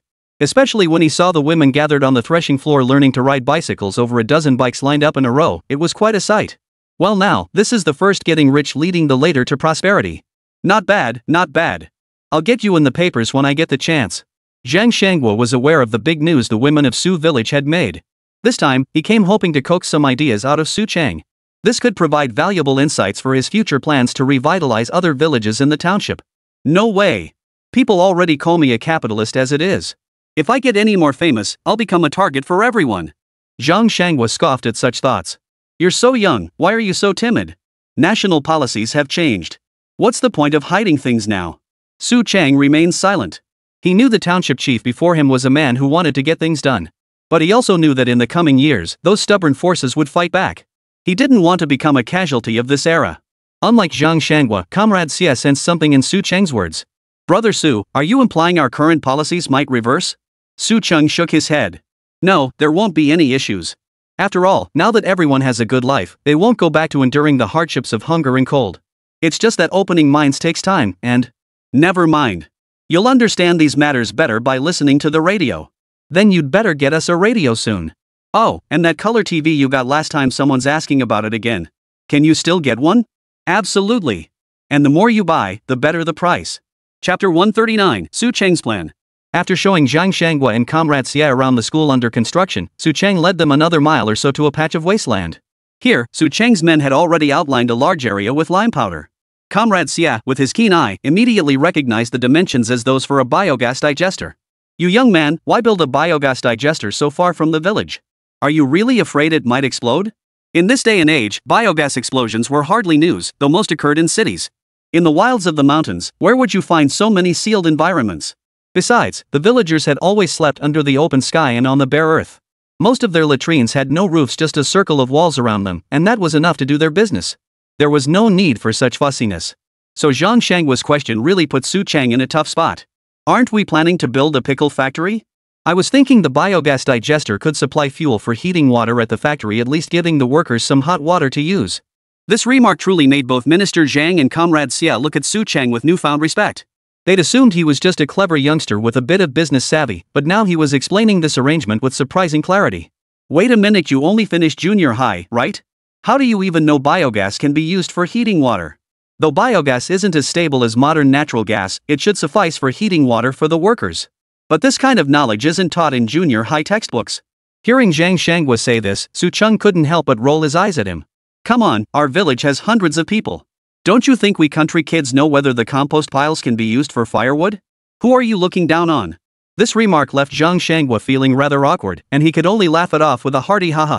Comrade Xia, however, gave it serious thought and realized Su Cheng's point had merit. In my view, if we're truly going to build a factory, it should be oriented toward the village. And a pickle factory isn't exactly a polluting enterprise, it could actually be a pretty good choice for rural development. As Comrade Xia spoke, he didn't notice the peculiar expression returning to Zhang Shenghua's face. He pulled Su Cheng aside and whispered, I haven't mentioned this pickle factory to the township yet. If it doesn't work out, what will happen to your biogas digester? Su Cheng couldn't help but laugh at his frustration. After all, the land belonged to their village, the money was his, and the workers were recruited from their village and the newly established mountain settlement. Even if the township didn't contribute a single penny, the project could still succeed. Still, we should give the township chief some face. After all, if we're really going to start a business, having the township involved means we won't have to worry about any problems that might come up in the future. Township Chief Zhang, this is where you're at fault. I've done all this preparation, yet you haven't lifted a finger. I've been busy, but judging by your expression, you seem to have everything under control already? Zhang Shanghua could only offer an awkward chuckle. He no longer dared to underestimate Su Cheng. At the very least, this young man possessed a clear vision for the future, one far more grounded than his own as township chief. Unlike himself, who'd been completely clueless when first parachuted in. Only now was he starting to untangle the web of relationships and factions within the township office. If not for Su Village's sudden rise to prominence, he'd still be lost in that tangled mess. Su Cheng led them to a patch of land near the biogas digester. He stomped firmly on the mud beneath his feet and declared, this soil pickles mustard greens to sourness in just 3 days. Our village elders unanimously agree this is the prime spot. Hearing this, Comrade Xia crouched down, scooped up a handful of soil, and sniffed it. Indeed, the soil contained salt and alkali, and to my nose, the concentration seemed quite high. If used for pickling vegetables, it would truly be a natural treasure. Hearing this, Zhang Shenghua's eyes lit up. Could it really work? I looked through the township's ledgers and saw that last year, the Supply and Marketing Cooperative earned 3,000 foreign exchange coupons from a single railcar load of pickled mustard greens. With Comrade Xia's backing, Zhang Shanghua resolved to finalize this matter upon his return. Seizing the moment when Comrade Xia's words spurred Zhang Shanghua into action, Su Cheng continued, I've calculated that building the factory will cost about 30,000 yuan. The village can raise 18 to 20,000. If the township can contribute a 20% stake, we could buy machinery made in Shenyang and might even get a discount. Hearing this, Zhang Shanghua did some mental calculations. Tens of thousands of yuan was an astronomical sum for an individual, but for an entire township, it wasn't entirely out of reach. After all, if they succeeded, a single shipment alone could bring in thousands of dollars in foreign exchange, meaning they'd recoup their investment quickly. At worst, they could take out a loan from the township savings office, which should be repaid within half a year. By any measure, this venture promised profits while providing his jurisdiction with a stable path for economic development. Naturally, Zhang Shanghua hoped for its success. The township's agricultural machinery station had a batch of decommissioned tractors. With some repairs, they could serve as transport vehicles for the factory. Comrade Xia rolled his eyes at this remark. Scrap tractors? They were actually donated free of charge by the County Agricultural Research Institute. These machines had only been used for 2 or 3 years and were still in their prime. Still, he understood the logic behind their plan. Establishing a township enterprise here would be the best outcome for both the villagers and the township. Su Cheng heard this and felt a surge of secret delight. Damn it, I'll use this government-backed license plate as my shield. The pickle factory was settled. As for transportation, Su Cheng pointed to the road across the river. There's a broken bridge over there. Once our factory turns a profit, we'll tear it down and rebuild it. Then we'll set up a toll booth on the bridge to pay off the loan. After that, it'll be our shortcut to the township. What? You'd dare set up a toll booth on a broken bridge? Who's going to pay you? Minister Zhang never imagined this kid would be so bold. Isn't that just highway robbery? Township chief, you know there's no shorter route into town now, right? We'll build the road. How will we handle the money? I plan to take out a loan. Whoever uses the road pays. The money collected goes straight to repaying the loan. It's fair, isn't it? The logic made sense, but Zhang Shanghua couldn't shake the feeling something was off. Seeing his bewildered expression, Su Cheng feigned wisdom and patted his shoulder. Of course, this requires your township office to take the lead. With official backing, not only can you secure the loan, but collecting fees becomes entirely legitimate. Zhang Shenghua's immediate thought was, this guy is setting me up. Chapter 140, The Mountain Folks' New Home, Old Ways. How could Su Cheng not set a trap for Zhang Shanghua? After all, he was currently nothing more than a country bumpkin rich in coins but unable to spend them. He could withdraw the money from the system, but he dared not. Remember how even a few thousand yuan in goods had nearly scared the big man Engo into trembling? If he withdrew nearly 10,000 yuan from his account all at once, wouldn't it send the entire village into a panic? And a village chief like Zhang Shangua, lacking local connections, was desperate to rack up achievements in minimal time. Wasn't this just mutual exploitation or mutual assistance? Comrade Xia was considered a progressive element at the Agricultural Science Institute, and hearing his proposal to borrow money for road construction and collect fees to repay the debt left him rather bewildered. Theoretically, this approach actually seemed quite feasible. Moreover, since it was for the development of your township, it was only natural for the township government to take the lead. After hearing Comrade Xia's words, Su Cheng immediately gave him a thumbs up. Township chief, take some time to think this over. If you get a chance, you could inquire about similar projects in the southern regions. I only heard about these ideas on the radio. Whether they're truly feasible or not, that's something you'll need to consider. Well, now everything can be blamed on the radio. Su Cheng really loved this excuse. Zhang Shangwa pondered the feasibility of the matter as he followed Su Cheng. Soon, they arrived at the edge of a newly built village. Were those the mountain villagers? Seeing the freshly built wooden houses, identical to the dwellings he'd seen in the mountains, he recognized them at once. Exactly. Life up there was just too harsh for them. With this flood disaster as an opportunity, I had my father persuade them to relocate down here. At least living near our village, we can watch out for each other. Su Cheng's words deeply moved Zhang Shangwa. He wouldn't have believed such selfless sacrifice if it happened to someone else. But this fellow had genuinely emptied his entire store to support the mountain folk. Without his aid, they likely wouldn't have agreed to relocate so readily. Just then, Long Hao and his group were returning from outside the village. Long Hao led the way, rifle slung over his shoulder, while Long Shan, Long Hai, and the other young men followed, carrying several wild boars into the village. Shunzai, you're just in time. Grab some pork for the, township chief. You're here? As Long Hao warmly greeted Su Cheng, he spotted Zhang Shangwa and froze as if seeing a ghost. He quickly wrapped the musket slung over his shoulder in his clothes and handed it to Long Shan behind him. Su Cheng couldn't help but roll his eyes at him. How could he possibly hide such a conspicuous musket? Besides, if Zhang Shangwa truly intended to confiscate the villagers' guns, he would have issued orders when delivering the loudspeakers last time. Su Cheng recalled that a gun ban should be enacted this year at the latest, or next year at the latest, and such muskets would fall under the prohibition. But at this moment, Minister Zhang clearly didn't think much of it either. He merely pointed at him and scolded him with a laugh. Long Hao walked over and enthusiastically pulled the township chief to tour their newly built earthen village. All the villagers, young and old, had now moved down. Without their mountain livelihoods, Su Village had been supporting them financially during this period. Zhang Shangwa fell silent at Long Hao's words. While it was good that the mountain folk had come down, he, as the township chief, was responsible for guiding them on how to make a living now that they had just arrived. Yet his authority in the township was limited. He found it difficult to command the various factions within the township office, meaning he couldn't offer them much assistance. Su Cheng seemed to sense his dilemma. He pulled him over and pointed to the bamboo armor woven by the villagers themselves. Township chief, you see, our mountain folk aren't without skills. This bamboo armor was woven by their own hands. Back when they worked the mountains, it was these very pieces that reduced their chances of injury. As he spoke, he picked up a well-crafted piece of armor and strapped it across his chest. He gave it a couple of sharp knocks to demonstrate its sturdiness. Zhang Shangwa ran his fingers over the armor, genuinely appreciating its rugged yet practical nature. The armor is fine, but we can't use this craft to make money. Who says we can't, he countered.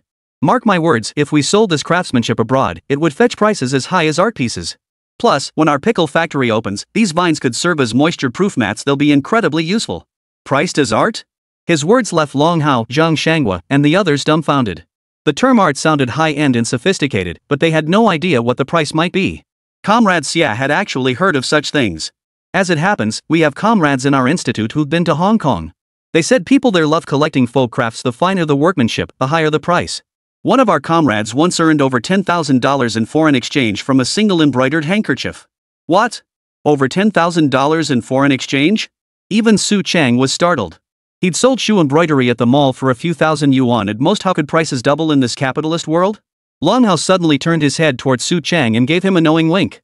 He knew Su Cheng collected embroidered fabrics, and even suspected these pieces might be funneled to places like Hong Kong by the people backing him. Zhang Shangwa wasn't deeply familiar with Su Cheng's business, but hearing him speak, he genuinely thought this rattan weaving craft could be a new livelihood for the mountain villagers. Chief, our mountain folk are truly struggling. You wouldn't believe what I found when I went up the mountain. A child had caught a cold. Thankfully, I had some medicine with me, or else it could have been serious. Noticing the villagers' gaze fixed on the rattan armor, Su Cheng quickly caught on and immediately began playing the poverty card. He wailed about not having enough to eat or wear, practically painting Long Hao and the others' life in the mountains as less than human. Long Hao felt a bit embarrassed and repeatedly explained, it's really not that exaggerated. Zhang Shanghua understood clearly this young man had come seeking policy support for the mountain villagers. "Stop playing the poverty card with me," he said. "You know my situation. I can't guarantee extensive assistance. But regarding the children's tuition, the township office can apply for funding from higher authorities. After all, your descent is a positive development. Any benefit was better than none." Su Chang quickly thanked the township chief on behalf of Long Hao and the others for his kindness. "Township chief, how about this? Let's partner on a factory. Our pickle factory will give the township 30% of the profits. In exchange, can we get electricity connected for the mountain villagers?" Comrade Xie chimed in to smooth things over. "Township Chief Zhang, once these rattan products start exporting for foreign exchange, they'll likely become your township's flagship goods." Hearing this, Zhang Shanghua made up his mind. "Alright, I'll get this sorted as soon as I return. But you remember this, kid, our township is putting up a 20% stake. Don't try to leave us out in the cold later." "No way. Even if I step down, I wouldn't abandon the township. You lot are our backbone." Chapter 141, Board Diplomacy. After the deal was sealed, the atmosphere instantly warmed again. Meanwhile, Longshan and his crew were outside butchering the dead boar. The blood-curdling stench was truly unbearable for most people. Yet Zhang Shanghua and Comrade Xia watched with genuine fascination, showing not a hint of disgust. Su Chang pulled Long Hao aside and whispered something to him. Long Hao nodded sharply and immediately sent someone to borrow an ox cart from Su village. When Zhang Shanghua and his companion returned, looking thoroughly satisfied, they saw 2 freshly butchered and cleaned wild boars already loaded onto Su village's ox cart. "Ha? Are you taking this pork to sell at the township?" Zhang Shanghua said jokingly, but to his surprise, Long Hao shook his head. "Township chief, we're not selling this meat. It's for you to take back and let your comrades at the office try something fresh." "What?" Zhang Xiang never imagined this seemingly simple mountain folk, Long Hao, could have such cunning schemes. But when he spotted Su Chang beside him, he erupted in fury. "Su Chang! You send people to test an official like me with wild boar meat?" Su Chang, however, paid no heed to his anger. He merely smiled, patted the startled Long Hao on the shoulder, and said, "Township chief, this isn't a gift for you. It's for the comrades at the township office. We still need their generous assistance in figuring out how to settle these mountain villagers." "That's perfectly true. While giving such gifts would certainly invite gossip, it's understandable that people from the mountains would feel uneasy about it. No, we cannot accept this gift." Zhang Shanghua showed no sign of yielding. Even though the gift wasn't intended for him personally, he never considered making an exception. "Then how about this, we sell it to the village at market price?" "That's acceptable." "It's settled then." Zhang Shanghua didn't insist further. He jumped onto the ox cart without even bidding farewell to Su Chang, his face clouded with anger as he departed. Watching him depart like that, Long Hao, Long Shan, and the others couldn't help but feel concerned. "Chang, this won't cause trouble, will it?" The township chief really seemed furious. Su Chang shrugged. "Don't worry. Our wild boar diplomacy will definitely work. You know, getting meat in the township isn't easy these days. Oh, and get me 2 sets of that vine armor. I'll see if I can help sell it for you guys." "No problem." That evening, Su Chang and Comrade Xie stayed for dinner with the villagers. They returned with grease dripping from their mouths, leaving Monkey drooling with envy. When Zhang Shanghua returned to the township and summoned the officials to buy meat, he was met with an enthusiastic welcome. "Chief, you really know how to get things done. Our little monkeys haven't had meat in days and were practically rioting. It was all hunted by those resettled villagers from Su village. They insisted on giving it to us, but I absolutely refused to accept it. That's why we changed the arrangement to selling it to us instead." "Exactly. We can't just accept gifts from the people. I'll pay you whatever it costs." The officials fully understood Zhang Shanghua's concerns and promptly dug into their pockets to purchase the entire truckload of pork. Just as Pakface fumbled with the change, Zhang Shanghua booted him back to the village. "What change? Tell that bastard I'll handle the mountain villagers' affairs. But the road construction needs discussion." "Got it." Ma Zi wasn't stupid. The township chief's bold guarantee meant he'd seen how the cadres had handled things earlier. As for the road repairs, he was just the messenger, no need to pry. Back in Su village, every household was lighting fires to cook dinner. As Su Wenbin lay in bed groaning in pain, his elderly father frowned deeply. "Why did you have to provoke that bastard Su Chang? Even your old man wouldn't dare cross him, yet you went and got yourself beaten to a pulp. Looks like your schooling's about to end." "Ah, Dad, that won't do. My teachers really believe in me. You have to find a way to let me finish my studies. Getting a stable government job is way better than coming back to be a farmer." Su Wenbin had no desire to return to being a mud-legged peasant. Finishing his studies and becoming a teacher was the best way out of the countryside. His old man sighed, looked at his only son lying in bed, and could only shake his head before heading out to borrow money for tuition. No one in the village would lend him money now. He'd have to go farther afield, asking relatives and friends in other villages. Watching his father leave, Su Wenbin finally felt at ease. It was all that bastard Su Cheng's fault. If he hadn't let those mud legs make money, so many people wouldn't be speaking up for him now. Thinking of the root cause of this mess, he gritted his teeth in fury. Just as his teachers had warned, these capitalists were masters at buying people's loyalty. He'd bribed every peasant in the village, and that was precisely why Su Wenbin was now in this predicament. Su Wenbin believed he was putting his education to practical use, that these peasants deserved nothing more than a meager meal. But he never stopped to consider that he himself was the son of a mud-legger. If anyone should go hungry, shouldn't it be him first? Lost in these thoughts, he was interrupted by visitors arriving at his home. "Who is it?"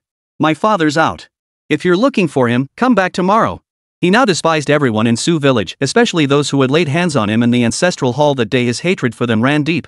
He resented even the bystanders, those who watched him get beaten without lifting a finger to help, showing not a shred of compassion. Hearing this, the visitor outside didn't leave but instead pushed aside the curtain and stepped inside. "Blind man? What do you want?" "If you're looking for my father, he just left." The visitor was a descendant of Su Dequan's faction, the very blind man who despised Su Cheng most. "Hey, I'm not here for your father. I'm here for you." "Me?"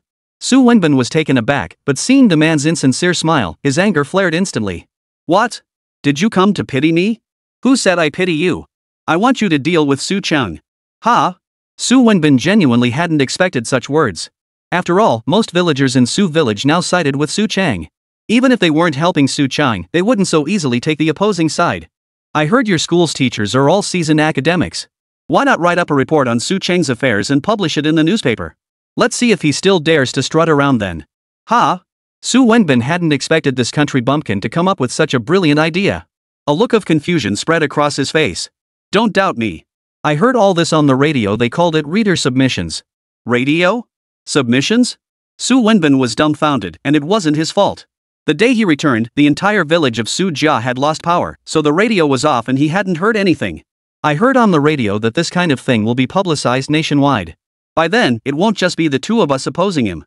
Chapter 142, The Storm of Defective Goods. The village women's group had truly been working dawn to dusk these past days.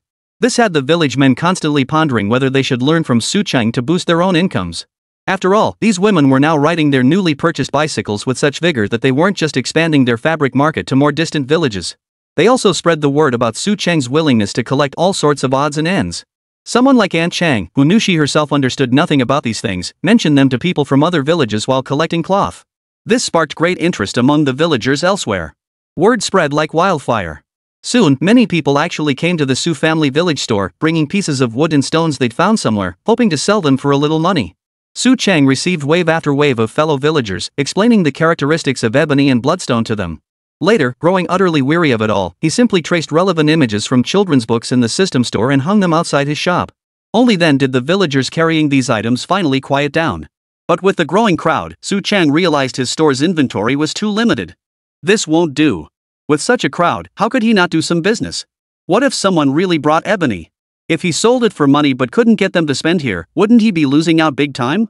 Regardless of whether these items could fetch high prices in the mall, failing to seize business opportunities meant losing money for Su Cheng. With that thought, he stopped worrying about the mall's exchange rates and focused on restocking his shop first. Opening the mall and scanning the items listed from the same era, his eyes lit up. So many defective items? And at such low prices? Just as he was calculating how much he'd need to sell them for at the exchange rate to break even, he noticed the mall clearly stated that defective items weren't subject to the exchange rate. Holy crap! When did this crappy system become so generous? But when he saw the production dates on the items, it suddenly clicked. A chipped enamel cup from 1978 for just 1 dime? That's 3 cents cheaper than the supply cooperative's own defective goods? Next to each item, the system thoughtfully displayed the current supply cooperative price, a sight that truly delighted Su Cheng. He absolutely had to stock up. His funds were nearing the 10,000 yuan mark. If he didn't spend it now, he'd be terrified to actually pull it out later. He went on a wild shopping spree, snapping up every single era defective item in the mall. Only when his inventory space was completely stuffed, with every item's count hitting 99, did he finally stop. Holy crap! There's still this much inventory? System, did you just contract all the defective goods nationwide? Blinking, he noticed new items appearing in the just cleared category, all uniformly defective. He chuckled. Looks like we'll need a dedicated section for defective items in our store. These things sell on volume, and it'll help build our shop's reputation. One night, after everyone had gone home, he dumped all the defective items from his storage space onto the shelves. Seeing the mountains of merchandise piled up, he felt a surge of satisfaction. The next day, when Anya and the others arrived for work, they were startled to see the store piled high with merchandise. Huh? These items all have price tags? Looks like that jerk spent all night preparing this inventory. Zhang Wanru noticed that while the goods weren't on the shelves yet, each item was neatly categorized and clearly priced. Evidently, Su Chang had done all the groundwork last night when the shipment arrived. Anya teased her upon hearing this. See how thoughtful your man is? He probably stayed up late slapping those price tags on. He's not my man, at least not yet. The young girl started speaking loudly, but by the end, only her closest friend could hear her. Anya burst into laughter. Over time, she'd grown accustomed to village life in Su Village. Compared to their Miao Village, the people here were far more interesting. When Monkey arrived, he brought a woman with him. She was carrying a large bucket, and Monkey kept his distance from her with obvious disgust. After all, it was a chamber pot. Auntie, this chamber pot may be old, but it's still just a chamber pot. Even if it could fetch money, our boss might not take it. What? Didn't your boss say he wanted good wood? This chamber pot is over 100 years old. Sure, it's been used, but it's clean now, isn't it? This had the two girls in the shop on edge. They hurriedly sent Monkey to fetch Su Chang, who would dare come into the shop with this thing here. When Su Chang arrived and saw the chamber pot, he was at a loss for words. Auntie, this toilet is definitely made of rosewood, but I really can't buy it. The smell is a bit strong. The old lady, who was from the neighboring village, was utterly disappointed by his words. All right, Su Chang said. I'll take the tub, but it needs to dry in the yard for half a month first. I can't give you much money since I don't know the price of rosewood. How about you pick out 3 items from our shop instead? Fine, no money is fine too. The aunt was straightforward and went straight into the shop to pick things out.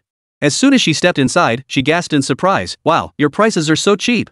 Cheaper than anything I've seen at the supply and marketing cooperative back in town. Zhang Wanru smiled and explained, these are all imperfect items from the cooperative. Take this chipped enamel pot you're looking at, it's only 10 cents. At the cooperative, items with flaws like this cost much more. I'll take this one. And I want to buy some work gloves, these ones. The auntie hadn't expected that she'd come to exchange goods but ended up spending quite a bit in the store. When she left, laden with bags, the other villagers who had come to exchange items saw her. Sis, did you get cash for your trade-in? No, the owner said he didn't know the value of my toilet, but he gave me some items instead. Still, I ended up spending quite a bit in their store. This auntie sure talks straight. After one round of her speech, she left all the folks carrying wood and stones completely dumbfounded. Spent a lot? But their store was out of stock, right?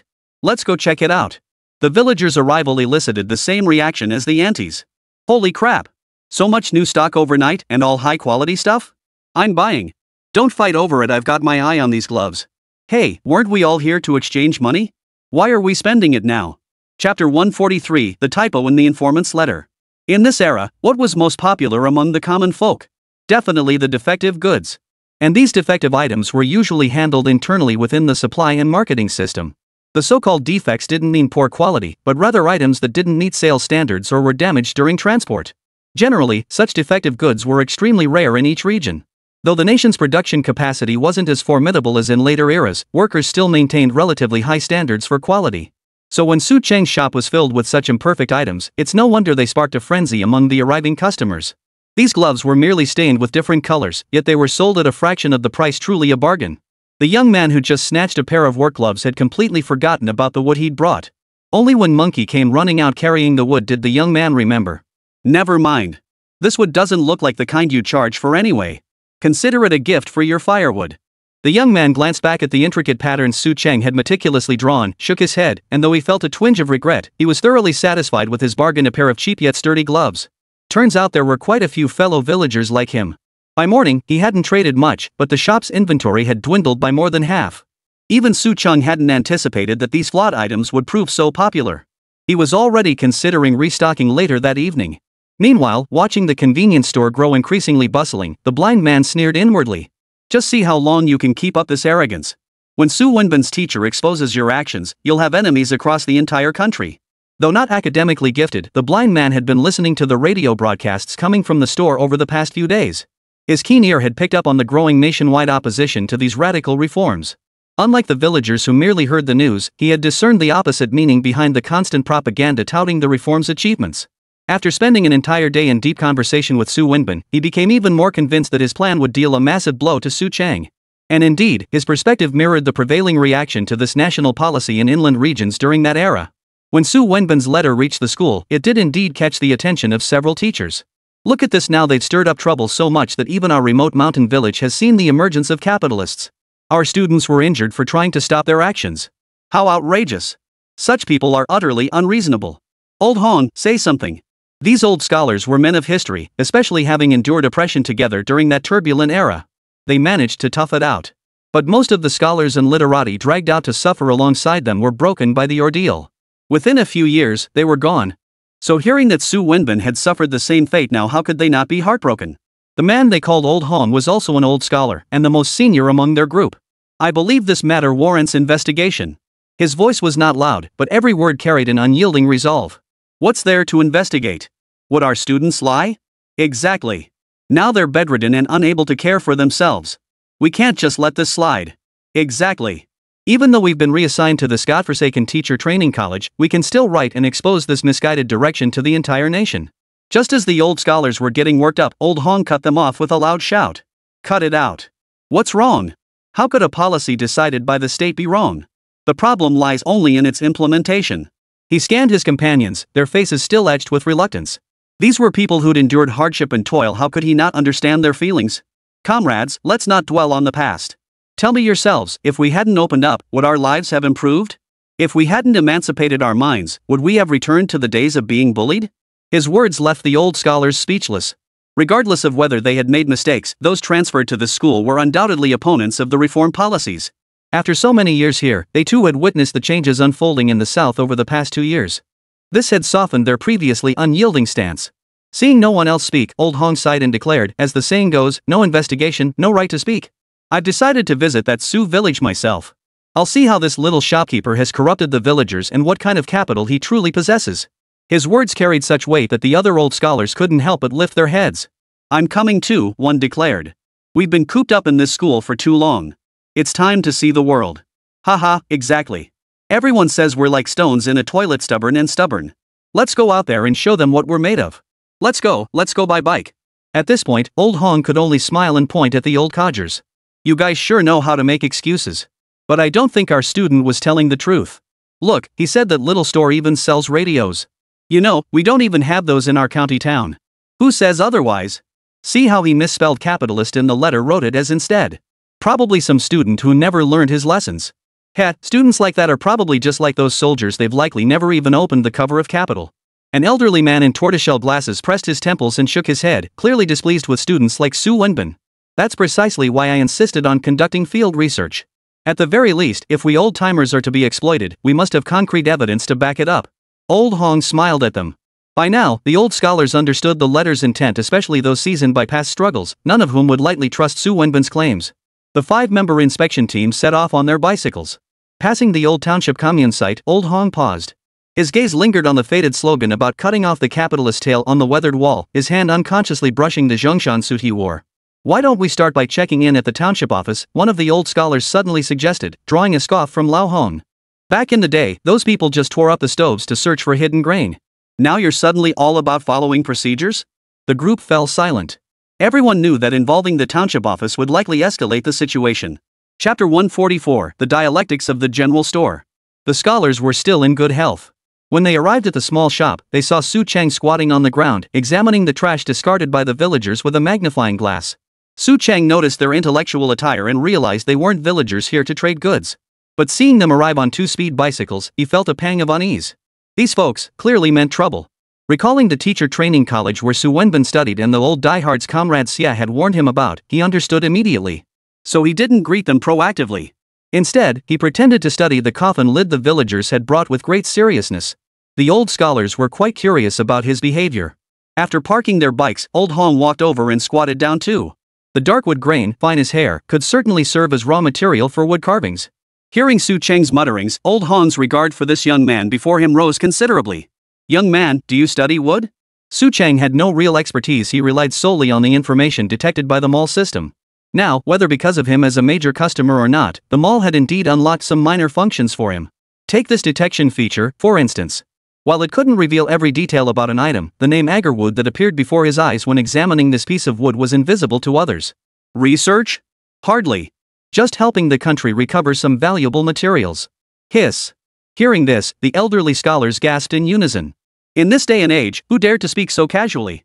And from his tone, it sounded as if these items casually discarded in the courtyard were materials designated for recovery by some organization, merely executed through a small private operator like him.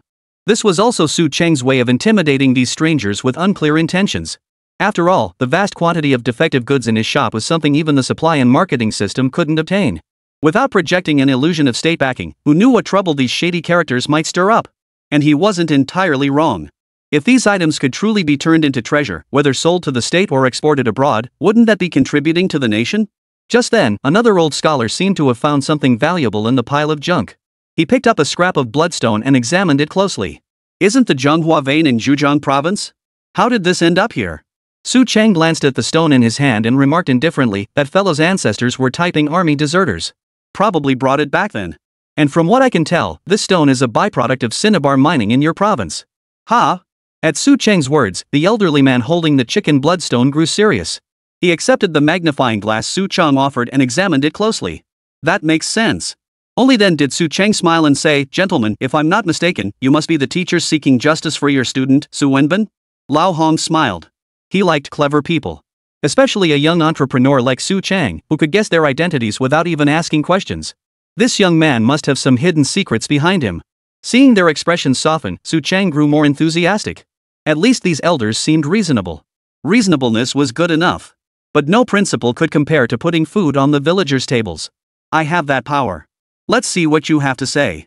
With this thought forming in his mind, he promptly invited the old scholars into his shop.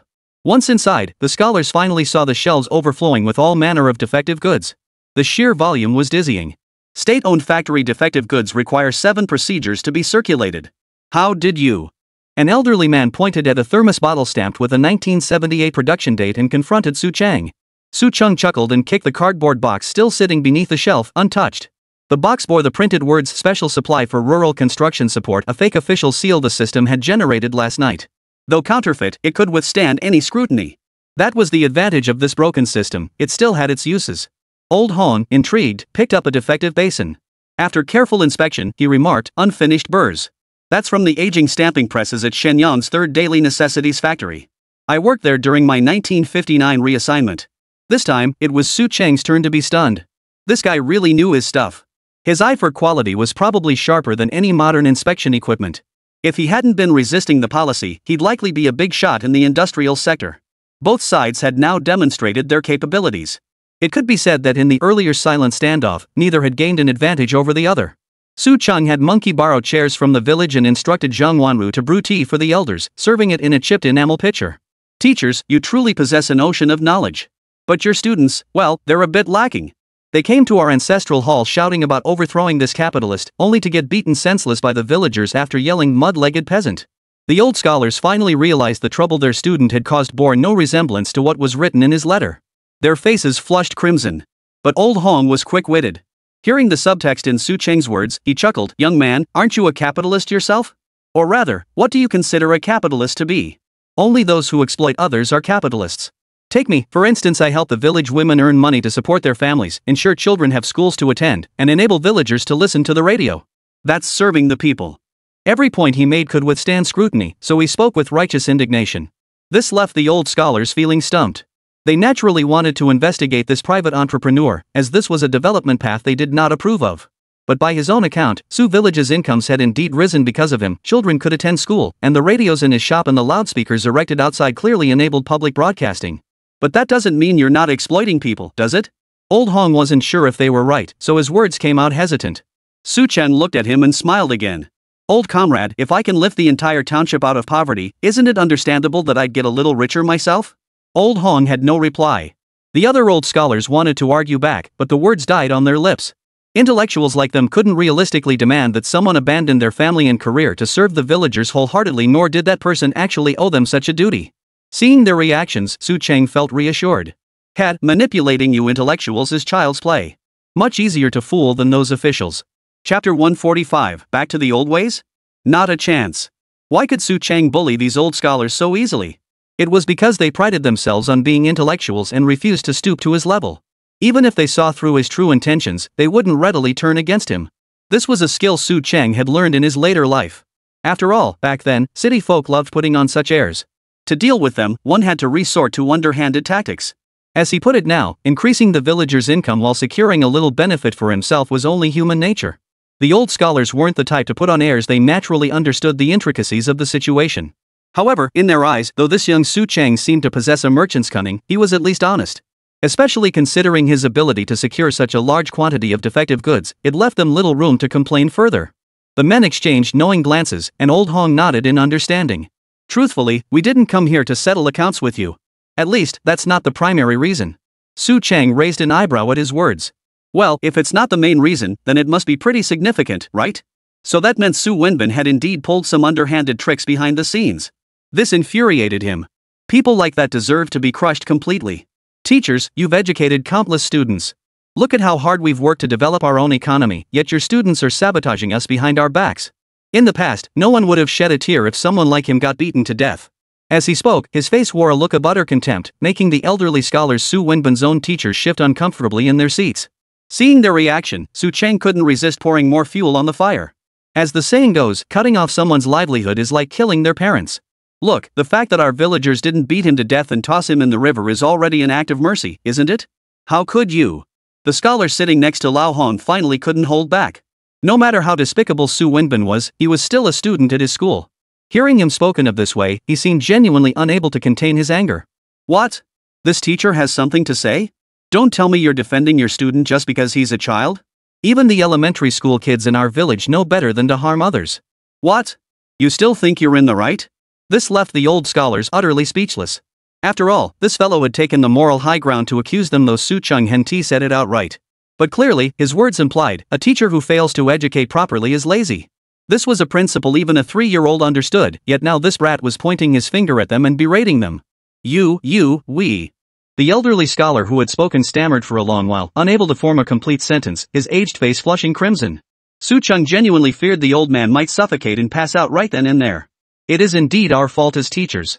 I offer my deepest apologies to you and your village. Old Hong stood up then and bowed deeply to Su Chang. This startled Su Chang, who quickly stood up and sidestepped the elder's formal gesture. I was just speaking off the cuff. After all, it's hard for you teachers to understand these things. The students' own problems shouldn't be your burden to bear.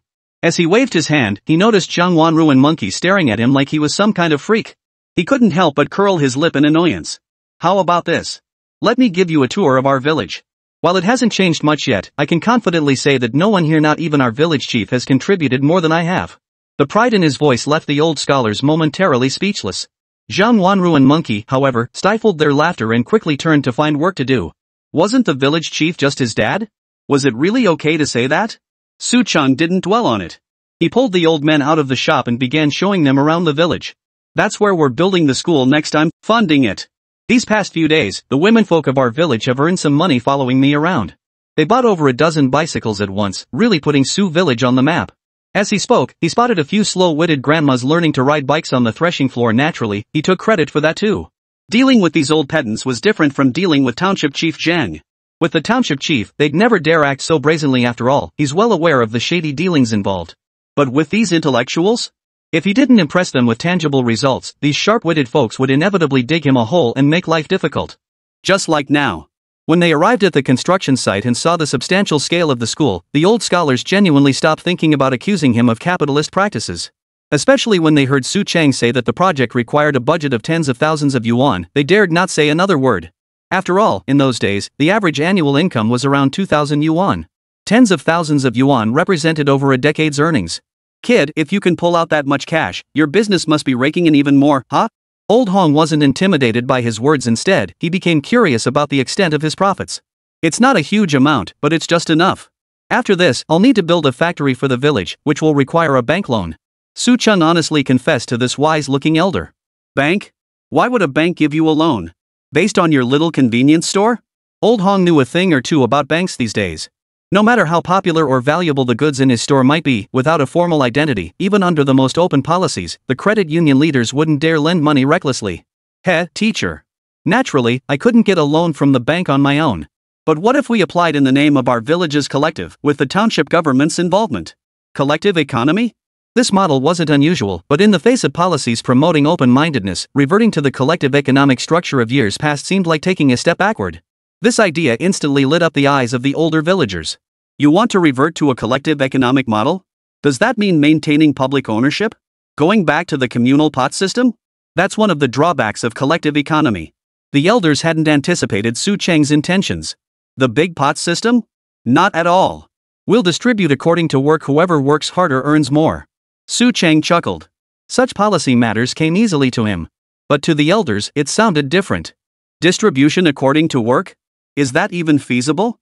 Chapter 146, The Working People Are the Most Admirable. Distribution according to work. This slogan had been proposed 2 years prior. Back then, during the Great Debate, many clung stubbornly to the communal pot system and naturally showed little enthusiasm for it.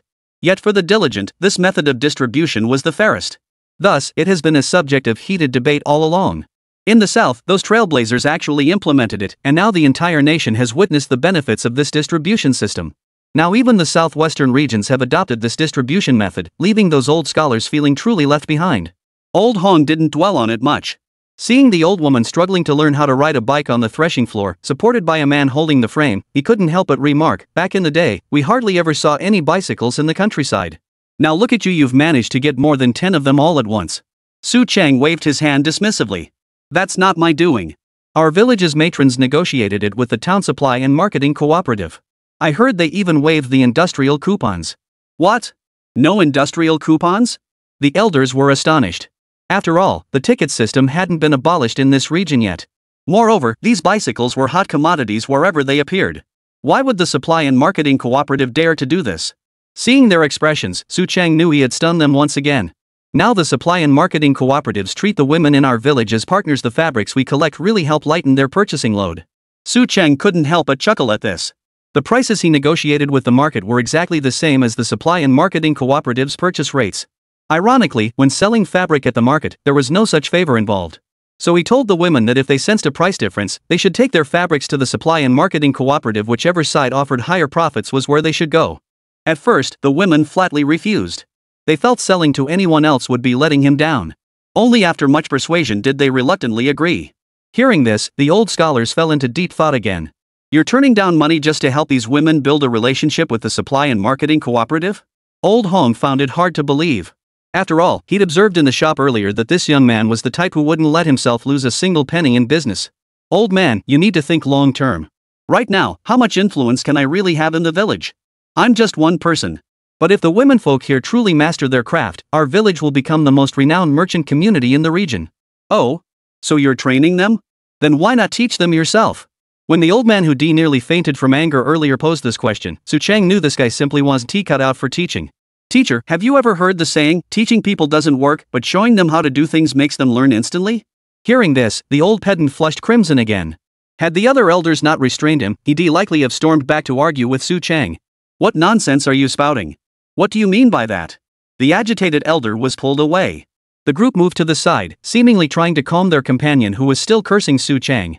Old Hong shook his head. You seem to have quite the grudge against Old Huang. Probably because of Su Wenbin's incident, right? Su Cheng didn't hide his feelings, just chuckled. My own student dares to pull strings behind my back and I can't vent a little? You can't have double standards, you know. Speechless. Utterly speechless. This bastard seemed to thrive on thwarting old fogies like them. Soon even Old Hong lost interest in talking to Su Cheng. The group entered the threshing yard. Besides a few women and children learning to ride bicycles, an elderly man from Su village was carrying manure. Uncle Air, this manure will need to be hauled an extra kilometer from now on. They're preparing to build a biogas digester over there. Seriously? If they pull this off, does that mean our advanced production team status is in the bag? Uncle Su had just finished his load and came running over, sweat pouring down his face, eager for news. The old scholars quickly covered their noses as he approached. There was no helping it, the stench was simply too overpowering. Su Cheng, however, was used to it. He gave his uncle a thumbs up and said, Uncle, that rotten camphor wood box of yours is worth 30 yuan. It's just not in perfect condition, otherwise, it could fetch double that. Wow! It can really bring in money? That's great. I've got a few more old items at home. Let me know when you want me to bring them over. Su Cheng pulled 3 large unity notes from his pocket and handed them over. The old man took them, carefully tucking them into his bosom. This money was an unexpected windfall. He hadn't even known the old things at home were worth anything. Seeing outsiders lugging rotten wood and stones into Su Cheng's shop, he'd decided to give it a try. Old buddy, do you think this kid counts as a capitalist? Just as Uncle Su was about to leave, Old Huang, still fuming over Su Cheng, grabbed his arm. He asked this question without noticing Su Cheng rolling his eyes wildly nearby. Old Hong felt a bit awkward now. After all, he'd just taken money from Su Cheng, how could he speak ill of him? Sure enough, Uncle Su flung old Huang's hand away. What's the point? What era are we in, still talking about capitalists? You're about my age, and even a farmer like me knows the country's about to undergo major reforms. Stop stirring up trouble for no reason. Sweeping his gaze up and down the old man before him, Uncle Su suddenly realized this very demeanor was identical to that of Su Wenbin, the very man they'd lectured in the ancestral hall. Oomph. You're not that ingrate's teacher, are you? He said the other day he'd go to his teacher to report Cheng Zai. And you bastards still dare set foot in the village? His words carried loud enough that everyone on the threshing floor turned to look. What? Su Wenbin's teacher? He dares come into the village to mess with Su Cheng? Outrageous. Take him down. Several men who had been helping their wives with bicycles promptly dropped their tasks and gathered around. The old scholars hadn't anticipated such deep-seated resentment among the villagers. We just came to check things out, we didn't mean to. Before old Huang could finish, Uncle Su slapped his hand away as he pointed at Su Cheng. What do you mean, no intention? You taught a student like this, clearly you're no better yourselves. If it weren't for Su Cheng, we'd still be scrambling to borrow money to buy grain. Exactly. You lot just sit around with nothing better to do, always eyeing our farmers' livelihoods. You're all cut from the same cloth as that Su Wenbin. All the talk about isms and isms, it's just a cover for writing roughshod over us and flexing your power.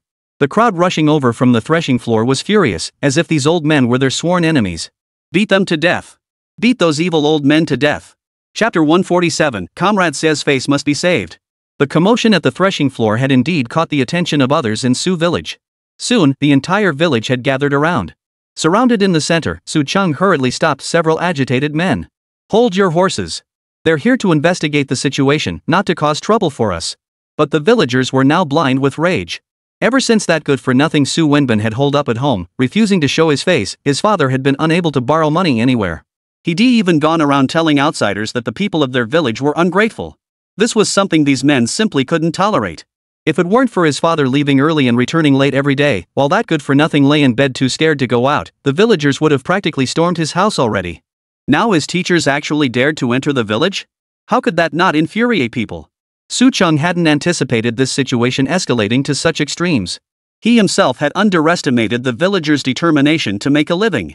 What he didn't know was that during this time, the village women had been earning money, leaving these useless men completely frustrated. Returning home each day to put on a smiling face for their wives, they had nowhere to vent their pent-up anger. So even though he shouted to stop them, he couldn't contain the pent-up rage boiling in their chests. Fortunately, the village officials had followed Su Longxing over at this critical moment. Seeing the situation, Su Longxing took the lead, stepping in front of his son to restrain several villagers boiling with rage. Stop this at once. Have you had enough of this chaos? Do you really want to see someone get hurt before you'll give it up?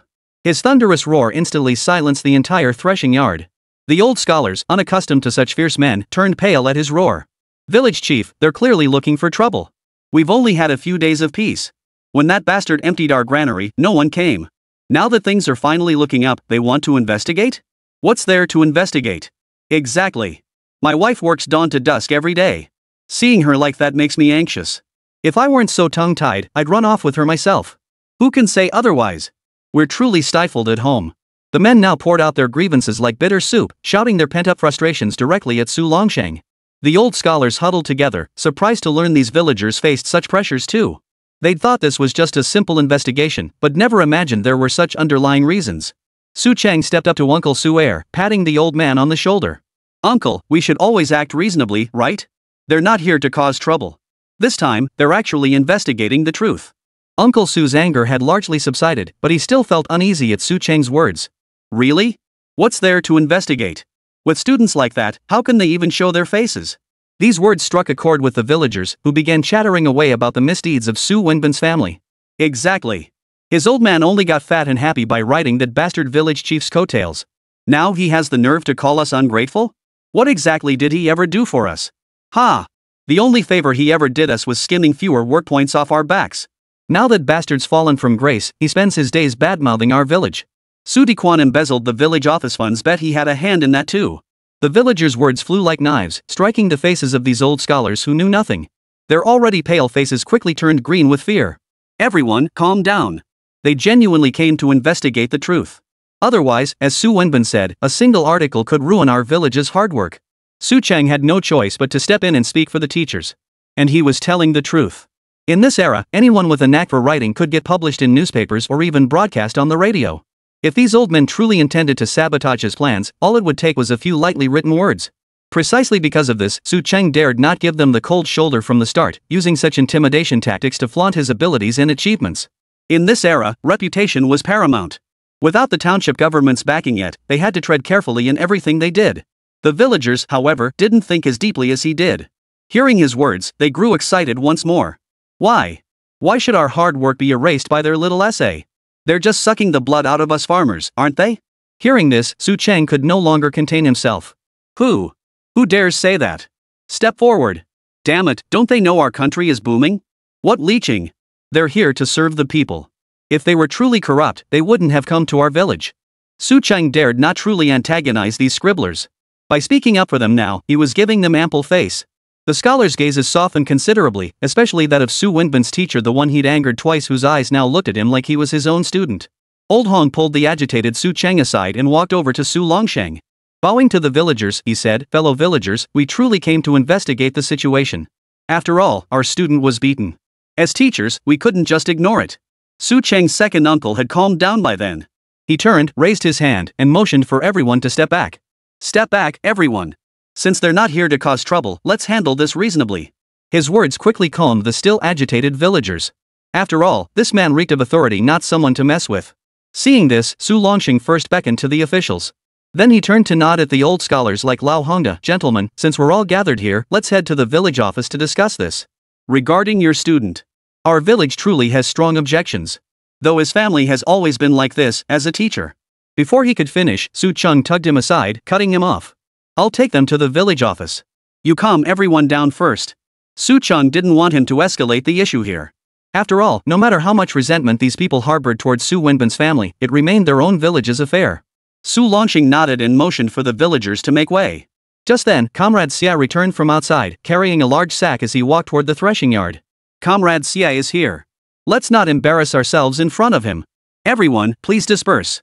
Seeing Comrade Xia, the villagers nodded in unison. "We must respect Comrade Xia's presence, he's the expert, after all." At that moment, Xia Fei was utterly bewildered. "Ha? I just came back to the institute to get you some seeds, what's with all the fuss? Is this how you welcome me?"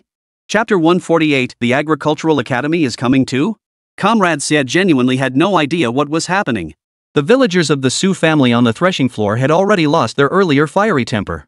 Yet they remained, waiting to see how Su Longsheng would handle these teachers who claimed to be investigating but were clearly defending their students.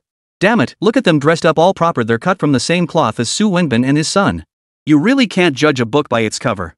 Who says otherwise? Just thinking about that father and son makes my blood boil. My own wife actually lent them money. You too? I just found out my wife lent them money as well. That old bastard only dares ask women for money, counting on their pity for him and his son. Pity? Hell no. People like that don't need pity. It must be said, the men of Su village genuinely despised this father and son. Comrade Xia finally remembered that the villagers were referring to Su Wenbin and his son. Enough of this gossip, it makes Comrade Xia feel like an outsider. Comrade Xia, how much stuff did you bring back? If you were going to bring things over, you should have told us so we could come pick you up. Su Longsheng didn't stoop to their level after all, he was the village chief now. His son had brought a few old folks home, so he wasn't in a hurry to return himself. Seeing Comrade Xia's bag of things, he did look a bit disheveled. These? These are all new seeds developed by the institute. They're not heavy. I just don't know if you'd want to plant them. Of course we do. We're farmers, how could we not plant crops? Su Longsheng's words instantly drew the attention of the men who had been grumbling about Su Wenbin and his son. Comrade Xia, you're giving us seeds? What kind of wonderful things are they?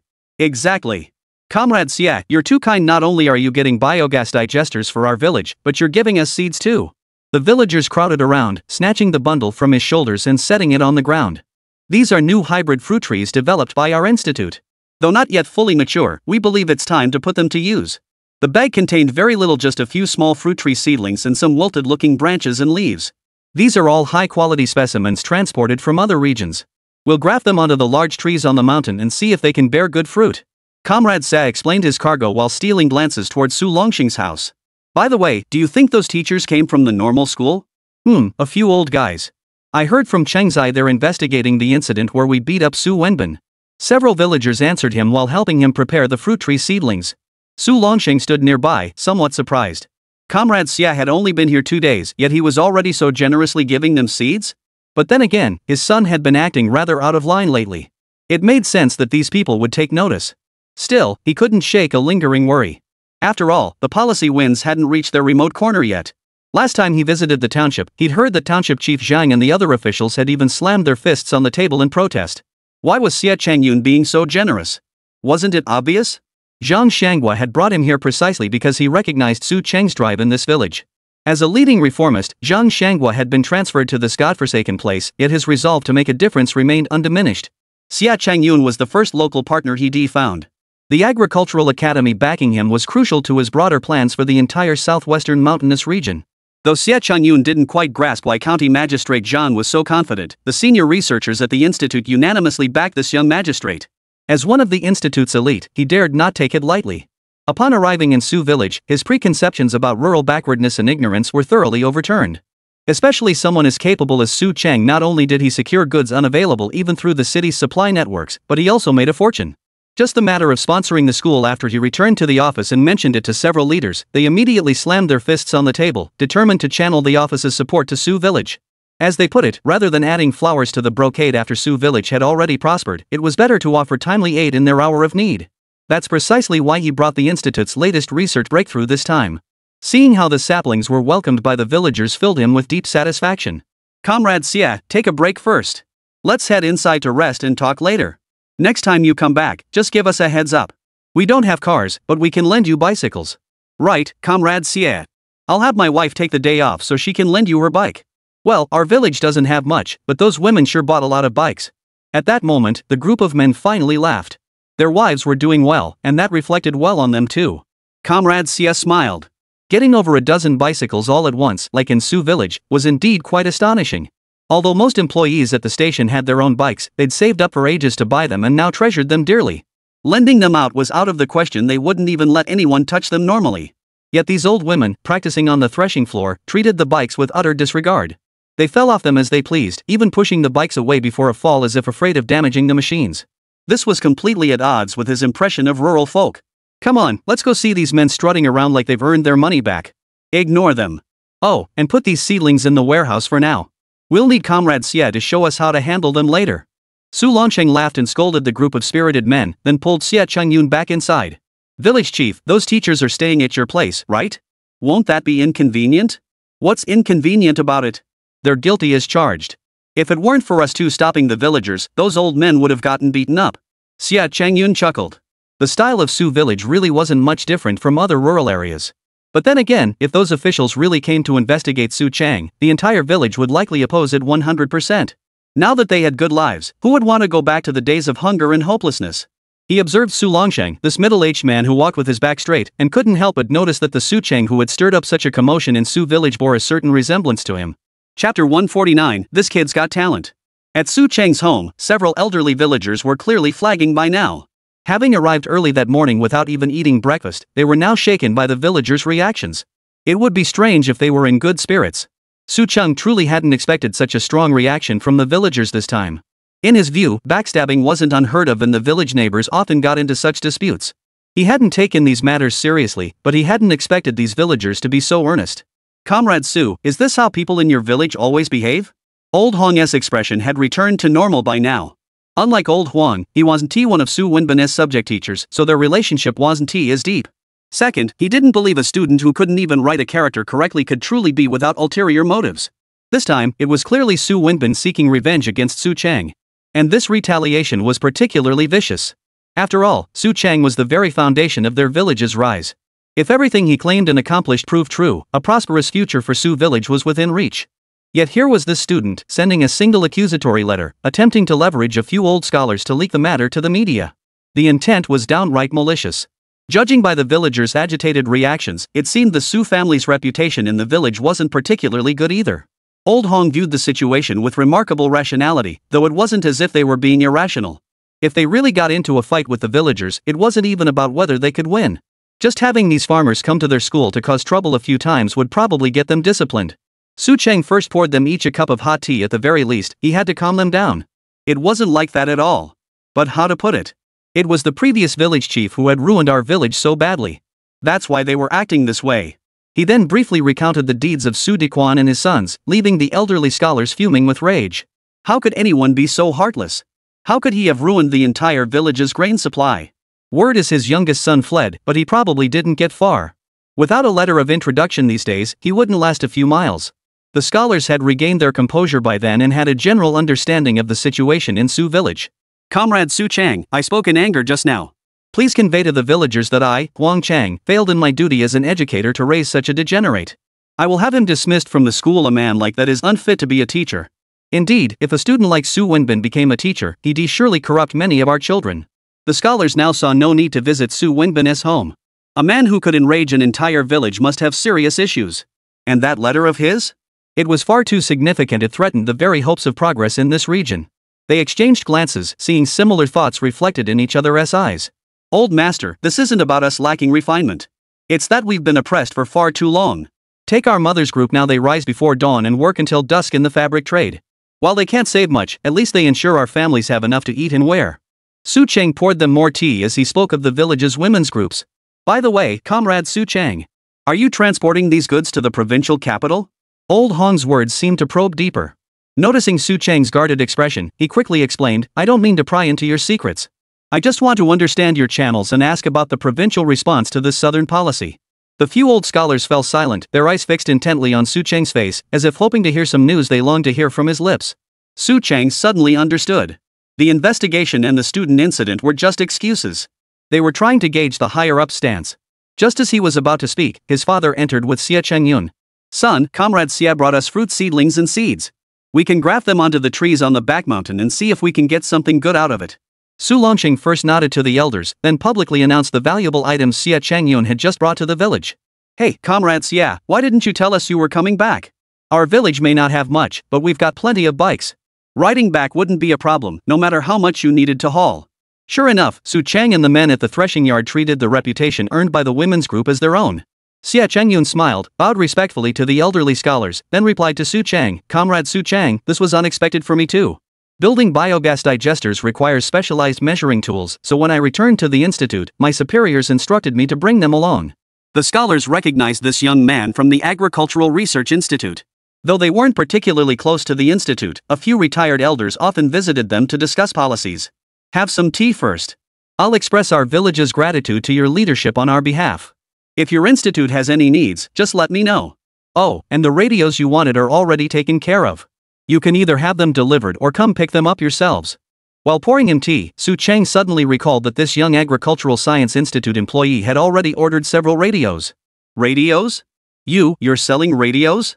Old Hong and a few old scholars were startled by their words. Though such devices weren't particularly rare, in their remote mountain village, cut off from any nearby settlements, any available units had long been snapped up internally by the local supply and marketing cooperative. Despite the size of their normal school, they didn't even have a single radio like this. Selling it? Oh, right. Didn't you see it in the store earlier? Oh, that's true. With the power outage these past few days, this would normally be the time for the news broadcast.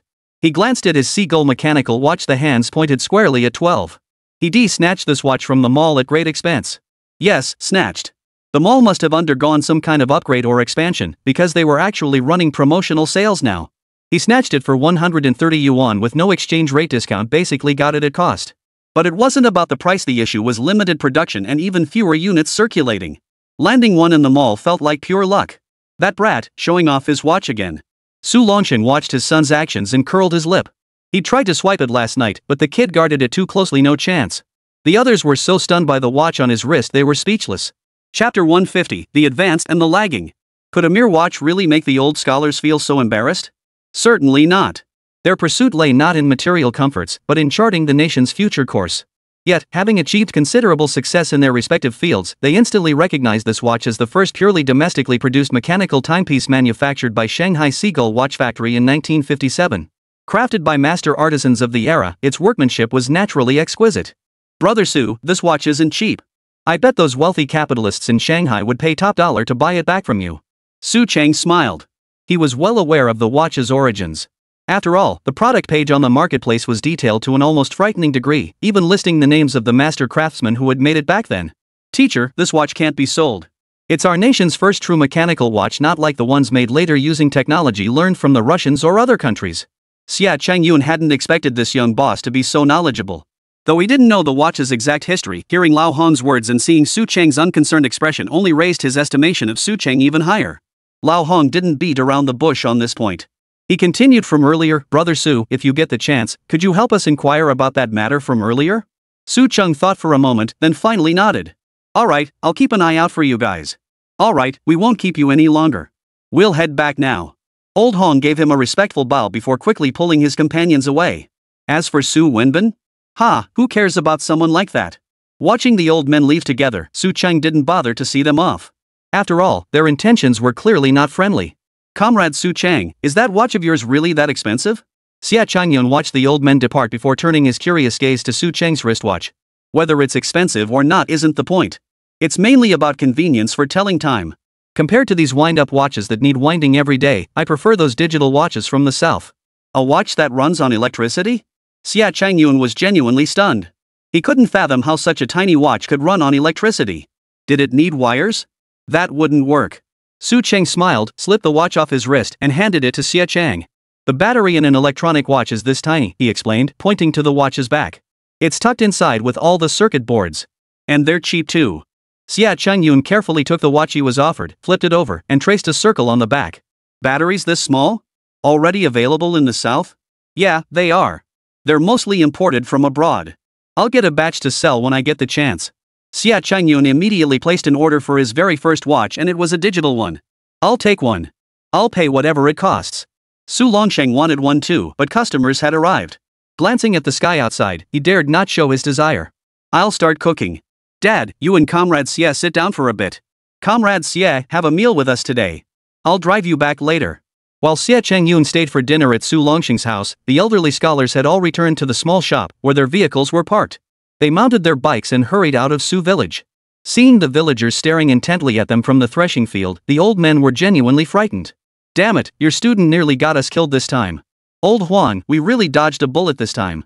If those fists had connected with my old bones, I'd probably be 6 feet under by now. You're telling me? I'll go back and tell the school we need to conduct some serious ideological education.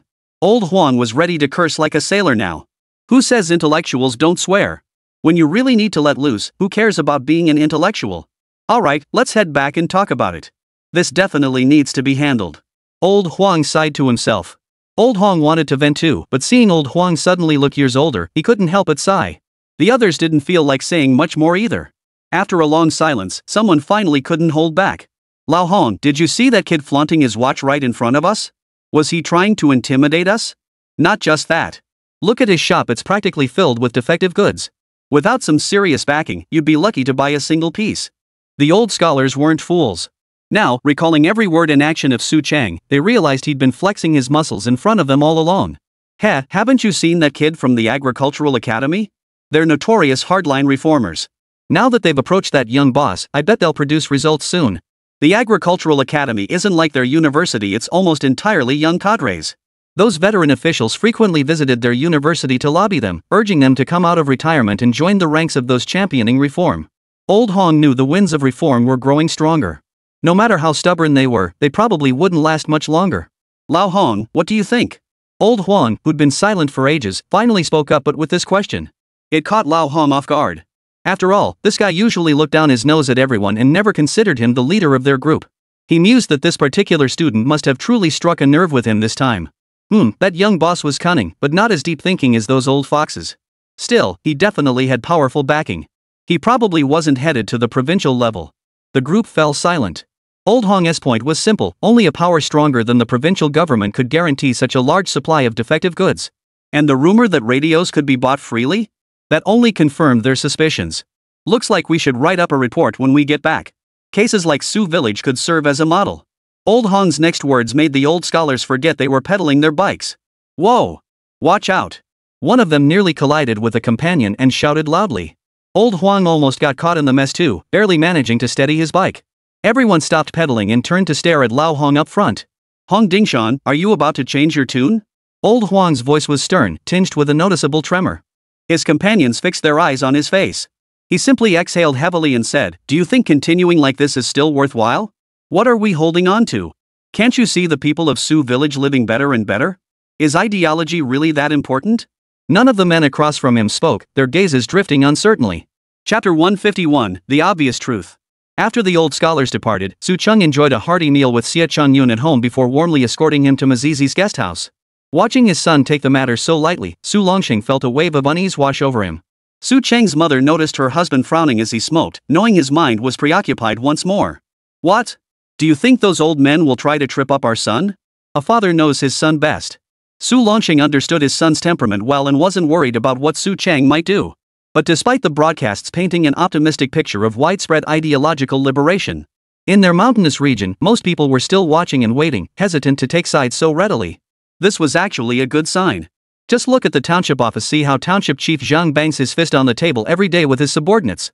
It shows how hard it is to push these so-called reform policies down to the grassroots level. Yesterday at the town meeting, though no one openly opposed the policies, they simply refused to act.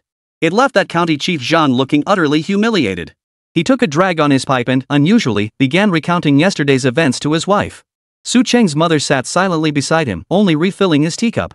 This won't do. I must seek out the clan chief. Even if the township doesn't support our policies, our village absolutely cannot descend into chaos. Having made up his mind, Su Longxing quickly stood up and headed outside. Hey, can't you go tomorrow? What time is it now? The old clan chief is asleep. Besides, shouldn't you discuss these matters with your son first? Su Cheng's mother pulled her husband back. It was already dark outside. Who would want to discuss official business at this hour? Seeing her husband persuaded, she smiled. Look at you. Ever since becoming village chief, you've been taking on more and more responsibilities. Back in the day, you wouldn't have even dared to dream of such things. Times have changed. I only became village chief because of my son. I didn't rely on anyone else. When the man casually uttered these words, Su Cheng's mother's expression grew slightly uneasy. I didn't mean anything by it. Don't take it to heart. Look at my big mouth. Su Longxing nervously patted his own mouth, looking like he'd said something wrong, which made the woman laugh too. All right. Talk to him when he gets back. Don't get worked up over nothing. You're not getting any younger, take it easy. Got it. When Su Cheng returned home, he found his parents sitting together, laughing and joking, which struck him as odd. Mom, aren't you going to Aunt Cheng's? I heard she's organizing another raid on the town supply store. What are they grabbing? I'd better go check. Those old ladies in our village don't know how to keep accounts. If I don't keep an eye on them, they'll mess things up. Watching his mother dash out energetically, Su Cheng smiled contentedly. But when he saw his father's speechless expression, he couldn't help teasing him. Dad, don't take it as seriously as the other men in the village. Now Mom has something productive to do. If others don't know how to keep accounts, at least Mom does. Helping the old ladies group manage their ledgers is a good thing, right? Su Longxing rolled his eyes in exasperation. He certainly didn't mind his wife mingling with the mother's group. No way, I'm not that petty. Just now when I wanted to go find the clan chief, your mom said it was getting dark and told me not to go see you. Isn't it even later now? Su Cheng chuckled at the remark. Can the old clan chief handle things? His womenfolk have all joined the mother's group. Now that they're earning money, they've gained some backbone. Besides, the Mother's Group has already made connections with the Supply and Marketing Cooperative. With Mother keeping an eye on things, we can rest easy. Su Cheng pointed out that the current Mother's Group was significantly larger than before. Previously, just a few village women would huddle together for warmth while taking turns working at the production team every other day. Later, after Dad discussed it with the village officials, they had the men take on all the production team's tasks. This freed up the women to focus entirely on their business ventures. So the women in the village truly gained their assertiveness through earning money, but that was only possible because the men took on the collective farm's original responsibilities. As the saying goes, teamwork makes the dream work. Now that every household had clear divisions of labor, women finally had a say in their own homes. Those old men are up to no good. I expect more troublemakers will come to our village soon. Su Longxing took the opportunity to ask his son about his plans. Yeah, that's normal. Dad, don't be fooled by the rosy reports on the radio. We're far from the capital here in the mountains. Many people just pay lip service to the directives but resist them passively. Hearing his son speak like this, Su Longxing almost thought the boy had attended a meeting at the township office. But then he realized the boy hadn't actually been to the township himself. How did he know about the situation there? Seeing his father's expression, Su Chung understood exactly what he was thinking. Dad, what's with that look? Our production levels have always been this low. Think about it, even if someone wants to get things done now, which of those old township officials would actually be motivated? And sure, the government has new policies, but it takes time for them to trickle down. Why else would they parachute in a young township chief? The higher-ups want to break the deadlock in poor places like ours. Hearing this, Su Longxing found himself trusting his son's judgment. So what should we do? If someone really tries to sabotage our village's development, they wouldn't dare. The villagers' reaction today has already scared off anyone with malicious intent. As the saying goes, the people are the most powerful force, no one dares swim against this current. The villagers' reaction today had indeed caught Su Cheng off guard, but upon reflection, it was understandable. It was just as he'd said, once everyone's tasted refined rice, who'd want to go back to coarse grains? Su Longxing nodded silently in agreement. Still, he voiced his concern, tomorrow I'll speak with the clan chief. We need to organize the production team to keep an eye out for strangers outside the village. Oh, and that Miao family has started selling fish soup outside by now, they should be back. Oh, so they finally got the hint? Did Ango lead them? Probably. I only realized they weren't at the construction site when I got there. They'll likely report back to you soon. As the saying goes, never speak of someone when they're not present. Just as the father and son were discussing Ango, the Miao family's burly man's booming laughter echoed from outside. Brother Chang, we're back. We sold everything today, made a profit. Chapter 152, Can a peddler even get a match? This time, Ango really did come to report to Su Cheng. Who could blame him? That jerk had been mocking him and his own men all day, saying they were spineless and too scared to set up their stall. Brother, we came prepared, but once we got to town, we sold out of all the fish in no time. You had to admit, even a straightforward guy like him could pull off that bragging face just like the village loafers under the banyan tree. Su Cheng paid no mind to his self-aggrandizement. Instead, he smiled at the Miao youths beside him, whose expressions were slightly awkward. Your boss sure knows how to spin a yarn. What's up? Didn't you learn anything else from him besides bragging? The Miao youths who had come along were all younger than Benghua. Lacking much social experience, especially with outsiders, they seemed rather immature. The boss was just talking nonsense. If we hadn't met that kind-hearted girl later, we'd have had to pour out our fish soup today. What? Throw it away? The girl? Hearing this, Su Cheng and his son reacted almost simultaneously. But their exclamations focused on two different points. Su Longxing couldn't believe these brats were already wasting things before even learning how to run a business. Sure, the fish were caught in the river themselves, but cooking fish didn't require seasoning or firewood, did it? And this was a pot of fresh, tender fish soup. How could they possibly waste it by pouring it out? Su Cheng, however, focused entirely on the girl they mentioned. Had this guy actually stumbled upon a good match while out doing business? This was major gossip. He had to get in on the details. Hearing both of them shout out at once, NGE and the others were startled. The Miao youths behind him, seeing the pair's anxious expressions, instinctively took a small step back. This was exactly what Brother Chang had said. Whatever goods weren't sold each day should be eaten, and whatever couldn't be eaten should be thrown away, never left overnight. Their explanation made Su Longxing shoot his son a withering glare. With business tactics like that, it'd be a miracle if they ever made a profit. But Su Cheng couldn't care less about that now. He grabbed Ango and pressed urgently, come on, tell your brother which family is that girl from? How could she possibly fancy a wimp like you? I'm not a wimp. Ango's protest sounded feeble, and he dared not raise his voice. A wimp? Look at yourself, do you even look like a man? Didn't you guys say Miao men's chests are as tall as mountains and as deep as oceans? What's this? Now you know how to blush? Su Cheng's words drew laughter from the young men behind Ango. Our boss really is a wimp. When that girl came over to chat, he stuttered after just a couple of sentences. Yeah. In the end, she had to take a bowl herself before she even helped us hawk our wares. Boss looked like a boiled shrimp back then. Hearing his own men eagerly air his embarrassing moments, NG felt like crawling into a hole. Hasa Chang roared with laughter, slapping NG's shoulder. See? You don't look like a responsible Miao man at all. And with you like this, I can just imagine how that girl must have teased your bunch of wimps. The Miao youths, who had been gleefully recounting their leader's embarrassment moments ago, suddenly lost their smiles. Su Cheng's words struck a wide and powerful blow, instantly dousing their earlier excitement. Manhwa, however, showed his indignant side. We're not cowards. Tomorrow is the day we rise up. Yes, we'll rise up. The Miao disciples roared in unison with him, nearly causing Su Cheng's mother, who had just entered the door, to stumble backward in fright. It wasn't until Su Cheng escorted this group of newly enriched Miao youths back that his mother finally grasped the situation. Don't push them too hard. No one is born a natural businessman. Even in our grandma's group, some aren't naturally articulate, they need time to adapt. After hearing about Ango and the others, Su Cheng's mother began to reason with her son. I'm not forcing them, Su Cheng replied. But if they don't catch on soon, when the policies come, they'll face even tougher competition. Then it won't be me pushing them, it'll be life forcing them to move. Su Cheng spoke the truth. He could chart the course for these people, but whether they chose to follow it and how they navigated it was entirely up to them. Like Ango, he could still profit from the markup on shoe embroidery. But if he truly wanted to expand his business, he'd have to figure it out for himself. The next day, when Su Cheng returned to the shop and mentioned this to Enya, the young girl let out a shriek. What? My brother found me a sister-in-law? Who is she? Where does she live? No way. I have to go back to the village and report this to the village chief. I need to find out about her character first. As his sister, she couldn't help but feel anxious about her brother's marriage. If she could see, she'd probably skip work right now and dash back to the village. Zhang Wanru held her back, saying, "What's the rush? Didn't you hear? It just happened yesterday. Your brother's out with the stall crew now. He'll probably have more news when he gets back tonight." Su Chung chuckled, "Exactly. Even if they did hit it off, with your brother's pushover personality, he'd be a total hand-packed husband if they actually got married." "Put. What do you mean pushover? That's called listening to your wife. Got that?" Zhang Wanru shot back at Su Chang, and the two started bickering. "What kind of talk is that? If that's not a pushover, what is? Do you really think every man is like me, capable of asserting his authority? And don't you dare try to boss me around, I'll divorce you if you do." "Divorce me? Go ahead, show off your arrogance. I'll go tell grandma on you."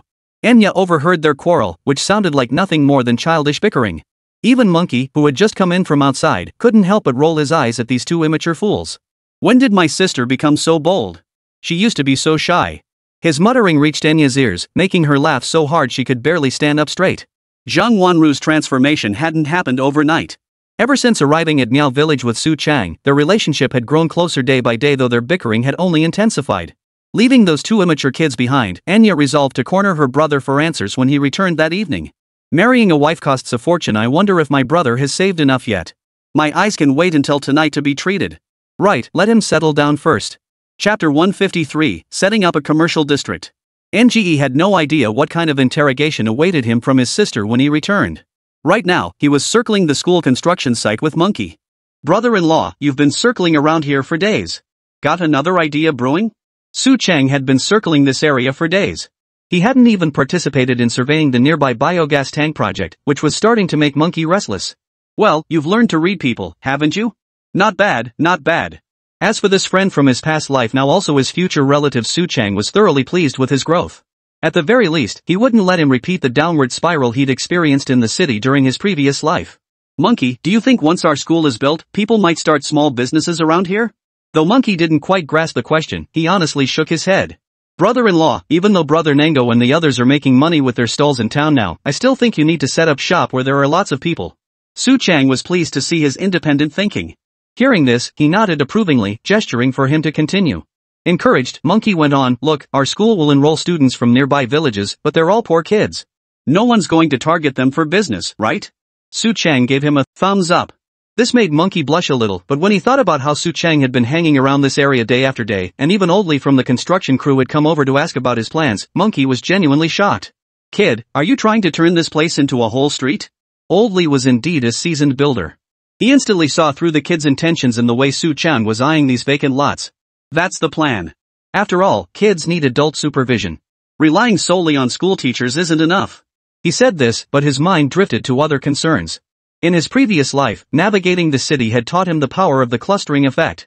Just like those renowned real estate developers, when building a high-end residential complex, they always started by presenting a vision of a thriving commercial district. Once the entire commercial district was established, land prices would naturally skyrocket. Though he didn't truly understand the tactics of those real estate tycoons. But why couldn't he replicate that strategy in this era?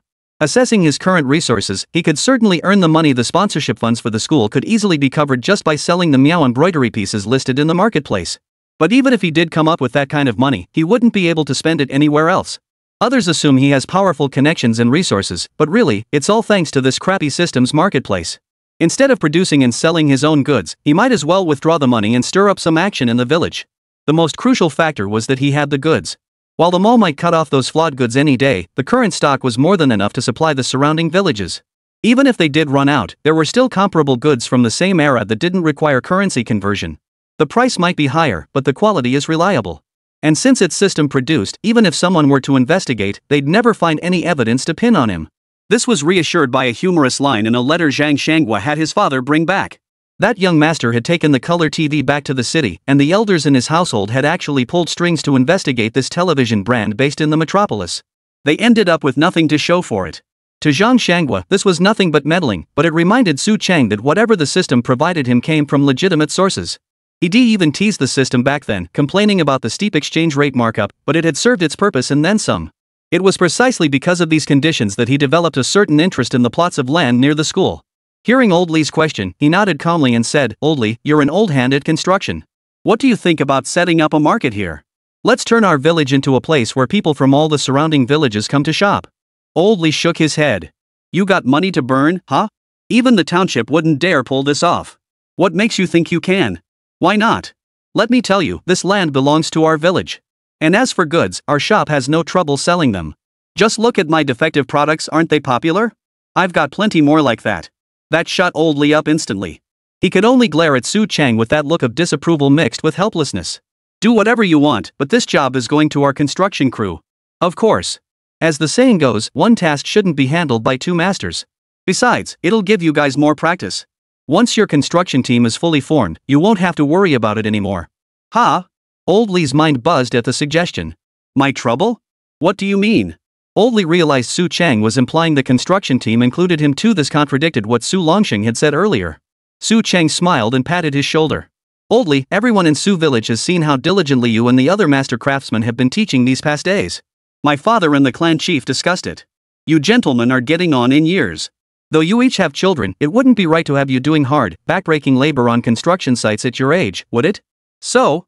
Old Lee listened, his hands trembling. They had indeed poured their hearts into teaching these Su village youngsters these past days. Especially with a gifted lad like Su Haiyuan guiding those young men truly brought them immense satisfaction. Therefore, the village intends to place the construction team under your leadership. Your responsibility will be to guide them well. When the time comes, every cent of commission and wages owed to you will be paid in full." Old Lee was stunned. Commissions? Wages? He'd never heard of such things. "My father will discuss this with you later. For now, talk it over with the senior craftsman. Don't end up looking as clueless as you do now." Watching Old Lee drift away in a daze, Su Chang smiled. This idea had originally been suggested to Su Longsheng, and the old clan chief had strongly opposed it back then. What does an old fool like him know? A talent like Old Lee, if we don't keep him in our village, what happens when guys like Su the sailor go solo? Then our construction crew is finished. This is investing heavily to retain talent. Chapter 154, The Blind Man's Dirty Tricks. News that Su Chang intended to acquire all the land near the school quickly spread throughout Su village. The entire village was abuzz. After all, the school's foundation had only just been laid, yet Su Chang was already moving to secure all the surrounding land. Has that kid really made that much money? Everyone knows the construction costs for the school are no small sum. Put. Even our womenfolk are raking in hundreds a month now, money we couldn't earn in half a year of backbreaking labor. Exactly. If even they can earn that much, just imagine how rich Su Chang must be, handling all that fabric procurement. The men felt even more overshadowed by these women, their heads hanging low. It felt like all their strength was bottled up inside, unable to be unleashed. They'd gladly swap places with their wives, let the women tend to the old and young at home while they went out to source fabrics. But the problem was that nearby villages only trusted these women. Even when the women recommended men for jobs, the men still couldn't gain the employer's trust. With no other options, the men were forced to stay within the production team, taking over all the roles previously held by the women. This arrangement actually worked out well. At least the production team guaranteed a steady income regardless of weather, and the more money the women earned, the better life became for everyone. So, although the men seemed somewhat discontented, they only voiced their grievances verbally and never actually raised any formal objections. But after this incident erupted, Su Dequan's faction truly couldn't take it anymore. Damn it, Su Chang keeps stirring up trouble one after another. Now he wants to buy up all the land in our village. Exactly. His greedy ways are even more despicable than those landlords in the old society. He's got the face of a capitalist. Now that he's got money, he's even bringing in his collateral relatives to rake in big bucks. And us? Our original hope, Su Dequan, is locked up, while our second uncle. Speaking of second uncle, he's Su Wenbin's old father. Besides borrowing from the village women, he's been traveling to other villages, scamming people by claiming to be from the Su family of Su village. Word is he's racked up quite a debt. As for Su Wenbin, once hailed as the village's hope, he hasn't left his house these past days. Who knows if he's starved to death inside. You still pin hopes on that top student? Word is he's been dismissed from his school. That news will likely spread soon. What? Why was he dismissed? Didn't he say he wanted to become a teacher, a civil servant, secure a stable job? Now the 20-odd households of this main branch of the old clan are truly panicking. As the largest branch in Su village, they had always lived more comfortably than the other branches under Su Dequan's care. Add to that Su Wenbin's success, he became the only student from the entire village to study outside the village. Back then, they were truly unrivaled. Even people from neighboring villages envied this branch. But now, Su Dequan's entire family was in shambles. His eldest son was rumored to be facing a bullet, while Su Dequan himself was looking at over 10 years behind bars. The second son vanished after that night. Both women fled, their whereabouts unknown. At this thought, the expressions of the two uncles who still held positions as village officials grew despondent. Third uncle, we can't let Su Cheng pull this off. Just as everyone was hanging their heads in despair, someone spoke up. They turned to see it was their cousin nicknamed Blind. Earlier, it was Blind Man who had relayed the news from Su Wenbin's side, though no one had paid him much attention at the time. But now, as he spoke these words, he naturally drew everyone's attention. Think about it, our lives are getting better and better. If they really buy up all that land over there in the future, what will we get? Either we stop him from succeeding, or we make him bleed. He has to give us a cut. Right. The blind one is spot on. They've made a fortune, haven't they? If they truly want to buy that land, they'll have to share the profits with us. Exactly. Their collateral branches are all living well now. Isn't it only fair they give us more money? It must be said, the blind man's timing was perfect. His words instantly stirred up the main branch members of Su village. The two officials now seemed hesitant. They wanted to object. But with Su Longsheng clearly waiting at the village office to catch them in the act, if they were the ones to start the commotion. Forget whether they could get any perks. Even if they gained short-term benefits, Su Longsheng would certainly not let them off the hook. Moreover, if such benefits were to be shared among these 20-odd households, how meager would that portion be? It couldn't compare to the long-term perks of serving as village cadres. This matter isn't suitable for us two to handle publicly. But I will ensure my family supports your proposal. One of the more cunning elders pondered for a moment before finally agreeing to the blind man's suggestion. The blind man naturally saw through it. Uncle San didn't want to give up his current position. Yet this didn't stop him from plotting underhanded moves against Su Cheng. After all, even Su Haiyuan, whom he'd always looked down upon, had emerged as the construction team's most promising rising star lately. This left him, as a peer, feeling utterly humiliated. Third uncle was right to stay out of it. Besides, we need cadres in the village office to back us up. So this is the biggest crisis facing our branch. We must unite to oppose Su Cheng's plan. His words instantly stirred up the men of the entire branch. Blind man, how much do you plan to make them pay us? Exactly. They're raking in big bucks now. If we don't squeeze them hard, I won't be satisfied. These clan members watched the other branches live comfortably every day, while their own branch was stuck in the production team with no perks whatsoever. They wanted to get involved, but back when Su Dequan was in charge, he had alienated these branches so badly that now no one would have anything to do with them. Seeing these people finally show signs of unity, Xiaozi nodded reassuringly. They can have the land, he said, but they must compensate each of our households with 200 yuan. As for how much the other branches receive, that's none of our business. 200? Really? Holy, if we really get 200, none of us would have to work at the production team anymore. Ha! Su Cheng can definitely afford it. Haven't you noticed how many trash haulers show up at his place every single day? Exactly. This time, we're making him pay. Chapter 155, The Ancestral Hall Meeting. If you called the blind man a villain, he wasn't as thoroughly rotten to the core as Su Dequan's two sons. But he wasn't exactly a saint either. Under the big banyan tree, that foul-mouthed old man whose mouth hadn't been washed in years could spin tales of scandal about every pig and dog in the village. As Ancheng put it, if this guy wrapped a piece of cloth around his waist, he'd be more gossipy than any woman. This lazy fellow naturally possessed a shrewd wit, and with just a few words, he managed to placate these big shots who were used to spending lavishly. That very day, they stormed into the clan chief's quarters to lodge a direct protest against Su Cheng's land purchase. The old clan chief hadn't expected the news to spread so fast. He just sent his son to the store to confirm with Su Cheng when his own people came running over to protest. What are you guys objecting to? Su Cheng isn't buying from you. That land belongs to the village production team. Once the production team signs the contract, it won't concern you anymore. The old clan chief knew exactly what these people were after. They're just jealous of Su Cheng's success, or they want to squeeze a fortune out of his pockets. This is nothing short of extortion. Chief, you can't talk like that. We're part of this village too. In this collective, we've got a stake in this, don't we? Exactly, Chief. We don't live as comfortably as they do. We worked on to dusk in the production team, yet our earnings are but a fraction of theirs. Who can argue with that? Now even their kids get to taste soda occasionally, while ours are running around acting like they're the big shots around those little brats. Kids will follow whoever has the goodies, that's only natural. But as adults, they can't stand seeing those side branch kids always carrying a couple milk candies in their pockets, all those women's snacks for the children. Hearing them talk like this only made the blind man's excitement surge even more. It proved that these matters were best handled by me personally. Relying on that fool Su Wenbin was utterly unreliable. Su Wenbin wasn't stupid, of course. But he'd grown accustomed to a life of privilege even within their own main branch. He believed none of them possessed the ability or qualifications to compare to him. Precisely because of this, he dared not risk his own position to bring Su Cheng down. One reason the blind man despised him. Now, with just a little provocation, these angry villagers had surrounded the old clan chief and forced him to issue a decree prohibiting the sale of ancestral land. This is ancestral property, belonging to every household head in our Sioux village. If we sell our share of this inheritance, our ancestors would turn in their graves. The old clan chief, driven to the brink by their clamor, could only shout back. If you want to argue, take it to the ancestral hall. Settle this before our ancestors. He had expected them to back down at this, but to his surprise, they didn't budge an inch. They agreed immediately and quickly went out to gather more people. Now the old clan chief was stuck. He'd hoped to scare them off and then quickly discuss a countermeasure with Su Longsheng. Now, it seemed a full village meeting was truly inevitable. Upon hearing the news, Su Longsheng hurried straight to the clan chief's house. But those men were still hovering around the elder, as if terrified he might change his mind. Su Longsheng, don't think a few words with the clan chief will change this outcome. We absolutely cannot let you sell the ancestral property to your son. Exactly. Your son may have made some money, but that doesn't give him the right to bully us out of our share of the ancestral property.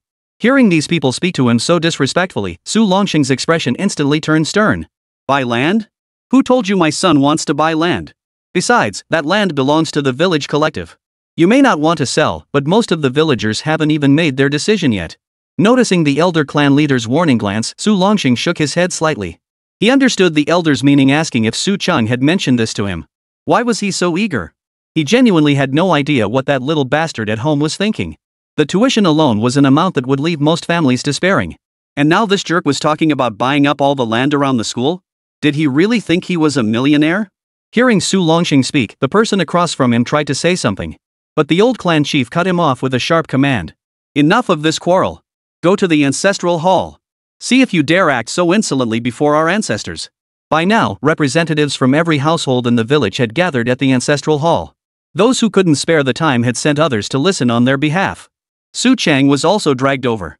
His arrival caused both sides in the ancestral hall to instinctively part, allowing him to see the old clan chief and his father exchanging meaningful glances.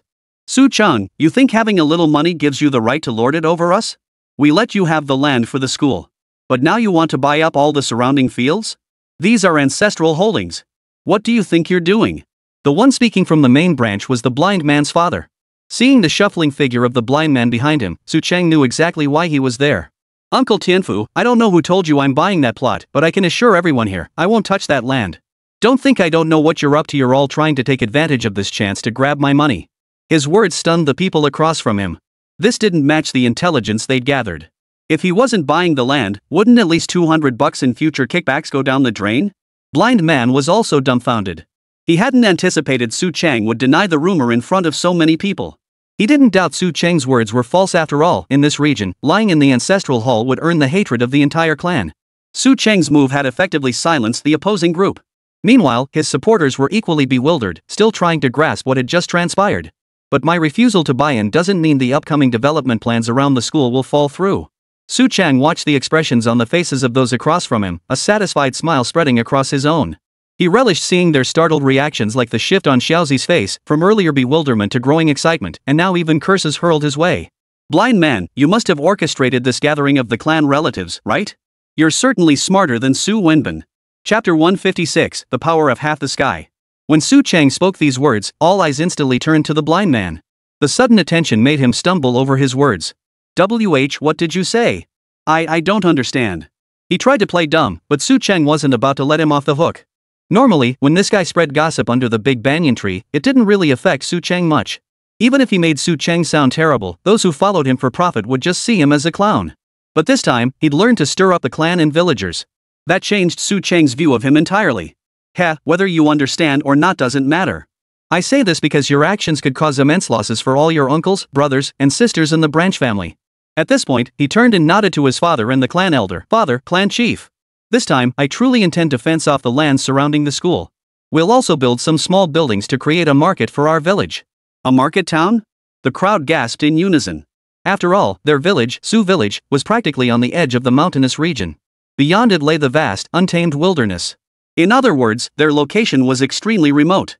No matter how large the market town might be, it would never attract many visitors, let alone the villagers who enjoyed traveling to nearby towns for the market days. Su Longsheng remained silent. He knew that if Su Cheng dared propose such a plan, he must have thoroughly thought it through.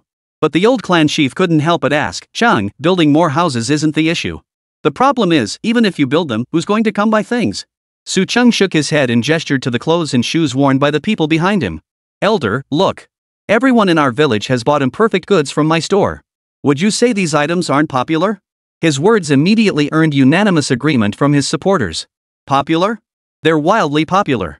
My wife says none of the customers she brought left with money, they just swap things in the store and push them back out.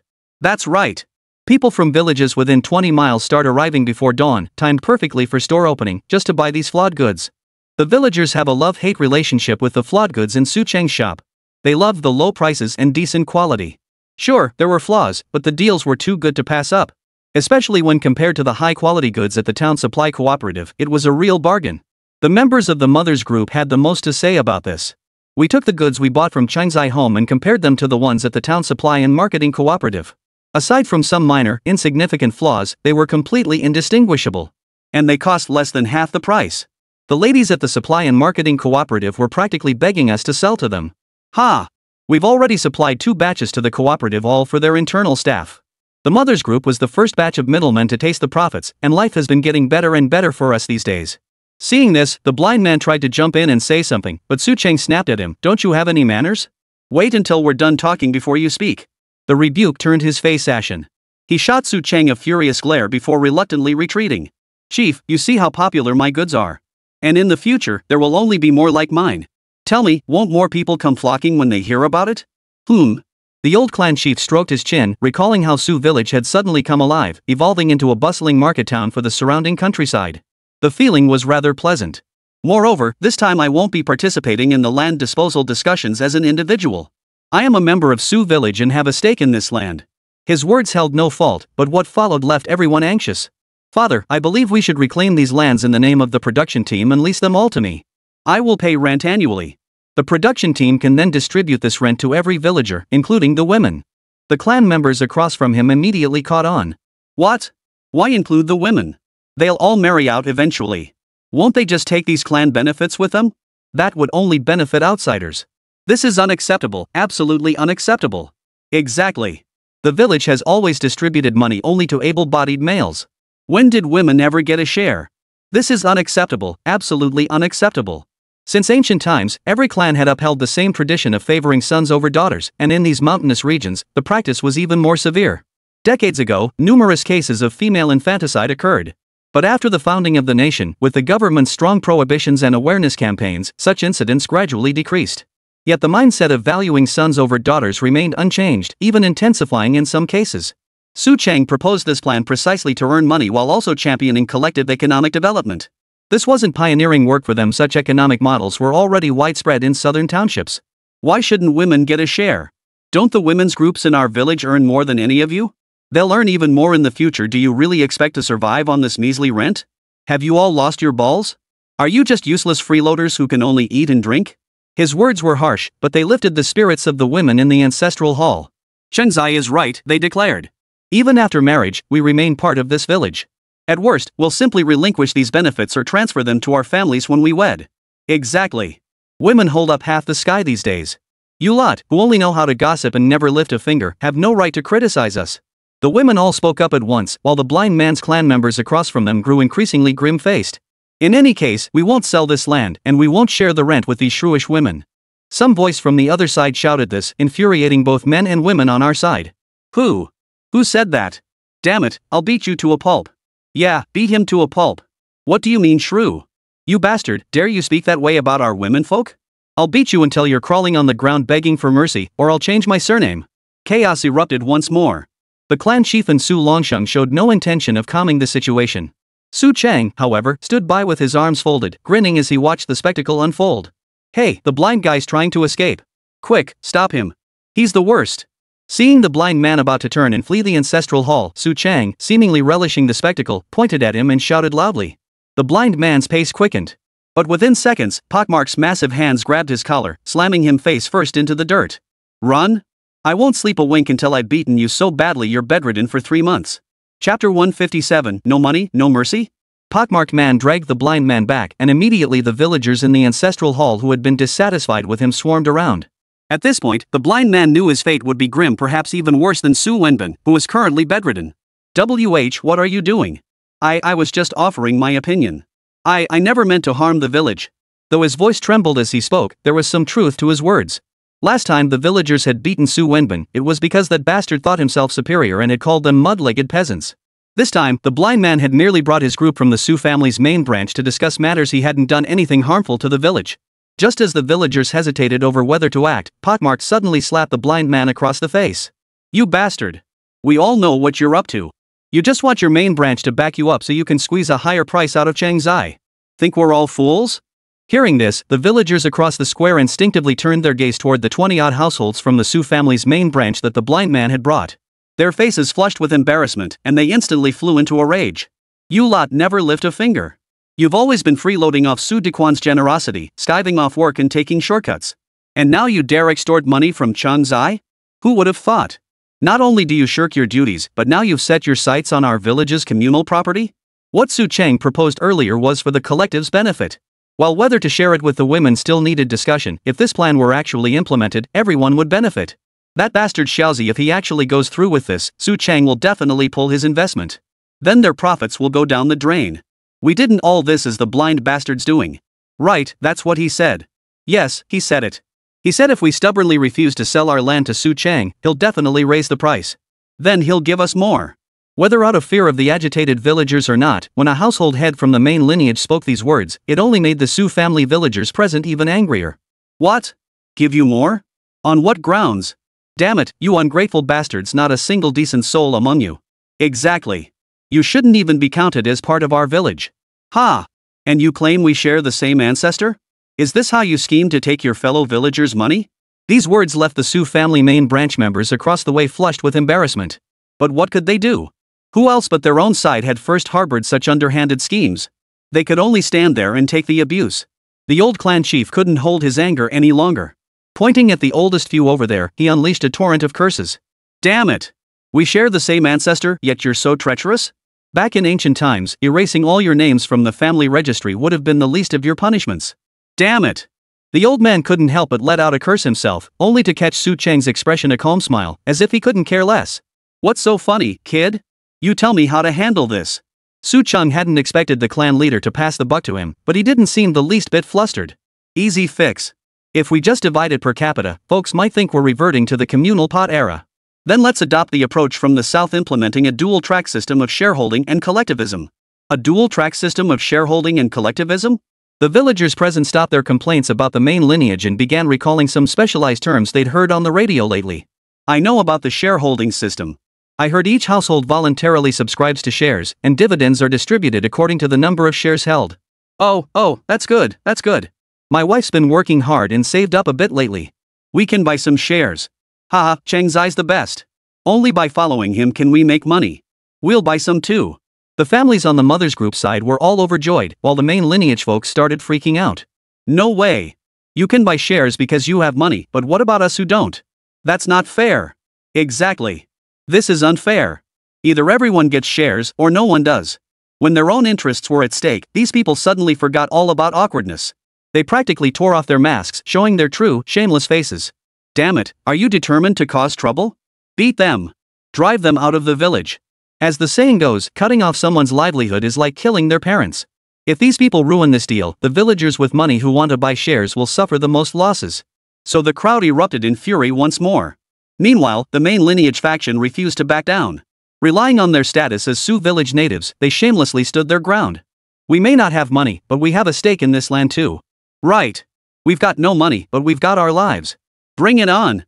The blind man mingled among them, looking for a chance to slip away, but Pakmar kept a close watch on him, leaving him unable to make a move. Just as the two sides were about to come to blows, Su Chang bellowed, "Stop." The old mother's faction naturally obeyed him. The main lineage faction also wanted to hear how he would handle the situation. You've got no money, yet you're acting tough? Ha! But this isn't a big deal. Since you're short, the village collective will lend you the funds with interest, mind you. After separating the two groups, Su Chang calmly laid out the solution. So, your share subscription fees will be deducted from future dividends and deducted at the maximum rate. That means you won't see any dividends for a year or two, maybe even longer. It all depends on how many shares you subscribe to. After his explanation, both sides finally understood. The women's group grew anxious upon hearing this. Doesn't that mean they're making money without investing anything? Are you stupid? Didn't you hear the kid mention interest? And can you even calculate that kind of interest? Won't the collective accountant decide it all anyway? Oh, right. The mother's group members didn't grasp the importance of this calculation, but the mothers themselves understood it perfectly. They'd learned how to handle these business calculations from Su Cheng's mother. So when they heard about interest, they immediately rejected the idea of borrowing money to invest. I gave you the method. If you won't take it, then forget it altogether. I've got plenty of other ways to make money, and I certainly won't be dragging you along for the ride. Chapter 158, Compound Interest. Ever heard of it? With Su Cheng's solution, the commotion in the ancestral hall quickly subsided. The main branch members hurried back to crunch the numbers, figuring out how much equity to borrow. The collateral branches, however, took their time. They first clarified Su Cheng's main plans for these lands, then discussed them at length in the ancestral hall before dispersing. As Su Longxing followed his son back, he couldn't wrap his head around it. You say we can lend shares to those people, but what if they borrow and never pay back? Su Cheng shot his father a speechless look. Dad, whether we distribute dividends is decided collectively. Plus, their debts are offset by those dividends first. They don't actually get a single penny in hand. Su Longxing finally slapped his forehead, looking as if a light bulb had gone off. At that moment, Su Cheng's mother gently tapped her son's forehead and chuckled. You little rascal, were you talking about compound interest just now? You're trying to fleece them dry. Ha!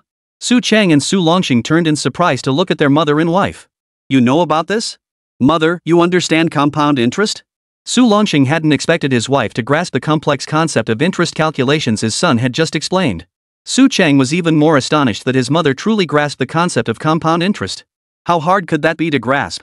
It's just like those ancient loan sharks, right? Except the interest rate you mentioned earlier didn't seem too high. Su Cheng's mother lifted her chin proudly, adopting a look of self-satisfaction as she continued, your kind of accounting? That's nothing. The accounts in our women's cooperative are far more complicated. Different fabrics have their own purchase prices and selling prices. Even so, your old mother here manages to keep everything perfectly organized. Su Cheng slapped his thigh and exclaimed, Mom, we'll hire a professional accounting instructor to teach you proper financial management. We need to firmly grasp the financial reins within the village collective. His voice carried, prompting Su Longxing to quickly cover his mouth. We can't be so loud. If outsiders hear us, they'll think our whole family has designs on the collective's assets. Prying his father's hand off his mouth, Su Cheng sighed in exasperation. Dad, you expect these villagers who constantly gang up on people and won't even confront Su Dequan when they run out of grain to manage the factory properly? Su Cheng was referring to the pickle factory. Though no official word had come from the township yet, in the minds of both father and son, it was already a done deal. That won't do. But these matters we can handle them, just don't talk about them. Su Longxing's worldly wisdom at this moment made Su Cheng immediately nod solemnly. I understand, father. I won't speak of it again. Seeing father and son unusually not arguing, Su Cheng's mother brightened. Humming a tune, she went to prepare dinner. The two men remained in the living room, each seemingly lost in their own thoughts. Father, how much longer will it take to clean up the village office? Those bastards are dragging you down day after day. It'll make your work harder in the future. Su Longxing nodded. He was well aware that progress on the village's construction projects had indeed slowed down recently. Beyond the pressures of spring plowing, the biggest issue remained the lack of cooperation from Su Dequan's former subordinates. There was little to be done about it. Just like our township chief Zhang, even though he was parachuted in, he still hadn't managed to get the township office under control. Su Cheng had little interest in these bureaucratic matters, but the village's persistent lack of cooperation was indeed slowing down his plans. Father, time waits for no one. Did you hear the broadcast? Huashi village is already gaining national fame. Our Su village can't lag behind, can it? Su Longxing was well aware of Huashi village's story. They'd heard the reports just days ago. Come to think of it, those leaders in Huashi village were pretty bold. Back in '69, they secretly set up a hardware factory. Then the year before last, in '80, they resisted the pressure to divide the land among households and directly implemented a collective contracting system. Yeah, they dared to allocate 70% of their labor force to the industrial sector, creating a situation where agriculture provided a safety net while industry drove prosperity. That was truly remarkable. Compared to Huashi village back then, isn't Sujia village today following a similar path? Except now they rely on men's agricultural production teams as the safety net, while the Mothers Brigade runs fabric sales outside the village as their wealth-building strategy. Dad, commerce is merely our means to accumulate initial capital. Ultimately, we must return to the path of industrial development. Industry? We lack the technology for that. But I know you have ideas. Su Cheng froze slightly as his father flattered him. Noticing his expression, Su Longxing sensed something was amiss and cleared his throat awkwardly to mask his discomfort. I don't have any ideas yet, but I wonder if the township would support our pickled vegetable factory at this time. If we could secure township cooperative status, that might actually break through our current impasse. Father and son were utterly stumped by this problem. After all, they weren't like Su Dequan. He'd been navigating these waters for years, building connections deep and wide. Otherwise, it wouldn't be so long after his incident and still no definite sentencing news had come back. His eldest son, however, had been swiftly sentenced to death and likely didn't have long to live. Just as the two men stood staring at each other in silence, the voice of Zhang Shangwa sounded from outside the door. "Village Chief Su, are you home?" Su Cheng opened the door and was delighted to see Zhang Shangwa. "County Magistrate Zhang, we were just talking about you. Come right in, it's almost mealtime. Stay for dinner and we'll discuss some matters over the meal." "Alright, I'll intrude then." Zhang Shangwa didn't hesitate. Seeing Su Cheng's cheerful expression put him at ease. This visit wasn't just to inform them about the pickle factory decision, he also needed to negotiate some township benefits for this youngster. After all, with so many defective products in his shop, the news had him practically drooling. "Su Cheng, you'd better perform well. Once we achieve results, I'll help you expand into broader fields." He'd always held high hopes for Su Cheng. Though the lad was somewhat mysterious, his capability to deliver results was undeniable. Zhang Shangwa couldn't care less how rough his methods might be. "Mayor, we plan to fence off the land near our school and set up a market. Then our village will become a major commercial hub for all the surrounding townships." "Huh? You're building a market? What about my township's market?" Chapter 159, The Independently Managed Pickle Factory. In other cities, a market might just be a spontaneous gathering of rural farmers. But here, it referred to a habitual gathering that formed on specific days. Some places had small market days on the 3rd, 5th, and 7th of the lunar month, while major market days coincided with festivals and holidays. The township where Su Village was located followed this pattern, with people heading to the town center to shop on market days. So when Su Cheng proposed establishing a market in Su Village, Zhang Shangwa was genuinely taken aback. He knew the young man had powerful supply channels. Precisely because of this, Su Cheng faced no difficulty whatsoever in establishing such a market. But this would inevitably drive the township's existing market out of business. "Township chief, what are you thinking? Our market won't compete with the townships for resources, and our customer bases are entirely different." "Oh? Tell me more." Zhang Shangwa was genuinely intrigued by Su Cheng's explanation. After all, if a truly distinct market could be established, it would be a means to boost the local economy. Wouldn't that make his political achievements shine even brighter? Su Cheng smiled and retrieved several samples currently on sale in the store from the room. Though he said he fetched them from the room, he actually just walked in and extracted them from the system. "See? These are defective water shoes, and there's also this waist-high rubber suit for fishing ponds. You won't find these at the village market, right?" No, the supply cooperative did bring in a few batches of such items, but no one around here uses such expensive gear. If they really need to go into the pond, people would rather strip down completely. Zhang Shangwa was telling the truth. People couldn't even afford enough to eat these days who would waste money on a useless rubber suit? No, township chief, think about it. If we wore rubber suits into the pond, we could just strip them off when we got out and get straight to other work. If we went in naked, never mind whether there's something sharp on the pond bottom, just catching our breath would take time. Zhang Shangwa pondered this and realized he was right. Short dives might be manageable, but longer ones would be unbearable. These are just one or two examples of goods in our market. That's why our market is completely different from the townships. Zhang Shangwa now understood clearly this was a high-end, specialized market, nothing like the large village vegetable markets. After grasping Su Cheng's plan, he gave a wry smile and asked, "So, have you figured out how to secure funding?" "Let me be clear, our village doesn't participate in commercial ventures like this. I came to inform you that our village can join the pickled vegetable factory project." Su Cheng and Su Longxing both beamed at the news. They had been worried that without the township's backing, the pickle factory would lose a crucial safeguard. Seeing their smiles, Zhang Shangwa paused and said, "Don't get too excited just yet. I have conditions." "Go ahead." Su Cheng welcomed Zhang Shangwa's willingness to set conditions. After all, this was a partnership. If there were truly no conditions attached, that would be the most frightening scenario. Factory finances must be transparent to the township. No problem, that's only right. Every year, the factory's finances are made transparent to all employees and shareholders. This isn't an issue, and establishing the rules early on at this stage is only beneficial. Su Longsheng was pleased with Su Cheng's straightforwardness, which proved his son had no intention of exploiting the workers through the factory. Factory management requires township involvement, with major decisions needing township approval. Seeing Su Cheng agree so readily, Zhang Shangwa's mood lightened considerably, his tone noticeably more relaxed as he spoke. "No, I absolutely cannot agree to this clause." "What?" Neither Zhang Shangwa nor Su Longsheng expected this young man, who had been so decisive moments ago, to now outright refuse. They reasoned that if financial matters so crucial could be made transparent, why couldn't the township participate in management? Seeing their puzzled expressions, Su Cheng immediately added, "Factory management must be autonomous. It cannot be influenced by decisions made by the township or village. This is a business enterprise, they must be accountable to their own enterprise." Su Longxing couldn't stand it anymore. In his view, this enterprise had been established with the support of the village and township offices. Why couldn't it be influenced? Zhang Shangwa shared similar reservations, but when he saw the stern look on Su Cheng's face, he paused. He pulled back the angry Su Longxing and whispered to Su Cheng, "Explain it to us. Convince us. We'll handle the rest for you." Su Cheng understood the implication. The township's approval for this factory must have required considerable effort from the new township chief, likely involving significant concessions. "Father, township chief. You both know that building this factory now, as long as we don't mess up, is a surefire way to make money, right?" Su Longxing didn't quite grasp it, but Zhang Shangwa understood perfectly. Not to mention, just the fact that the supply and marketing cooperative earned a batch of foreign exchange coupons last year had made him green with envy. Yeah, as long as the factory's products are good, sales shouldn't be a problem. Zhang Shangwa's response surprised Su Longxing. While he wasn't aware of the supply and marketing cooperative's affairs, he knew that once the factory was built, it would solve their village's labor shortage. People from nearby villages would even come to work there. Therefore, management must foster a sense of ownership among the workers. Profits must never be compromised to curry favor with anyone. Who would answer to the shareholders then? This wasn't merely a matter of saving face. As Su Cheng spoke, he winked at Su Longxing. "Father, you saw how heated everyone got in the ancestral hall when their income was even slightly affected." Su Longxing nodded. He'd never seen the villagers get this worked up and resort to physical altercations except when fighting over water with outsiders.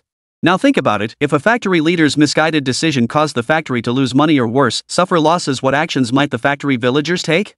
This statement genuinely startled the two men who held positions of authority. Just when they thought Su Cheng was merely trying to intimidate them, he pointed in a direction and added, "Don't forget, Engo's village will also send their young and strong men to work here. Those fellows carry knives when they walk the streets." This finally sent a chill down the spines of the two officials. This. As the two stood there speechless, unsure how to respond, Su Cheng slammed his hand on the table and declared, "Therefore, for the factory's profitability and the safety of our leaders, this pickle factory must become self-sufficient." Chapter 160, Utilize Everyone. Su Cheng's words genuinely startled Zhang Shangwa. After all, he had only recently arrived in this place, where the local customs were remarkably simple and uncomplicated. Not only in rural areas like theirs, but even in the county seat, it was common to see hunters openly selling wild game while carrying shotguns. It was well known that the higher-ups had already implemented a comprehensive gun ban at this time, yet it still couldn't be enforced effectively. Rumor had it that the previous township chief had been removed from office precisely for handling a violent clash between two villages. That brawl hadn't just involved villagers wielding furniture, they'd actually brandished firearms. Though no shots were fired, the sheer intimidation was terrifying enough. Don't assume the town's militia, still in existence, could keep these fierce villagers in check. That militia was likely one reason firearms remained so prevalent among the people. Su Longxing wasn't worried that Engo's group of Miao youths would cause any serious trouble. But seeing his son so determined, he chose to trust him. "This situation. I'll have a hard time explaining it to the township. After all, you're using the township's reputation, yet you won't let them send people to manage it." Zhang Shangwa's pained expression made Su Cheng chuckle. "Brother Zhang, think about it, if your first project after taking office goes wrong, even if you get promoted later, will your future career path really be smooth sailing?" At that moment, Su Cheng was like a devil, relentlessly prodding Zhang Shangwa's sensitive nerves with his words. "Besides, this kind of thing has already started in the south. We're just following the path others have already taken. How hard do you think it could be?" Zhang Shangwa hesitated, but Su Cheng had already identified his Achilles heel. "Look, the old guard in the township should be stepping down soon. Promote a new batch of people then, and with the pickle factory boosting your political achievements, wouldn't that secure the township government office in one fell swoop?" It must be said that the pie in the sky Su Cheng painted for him truly tempted Zhang Shangwa. When he was parachuted into this impoverished mountainous region, he initially assumed the local officials would be highly cooperative. But the incident involving Su Dequan made him realize how stubborn these old-timers entrenched in the mountains for years truly were. Moreover, as a young upstart, he had no idea how many conflicts of interest were at play here. Fortunately, the sudden rise of Su Longxing and his son in Su Village provided him with a breakthrough. Though the old foxes at the township office were all slick and slippery, leaving him no opening to strike, he had managed to gain a foothold in this area by leveraging the achievements of Su Village over the past period. More importantly, the cooperation from the Agricultural Science Academy had given him some breathing room, allowing him to finally make this trip to the countryside with peace of mind. Otherwise, he'd still be playing mind games with those old foxes back at the township office. "This matter requires me to return and persuade those cadres. But as you said, once something like this starts, it's hard to stop. The opposition will be significant." Su Cheng waved it off casually. "Don't worry about that. Have you been listening to the radio lately? Higher authorities are preparing to establish a commodity inspection bureau. Think about it, what kind of products can a bureaucratic enterprise possibly produce? When problems are uncovered, who will take the fall? Ha? A commodity inspection bureau? You're telling me this now? Zhang Shanghua had indeed listened to the radio, but he hadn't heard anything about this. Su Chang rolled his eyes. See? You don't even follow national affairs. What kind of cadre are you? Get lost. You think I'm as idle as you? Besides, your village blasts the radio all day long. I don't even know how to negotiate a discount with the power company for your electricity bill. Zhang Shanghua's words made both Su Chang and Su Longsheng chuckle happily. Ha, brother Zhang really looks out for us. We're not using that electricity for free. But could we ask the power company for a larger capacity substation? After all, the pickle factory is just a small trial operation. Our electricity consumption will multiply many times over in the future. What are you planning? Zhang Shanghua hadn't expected the young man to already have his sights set beyond the pickle factory, especially since they hadn't even started building the biogas digester yet. Of course we're going industrial. Didn't you hear what the village chief of Huaxi village, the #1 village in the land, said? Agriculture provides a safety net, but industry makes the money. We'll follow their example. Su Cheng's words plunged Zhang Shanghua back into deep thought. Tapping his fingers on the table. His fingers tapped the table absent-mindedly. Su Longsheng and his son fell silent. Su Cheng's mother remained in the kitchen, not coming out again. Right, let's learn from them. I'll make some trips to the county seat too, see if I can bring in those light industry experts. Zhang Shanghua slammed his hand on the table, resolutely deciding to collaborate with Su Cheng. That's the spirit. Once the experts arrive, we should have our local market ready. Even if they don't stay here, they'll surely take an interest in our goods. Zhang Shanghua knew he was referring to the large quantity of defective goods in his shop. Truth be told, such cheap and plentiful goods were genuinely appealing. Even folks from the county town probably rarely got chances to buy such hot items. Alright, I'll head back now. Oh, and I came to tell you the advanced production team title for your Su village has been approved. Someone will deliver the certificate in a few days. At this time, such an honorary title was indeed just a paper certificate, at most accompanied by an additional document stamped with the township seal as proof. That won't do. This is a major event. I'll find the village carpenter to carve this honor into a plaque and hang it above the entrance to our village office. Zhang Shanghua listened to his words, momentarily at a loss for what to say. For an official like him, such matters were trivial and unworthy of mention. But for the entire village of Sujia, it was truly a momentous occasion. Plus, we could use this chance to promote our future market, at the very least, get the word out. Su Cheng's words left Zhang Shanghua utterly speechless.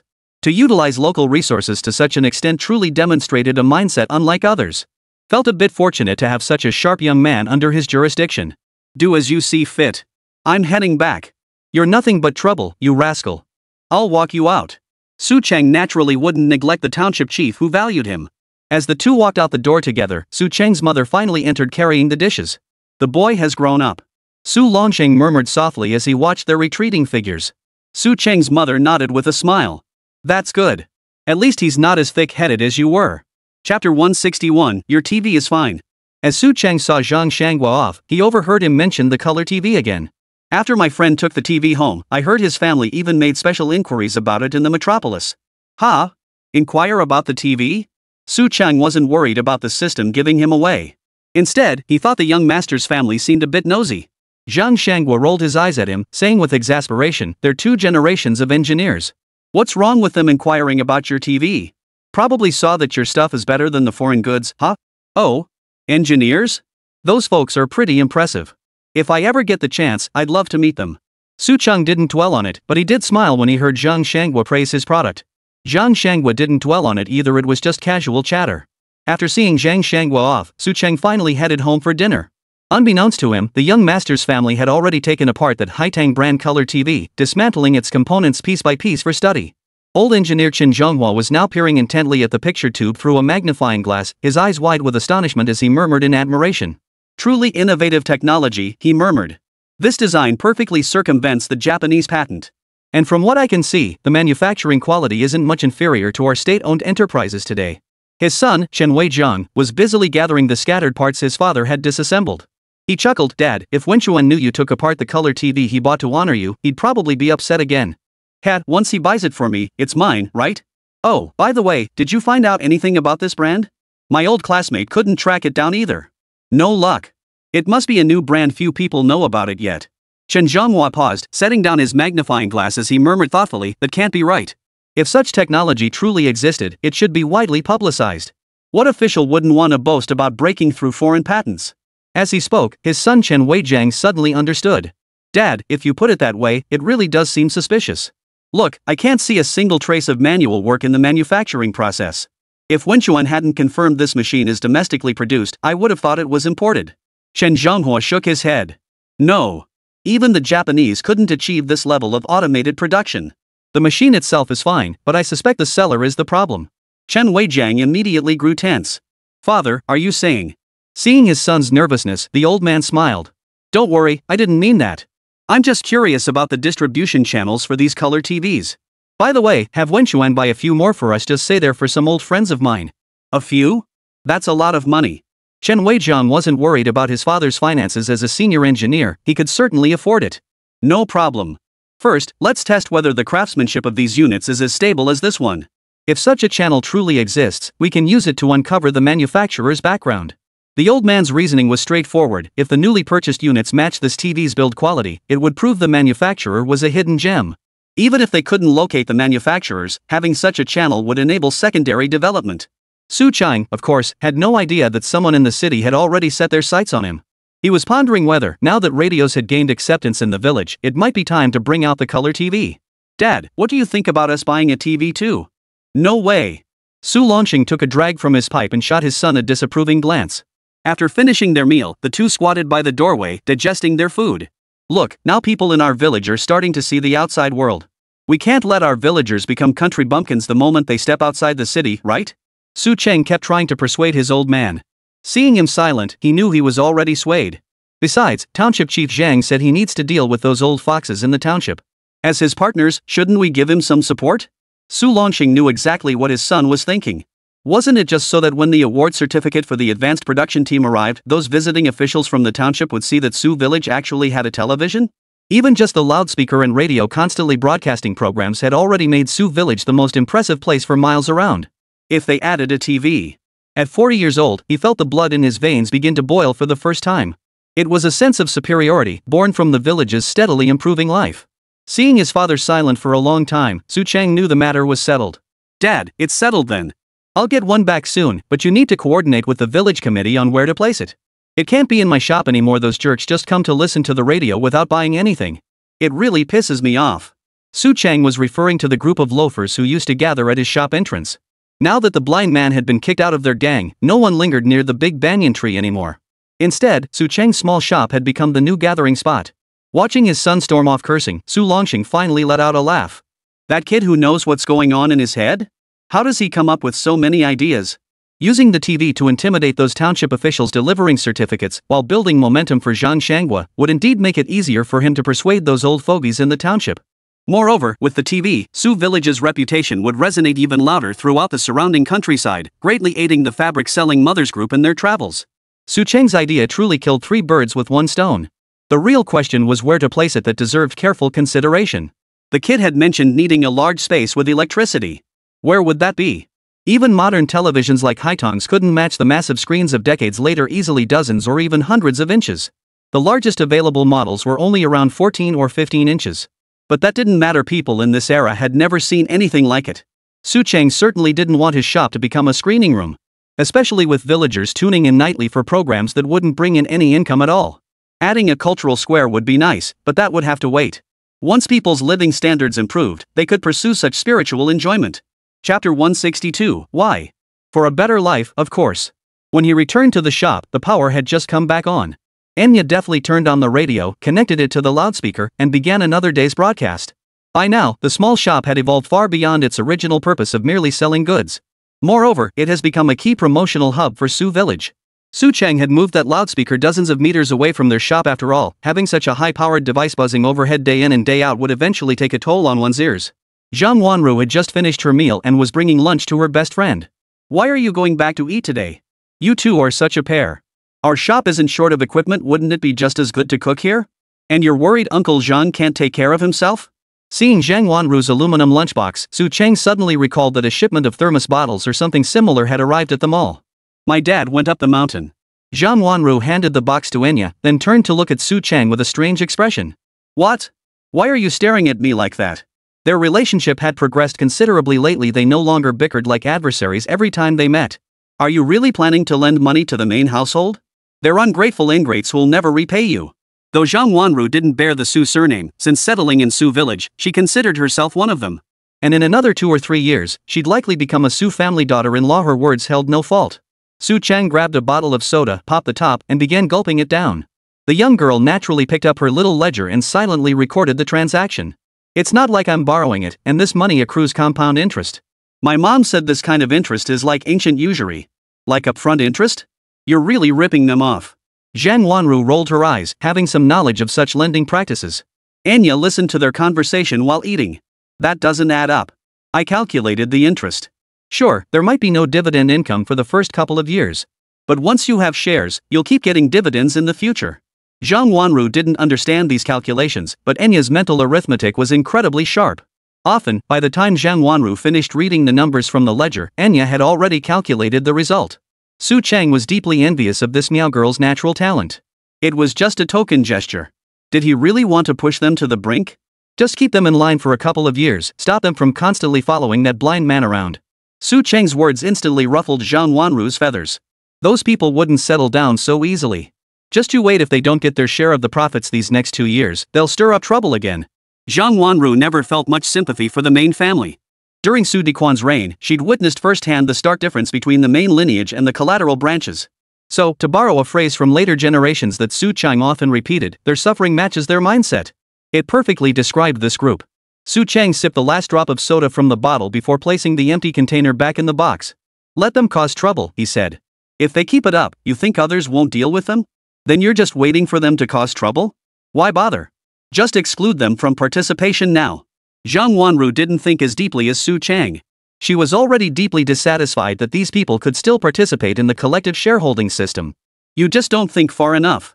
Think about it, if they weren't part of this, wouldn't they sabotage us to the death? Would they dare? The young girl blurted out the moment Su Chang finished speaking, her face flushed with righteous indignation, making Su Chang chuckle inwardly. Why wouldn't they? Aren't they villagers? Don't they enjoy the benefits of the village collective? The girl fell silent, but Enya, who had just finished eating, nodded in agreement. Su Chang continued, since they're getting these benefits, they won't be happy if others get more than them. So if that's the case, then no one should get anything at all. Su Chang spread his hands in a gesture of helplessness, leaving Zhang Wanru seething with frustration. This can't be right. How could anyone act like this? They're only hurting themselves. Su Chang smiled and ruffled the little girl's hair, messing it up a bit. You're just too trusting. Do you really think the clan chief would let them cause trouble so easily? Now that this loan system is in place, I bet quite a few village officials are planning to rip these people off mercilessly. Ha! Su Chang's words made Zhang Wanru forget to swat away the hand messing with her hair. Few of the current village cadres were Su Dequan's former subordinates. If they truly intended to target these people, they'd likely go all out. After all, these new cadres promoted by Su Longsheng had all suffered under the main family's rule. Especially during production brigade work assignments, the collateral branches were often stuck with the hardest, most grueling tasks. They'd harbored resentment back then, and now that they'd gained leverage, the dynamics between the two sides had only grown more complicated. Su Chang had never mentioned any of this to Zhang Wanru. But the young lady was no pushover. She was quite familiar with the members of the grandma's group and knew everything that went on in the village like the back of her hand. You spend all day scheming about these things, Su Chang said. Isn't that exhausting? What's it all for? After hearing all these village secrets from Su Chang, the young girl suddenly felt emotionally drained. Why? For a better life, of course. Remember when we couldn't even afford soda? Don't you recall how pathetic you looked sneaking over to steal a drink that night? Bull. I was borrowing it. Right, borrowed it, and I kept track of the debt. Planning to pay it back for the rest of your life? Get lost. Enya watched the two start bickering again and rolled her eyes, turning her head away before cranking up the radio volume. Of course, this kind of banter couldn't hold a candle to the broadcasts. When the village broadcast came on again, the men working in the fields perked up. Power's back? Ha! We can listen to the news broadcast again. Those little rascals hadn't been eating properly these past few days. They said the children's programs on the radio were missing, like a dish without salt. And it was true. After listening to the broadcast, those little rascals really weren't as rowdy as before. And we owe it all to Su Chang. Who else gets to have the radio playing day in and day out? Only our village gets that kind of treatment. Ha, you bet. Now when my wife goes out peddling cloth, people give her thumbs up, saying our village is doing great. The villagers were quick to notice the changes. These good times seemed to breathe new life into the entire village of Sujia. What they didn't know was that the township was preparing to bestow an even greater honor upon them. Chapter 163, Small Temple, Big Demon Wind. On his way back, Zhang Shanguo was deep in thought, smiling to himself. Su Cheng's suggestion this time had indeed put him in a bit of a bind, but in comparison, the future development plan he'd laid out for Su Village filled him with excitement. Even his deputy township chief, who had accompanied him on this trip, couldn't help but ask. "Mayor, we just left Su Village, and you've been smiling nonstop ever since. Is something big happening?" As Zhang Shangwa pedaled the township's old-fashioned 28-inch bicycle, he opened his mouth to speak but suddenly froze, his expression turning grave. "Nothing good," he muttered. "That kid just keeps causing trouble." "Ha?" Before the deputy could press further, the man was already pedaling like the devil was chasing him, racing back to the township office. "Causing trouble while smiling like that? Looks like our township chief is up to something again." Sure enough, the moment the two men returned to the township office, Zhang Shangwa immediately began rushing from office to office, summoning everyone to an emergency meeting. "What's going on? Chen, what's gotten into your township chief?" Deputy Township Head Chen could only shake his head. He genuinely couldn't fathom what Zhang Shangwa was thinking. Just moments ago, he'd been planning to accompany Zhang to meet Su Chang, only to be dispatched to Su Village to inspect the school construction site. While he was still inquiring about the project at the site, the fiery township chief Zhang rushed over and ordered him back to the township office immediately. "I really have no idea. We just got back from Su Village, and the mayor seemed to say the kid caused trouble again." "Trouble? What kind of trouble could a small shop owner cause?" "Probably just your township chief looking for an excuse to pick on us old folks again." The notorious old curmudgeons who had just emerged from the office snorted disdainfully at his words. Chen Chang wasn't one to grovel before these old hacks. Having been personally promoted by Director Zhang Shangwa, he owed these station veterans no special deference. "Director Huang, if you have grievances, take them up directly with the township chief. Speaking to me about this is pointless." With that, he paid no further attention to the old hands and followed the station cadres straight into the meeting room. "Humph, does he really think a handful of newbies can turn our office upside down? If he wants to bite us, he'd better not break his teeth." Director Huang was clearly refusing to give face to this newly appointed deputy township chief.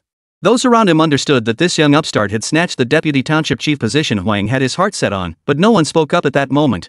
Who knew which of them this hot-headed young deputy township chief, who was preparing to implement sweeping reforms, would target next? Especially with Su Dequan's case still pending. Word was people were being called in for questioning every other day, and it had the old-timers scared stiff. "Old Huang, times have changed. Word is the winds of change are blowing stronger down south. We probably won't be sitting here much longer." Hearing this, the old men all fell silent. It wasn't that they opposed reform. But if Zhang Shangwa really did implement sweeping changes, the vested interests they represented in their respective villages and towns might well be affected. This wasn't to say they were corrupt officials taking bribes. But they each had a large group of fellow villagers behind them. Who dared to make such a drastic change without a safety net? Did anyone really believe everyone would be as fortunate as that young man from Su Village?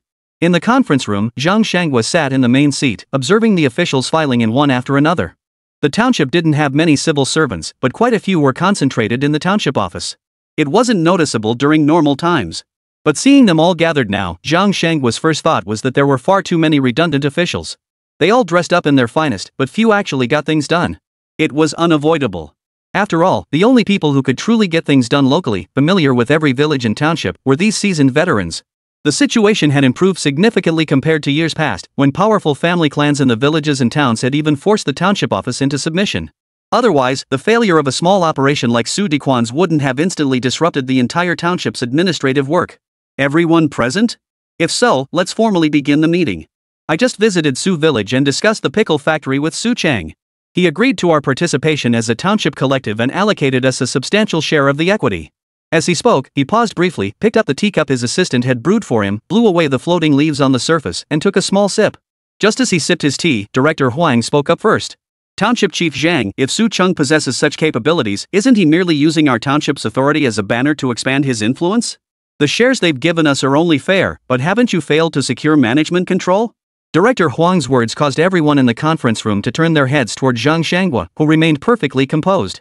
Slowly, he set down the teacup in his hand and calmly replaced the lid. "Director Huang, is management control truly that crucial? Which of our township officials do you think is qualified to manage a village-owned collective enterprise? Or rather, is there anyone here who believes they're smarter than that small business owner who can drive an entire village forward?"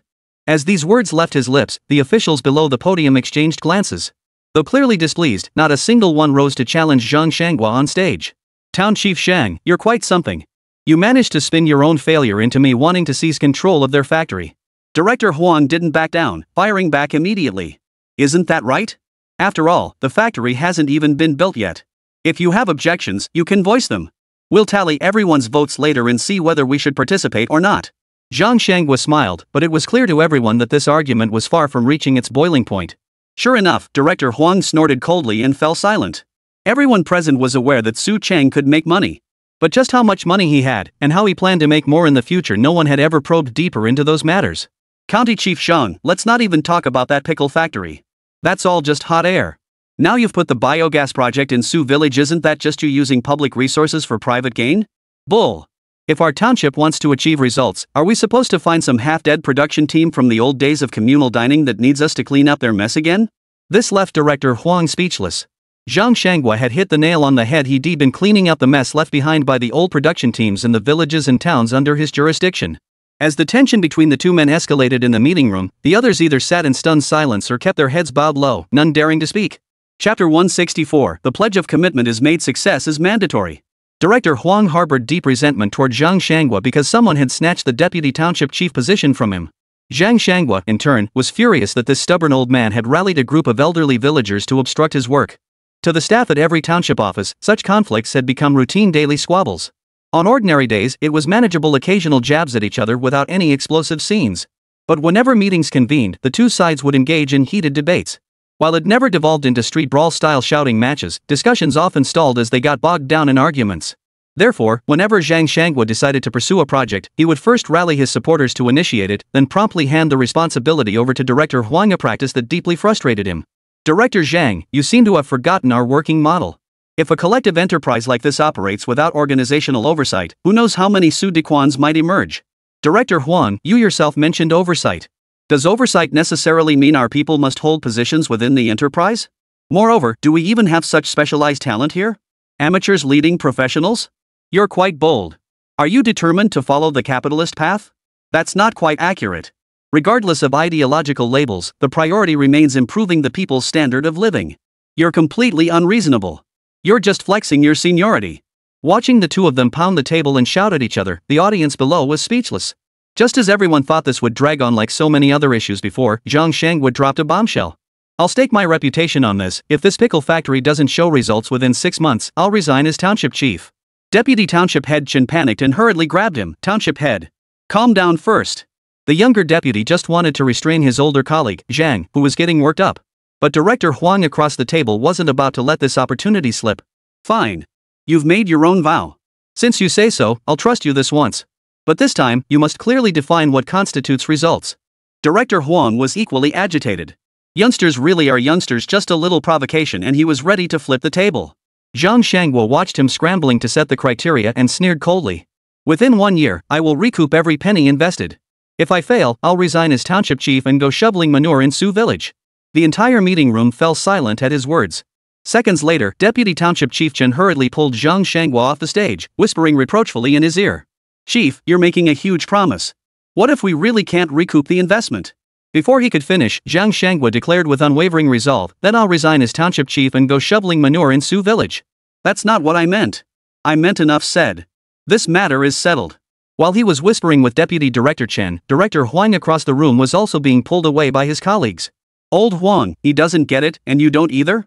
Do you really think you can just resign from a position like this? What will the higher-ups think?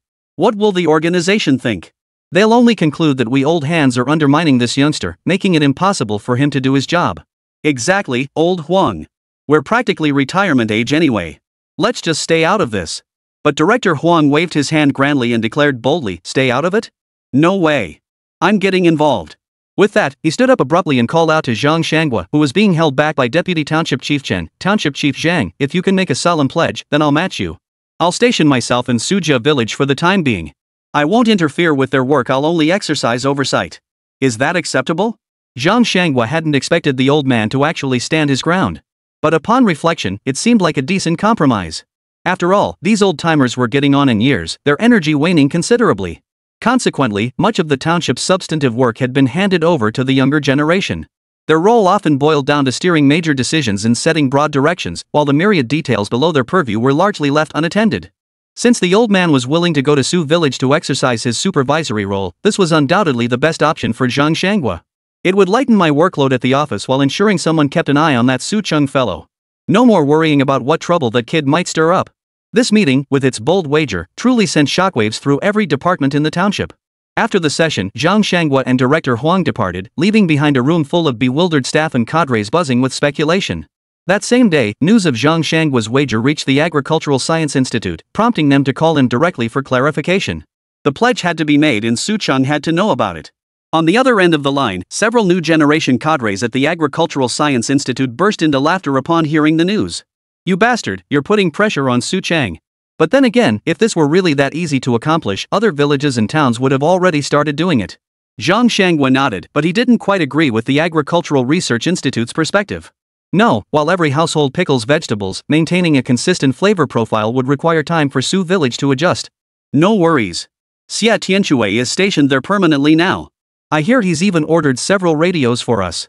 When the time comes, we'll all visit that magical little village together. Speaking of radios, Zhang Shanghua suddenly recalled Su Cheng's mention of the radio news broadcast. Quick, have someone turn on the radio. I want to hear the latest news. The radio was kept in the township's broadcasting room, connected to the outdoor loudspeakers. Though it didn't broadcast non-stop like Su Village's system. During these news broadcasts, Zhang Shanghua and the other progressive cadres would pause their work and listen intently. Chief, someone reported, the Miao villagers have come again to deliver fish. They say it's to thank the government for resettling mountain folk like them. Zhang Shanghua, lost in thought, felt his head throb at the news. Tell them this is all mandated by the state, there's no need for thanks. Oh, and make sure they operate lawfully. We can't afford any mishaps now that could give the other side ammunition. Understood, Mayor. I'll have them leave immediately. Chapter 165, NGE's Business Tactics. Nengguo was warmly turned away by the comrades at the township office. Seeing the constant swallowing in their throats, he knew he'd taken the right step this time. As Su Cheng had taught him, never shy away from inconveniencing others. Relationships are built precisely through such back-and-forth exchanges. These were business lessons Su Cheng had picked up in his later life. Of course, he hadn't even had a chance to put the business wisdom he'd learned from short videos into practice himself before passing it straight on to the big guy, No. As for No, he now found himself in a no-win situation. With no other choice, he steeled his nerves and carried a large bucket of sour fish soup to deliver it to the township chief who would help them. This was his second trip to town with the Miao youths to sell the soup for money. Last time, they'd gotten lucky, meeting that enthusiastic young girl who helped him sell it. Now, having prepared the soup ingredients once more, they carried their burdens directly to the township, hoping to earn a second round of profits. Though Zhang Shanghua had refused them, the way the township office staff stared wide-eyed and sniffed frantically made Ngo realize Su Cheng's words had proven true once more.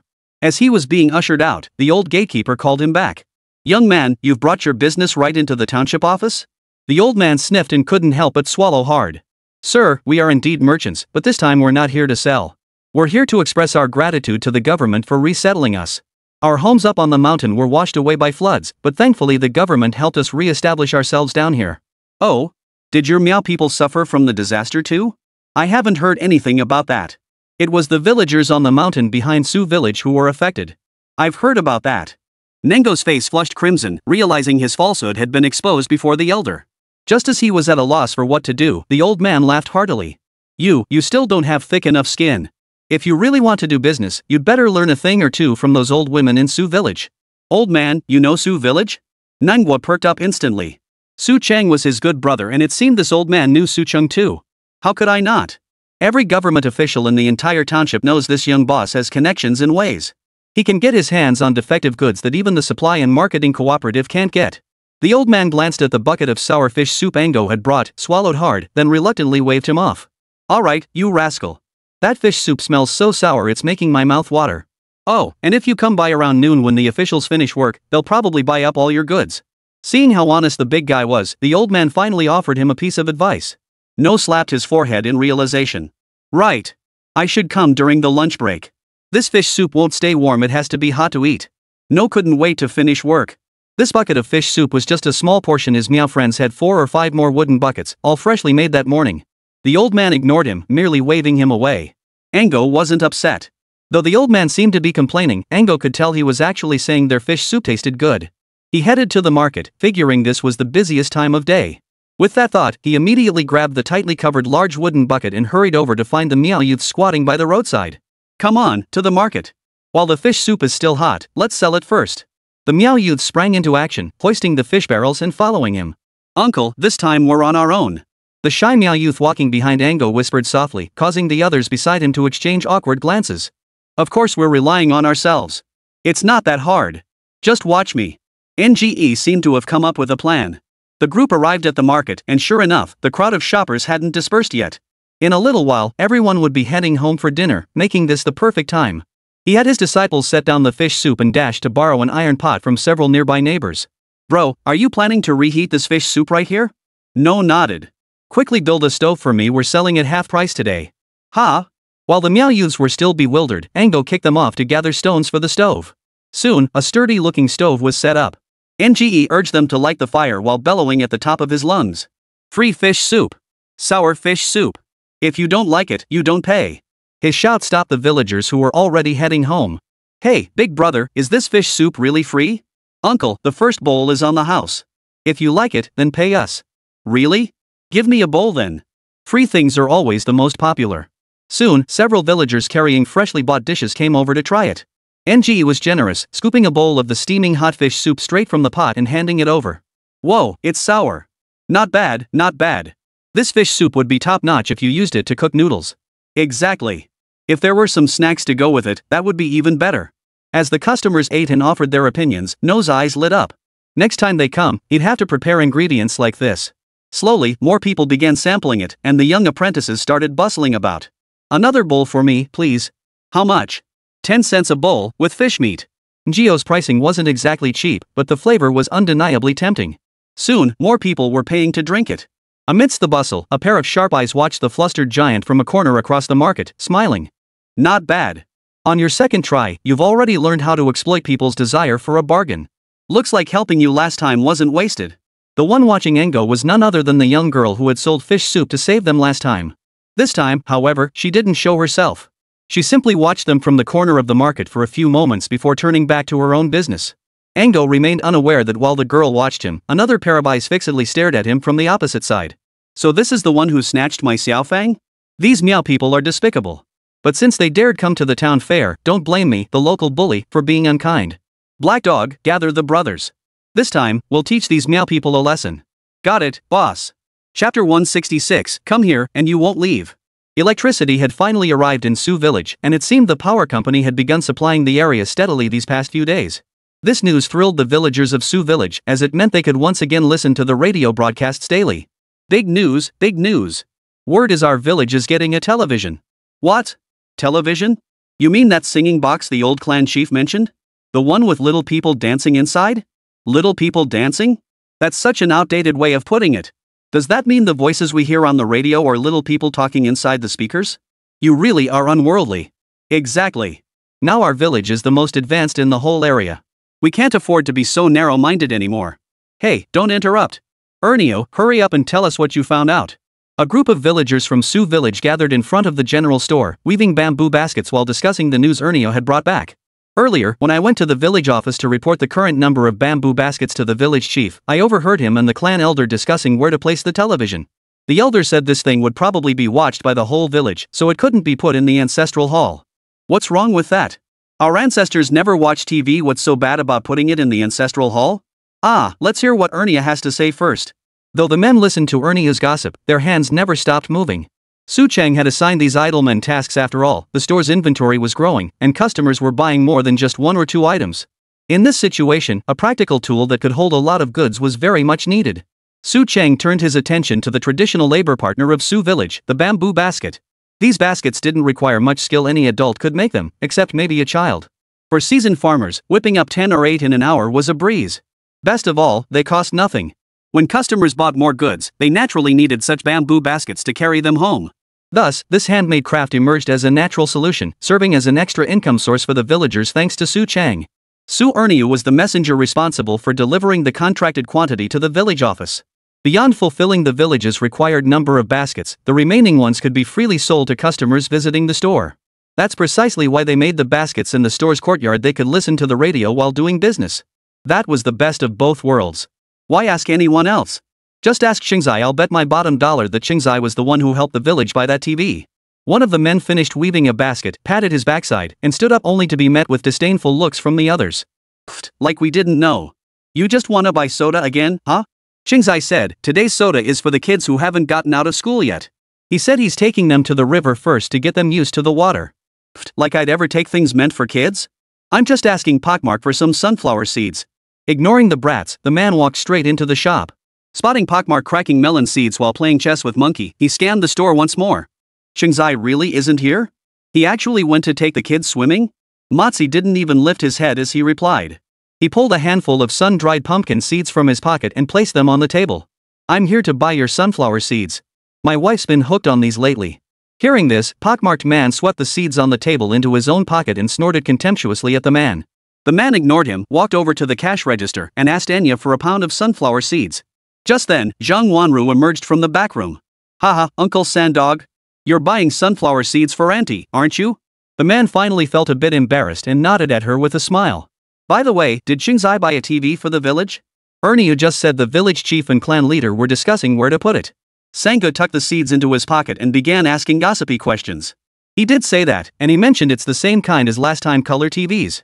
As the shop owner's wife, even Zhang Wanru, not yet officially married, had earned everyone's respect. Color? Are there non-color ones? Sangu was completely baffled. He genuinely didn't know televisions could be categorized that way. I don't know either. Never seen one. We'll find out when we get it back. Hey, Uncle Sandog, has Doggy been causing trouble lately? You really scared him last time. Guzai was Sangan's son, that mischievous kid who helped the cripple write the denunciation letter last time. He wasn't easily scared, but he did seem a bit afraid when he followed Qingzai around. As the two leaned against the table discussing these matters, Su Chang by the riverbank had indeed spotted several village kids with a natural talent for swimming. Uncle Chang, can we really have soda after we finish swimming? Yeah, you really can. Keep an eye on these little guys. If any of them drown, forget about soda, you won't get any. And your dads will beat you senseless when you get home. Sango's kid suddenly shot up from the river, completely naked, and leaped onto the bank. He excitedly announced the news to his friends. The group of naked little kids all shrieked with excitement.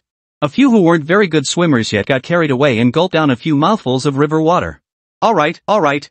That's enough practice for today. Everyone get out of the water. Let's head back to the shop for some soda. Hooray! Long live Uncle Chang. Uncle Su Chang was the most beloved figure among the children in Su village. He was down to earth and always treated them to good food and drinks. Family members mentioned he had even donated a radio for the village. As Uncle Chang led the kids back from the riverbank, they ran into Su Longsheng, who had just returned from the township. I heard an old man who made a bet with the township chief will be staying in our village for a few days. Probably here to supervise the work. Su Cheng told the kids to head to the shop first, then casually remarked to his father, let him come. Our homestay already has comrades staying here. One more old comrade won't make us any less comfortable. Su Longsheng couldn't help but give a wry smile at his words. That kid turned Ma Zi's house into a homestay, and Ma Zi's mom even became a part-time waitress. But they were quite happy about it after all, they were getting paid for it. As for whether they actually did the chores or not, it was all the same as doing housework anyway. Even a few other neighbors started thinking along the same lines, following suit. Dad, don't overthink it. Once I let them in, they won't be leaving anytime soon. Su Chung patted his father's shoulder and followed the children back to the shop. Watching his son's retreating figure, Su Longsheng could only offer a wry smile. He's truly grown up now. Chapter 167, Su Chang standing. When Su Chang returned to the shop with the children, the men in the courtyard had just finished weaving that day's bamboo baskets. Seeing him enter, several men looked somewhat embarrassed. Uncle Chang, why are you here? Aunt Chang told you to rest at home. Your back isn't well, you shouldn't overexert yourself. A man who had just stood up, clutching his waist, looked pale. Su Chang recognized him, he was Aunt Chang's husband. His health had been ruined during an accident while helping with emergency repairs in the village. Later, when the township conducted a medical checkup, they discovered he also had kidney disease. This drained their family's savings completely. Fortunately, Aunt Chang had started earning money by then, and their life gradually improved. Seeing him looking rather frail, Su Chang stepped forward to support him and guided him into the shop. The child who followed them rushed straight to the cash register, calling out to Anya with great excitement. Uncle Chang sat down in the chair Su Chang had offered him and sighed. Chang, my body, it's such a burden. Su Chang patted his shoulder. You need to take care of that kidney disease. Didn't old Zhao say so? Once he finds the right medicine for you, he'll give you a powerful remedy that'll guarantee you live a few more years. Uncle Chang gave a bitter smile, unwilling to speak further. Seeing this, Su Chang told him to rest properly before turning his attention to the children, who were running around like monkeys. Don't hog it all, share some with the little ones. Got it, Uncle Chang. We're all from the same village, we should learn to stick together. You taught us that. The children were actually quite obedient at that moment. At least when the adults saw them giving extra soda to the younger ones, they felt deeply gratified. Seeing the shop was quiet, Su Chang stepped into the courtyard to inspect the bamboo baskets the men had been weaving. Chang, no one came to trade today, so none of our baskets sold. One man looked a bit embarrassed. In other villages, basket weaving like this was usually women's work. Su Chung understood what they meant. No problem, Uncle Han. If you're willing, you can sell the baskets to me. I'll buy whatever extra you weave at the agreed price. Really? The men naturally wanted to get paid sooner. With their usual sales volume, they only sold a few each day, and after splitting the money, there wasn't much left. If they sold everything they wove to Su Chung, they could each get a bigger share. Would I lie to you? But this business will probably only last a few months. Once the shops near the school start opening, I think it'd be better for you guys to set up some small businesses there. Small business? Chang Zai, what do you think we should do? We don't really know anything about running a business. The men didn't doubt his words, especially not whether the shop could turn a profit. After all, the most profitable venture in the village was right before their eyes. I think we should follow the Meow folks' example and sell snacks or something like that. Think about it, lots of people will come to my shop. They'll need to eat, drink, and use the restroom, right? Su Chang's suggestion did spark interest among the men. While they knew little about other trades, cooking, how could a villager not know how to prepare food? But Chang, we've got no culinary skills. What if we make something nobody wants to buy? Su Chang smiled. Uncle Han, think about it. There are hardly any shops around here that serve food. And everyone in the village is busy, no one has time to cook for these workers. Exactly. The school construction site is already bustling with activity. We're only here because of this assignment, otherwise, we'd be helping out on the site too. Plus, the pickle factory will be setting up soon. That'll mean even fewer workers available. We might actually be too busy to help out then. Su Chang's words suddenly made the men see the light. Right. Chang's got a point. Whether it tastes good or not, they'll still have to patronize our business, won't they? Well, that puts my mind at ease. When the time comes, we'll learn cooking from Uncle Han. We trust your skills. The man addressed as Uncle Han by Su Chang flashed a pleased smile. He was the cook in charge of the communal kitchen at the production team. Though not a master chef, he could whip up some pretty tasty dishes. After some discussion, the men ultimately sold all their bamboo baskets to Su Chang. As Su Chang had Zhang Wanru tally the payment, he spotted pockmarks coming in from outside. Uncle, where've you been now? Ma Zi had just been playing chess with Monkey, but now he was carrying a sack into the room. Didn't that kid Ango go to the township? I just took all the quilts from his room out to air them. Since the goods he brought from the village were piled there anyway, I figured I'd carry them back. NGE was still staying at Ma Zi's place. Though it wasn't quite a guest house, Ma Zi and his mother treated him like a guest. Speaking of NGE, Su Chang was curious, had he run into that girl again while taking the Meow youths to town to sell fish soup? Enya seemed particularly excited about this. Just as she was about to share the details she'd learned from her brother about the girl, a considerable commotion erupted outside the door. What? You guys got into a fight? The men outside hadn't left yet, but they were shouting loudly from the doorway. When Su Chang and Pockmark went out, they saw Ango and the Meow youths looking rather dejected, some even bearing traces of blood on their bodies. 1, 2, 3, 4, 5 pockmarks. Su counted the heads, relieved to find no one missing. Su Chang's gaze immediately fell on the man who had brought Ango and the others, Deputy Township Chief Chen, introduced by Township Chief Zhang last time. This was a young man from a nearby village. Deputy County Chief Chen, what happened? As he hurried over to ask Deputy Township Chief Chen, he noticed Ango's face darkening with anger, as if he wanted to speak. Hold on, I want to hear Deputy Chief Chen's explanation. Hearing this, Ango immediately shut up, his face flushing with embarrassment. Deputy Township Head Chen hadn't expected Su Chang to hold such high standing among these people, especially since they'd been acting so arrogant at the police station just moments ago. Comrade Su, they got into a scuffle with some local hoodlums in the township market and injured someone. Su Chang nodded to him, then glanced at the Meow people present. Seeing no obvious injuries on them, he smiled and said, Township Chief Chen, don't bother with these jerks. Come inside and sit down first. We'll talk it out slowly. He gestured for Deputy Mayor Chen to enter the shop, giving Monkey a meaningful glance just before stepping inside. Monkey was sharp and got the hint, darting out the door to grab Ango and his crew and head back to the village. Hurry back and see how much damage they caused. Our boss will make sure those thugs pay dearly. Chapter 168, Our Way of Dealing with Things.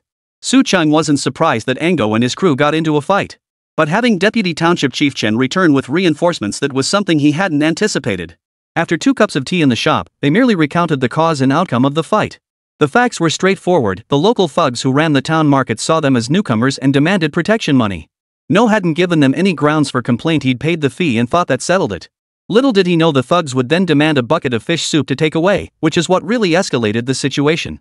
So you're saying those guys were looking for trouble? Deputy Township Chief Chen gave a wry smile. You bet. They think they're invincible with their numbers in the market, just looking for someone to bully. But then a girl stepped in to smooth things over. Everyone thought it was settled, but they seemed to use that as an excuse to stir up more trouble. Su Chung understood immediately upon hearing this. That girl helped our side sell fish soup, right? Ha? How did you know? I heard it later at the police station from the officers there. Probably that thug leader was jealous. Su Chang nodded with a smile. But inside, he couldn't help but roll his eyes at this melodramatic rural love story. It's fine. As long as our people weren't hurt. Deputy Township Chief Chen was momentarily stunned by his words. What do you mean, our people weren't hurt? Wait, he hadn't once asked if the other side was hurt. Looks like those thugs are in for it now. Deputy Township Chief Chen didn't know what Su Chang would do next, but based on his understanding of the man and the fact that he'd managed to unite the entire village to make money during this period, such capability wasn't something just anyone possessed. With that thought, he offered a few polite farewells and prepared to leave. Su Chang walked him out, one pushing a bicycle while the other walked beside him, their voices low. At the village entrance, Deputy Township Chief Chen, seeing no one around, whispered to him, "The township chief asked me to tell you that in a few days, an old guy named Director Huan will come to supervise your work. Try your best not to give him any ammunition." Su Chang nodded, his tone confident. "No problem. Let him come. This sort of thing was bound to happen sooner or later. Oh, and make sure Director Zhang finalizes the budget. Our homestays aren't free, you know." Deputy Mayor Chen froze again. Did this kid even take this seriously? This guy is here to cause trouble, and you're still worrying about his lodging expenses? But this wasn't his concern anyway. His job was just to deliver the message. Watching Deputy Township Chief Chen ride away on his bike, Su Chang finally turned and headed toward Potmark's house. Ma Zi's place had expanded by several rooms now, all built with bricks he'd hauled back from construction sites himself. You know what? He did a pretty good job. Entering Ango's room, the big man seemed restless. Spotting Su Chang, he immediately stood up. Monkey and the group of Miao youths also rose to their feet. Sit down, everyone. The room was bare, with only a wooden bed and a table, barely any chairs. As everyone sat cross-legged on the floor, Su Chang spoke first. You're not hurt, are you? His words instantly drew laughter from the Miao youths in Ango. Those punks didn't stand a chance. We took them down in no time. A few of them nearly dropped to their knees when they saw the knives hanging at our waists. The Miao clan did carry knives, and in this era, their use of blades would indeed require investigation by other departments. But no blades were drawn this time, so the police station comrades wrapped up the case quickly. Those kids handled it pretty well, they took care of the guys in no time. I didn't even have to lift a finger. A look of pride flashed across Ango's face as he said this. After all, among those present, his combat prowess was unmatched. Had he truly intervened, the opponents would likely have ended up either dead or severely injured. Getting away with just a few blows was the best possible outcome.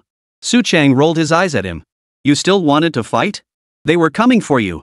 Don't tell me you weren't tempted to provoke them when that girl stepped in to speak up. The big guy seemed caught off guard by the remark, his weathered face flushing instantly. Monkey and the group of Miao youths couldn't help but laugh. All right, the township chief has settled this for you. But we're not done with this. Tomorrow, we're all going to the township office. Ha? Nengo hadn't yet grasped his plan, but Monkey, ever sharp, nudged him. He immediately caught on. Because of this, 3 buckets of fish soup got knocked over today. We lost half our ingredients. Right. Calculate the cost. Tomorrow we'll go collect what's owed. Su Chang nodded. He didn't need to lead the team himself, just having Potmark handle it would settle things. His main goal was to scout the town market, see what goods they sold there so he could find substitutes to stock in their own market later. You really don't need to go, do you? We'll be heading back tomorrow anyway. We can just take it up with them then. Nung felt a bit awkward. After all, he'd caused this mess. Having brother Su Chung step in to handle it made him look rather incompetent. Su Chung shot him a look inside. You're worried about losing face in front of your little girl, aren't you? Afraid I'll steal your thunder? No, that's not it. I just think you're overkill for this chicken killing job. Su Cheng's strength lay in his mind, unlike this roughneck who knew nothing and could do nothing. Good, glad you don't think that. We're going to talk sense, not fight. Talk sense? Yeah, right. Those street punks are going to reason with you? If they were truly reasonable, they wouldn't have been running wild in the market for so long without anyone stopping them. Seeing the big man's confusion, Su Chang rolled his eyes again and said, a great man once said, truth lies only within the range of cannons. Our reason lies within the reach of our blades, so we are men of reason.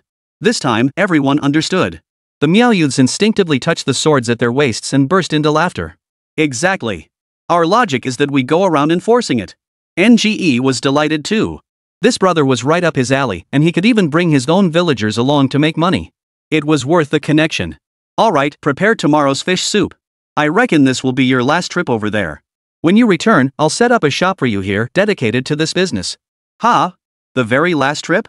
The big guy was taken aback by this, but upon reflection, after tomorrow's lecture, it seemed unlikely anyone would welcome them back. It did seem possible. The only thing he'd truly miss was that young girl who'd stood up for him. Chapter 169, Establish Authority? Is it necessary? Su Chang felt no psychological burden about going to the township tomorrow. It wasn't that he was accustomed to resolving issues through force. Rather, he simply didn't take those petty thugs at the market seriously. In his view, these people were asking for trouble. In a few years, with the crackdown intensifying, such incidents could likely land them several years in prison.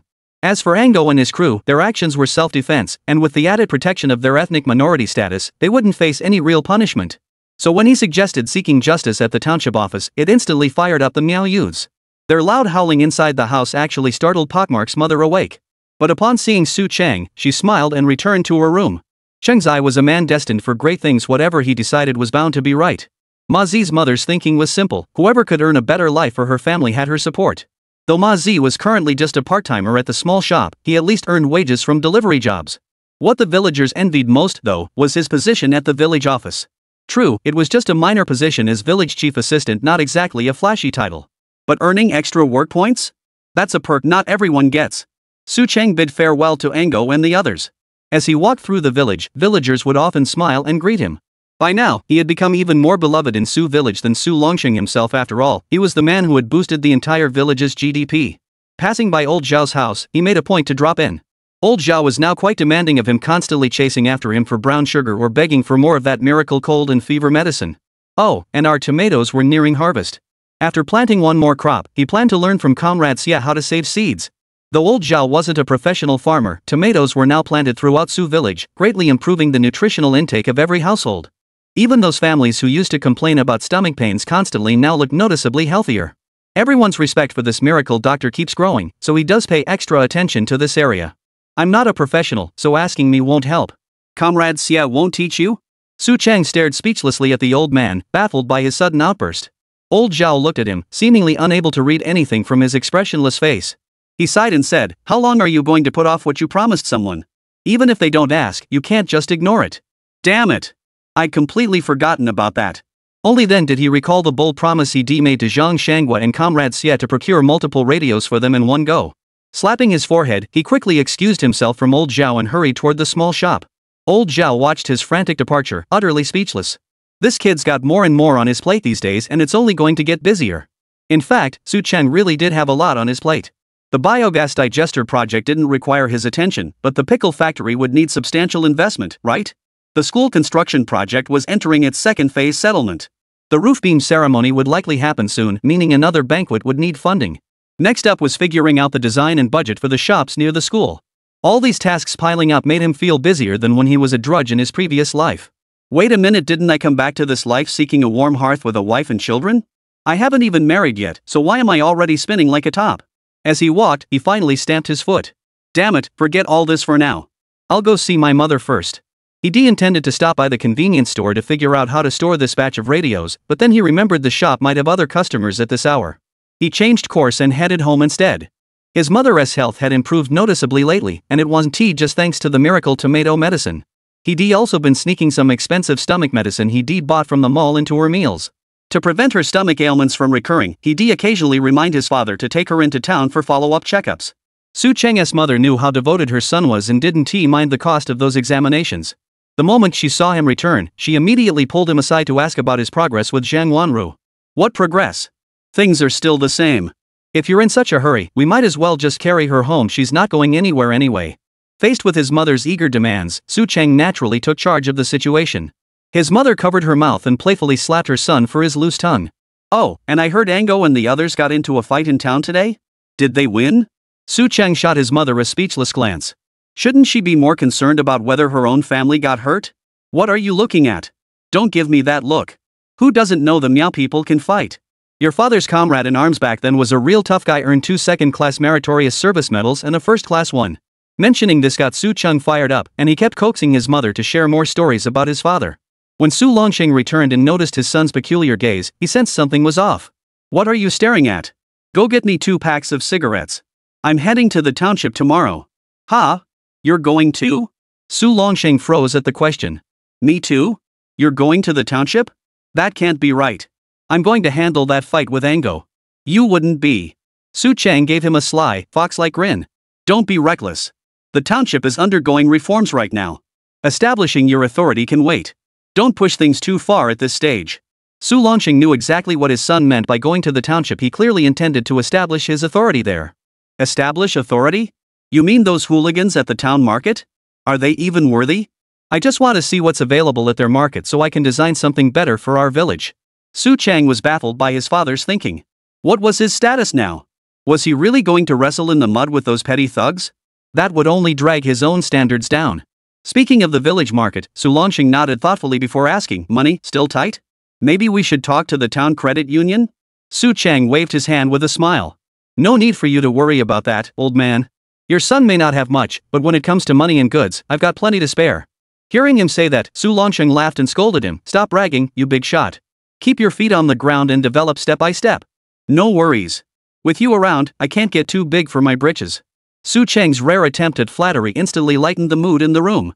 Chapter 170, Troubles Brewing.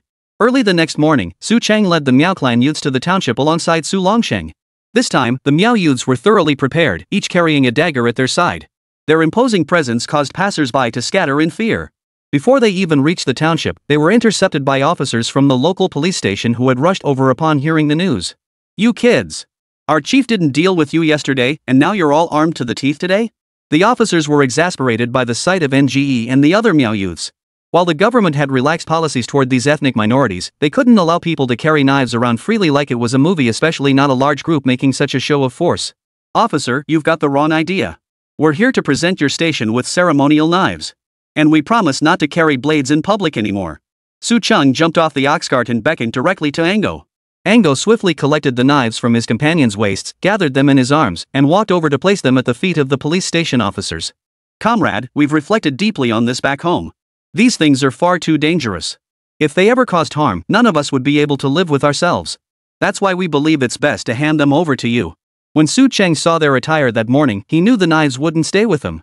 But the Miao youths didn't mind. To them, these blades were commonplace back in their village.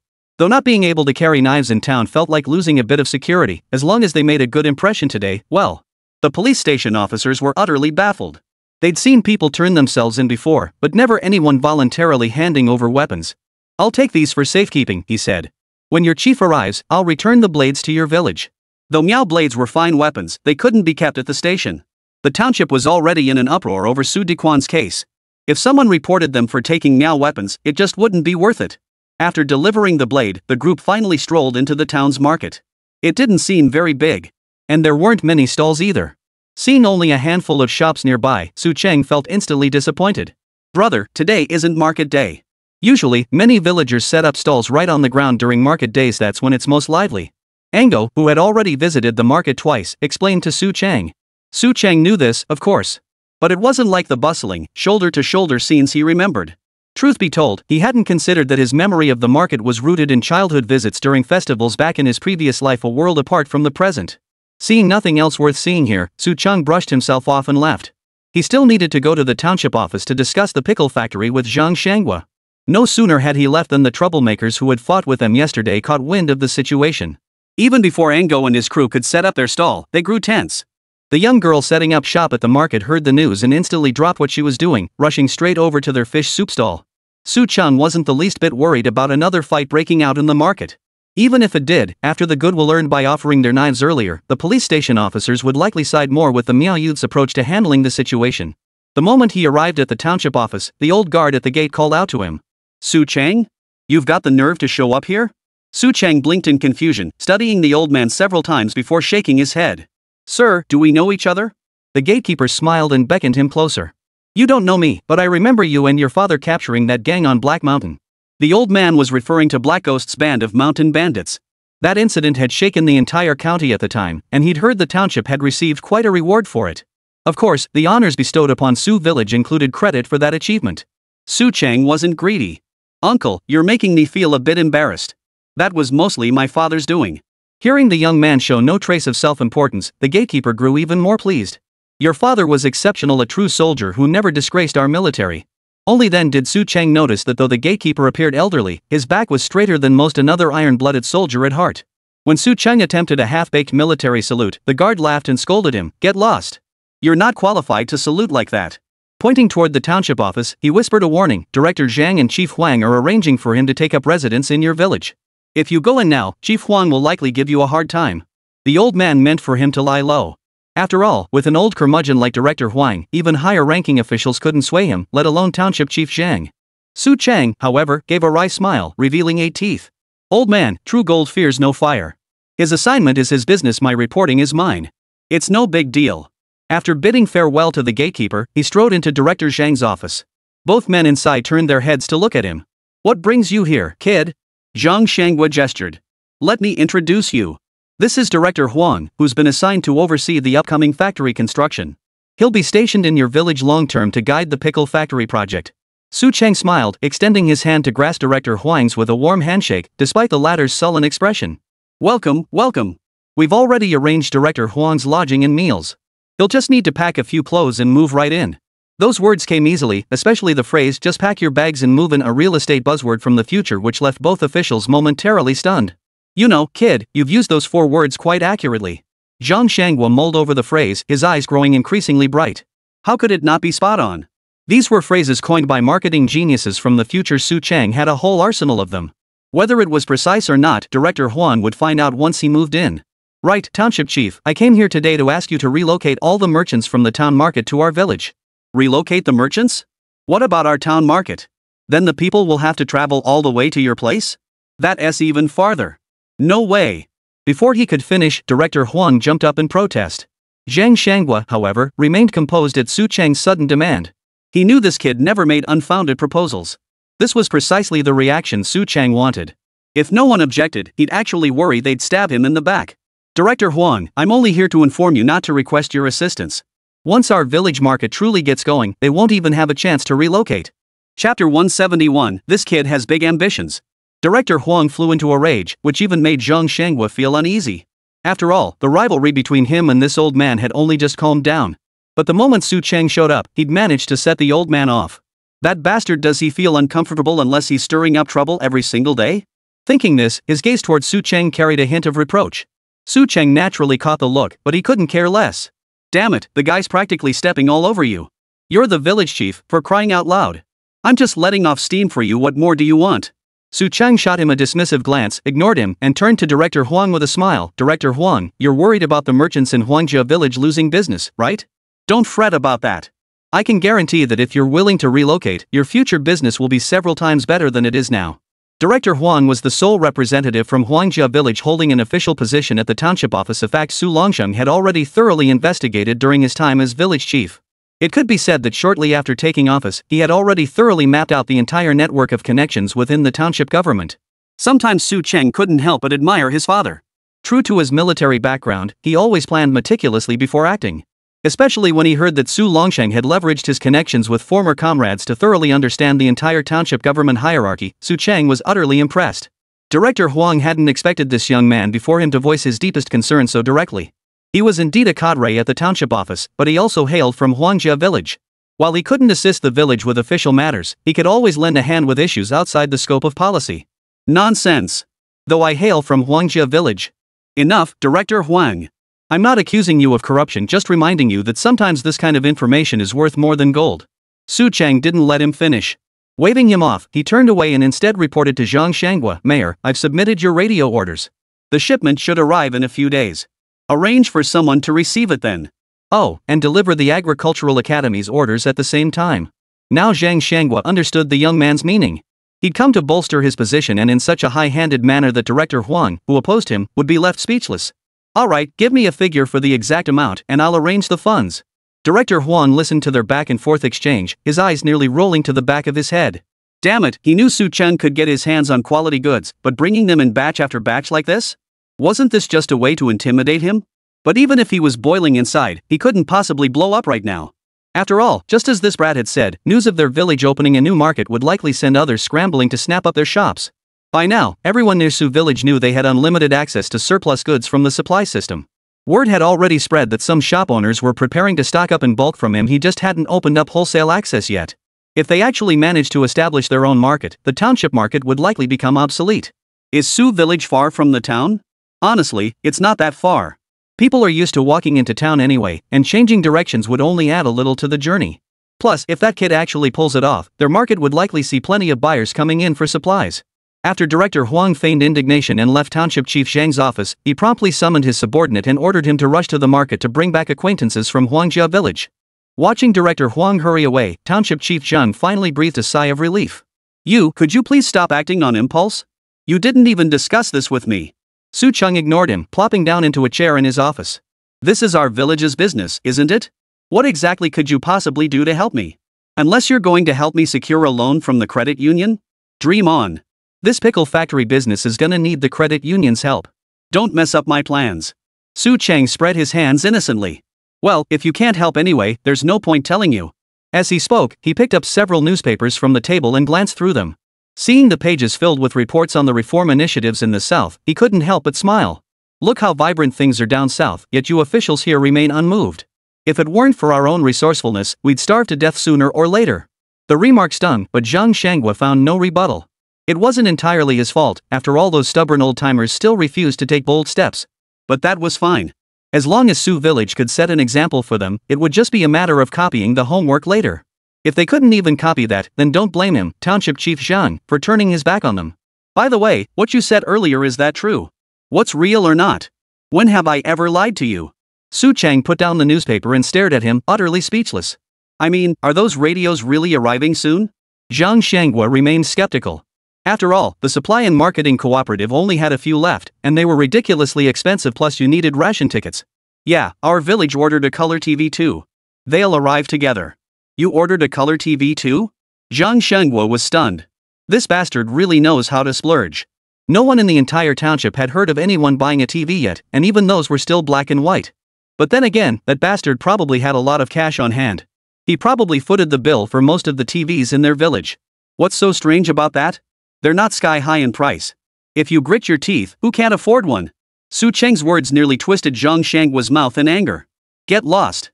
Who else is as loaded as you? Oh, right, come with me to the Agricultural Science Institute later. I'll introduce you to a few old leaders while I'm there. Agricultural Academy? That's perfect. Old Zhao was worried Comrade Xie stationed in our village doesn't know much about tomato breeding. I'll go see if I can pull some strings or something. Hearing this, Zhang Shanghua's eyelid twitched violently. This kid really has the soul of a businessman. If he doesn't squeeze some advantage out of every place he visits, he feels like he's losing out? Little did he know that most of Su Cheng's products in the mall were industrial goods, and agriculture was indeed his temporary weak spot. With support from the Academy of Agricultural Sciences, Su Village could truly stand on two legs. Chapter 172, Building Goodwill with Su Village. Director Huang had waited for their clan elder who ran a shop at the village market. Upon hearing Su Cheng's news, the villager from Huangjia village immediately decided to purchase a shop in Su Village. You're that confident in that young upstart from Su Village? Director Huang was somewhat surprised. His clan elder brother was known for his sharp business acumen. The shop in the market town had been established years ago. Back then, private enterprise wasn't permitted. His cousin had secured it under the collective name of Huangjia village, and now it paid dividends to the village every year. Brother, you don't understand. The whole township knows about that fellow from Su Village now. Never mind anything else, just hearing someone's from Su Village makes the women at the supply and marketing cooperative go out of their way to be extra friendly. Director Huan was well aware of this. Word had already spread throughout the township office that the supply and marketing cooperative had once sold over a dozen bicycles wholesale to Su Village without requiring any industrial coupons. Some people say the supply cooperative leaders are abusing their power, that they've taken favors from Sujia village. But as the official in charge of the township's economy, he knew the truth. Those women from Sujia village had brought in a substantial supply of fabric to the supply and marketing cooperative. In less than a week, they had fulfilled the cooperative's annual quota. Such favors, well, forget about waiving the industrial coupons for the bikes. Even if they were given away for free, the supply and marketing cooperative leaders would gladly do it. Cousin, do you think that Su Cheng kid will actually sell those stalls? Just thinking about that cocky look on Su Cheng's face made Director Huang feel a bit uneasy. Logically, they should only rent them out, they wouldn't sell such prime shops. But that's not the point. Renting would give us more breathing room with our funds. As a businessman, Director Huang's cousin had remarkably far-sighted vision. Then will our town's market day be ruined? Director Huang frowned, genuinely concerned about this issue. Even if the market didn't collect taxes, it at least boosted the town's vitality, didn't it? It gave this small place a gathering spot, making it seem less backward, didn't it? Brother, even if Su Village stops running it, business at the market won't improve much. Plus, lately the young men from the big families in town have been loafing around, causing trouble everywhere. Business just keeps getting worse day by day. Speaking of which, this merchant from Huangjia village recalled the events of yesterday and today. Brother, I almost forgot to tell you.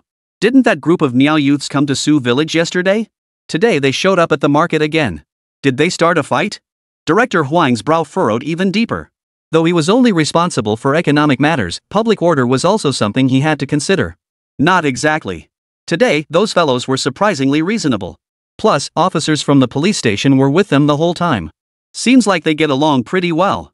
Director Huang's cousin assumed his younger brother would relax upon hearing this, but instead, Director Huang's frown deepened. The Miao people do receive some policy preferences, but for the police station to openly show favoritism? That's impossible. I suspect Su Cheng's influence is at play here. Yeah, that's why they say Su village truly produced a genius. We thought his father was formidable enough, capturing those bandits and sending them to prison, but little did we know his son would be even more formidable. Hearing his cousin's praise for Su Cheng, Director Huang felt a pang of discomfort. He didn't show it in front of his clan brother, though. After learning of his plan, he still made him keep the news confidential. I understand. If word gets out, Su village will likely demand a higher price. I need to seize this chance to secure a low rental rate. As he escorted his clan elder out, Director Huang spotted Su Cheng and Zhang Shanghua leaving the township office together, heading toward the Agricultural Science Institute. Looks like our township is in for a shakeup. Wonder what the other old-timers will think. Though Director Huang was considered part of the hardline faction, his thinking wasn't as rigid as those old-timers. Instead, he quietly supported the villagers in running small businesses under the collective name while maintaining his position as a conservative within the township, keeping a low profile and avoiding the limelight. In truth, many others adopted a similar approach. Everyone just quietly went about their business, never daring to reveal their true intentions regarding policy. After all, in this climate, no one knew if things might shift as abruptly as they had years ago. Frankly, everyone was just waiting to see what would happen. As he passed the gatehouse, he noticed the old gatekeeper staring at him with a sly smile. What? Didn't he feel satisfied without giving that Su family brat a good scolding? The gatekeeper showed him not a shred of the reverence typically reserved for officials. But he paid it no mind. Stepping into his room, he plopped down and sighed, that kid's too sharp. If our township chief keeps pushing him like this, he'll make plenty of enemies. The gatekeeper chuckled heartily, showing him no mercy. He's in the prime of his life now. Not like you old fogies, always scared of ghosts and thieves. Making enemies? He's not afraid of that. He can even kill tigers on the mountain. Director Huang had heard that story, but in his view, with a gun in hand, who wouldn't dare hunt tigers? The gatekeeper knew these old folks underestimated the skills honed by living in the mountains, but he didn't bother to remind him. Your cousin seems quite pleased. What's this? Are you now seeking to befriend Su village? Director Huang rolled his eyes at him. At their age, who didn't understand the art of hedging their bets? Even the gatekeeper here knew everything that went on in the office. Oh, and the town mayor mentioned he'll let that Su kid bring in a batch of radios. When the time comes, have the mayor request one. Director Huang left with this parting remark, causing the gatekeeper's eyes to light up. Huh, radios? Those are hot items. Better grab one to keep here for the news. Meanwhile, Su Cheng followed Township Chief Zhang to the Agricultural Science Institute. It didn't match his image of a specialized agricultural research facility. The surroundings looked old and worn, with newly cultivated fields nearby. This is our township's most crucial experimental field. Our future grain yield increases should come from here. Without fertilizer, what the hell are we increasing? No sooner had Zhang Shanghua finished speaking than an old man suddenly appeared out of nowhere and fired off that remark, sending a cold sweat down both their spines. Holy! Where did that old man come from? Chapter 173, The Peculiar Old Gentleman. The speaker's tone was distinctly unfriendly, leaving both Zhang Shanghua and Su Cheng at a loss for words. Seeing their silence, the old man finally glanced at Zhang Shanghua, then turned his head to look at Su Cheng. Is this the lad you spoke of, the one who can change an entire village? Zhang Shanghua promptly nodded respectfully, about to introduce Su Cheng to the old man's identity only to be glared at by the elder and immediately clamped his mouth shut. Young man, can you get us some fertilizer? Facing the old man whose face was etched with resentment, Su Cheng honestly shook his head. Though he possessed a broken system, it wasn't one that could trade in everything. It was merely a system for a small convenience store, occasionally procuring a batch of substandard goods from the supply and marketing cooperative that was likely its limit. Anything beyond that was likely out of reach. Seeing Su Cheng's refusal, the old man snorted coldly. Oomph. What good are those useless trinkets that can't even be eaten? The old man's attitude rubbed Su Cheng the wrong way. What did he mean, worth a damn? In this era, who wasn't short on this or that? Sure, their little store might not have everything, but they made up for it with sheer volume. Hey, old man. I don't like the tone of that. What do you mean useless trinkets? Forget everything else, just the fact that we can buy the cloth farmers make on the market right now is already pretty remarkable, okay? Oh? The old man seemed taken aback that Su Cheng dared to talk back. His gaze toward the youth shifted noticeably. At this moment, Prime Minister Zhang quickly tugged at Su Cheng, as if urging him to keep quiet. Su Cheng wasn't one to indulge such old men. He'd seen plenty of self-important elders in big cities during his previous life. What? Don't I have the right to speak? Su Cheng's defiant stance, I speak my mind, and no one can tell me otherwise, caused the old man's expression to soften. Heh, kid. You're the first one to talk back to me like this here. But tell me, what kind of income have you actually generated for the farmers with the cloth you've collected? Su Cheng rolled his eyes at him. Money. I've made them money. Isn't that obvious? Even though the nation's supply situation is bleak right now, earning more money means they can buy more things. Surprisingly, the old man didn't object. Instead, he nodded thoughtfully. Making money is good. At least with money, they can buy more food. But that only benefits your village. What good does it do for the whole country? The old man's words left Su Cheng even more speechless. He shrugged his shoulders and said, I'm no savior. I do what I can with the abilities I have. Making life better for the people in our village is already the best I can do. As the saying goes, you can only wear pants that fit your size. I've no time to worry about things beyond my control. As the words left his mouth, Zhang Shangwa's face turned pale. Wasn't this young man's veiled criticism aimed squarely at the meddling old man before him? Everyone knew this old man was a veteran researcher of new hybrid rice varieties, the sole living treasure within the entire agricultural academy. Stop talking, interrupted Su Cheng. Old Wu was researching hybrid rice. His heart is in the world, it's not something you can just talk about. Zhang Shangwa grabbed Su Cheng, who was about to speak further, and revealed the old man's identity. Wu Tianyu. The venerable Wu Tianyu, the northern Yuan, southern Wu counterpart to the renowned Yuan Lao? Zhang Shangwa's words didn't silence Su Cheng, instead, they made him gasp in astonishment. Hearing his name spoken, the old man flew into a rage, jabbing Su Cheng's nose as he shouted, What do you mean northern Yuan, southern Wu? Why put me after him? Are you looking down on me? Ah! The old man's fury genuinely frightened Su Cheng. It wasn't that he feared the old man would actually beat him up. Rather, seeing someone in his 70s still so easily enraged made him worry. What if the old man truly got so upset he suffered a stroke?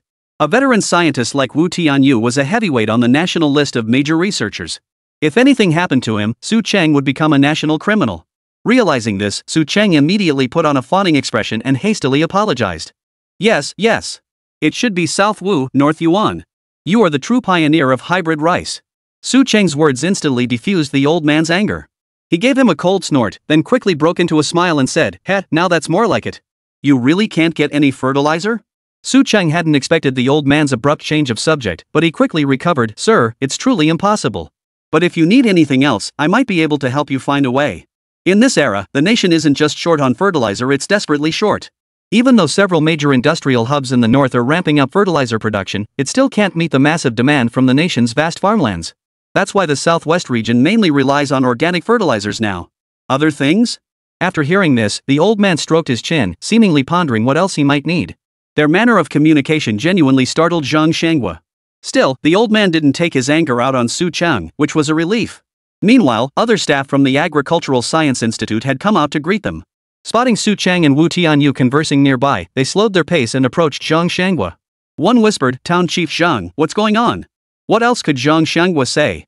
He could only give them a wry smile before leaning in to quietly recount the recent events. Just then, the old man seemed to have an idea. He slapped his thigh and exclaimed, I know. If you could get me a large tractor, preferably one of those big Russian beasts, that would save us a lot of time plowing the fields. Su Cheng's expression froze upon hearing this request. Didn't this old man realize that even if he could somehow get his hands on one, it would have to pass through layers of inspections? Didn't he have any sense of policy at all? Though inwardly cursing, he maintained a respectful expression.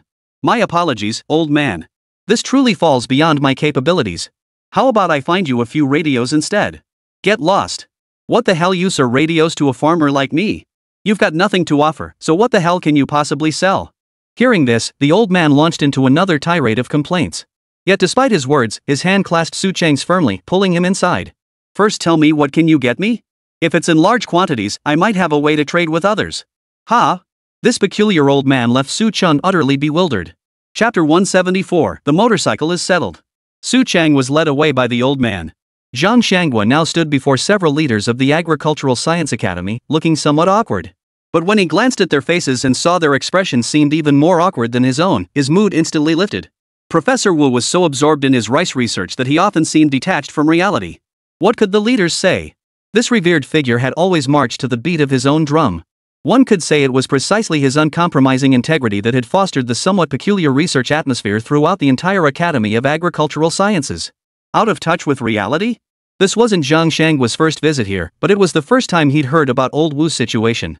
He'd probably never encountered it before, as he'd heard the old man only ever holed up in his lab in experimental fields, rarely appearing on campus. The old man was single-mindedly focused on developing hybrid rice superior to Mr. Yuan's, so he practically discarded all other daily concerns. Only when the institute couldn't meet his demands would he come over to give us a scolding. Hearing the leaders speak thus, Zhang Shangwa instantly understood. A figure of such stature certainly had the right to be so capricious. What could he possibly say? As a township chief, not only was his rank lower than the big shots, but he didn't even have the courage to speak firmly in his presence. The men exchanged glances, understanding reflected in each other's eyes. They could only offer wry smiles before following him inside. Inside, they found old Wu watching Su Chang scribble on the table, nodding approvingly the whole time. This youngster seems quite capable. If we trade him with the Ministry of Industry, I wonder if they could secure fertilizer for us in return. I'm not sure. Once the shipment arrives, you can judge its quality yourself. After all, it's a novel foreign product, it should have a market, right? It's selling like hotcakes down south anyway. What do you call this plastic water pipe? PV? Can it really last decades without rusting? Of course not. It's not iron, how could it rust? Su Chang scribbled on the table while discussing with Wu Tianyu, surprising the few who had just entered. He's already writing? Is he making a list of items he can currently purchase? The group gathered closer and saw the paper already filled with categories of sundries items like the PV pipes and electronic watches they'd mentioned, which were likely imported goods. As for other sundries, the leaders didn't pay much attention to them. Su Chang listed everything he could find on the mall's shelves, and he was actually a bit surprised himself. He often found many small sundries from this era in the mall, but he had never kept track of them. But now, after listing them all out, he looked at the paper and felt it was quite a lot. And this was after he'd deliberately pared it down. Most items were surplus stock with abundant defects. Old Wu picked up the list. Though it didn't specify quantities, the sheer variety was undeniable. Not bad, not bad. With this list, he should be able to trade for some decent goods from other departments. Oh, and kid, since you helped me out, what reward would you like? Reward? Su Chang perked up instantly. A big shot like this offering him a reward? That was a rare opportunity. Considering this big shot was already a key researcher on the national list, Su Chang believed that if he made a request, the state would likely give him face and try to accommodate him. Sir, when you negotiate with the Ministry of Industry, could you arrange for them to give me make that 2 motorcycles? Old man Wu hadn't expected the kid to actually dare ask for that. But then again, considering the items on his list, it seemed entirely possible to get those old farts to scrape together 1 or 2 of those bikes for him. Well, that depends on how much stuff you've got on your list. Oh, and the prices will definitely be lower than market prices. Some items might even be cheaper than the supply system's procurement costs. Su Chang's words not only surprised old man Wu but also made the leaders from the Academy of Agricultural Sciences in the room gasp in astonishment.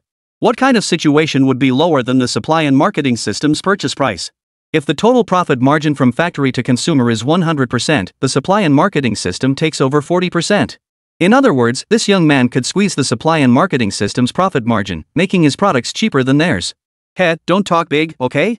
Even though the supply and marketing system isn't what it used to be, their centralized purchasing and distribution still significantly reduce product costs. Wu Tianyu seemed skeptical, staring at him with a mocking expression. Whether it's big talk or not, you'll see when the goods arrive. If you can get me a few more motorcycles, I can even give you a better price. Su Chang was supremely confident in this, since all the sundries he listed didn't require conversion through the system's exchange rates. In other words, the prices in the mall were essentially his cost prices. Compared to the supply system, he might lack the volume advantage, but he also skipped the transportation cost step. Alright, it's a deal. I'll go haggle with those old farts right now. Send me some samples in a few days so I have something to show them. No problem. In just these few sentences, the old man and the youngster had settled the types and prices of future transactions. The speed of it all left the others in the room utterly stunned. Watching old Master Wu storm off, the leaders from the Agricultural Academy finally turned their attention to Su Chang. Comrade Su Chang, is this really feasible? The cautious expressions on their faces snapped Su Chang back to reality. Observing their attire, they did indeed bear a striking resemblance to comrades Xie stationed in the village. It will work, Su Chang replied confidently. In fact, in a few days, I'll deliver the radios Comrade Xie ordered. You'll have the chance to see the quality of my goods for yourselves. I guarantee you'll be satisfied. The officials exchanged glances, their expressions relaxing. With a smile, they said, Comrade Su Chang, we won't publicize this matter. But as they say, you can't keep a secret forever. When the time comes. No problem. It's just selling some goods, right? This is my specialty. Besides, our store has a business license absolutely legal and compliant, with guaranteed quality and quantity. Watching Su Cheng speak so eloquently before the leaders, Zhang Shangwa suddenly felt a pang of inferiority. How could this bastard win over all the leaders so quickly? It took me nearly half a month just to gain their basic trust. While Su Cheng was selling goods at the Agricultural Science Institute outside the town market, the Miao youth and that gang of hooligans clashed again. This time, however, it was one-on-one, and the scene quickly erupted into chaos. Chapter 175, The Ruckus. The town market was indeed bustling at this hour. Though it wasn't market day, word of yesterday's brawl apparently with the Miao people had drawn a huge crowd. The Miao people's return today instantly revived the excitement among yesterday's onlookers. When NGE arrived at the market, a crowd of onlookers followed close behind. Everyone was waiting to see if those small-time thugs would dare show up for a fight again. Yes, everyone agreed this was a clear signal the Miao youths were coming to claim territory after all. They just had several barrels of fish soup overturned yesterday. Today, they'd brought even more fish soup, seemingly unafraid of the market's local bullies. But today, the Miao people came without weapons. Looks like no trouble tonight. Heh, you wouldn't know, would you? Before coming in, they all handed over their knives to the police station. See that fellow over there? That's a comrade from the station. Hey, why are they here too? Is this to guard against those troublemakers coming back? Who knows? But the security in this market really needs attention. Since the start of the year, that gang of punks has been causing trouble here non-stop. The villagers, however, are unanimously supportive of the Miao people. No question about it, yesterday they took down that gang of punks outright. It was truly satisfying. Speaking of these troublemakers, it's because the young folks in the township have been too idle these past few years. That's why the township's security has become a bit chaotic because of them. The Miao family's arrival seems to have disrupted this fragile equilibrium. Nengo led his crew back to yesterday's stall, but the thugs who'd been guarding it had already fled. Who knows if they went to report it or what? Let's set up the stalls first. When they show up, we'll deal with them. At Nengwa's command, the Miao youths immediately got to work setting up the stall. Not far away, the troublemaking thug who'd received word of the Miao clan's arrival still bore the bruises and soreness from yesterday's beating. Hearing that yesterday's group had returned, he was furious. Gathering his men, he declared, today we'll drive them out of the market. They won't be allowed to strut around on our turf anymore. But, they're pretty tough fighters. What's there to fear? Just call more people over. Get everyone who's been staying home to come out. We don't believe that with all of us, we can't handle 10 or so of them. The leader, however, seemed somewhat wary of their fighting prowess. He ordered his men to round up young unemployed guys they barely knew. At least 40 or 50 of them marched over in force. The police officer beside Ango grew visibly tense at the sight. No, however, paid no mind to their numbers. Heh, you're just in time. Yesterday you knocked over 3 buckets of our fish soup. Today, you'll compensate us. Seeing the police officer present, the other side exercised restraint. What? You want to extort money from us? You haven't paid any fees to set up your stalls here. Do you even know about market management fees? Hearing this, Ango smiled as he saw the police officer shake his head in denial, confirming these fees were completely illegal. Pay? Pay to whom? If you're the market management authority, then please show your credentials and don't try to impersonate anyone. This police officer wasn't someone to be trifled with. As he spoke, several nearby stall owners visibly flinched, clearly intimidated by these thugs. But seeing the police officer make no move, they quickly understood. They took our money without ever claiming to be the market management unit. The moment he uttered those words, someone clamped a hand over his mouth. You want to die? These living demons will smash your stall the moment they turn around. The officer from the police station finally spoke up. I haven't heard anything about fees being charged at the market. Which unit are you from? The thug who had brought him along started to panic. But he quickly regained his composure. We don't have an organization, but we're commissioned by the market stall owners to handle sanitation here. If you don't believe us, ask them.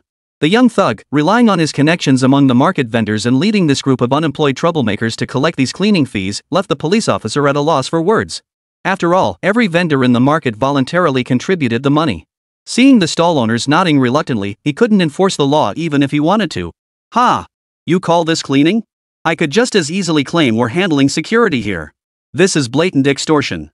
Don't think you're untouchable just because the police station can't do anything about you. We refuse to pay. What are you gonna do about it?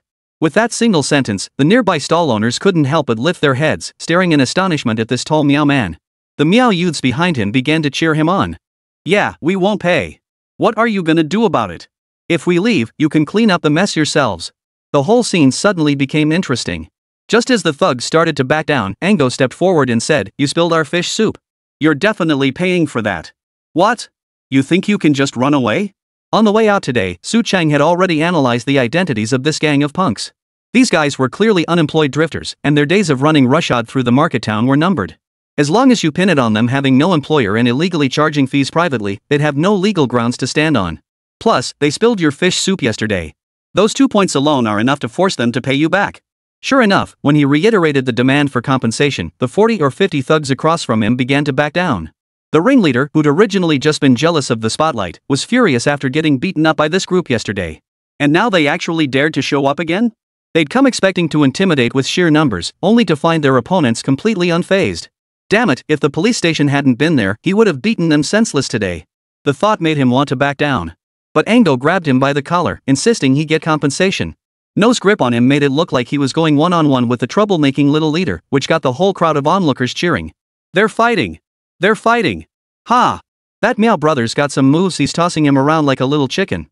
I bet he can't take a single punch from that Meow brother. Someone from the market arrived. Damn it, they're the ones who let these punks run wild. Chapter 176, Who Gave You the Right? The people the crowd referred to as market folk were actually relatives of the little boss NGE had grabbed. Upon hearing that the family's man had caused trouble again, he brought his people over. Seeing the police station officers, he knew a fight wasn't possible this time. But his little nephew was still in their hands. Hey! What are you doing? Comrade, how can you let these outsiders beat people up in our market? Good heavens! This market fellow immediately pinned the label of assault on Ango, leaving the police officers both exasperated and amused. Ha, old G, don't think we don't know about your shenanigans. You've been letting these guys charge random fees, that's not right. The police officer, seasoned as he was, cut straight to the heart of the matter with a single sentence. The other stall owners glared at them in anger. What do you mean arbitrary fees? Market cleaning costs money, doesn't it? Besides, you didn't even see them collecting money. This fellow showed no fear toward the police officer, speaking with a touch of righteous indignation. Ango was still holding the punky little thug leader, who looked like a little chick. Let go of him. Don't think you can get away with anything just because you're from the police station. No was also infuriated by the other's words. What did he mean by committing crimes? These guys were playing the victim? Just as he was at a loss for how to retort, a commotion erupted behind him. Bro, Chang's here. Su Chang had just finished his business at the Agricultural Science Institute and returned to check on the situation, arriving right in the middle of the scene. What? They won't pay? He seemed oblivious to the man from the market across the way, glancing only briefly at the pale-faced thug in Ango's grasp. They even tried to charge us a cleaning fee. I refused to pay, so they sent these guys. NG pointed at the man across the way, still holding the thug like a chicken in his grasp. Su Chun followed his finger and finally spotted the man opposite. You're the market manager? Which organization? The man studied Su Chang, seemingly deep in thought. We don't have an organization, but this place is under our jurisdiction. Ha! So you're saying this is your turf, right? Su Chang nodded, seeming to understand his meaning, and explained along those lines. Yes, this is our turf. While the man remained silent, the little chicken in No's hand spoke up first. Let me go now, or my brothers won't let you off. You won't make it out of this market alive. Su Chang smiled. That was exactly what he needed to hear. Clap. He clapped his hands lightly and smiled at the police officer. Comrade, you saw it too. This organized crime gang actually treats this place as their turf. Shouldn't such an organization be dismantled? The police officer nodded back with a smile. I've seen it. I'll have the station send someone to investigate. Hearing this, the man across from them grew impatient. No, what he says doesn't count. We're hired by the shop owners here, they pay us to keep things clean. As he spoke, he swept his gaze around the surrounding stall owners. Wherever his eyes landed, each vendor instinctively lowered their head, not daring to meet his gaze. He was thoroughly satisfied with this reaction. After all, his reputation in this area over the years wasn't just hot air. If he couldn't handle these common folk, he wouldn't have been able to run rampant in the market by charging fees. But then he encountered Su Chang, this reincarnated individual from a later era. Su Chang knew this was the time when crackdowns were beginning across the land, though he wasn't sure if the local village authorities had any such plans. But when Zhang Shanghua had visited last time, he explicitly ordered the surrender of all firearms. That alone signaled the state's intent to crack down on these people.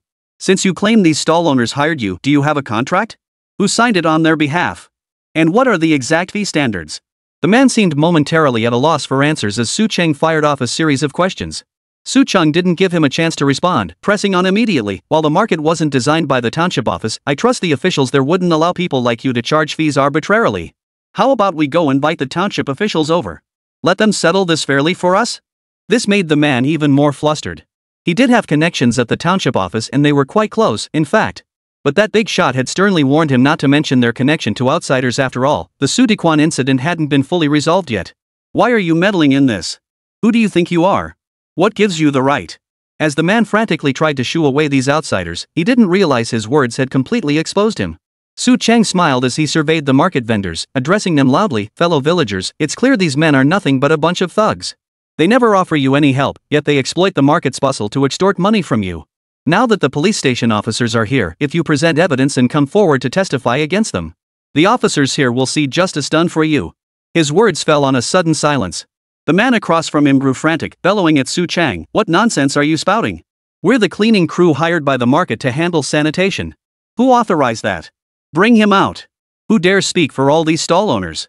Let him explain who gave you the authority?" Su Cheng's words cut like knives, each strike silencing the man across from him until he could say nothing more. Seeing this, Su Cheng smiled. "Well, is anyone still willing to step forward and admit it? Bring him out. I'd like to see who's responsible for the market becoming more and more chaotic these days." Under Su Cheng's barrage of counter-questions, the stall owners finally snapped out of their daze. Damn it, no wonder the fees changed every day, sometimes based purely on their mood. Ha, they always bragged about being one of us. Well, now let's see who dares come to their rescue. Though the stall owners didn't actively report him, under these circumstances, no one stepped forward to vouch for the man either. "Kid, don't get cocky. Someone's gonna deal with you later." Seeing the tide turning against him, the man spat out a threat and turned to leave. Su Cheng ignored him, but the officer from the police station looked concerned as he said, "This crowd probably won't let it go. Our station can't handle them. You'll likely face pressure from higher up soon." Su Cheng shrugged. "Who cares? We don't depend on this business for a living. Besides, they're the ones ruining the market's reputation this time." Chapter 177, Director Huang's Change. Zhang Shanghua hadn't accompanied Su Cheng to the market, he'd already returned to the township office. This kid is getting wilder by the day, actually trying to sell goods. Having met such an unknowing fellow, Zhang Shanghua truly felt both love and hate toward him. His recklessness wasn't merely about Su Cheng's brazen attitude toward bigwig Zhang Shanghua himself dared not offend. Rather, it was that kid's mysterious supply channels. Just thinking about them was terrifying. As a member of the organization, he knew full well how rare color TVs and radios were items impossible to obtain through official supply channels. If a rural lad could get his hands on one or two, it might be attributed to some connection with influential figures. But the fact that nearly every item in his shop was defective? That was downright terrifying. Curious, he'd even gone out of his way to inquire about the current number of defective goods at the supply and marketing department. To put it mildly, even their township supply and marketing cooperative was considered remarkable if it had a dozen or so defective small goods items in a month. Yet this kid had dozens of different types on his shelves, with several items of each type sporting different defects. That was truly frightening. As that senior engineer backing the Chen family's eldest son in the city had pointed out, such a scale could only be sustained by a supplier at least at the provincial level.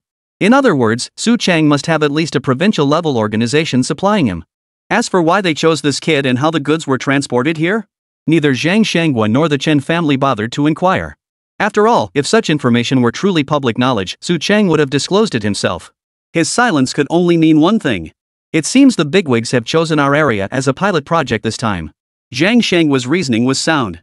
After all, several pilot projects had already been established in the south. While the north was still debating without reaching a conclusion, radio reports indicated that Huaxi village had already taken the first step. So it was only natural for the southwest region to establish its own reform pilot. Thinking about it this way, Su Cheng's mysterious supply channels made perfect sense.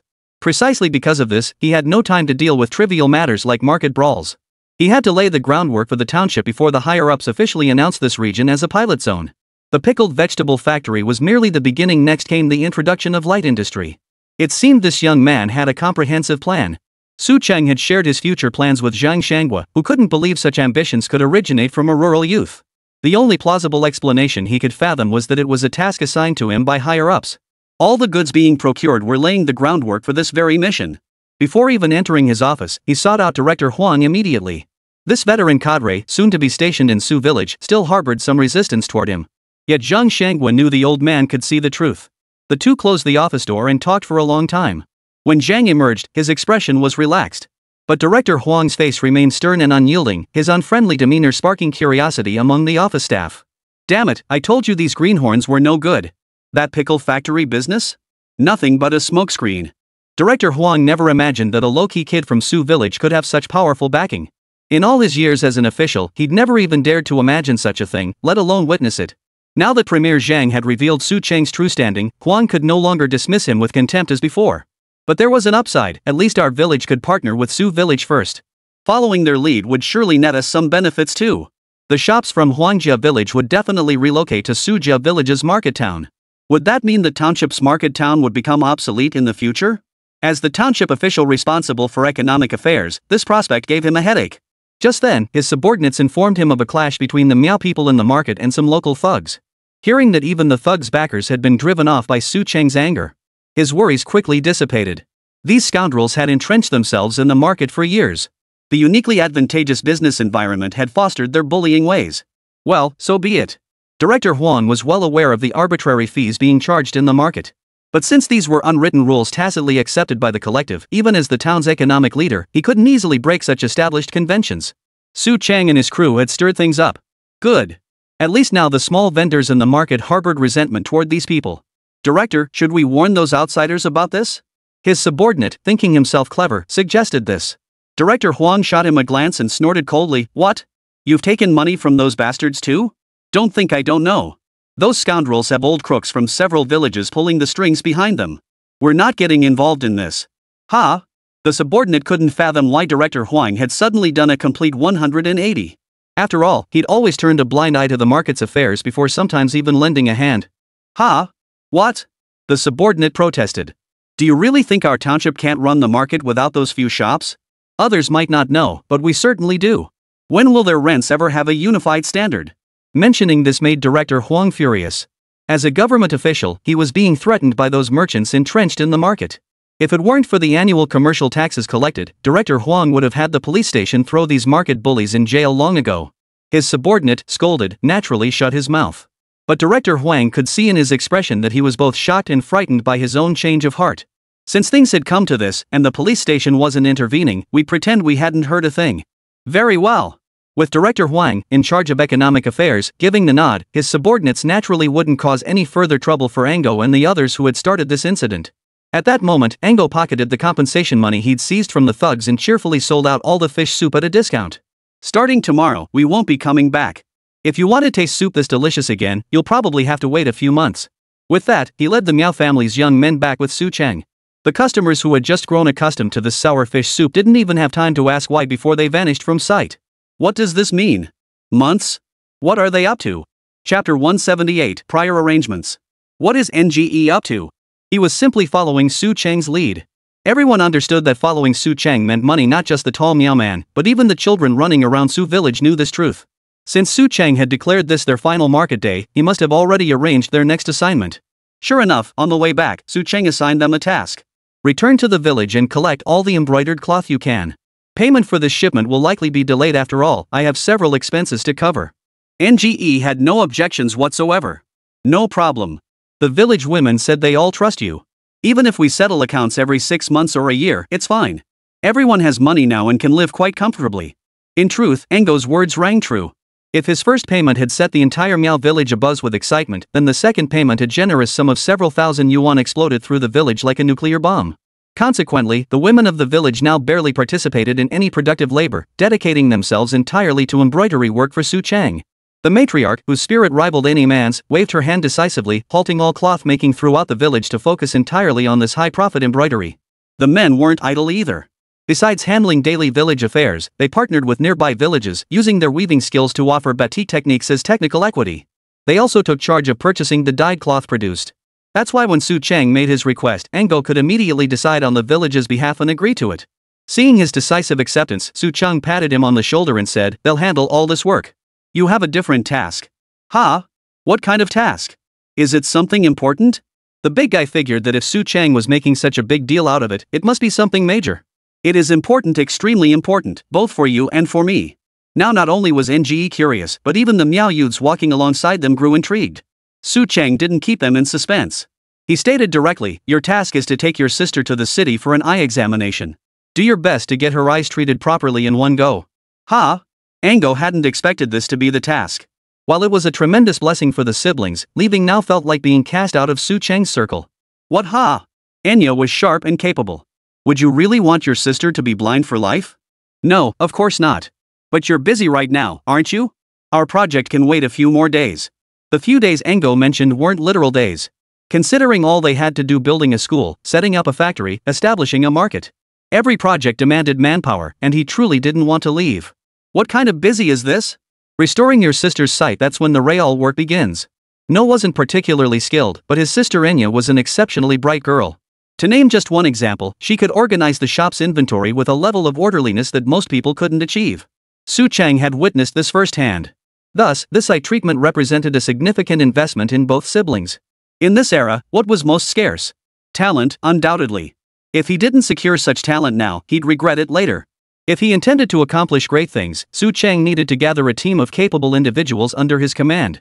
That was precisely the thought that struck him the moment he spotted that big shot at the Agricultural Science Academy. This was different from when he had first reincarnated. Now, he was, after all, a prominent figure in this region. He couldn't just settle down with a wife, children, and a warm hearth like he had once imagined.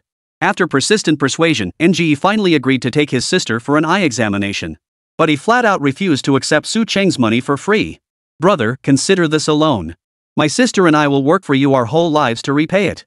The honest giant meant every word, and Su Chang could tell he was genuinely moved. Money wasn't the issue, the priority was getting her eyes treated. After that, we'd have plenty more to tackle. Alright. When the group returned to Su Village in high spirits, Su Longsheng was just starting to organize the digging work by the biogas digester with Comrade Xia. Back already? How did it go? Su Longsheng had also gone to the township office, though he didn't have as many tasks as Su Chang. After consulting the station about some key issues regarding the biogas digester, he returned with the official document from the township office assigning the construction of the biogas digester. Comrade Xia had also signed the official document, which finally allowed Old Li to bring in the construction team to begin the design and implementation of the biogas digester. Su Chang looked at the blueprints they drew but found them somewhat difficult to understand. However, this didn't stop him from offering some suggestions for modernizing the biogas digester. Not bad, we got the compensation this time. Oh, and with this type of digester, you have to be careful about the gas ducts. You can't give the gas any chance to ignite. As he spoke, he marked several critical points on the design blueprint, causing Comrade Xia beside him to perk up. Wow, Brother Su, those marks you added are truly the finishing touches. I was just pondering how to enhance the biogas digester's safety factor, and with your input, I feel its safety level has risen by more than one tier. Seeing his excited expression, everyone on the construction crew including Su Longsheng was taken aback. When did this kid learn such detailed biogas tank design knowledge? As his father, Su Longsheng knew his son well. He could guarantee the kid had never shown any understanding of this field in front of him. But Old Li, the foreman of the construction crew, was none the wiser. He'd initially thought Su Chang's earlier gesture was just some random doodling. Yet after a few strokes on the design diagram, it genuinely became more robust and secure. This is incredible. Looks like you've got some serious knowledge, Su Chang. Old Li's praise caused the young apprentices from the construction crew in Su Village to exchange glances. Among them, Su Haiyuan, who disliked Su Chang the most, wore a look of pure resentment. That bastard, he's outsmarted me again. Su Haiyuan had believed that while he might fall short in other areas compared to Su Chang, after all these days of construction training, he should definitely be crushing him. Who knew this kid would just show off like that and push him back down again? The other apprentices weren't as competitive as he was, but being compared to Su Chang seemed to stir up some resentment in them too. No way, we can't let him outshine us. Chapter 179, The Clever Su Haiyuan. By this point, Su Haiyuan had truly become the leader of the younger generation in the construction crew. After all, Old Li and the other masters had nurtured him with care, allowing him to quickly master the fundamental skills of a construction worker. Now, he only needed to hone his techniques through constant practice. However, biogas digesters were unfamiliar territory not just for a construction novice like Su Haiyuan, but even for seasoned veterans like Old Li, who'd spent decades laying bricks and mortar. So when Su Chang presented his design proposals, the veteran craftsmen of the construction crew could only gaze at the blueprints in admiration. You make a valid point, they conceded. But our craftsmanship doesn't quite meet the standards you're demanding. Old Li and several other veteran craftsmen exchanged glances, agreeing that the airtightness issue Su Chang raised was indeed quite challenging. Yet Su Chang remained utterly unyielding, refusing to budge an inch on these exacting requirements. Master Li, if this stuff leaks and comes into contact with an open flame, it could cause a serious accident. So no matter what, these pipes absolutely cannot leak a single drop. Comrade Xia also explained the dangers of biogas to the senior technicians. The veteran technicians nodded in agreement, murmuring that the requirements were simply too demanding. Using mud might cause peeling and drying issues. Adding straw stalks might extend the seal by a few days, but long-term sealing couldn't be guaranteed. Old Li scratched his head in frustration. While cement could achieve the desired result, the joints in these gas pipelines might still leak. Master, we could coat the inside with pig's blood mixed with lime plaster, then apply a thick layer of cement mixed with straw stalks on the outside, and finally lay a layer of turf on the outermost layer. While the veteran craftsmen scratched their heads, Sue the sailor proposed a work process that sounded rather cumbersome. Ha! Actually, pig's blood mixed with lime plaster is something we've only used for leak prevention just as a temporary fix, but it would work perfectly here. Exactly. Unlike the outer layer, the pipe interior maintains a consistent temperature and humidity, which significantly enhances the inner layer's airtightness. Oldly slapped his forehead in admiration at his brilliant apprentice's quick thinking. After hearing this, Su Cheng felt the feasibility was quite high, but to be safe, he insisted on conducting a small-scale trial first. Don't blame me for being overly cautious about this. Better to prepare thoroughly beforehand. If something does go wrong, we'll have a plan to fix it. Su Cheng's words earned unanimous agreement. Though construction site safety standards at this time weren't as comprehensive as in later eras. No one wanted the project to go wrong. Moreover, the biogas digester was located very close to the future school, as it was intended to supply gas for the school. Higher safety standards were entirely justified. Su Haiyuan's suggestion earned the respect of the senior craftsmen and excited the younger members of the construction team. This signaled that the apprentices, including Su Haiyuan, were finally being taken seriously by their mentors. Just as Comrade Xia was about to mark out the excavation area for the construction team, Su Haiyuan, who had just voiced his opinion, raised his hand again. Master, I've noticed the soil layers here are quite loose. I'm concerned that if we dig down, the underlying soil might not be able to support the future fertilizer fill. This land isn't as firm as the soil in the village it was previously used as vegetable plots. That's true. Su Cheng stomped his foot twice on the ground and also felt the soil was somewhat loose. You youngster, you've really learned your stuff, haven't you? Su Cheng's praise made the young man, who had once competed with him, feel a bit embarrassed. Isn't that obvious? This used to be a vegetable patch, no need for deep tilling. Su Haiyuan seemed unaccustomed to public praise, especially coming from his former rival Su Cheng. His response felt unnatural. Su Cheng paid no mind to this. He stomped the soil a few more times, feeling his foot sink in and his brow furrowed. Comrade Xia, we didn't anticipate this soil being so loose when we started. Looks like we'll need to compact the base of the pit next. No way. Compacting the base inside the pit? How much cement would that require? Comrade Xia hadn't anticipated Su Cheng wanting to solidify the entire excavated pit bottom. That would significantly increase the budget. There's no other way. If the pit bottom isn't compacted, all that fertilizer will eventually turn the entire pit into a mud pit. No amount of cement around the edges will seal it off. Master Li chimed in with his professional opinion. Exactly. If the bottom gets looser and looser, no matter how much fertilizer we pile on, the underlying soil won't absorb it all. That'll slow down biogas production too.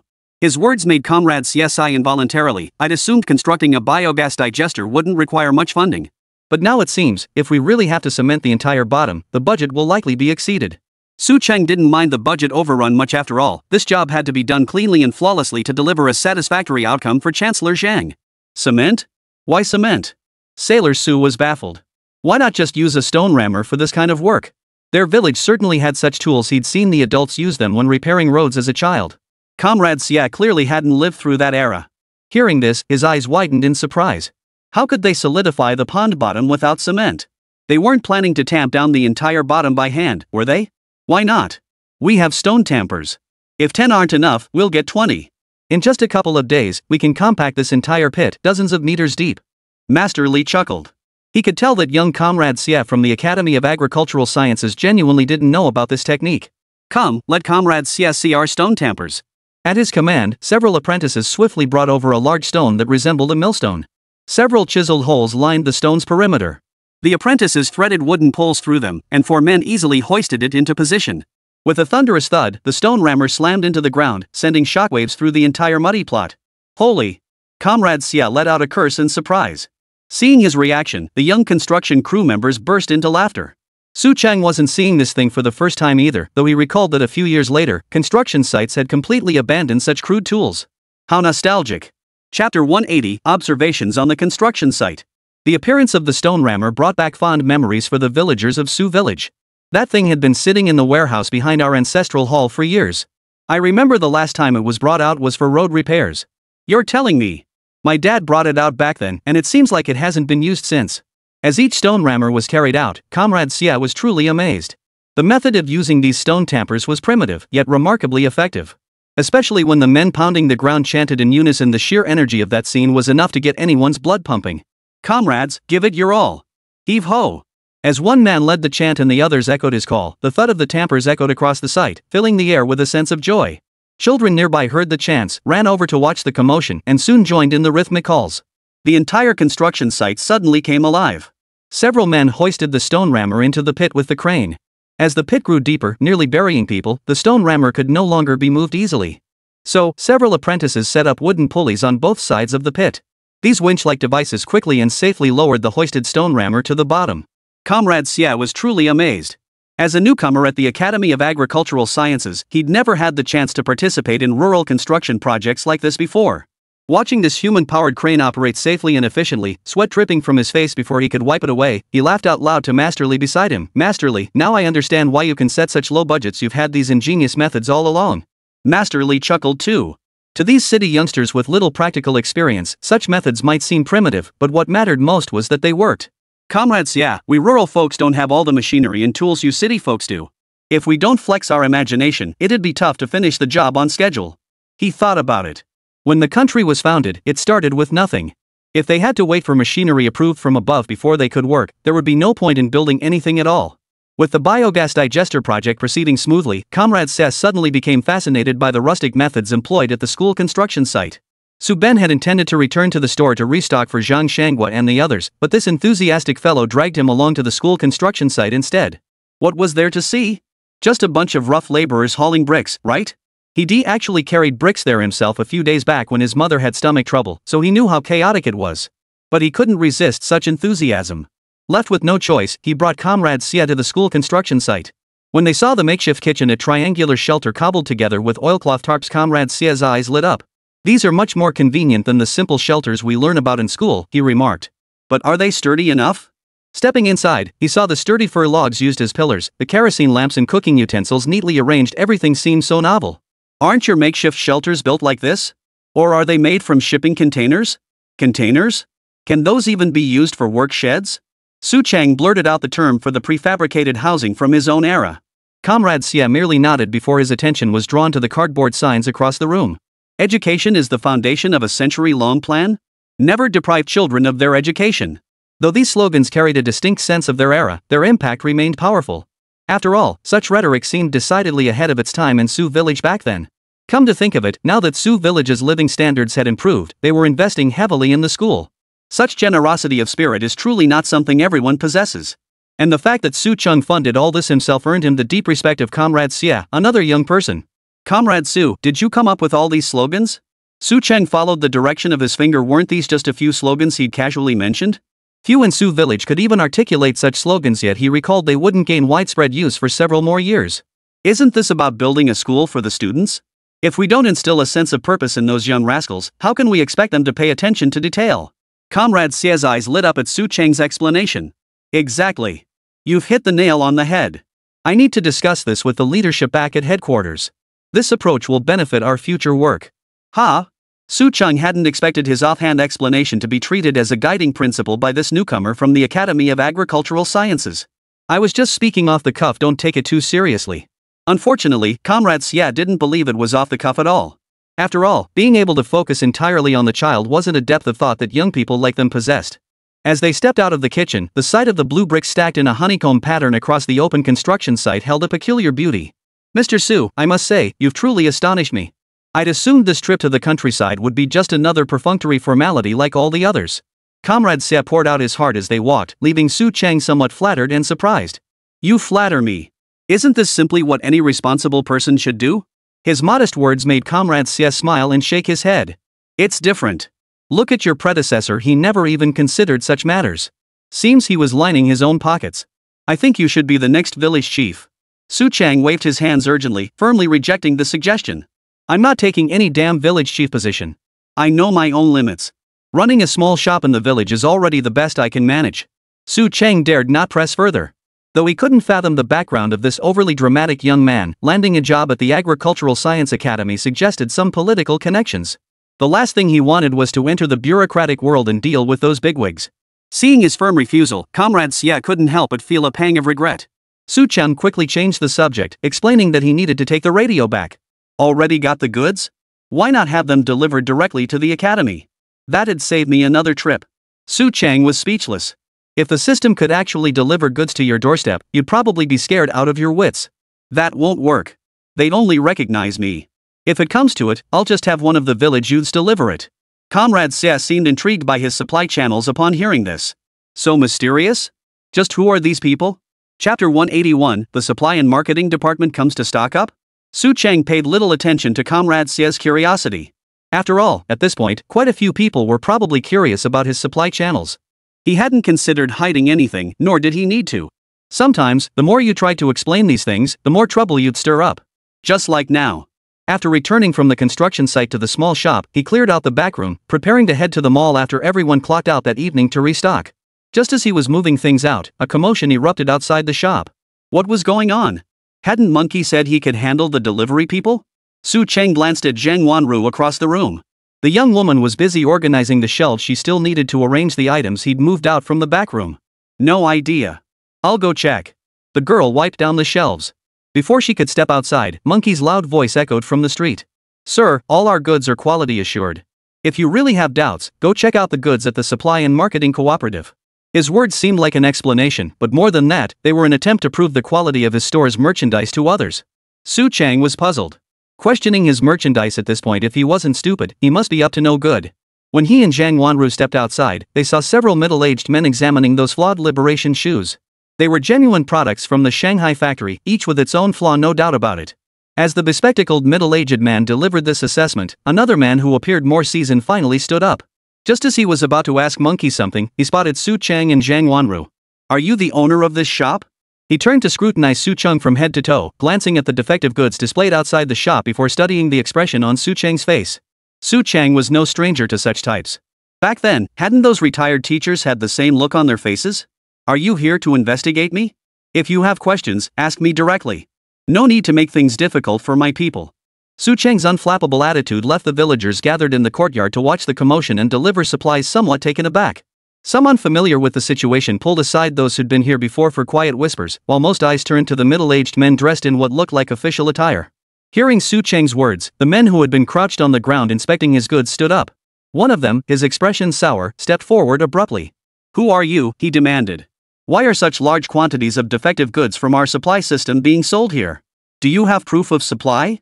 As he spoke, the other men behind him seemed taken aback and hurried forward to pull him back. Su Cheng, however, fixed his gaze on the man among them who showed the least reaction. He wore a linen suit, with 2 fountain pens tucked into the front pockets.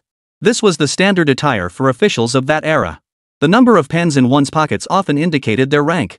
A man carrying 2 pens like this was likely a clerk or secretary. True high-ranking officials often carried only 1 pen, or none at all. This reminded Su Cheng of a joke circulating in later generations. A guy trying to show off his erudition stuffed multiple pens into his pockets, only to be mocked as a pen salesman. Now, seeing this very style in person, he couldn't help but chuckle out loud. Well, that was just great. The moment the man finished speaking, he burst out laughing, and it was loud enough to anger the few outsiders across from him. This kid doesn't seem to be afraid of us?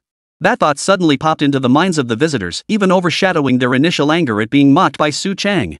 The secretary-like man also noticed Su Cheng's reaction. He frowned, paused for a moment, and then said, "Young man, we're from the Supply and Marketing Group. We came here today to understand where goods like yours are actually sourced from." Su Cheng realized he'd lost his composure earlier, but he offered no explanation to these people. "If you're here to investigate, please come inside. Oh, and Wanru, bring our business licenses for these comrades to review." He ushered them inside, startling the villagers who had gathered in the courtyard to deliver goods to Su Cheng. Especially the villagers who had successfully sold goods to Su Cheng recently, they were even more convinced this young man truly wasn't afraid of these officials. "See? I told you young Master Su is a man of substance. These people clearly came to investigate him, yet he remains completely unfazed." "Exactly. That's why we've been scouring the area, gathering things to bring to young Master Su. Go see for yourselves. Find out what kind of background little Su boss really has." The vendors who had come to sell their goods abandoned their wares and swarmed the storefront, craning their necks inside to get a better look at the scene. After several men followed Su Cheng into the store, they saw shelves packed with all kinds of sundries. Some they recognized, but most were items they'd only heard of but never seen before. "Is this noodles?" The middle-aged man who had spoken rudely earlier spotted the instant noodles on the shelf. The intricate packaging struck him as utterly novel. Yes, these were instant noodles. Invented by a merchant from across the strait, they had later become wildly popular on that small island in the south. Su Cheng glanced in the direction the man was pointing and nodded to Zhang Wanru. "Get a couple packs for our leaders." Let them try the taste. Zhang Wanru no longer seemed as stingy as she once was. She knew this wasn't the time to quibble over such small expenses. While the young girl went to fetch the noodles, the secretary began browsing the shelves intently. These aren't easy to find in big cities, are they? You're quite resourceful, Xiao Tong. He was referring to the pair of Jiafang brand mountain boots on the shelf. Clearly, these were specially manufactured, produced in limited quantities, and not as widely used as the standard Jiafang shoes. Su Cheng smiled and explained, these are test products from the Liberation Factory in Shanghai. Since their applicability is limited, we're conducting trial sales here in the mountainous region. If the leaders are interested, they can take a few pairs back for testing. This remark left the middle-aged men feeling rather awkward. In Su Cheng's words, they suddenly seemed like unscrupulous individuals trying to take advantage of the countryside. The secretary, however, shook his head with a smile. Young comrade, you've misunderstood us. We're here to discuss procurement matters. Chapter 182, The Extraordinary Little Store. The secretary's words not only stunned Su Cheng but also startled the villagers gathered at the door listening to their conversation. Holy crap, now even the supply and marketing cooperative wants to buy goods from Little Su? No way. Did I hear that correctly? Instead of pursuing Su Cheng for unauthorized sales, the supply and marketing cooperative is actually coming to buy from him? These people claim to be from the supply and marketing cooperative, but they don't look the part.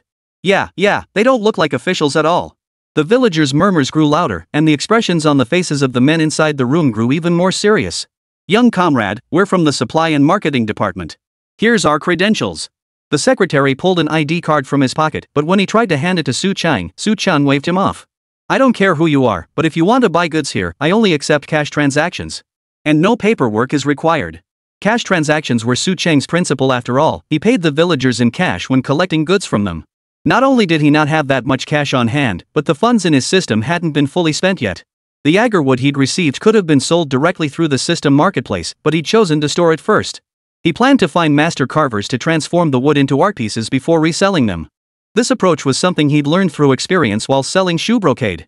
The moment they heard he wanted cash, the men grew anxious. Why cash? Don't we usually wire transfers when dealing with other factories? One of them, whether intentionally or not, murmured aloud the thoughts on his mind. Su Cheng shook his head. Comrades, your usual business-to-business transactions with formal invoices and paperwork are perfectly normal. But I'm just a small-scale business, I can't afford such extended payment terms. Su Cheng's words instantly reminded the man who had spoken that they were dealing with a small private business owner. Just then, Zhang Wanru had already taken down the business license hanging on the wall. She handed it to Su Cheng along with several other certificates from the drawer. Su Cheng promptly passed them all to the men across from him. The secretary didn't reach out to take them, but the man beside him accepted them and examined them carefully. It's issued by the county government, license number 001. The men understood immediately upon hearing this. When the secretary looked back at Su Cheng, his expression had changed. The villagers outside naturally overheard the men's conversation, though they couldn't discern the significance behind it. Yet in the shift of the men's attitudes, they seemed to grasp the weight of this county-issued business license. When Su Cheng took the documents back, he couldn't help but glance at them several times. It seemed his father wasn't one to be underestimated after all. These were actually numbered 001. Truthfully, when Su Longsheng had handed him these certificates back then, he'd already had his suspicions. He just never found the chance to ask his father about them. Now, observing the reactions of these men, Su Cheng sensed something different was unfolding.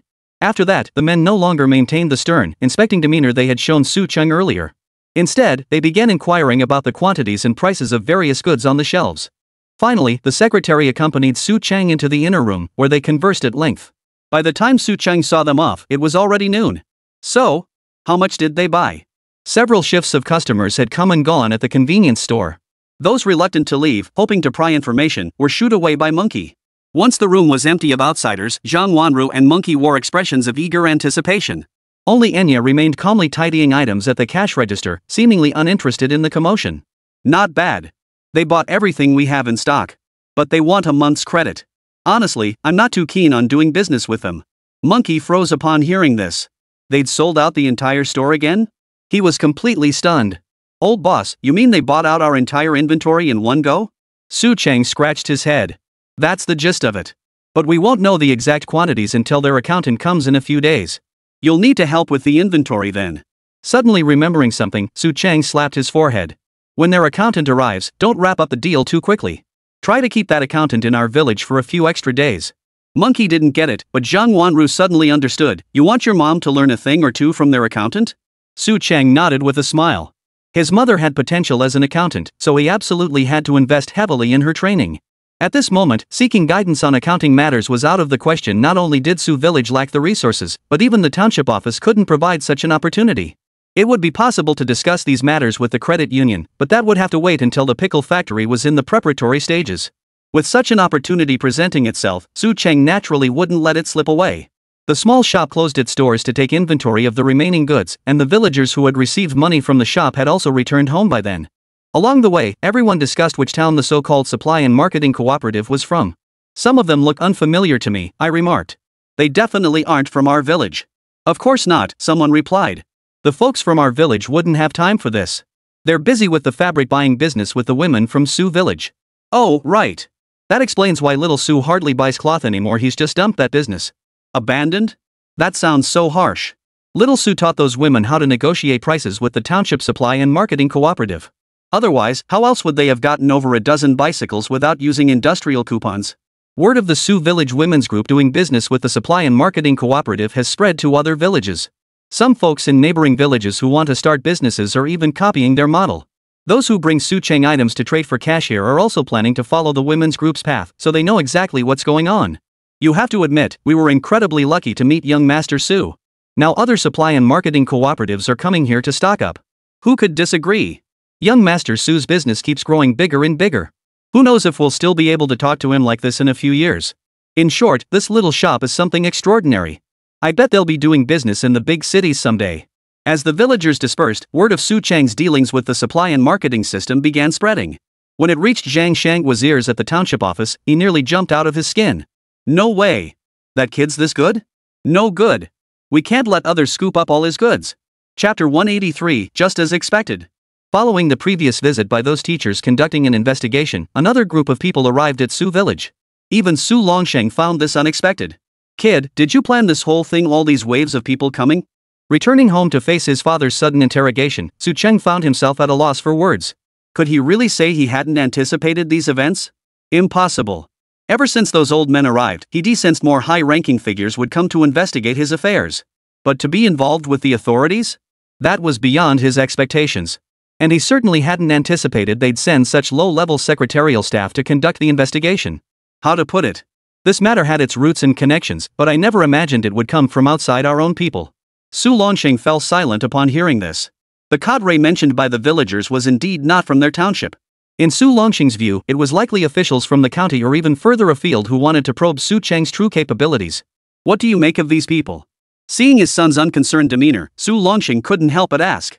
Without hesitation, Su Cheng chuckled, "It doesn't matter what I think. After all, we don't hold the initiative in these matters, and..." As he spoke, he gave his father a thorough once-over, his gaze making Su Longsheng feel slightly uncomfortable. What's with that look? Spit it out already. Under his son's strange stare, Su Longsheng nearly flew into a rage from embarrassment and was tempted to slap him. Hearing his father's angry words, Su Cheng burst out laughing again. Ha ha, Dad. Turns out that business license you got me really made a difference. They recognized it as the county's very first private business license. His son's words instantly lifted Su Longsheng's spirits. Pfft, that's nothing special. I just had my comrade figure it out. You wouldn't understand anyway. It really helped a lot? Su Longsheng was, of course, referring to the business license he'd procured. It was clear he was genuinely pleased with himself over the matter. As his son, Su Cheng naturally flattered him, immediately recounting in detail how the expressions of those officials had changed upon seeing the license. Meanwhile, those officials he mentioned had already returned to their township. The secretary promptly sought out his superior and reported on the trip. So, he really had a lot of defective goods that couldn't be obtained through normal supply channels? The secretary nodded heavily, a look of confusion spreading across his face. Sir, the volume of that goods is as large as a normal shipment. If our supply chain had that many defective items, we'd likely face accountability. The leader listening to the report fell silent. In their positions, they were well aware that goods could develop defects or damage during transportation. But if the quantity was large enough, it might indeed be as the secretary suggested.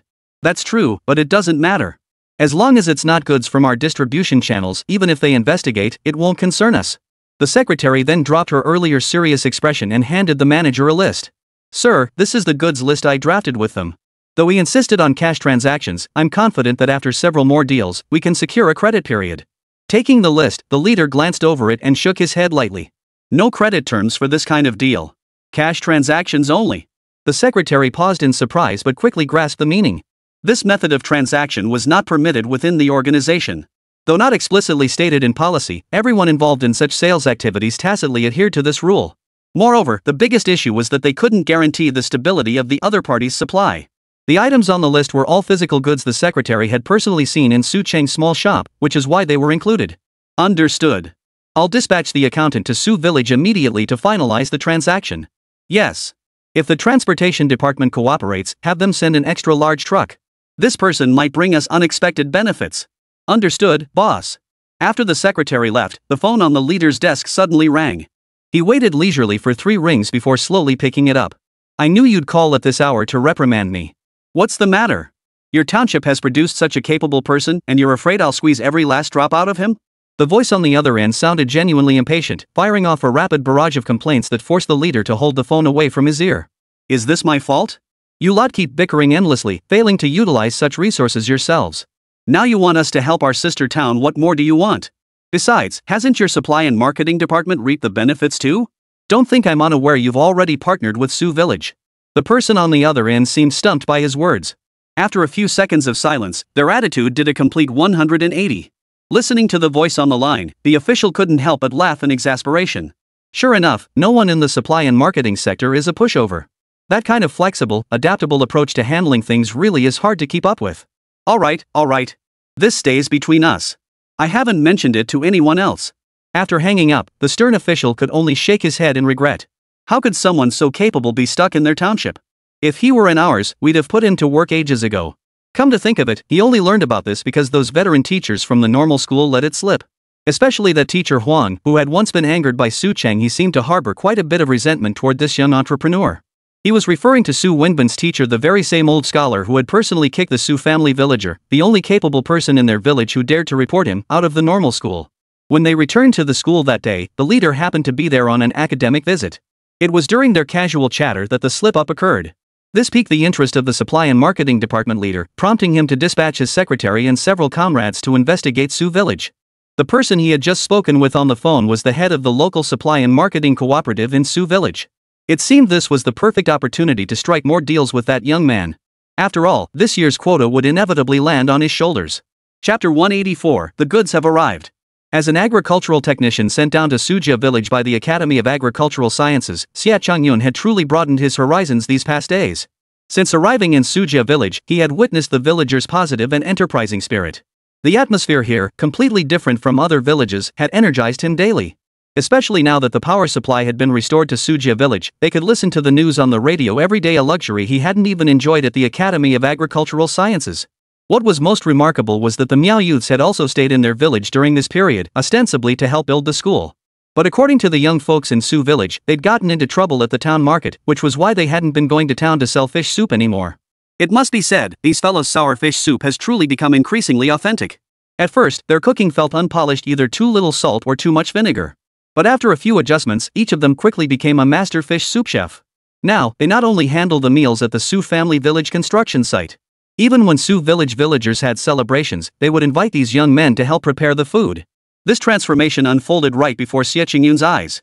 His own taste buds attested to their progress through the fish soup he personally sampled. Also remaining in Su Village were the mountain dwellers who had once settled on the hills. At this time, Long Hao, Long Shan, and others often brought young laborers from their village to assist on the construction site. As they put it, they'd all be eating from the same pot from now on. They were brothers. Thus, Su Village was now bustling with activity.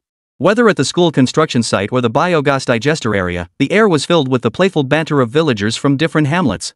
The womenfolk of Su Village were busier than ever.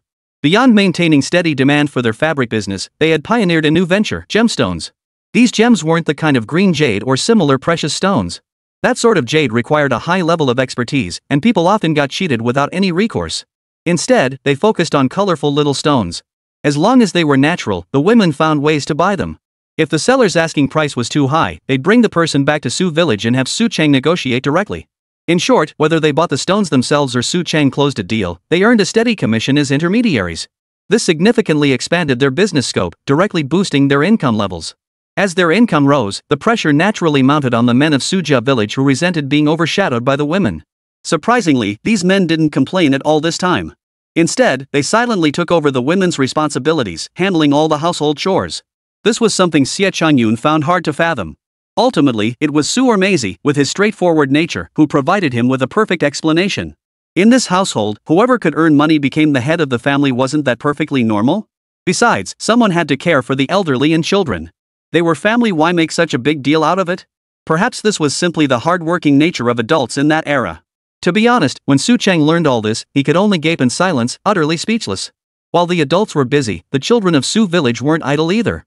Though the school wasn't built yet, as potential contenders for future iron rice bowls, they were about to undergo rigorous training under Su Chang. Though he wasn't a professional swimming coach, having watched countless instructional videos on the sport in his later life, he spent several nights thinking until he finally figured out a few key training points. Before dawn, he herded a group of school-aged children to the riverbank for warm-up exercises. Remember, you can only enter the water 1.5 to 2 hours after breakfast. Never swim on an empty stomach or a full stomach. Got it? Got it, Uncle Chang. No, from now on you'll call me coach. I'll be your nightmare coach for the next few days, and you're not allowed to call me Uncle Chang during training. Alright, Uncle Chang. On the first day of training, just lining up was chaotic. But after Su Chang gave a few kids he was related to a proper beating, these little rascals finally got scared. Good. In the days ahead, Uncle Air will supervise your training.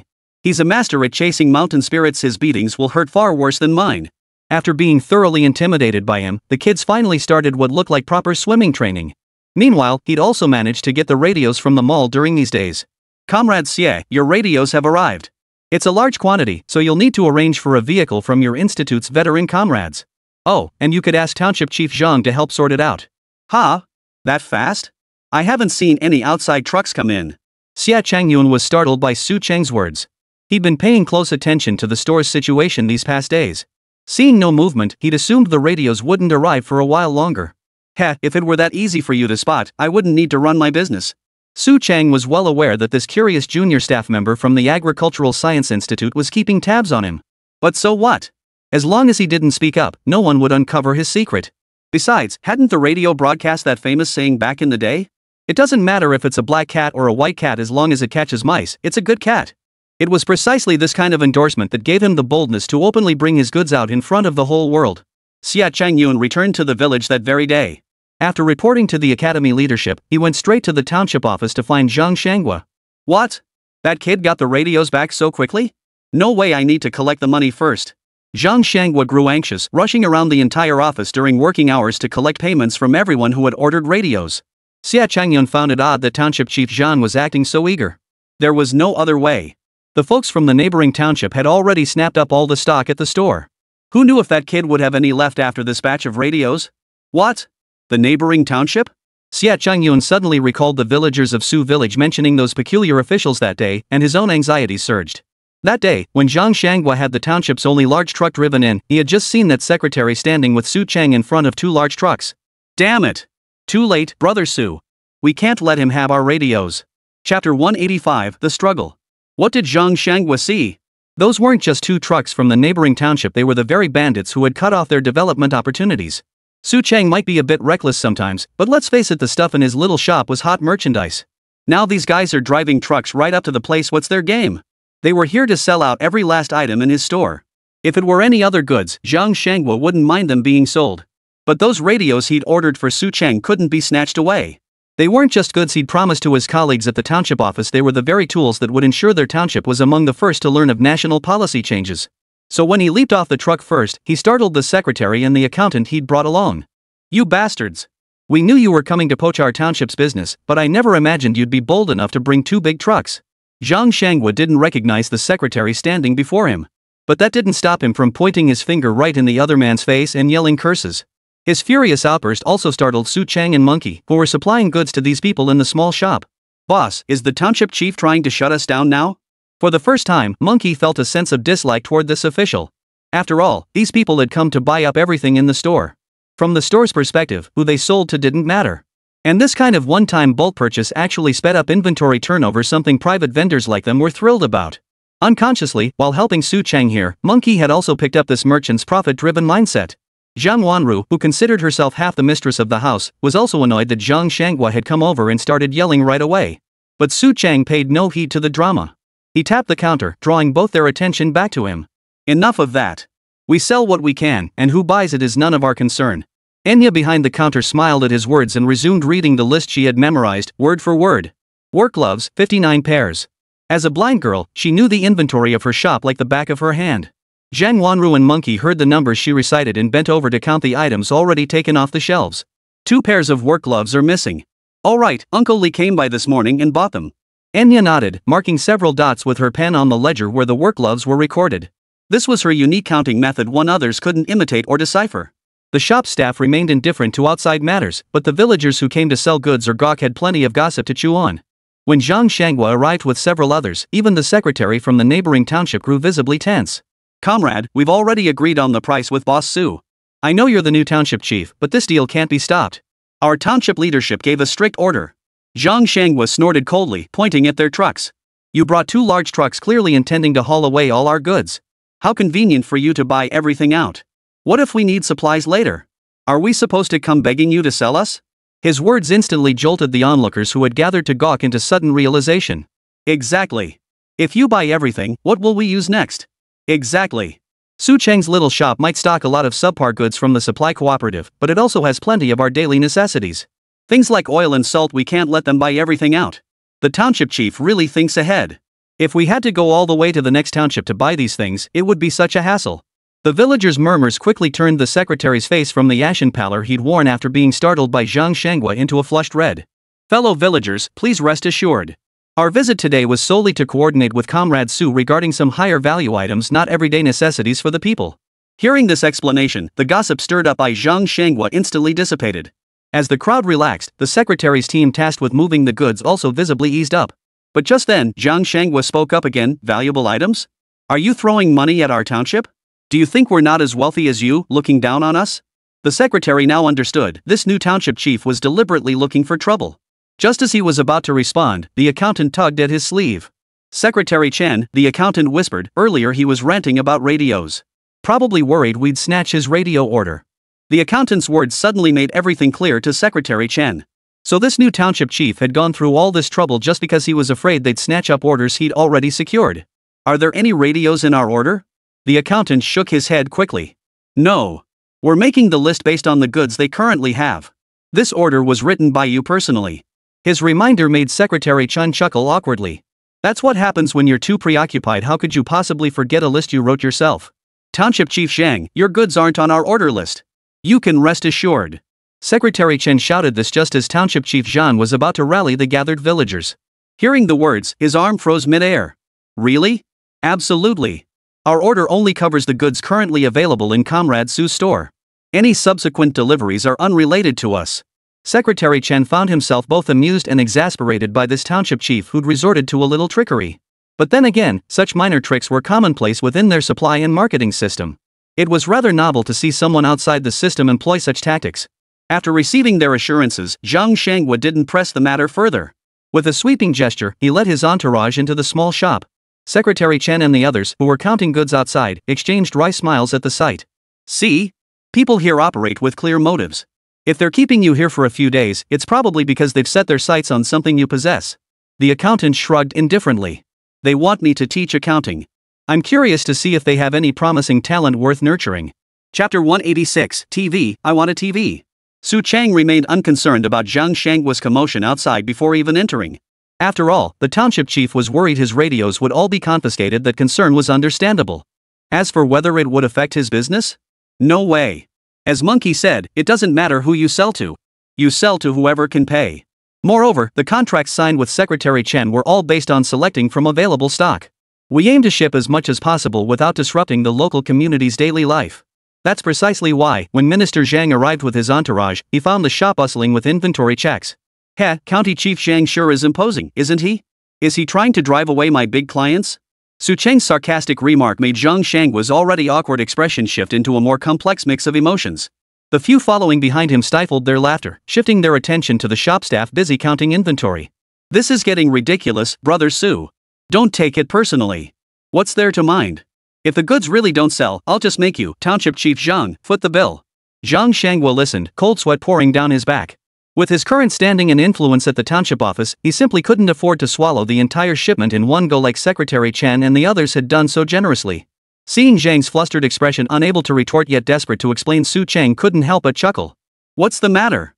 You were so bold earlier, putting the blame squarely on them. Didn't you look quite formidable then? But here I am explaining myself. They didn't even look down on me, so why are you making such a fuss? Zhang Shangwa couldn't quite handle Su Chang's sarcastic tone anymore. He fired back with that line, as if another word from Su Chang would make him lose his temper. Su Chang laughed heartily, leading him and the others behind him into the inner room. Here you go.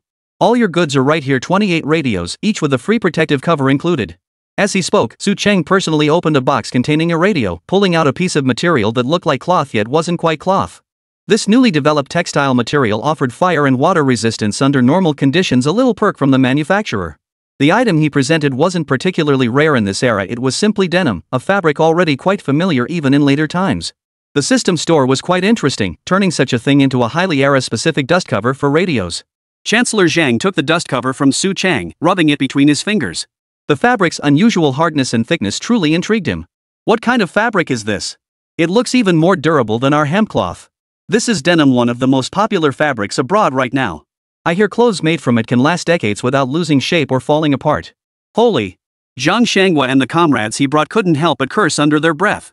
After all, the most fashionable fabric they knew of was something called Dekuliang. Unlike this denim, Dekuliang, true to its name, was a fabric specifically designed for summer, characterized by its ventilation, heat dissipation, and lightweight properties. The denim in his hands, however, was the complete opposite: thick, heavy, and coarse. Just as Su Chang had said, clothes made from this material could indeed last a very, very long time. Su Chang ignored their reactions, snatching a new radio from the box and plugging it into the power strip he'd already set up. See? The buttons are simple. Press this to turn it on, and use this to change stations. Under Su Chang's guidance, Zhang Shangwa and the comrades he brought quickly mastered the radio's operation. Seeing they had grasped it, Su Chang packed the radio away. All the goods are right here. Would you like to pay first or move the goods first? Zhang Shangwa waved his hand, and one of the comrades went outside to pull a bag from the truck. Here's the full payment. Ha! Is that a color TV? Why is it different from last time? Just as Su Chang was about to count the money, Zhang Shangwa spotted a box in the corner that was considerably larger than the one he had. It was roughly the same size as the TV he had sold to that city gentleman last time. Su Chang chuckled. Last time's TVs were limited editions specially produced by the manufacturer for the system mall, so the packaging was naturally exquisite. This current batch of TVs was a volume model, so packaging costs were naturally minimized. They were the same TVs, just with different packaging to save a little money. As Su Chang motioned for Enya to count the money, Zhang Shangwa pulled him aside. Brother Su, you know I've never actually seen a color TV before. Who bought this one? Could you open the box so I can get a quick look? Last time he missed the chance to watch the unboxing. This time, regardless of who bought the TV, he had to open the box first to see clearly what kind of marvel it was that had stirred such mixed emotions in that family. Nobody bought it. I got it for our village. Since I had access to this channel, I just bought an extra one. Hearing this, Zhang Shangwa couldn't help but roll his eyes. The guy really had money, though no one knew where it came from, yet he could just buy a TV costing hundreds of yuan, and even provide it for the village. In all his time as township chief, Zhang Shangwa had never heard of such a thing. Kai, open the box and let me see what it is. Since it belonged to Su village, it would be unpacked sooner or later. Township Chief Zhang set down the radio he was holding and turned his attention to the color TV. It wasn't that it couldn't work, but it was missing an antenna. Even if they turned it on now, all they'd see would be static. As they spoke, Secretary Chen entered with the accountant. They had already finished counting the items outside. Their purpose in coming in was twofold: to report the tally to Su Chang and to see what brand of radio the township chief had purchased. Even from outside, the packaging boxes they'd carried out clearly looked different from the radios sold in their township. Comrade Su Chang, we've finished counting the inventory here. As Secretary Chen spoke, his eyes were fixed on the half-unloaded boxes of radios. When he spotted the large box for the color television, he gasped in surprise. A color TV? Can we sell this? How much? I'll take it. Su Chang and Zhang Shangwa were both startled by his outburst, and even the accountant standing beside Secretary Chen looked taken aback. Didn't the leadership tell us not to buy televisions? Secretary Chen seemed to care little about protocol now. He grabbed Su Chang's hand and insisted, Comrade Su, you must sell me this TV. I'll pay whatever it costs. Chapter 187, It's on. It's on. Secretary Chen's reaction was truly startling, especially for someone like Zhang Shangwa who had already been intimidated by the sheer scale of the operation. No, this TV absolutely cannot be sold to you. Before Su Chang could respond, Zhang Shangwa cut in with a firm refusal. Even the old accountant beside him was momentarily at a loss for words. After all, in Su village, the owner of the small shop Su Chang, the most promising young man in the entire village, hadn't even spoken yet. You, the head of this village, are deciding for him? Secretary Chan, having anticipated this, stepped right past the large hands blocking his way and urgently addressed Su Chang. Brother Su, I genuinely want to buy this TV. Not on behalf of our township, I want to purchase it myself. Buy it yourself? The moment the words left his mouth, nearly everyone present couldn't help but gasp in astonishment. After all, everyone present knew how precious such a color television was. In truth, it wasn't just this color TV, even the radios Su Chang had brought out were beyond what anyone present could afford to buy outright. Secretary Chan, this television truly cannot be sold to you. After a moment's thought, Su Chang shook his head and declined the seemingly impatient Secretary Chan's request. After all, he was in business, anyone wanting to buy his products was welcome. Besides, this TV was an unplanned purchase. Although he had promised his father to bring such a small appliance to the village. But Su Chang had more to consider at this moment. Zhang Xianghua had told him that the television he had sold had already been thoroughly investigated by that retired engineer in the city. Though he didn't yet know what information they'd uncovered, Su Chang decided to play it safe. He planned to hold off for a while, waiting until the situation became clearer before making any further decisions. This wasn't because he feared being investigated for his supply channels. Rather, sticking his neck out in this era was never a wise move. Secretary Chan's face fell with disappointment at the refusal. But when he spotted the batch of radios Zhang Xianghua was guarding, his eyes lit up again. Then might I reserve these radios with you? After all, our township desperately needs such communication tools. Ah, these radios are ours. You can't snatch them from our township's supply. Zhang Xianghua dared not let this secretary from the neighboring township continue to cause trouble for Su Chang. Who could say whether a businessman like Su Chang might sell the goods he'd secured to someone else for profit? The crucial point was that they were offering cash up front. Even if he brought an accountant, the settlement with Su Chang would still be subject to credit terms. As a businessman, who doesn't prefer cash? What he didn't know was that Secretary Chen had brought all the cash their township had on hand this time. Before coming, their big boss had even tried to get something from the credit union. Naturally, Su Chang agreed to Secretary Chen's order request. Moreover, he generously granted them the same payment terms as those given to Zhang Xianghua. Discuss this with your leadership when you return. All future collaborations will proceed through this steady, long-term approach. Receiving Su Chang's decisive response, Secretary Chen was naturally overjoyed. But seeing him linger with such reluctance before the exquisitely packaged color TV nearly drove Zhang Xianghua mad. Only after finally escorting him out of Su village did Zhang Xianghua breathe a sigh of relief. You better be careful, kid. These TVs are hot commodities. As he departed, Zhang Xianghua issued a subtle warning to Su Chang, seemingly understanding why Su Chang had refused to sell the television. Su Chang simply nodded with a smile. But Monkey, standing nearby, was baffled. As they closed the shop door, he pulled Su Chang aside and whispered, "Why? No reason. Just didn't want to sell it. Besides, don't you want to watch these color TV programs?" The convenience store closed early. That was because Secretary Chen had swept up a large quantity of goods, and the color TVs for the village had arrived. It was time to install them for everyone. So when Su Chang and Monkey carried the TV to the designated storage spot already prepared by village cadres like Su Longqing, idle villagers had gathered there waiting. "Qingzai, we've set up all the antenna stands we bought from the township just like you asked. We're just waiting for this TV now, right?" The village officials had designated the village office hall as the location for this color television. This space had once served as Su village's grain storage facility. Later, after the new granary near the Zheng family was completed, it became the village office. Ever since Su Chang promised to arrange a television for the village, these officials had cleared out this space. They rewired and reorganized the original grain storage's electrical lines, even having several power line technicians from the utility department personally inspect the work. Su Longqing went so far as to demand the village carpenter quickly build a lockable TV cabinet. That way, during the day, the precious color television could be locked away, preventing anyone from stealing it. Of course, in today's Sujia village, no one would dare steal public property, especially a television worth several hundred yuan. So when Su Chang and Monkey lifted the television out of its packaging box, the entire village couldn't help but gasp. "Holy crap! That little box is the TV? I heard you can even watch Nua opera on it?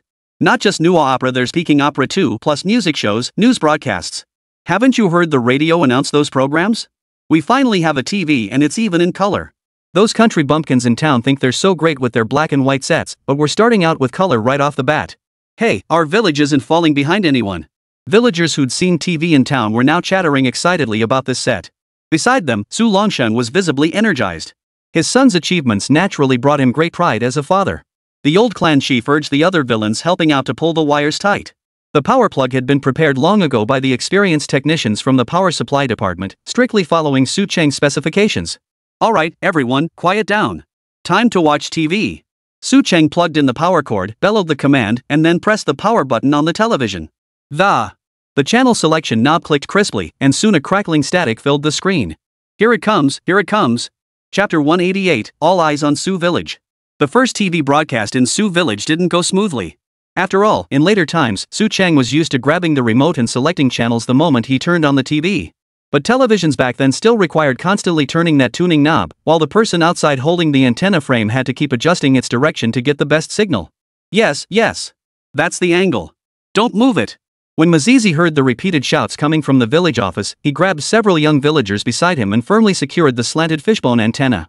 Ah! It's not working again. Mazi, try another direction. The TV screen flickered with unstable signals once more, forcing the young men on the village office roof to adjust the fishbone antenna again. Finally, after over an hour of fiddling, the picture on the TV cleared up. Mazi and the others climbed down, their backs and legs aching from the effort. By then, the village hall was packed with Sioux family villagers who had brought their own stools, and even the newly settled mountain folk nearby had come over to join the commotion. As the television was now showing an ancient drama right in the middle of a battle scene. Is this what television is? Will the little people inside come running out? For some of the elders, it was their first time seeing such clear images. Seeing the actors' excited expressions on screen, they too began to feel a surge of excitement. Old man, this is a program the TV station recorded long ago. It's the same principle as the broadcasts we hear over the loudspeakers. Bull. I know the radio broadcasts people speaking from miles away. How could this TV possibly show live performances? Look, it's already switched to another scene. The old man's stubborn mindset made it difficult for the half-informed young people of Sioux Village to explain things clearly. Su Chung couldn't be bothered with these noisy folks. He'd already fulfilled his promise to the village. Now, all that remained was for them to wait patiently for the pickle factory to be established. Su Longxing naturally understood his son's thinking. Bringing the TV back at this moment was really just a way to keep the young, able-bodied villagers from leaving. After all, these young villagers were genuinely eager to venture out into the wider world. If he couldn't find a way to keep them here, he feared that even once the pickle factory was up and running, he wouldn't be able to secure enough workers. But Su Chang was worrying needlessly. After all, the title of worker was still highly sought after at this time. Although the young people of Sioux Village had heard about the various open policies in the South through the radio broadcasts and even witnessed the benefits of entrepreneurship through men like Su Longshang. But who would turn down a stable, well-paying factory job to go out and make it in the world? Would that be a brain injury or a door-slammed head? So when Su Chang voiced this worry to his old man, Su Longsheng just laughed and called him a worrywart. It wasn't that he was overthinking things, it was mainly because he habitually projected the mindset of young people from later generations onto these simple villagers. The father and son slipped out of the village office unnoticed when no one else was paying attention. Everything in the store sold out? Su Longsheng was also somewhat concerned about Secretary Chen arriving in that big truck. After all, he had used some means to obtain the business license for this small shop. He knew the goods inside, though he wasn't sure about their origins. Still, having them bought in such large quantities made him uneasy. Su Cheng understood his father's worries and simply reassured him with a smile, "Don't worry. Our goods can withstand any inspection. Besides, they spent so much this time that the next transaction probably won't happen for at least a few months." Secretary Chen had indeed brought a substantial amount of cash, but to Su Chang, it amounted to only a few thousand yuan less than what he currently held in his system account. However, according to the accountant accompanying Zhang Shanghua, those few thousand yuan likely represented the largest amount of working capital available in these rural townships. While the father and son smoked outside, Secretary Chen, who had taken the goods back, was reporting to his superior about the trip to Sioux Village. "Sir, that kid really managed to get a TV. But he won't sell it to me." Listening to Secretary Chen's report, the township leaders couldn't help but frown. Damn it, Zhang Shanghua just got lucky to have such a capable person in his jurisdiction. Who says otherwise? I just got back from the city and heard that retired engineer there is studying that color TV. I heard no word about this brand has come back from the metropolis. Who knows what channels that kid used to get it? If Su Chang were here, he'd be startled by these township leaders' reactions. After all, the very thing he feared had finally happened. Turns out Secretary Chen wasn't buying the TV because he was rich or anything. He never imagined the color TV the leader had casually mentioned would actually come from Sioux Village. Leader, judging by the scale of that small shop, it seems he could indeed procure more of these goods. If we send the supply and marketing department directly to negotiate. Secretary Chen's suggestion made the leader's eyes light up. But the most far-sighted among them shook his head in refusal. "No," he said. "The fact that Zhang Shangwa's supply and marketing department hasn't approached him directly proves that the kid doesn't want to go through official channels." This big shot's words instantly reminded the others. Right. Logically, their supply and marketing department should have the closest access. If it were truly feasible, they would have done it first. What they didn't know was that after Zhang Shanghua returned this time, the first person he met with was the supply and marketing leader from their own township. Look, these radios were sourced directly from Su Chang. Could you get them? The leaders of the supply and marketing departments and the veteran supplier they'd brought along scrutinized the dozen or so radios of the same brand on the table. Comrade Director, we've never heard of this brand. Even the address listed here is somewhere we've never been. And this plastic seems lighter, I wonder how durable it is? The veteran supply and marketing veterans pressed their fingers against the material covering the radios, making Zhang Shangwa wince inwardly. Director Zhang, it seems you'll need to keep a close eye on that Mr. Su. His supply channels appear to be more advanced than our own supply and marketing department. The supply and marketing department's findings forced Zhang Shangwa to elevate his assessment of Su Chang once more. Chapter 189, The Old Accountant's Spring. Zhang Shangwa brought Su Chang more than just the radio business, he also introduced him to the veteran accountant who handled the township office's finances for decades. That evening, he watched color television with the villagers of Su Village until the station signed off, finally retiring to the room Ma Zi had arranged for him, still reluctant to leave. The next morning, when he was roused by the radio's wake-up call, he could already hear the news broadcast coming from the loudspeaker. Ha! Life in Suja village was far more advanced than even the township itself. Not to mention, just the breakfast Ma Zi's mother prepared for him gave him a feeling of comfort far surpassing that of the township guesthouse. By the time he arrived at the village office, several women arranged by Su Longsheng were already waiting for him. These were the cream of the crop selected from the women's group, specifically tasked with learning accounting skills from him. The veteran accountant assumed teaching them basic bookkeeping would suffice. After all, what complex accounts could rural bookkeeping possibly involve? But he was wrong. Bookkeeping methods were certainly part of the curriculum, but what these women urgently needed to learn was how to reconcile accounts and set up more accounting entries. Especially Su Chang's mother, her innate ability to grasp concepts quickly left the old accountant completely drained of his knowledge within a single day. The next day, when faced with the ledgers handed over by the women, the old accountant was utterly overwhelmed. These are all your fabric sales records? And there are still so many accounts receivable that haven't been cleared? The accountant now understood, to assume the shopkeeper at Su Village's small store merely collected goods without keeping proper accounts would be a grave mistake. Su Chang's transactions with these women were meticulously documented transactions that could withstand scrutiny from any auditor. And while the unit price isn't high, the sheer volume makes a difference. Just seeing the figures compiled in the ledger was enough to make the old accountant's heart race. Not to mention, he discovered that the womenfolk of Su Village still had quite a few outstanding receivables in these accounts. Brother, these are all poor families. Can't we give them a few more days to pay? Besides, they've agreed to settle with goods. Isn't that the offset method we discussed? Aunt Cheng's words made the women burst into laughter. They were well aware of their little group's achievements. Needless to say, each household had reaped substantial profits from Su Cheng alone. Adding up the total accounts, they realized their group of women had actually facilitated tens of thousands of yuan in transactions. This achievement gave them the confidence to hold their heads high in front of their husbands. After reviewing the final tally, Su Cheng's mother felt immense pride in her son. She knew these women were making money, but she knew even better that her son was earning far more than these women who bustled about town on his behalf. It was precisely because she wanted to learn accounting that her son had brought in this seasoned accountant a way of showing filial piety in its own way. Therefore, she studied diligently. Even when she returned home wanting to cook or do housework, the two men in her household vied to take over, insisting she focus solely on her studies. Upon learning this, the old accountant taught her with even greater dedication. Within days, he had poured out decades of accounting expertise. Upon learning this, Su Chang retrieved numerous valuable items from the system and handed them over to the old accountant. By the time he departed, the ox cart was so heavily laden with goods that the other accountants at the township office, those who had initially refused to come to Su Village, were green with envy. But the old accountant's good fortune didn't stop there. The very next day after his return, he was reassigned to the supply and marketing department, a notoriously lucrative position. This left every civil servant in the township office green with envy. That very day, the old accountant was received by several leaders from the supply and marketing department. After a day of closed-door deliberations, he was finally assigned to the best position available. This time, it wasn't just the township office staff who were envious. Even the supply and marketing department personnel were puzzled as to why this ordinary old man, who had lived an unremarkable life for half a century, had suddenly caught the attention of the leadership. It seemed confirmed now that kid Su Chang really did have supply channels we hadn't been able to tap into. Even his own mother didn't know about this. It must be a classified unit. When several leaders from the township supply and marketing department gathered again to discuss the full-scale cooperation with Su Village, the credit union president sitting nearby remained silent.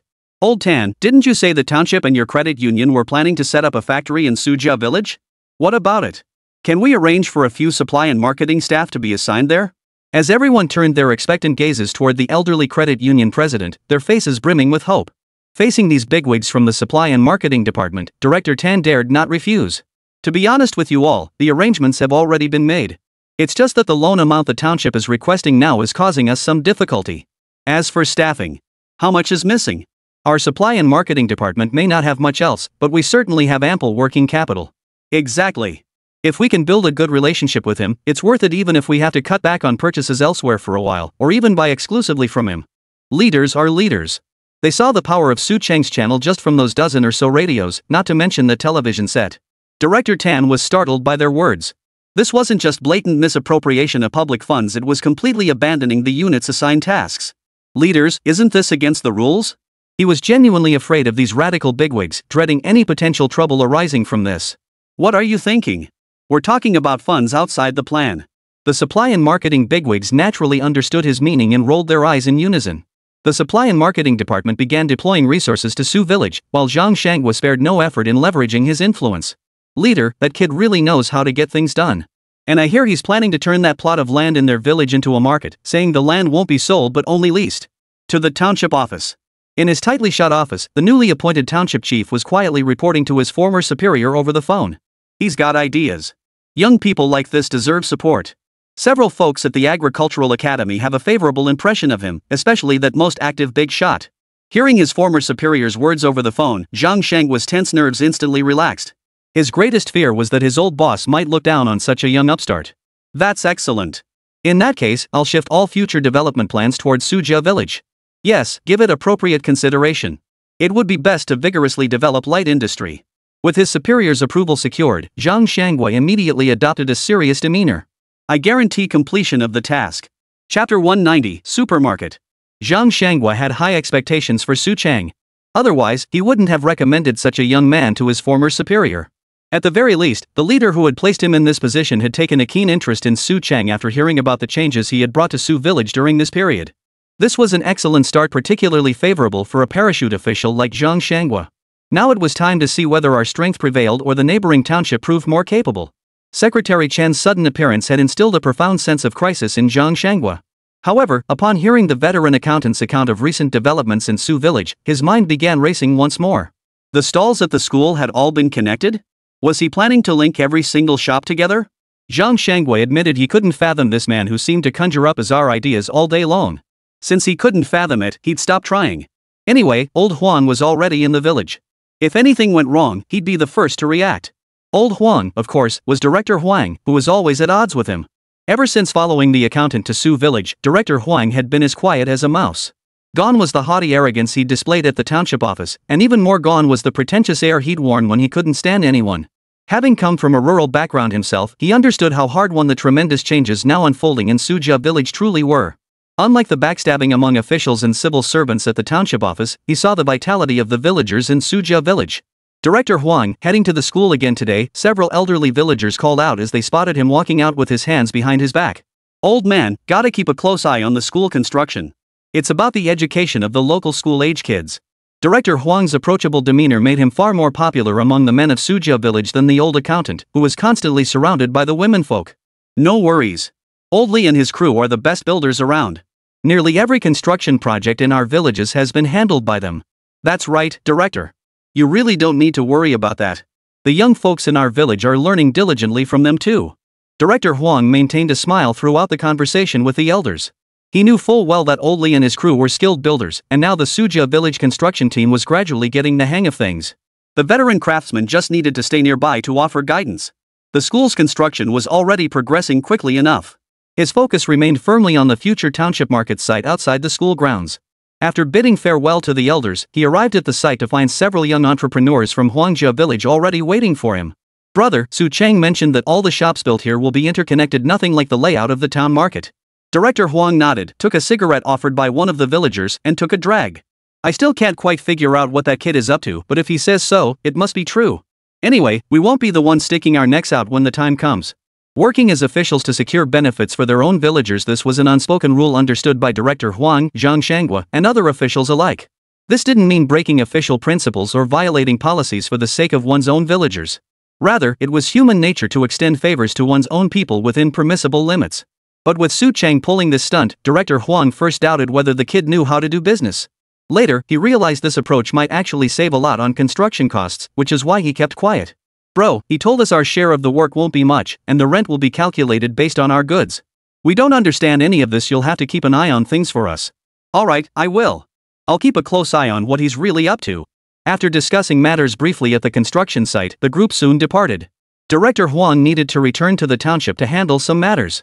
The villagers of Huangjia village were now busy withdrawing from the township market. Everyone was indeed occupied with their own affairs.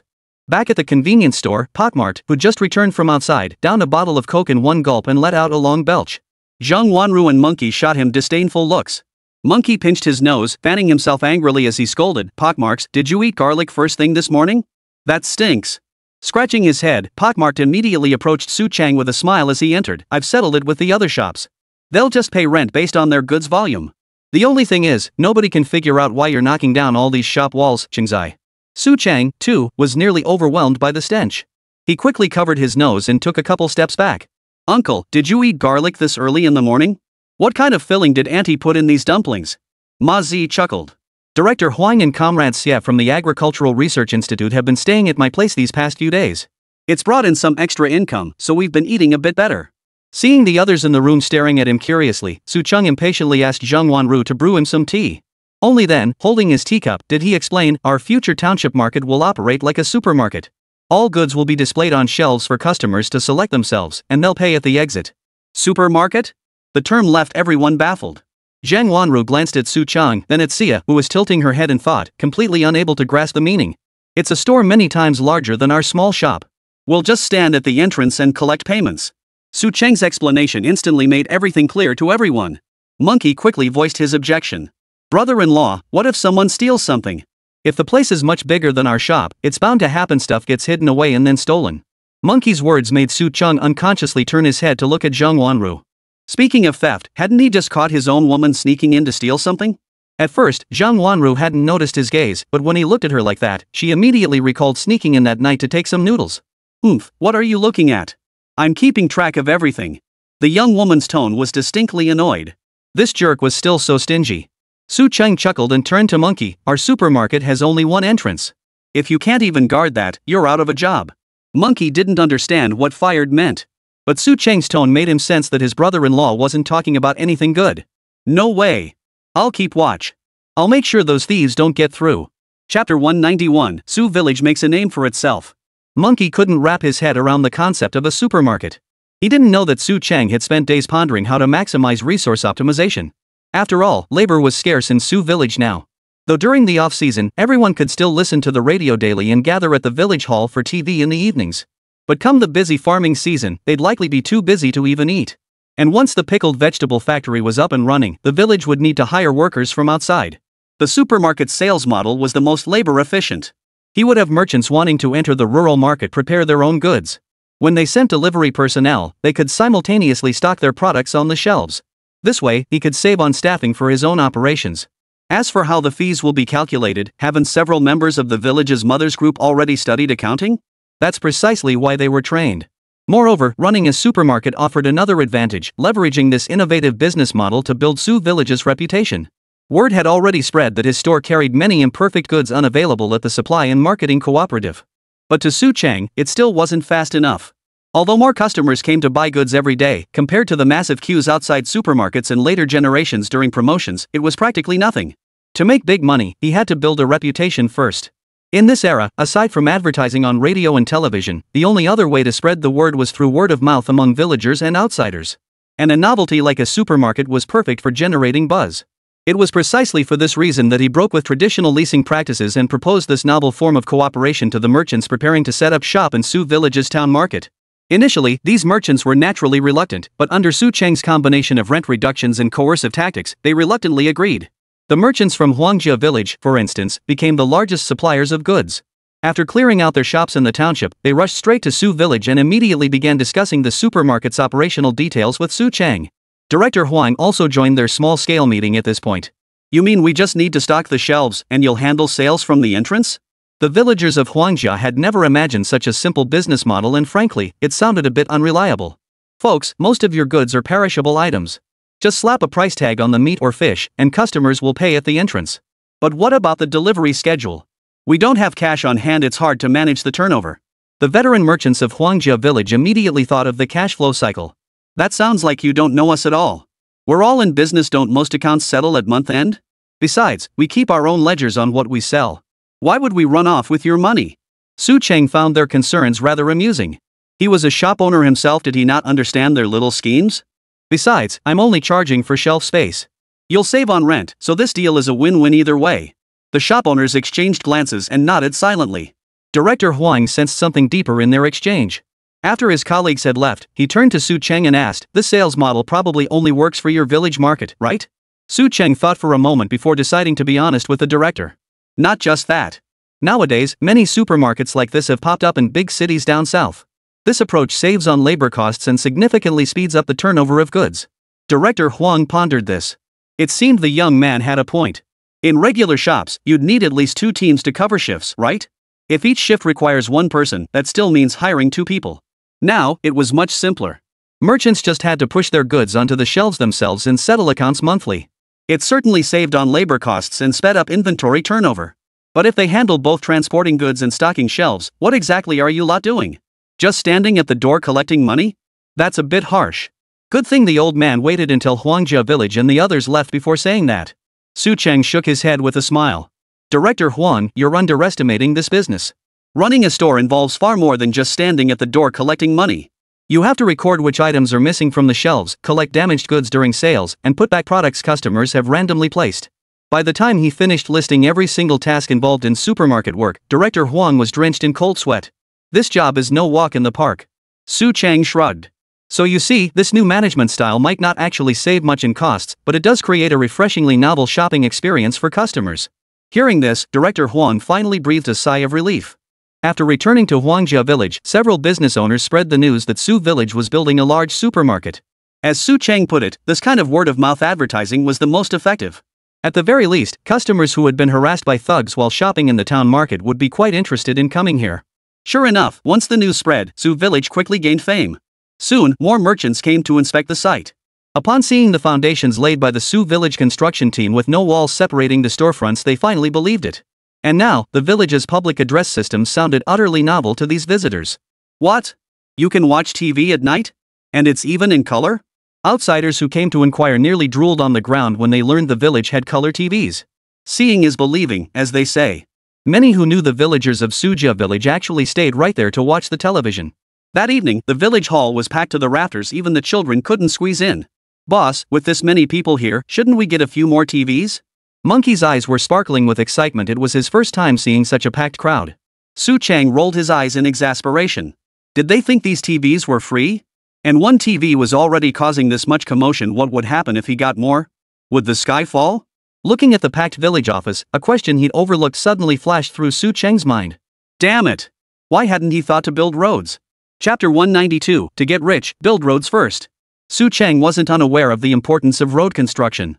He just hadn't anticipated that the moment word of the market spread, it would draw so much attention. Moreover, upon his rebirth, he was already overwhelmed with tasks.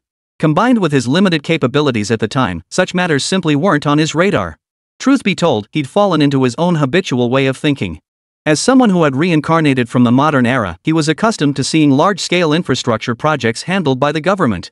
He'd never imagined that one day, he'd be the one facing such a challenge.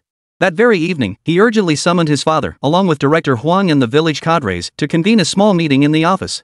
Whoa, you want to pave the road from the township to the village? How much would that cost? Don't even think about it. This is your village's responsibility. Why should our township foot the bill? Su Longxing hadn't expected his son to throw such a huge problem at him. Hadn't they already decided to build this road when he discussed the pickle factory with Zhang Shanghua?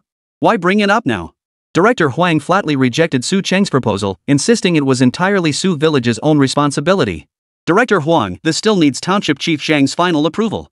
After all, we settled this when discussing the pickle factory shares.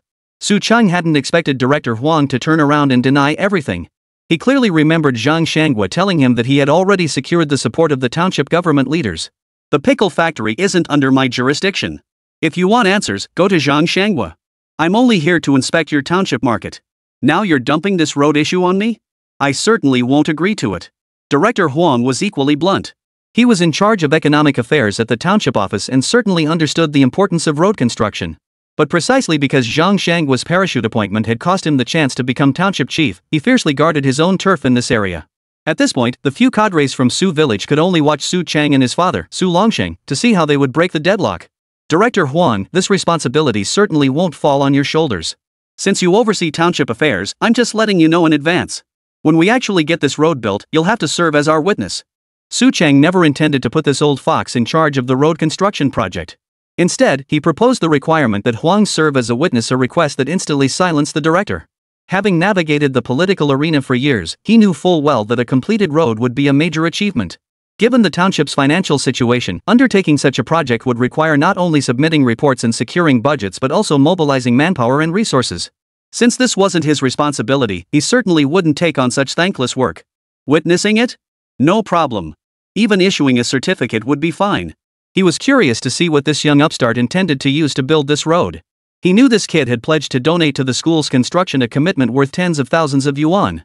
Add to that the ongoing development of the school's commercial market, he simply didn't believe this could be achieved solely through a small shop.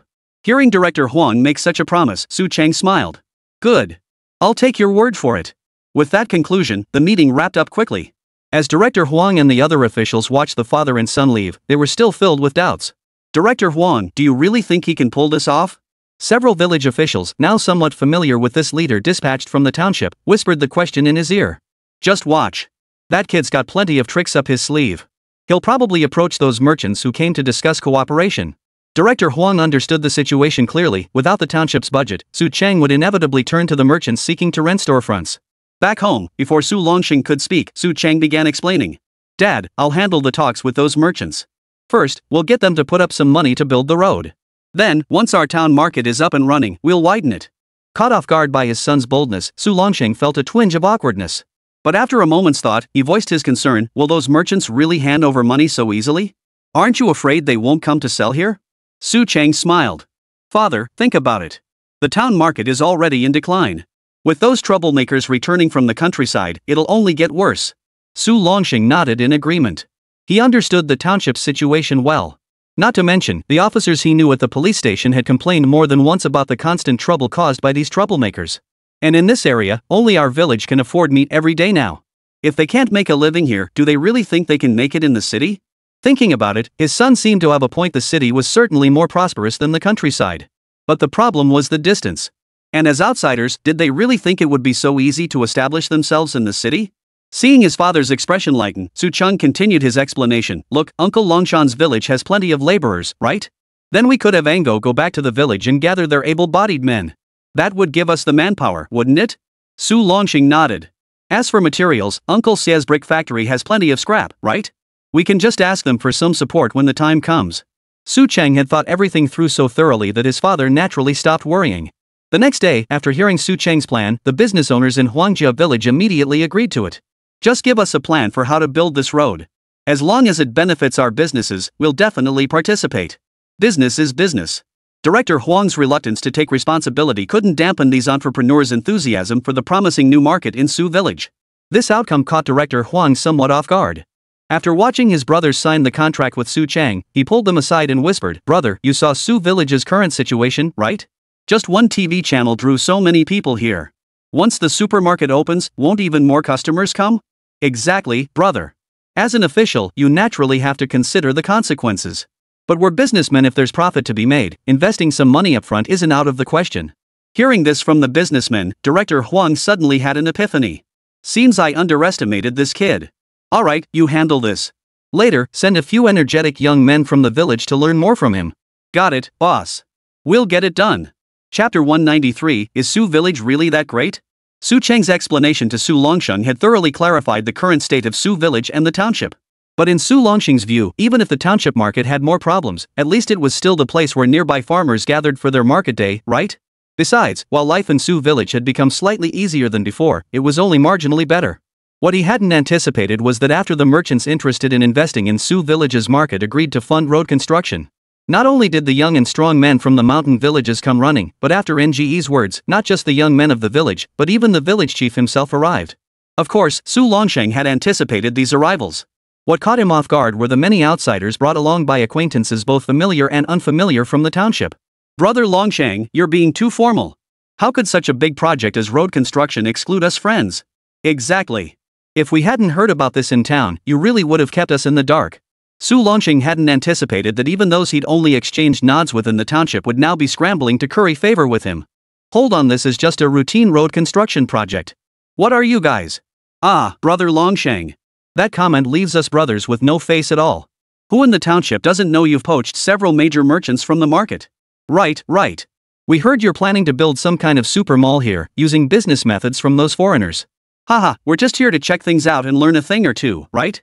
As these familiar and unfamiliar outsiders spoke, their eyes kept darting toward the school construction site, already cordoned off by villagers from Su village. Their arrival surprised not only Su Longsheng. Even Su Chang, the event organizer, hadn't anticipated it. He hadn't realized the business owners from Huangjia village held such significant influence in the market. But he quickly adopted this approach, one that wouldn't leak a single bit of information because of their arrival. At first, Monkey thought Su Chang was afraid others would copy his so-called supermarket business model. But after Su Chang sent him to ask Pockmark about their intentions, and then decisively ordered him to take several women from Su village outside to continue promoting the project, Monkey realized this was just another one of Su Chang's tactics. Ma Zi, however, had none of his reservations. He simply followed Su Chang's orders without question, never asking why. That same day, after Ma Zi took several Miao youths on a tour of the township, he returned to report to Su Chang. The township was in complete disarray. The major merchants backing the thugs who had been beaten by Engo and his crew were now stepping in to stabilize the situation. Normally, transferring shop leases in the market was quite common. But when half the market stalls changed hands at once, it sent shockwaves through both vendors and customers. Especially after rumors spread that these Huangjia village shop owners had taken their goods to Su village to start fresh. This news had the remaining half of the merchants seriously considering their options. Word spread that these Huangjia village shop owners barely needed to hire anyone, they simply transported their goods to Sujia village, arranged them on shelves, and waited to collect payments. This news left nearly every merchant green with envy. After all, their own shops were already stretched thin. Even though business was slowing down, they still had to mobilize every family member and sometimes even hire 1 or 2 extra hands. Forget paying wages, didn't they have to cover their basic needs too? When you added up all those costs, they were actually higher than their profits. Remember, in those days, private enterprises weren't fully recognized. At best, people operated under the guise of individual businesses, and even then, they dared not advertise it openly like Su Cheng did. At most, they called in relatives and brothers to help out. With hired hands like these, how could you not provide for their food and lodging? Now that word spread about how comfortably the Huangjia village bosses were making money, similar vendors and shop owners rushed over to seek their secrets. This was hardly welcome news for the market's original managers, or rather, the rural villages near the township that had originally expropriated the land to build the market, as they were the primary beneficiaries. That very day, they learned that the Miao youths had come to town with Su village to sell fish soup. Combined with the 2 violent altercations in the market, the locals were almost immediately convinced this was the underhanded scheme of Su Chang, the so-called genius merchant from Su village. He was trying to ruin our township market's reputation so he could launch his own village's new market at this opportune moment. The elders of the young troublemakers who had clashed with Ango naturally sided with their own kin. A single shout within the village collective stirred up the emotions of other villagers who had long benefited from the market's profits. Damn it, Su village is trying to ruin our market. Let's go wreck theirs right now. Exactly. They cut off our livelihood, so we won't let them off easy either. As the villagers' anger boiled over, they grabbed whatever weapons they had at hand. Some even retrieved hunting rifles and bows that had been gathering dust in their homes for years. Just as everyone was preparing to storm Su village, the oldest among them called a halt to the impulsive mob. Hold your horses. Whoever dares to cause trouble in Su village, don't blame me for kicking their entire family out of the clan registry. This was a highly respected elder whose words instantly silenced the entire crowd. Old master, this matter absolutely cannot be let slide so easily.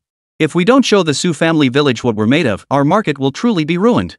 Seeing the villagers about to be restrained, the ringleaders grew desperate, fanning the flames before the old man. Oomph.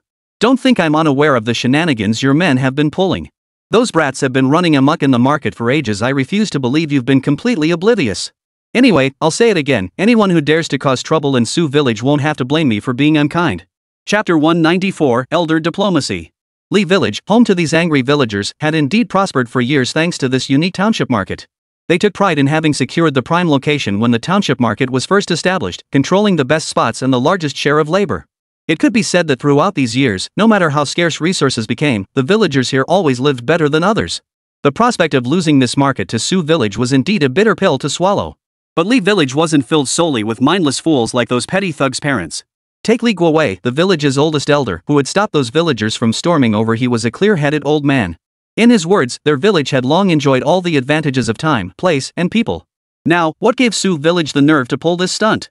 Though the old man had never been involved in official circles, his long life had taught him to be wary of the arrival of a new village chief like Zhang Shanghua. When he first heard about the Miao family's conflict with his own young men, he immediately began restraining the village's young and strong. Little did he know these families were utterly beyond redemption. Not only did they fail to discipline their own good-for-nothing children, even the adults colluded with them, plotting to take down the Miao family. After the second clash, when the Li village folk were itching for trouble with the Miao family, it was his firm intervention that prevented any further escalation. This was precisely why Su Cheng never faced retaliation from Li village. Su Cheng had been unaware of these events until Zhang Shanghua, after meeting with several elders from Li village at the township office, brought Su Longxing back and explained the situation. "Father, these old foxes aren't people you can handle. This matter still rests with our clan chief." "The clan chief?" For the first time, Su Longxing harbored doubts about his son's words. After all, given the old clan chief's habit of stepping aside and feigning deafness whenever trouble arose, Su Longxing didn't believe he'd have any influence over those elders from Li village. "Father, don't underestimate our old clan chief just because he stayed silent during the previous village chief's affair. Don't we all know how Su Diquan rose to power back then?" If the old clan chief had dared to say a single word of dissent, he would have lost his position. When Su Cheng brought this up, Su Longxing couldn't deny it, he could only nod in agreement. Speaking of Su Diquan, if that bastard didn't have some tricks up his sleeve, his son wouldn't have been sentenced to death by now while his own case remained unresolved. Seeing his father offer no rebuttal, Su Cheng relaxed. His greatest fear was his father becoming entangled with that group of elders, men who were as cunning as foxes. Having lived so long, even if they lacked profound wisdom, their vast network of connections alone was something Su Longxing couldn't hope to withstand. Why was Su Cheng so certain? In his previous life, he had once returned to the village and heard rumors about the day those elders of Li village died. Several important figures from surrounding villages had gathered then. That news had immediately put him on high alert. What if they sabotage our market development? We're already at the point of no return, we can't halt everything over such trivial matters. Su Longxing felt a pang of reluctance. He understood the deep-rooted ties of hometown affection and mutual support. For them to willingly give up such a lucrative opportunity? That was something no one would ever accept. No, they wouldn't do something so short-sighted. Su Cheng's unwavering confidence made Su Longxing relax after studying the young man's expression for several seconds. Su Cheng pointed toward the township office. "Why did Township Chief Zhang act as a go-between, introducing you to these old foxes?" "It's precisely to leverage our village's achievements to show those old hands that delivering results is what makes a good village chief, right?" Su Longxing knew Zhang Shanghua's tactics well. When summoned that day, he could see the immense pressure weighing on the township chief. "Do you really think our clan chief can resolve this issue?" Su Longxing trusted his son, but he still harbored some reservations about the old clan chief, a seasoned veteran of the game. Su Cheng patted his father's shoulder and chuckled, "Dad, regardless of whether our clan chief can handle this, from our younger generation's perspective, someone with your half-baked experience mingling in there just won't do."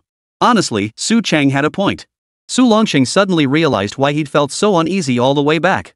"You're absolutely right. No wonder I always felt so uncomfortable during those meetings with them.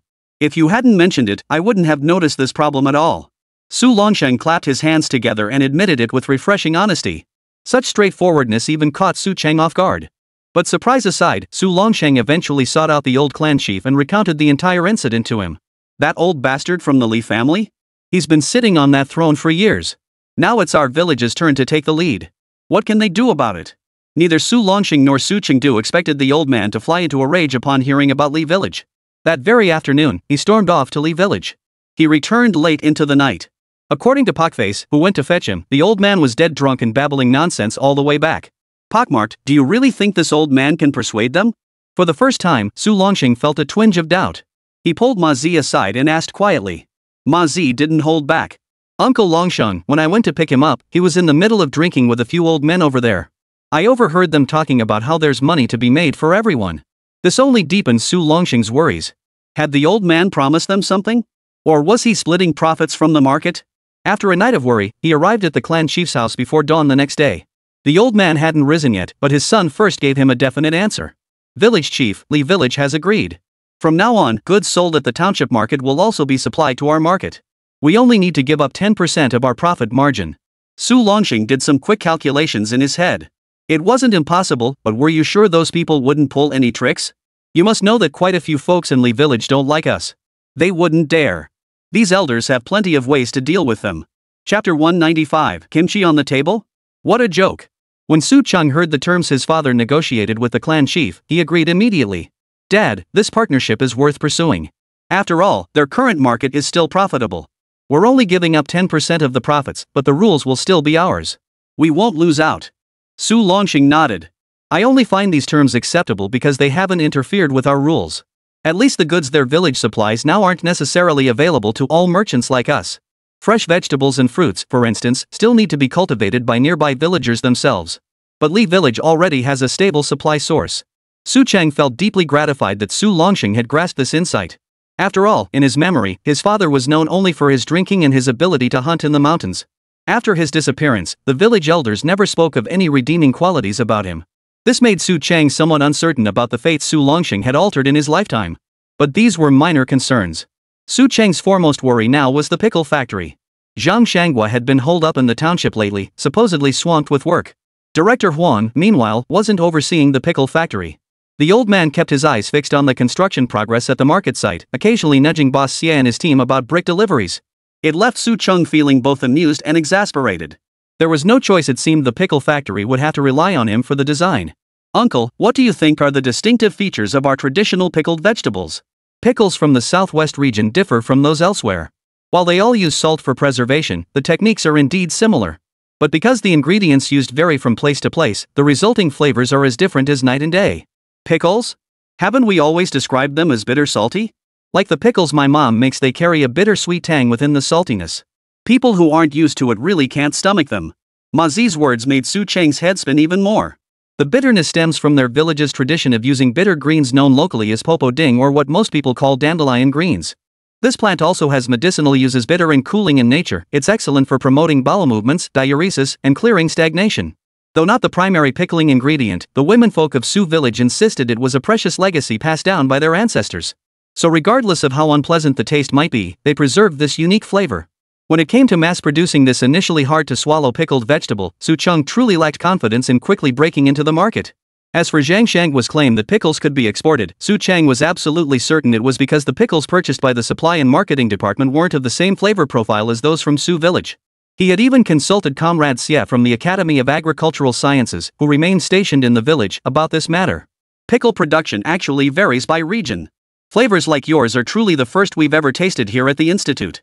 While the taste isn't particularly appealing at first bite, the medicinal value is quite good.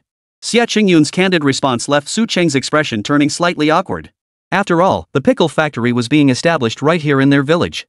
If they really used their family's flavor, the first batch of products would likely be unsellable. Comrade Xie, if our village is truly going to establish a pickle factory, could you source pickles from other regions to use as samples? You know our flavor profile. He didn't need to say more. Xie Qingyun understood the young boss's concerns perfectly well. It wasn't impossible after all. Pickling techniques weren't exactly trade secrets these days. But even if you perfectly replicated someone else's flavor, they might not buy it. His words were true. If your pickles taste exactly like what people make at home, why would they bother going to the market to buy yours? They'd be better off pickling it themselves at home. These days weren't like the future, where people prioritized convenience and ease. People only care about buying things they can't make themselves. Su Cheng's mind immediately flashed to something with a similar principle to pickled vegetables: kimchi. While the methods for pickling vegetables and making kimchi differ, the gap isn't so vast that the village's seasoned picklers couldn't master it. Moreover, kimchi was one of the products that later generations of Koreans took the most pride in. They even used it as a national gift, which, though not particularly elegant, sufficiently proved its versatility. Kimchi, damn it, how could I have forgotten about this stuff? As he slapped his forehead and walked away, Xie Qingyun was left utterly baffled. Wasn't he supposed to be making pickled vegetables? How did this suddenly turn into kimchi? While pickled vegetables might still be considered a commodity in this era, kimchi barely even made it to the dinner table. Back then, it seemed destined only for snacking. What? You want to swap the pickled vegetables for kimchi? Back at the shop, when Su Cheng mentioned to the two girls, Zhang Wanru and Enya, that they needed to gather ingredients for kimchi, his offhand remark sent a chill through them. Their faces turned ashen. Aren't you afraid Township Chief Zhang will come looking for trouble? They stammered. Kimchi?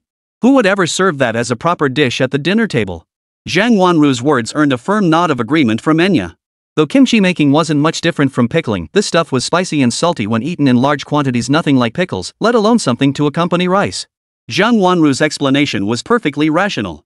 As a girl who had grown up in an era of scarcity, she couldn't fathom how Su Cheng could dare mass-produce something that was only fit for snacking. Both she and Enya found it hard to believe anyone would have the spare cash to buy such vast quantities of snacks. It seemed like the behavior of a spendthrift with money to burn. Su Cheng couldn't be bothered to explain. He simply demanded that the shop add kimchi ingredients to their exchange materials. Monkey and Pockmark, upon learning of the situation later, also expressed skepticism about Su Chang's decision. How could kimchi possibly sell at a decent price?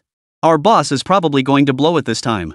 Hearing Monkey's words, Pockmark wavered in his confidence in Su Chang's decision for the first time. Soon, the villagers who came to the store to trade heard the news. Everyone was puzzled why the young boss suddenly wanted to collect kimchi ingredients, and apparently in large quantities. Could pickles be a profitable business after all? No way. We'd better hurry up and collect these ingredients too. We can't let the young boss rake in all the profits alone. Chapter 196, Cabbage Prices Rising? Word of Su Chang's kimchi plans somehow reached the township. That very day, Zhang Shangwa hurried to Su village, determined to see what this kid was up to now. As soon as he reached the small shop's entrance, he saw a long line of people queuing up to deliver cabbages to Su Chang. What's more, these cabbages looked freshly picked. This left Zhang Shangwa utterly bewildered. What was going on? Did this kid really dare to collect cabbages like this? Seeing the long line of vegetable deliveries, Zhang Shangwa truly began to look at Su Chang differently. After all, this was just a rumor that hadn't even been confirmed by Su Chang himself, yet so many people were already bringing him vegetables. If it were truly as he claimed, wouldn't the number of people delivering vegetables double? Just as he hesitated, Su Longsheng, who had just rushed back from outside, spotted him in the crowd. "Mayor, you shouldn't be here either.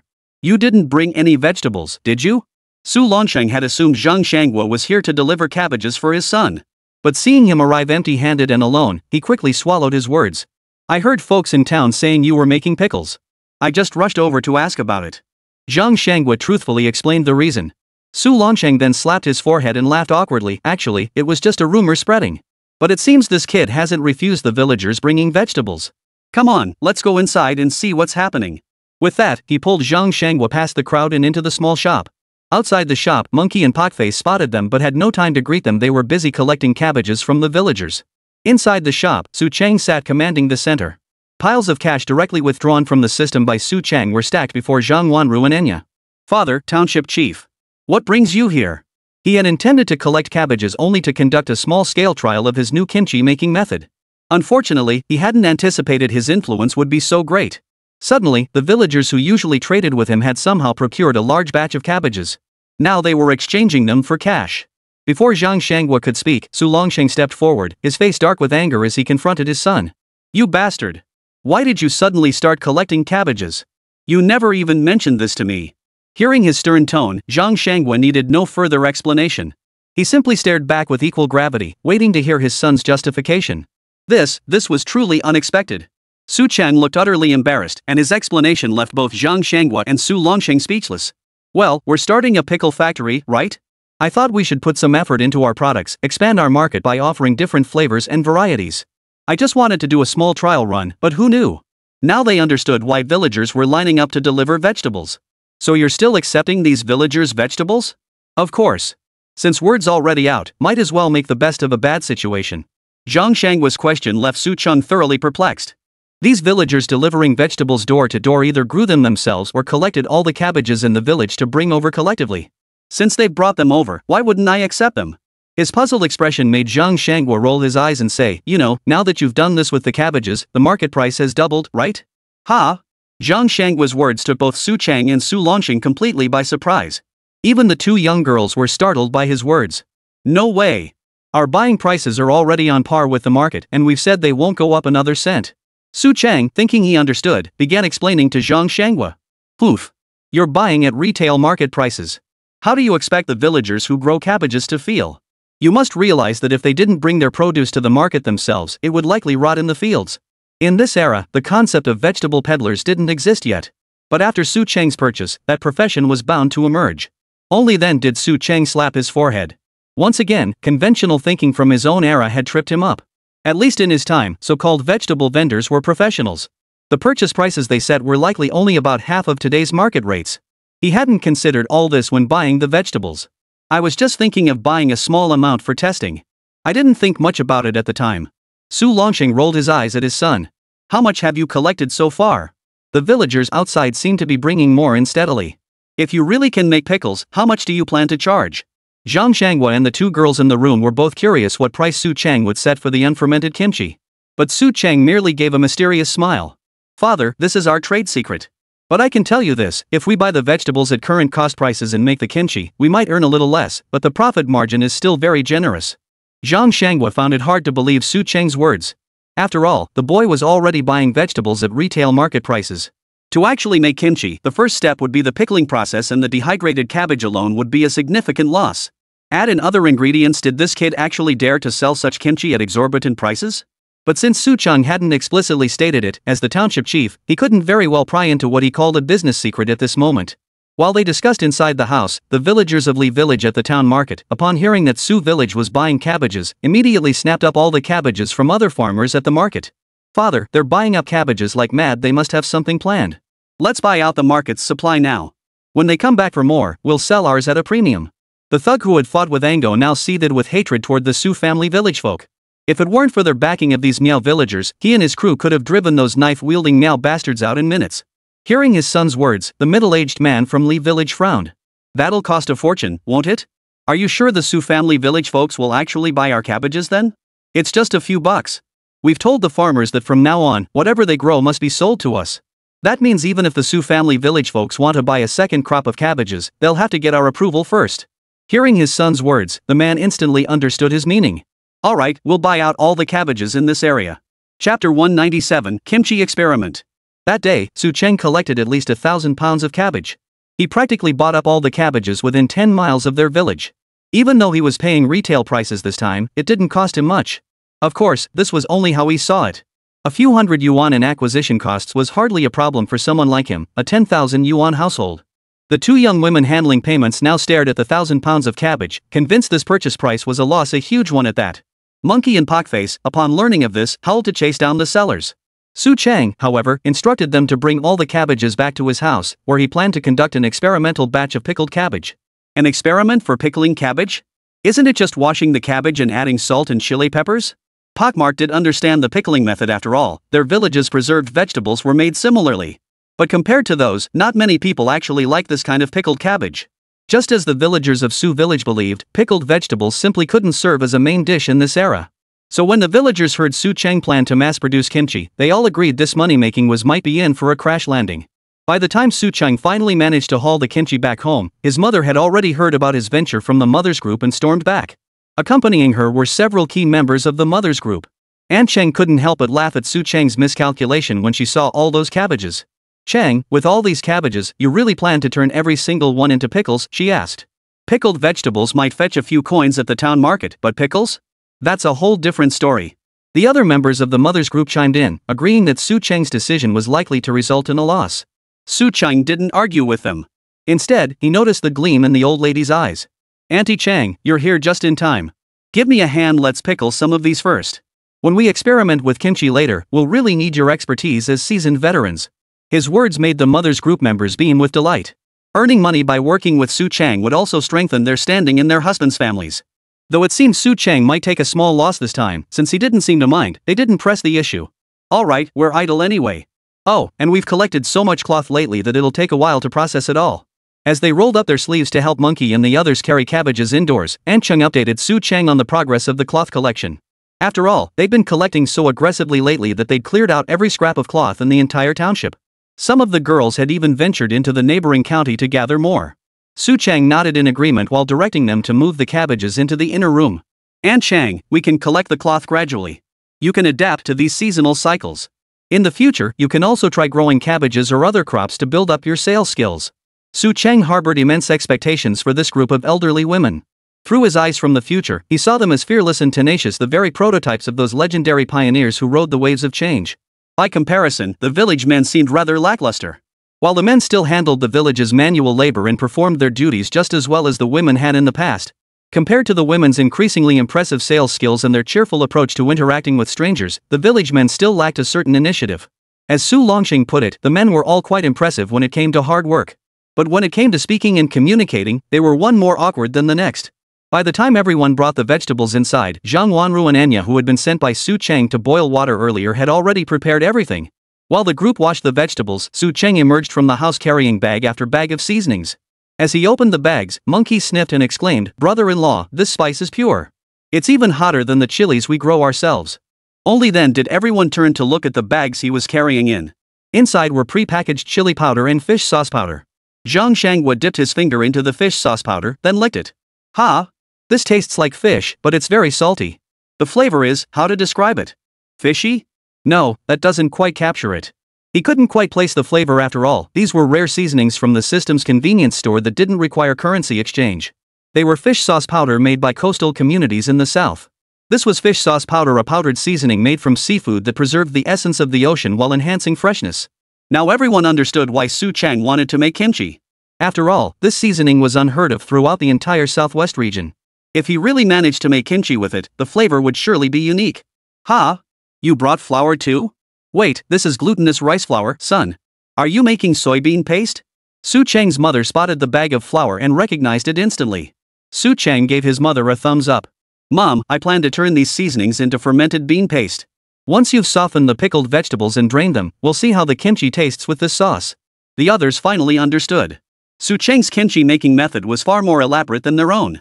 Just this seasoning alone was something no one in their village had ever tried. Such a small dish as kimchi wasn't worth the womenfolk of Su village expending so much effort on experimentation. But Zhang Shanghua discerned something deeper in Su Chang's experimental approach.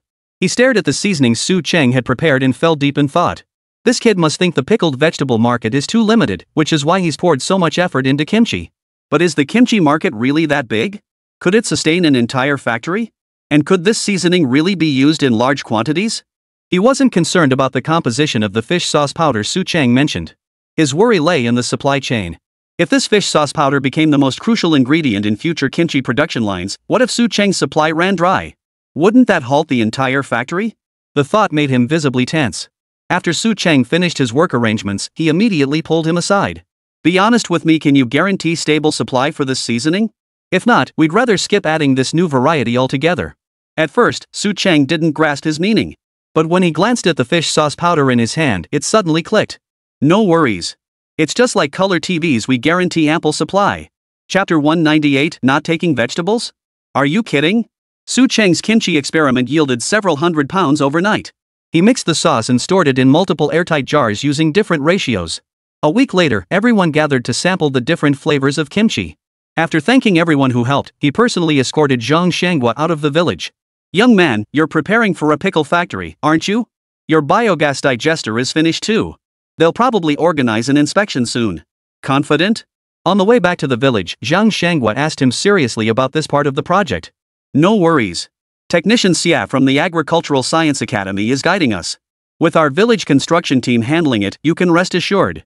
Su Chang hadn't paid much attention to the biogas digester construction. But now that Su Heian was leading the construction crew, he felt incredibly confident. After all, his mother's stomach ailments had gradually improved, and he had poured all his energy into the construction team. Speaking of the lad, Su Chang truly believed he was promising material. Among the young people in Su village who shared his drive, Su Haiyuan was certainly one of the few. Hearing Su Chang's words, Zhang Shanghua breathed a sigh of relief. This biogas digester project served as a model initiative, a key part of his strategy to elevate Su village as an exemplary production team. It was crucial groundwork for the upcoming pickle factory, leaving no room for error. Then I won't be responsible. If any problems arise during the final inspection, I'll hold you personally accountable. I guarantee we'll get the job done. The two exchanged a knowing smile before parting ways. The next day, villagers arriving to deliver vegetables were disheartened to learn Su Chang had halted collections. You lot, you've already made your money, what's there to be disappointed about? Don't think I don't know. You sold me all your vegetables at market price. I won't argue with you about it this time, but if I buy vegetables from you again in the future, it won't be at this price. Though Su Chang said he wouldn't buy, he still had Monkey collect the day's delivery at yesterday's price. Only a big-hearted guy like you, Boss Su, would do that. If this were the town market, those folks would have crushed our prices for sure. You're telling me? I heard the vegetable vendors there were even forced to sign supply agreements, saying they have to provide the second crop to them too. The villagers delivering the goods spoke of this with palpable indignation. This came as a bit of a surprise to Su Chang. Zhang Shanghua had mentioned yesterday that he himself had inflated the cabbage prices this time. But he hadn't known that Li Village was also buying vegetables, and they'd set their prices right around his own. This was clearly a move to compete for the same vegetable sources. Fellow villagers, you say the town market is buying cabbages too? Are they making pickles as well? When Su Chang asked for clarification, the villagers looked at him with suspicious eyes. Mr. Su, you didn't know? What should I know? I've been stuck in the village the whole time, how the hell would I know? Su Cheng laughed and cursed under his breath, but seeing their serious expressions, he couldn't help but wipe the smile off his face. What? They really came for me? Then it hit him, he understood why they looked at him like that. Indeed, if it weren't for the news that you were buying vegetables, the cabbage prices wouldn't have skyrocketed overnight. They wouldn't have forced all the vegetable growers to hand over their produce to them either. The villagers knew exactly what tricks the Li village folks were playing. But now that Su Cheng wasn't buying vegetables anymore, those people over there were probably fuming. Hearing this, Su Cheng burst into laughter. Who would have thought that just one mistake in raising the purchase price would make the other side scramble to compete with him for goods? Still, this served as a reminder, if he ever needed to buy cabbages like these again, he'd have to travel farther afield. At the very least, he couldn't let anyone hold the supply chain hostage. After seeing the villagers off, Su Cheng immediately sent Pockmark to the township to investigate. Uncle Air, find out who exactly those vegetable buyers from Li village are. I suspect they're the same group that fought with Engo and the others. Alright, I'll look into it. Before Ma Zi could even set off, the villagers returning from Su village had already spread the news that Su Cheng had stopped buying vegetables. Back in Li village, a few thugs who had just finished today's vegetable collection gathered to drink. Upon hearing the news, they immediately broke out in a cold sweat. What? That kid isn't buying vegetables anymore? What about ours? Damn it! We've collected at least 2,000 jin of vegetables, that's several $100. A few hundred yuan wasn't a huge sum to Su Cheng, but to these small-time thugs who didn't have much money to begin with, it was a fortune. What's more, these families had practically emptied their savings for this harvest. If he really stopped now, who would buy their vegetables? Wait, the rumor about Su Cheng buying vegetables started with these very people. There's no reason he'd stop after just 2 days. Right. I'll go to Su village and ask around. It must be a case of hearsay. As the few thugs clung to a sliver of hope and went to investigate, they heard more and more confirmation that the vegetable buying was indeed happening. Now they were truly panicking. Every family had poured their entire investment into these 2,000 jin of cabbage. While cabbages were easy to store and could last for a while, who could guarantee Su Cheng would still buy them after that period? And don't forget, they'd forced the farmers to sell him their second crop of cabbages too. If they really defaulted on this deal, they would lose all face in the market. Worse still, no one in the village would look at them straight in the eye anymore. The young hoodlums were now frantic with worry, rushing to inform their elders at home. What? That kid won't take our cabbages anymore? Then who will buy them? The adults from several families broke out in a cold sweat. This mess is all you're doing, Li Lizi. What do you suggest we do now? Exactly. If your son hadn't insisted on dealing with that kid from Su village, none of us would have pooled our money for you. Exactly. Your family is responsible. The families had gotten along reasonably well before, but this major screw-up had them flipping tables and hurling curses at each other. The father and son called Li Lizi now wore equally grim expressions. They hadn't expected Su Cheng to screw them over so badly this time. Facing accusations from their companions' families, they tried to shift the blame onto Su Cheng. But before they could speak, they were cut off by the old patriarch of Li village, who had just entered the doorway. You good-for-nothings. Did you all take my words as nothing but wind? Do you truly believe I wouldn't dare expel you from Li village and strike your names from the family registry? Chapter 199, Throwing in the Towel? The former village chief of Li village arrived at Su village with a group of people. The news left Su Cheng utterly bewildered. What's going on? We sent the old clan chief to negotiate, and this is how they respond? Sending people over to demand an apology? Su Cheng knew the old clan leader well. He was a seasoned political veteran. From his perspective, this old man usually kept a low profile, avoiding any responsibility whenever possible. Wasn't that the norm? Just like during Su Dequan's time, the old man only surfaced when there were benefits to be had. When things were quiet, he'd hide in the shadows, keeping a low profile. Now look at this, just one negotiation with Li village, and he's managed to get them into such a mess? This was something Su Cheng simply couldn't accept. Sure enough, when Su Longqing summoned him to the village office to meet the visitors from Li village, he learned they had come entirely of their own accord. So this is Su Cheng? Truly a promising young man. The elderly village chief from Li village was exceptionally warm and welcoming, making the Su village representatives present feel like outsiders. After praising Su Cheng a few times, village chief Li's expression immediately turned serious. Why haven't you come over to apologize? Several middle-aged men with ashen expressions emerged from behind him, followed by a few young men sporting bruises on their heads and visible injuries on their bodies. Comrade Su Cheng, this time we were in the wrong. We hope you will accept our apology. The leading middle-aged man from Li village now wore a look of regret, an expression that seemed somewhat perplexing. Su Cheng naturally wouldn't compound their embarrassment at this moment. Waving his hand with a smile, he said, not at all. These are just minor skirmishes. No big deal. Beside him, Pockmark was tugged by Monkey, whose gaze toward Su Cheng had turned strangely peculiar. Our boss's brother-in-law was just cursing those Li village folks for stirring up trouble, so why is he suddenly? He couldn't fathom why Su Cheng had become so accommodating. But Ma Zi remained silent, equally surprised by Su Cheng's reaction. Su Longsheng, however, was thoroughly pleased with his son's conduct. This was how a mature man handled matters. Getting into a fight would have been utterly unbecoming. Su Cheng's attitude made the entire situation much easier to resolve. Since the Li village folks were apologizing, they'd surely make some gesture. These are the cabbages these jerks harvested over the past few days. As an apology, our village has decided to give them all to Comrade Su. The old village chief of Li village was remarkably generous, giving away hundreds of yuan worth of cabbages without a second thought. Behind him, the culprits' faces turned ashen as they watched the cabbages being transported into Su village's warehouse, not uttering a single word. Of course, Su Cheng wouldn't just take their cabbages for free. This wasn't some deep-seated grudge. If he accepted their cabbages so easily, how would outsiders view him, Su Cheng? How would they perceive the upcoming market management of Su village? No, these were the Li brothers' hard work. I'll buy them at 70% of market price. It's not that I'm driving down the price. You all know I've been buying too much produce lately, and cash is tight. With Su Cheng's explanation, the Li family's attitude softened considerably. At least they weren't taking the cabbages for free. Some compensation was being offered. As for the remaining 30%? Consider it a fine for the trouble these good-for-nothing brats caused. Hearing this, the village chief of Li village flashed a smile as thin as a fly's wing. The matter was settled just that easily. The villagers of Li village arrived quickly and departed just as swiftly.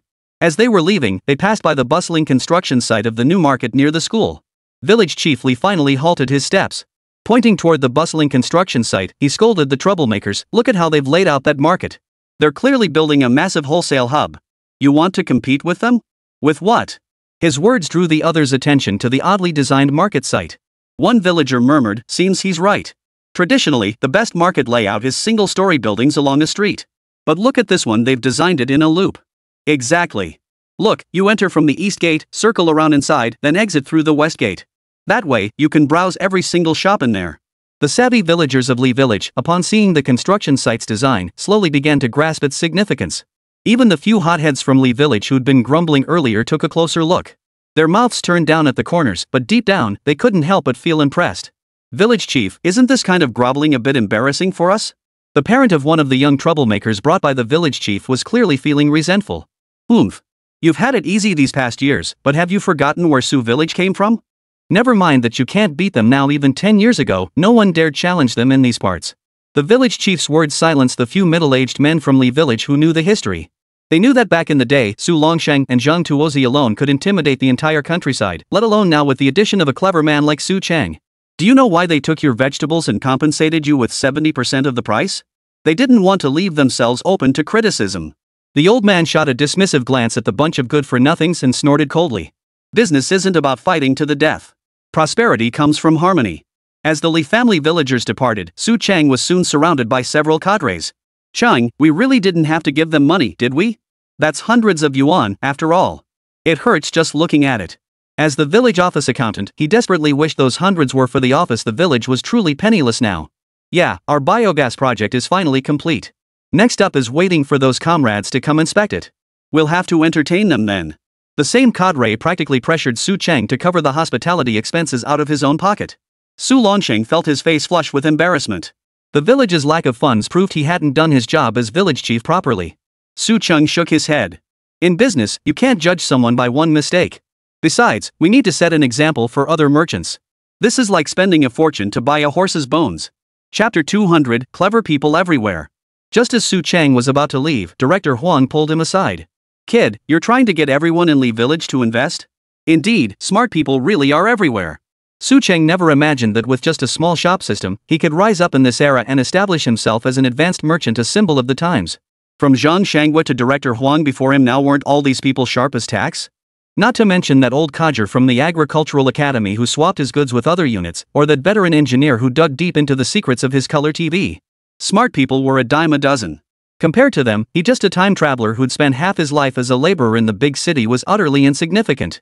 Director, as the saying goes, it's better to resolve conflicts than to create them. Putting on airs in front of them would be no big deal, but what would I gain from it? Director Huang didn't understand the term show off, but he could guess its meaning. Hearing his explanation, the old man's face flushed involuntarily. It sounded as if he were implying that he had been undermined at the township office and constantly obstructed by Zhang Shangwa. Yeah, what did he gain from it? Director Huang couldn't articulate it clearly, but he could tell that the young man before him genuinely didn't hold him in high regard. He'd have to get the village brothers to spend more time with this kid. He seemed to have genuine business potential. When Su Chang returned to the small shop, the two girls immediately gathered around, asking what to do with the cabbages delivered from Lee Village. We can store them. Let them sit for a few days while we finish the kimchi experiment, then organize the village to make the pickles. Su Chang thought it over and decided this was the best approach. The kimchi wasn't ready yet. Once it was, he'd select a few different flavors to list on the system marketplace. Ideally, he'd make the first sale through the marketplace. If that didn't work, he'd figure something else out. As for the mall sales capability, Su Chang was now completely confident. Though the system remained as rudimentary as ever, it didn't hinder Su Chang's trading at all. Items like the shoe embroidery had already stabilized at remarkably high prices. Occasional gifts from villagers' agarwood and all sorts of bizarre collectibles also occasionally yielded small but exceptional profits. His system balance had now reached 15,000 yuan. Though he'd spent nearly half of it, this didn't sway his plan to sell kimchi to the system. If the other side truly was an alternate world, it should open up a market for kimchi. He vividly recalled that neighboring country notorious for stealing everything, yet its entire population was engaged in kimchi production. If the system could indeed conduct business, he reasoned, setting prices low enough could yield substantial profits through trade with that nation. The so-called low prices were only relative to that world's cost of living. Converted to his current currency, they would be astronomical. When he returned to the convenience store, Ango was already waiting inside.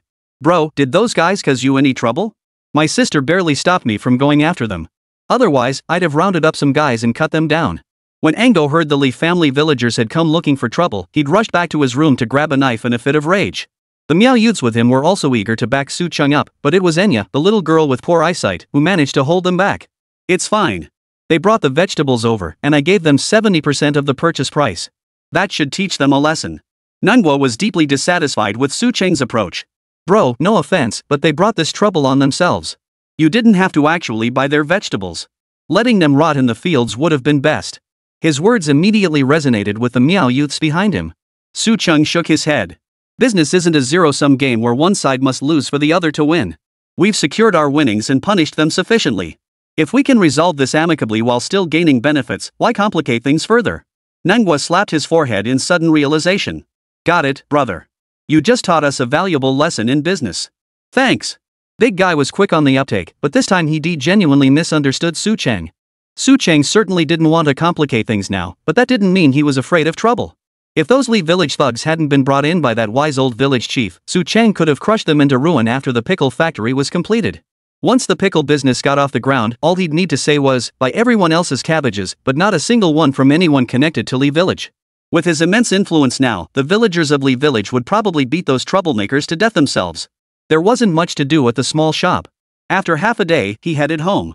Today was the day he was taking his mother to the city for a follow-up checkup. Father was busy with village affairs, so this time Su Chang got his wish. He was allowed to take his mother, along with the mother from the Su Haiyuan household, to the city for their checkup. Mom, Auntie, wait here a moment. I'll go get the ox cart from the village. Back home, he found Su Haiyuan's mother already helping his own mother prepare lunch. Son, couldn't we just go ourselves? You're so busy, why insist on taking us? His mother still felt uneasy. She knew her son was now the indispensable backbone of Su village. It's fine. I need to see the city too. After all, the village's development is already taking off.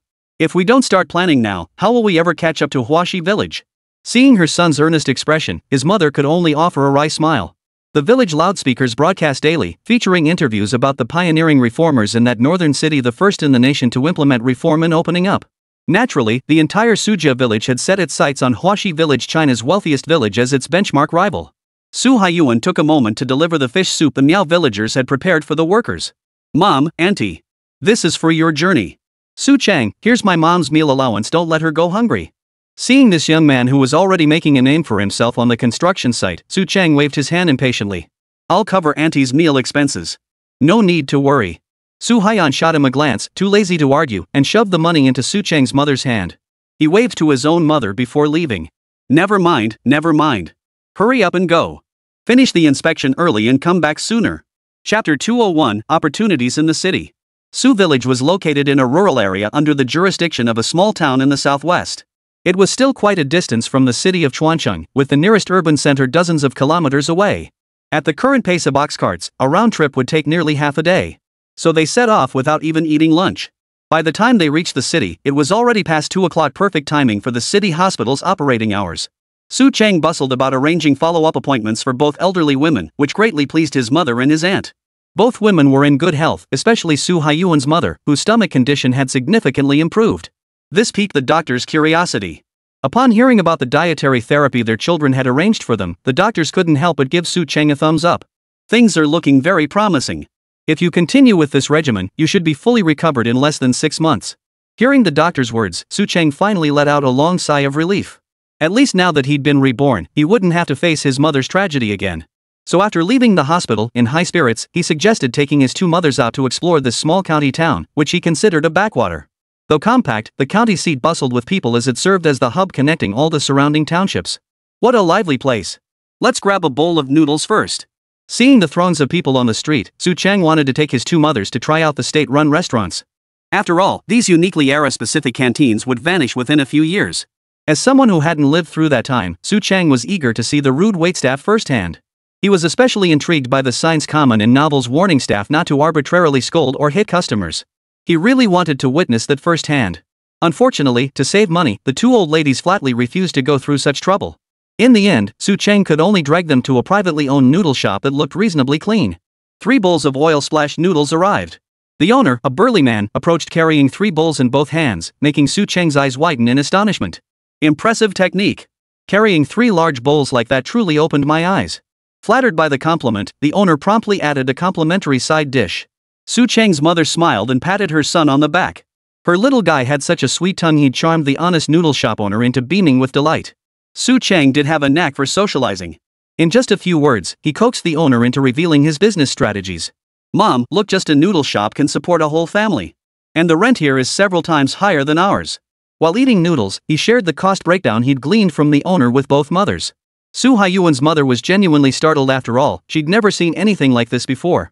Su Chang's mother, however, seemed almost unfazed. There's a big crowd here, so any business can thrive. By the way, are you planning to open a noodle shop like this in our market too? Su Chang brought me here, so he must have his reasons. As his mother, how could she not understand her son? Though he seemed carefree and irresponsible at times, when it came to serious matters, he was more dependable than her own husband. At least in his mother's eyes, her son was that exceptional. Su Chang smiled and nodded. There are a few welfare recipients in the village, right? I plan to have them make noodles. That way, the shop can support itself. Government subsidies were available for the 5 guarantees households at this time, but the money was meager, barely enough to keep them fed and alive. Hearing Su Chang speak so earnestly, his mother nodded in agreement. Uncle Wei is getting old. He could handle collecting payments or something. But his eyes aren't so good anymore. I wonder if he'll make mistakes. The Uncle Wei she referred to was actually the oldest government-supported resident in the village. Childless and without family, he helped with small tasks in the production brigade but refused to sit at home waiting for handouts. He was truly a model among the elderly. Truth be told, in this era, the elderly simply couldn't afford to sit idle. Don't underestimate the clan chief. That old fox might blabber nonsense all day, but at his age, he's still a capable worker. Mom, our little store's been upgraded to a supermarket. You're worried I won't be able to come up with a way to give them something for free? Su Chang answered with brimming confidence, leaving both grandmothers smiling without a word. His mothers knew Su Chang better than anyone. Since he'd made the promise, the old man's job was settled. After finishing their noodles, the 3 wandered the streets once more. Seeing clothing and electronic watches imported from the south, Su Chang finally grasped the true impact of the reform and opening up policies. It seemed that avenues for business had opened up, promising countless opportunities ahead. Observing the growing number of shops and street vendors, Su Chang's understanding of this era deepened. At the very least, such business opportunities were now accessible. In the years and even decades to come, the nation would vigorously promote this form of individual enterprise, one with considerable risk but potentially enormous rewards. The fact that Su Village could establish a factory wasn't solely due to Zhang Shang's persuasive words. Su Chang's importance within the village became starkly apparent at this moment. At the very least, his role in helping the mountain folk descend to the plains and providing the Miao people with a means to earn money was a tangible manifestation of countless opportunities. After touring the area, the 3 prepared to return when Su Chang asked them to wait a moment. When he came back, he had already purchased numerous items and stowed them in his system space. You little monkey, where did you run off to? What? You didn't buy anything? Seeing her son return empty-handed, Su Chang's mother couldn't help but wonder. No worries. The items I bought will be delivered to your door in a few days. Let's go. He helped the 2 into the cart, cracked the whip, and headed back. Son, do you think if we built our village market like the ones in the city, it would attract this many customers? Su Chang's mother was truly gifted with exceptional insight. Not only had she figured out the old accountant's tricks in just a few days, but seeing her son so well versed in everything about the county town also filled her with satisfaction. Hard to say if it would be crowded, but I can tell you this, plenty of people will come to our place to buy goods. If you're thinking of setting up a small business in the market, I think it's a great idea. Besides the supermarket, Su Chang will allocate a large area for snacks, a prime opportunity for those with the advantage of proximity. Son, I think making ready-to-wear clothes is also a good idea. Especially with that denim you brought back last time, the clothes made from it will definitely be durable. Hearing his mother's words, Su Chang's mind suddenly became clear. If we really go with denim, we'll probably need to head south to find some master craftsmen. Looks like another trip to the south is in store. Chapter 202, Su Chang, you're awesome. Along the way, Su Chang seriously contemplated making that trip south. After all, at this very moment, the southern regions were in the midst of a fiercely advancing reform movement. As someone who had been reborn, he had no reason not to participate in such a monumental event of the era. Plus, he'd heard rumors that the stock market was being planned there. He couldn't quite recall when those stocks first appeared.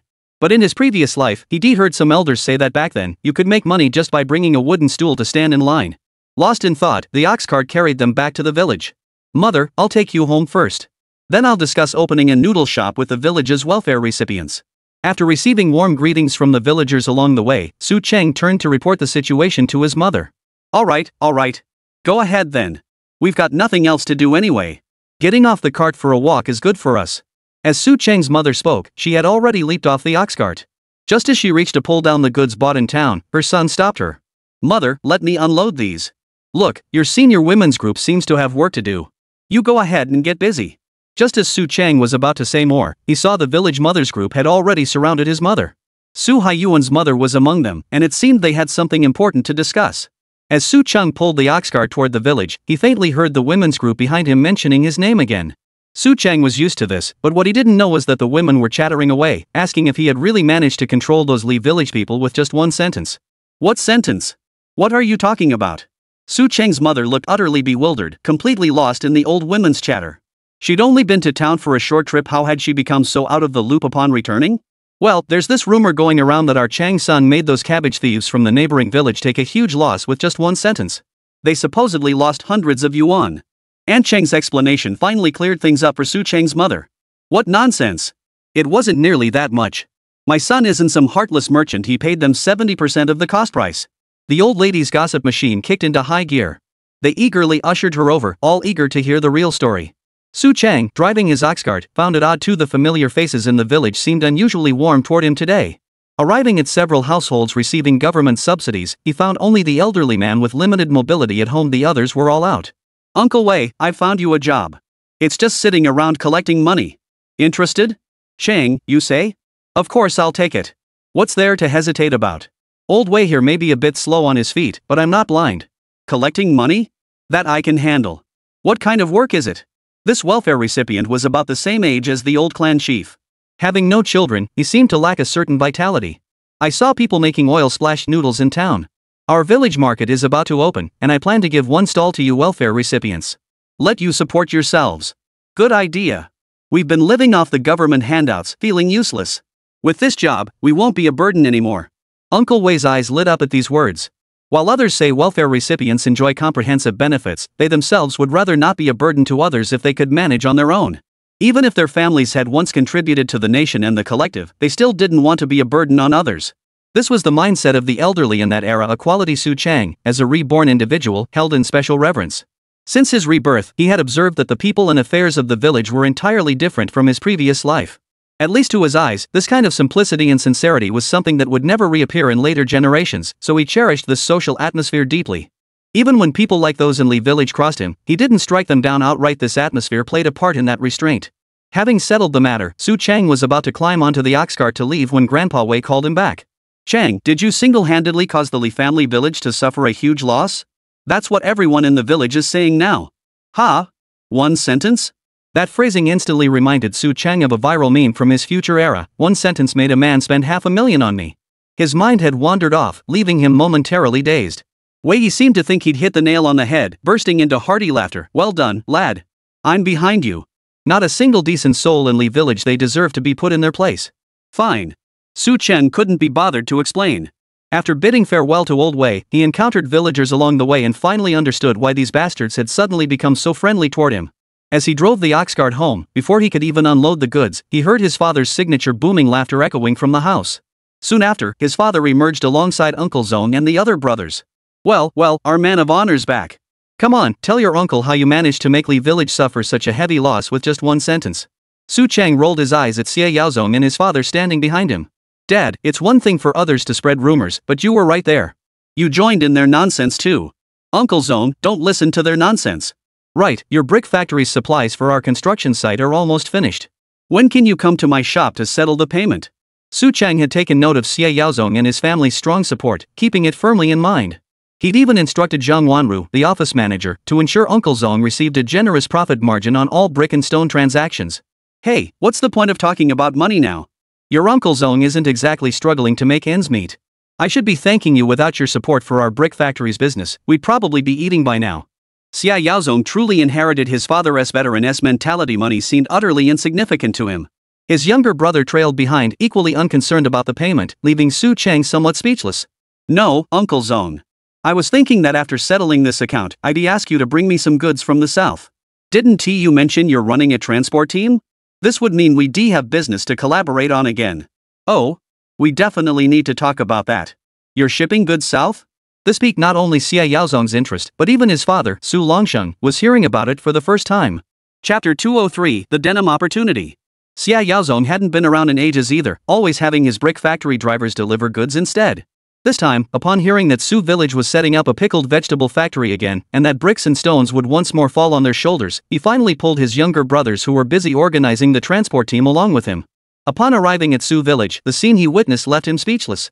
When he met the old team leader again, his first words were, "Your village has really struck it rich, huh? It's changed beyond recognition." Su village was indeed changing day by day. The villagers had money now, and they were renovating their houses or even tearing them down to rebuild. When families needed building materials, they simply took them from the school construction site. They quietly kept track of the debt, waiting for the women to return home to settle the bill. This explained why the bricks and stones delivered by the brick factory, truckload after truckload, never seemed to be enough. The folks at the brick factory were puzzled too. How could a school's construction materials keep disappearing into Su village? But seeing the cash the driver brought back, they kept quiet. Business was good, so they just kept working. Who cared what the villagers did with the bricks? Because of this, the entire village now had a completely renewed look. Ironically, Su Longsheng and the other villagers seemed to have grown accustomed to it, finding nothing unusual about the situation. After a brief gathering inside the house, Su Chang finally returned. After helping Su Cheng carry the items he'd bought in town into the house, Xie Yaozong couldn't contain his curiosity any longer and directly asked about Su Cheng's plans in the south. Uncle Zong, how far south has your transport team reached? We've reached the Jiangnan region, but we've heard Guangzhou is even more prosperous, so we're considering testing the waters there. Xie Yaomen, Xie Yaozong's younger brother who managed the transport team, spoke with gleaming eyes. As former scouts, transport work suited these brothers perfectly. In these turbulent times, roads were treacherous and security chaotic. Yet these men, each possessing unique skills, thrived effortlessly. This proved Su Chang right when he first advised them to find a business suited to their skills after they took over the brick factory and came to support their old team leader, Su Longsheng.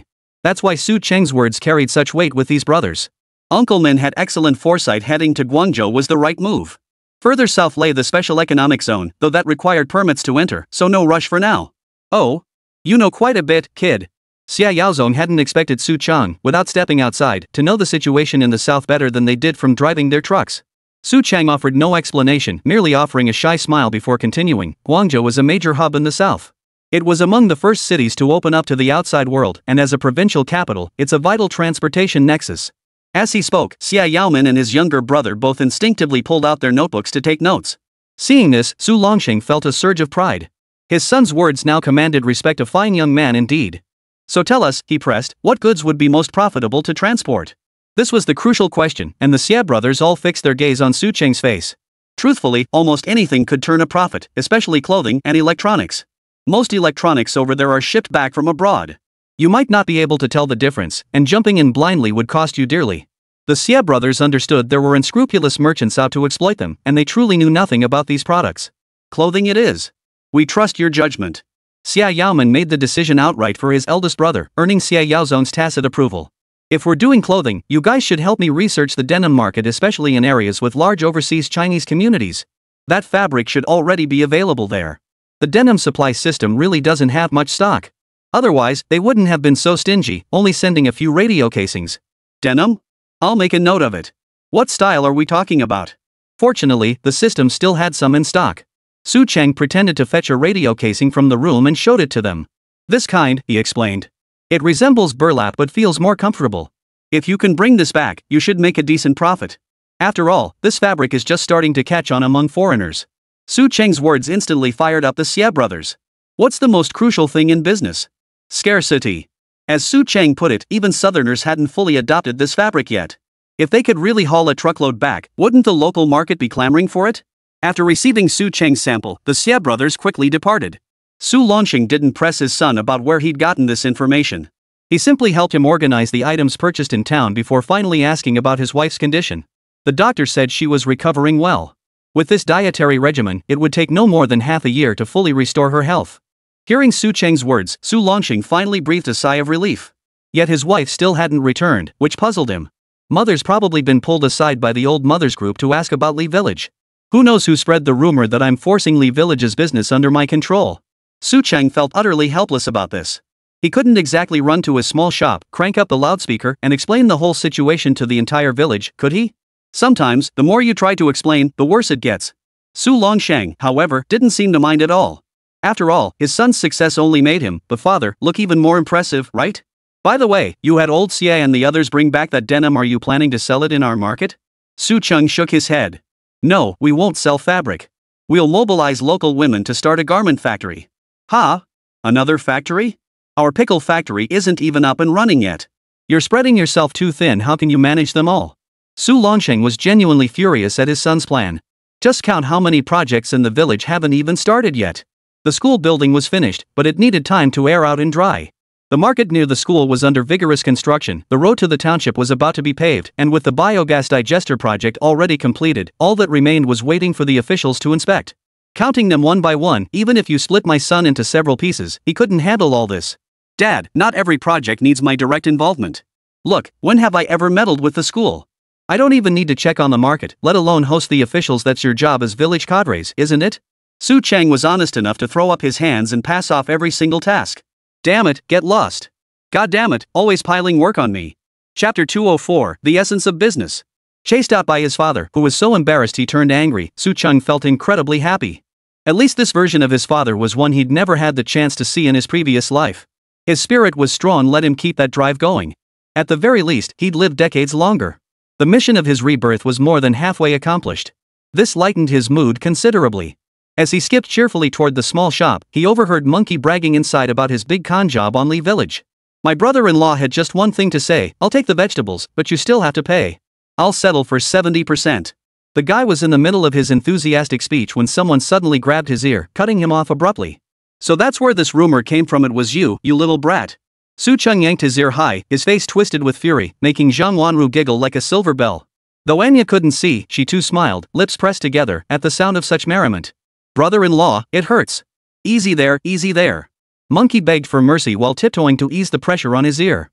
Monkey had gained some weight by now, no longer as scrawny as in his previous life, though he was still rather thin. As Pocky would say, he was so skinny you could count every ounce of flesh on him, barely enough to pair with a drink. Releasing the monkey, he pointed at the little rascal with a sour expression and snapped, cut back on that kind of talk. It's hurting my reputation out there. Su Cheng genuinely didn't want to be seen as someone who bullied others with his power. After all, in his past life, he'd read a few legitimate online novels about business. Ha? No way. Everyone in our village says you're awesome, bro-in-law. You've finally given us villagers a chance to vent after years of being bullied by those jerks from Li Village. Monkey's explanation drew enthusiastic agreement from Zhang Wanru, who was listening nearby. Exactly. My brother's right. Plenty of folks from our village got pushed around in the county town. When they heard about this, everyone said it was so satisfying. Unexpectedly, little Enya kept nodding in agreement too. Su Cheng shot Monkey a disapproving glance. Why brag about something like that? Besides, they paid the price. Business is about making money, not seeking revenge. Harmony brings wealth? I get that, brother-in-law. Monkey eagerly jumped in with a snappy reply, only to earn another sharp rap on the head from Su Cheng. You know, Jack. If you really understood that, you wouldn't be talking about them like they're worthless. Get it? Even if Li Village's market is terrible, it still brings in way more than our unfinished one does now. Had those words come from anyone else, Monkey would have shot back in defiance. But coming from Su Cheng, Monkey found himself nodding earnestly and listening quietly to his lecture. Seeing his demeanor, Su Cheng took the opportunity to impart the true principles of being a merchant. Monkey, let me tell you this. Doing business means being a merchant. Commerce is the means, but what truly matters is being a person. Every person has a reputation, that's our greatest capital. His words left the others present somewhat perplexed. Zhang Wanru looked utterly bewildered, while Monkey grasped only bits and pieces. Only Enya, the young girl, seemed deep in thought. At that moment, Su Cheng could clearly see the level of understanding in each of them. He couldn't count on his future wife, but he could still salvage his brother from his past life. As for Enya, the Meow girl, how much she learned depended entirely on her own abilities. At the very least, her brother Nge was just like his wife, utterly unreliable. Think about it, why doesn't anyone dare call me by my nickname in the village anymore? It's not because I can make the villagers money, but because I've genuinely contributed to the village. He used himself as an example, breaking it down piece by piece as he explained it to the others. Monkey's eyes grew brighter and brighter. Clearly, he understood. In this world, there are only two paths to change one's class. You might not notice it clearly now, but in a few years or even less, maybe just a year or two, you'll see the difference. This concept of class was familiar to everyone present. But the class Su Cheng spoke of wasn't the kind taught in school textbooks. It referred to the chasm between the working class, the middle class, and the wealthy in later generations. Su Cheng knew explaining this further to them now would be pointless, so he didn't elaborate. Either you go into business and make more money, or you go into politics and become a big shot. In short, for us now, the only path is business. Being a businessman isn't about one side crushing the other in a zero-sum game, but ensuring all partners profit. That's how lasting business collaborations thrive. As he spoke, his throat growing dry, a soda can was suddenly handed to him. He looked up to see Zhang Wanru nodding earnestly at him. Though the young girl didn't quite grasp these principles, she sensed the sincerity in her man's guidance to her brother. This was genuine gratitude. Monkey, however, was scratching his ears and rubbing his cheeks, seemingly on the verge of understanding yet still clueless. That restless energy made him squirm uncomfortably. Seeing the jerk's antics, Su Cheng kicked him in the butt with a sigh. Get out and figure it out yourself. Look at you, not a shred of composure. Who'd dare do business with you? The kid got kicked but still managed a carefree grin. I never planned on going into business anyway. Helping out in the shop like I do now is perfect, easy and carefree. No ambition. Su Cheng inwardly scorned this brother from his past life, though he didn't show it. Get out. He pointed outside and bellowed angrily, wasting the only business knowledge he possessed. Just as Zhang Wanru was about to speak up for her brother, Su Cheng's glare silenced her. Instead, Enya thoughtfully summarized it for him. Boss, I think I get it. You mean that only by letting your partners make money can you secure a stable business and a lasting source of income, right? The young girl's quick grasp pleased Su Bai immensely. Yes, you're right. You're sharp, much sharper than your brother or that jerk out there. Hurry up and get your brother ready. Get his eyes fixed as soon as possible so he can be my right-hand man. He spoke while resentfully sipping soda from the bottle. Relying on your brother and that dimwit, when will our business ever grow? We must recruit more talented people. Only then can we gradually build our commercial empire. Little did he know, this remark made the young girl's cheeks flush with warmth. He was even less aware that Zhang Wanru, eavesdropping inside the room, was nervously twisting the hem of her shirt. Damn, Su Cheng, does he actually want to make Enya his concubine? Not a single decent man in sight. Chapter 205, The Women of Miao Village. Su Cheng hadn't considered taking another wife. He was perfectly content with his life now. In his previous life, he'd toiled day and night in the big city just to scrape together a few silver coins, all while enduring others' disdainful glances. What was so bad about being a local big shot in the village now? Sure, living conditions weren't as convenient. But with the winds of reform blowing everywhere now, the future looked promising. Sipping his soda, Su Cheng, content with his modest prosperity, had barely begun to relax when a shrill scream pierced the air outside his courtyard. What now? Another incident? He set down his soda and dashed outside to investigate. Holy moly, Chief! Did you summon every single girl in your village? Outside the courtyard, a sea of Meow girls was marching toward them, led by that formidable female clan chieftain, their expressions fierce and menacing. Dressed in traditional Meow attire, they were eye-catching wherever they went. Dozens of these strikingly beautiful young women naturally startled everyone in Su village. They all huddled together behind, pointing and whispering about this strange procession. Following behind the girls were the Meow men, heads hanging low. Leading the way was the tall, burly Ng, though at this moment, his massive frame was practically burying his head in his crotch. Zhang Wanru and Enya heard the commotion and rushed out, gasping at the sight before them. The clan chief has arrived? Though Enya's eyesight was poor, she recognized the loudest voice among the chattering crowd as that of the female chieftain. Hey, I hear you're opening a town fair. I've brought all the girls from our village to liven things up for you. The matriarch certainly didn't mince words. Her booming voice nearly knocked Su Cheng flat on the ground. It was indeed awkward, especially being bossed around like this in front of so many fellow villagers. And to say these meow girls were here to liven things up? The phrase just sounded off no matter how you looked at it. It felt like stepping into those neon-lit establishments of later times, where the madams line up their girls for customers to choose from. Su Chung hurried out to intercept her, pulling the outspoken female chieftain aside and whispering, "Chief, what are you doing? Even if we're organizing a village fair, we don't need such a grand display, do we?" The matriarch slapped him hard on the back without a second thought. "What do you mean big fuss? If you really open this place, we'll bring out all the village's welcoming ceremonies. Now that would be a big fuss." The matriarch's words truly frightened Su Chang. The so-called meow welcome ceremony was no ordinary affair.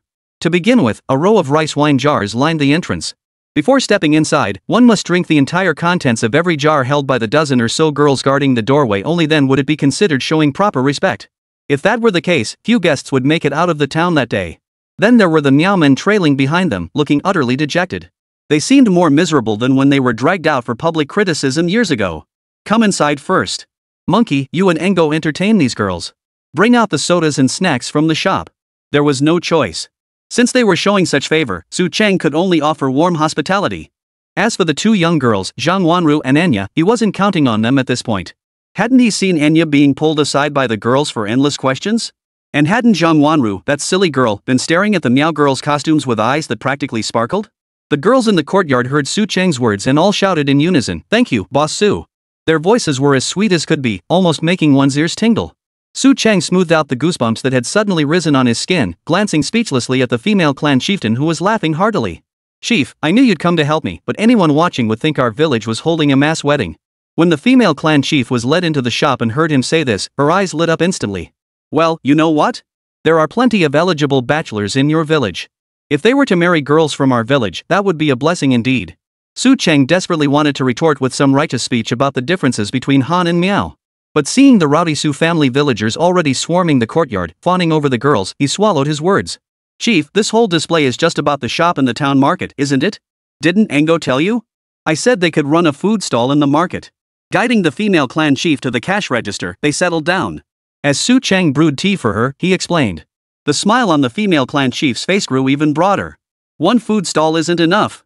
We're your major client, after all. You should at least give us 3. Ha? Do you even have enough staff?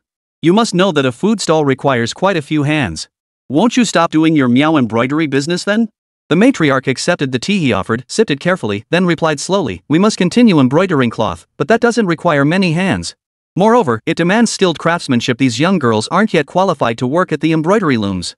The matriarch's reasoning was sound, leaving Su Chang momentarily speechless. "But do you really need 3 shops? Our shop spaces are limited. If you take more, others will object." Su Chang felt a bit troubled. Although the business in Huangjia village was a direct supply to supermarkets, they had already agreed with Director Huang and others on a scale of 3 shops. This was already a scaled-down version for Huangjia village. Otherwise, they would have demanded 10 shops outright. How long is the entire commercial street? At most, excluding the supermarket, there's room for 20 shops at a stretch. I don't care. We're sticking to you now. Everyone knows you're a walking fortune god. Our village's living standards shot up the moment you showed up. If we don't seize this chance, I'll resign as clan chief. The matriarch wasn't here to negotiate, she was here to take it by force. Su Cheng couldn't exactly refuse. After all, in the meow embroidery business, he earned far more than these women doing manual work. Is that also your village chief's position? Su Cheng couldn't be certain about the male chief's stance. Though the man was usually quiet, it was clear the female chief valued his opinion. What opinion could he possibly have? He was the one who sent me here with the girls in the first place, saying it was to show other villages our strength. It must be said, this tactic proved remarkably effective. At the very least, everyone who had been watching Su village now knew that the entire Meow village had come to seize the spot. Chapter 206, The Mountain Folk Arrive. The Meow girls were undeniably captivating. Their arrival had even halted work at the bustling market construction site, as the workers abandoned their tasks to join the commotion at the small shop. As one of the elite construction crew members, Su Haiyan wasn't particularly interested in these lovely girls. But with all his teammates gone, he found himself bored on the construction site. He thought he was the last to leave, but there was someone at the site who lingered even longer. Su Xiulan, aren't you going to join the fun? The only girl in the crew wasn't as gentle as those Meow girls. She could hoist heavy bundles just as easily as the men. Moreover, when learning from the veteran craftsman, her talent was second only to Su Haiyuan's. Thus, she quickly became another elite member of the construction crew. The veteran craftsman had even considered splitting the two of them into separate teams to work in rotation. I'm not like you lecherous men, she retorted. Besides, if I went, would I be looking for a meow man? I'm not that foolish. Su Xiulan's words left Su Haiyuan speechless.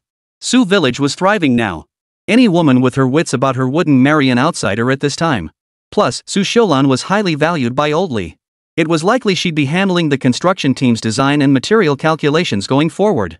While the two were packing up at the construction site, Su Longsheng, not far away at the village office, was startled by the commotion at the small shop. Director Huang watched the commotion with a smirk from the window, while Longshan and his brothers blocked the entrance. Brother Shang, didn't we agree to reserve a few shops for our village? At the very least, we need a place to sell our mountain goods. Su Longsheng genuinely had no idea what Su Chang had discussed with Longshan and the others. He was completely in the dark about the commercial streets shop allocation arrangements. Longshan brothers, I honestly have no idea what that brat is thinking. Let's go check it out right now. Alright, let's go now. The women from Miao village were likely here for the same reason. Long Hai, the sharpest among them, saw the grand procession and immediately guessed the female clan chief's intentions. The moment they stepped out of the village office, they ran into the headman of the mountain villagers. Village chief, we were just heading over to see what's happening.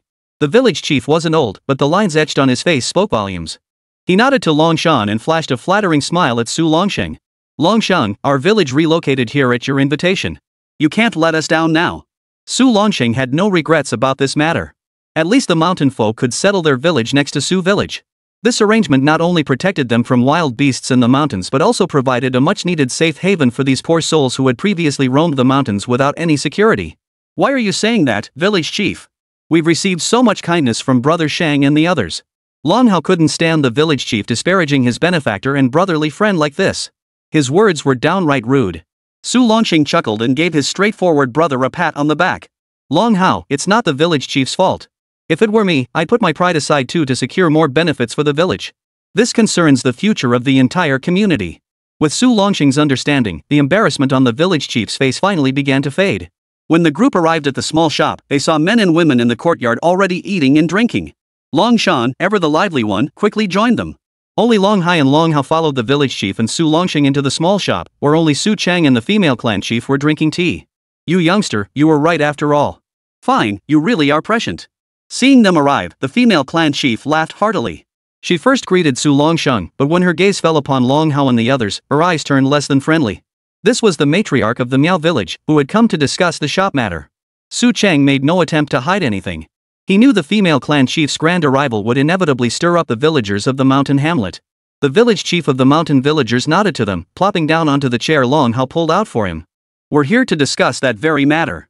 Su Chang had previously explained the distribution system for Su village's town market to them, but the specifics remained unclear. As the group closed the shop door to discuss matters inside, Wangjia village, keeping a close eye on the situation, could no longer sit idly by. Brother, I heard those Miao people have already gone to Su village to discuss matters. Should we send our family representative? Wangjia village was also extremely anxious about Su Chang's arrangements this time, as it directly affected how much market share they could secure. The middle-aged man among them, known for his eloquence, fell silent for a few seconds before finally shaking his head. We won't get involved in this. The share he's given us is already generous enough. Our brothers are keeping an eye on things over there, we won't be shortchanged. He was referring to Director Huang. As the saying goes, having connections in high places brings peace of mind. But I hear Li village has gotten involved too. Could these people affect our share later? The folks from Huangjia village didn't hold much affection for those bullying Li village merchants. Besides, it seemed their recent submission to Su Chang had somehow paved the way for some kind of cooperation. Haven't you heard the rumors? Su Chang seized all their cabbages with a single word. Sure, he later compensated them with 70% of the money, but do you really think that old man can keep his people in line? Hearing their elder brother say this, several villagers from Huangjia village naturally exchanged knowing smiles. Haha, if those families were really that easy to suppress, their market wouldn't be going downhill like it is. Exactly. Word is those punks were still looking to pick a fight with the Miao kids, but they didn't dare do it openly. The folks from Huangjia village still have connections in the market. Even though they've pulled their investments, getting intel isn't exactly hard for them. Let's just watch them stumble again. That kid Su Chang is a real troublemaker.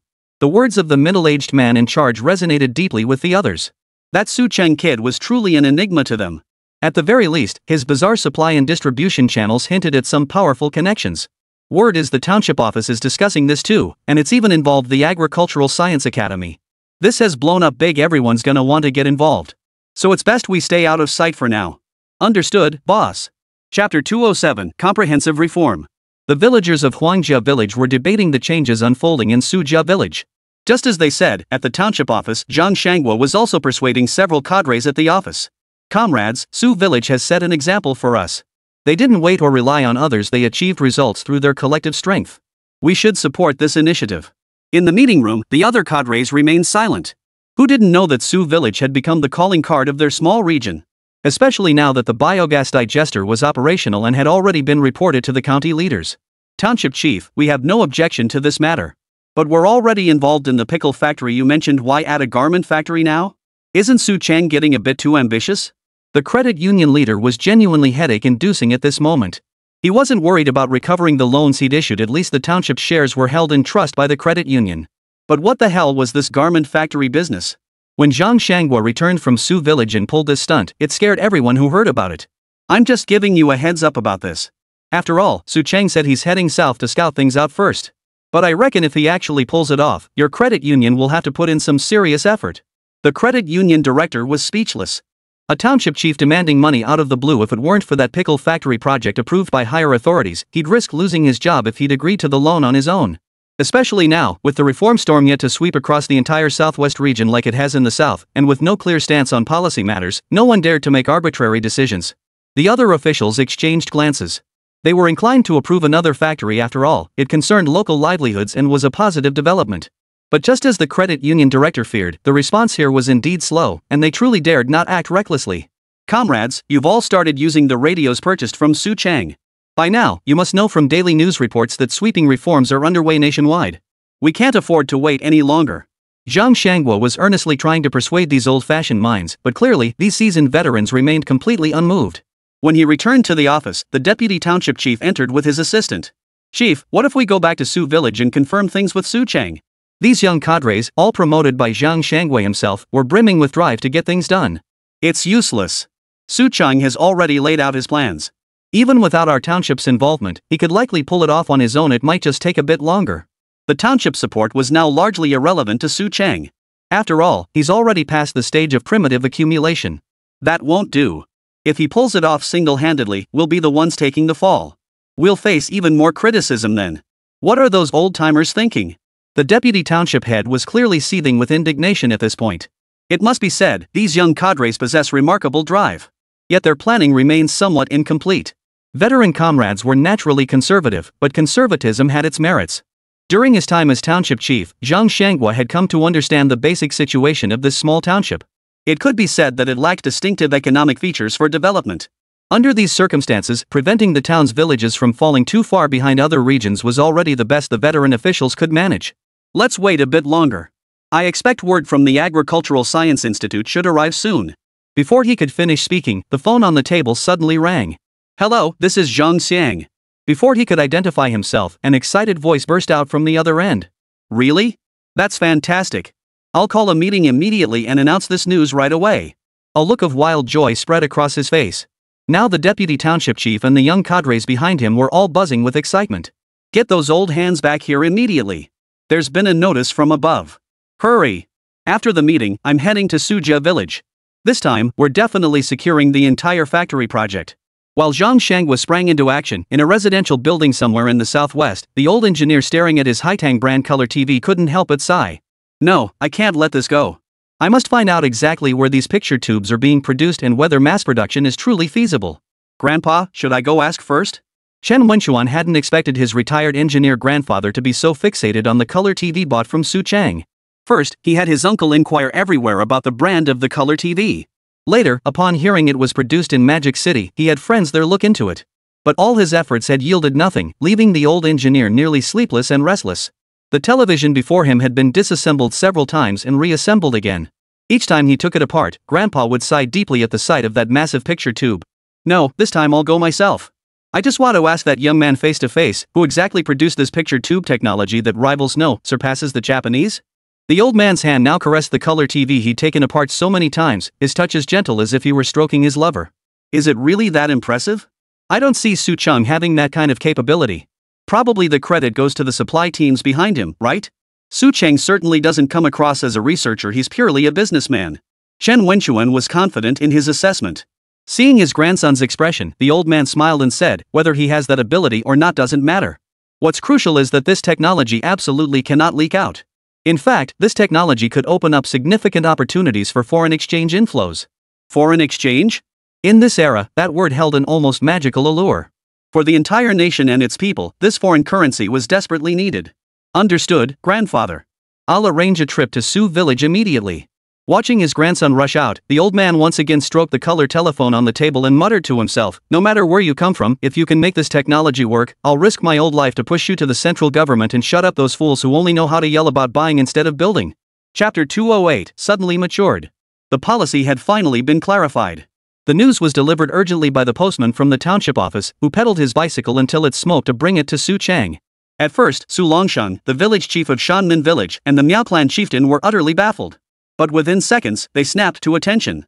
Seeing their excited expressions, Su Chang wasn't quite as optimistic as they were. Still, he didn't want to dampen their spirits. After all, for some time now, everyone had been listening to the radio broadcasts about the sweeping reforms unfolding across the nation, and they were all itching to get started. But Su Chang knew that changing a habit was difficult. And this kind of shift in mindset certainly wasn't something that happened overnight. Noticing his son's lack of enthusiasm, Su Longsheng pulled him aside while the matriarch and others rushed out to the courtyard to celebrate. What? Still worried these policies won't stick? Su Chang smiled, casually handing his father a cigarette from the table and lighting it for him. Dad, let's not look too far ahead. You've been a heavy smoker for years.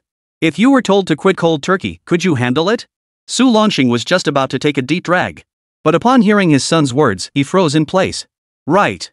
If quitting smoking was this hard, how much harder would it be to truly open one's mind? Still, seeing the cheers from the courtyard upon hearing the news, Su Chang didn't feel overly pessimistic. Still, these things needed to be taken step by step. As the old saying goes, while we must open our minds, our work must be implemented steadily and practically. Yeah, you really can't rush it. Su Longsheng felt a slight sense of relief hearing his son speak. Yet another question quickly came to mind. Did this mean our Sioux Village commercial street could now be formally approved? It would be completely different from the secretive dealings with the township office before. Su Chang nodded in agreement. This matter could indeed be made public. They could now formally propose cooperation to the township authorities and request policy and resource support from higher-level departments. At this thought, he exhaled deeply and said, Father, we've caught others off guard. Next, I expect many small factories like ours will pop up in various townships. Negotiating resource cooperation then will be much harder. Su Longsheng deeply agreed with his son's words. It was like when the village applied for grain allocations a few years ago. If a village that had prepared early applied first, then no matter how dire the situation in the villages that followed, it would be difficult for them to leapfrog over the initial village and secure grain allocations. We must be the first to take the plunge. Stubbing out his cigarette forcefully on the ashtray, Su Longsheng hurried back to the village office to finalize the plans for both factories as quickly as possible. Watching the lively scene in the courtyard, Su Chang suddenly felt that his rebirth came with a responsibility to ensure a brighter future for these young people dancing and laughing before him. At the very least, he had already altered the destinies of his family and friends. Next, he would lead the entire village of Sujia toward prosperity. With this realization, he seemed to settle into a newfound calmness. Not that he was ever unsteady, he knew that over the next few years, even decades, the tide of economic liberalization had already begun to surge. Once the initial chaos subsided, the social climate would only grow more restless. In the early stages of development, a wave of unchecked enterprises and individuals would inevitably emerge, a necessary cost of progress. Brother-in-law, I hear our place is opening up too. We're gonna get rich, huh? Monkey grinned widely, though somehow his face had been smeared with dirt. It was clear these people genuinely longed for this policy to arrive. Alright, today is a holiday. Celebrate properly. Feeling he was no longer on the same level as these young people, he merely smiled faintly. With an unnamed worry weighing on him, he slipped out of the corner of the crowd, leaving the small shop behind, and began wandering aimlessly through the village. Where'd you disappear to? Everyone's been looking for you. Just past the fish pond at the village entrance, Zhang Wanru came running excitedly toward him. But when she saw the serious look on his face, her pace slowed. The two of them slowly strolled along the edge of the fish pond, neither saying a word. After a long while, Zhang Wanru finally asked softly, Are you worried about the construction projects in our village? Seeing the young girl's slightly timid question, Su Chang's mood instantly lifted. No, the construction teams led by Master Li are handling the projects. There's no need for me to worry. His casual response left the girl unsure whether to press further. Instead, after taking a few steps, Su Chang reached out and took her hand. Things at home have stabilized now. It's time we started thinking about when to get married. Su Chang wasn't a man who chased after women. Besides, in the short videos of his past life, he'd seen every kind of beautiful influencer imaginable. It was someone like Zhang Wanru, a bit clumsy, with that natural, innocent charm, who truly made the perfect match. Hearing him speak so earnestly about his lifelong commitment for the first time, the young woman dared not argue with him anymore. She murmured softly, her head bowed. But what Su Chang said next took her completely by surprise. After we're married, we'll figure out how to arrange for you to go back to school. Academic credentials are secondary, you need to learn more practical things. Huh? Go back to school? I graduated ages ago. Besides, I've got so much going on at home now, where would I find the time? Su Chang patted her hand. Don't worry about the family. Your parents are still in their prime, and Uncle Zhang has recovered well. I heard he and Uncle Hao have even picked up their mountain gathering trade again. Hearing her future husband say this, Zhang Wanru's face flushed even redder. The world ahead will demand more and more specialized talent. If the chance arises, I'd even like to get my mother to take an accounting exam, there's such a shortage of skilled hands. The young woman suddenly recalled him saying the same thing to Enya, and instantly understood his meaning. The manpower Su Chang referred to wasn't just physical laborers for manual work, but truly capable individuals who could shoulder major responsibilities. He'd always said that guys like NGE and Monkey lacked ambition. But come to think of it, hadn't this very jerk she'd been scolding for quite some time also never considered furthering his education?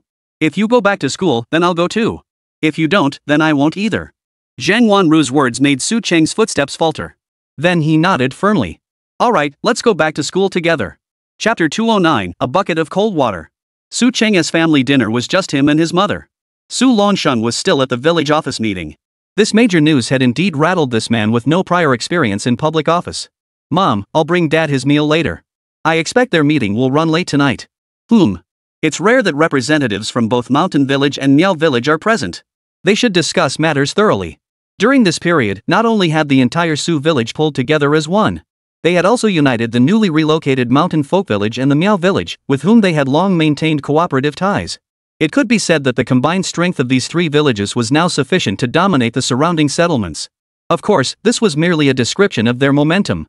Apart from one or two habitual idlers in the village, everyone in Su village, even the children still in school, knew they had to work hard.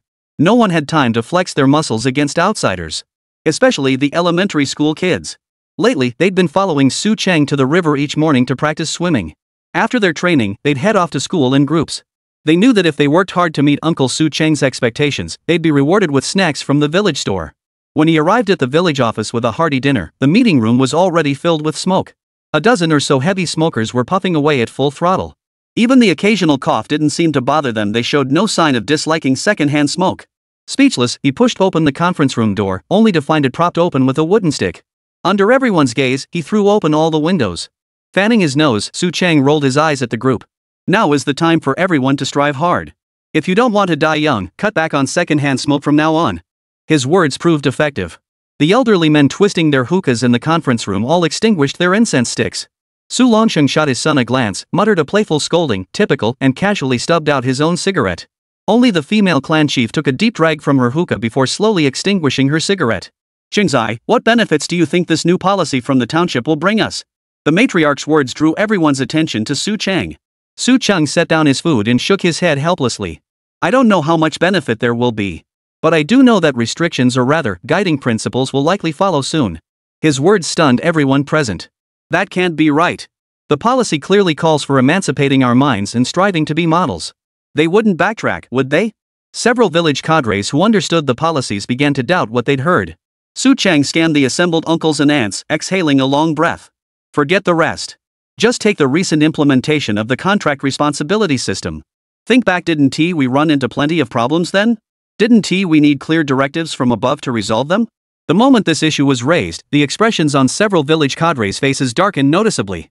The contracting responsibility system wasn't the first policy to be implemented. Previously, due to the uncertainty surrounding the reform policies, many villages had been hesitant to rashly transform their collective industries. But recently, a few nearby villages actually tried it. The result was utter chaos. That very day, the village cadres were surrounded by villagers in the public office, with the place turned upside down by the uproar. Su village, however, had avoided such turmoil. Su Longsheng stubbornly insisted the timing wasn't right and refused to implement the policy. Consequently, their ownership structure remained collectivized. Even the commercial street under construction near the school entrance was classified as collective assets belonging to the production team. This approach had preserved the village's peace. The cadres who had pushed for implementing the policy naturally faced backlash. Now that this youngster was bringing it up again, they felt their old faces were truly hanging in the balance. Of course, Su Chang had no intention of humiliating them. After a pause, he continued, implementing policies takes time, and inevitably, various problems will arise in the early stages. Our village already has a solid development plan in place, so the impact on us won't be too significant. Hearing this, the expressions of those cadres gradually eased. Seated at the head of the table, Su Longxing nodded solemnly in agreement with his son's words. He had spent the entire afternoon finalizing the project plans for both factories, ready to send them to the township immediately. Xingzai, if that's how you see it, does that mean we don't need to worry about these issues anymore? When the village chief of Shanmin village posed this question, all eyes turned once more to Su Chang. No. The young people in the village are the most crucial factor moving forward. Influenced by trends in the township, many young people would likely leave to find work elsewhere.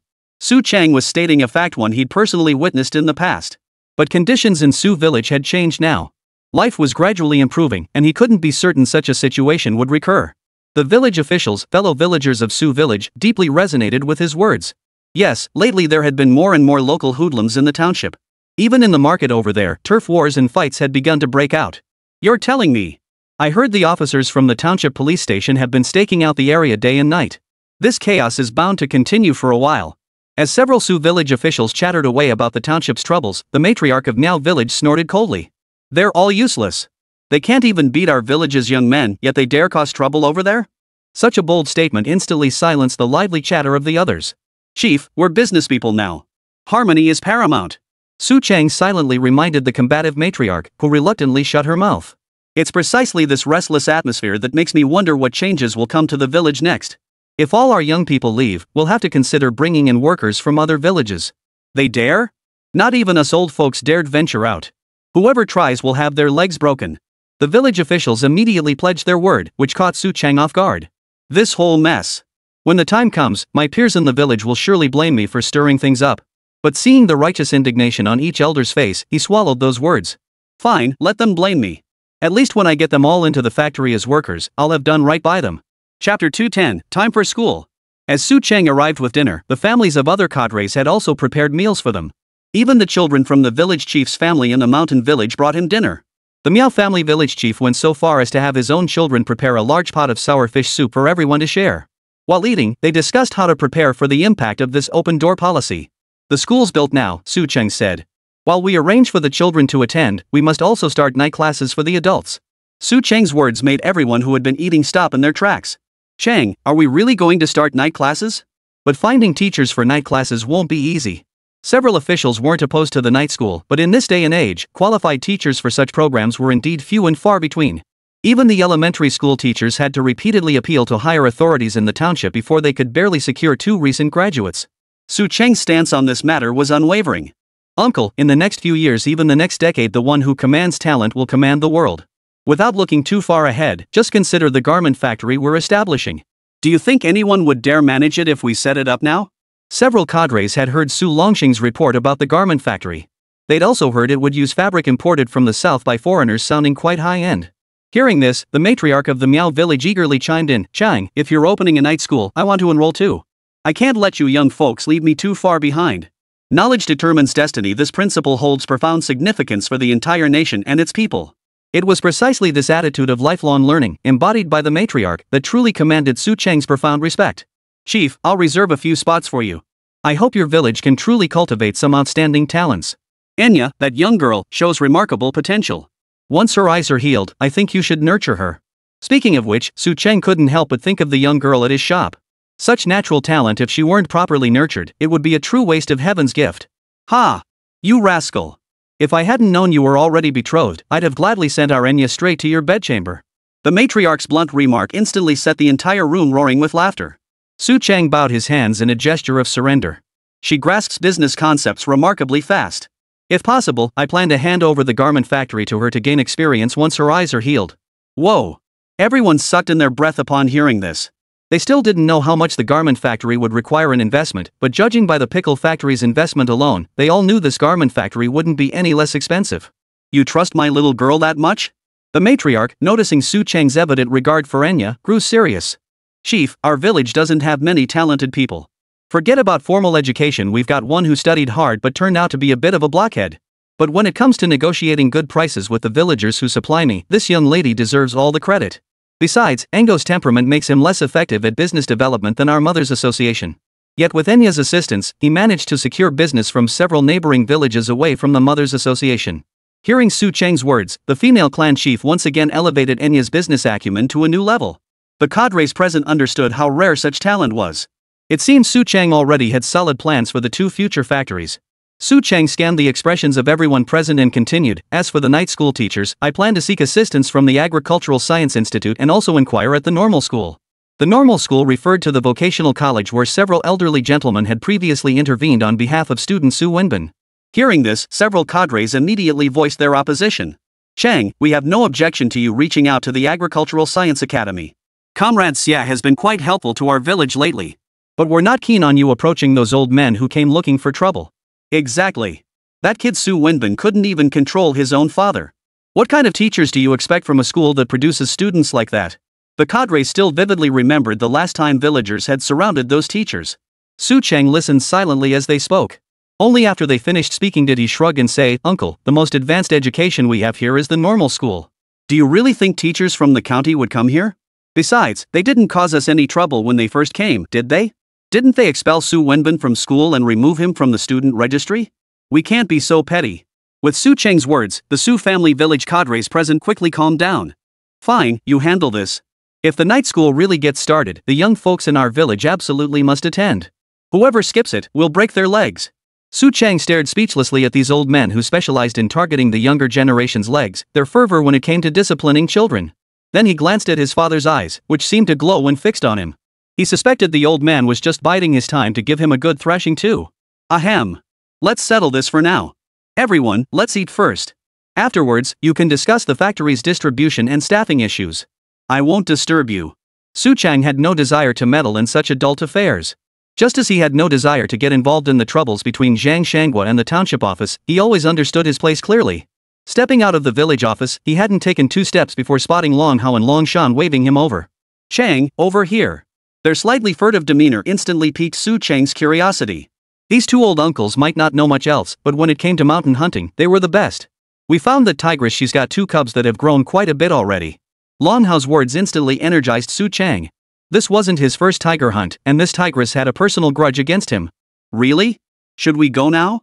Long Hao covered his mouth and cautiously scanned the surroundings. "Keep your voice down. I heard the authorities have issued a hunting ban. Soon they'll be coming door to door to confiscate firearms. Then we have to go now. Once this chance is gone, it won't come back." Su Cheng had been eyeing that tigress for a while. Its bones were listed in the system shop, and the price kept climbing. "Don't worry. Zhang the hunchback has been keeping an eye on it lately. We'll head up the mountain tonight. You go back and get some sleep first. Alright, remember to call me." Chapter 211, The Attack on Minister Zhang. That night, Su Cheng really couldn't go tiger hunting after all. The reason was that not long after he lay down to sleep, his father dragged him out of bed, urging him to hurry to the township. Still half asleep, he had no idea what was going on. But seeing his father's anxious expression, he dared not delay. He quickly hitched up the village ox cart and raced toward the township with his father. During the ride, Su Longxing finally revealed the truth. County Magistrate Zhang had been attacked in the county seat and his fate was unknown. "What? Township Chief Zhang was attacked?" Su Cheng jolted awake at the news. The lingering drowsiness vanished instantly. I heard he was stabbed by thugs while riding the bus in the county. He's still undergoing emergency treatment. Wait, what was he doing in the county? Shouldn't he be handling affairs in the township? With so many projects underway here, why did he go to the county?" Su Cheng's barrage of questions went unanswered by Su Longxing. The thing was, Su Longxing didn't know why he'd gone to the county either. He was perfectly fine one moment, then suddenly he was taking a bus to the county. Seeing his father's face grow increasingly stern, Su Cheng couldn't help but shut his mouth. Looks like he'd better get his dad a motorcycle ASAP. He didn't know if Zhang Shangwa could handle himself, but his own father couldn't afford any mishaps. Even though Su Longsheng, as a veteran, still possessed some physical strength, Su Cheng, as his son, dared not gamble with such matters. The village was only 10 kilometers from the township. By ox cart, it took just over an hour to reach. Reaching the county seat further away would take considerably longer. "Dad, looks like we need to get some vehicles ready for the village factory." Seeing Su Longsheng remain silent, Su Cheng began calculating the costs on his own. "Look, it takes us so much time just to get to the township. This efficiency is far too low." By this time, the road connecting the village to the township had already begun construction. Seeing the materials left behind by the construction crews along the way lifted Su Longsheng's spirits somewhat. Still, his son's words failed to capture Su Longsheng's interest. At least now wasn't the time to discuss it. Still, he understood his son was just making small talk. Neither of them knew if Zhang Shangwa would pull through. Now that he was in trouble, someone would inevitably have to take over his responsibilities. If the successor wasn't on the same page as him or had their own agenda, it could mean the future plans for Su village might be compromised. That was Su Cheng's reasoning, but he didn't know that Su Longxing believed that if Zhang Shangwa was replaced, their entire village plan might be snatched away. Having served as village chief for some time, he had already developed a sense of the unwritten rules of officialdom. The ox cart soon pulled up at the township office. When the two men opened the door, they found the office staff sitting silently in the meeting room, smoking cigarettes. This time, Su Cheng dared not approach them to clear the air. After all, these were not familiar faces from the village. Village Chief Su is here. Come, take a seat. Young Su is here too. The deputy township chief's words drew everyone's gaze toward the father and son. Didn't Director Huang come back with you? When an official suddenly posed this question, Su Cheng slapped his forehead and exclaimed, "Ah! I completely forgot to tell him. The moment we got the news, we rushed straight here." Su Longxing nodded, picking up his son's thread. The call from the township came after office hours. Director Huang was overseeing work at the construction site at that time, and we were in a meeting, so we didn't have time to notify him. The deputy township head didn't dwell on whether Director Huang was present. The incident had unfolded far too abruptly. After all, Zhang Shangwa had only ridden the township vehicle to the county that afternoon, yet by evening they received news he was already in the hospital fighting for his life. The officials present were all utterly bewildered. This was truly an unanticipated tragedy for young Zhang. Who could have imagined that merely helping apprehend a pickpocket would lead to him being stabbed, and reportedly not just once? The county comrade said that if the passengers on the bus hadn't rushed forward to subdue those thieves, little Zhang would likely have met his end right there on the bus. More and more of these thugs are returning to the city, and public order is deteriorating. You're telling me? Didn't we just have a few incidents over in our market? At this mention, the room erupted in murmurs of discontent. It was unavoidable. Over the years, educated youth had been returning to their hometowns in waves, a trend that couldn't be reversed. The wave of returning to cities actually began back in the 1970s. The chaos that occurred in the big cities has now, in the early 1980s, reached even the smaller cities. Who could have imagined that our small city would have so many educated youths? Su Cheng and his colleagues were stationed not far from the provincial capital of Sichuan, just 100 kilometers away, a short drive. Yet even this small city was experiencing the same phenomenon, which was bound to frustrate the rural cadres. There was little they could do. Lately, comrades from the public security system had been working overtime, deploying police forces in key areas with large crowds, but as they spoke, the conversation gradually fell silent. The police station officers hadn't attended this meeting. After all, they were all working overtime. Su Cheng was well aware of the broader societal trends, but what could he say? He truly hadn't expected public order in such a small county town to be in such disarray. This served as a wake-up call for him. "Dad, when we get back, we need to set up a security team for the village. Our village projects can't afford any mishaps." Though the deputy township head was young, working alongside Zhang Shangwa had honed his resolve. After the meeting, he pulled Su Cheng and his son into his office. "Village Chief Su, here are the factory establishment documents the township chief arranged for you. We were actually heading out of the county to apply for an interest-free loan for you, but who knew this incident would happen?" Holding the complete set of factory construction documents, Su Longxing felt the weight of the papers pressing down on him. However, this wouldn't hinder the project's progress. "Our township remains steadfast in its commitment to supporting local enterprises, and the credit union will soon join this initiative." The deputy township head's words gave Su Longxing and his son a reassuring sense of security.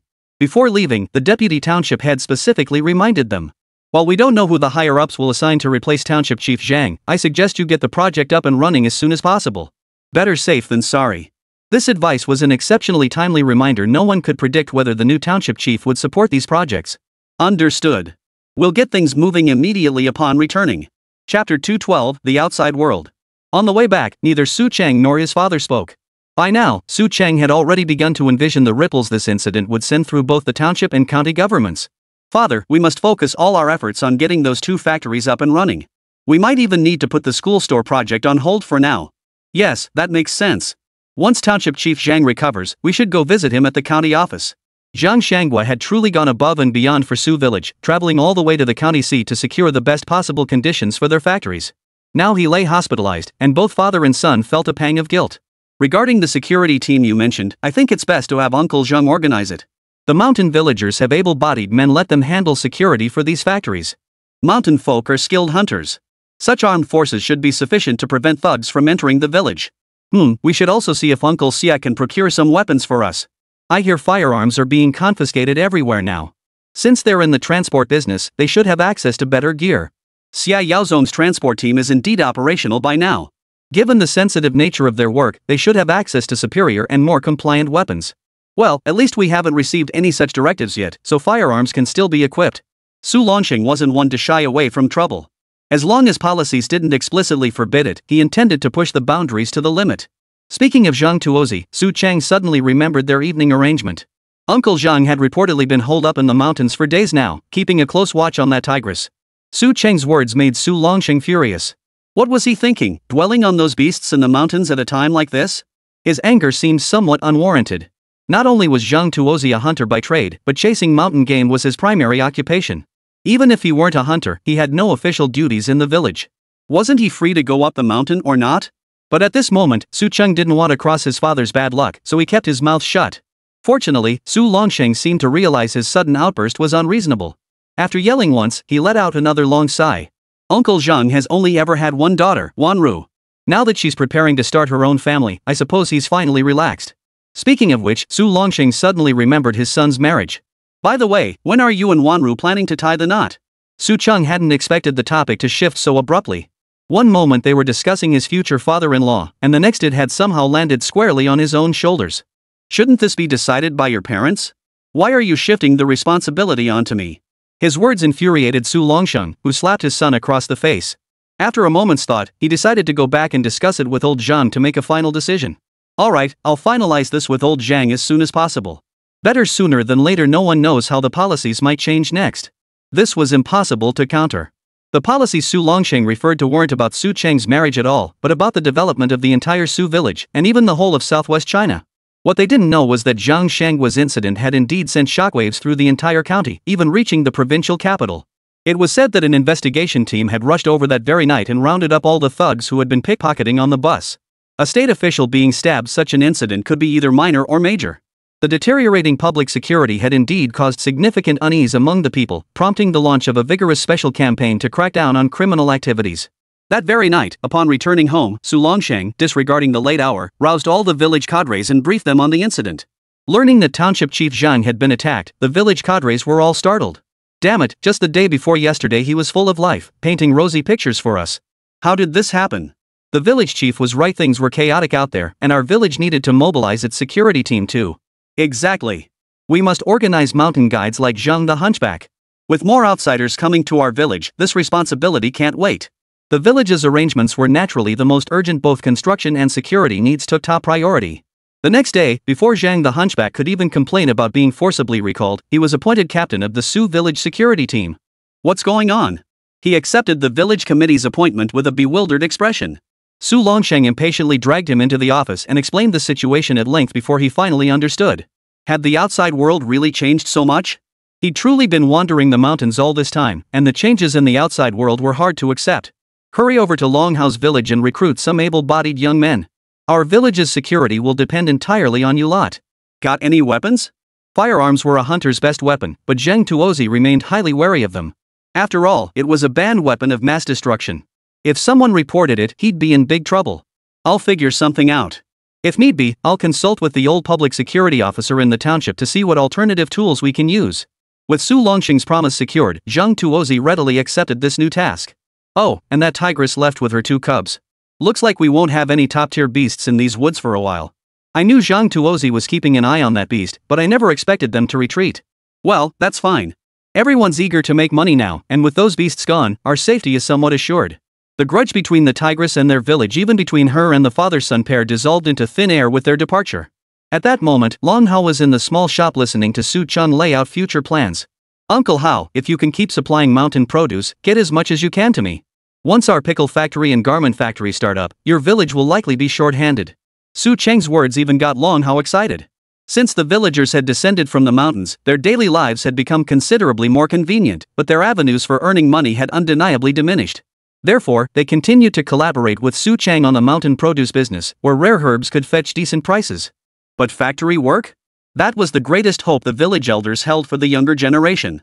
No problem. I'll have the women in the village focus entirely on gathering mountain goods during this period. We need to accumulate at least a reserve of money and grain for the village before the factory is built. Everyone understood that following Su Chang meant money, especially for those villagers he'd rescued from the mountains. It had become the village's shared belief. Chapter 213, Accelerate, then Accelerate Again. The stabbing of Zhang Shanghua not only triggered a storm in public security efforts but also sent shockwaves through the entire village of Sujia. That same day, Su Longsheng and other officials announced at the village assembly the directive to accelerate construction. By that afternoon, the construction crew had already implemented a rotating shift system. Su Haiyuan and Su Xiulan were both star pupils of these master craftsmen. Su Xiulan, a true heroine among women, stood out for her decisive work style and exceptional capabilities. The veteran craftsman immediately elected her as team leader. Initially, the team members assigned to her felt some resentment. But when they saw her work efficiency matched or exceeded that of the men, no one dared to complain. Especially when they witnessed her hoisting 2 heavy bags of cement, each weighing dozens of pounds, the new workers were utterly astonished. Are all the women in your village this strong? What's left for the men to do? These outsiders were well aware of the formidable women of Su village. From the mother's brigade to the construction team leader, from the elderly to the schoolchildren, this spirit seemed deeply ingrained. The men of Su village seemed resigned to this perception by now. Especially when laborers dispatched from the Miao village arrived to assist, the men from both sides greeted each other as if they'd been longing to meet. Women hold up half the sky? That's perfectly normal. After uttering those words against their will, the men from Su village and the Miao village came together, silently shouldering the burden of public opinion. The Miao village not only sent over the men but also dispatched the slender young women in traditional Miao attire. They now took charge of the fish soup business on the commercial street. Director Huang heard about Zhang Shanghua's situation the next day and initially planned to return to the township to investigate. But upon learning that higher authorities would send someone to replace Zhang Shanghua, he decided to drop the matter entirely and focus solely on overseeing the factory construction here. He fully agreed with Su village's plan to race against the clock, aiming to complete both factories and arrange production before the new township chief arrived. He even began offering advice. Construction crews from nearby villages could be brought in, requiring only a few quotas during worker recruitment, even saving on labor costs. This idea instantly energized the entire village of Sujia. Men and women from neighboring villages joined the massive construction effort. Even children not enrolled in the township schools were placed in the newly built elementary school. This practical, no-frills policy silenced even the most stubborn elders in the surrounding villages. Not only did Sujia village arrange for the children's enrollment, but it also covered their room and board expenses entirely. These were factory-affiliated schools. Once the factory was established, the children would be promoted en masse to their original schools. The educational system at that time was still the 5-3 system, 5 years of elementary school and 3 years of junior high school. When the school was first established, Su Cheng had only intended to set up an elementary school. Later, after several elders from the normal school arrived, he conceived the idea of collaborating with the normal school to establish a junior high department as well. Through persuasion and mediation by the elders from the agricultural academy, those same professors who had once been confronted by villagers in Su village finally agreed. They personally visited the Su village school to assign the initial teaching tasks. Speaking of which, Su Cheng really owed a debt of gratitude to Su Wenbin, the one expelled from the normal school. Although the guy had already left Su village with his father, that didn't stop Su Cheng from using this incident to pressure those teachers and professors from the normal school who harbored grievances against their village. To make amends for the harm done to the villagers, the normal university had no choice but to swallow their pride and accept the situation. When assigning teachers to the village school, they heard these country bumpkins wanted to start night classes. That's when they finally brought in those esteemed senior professors. Now, the entire Sujia village was bustling with development, even catching the attention of county leaders. These folks were terrified that our newly appointed township chief might scrap their plans. You have no idea the credit union in their township has already applied for an interest-free loan from ours. This time, they even sent people to escort it over. Speaking of which, even the county leaders were speechless. Everyone says rural folks yearn for the city, but down here in the townships, they treat the county like a den of dragons and tigers. You can't blame them after all, the township chief down there got stabbed while trying to do the right thing. By the way, how's that township chief doing now? His condition has stabilized, and he's out of life-threatening danger. But he'll likely need some time to recover. Hearing that no one died has eased the pressure on the county leaders considerably. Given that, they won't appoint a new township chief for now. After all, this one has been doing an excellent job. Yes, that's the sentiment from higher-ups too. They believe such spontaneous initiative deserves encouragement. We can't let the people down. With the leadership stance set, the township officials soon received clear notification. What? Township Chief Zhang hasn't been reassigned? He'll just be acting as township chief while serving as deputy? Our deputy township chief has already gone to the county to visit the township chief. I hear he went straight to Su village upon returning. Seems our township chief Zhang really turned misfortune into fortune. He didn't get fired after all. The township officials were surprised by this news. In Sujia village, upon hearing the deputy township chief's report, Su Chang breathed a sigh of relief. The first thing Township Chief Zhang said upon waking was that the documents must not be lost. He still has your village's project on his mind. The deputy township head held genuine admiration for his superior. Even lying in bed, Zhang Shangwei insisted on summoning him to relay this message to Su Chang. That guy's got a strong constitution, he won't die anytime soon. Su Chang muttered a curse under his breath, then quickly wiped away the tears welling in his eyes before anyone could notice. After surveying the bustling construction scene in Su village, the deputy township chief kept Zhang Shangwei's most crucial advice in mind: make Su Chang the decision-maker in all matters. Any proposal he puts forward can be implemented immediately. If your authority isn't sufficient, go to the Agricultural Science Academy. If that doesn't work, come find me. I'll fight tooth and nail to get it done for you. Zhang Shangwei was staking his very life on this. It was precisely this unwavering commitment that earned him Su Chang's profound respect and the unanimous praise of the entire Su family village. Meanwhile, a team had already quietly set out from the provincial capital towards Su village. Inside their vehicle, two elderly men were poring over the young Su Chang's background. Old Chen, if he truly secures such a cathode ray tube, what price should we pay to acquire it? At any cost. Chapter 214, The Greatly Transformed Su Village. The villagers of Su village were gathered for another mobilization meeting regarding future development plans. This was a momentous occasion for every man and woman in the village. Though the village officials hadn't mentioned it, villagers working on the construction site seemed deeply moved upon learning from informed sources the reason behind the accelerated development.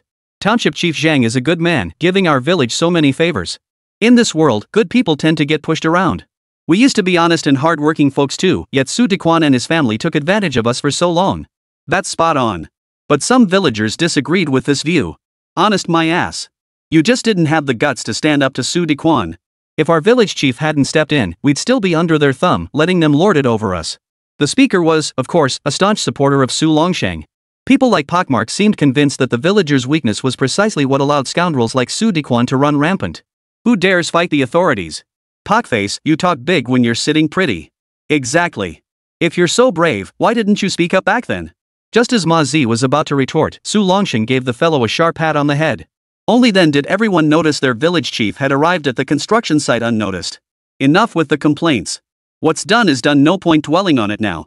The top priority is getting these two factories up and running before the new township chief arrives. As the current leader of Su village, his every word and action carried significant weight. The news of Zhang Shangwei's incident had, in a sense, been tacitly allowed to spread by him. His aim was to make the entire village understand the urgency of the situation. Village chief, I heard County Chief Zhang pulled through? Have those thieves been caught yet? That's right, village chief. County Chief Zhang has been good to our village. When should we go visit him?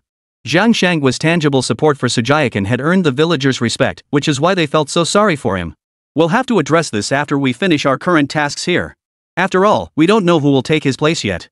Su Longsheng didn't oppose the villagers' desire to visit Zhang Shangwei, but as he said, the village's development was the top priority right now. The village chief was right. If the new township chief rejected both our factories, restarting them later would be tough. Hearing this, the villagers immediately understood why the village was rushing to start these projects simultaneously and recruiting laborers from outside in large numbers. Village chief, people from the neighboring villages are arriving soon. We should assign them their tasks. Alright, go ahead. Remember to handle the logistics well. If anything is needed, go to the small shop to get it. Got it. Now Su Chang's small shop had become the village's logistics hub. A huge pile of useful and useless materials was stacked in the front courtyard, with Monkey and Zhang Wanru busy sorting and categorizing everything. Inside the shop, little Enya sat silently doing mental calculations with a Miao child, reviewing some ledgers.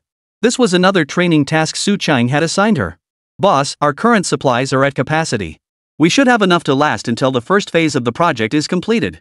After finishing the calculations, the little girl quickly provided an estimated scale.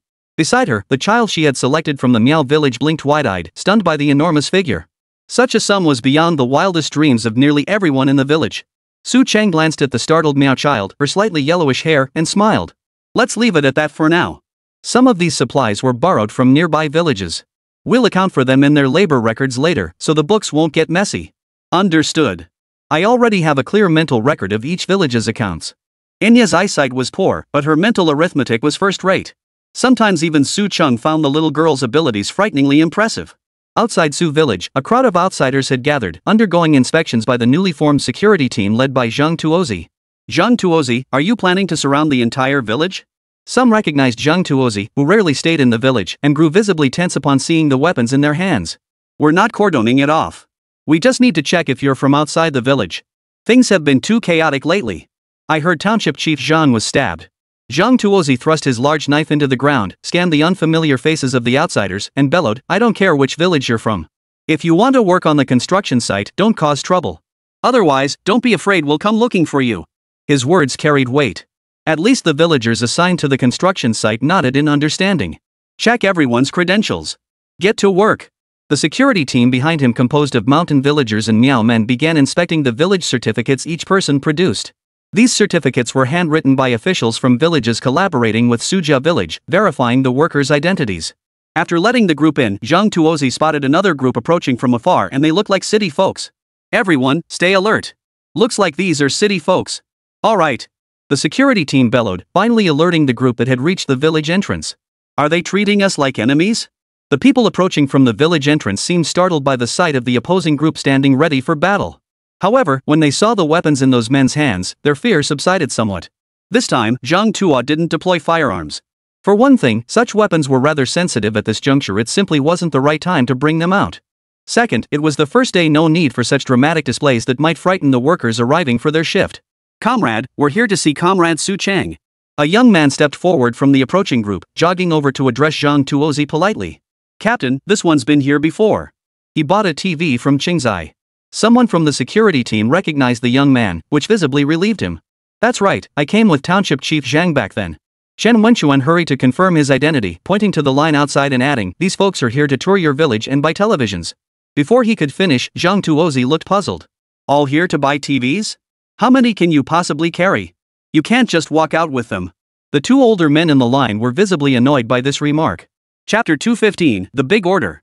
Chen Wenchuan hadn't expected the security team in Su village to be so overbearing. Now they were actually ordering people to be searched.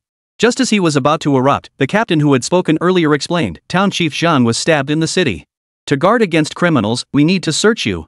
The first sentence sent a chill down Chen Wenchuan's spine. He knew exactly who County Magistrate Zhang was. If something really happened to him, it would likely send shockwaves through the entire region's political circles. They'd left in such a hurry that they hadn't heard this urgent news. You mean County Magistrate Zhang? When did this happen? Seeing the genuine fear on Chen Wenchuan's face, Zhang Tuozizi relaxed his guard. It happened last night. I heard the township held meetings all night because of it. We have to be vigilant here too. At this point, the two older men behind Chen Wenchuan also grasped the gravity of the situation. They promptly instructed their comrades to cooperate with the inspection. Soon, they were led into Sujia village. Passing by the construction site, Chen Wenchuan pointed at it and asked Zhang Tuozi, are you guys doing infrastructure work here? Zhang Tuozi nodded with a smile. Yeah, we're building factories. For now, we've settled on 2 plants, but there'll be more and more factories here in the future. Though Zhang Tuozi had only vaguely inquired about Su Cheng's plans, he understood that more factories in the village meant a growing population. His daughter marrying such a man meant he had fulfilled his duty as a father. Chen Wenchuan was still reeling from the news of Zhang Shangwa's attack when his grandfather tugged at his sleeve, snapping him back to reality. 2 factories? Right, I know about your pickle factory. What's the other one? Making televisions? His words drew a wry smile from the security team members. They had seen televisions. In fact, they were loyal viewers every night. We couldn't possibly make televisions, one replied. That young rascal said it's a garment factory.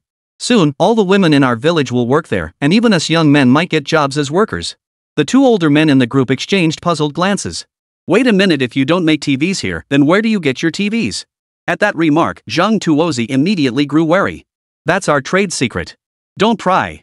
If one of the team members hadn't recognized this kid as someone who'd bought a TV before, Zhang Tuozi wouldn't have let them in. And now they're prying into their village's trade secrets? Realizing the sensitivity of his question, the older man gave an awkward chuckle.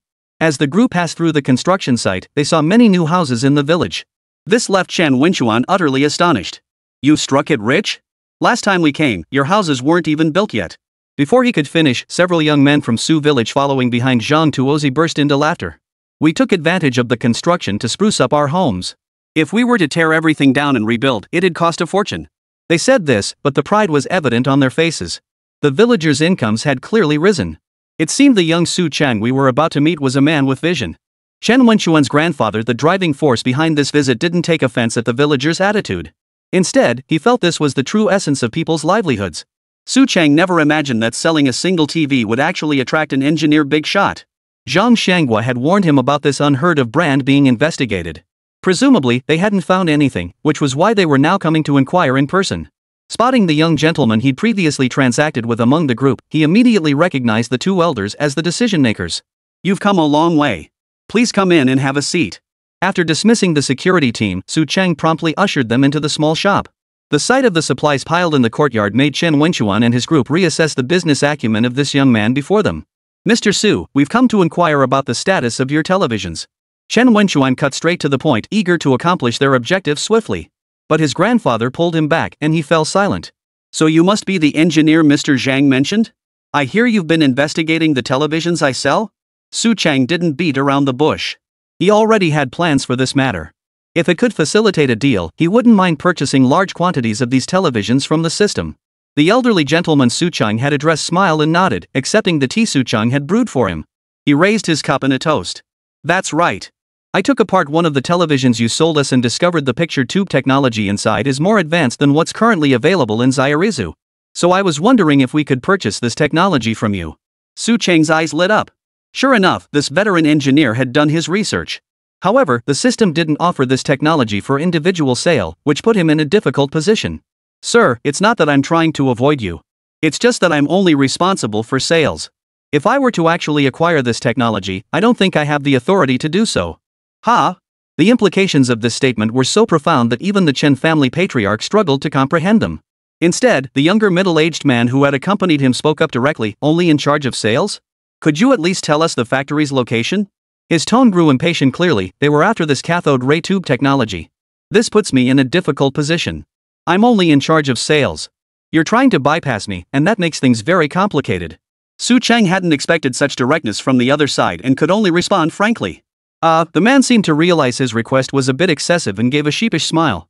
The older man, however, showed little embarrassment and pressed on, "If we were to purchase a large quantity of complete units from you, how much of a discount could we get?" Chen Wenchuan immediately grew anxious upon hearing this. He understood his grandfather wanted to replicate the technology. But was it really necessary to buy the entire machine? Besides, the market for such items didn't seem particularly large. Grandfather waved his hand dismissively, his gaze fixed unwaveringly on Su Cheng. "I'll need to apply for approval from my superiors. I can't say for sure." The old man nodded with a smile. "Then apply for it. We'll place an initial order for 1,000 units. If a deposit is required, we can pay 1/3 up front." The old man's words left Su Cheng momentarily stunned. He wasn't sure if the system could handle such a large order. Chapter 216, The Big Shots Observation. 1,000 televisions. Based on the current system provided selling price of just over 300 yuan per unit, Su Cheng could resell them for 400 yuan each. That was 200 cheaper than the color TVs currently on the market. But he had no idea where this elderly gentleman could find channels to absorb such a high-priced quantity. After all, the average annual income per capita was barely enough to afford a single television set. "Sir, I must remind you," Su Cheng said, "our country's market is still dominated by black and white televisions." As Su Cheng spoke, he studied the elderly engineer. From his face, Su Cheng saw confidence and composure. "The domestic market is naturally dominated by black and white TVs, but young man, haven't you considered the overseas market?" The old man's words suddenly made Su Cheng realize. If you have such connections, then 1,000 units would likely be just an appetizer, wouldn't they? "But are you certain my televisions would truly surpass foreign ones?" Su Cheng naturally had confidence in the system's output, but he wasn't sure about the current state of foreign television technology. It seemed he had met a true expert. If he didn't seize this opportunity to understand the market, the goods in his system would likely remain confined to small-scale domestic circulation. His system was a convenience store system, so it offered a relatively comprehensive range of daily necessities. This inherently limited his profit margins and the technological sophistication of his goods. Better than foreign products, he mused. Right now, the strongest players in the CRT market are Little Life and European brands. But their high prices make imported TVs scarce and valuable in our domestic market. The old man's words instantly clarified his strategy to Su Cheng. "So, sir, you're suggesting we take the opposite approach?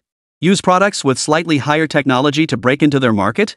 The old man smiled faintly at his words, neither confirming nor denying. Su Cheng attempted to place an order for 10 color TVs through the system. To his surprise, the transaction actually went through, and the inventory count remained unchanged. Now he's got the confidence to back it up. "If you're truly interested in pursuing this business, I suggest starting with a small trial order. We'll have stock arriving in the next couple of days. I can provide you with 10 units to begin with." "Oh?" The old man seemed taken aback that this young man had thought so thoroughly for his side. The idea of testing the waters with a small batch pleased him greatly. Alright, let's start with 10 units. If the results are good, we'll proceed with bulk purchasing. The old man's decision surprised Chen Wenchuan as well. Didn't he, as his grandson, know how stubborn his grandfather could be? Back home, the old man had taken apart the TV over and over, dismantling and reassembling it until the picture tube was in pieces. Even then, he hadn't managed to figure out the technology inside. Now, hearing Su Cheng's explanation, he'd instantly changed his mind. It was truly unbelievable. Su Cheng naturally accepted the job. When the team members pulled out a wad of cash from their backpacks, it startled everyone in the room. Old man, you came prepared, didn't you? Though the price offered no discount, the immediate full payment did leave Su Cheng slightly stunned. While the two girls counted the money, he clinked cups with the old man. Let me raise this tea in your honor. Here's to a pleasant collaboration. Agreed. Happy cooperation. As he saw them out, Su Cheng shared some recent changes in the village, leaving the big-time TV buyer thoroughly impressed with the service. Chen Wenchuan couldn't understand why his grandfather had changed his mind so suddenly. On the way back, his mind wandered. What?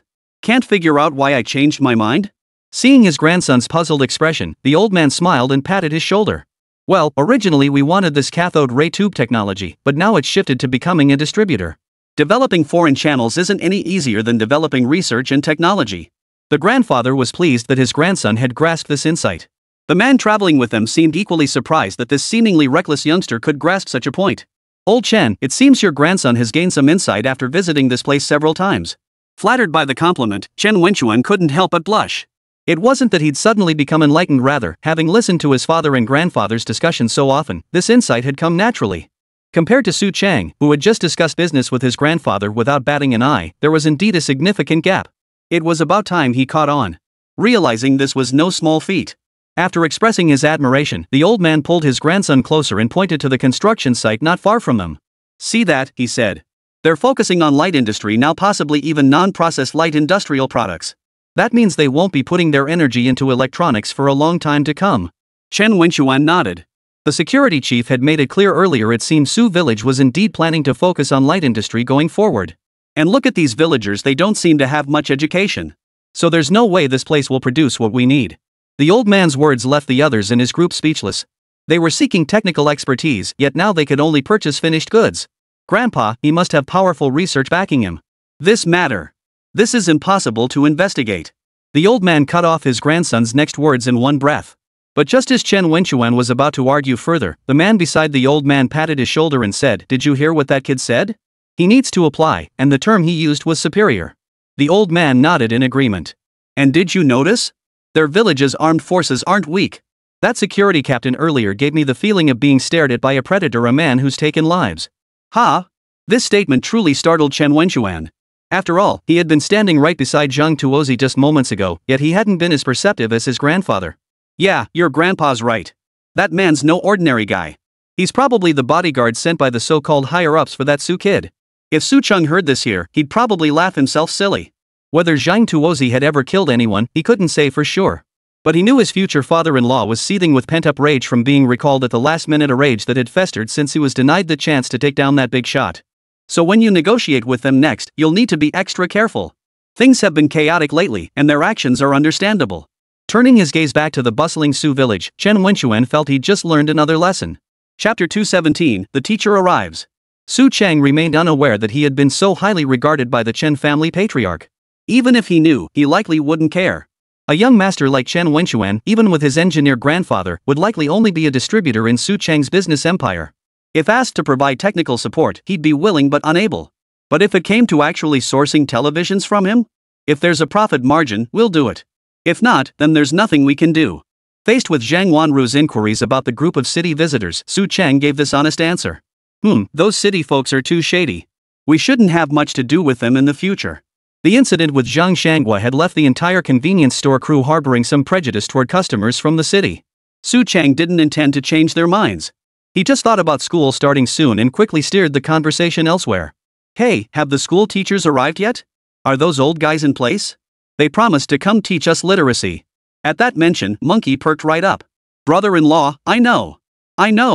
The kid jumped 3 feet in the air, raising his hands and shouting excitedly. When everyone turned to look at him, he didn't seem embarrassed at all. Instead, he beamed with pride and said, after those old guys checked out the school, they toured our 2 construction sites. They were muttering something to themselves as they left. I heard they're bringing their students over today. Students? Didn't they say they'd personally teach the literacy classes? Those jerks, breaking their word again? The old man hadn't made a good impression on Zhang Wanru. Just like last time when they were surrounded by villagers, they'd threatened to expel Su Wenbin from the school and even publish a public notice. In the end, they just kicked him out and called it a day. Su Chang rolled his eyes at his overly passionate wife. Why would they need to publish announcements when expelling students? Do you think this is still the era of those break ties proclamations from decades ago? Didn't the villagers say it themselves? They claimed that's the only way to prove the school's innocence. Su Cheng finally understood the villagers were seriously applying decades-old methods to the present. Forget it. I'll go check at the school. They must be there by now. There was no reasoning with them. Su Cheng couldn't be bothered. The old men Su Cheng and Zhang Wanru had mentioned were now riding in a large truck provided by the school, heading towards Su village with several students in tow. Teacher, so you mean we're going to run night classes for those villagers? Old Hong glanced at his star pupil's slightly aggrieved expression and chuckled. What? Think it's embarrassing for a future teacher like you to teach these mud-legged peasants? Don't go acting like that student Huang, thinking you're somehow superior. At that mention, the students immediately tensed up. It was one of the few times the school had expelled a student, and word had it that the teacher in charge was transferred shortly after. The details unknown to them were crystal clear to the few old scholars present in the car. Old Huang Su Wenbin's teacher wasn't transferred because the school expelled his student. Rather, he was transferred to regions that had already implemented the policies because he remained a staunch conservative, adamantly opposed to the reform agenda. Word was this transfer was mainly to open the eyes of these old schoolers to see the changes happening outside.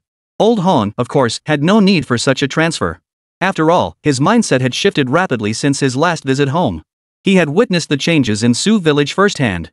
What the villagers unanimously supported, he believed, must have merit.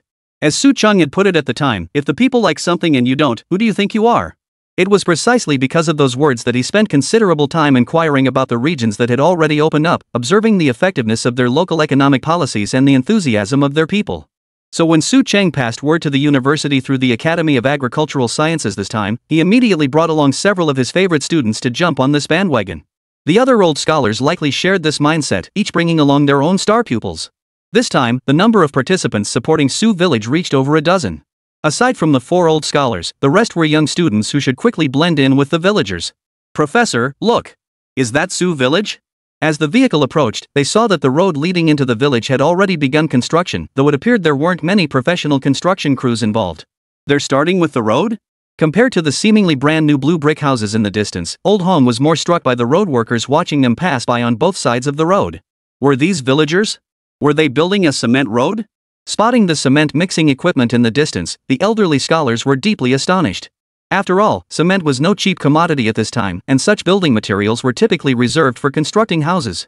It seemed Su village was truly going all out this time, building a school and paving roads. We've all underestimated that young comrade Su Chang. The old scholars had believed they understood Su Chang well enough, but arriving here made them realize that the capabilities he had revealed earlier were merely the tip of the iceberg. Teacher, look! There are 2 construction sites over there. No, 3. There's another one across the way. It looks like they're building houses. The student pointed to 2 relatively open construction sites, then spotted a third where building was already underway. 4 construction sites starting up simultaneously. Were they trying to rush the schedule? Though none of the old scholars present were construction experts, they understood the immense difficulty of managing multiple sites simultaneously. Budgeting alone would be enough to give any town government a headache. Lao Hong, can our school really handle 4 construction sites starting at once? When a colleague posed this question, Lao Hong shook his head without hesitation. As far as I know, even if we mobilized every faculty member and student without any external labor, our materials budget alone wouldn't cover such a massive project. He shielded his eyes with his hand and gazed at the construction site where numerous buildings had already taken shape. And judging by the scale of that construction over there, it's no small project, he murmured. But it's odd, why are they building in a straight line? Could he be planning to set up shops there? He was observing the future commercial street right outside the school entrance and he'd guessed correctly. Chapter 218, The Students' Observations. The car drove all the way into Su village until it was stopped by Zhang Tuozi's security team. Captain, these are the old men from the teacher's college. Heard they're here to collect debts from us. Someone recognized the elderly men in the car and reported to Zhang Tuozi without mincing words. This caused the expressions on the faces of the few old scholars in the car to turn awkward. The students dared not speak, only pricking up their ears to catch more gossip about their teachers from the villagers. Go ahead. Drive to the school first. It's perfect timing, there are 2 elementary school teachers there now. They'll be the best ones to handle this. Without a second thought, Zhang Tuozi instructed the driver to head straight for the school. Teachers at the school? Then what are we here for? The students were thoroughly confused. Even the old scholars couldn't fathom what the Su family village head was thinking. If there were already teachers, why send them for backup? But when the car pulled into the elementary school grounds and they saw the situation there, they quickly figured it out. How could there be so many students? In the newly built school, nearly every one of the dozen classrooms was packed with elementary students. 2 teachers, a man and a woman, darted between classes like busy bees. After assigning homework to one class, they'd dash to another. Sweat beaded on their foreheads as they struggled to manage all the classes at once. Did all the children in the neighborhood come here to study? There were nowhere near enough teachers. Finally, after the 2 teachers finished their tasks, the male teacher ran to a metal plate on the playground and rang the dismissal bell. Only then did the students file out of the classrooms in an orderly line. Contrary to expectations, no chaos ensued. The students formed orderly lines by class and were led by the female teacher toward the largest building on campus. "Excuse me, are you here to assist with teaching?" The male teacher finally approached their car, gave them a polite nod, and then inquired about their purpose. "How many students do you have here? Just the 2 of you as teachers?" Old Hong didn't answer his question but instead posed this crucial one first. "There are 313 students here, all school-age children from nearby villages. Currently, there are only 2 of us teachers." Hearing this, the students were utterly stunned. "No way! Over 300 students? How can you possibly teach them all?" The male teacher scratched his head shyly. "We'll teach them in shifts. Since it's a long holiday anyway, we'll have the children study on their own while we teach the next class." Only then did Old Hong understand why Su Cheng had specified those requirements to the Agricultural Academy, covering multiple elementary grades, plus running night classes for adult literacy. The male teacher finally relaxed upon learning they were support teachers. But when he saw their eyes turn toward the large building where the children had entered, he grinned and explained, "This is a boarding school system. Su Village provides both meals and lodging for the children. They're heading to the school cafeteria now, it's lunchtime." After these words left his mouth, the old scholars exchanged glances, each wearing an expression of utter disbelief. Impossible. Where could they possibly get that much grain? When the male teacher led them into the cafeteria and they saw the children standing in orderly lines, each holding a stainless steel tray waiting to be served their food and rice, the old scholars finally understood. "These are utensils?" Old Hong picked up a tray casually. He noticed several indentations on it, along with stainless steel chopsticks and a small bowl placed beside it. "This is a soup bowl for liquids, with chopsticks and a soup spoon here." As the male teacher explained these utensils, the entire group from the normal school was dumbfounded. "We still have to bring our own utensils at our school. Has elementary school advanced this much already?" These plates, chopsticks, and steel bowls were actually items Su Cheng had pulled from the system. To generate such flawed products, he had scoured the inventory list for quite some time. Moreover, most of the stainless steel kitchenware in the kitchen had also been sourced from the system. This thrilled the group of Miao youth who ran the fish soup stall and worked as chefs. These items would soon become commonplace in their shops, too easy to clean, durable against knocks, and, as Su Cheng mentioned, not too costly either. The male teacher, accompanied by several guests who had come to assist, also took a tray and joined the students in getting their meals. Arriving at the kitchen window, the normal school students saw several young men dressed in white coats and wearing masks, looking very formal as they dished out the meals. "Teacher, I truly believe this village treats the children exceptionally well. I've visited several so-called top-performing schools, but I've never seen anywhere that cares so deeply for the children." "That's right. Even schools in the county seat can't match the environment here." As the students expressed their admiration, the male teacher leading them turned and added, "I was assigned here by the provincial government. Even at the best schools in the province, I've never seen teaching facilities like these. I must say, this village gives me the impression of being serious about everything they do." His words left them momentarily puzzled. Only after they'd gotten their meals and found seats did they notice that even the cafeteria seating was stainless steel tables and chairs all in one piece. Holy crap, how rich is this Sujia village? All this is made of iron that can't be cheap. Hearing the student's remark, a certain old scholar shook his head. "This isn't iron, it's a new type of steel. But judging by the looks of it, Su Village has already integrated this steel into their daily lives." Old Hong tapped his tray and ran his fingers over the table's smooth surface. "All made from the same material must be pretty pricey." The male teacher then began explaining to them. Mr. Su explained that it's called stainless steel. True to its name, it resists rust in water and can be cleaned with plain water. Students who had finished eating in the cafeteria lined up to place their trays into a sink. Turning on the faucet released running water. "This is excellent, a very thoughtful design. Is this water from the large tanks on the school's roof? Did they pump it up from the river?" Lao Hong had spotted those large water tanks on the roof before entering. Now it seemed likely they were also made of this so-called stainless steel. "Yes, but the wastewater isn't discharged into the river. Instead, it's filtered and used to irrigate farmland." The male teacher's words stunned the old-timers at the teacher's college once again. "What? They designed a water conservancy project too? Chapter 219, Su Cheng's Ambition. The school experience truly taught these students who had initially looked down on Su Village a lesson. At the very least, in terms of classroom hardware, Su Village School had now become the top-tier institution of this era. Who had ever seen a classroom with 5 or 6 wall-mounted electric fans? Who could have imagined that the students' dormitories each had 2 ceiling fans? And who could have imagined that behind the school, these people had even built a standard-sized swimming pool in the small river? Teacher, am I dreaming? Has our rural elementary school really advanced this far? Watching the elementary students being herded to the poolside by their teacher, one by one jumping in to learn to swim, Lao Hong felt it all seemed utterly unreal. Just how much money did this guy pour into the school? Did he dump his entire fortune into it? His muttered question was quickly answered. No, the villagers helped build it. I just handled purchasing the necessary materials.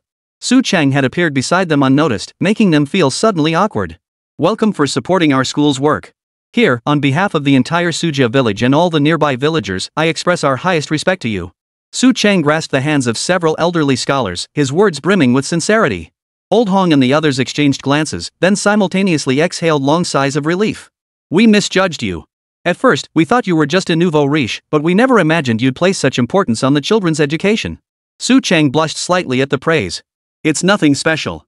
Back in the future, this kind of hardware investment is standard for almost every rural school except for swimming pools, of course. You've just arrived, teachers. You must be tired. Let's head to the cafeteria to sit and talk. The pool area doesn't need supervision from the 2 teachers. Pockmark, wearing a pair of bullhead shorts, was loudly shooing away some mischievous kids from diving off the high platform. Mr. Su, with the children playing in the water like this? Old Hong asked Su Cheng as they walked. It gives them a chance to compete in sports. After all, some kids aren't naturally gifted academically. Becoming professional athletes could lead them down a different path.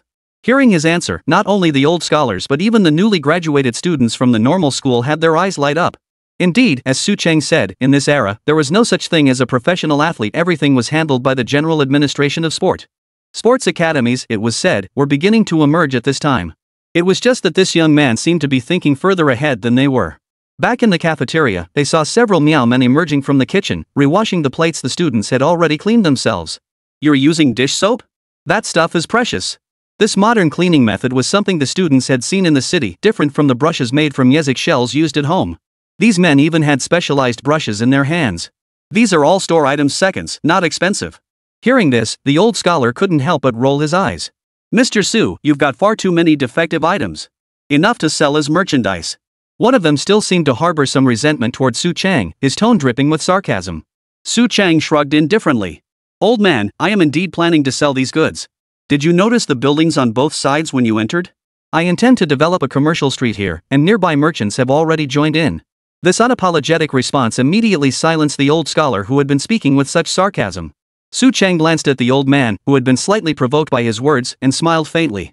You should have seen them earlier, the ones building the road at the village entrance. They volunteered for the project, covering their own costs.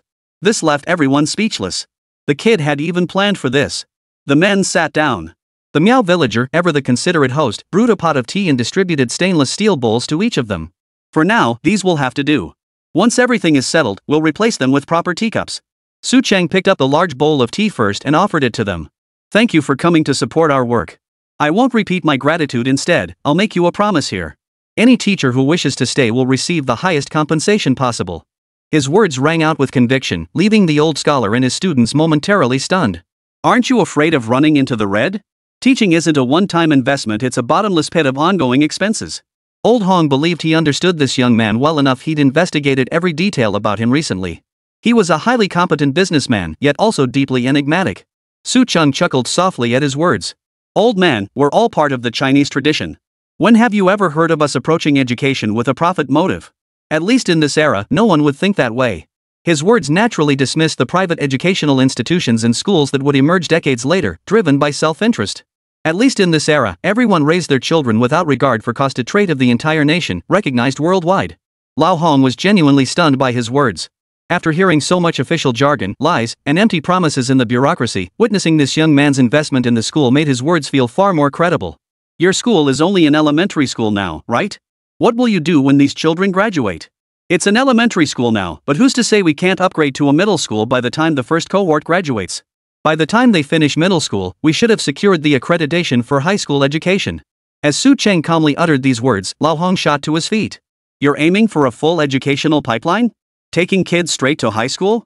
He was genuinely excited, as were all the educators present, both veterans and newcomers. They understood that every time a child transitions to a new school level, there's an adjustment period adapting to a new environment and meeting new classmates, which inevitably impacts a student's personal development and knowledge absorption. A seamless progression like this was something they'd never even dared to imagine. Calm down, everyone. It's just an idea. Some students might only graduate from middle school, but that's fine too. The two factories under construction outside are waiting for them. Su Cheng's words instantly revealed his ambition to everyone. He aimed to create an integrated production and sales system. Students who could continue their education would do so, while those who couldn't would enter the factories. Chapter 220, Enclosing Land, Cultivating Fields. Su Cheng's plan truly stunned those old scholars and the students they'd brought along.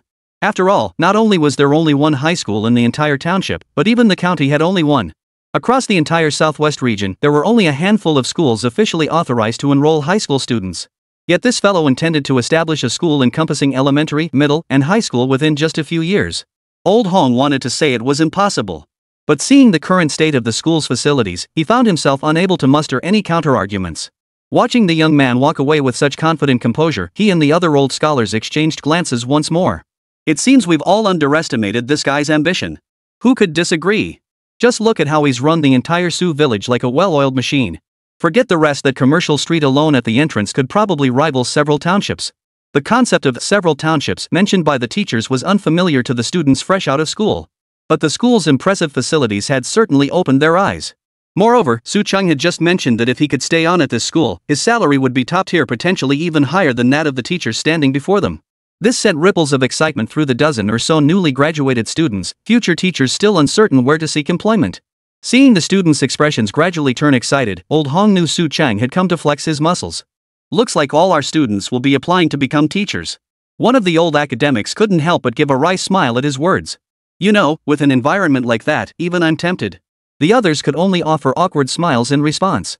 After leaving the school, Su Cheng felt considerably more at ease. Not to mention, he had seen the gleam in the eyes of those old scholars students as they observed the school's transformation. Though the county had only assigned 2 teachers so far, he was confident that after his persuasive pitch, at least half of these dozen or so students would consider staying at the school. If these old scholars could stay, that would be ideal. If not, then Sioux Village School would at least have established some influence within the teacher training college. With the education issue resolved, the path forward would widen. Walking along the edge of the commercial street, the construction sites on both sides were nearly complete. This was the result of Sioux Village's construction crew splitting into 2 teams and working day and night. Seeing Su Xiulan, the team leader, directing the newly recruited workers from neighboring villages brought an even broader smile to his face. Old Lee and the other old-timers had finally seen the light. At least now, the women of Sioux Village could step out to work. In this era, the saying that women hold up half the sky was no exaggeration. Especially after those difficult years, many families relied on women to shoulder the entire burden of the household. But for a construction crew like this one, where a group of grown men was led by a woman, it was still a rare sight. So, to Su Cheng, the emergence of someone like Su Xiulan was a very good sign. At the very least, among the schoolchildren, the girls all looked up to her as an idol. Coupled with the influence of the Sioux Village Mothers Group, the young women of Sioux Village were quickly developing a formidable presence. Of course, this was largely due to the addition of Miao women led by their female chieftain. Arriving at the biogas digester, Comrade Xia from the Agricultural Science Institute was meticulously inspecting the structure's specifications and quality. Brother Chang, you're here? Comrade Xia had been closely monitoring the biogas digester construction throughout this period. As a key indicator for whether Sujia Village could be recognized as an advanced production team, this small project held significant importance. Comrade Xia, settling in well in the village? Su Cheng pulled him up from the pit, then stomped firmly on the freshly cemented edge. I'm getting used to it. Your village's conditions are much better than elsewhere, and with ample materials now, we could easily complete several more like this one, let alone just this one. Zhang Xianghua originally intended this biogas digester project to silence the leaders, so the construction standards he set were extremely high. Even the professors from the Agricultural Academy, who specialized in designing agricultural projects, had scratched their heads over this one. Once this tank was operational, the village gained complete freedom from fuel shortages. To name just one benefit, hot water could now be supplied around the clock without interruption. Initially, Su Cheng only intended for this tank to supply the school's needs. But after reviewing the academy's design, he quickly envisioned replicating multiple such ponds around the village to create a sustainable fuel source. The current scale shouldn't be expanded further. Based on our analysis, one pond can benefit about 100 people. For a site like the school with several hundred people, the supply here is already tight. Moreover, biogas requires organic fertilizer and your village's population. Comrade Xia understood Su Cheng's point, but he waved it off unconcerned. Comrade Xia, we need to view these issues dynamically. Look. He pointed towards several construction sites operating simultaneously in the distance, all bustling with activity as numerous migrant workers from other villages toiled under the sun. We already have this many people building these places now. Once our factory is up and running, the number of workers will only keep growing. Comrade Xia smiled. He knew that well enough. But even with more people, biogas isn't like natural gas, its fermentation takes time. Brother Chang, there are many issues to consider here. After all, this is a new type of energy development model. I still think we need to proceed with caution.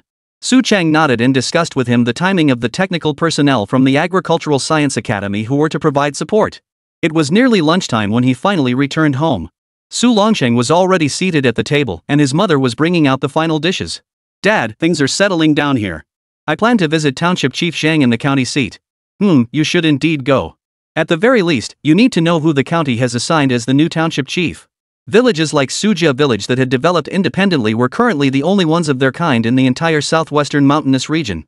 In Su Cheng's words, it was about fencing off land and developing it on their own. If the new township chief isn't satisfied with this development model, he could easily ruin the promising situation. Oh, and Uncle Zhang wants to know when you and Wanru plan to get married. We all think it's about time. Hearing his mother speak like this, what else could Su Cheng say? Let your parents decide these matters. But I'd prefer to hold the wedding after the factory is completed, it'll save on reception expenses. Alright, it's settled then. Chapter 221, The True Dragon of Su Village. Su Cheng was heading to the county seat, and this time he planned to bring both Nge and Monkey along. Pockface was definitely going, he'd become the village cattle shed's full-time caretaker. Upon hearing they were heading to the county, Zhang Wanru insisted on bringing Enya along too. So Su Cheng decided to close the small shop and set off with the whole group. The county seat was over 30 kilometers from Su village, and the round trip would take considerable time, so they planned to stay overnight in the county. While they were still on the road, several groups of people arrived at Zhang Shangwa's hospital room at the county hospital. Old Zhang, your case has shaken the entire provincial department. To catch the killer, provincial leaders have ordered a crackdown on crime and violence. Lying in his hospital bed while his wife fed him porridge, Zhang Shangwa curled his lip at his old classmate's words. Public order has long needed rectification. It's not just because this happened to me, shouldn't such incidents involving ordinary citizens be resolved as well? Hearing this, the official's face flushed with embarrassment. After all, the incident had occurred right under his nose. As the head of the county's public security department, he bore undeniable responsibility. Noticing his old classmate's discomfort, Zhang Shangwa didn't press the matter. He simply instructed his wife to set the items aside for the moment. Guoping, I'm not complaining. I understand how difficult it is for you to resettle these returning urban youth. But how long will this crackdown really bring stability? Without a proper resettlement plan, it won't be long before the problem flares up again. Wu Guoping gave a wry smile. He knew more than Zhang Shangwa did, and the complexities involved were truly not for outsiders to discuss. But I've actually found a solution down in the countryside. One of the villages in my township is currently conducting an experimental program. If it proves successful, I expect we'll be able to divert all the youth from the county there. At these words, Wu Guoping's expression instantly grew solemn. You mean Sujia village? Zhang Shangwa hadn't expected his old classmate to know about Su village. Taken aback, he paused. Don't look at me like that, my connections aren't that extensive. It's just that a retired engineer from the county approached us to investigate the TV factory in Magic City, so I knew there was a young man in your area who could get his hands on quality goods. Only then did Zhang Shangwa recall that Chen Wenxuan's family background could indeed grant access to such channels for investigating Su Cheng's televisions. But this matter couldn't be discussed in detail, much less broadcast to the world. His wife, noticing their tense exchange, instinctively picked up the bowls and chopsticks from the table and left the room. Once the door closed, Zhang Shangwa lowered his voice. Anything turn up? Wu Guoping shook his head, a peculiar expression crossing his face. You're an experienced officer yourself. What secrets do you think that kid is hiding? Hearing this, Zhang Shangwa couldn't help but recall his first meeting with Su Cheng. But back then, Su Cheng hadn't seemed particularly remarkable to him. Later, because he was eager to take over the township affairs, he had put aside the investigation into him. Who doesn't have secrets?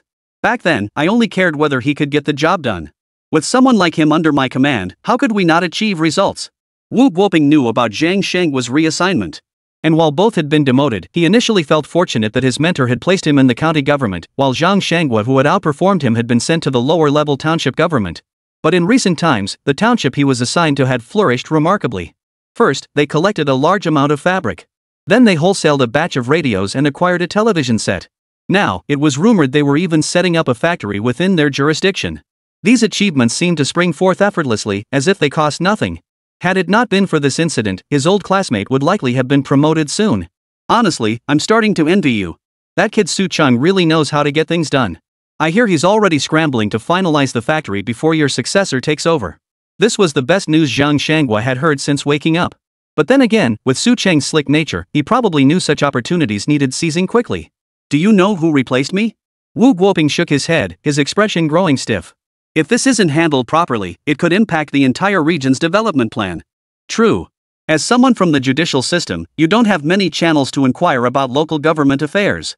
An old classmate's responsibilities didn't extend to freely prying into such matters. Zhang Shanghua could only exhale a long breath of relief. Rest assured, the leadership will consider everything thoroughly. Stop overthinking this for now. What exactly am I overthinking? I'm lying here like this, what the hell am I supposed to think about? If I really need to do something, I'm powerless in this state. Zhang Shanghua said this, but his gaze remained fixed on his old classmate's weathered face, carefully observing every subtle change in his expression. Wu Guoping rolled his eyes at him in exasperation. Stop staring at me. Don't try to pull that detective stuff on me. Even if I knew something, I wouldn't tell you that. It'd be a breach of discipline. Though the man spoke dismissively, Zhang Shanghua detected something off in his expression. Drawing on years of shared school days, Zhang Shanghua quickly grasped Wu Guoping's meaning. The leadership has no intention of assigning someone to take over my position. Otherwise, my old classmate wouldn't have mentioned my placement even once. That can only mean one thing. Sometimes human relationships are that simple, a single expression or remark can convey volumes. At least, that was the conclusion Zhang Shanghua reached in his own mind.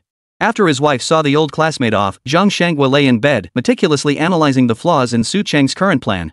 The two factories could gather the local idlers, and with the support of the Agricultural Science Institute and the Normal University, they should be able to break the deadlock. If Su Chang didn't rush into things, developing like this for 3 years, no, 1 year. His body would likely need 1 or 2 months of recuperation. By then, if he hadn't been assigned the new township chief position yet, he could double the planned number of factories with Su Chang. It seemed Su Village was destined for prosperity. With a true dragon like Su Chang at the helm, it might just become the Huaxi village of southwest China. While Zhang Shanghua pondered future plans in the hospital, Su Chang and his group had already arrived at the county seat. Everyone got off the vehicle. We're in the county now. Quick, get up, monkey. Keep an eye on everyone. This time, we're truly out of the city. Chapter 222, No Match for Our Village. Su Chang and his group had taken the bus from the township to the county seat. With only 2 daily bus trips, the commute efficiency was admittedly low. While the township did have assigned vehicles, the large number of people coming to the county this time meant the small jeep simply couldn't accommodate everyone. Stepping off the bus, the young villagers from Su Village, experiencing the county town for the first time, felt a sense of novelty. Brother Chang, where should we go first? Su Chang had only intended to bring a few people from the shop, but now, seeing over a dozen young folks streaming off the bus, he was at a loss for words. Our village is in the midst of crucial development right now. Why did the clan chief send you all here with me? And why bring such a large group? Su Haiyuan was equally speechless. He'd been busy with construction work. Who knew the old clan chief would suddenly order him to bring his entire construction crew to follow Su Chang to the county? Didn't he know they were racing against the clock?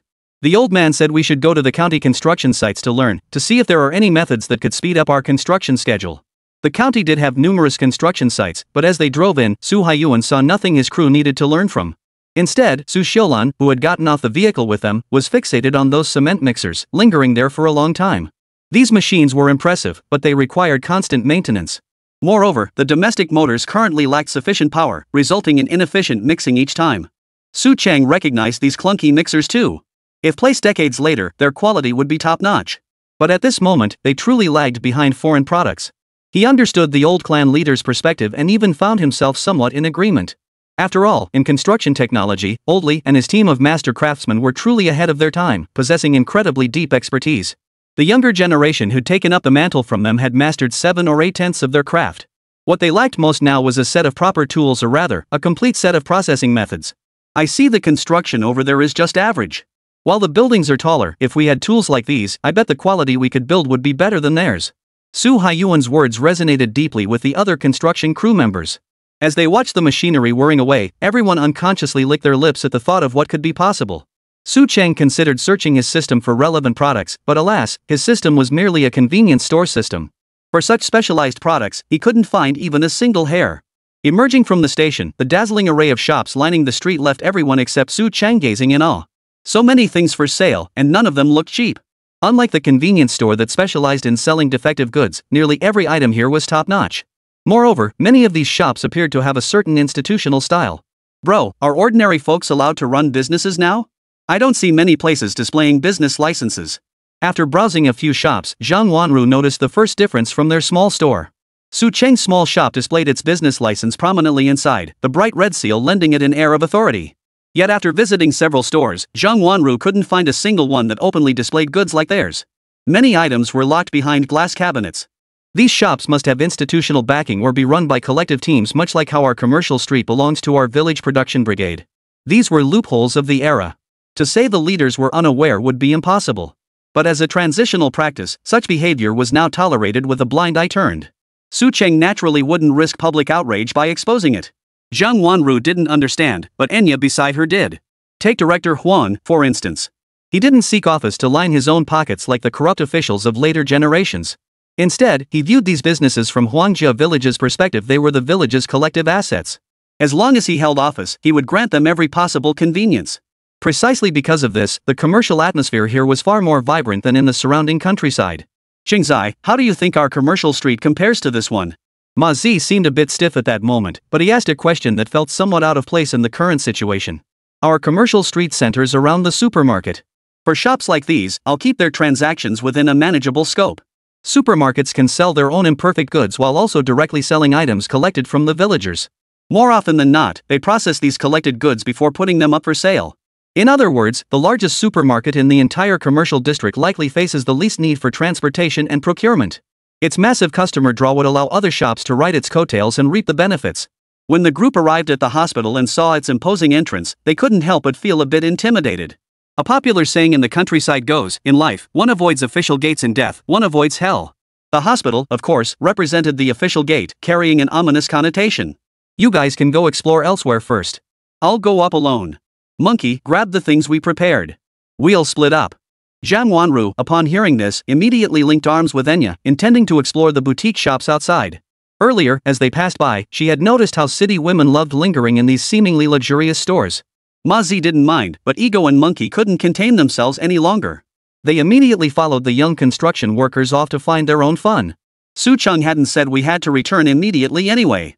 Today, we'll just wander around and see how much more advanced this county town is compared to our village. Seeing everyone turn and leave, Su Cheng finally gathered the fruit in his hands and stepped through the hospital gates. Ha! This place is actually quite well equipped. The equipment here looks a bit different. Passing by departments where various medical devices were in operation, Su Cheng realized that the county's medical facilities seemed to be gradually coming into place. Could they finally examine Enya's condition? The thought made him want to go back and grab the blind girl, but his future wife refused. What's the matter? I just want Enya to get checked now, to see if there's any chance she could regain her sight. Ha! You want to treat Enya now? Chapter 223, Hope for Enya's Eyes. Su Cheng found Zhang Wanru's reaction somewhat odd, since he had discussed treating Enya's eyes with Nango long ago. Moreover, the talent this young girl displayed seemed well worth the investment. After all, at this time, there were hardly any capable people in the entire Su family village. What kind of young people were in the village? Not just him, but even Zhang Wanru saw it clearly. If they truly relied on this bunch, the prospects for Su village's future prosperity would only grow dimmer. Pinning hopes on them was less promising than placing them in the hands of the mother's group. The truly hopeful generation would be the children who would graduate in the future. He had made this point explicitly to his own father. At the time, neither Su Longsheng, the village chief, nor Zhang Wanru had any objections. No, it's just that I didn't expect this day to come so soon. Zhang Wanru visibly tensed up, as if her own eyes were the problem, and suddenly her speech became a bit slurred. Let's consult the doctor first. After all, Enya's eye issue has persisted for quite some time. With that, Su Cheng took Zhang Wanru's hand and led her toward the hospital office. The county hospital was indeed incomparable to the small-town facilities in the countryside. It had several offices alone. After several rounds of transfers, Su Cheng finally met with the hospital leadership. You mean you want to treat her eyes here? This patient has been blind for a long time? The hospital director wasn't particularly old, but upon seeing Su Cheng and Zhang Wanru's attire, he seemed skeptical of their request. It's like this, Su Cheng began. Not long ago, she could still perceive shadows and light. But now it seems to have worsened. After Zhang Wanru quietly explained Enya's situation to Su Cheng, he relayed the details to the director. If that's the case, it indicates the patient's optic nerves haven't degenerated. There's a real possibility of recovery, it just requires a fresh cornea. Of course, further examination would be necessary to confirm the specifics. Hearing that a cornea transplant could restore her sight, Su Cheng immediately perked up. No problem. Can we perform this corneal transplant surgery? You see, corneas don't require matching. Even if it's taken from a deceased donor, it can be transplanted into a living recipient. It's the only organ in the human body that's universally compatible. We don't yet know the patient's condition. I suggest you bring them in immediately for a comprehensive examination. As for the surgery you mentioned, we currently don't have such a treatment protocol. But rest assured, as long as there's a glimmer of hope, we won't give up on treating the patient. The director's words filled Su Cheng and Zhang Wanru with renewed hope. Go find Enya immediately. I'll wait here for you both. Got it. Zhang Wanru dashed out immediately. She needed to find Enya, who was still out shopping with her brother and the village boys, and get her to the hospital for examination and treatment.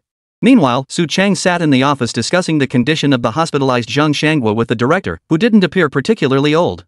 Township Chief Zhang is from your area? Oh, right. You mentioned you're from South Township earlier. The director hadn't expected this young man to know the very Township Chief Zhang who had shaken up the county's official circles. This township chief must be quite formidable, single-handedly mobilizing the entire county as public security, procuratorate, and court systems. When he was brought in that day, the township police chief was sweating profusely with anxiety, and even I, the hospital director, was startled. Several other officials who arrived later kept him and his staff on edge for days afterward. Su Cheng listened with relish as the director recounted the tense circumstances of Zhang Shangwa's arrival that day, and inquired about his current condition. His condition had stabilized, but recovery would take longer after all. He'd been stabbed 3 times and lost significant blood. Had the perpetrator been apprehended? The county launched a large-scale crackdown, and Su Cheng was aware of the news. They've been apprehended, the director replied. I hear they rounded up the entire criminal gang. But the final disposition will depend on the relevant authorities. The director didn't commit to anything definitive, but Su Cheng understood this wasn't the kind of crackdown that would last for decades like the one he'd seen years later. The perpetrators would likely serve a few years and be released. As they spoke, a knock suddenly sounded at the door. It was for other hospital matters. Su Cheng took the opportunity to bid farewell to the director, then waited with the admission form the director had written for Zhang Wanru to bring Enya. Before long, Ango burst into the hospital, leading the charge. Spotting Su Cheng waiting on the bench, he grabbed his shoulders without catching his breath and blurted out, "Bro, is my sister really getting treatment? Your wife said the director mentioned a strong chance she could regain her sight?" His disheveled appearance, sweat-soaked and clothes askew, suggested he'd dropped everything and rushed over immediately after hearing Zhang Wanru's news. "Sit down first. Let me explain." Su Cheng pushed him into a seat and glanced behind him. The young girl hadn't arrived yet. "They're behind us. I told her to take her time coming over. I came ahead to check things out first." Nge naturally understood his meaning, clenching his fists and looking tense. The director mentioned earlier that if the optic nerve isn't damaged, we need to check for other abnormalities. If none are found, it's likely a retinal issue. And then? The big Gango didn't understand a thing about retinas, but when he heard Su Cheng mention the possibility of regaining sight, he held his breath. If it really was a retinal issue, then they just needed to find a replacement retina. That sort of thing shouldn't be too hard to obtain. No knew nothing about medicine, but upon hearing that replacing this membrane could restore his sister's sight, he immediately jumped to his feet. "Where do we get it?" "I'll get it right away." "Sit down. Where would you even get one? Are you seriously going to kill someone just to restore your sister's sight? Calm down. Getting a retina isn't hard, but whether there's the technology to implant it, that's another matter entirely." No, pulled back down by Su Cheng, grew visibly uneasy. He shifted his position several times, barely keeping half his butt on the chair. "Here she comes." Zhang Wanru finally brought Enya in, followed by the young men from Miaojia village. The group surged in, startling the nurses in the hospital. "Let's go. Get checked out. I've already prepared your admission paperwork. From here on, just focus on your treatment." Chapter 224, Zhang Shangwa, terrified of poverty. Arranging the young girl's hospitalization naturally fell to the hospital nurses. However, the sheer number of Miao villagers did indeed startle the reception nurses. Especially Ango, with his buffalo-like build, had the hospital security on high alert. Fortunately, after Su Cheng presented the director's authorization, Enya was safely admitted to a ward. Zhang Wanru and Ango bustled about attending to her needs. Seeing there was nothing for him to do, Su Cheng inquired about Zhang Shangwa's room and wandered over there alone, empty-handed. Zhang Shangwa occupied an executive ward, located on the floor above Enya's room. The cadre ward was indeed quiet. How could there be no one around? After climbing 2 floors, he didn't see a single nurse on the entire level. This astonished Su Cheng. This was nothing like the so-called intensive care units of later generations. In those days, the rest areas for veteran officials were always bustling with medical staff on standby. But now, this entire area seemed as if it had been forgotten. If not for the sparse presence of a few elderly patients in the wards, Su Chang would have suspected he had come to the wrong place. 508, this must be it. Spotting the room number on the door, Su Chang knocked twice before pushing it open. The room's furnishings were simple clean windows and doors, with the curtains left open. Zhang Shanghua lay on the hospital bed, seemingly asleep. A fruit basket and some meal containers sat on the bedside table beside him that was all the room contained. As Su Chang approached, Zhang Shanghua on the bed seemed to sense his presence. Opening his eyes to see Su Chang, he blinked hard. Why are you here? Su Chang casually pulled out the chair beside the bed and plopped down, though his posture looked a bit sloppy. Look at you, sitting like that.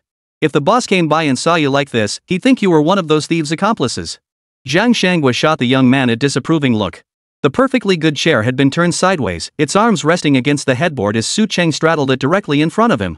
Hey, with our heroic Zhang Shanghua here, how could any thieves dare show their faces? That would mean our police officers are truly derelict in their duties. Su Chang didn't bother with formalities either. He reached straight into the fruit basket on the bedside table, grabbed an apple, and started munching away. Hey, I haven't even touched this fruit yet. You're quite the bold one, aren't you? Su Chang couldn't be bothered to respond. He glanced around the room and remarked with a smirk, Town Chief Shang, you're an official after all. How come your room's worse than those communal dorms downstairs? This hospital's no good. You know nothing. The hospital is understaffed and underfunded. Securing this quiet ward is already pushing the limits. As he spoke, Zhang Shanghua licked his lips, clearly feeling dry-mouthed after waking. Quick to read the situation, Su Chang bit into the apple he was holding. He stood up, poured water from the kettle on the bedside table into a cup, and handed it to him. Thanks. Why are you here? Have things settled down in the village?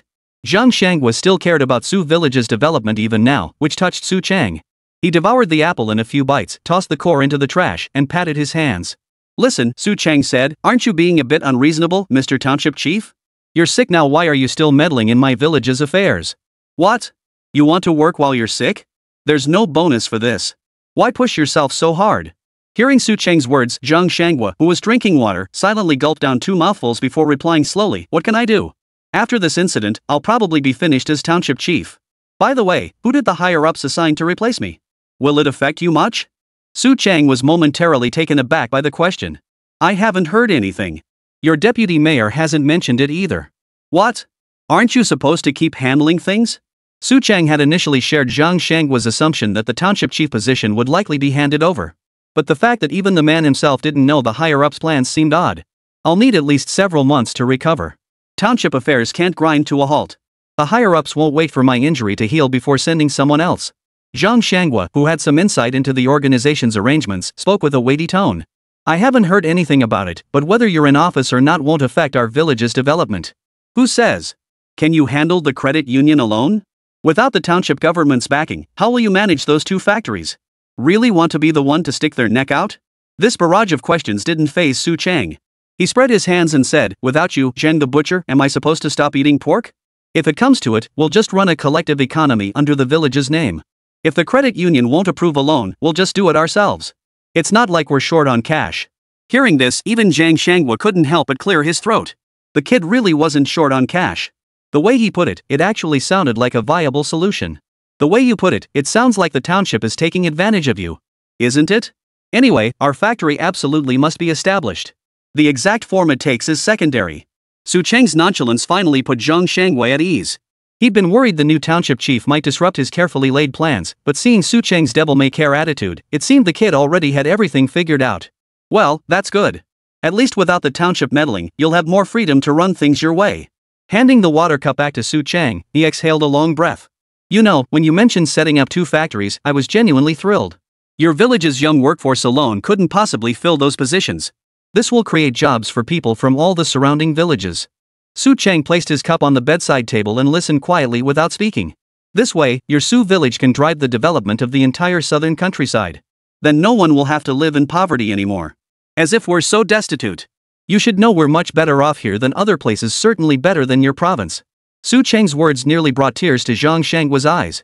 Damn it, you're not from your province, are you? Men don't shed tears easily, yet this official before him looked like he was about to cry. It made Su Chang understand something. Yeah, where I'm from is truly poor. I'm terrified of poverty. That's why I'm so happy to see how well you've developed here. If your model could be replicated back home, that would be ideal. Su Cheng shook his head. His rise to success was irreplicable. At the very least, he couldn't imagine anyone else in this world possessing the same kind of limitless supply chain business model. But before he could dismiss Zhang Shanggua's words outright, a cheerful voice echoed from outside the door. Town Chief Zhang has a brilliant idea, truly a model cadre for our nation. Chapter 225, The Leader's Considerations. Two men who looked somewhat weathered entered, carrying a fruit basket, clearly here to pay a visit. Su Cheng, however, had keen eyes. Judging by their attire and demeanor, these were undoubtedly officials and their positions were only slightly lower than Zhang Shanggua's. Zhang Shangwa forced himself to sit up and immediately recognized their identities.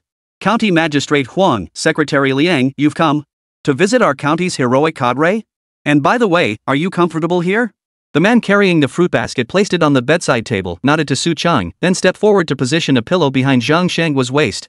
County affairs have been hectic, especially with old Su from public security driving both me and Secretary Liang to distraction. That's why we're only visiting you today. The other official, however, was now scrutinizing Su Cheng from head to toe, his eyes growing increasingly bright. You're Su Cheng? The leader of Su Village? The man's eyes never left Su Cheng as he spoke. In fact, he'd been watching him intently since entering the room. Secretary Liang, this is the promising young talent I discovered in the southern countryside. He's currently leading Sujia village and preparing to establish collective factories, 2 of them, in fact. Zhang Shangwa on the bed paid no mind to the secretary's complete disregard for him. Instead, he enthusiastically began introducing Su Cheng. Su Cheng quickly realized this must be Zhang Shangwa's direct superior. Otherwise, why would he disregard even basic official etiquette and fix his gaze solely on Su Cheng? Secretary Liang, I'm Su Cheng. Suddenly encountering both top county officials in this setting was unexpected for Su Cheng, though he felt no undue anxiety after all. As a reincarnated individual, he possessed confidence. Indeed, he radiates vitality and spirit. A promising talent for building enterprises. Secretary Liang patted Su Cheng on the shoulder and turned to smile at Zhang Shangwa. Your work in the countryside has been average overall, but you've unearthed such a fine comrade for us. Excellent, excellent. These words carried different meanings depending on who heard them. At least Zhang Shangwa, currently in bed, wore an expression of palpable excitement, even more so than when he first bought a radio from Su Cheng. Seeing his reaction, County Chief Huang chuckled. Old Liang, this former subordinate of yours is truly exceptional. Why not bring him to our county? He seems underutilized down in the southern countryside. Secretary Liang waved his hand, flatly declining County Magistrate Huang's invitation. Far from it. He can't even manage a single township properly. Bringing him to the county would only cause trouble for everyone. Though spoken modestly, his words carried an air of undeniable authority, allowing Su Cheng to once again witness the true presence of a leader. Little Su, hope you don't mind me calling you that? Little Zhang mentioned your village is setting up factories. I know about the pickle factory, but what's the other one? Doesn't teas seem like a local specialty? Secretary Liang didn't pursue Zhang Shangwa's topic but instead brought up this unexpected subject, catching Su Cheng off guard. County Chief Huang also turned his gaze toward Su Cheng, appearing quite interested in his response. A garment factory. I plan to have a shipment of fabric transported from the south and set up garment production right here in our village. Oh? Why clothing? As far as I know, typical garment factories require substantial heavy machinery, especially when it comes to training personnel. It doesn't yield immediate economic returns. County Magistrate Huang was a knowledgeable man. Hearing him speak, Su Cheng immediately realized this leader had visited some large garment factories. Leader, our initial development will focus on manual production. After all, our foundation is still weak. The young women in our village are skilled with their hands, and the clothes they make by hand are no less impressive than those produced by machines. Moreover, during our bulk fabric procurement phase, many rural women have already become involved. Transitioning to garment manufacturing now would encounter the least resistance. Su Cheng's eloquent explanation earned nods of approval from both leaders. Indeed, the young man has vision excellent. Zhang has truly struck gold this time. The success of the coming days rests on your collaboration. Hearing this, County Chief Huang saw no need for further words. He simply patted Su Cheng on the shoulder in affirmation. Secretary Liang, however, pondered seriously for a few seconds before posing a critical question. Su, as far as I know, your little shop can supply quite a few quality goods, even items the supply and marketing department can't get hold of. Don't you plan to expand this business? Su Cheng was startled at first, but when he turned and saw Zhang Shangwa's encouraging expression, an idea immediately formed. Leader, I've already discussed this with Brother Zhang. Our village's commercial street was built specifically for this venture. When the time comes, I'll bring out every product available through our channels and turn it into the largest supermarket in South Township. Supermarket? Both leaders looked puzzled at this new term. Clearly, Zhang Shangwa's report hadn't fully explained the concept. Leaders, I originally planned to apply for a license for Su Cheng's garment factory before discussing this with you. Little did I know that this incident would occur right after I arrived in the county. Zhang Shanghua, lying in bed, confessed to the two leaders, finally clarifying the situation for Su Chang. It's like this: Su Chang took over from Zhang Shanghua and began explaining the concept of a supermarket to the two leaders right there at his bedside. After a lengthy explanation, the two leaders seemed to grasp the idea.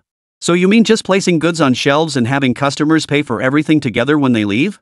Aren't you worried customers might damage items on the shelves? Truth be told, this unconventional business model genuinely startled the two leaders. Especially with no sales staff present in the sales area who could guarantee customers wouldn't simply take items and run. Su Chang explained at length again, even using the fruit in the fruit baskets to demonstrate for the two leaders, before they finally grasped how the supermarket operated. So you factored in product loss from the start? And you're investing heavily in supermarket security? Su Chang nodded. This innovative business model was indeed ahead of its time, but the officials finally grasped the concept. So it seems your Su village is truly integrating industry, commerce, and education?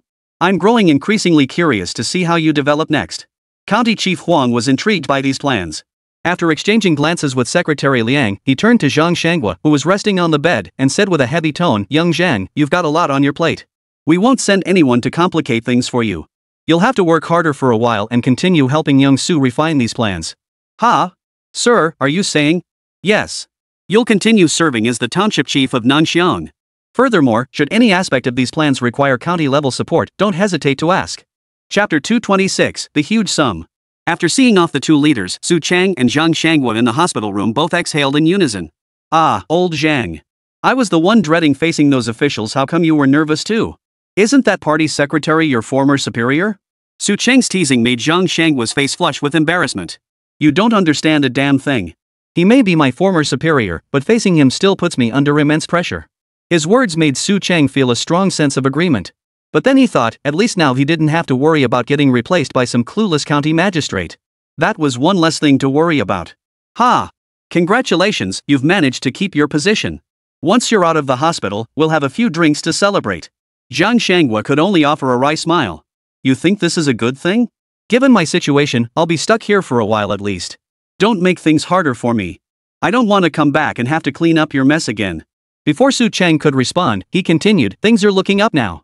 Get what you need done quickly, better safe than sorry." Su Chang knew he was referring to attracting investors for the two factories.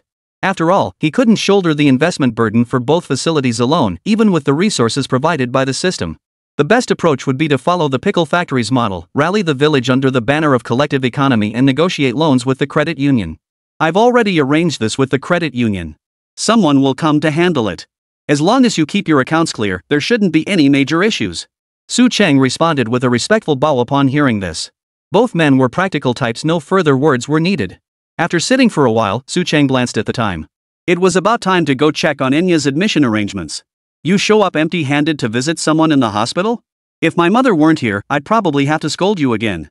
Despite knowing him for so long, this was the first time Su Chang heard he was married. But then again, it made sense people married young in this era. "Pfft, you've got fruit, don't you? Oh, right, want some malted milk powder? I'll grab you a case." "What? You're just telling me about this now? Hurry up and get it, this stuff's in high demand." He knew this kid had connections for good stuff, but never imagined he could get it by the case. When Zhang Shanghua shooed Su Chang out the door, the corners of his mouth lifted slightly. After turning the corner to grab a case of malted milk powder from the system and returning to the ward, he indeed saw a woman pouring water for Zhang Shanghua. After exchanging polite pleasantries, she took the malted milk powder he brought over and was stunned. "Don't be polite with him, this guy's got plenty of good stuff." Seeing his wife startled by Su Chang's generosity, Zhang Shanghua impatiently tried to shoo him away again. Only after Su Chang left with a smile did his wife snap back to reality. "Is this the Su family village fellow you mentioned? He really is young. But won't all these gifts violate regulations?" Zhang Shanghua shrugged indifferently. "Violate what? To us, this is valuable stuff, but to him, it's as simple as drinking a glass of water. Take it home. The kids need to build up their strength." After descending the stairs, Su Chang soon spotted Engo spinning like a top near the ward entrance. "What's wrong? Didn't I have Wanru give you the hospital fees? Not enough? I've got more right here." Su Chang's arrival instantly halted Engo's pacing. He rushed forward, grabbed Su Chang's arm, and pulled him into a corner by the staircase. "Why are you giving us so much money all at once? That's 2,000 yuan more than we earn in a whole year." Su Chang had assumed the funds were insufficient. The budget mentioned by the director earlier was precisely this amount. Yet this big guy was actually complaining about having too much. "What do you mean too much? You don't need to worry about these things. Just focus on getting better first. Su Chang never worried about spending money. Not even Zhang Wanru showed the slightest reluctance. At least in this matter, she never complained about her husband's extravagance. Hold on, brother, we need to keep things clear. We're both earning wages and making profits from you, we can't keep taking your money. Su Chang stared speechlessly at the Miao giant. Honest? He actually developed embroidery businesses in several Miao villages recently. No honest man could match his success. But if you called him slick? In his deals with other villages, he hand over all the details, even revealing his own profit margins. What's remarkable is that this actually made the villages trust him, willingly letting this middleman profit off them. Seriously, why overthink it? Just consider this money a loan from me. If you waited until you scraped it all together, who knows when that would be, next year or the year after. 2,000 yuan was no small sum for Su Chang right now. But it was money well spent. He didn't regret a single penny. Enya showed real talent, perhaps even more business acumen than the big guy, Engo. Once her eyes were healed, she'd undoubtedly become his most capable assistant. As a boss, investing in talent was essential. But for workers like NGE, this kind of money felt like a dream. Their combined monthly income barely reached 200 yuan. Saving up 2,000 yuan would take him a year or two. Just as he was about to grab Su Chang and push the money back into his hands, Su Chang had already shaken him off and entered the hospital room. Inside the ward, the young men and women of Miao village had all left. They planned to go on a shopping spree in the county town. A rare trip out meant spending every last penny. While Zhang Wanru and Enya whispered to each other, Su Chang impatiently brushed away Ng's hand as he tried to hold him back. Enya, tell me about your blockhead brother. This money was a loan to you, yet he insists on paying me back. What a goofball. Enya and Zhang Wanru exchanged helpless smiles as they watched the two men. Zhang Wanru patted the young girl's hand, reassuring her to focus on her treatment. Use the money first. If it's not enough, we'll figure it out later. The most important thing is to get your eyes treated. Okay, I'll borrow it for now and repay you once my eyes are better. With his sister speaking up, NGE could only shut his mouth. Su Chang went out again and returned carrying another box of malted milk powder, which startled both siblings. That's way too much, bro. Shut up. It's for your sister. Nengwa tried to protest, but Su Chang cut him off again, making the two girls giggle once more. By the time they prepared to leave, the young people of Miao village had all heard that boss Su Chang had given a huge sum to treat NGE in his sister's eyes. Their admiration for this big boss grew even stronger on the spot. Chapter 227, The news spreads. The journey back from the county town to the village was quiet. However, the group traveling with them now regarded Su Chang with a distinctly different look. After all, 2,000 yuan was no small sum at that time. Though no one voiced it, when they heard the news from the Miao village youths, they couldn't help but be stunned. Su Chang, however, remained unfazed. After all, this act of spending a fortune to buy a horse's bones was entirely his deliberate choice. What matters most for the future? Talent. Look around our village, how many people here could actually help me? When he shared this vision with Zhang Wanru, his future partner, his forward-thinking decision truly gave the young rural girls something to ponder. He had just returned to the village but hadn't reached home yet. Su Chang was pulled aside by his mother. After all, this wasn't a trivial matter, and she'd heard the village gossip too. What were you thinking? Everyone's pointing fingers, saying we're taking a second wife. Didn't Wanru think twice? What? What second wife? Who the hell is spreading that nonsense? This is like buying a horse's bones for 1,000 gold pieces. What kind of mess is that? Su Chang, who knew the villagers would gossip but never imagined he'd be saddled with such an accusation, immediately jumped to his feet. Was Enya attractive? Of course she was. But as a model young man, Su Chang had never even considered openly playing the field like this. Did he want to ruin his reputation as a young entrepreneur? In this era, reputation was everything. Especially when he'd need to deal with officials in the future, he'd never risk ruining his standing. His mother's words had genuinely shaken him. After finally persuading her with a lengthy explanation, even listing every capable person in the village, his father rushed back from the village office. No choice, another round of detailed explanations finally put both parents at ease. Next came the arrival of an enraged Zhang Tuozi. In short, Su Chang accomplished nothing that day, spending it at home explaining the cause and course of events to his elders. As long as Wanru has no objections, I say you should just get married already. That way, all this gossip will stop. Zhang Tuozi was straightforward. Since his own daughter knew about the situation, he, as her father, wouldn't complicate things further. Uncle, we're in the middle of a major construction push right now. Where would I find the time to get married? Besides, we're short-handed in the village. Su Chang spread his hands helplessly. With a mountain of responsibilities already on his plate, marriage wasn't something he could just decide on a whim. That was true. Su Longxing knew forcing a disruption to the village's development plans would be awkward. After grumbling a few more times, his mother dropped the subject. Just as Su Chang relaxed and reached for a glass of water, another heavyweight figure burst through the door. You little rascal. Have you been eyeing the girls in our village for ages? Did Enya get caught in your sights too? The matriarch of the Meow village had arrived unannounced, storming in to confront him. Spotting Zhang the hunchback present, she laid it out bluntly, "Old Zhang, is your daughter available for marriage? If not, our Enya will marry first. Then we'll be the senior family and yours the junior. Don't blame us for moving first." This noise, it wasn't just loud enough to shut out the door, it was practically blaring through a megaphone in the village store. "Chief, you shouldn't put it that way. I lent money for the eye treatment because I recognized Enya and Engo's abilities, and we're all friends. Talking like this is like throwing our revolutionary comradeship on the ground and stomping on it. We must uphold the greater principle." Su Cheng's words are spot on. "Put. What do you men think you're playing at? Do you think I don't see through you? I'll ask you this, once our girl's eyes are healed, what are your plans?" The matriarch wasn't having it. To her, offering such a large sum was tantamount to a dowry. Zhang Tuozi and Su Longxing fell silent. Every adult in the room fixed their gaze on Su Cheng's face. Su Cheng wouldn't admit to such a despicable thing, of course. But regarding Enya's future, he actually had plans already. The village factory needed someone to manage it. The pickle factory, requiring little technical skill, could be handled by selecting a candidate from among our village cadres. For technical roles like the garment factory, I hope Enya and her brother Ango can handle it. At the very least, if they're sent south for training, they'll have each other for support. Mentioning the south made the adults grow serious. The south's garment industry is that advanced? How do you know? Zhang Tuozi was skeptical. After all, Su Cheng had only ever been as far as the county seat. How could he possibly know about conditions in the south? Su Cheng rolled his eyes at him and retorted impatiently, "Uncle, I listen to the radio and watch TV every day. Over there, production has already shifted to machinery. Our garment factory might start with manual labor, but mechanization is inevitable."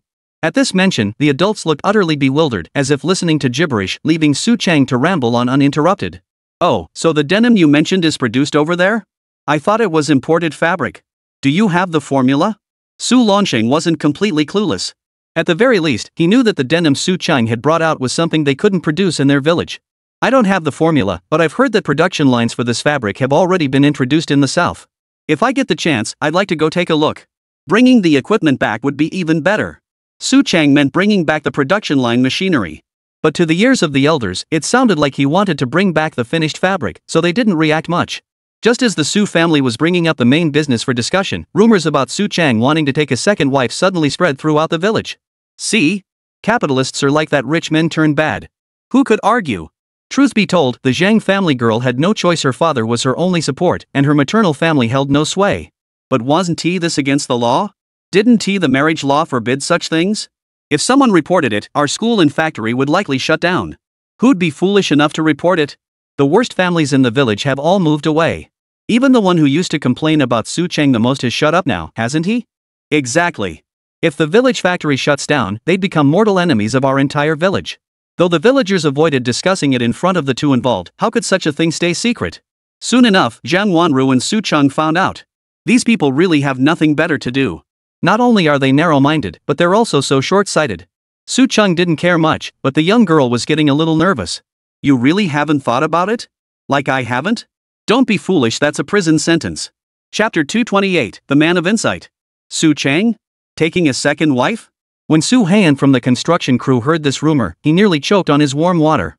Yeah, everyone's saying it. They say he gave the girl from the Miao family 2,000 yuan as a dowry and kept her in the county town for eye treatment. With little news in Su village, word had already reached the construction crew. The young man was now recounting the story with great enthusiasm. "You say it's for eye treatment? The girl's blind, isn't 2,000 yuan for eye treatment perfectly normal?" Su Haiyuan wasn't exactly defending Su Cheng, but in his view, though Su Cheng was somewhat despicable, his filial piety toward his parents was undeniable. Otherwise, he wouldn't have gone to such lengths over his mother's stomach issues. Besides, his own mother's stomach ailment had been cured by Su Cheng's indirect treatment methods, and he was actually somewhat grateful for that. "Seaman, look at it this way," someone countered. "We laborers can't even earn 2,000 bucks per project. Would you just throw that money away?" But when someone posed this question to Su Seaman, he only responded with a cold snort. "What are you all fretting about? Comparing me to Su Cheng? He can donate a school to the village, build a commercial street, and even plans to set up 2 factories. Do you really think 2,000 yuan matters to him?" This shut all the gossipers up completely. Yeah, someone as wealthy as Su Cheng really doesn't think twice about 2,000 yuan. But still, shouldn't we at least charge him something for treating him? Isn't that being too generous? Some still weren't convinced, trying to prove once more that Su Cheng had ulterior motives toward the Miao girl. Su Haiyuan remained silent, but Su Xiulan, the only girl present, let out a cold laugh. "Humph," she said. "You only see the 2,000 yuan. But you fail to see how outstanding Enya truly is." As she spoke, she swept her gaze across her colleagues. Within the construction crew, her fearless and determined spirit had already earned everyone's respect. The fact that everyone in her team naturally called her sister Lan was proof enough. Enya handles the accounts for the village store. She's responsible for purchasing goods delivered by outsiders, and she manages the transactions for our village's elderly women's group. If she weren't capable, do you think Su Chang would entrust her with such important tasks? Su Xiulan's words suddenly made everyone realize. But soon, someone voiced a different opinion. Doesn't that precisely show Su Chang trusts this Miao girl immensely? If they weren't connected, how could he possibly entrust her with such vital responsibilities? It must be said, this reasoning was quite compelling. The young construction crew members present nodded in agreement. Yet Su Xiulan wasn't deterred. Instead, she looked at the speaker with keen interest. "You're quite concerned about Enya, aren't you? But let me warn you, Miao village girls aren't to be trifled with. Push her too far, and she'll chop you up with a knife before vanishing into the mountains." The young man who had just countered her turned pale instantly and clamped his mouth shut. Only then did Su Haiyuan rise, clapping his hands. "All right, everyone knows what they need to know. Our job is to get the work done. When it comes to the boss, less talk is better." He was now leading the entire construction crew in place of old Master Li. If morale was low, it would be hard to manage. Su Xiulan said no more, rising to signal her team to get to work. "Xiulian, please refrain from making such remarks in the future. It could strain relations between the Miao family and our village." Su Haiyuan cautiously reminded her as she walked away. Now that Miao village, like the mountain villagers, had officially joined Su village's commercial partnership network, it was indeed unwise to provoke them with such aggressive behavior. Su Xiulan gave him a rare nod of acknowledgement. For this strong-willed young woman, it was a significant show of respect. The construction crew managed to view the rumors with some rationality, but the rest of the village didn't see it that way. Everyone seemed to unanimously conclude that Su Chang was truly about to have his hands full with multiple women. Word reached Director Huang, who was still overseeing the project's progress. "Bull. If that Su brat had the guts to do it, his future father-in-law that Hunter wouldn't hesitate to blow his head off with his shotgun." Just as several merchants in Huangjia village were debating whether to send gifts for Su Chang's second wife, they were harshly reprimanded by this fellow clan member and official elder. Such mutual assistance among comrades had been twisted by the villagers into something else entirely. If this escalated further, the township authorities would likely have to step in to clarify. Director Huang's words suddenly enlightened the merchant cousins who'd been eyeing more cooperation with Su Chang. "Brother, so in your view, could this young lady be the key contact person for our future dealings?" Su Chang's move of paying a fortune for the bones was probably meant to impress the villagers. Businessmen always think long-term. With Director Huang striking out the wrong answer, their minds cleared instantly. "I reckon cooperation with you lot will still depend on Su Chang himself. After all, that young lady hasn't much social experience. He won't feel comfortable letting her handle your dealings." Director Huang had been in Su village for quite some time. From his initial skepticism towards Su Chang to his current understanding of him, he always pondered deeply upon witnessing Su Chang's actions. He had indeed correctly gauged Su Chang's intentions in this matter. And it was precisely through this deepening understanding that Director Huang came to grasp the meaning behind Su Chang's oft-repeated words. Indeed, talent is hard to come by. Let's hope that young lady truly deserves the effort Su Chang is putting into her development. Director Huang could clearly see the weight he placed on Enya through Su Chang's generous assistance. Comrade Xia from the Agricultural Science Academy also noticed this. When news from the village reached his ears, he was utterly astonished.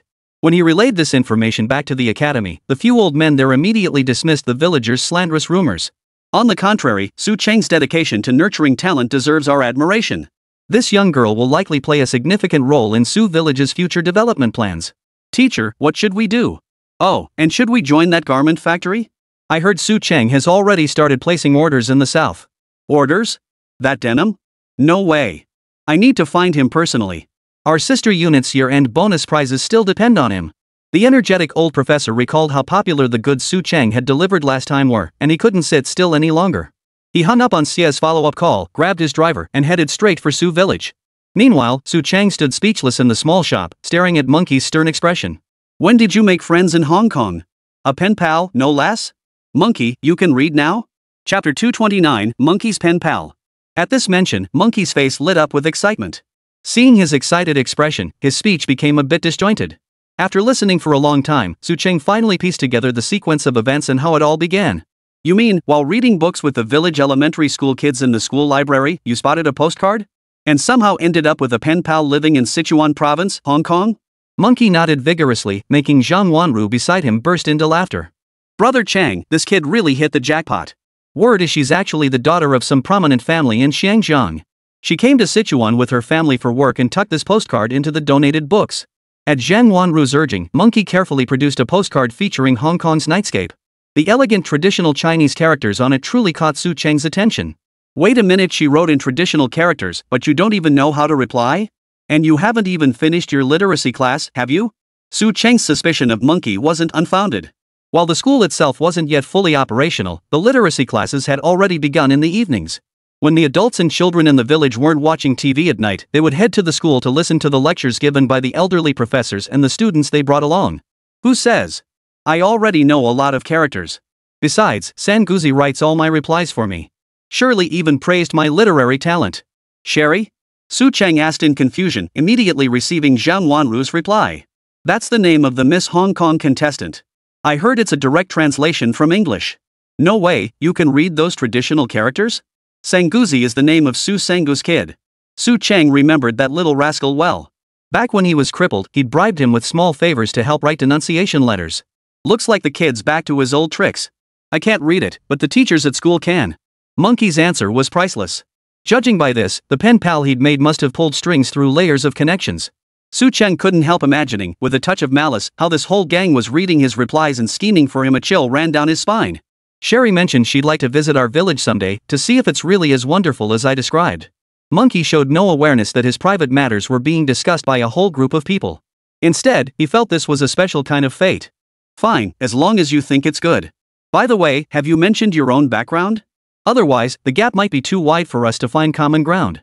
At this point, Su Cheng couldn't help but recall the cliched plots from movies of the future.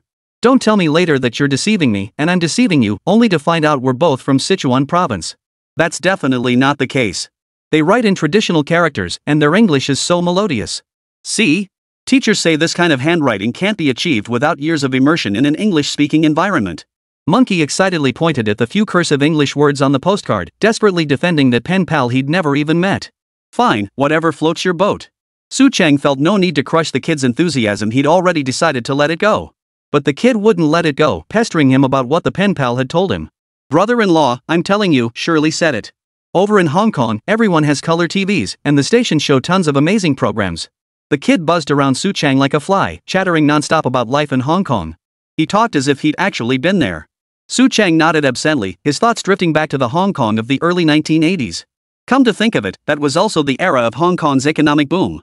If he had the chance, he could probably smuggle some goods over there. The goods in the convenience store system weren't just domestic supply cooperative rejects. Some of the small items in the auction function might fetch a good price over there. But Su Cheng wasn't fixated on such matters. What mattered more to him now was achieving industrialization within his own small plot of land, raising the living standards of the villagers. Monkey talked himself hoarse, then grabbed a bottle of soda and popped the cap to drink. Zhang Wanru deftly grabbed a pen and paper to record the transaction for her cousin. With Enya absent, she was now responsible for managing all the accounts at the small shop. Seeing this, Su Cheng said nothing.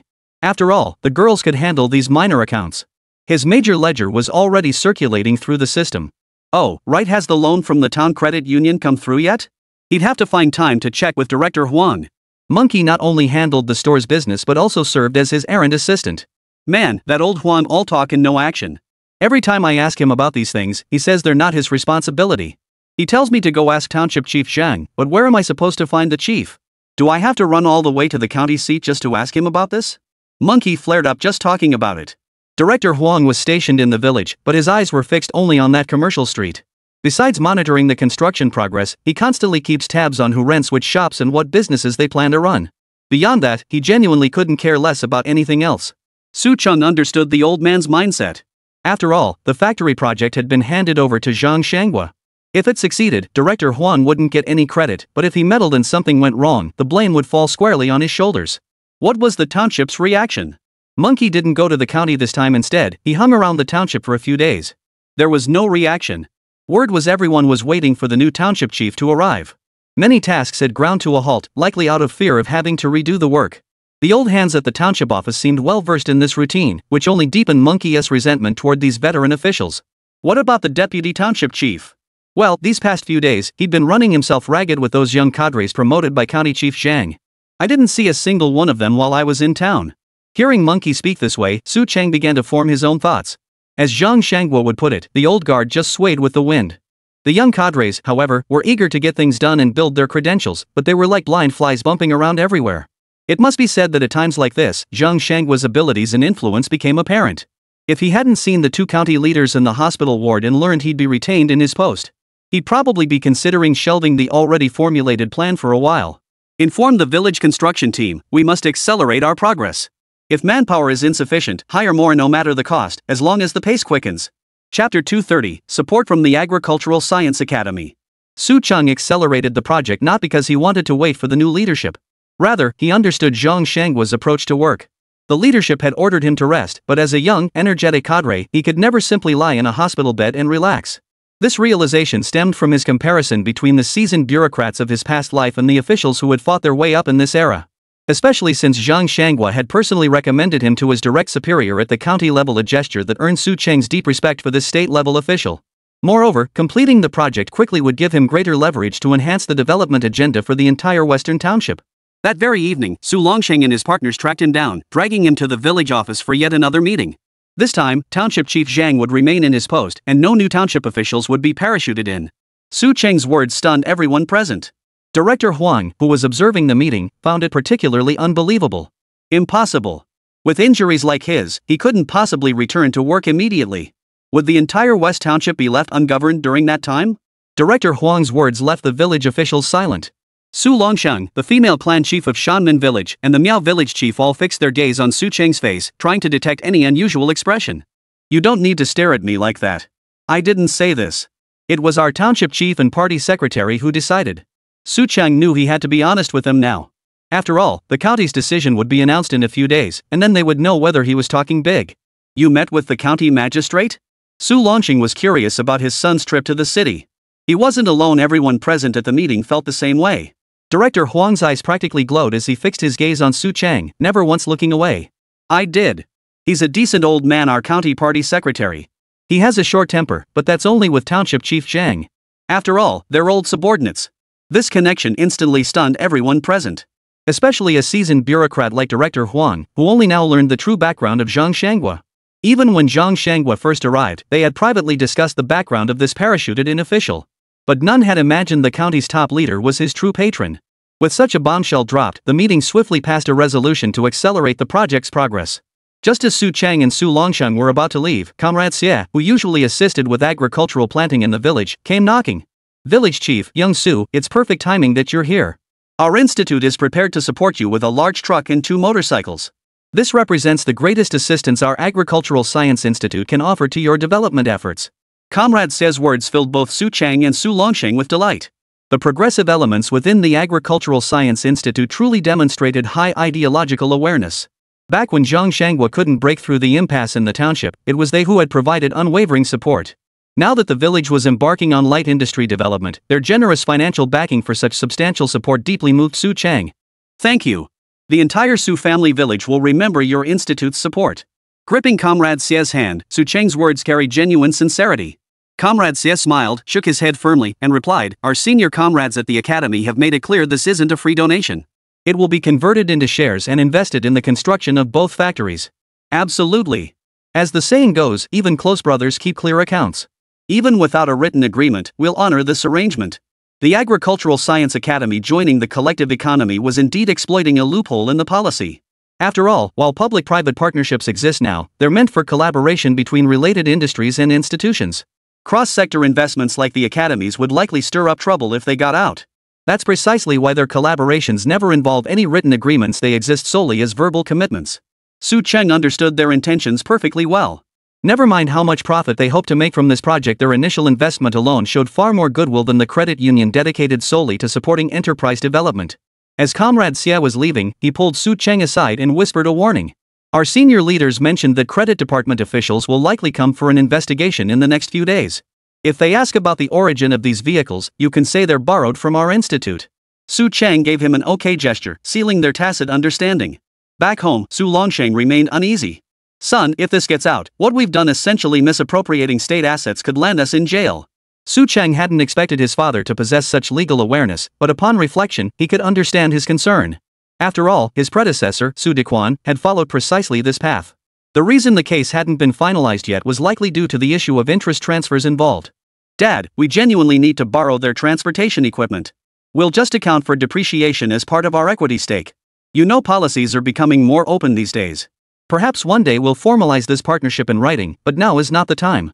Su Chun understood that in this era, many partnerships were built by delivering results first, then gradually formalizing the arrangements. As the great leader once said, we must cross the river by feeling the stones. Progressing step by step inevitably brings various problems, but if we refuse to develop just to avoid mistakes, that would be throwing the baby out with the bathwater. Having convinced his father, Su Cheng now lay in bed planning what merchandise to stock in his future supermarket. Defective goods could be sold in a dedicated section, even used as a gimmick for the grand opening. Such products were highly popular in this era.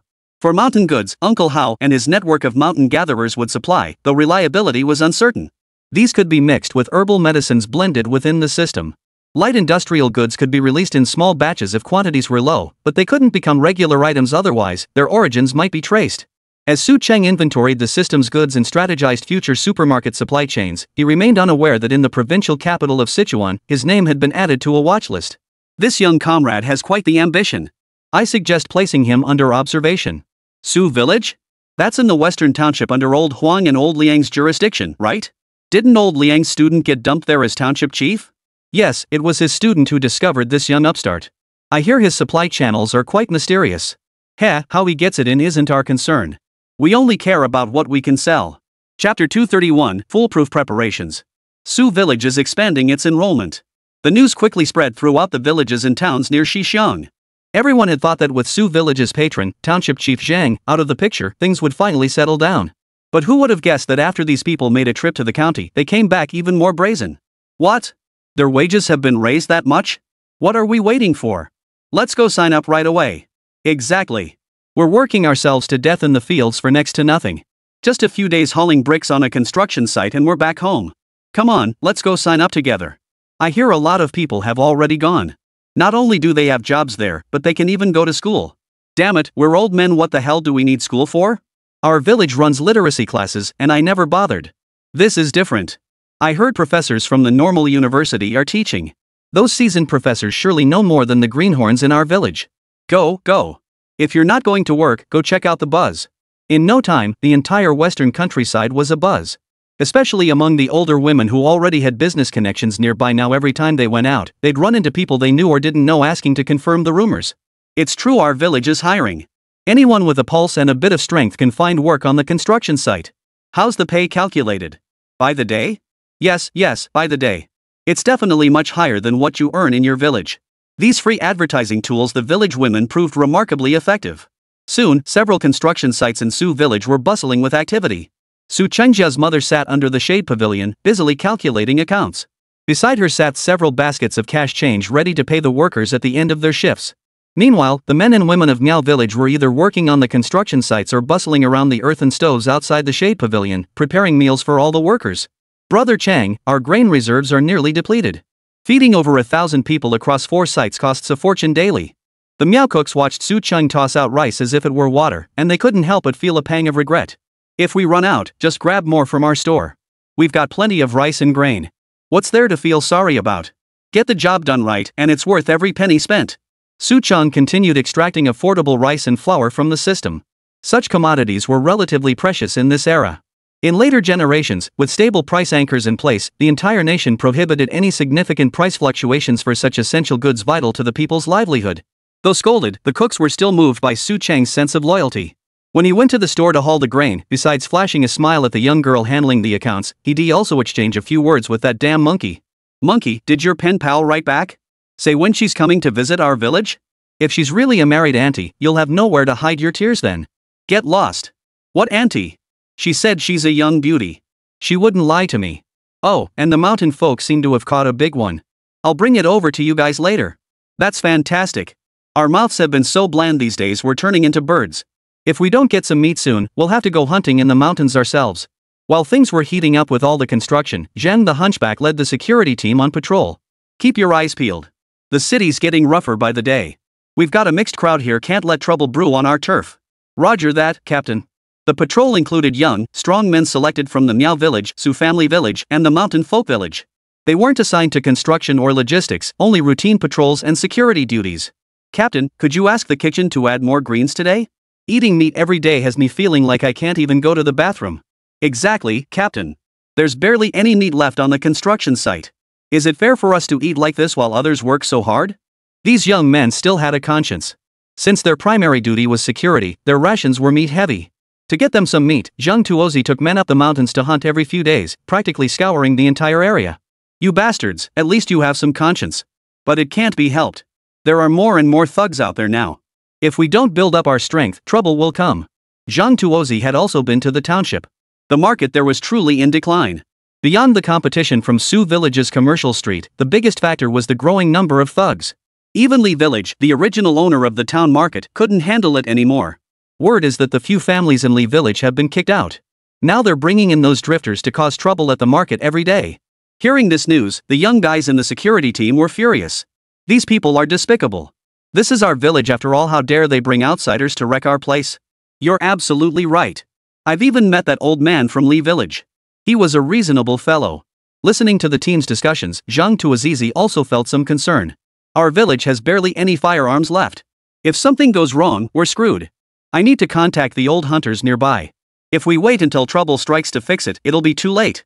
As the future son-in-law, Su Cheng naturally supported his father-in-law's request for a firearm. Dad, Uncle Zhang's worries make sense. I heard we still have a cannon in the village. Could we bring it out and place it at the village entrance to ward off evil spirits? Get lost. What are you talking about? That's a cannon. It was issued by higher-ups during the militia days. Every time we use it, we have to file a report. Do you really think it's ours? Su Longsheng flew into a rage, scolding his son before actually considering the cannon's potential.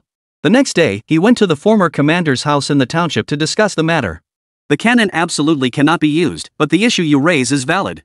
Here's what we'll do. The cannon can serve as a display piece, but ammunition must never be issued. No problem, sir. Besides, our village security team is officially listed as militia. Applying for militia training exercises would be perfectly legitimate. The old man nodded with a smile. He knew exactly what this fellow soldier was thinking. The ammunition expended during militia drills wouldn't be accounted for in the official tally. The surplus would become their reserve stockpile for village defense.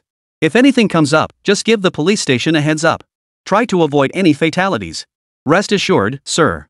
We only resort to force when passively protecting public property. Such training is costly to conduct regularly. If we can avoid incidents, we're all for it. Chapter 232, Your village just can't keep up. Su Village's high alert preparations weren't without reason. At least the outsiders working in the village understood this. Several villagers who made a living in the township expressed strong support. Damn it, the town market is unlivable now, it's too chaotic. Exactly. Li Village is completely out of control now. Even the police station officers have to station themselves there daily just to prevent major incidents. With all this commotion, familiar workers at the construction site gathered to ask what was going on. What? Didn't they say those troublemakers were already arrested? Yeah, last time our Miao lads went over, nothing bad happened. Those Li Village folks even came over to apologize. Mentioning this, the men from Su Village perked up. Even though the trouble wasn't started by their own villagers, the Miao Village was now on their side. They were family, after all. Especially when Li Village came over last time, they really saved face for our village. Damn it, it's all because of those guys who got kicked out of Li Village. I hear they've been gathering a bunch of people lately and are now playing guerrilla warfare against Li Village. Damn, guerrilla warfare? Are these guys really that clever? Hearing this, everyone was taken aback. Who wouldn't be?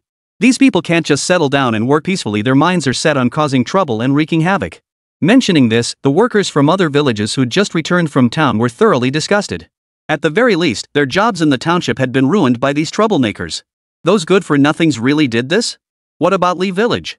Shouldn't the police arrest them? Those in the know couldn't help but ask. Arrest them? Forget it. At most, they'd get locked up for 2 days, then come back and start trouble again. The police station folks are getting a headache over this too. This turn of events couldn't help but make the workers in the area feel a bit melancholy.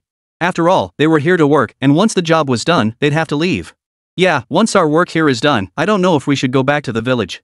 Hearing this, the villagers from Su Village burst into laughter. You fools! Once the factories here are built, you won't be out of work. Exactly. And even though we're only building 2 factories now, who knows if more might come later? You've seen our village's progress with your own eyes. The villagers of Su Village were indeed feeling quite proud. Originally, they'd only planned to build a pickled vegetable factory. Who knew that suddenly, boom, they'd also built a commercial street? Before they could even process that, talked her into adding a garment factory. Su Cheng's projects just kept coming one after another. As they put it themselves, it was like a small knife cutting open their backsides, finally seeing the light. As if that weren't convincing enough, these villagers dragged their fellow workers from other villages over to show them around. Look, just half a year ago, we couldn't even eat our fill or keep warm.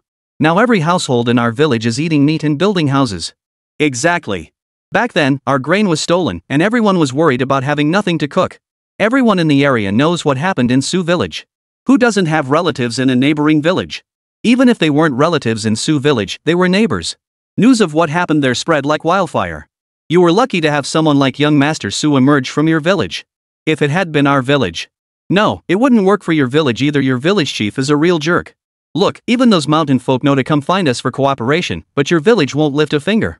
Who can argue with that? The Miao village was pretty isolated, right? Look at them now, almost the entire village has moved over here. What do you call that? That's called recognizing the times and acting like a smart guy.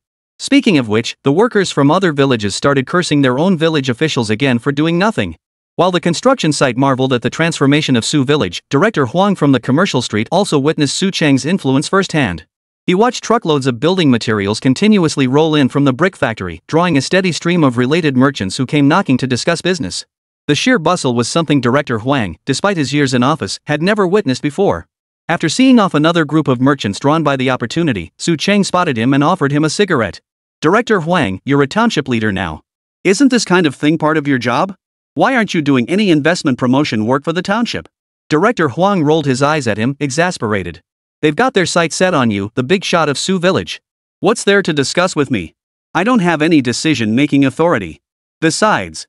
He glanced around, then lowered his voice to a whisper audible only to them. Those old fogies in the township are probably still waiting to see how things play out.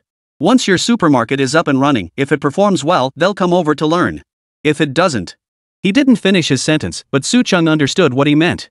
Haha, then we'll need to prepare to host these veteran leaders. As a model project, we absolutely must make it look spectacular. Director Huang hadn't expected this kid to actually say it, especially now that not only had the commercial street started construction, but 2 factories were also rising across the way. Are you really that confident? Maybe we should get the clan to step up their efforts? Watching Su Cheng's retreating figure, he couldn't help but mutter to himself. Unable to make a decision for a long time, he certainly didn't know the source of Su Cheng's confidence. His confidence stemmed from combining the trajectory of future development with innovative commercial strategies. Of course, the most crucial factor was the system's steady supply of goods. Though procuring goods from the system still involved some exploitation, it was still profitable, and it eliminated transportation costs. Not to mention, the savings on transportation alone were enough to sustain his entire commercial street. When goods started flowing, the volume was enormous. Just as he was about to head back to the small shop, the security team at the village entrance had already stopped 2 trucks. Ha! Boss Xia, you're back from the south? Did you get all this stuff down there? The Xia brothers from the brick factory were sitting in the cabs. Spotting Zhang Tuozi from Su village leading a group of young men patrolling with rifles strapped to their backs, they immediately understood the situation. Old Zhang, you're the one. Xia Yaozong gave him a thumbs up, greatly appreciating the veteran hunter's vigilance. Alright, Qingzai is at the general store. Just drive straight over there. As head of the security team, Zhang Tuozi naturally kept a close watch on the village's movements. Alright. After we unload tonight, we'll have a drink. This trip south has really opened our eyes. Chapter 233, Fresh Fabric. This time, all 3 Xia brothers were deployed, sending out 3 large trucks in total. The trucks were loaded to the brim, racing back from the south overnight. When the trucks pulled up in front of the small shop, they caught the attention of many workers resting at the construction site. See? That's the kind of clout our boss Su has. Heard this stuff's all shipped up from the south, must be high-end goods. Wow, look at those trucks, they're loaded down so heavy, probably several tons each. Su Cheng heard the vehicles approaching and rushed out just as Xia Yaozong jumped down from the cab. Cheng, Boss Su, you really are here. I thought your father-in-law was just bragging. Following him down were his 2 younger brothers, while the other drivers parked their vehicles and trailed behind them. Come on in, Uncle Zong, Uncle Min, Uncle Zhong. These guys are big shots. They ditched that cushy brick factory business to get into trucking. After they entered, Su Cheng had Monkey bring out soft drinks and snacks for the drivers outside, setting up tables in the courtyard for them to rest. You really have to hand it to you, kid. You truly had foresight. Xia Yaozong took the cigarette offered to him, but before he could light it, he sighed with admiration. Su Cheng raised his eyebrows, knowing he was referring to the situation in the south. What? Just like I said, the clothing market in Lian County is booming? It's not just promising, it's like people are snatching up the goods like they're free. Xia Yaozong's younger brother, Xia Yaoman, was also getting excited. All along the way, the brothers kept marveling how fortunate they were to have listened to this kid's advice.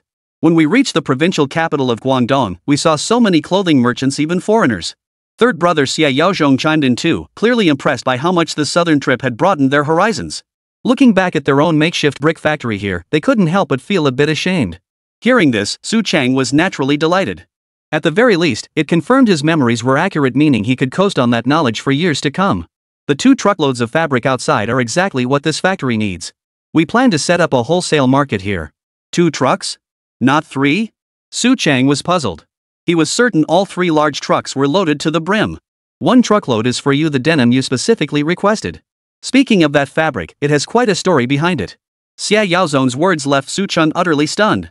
A truckload of fabric was worth at least a few thousand yuan, and since it was newly developed material, it probably cost 5 or 6,000. The people in front of him had some money, but they wouldn't send such a lavish gift. Uncle Zong, this is very generous of you, but I really can't accept it. If I take it, my dad would probably beat me to death on the spot. Xia Yaozong and his brothers burst into laughter. Given their father's temper, he might just do something like that. This truckload of denim didn't cost much at all. We got it back from that overseas Chinese hometown you mentioned. Oh? That doesn't make sense. This kind of fabric probably can't be produced domestically now, right? Imported goods shouldn't cost that much? Xia Yaozong's words left Su Chang thoroughly baffled. It really didn't cost much. An overseas Chinese brought this fabric back, but it just wouldn't sell locally. No one recognized this kind of cloth. Xia Yaozong took a drag on his cigarette, his voice tinged with nostalgia.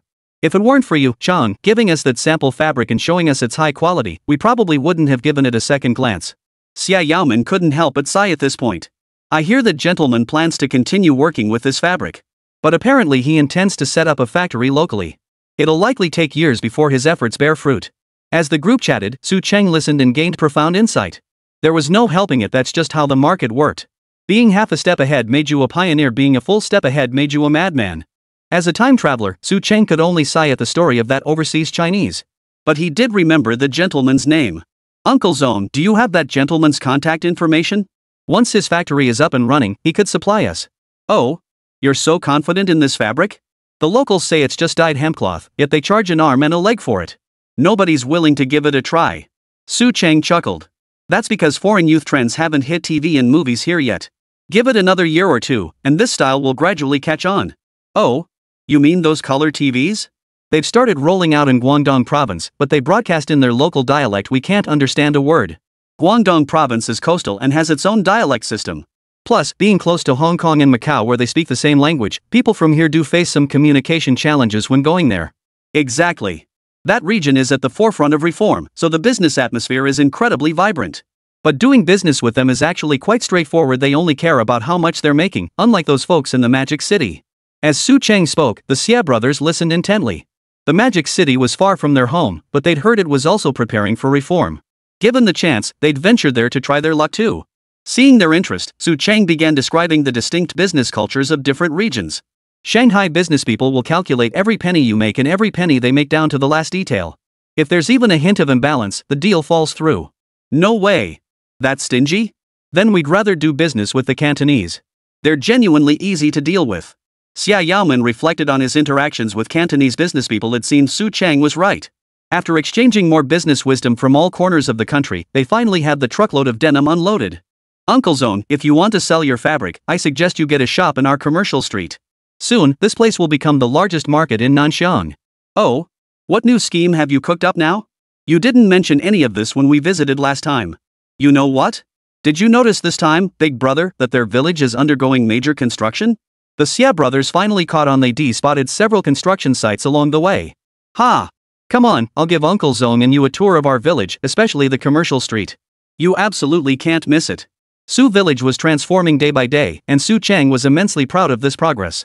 After all, since his rebirth, he managed to lift the entire village into a better life.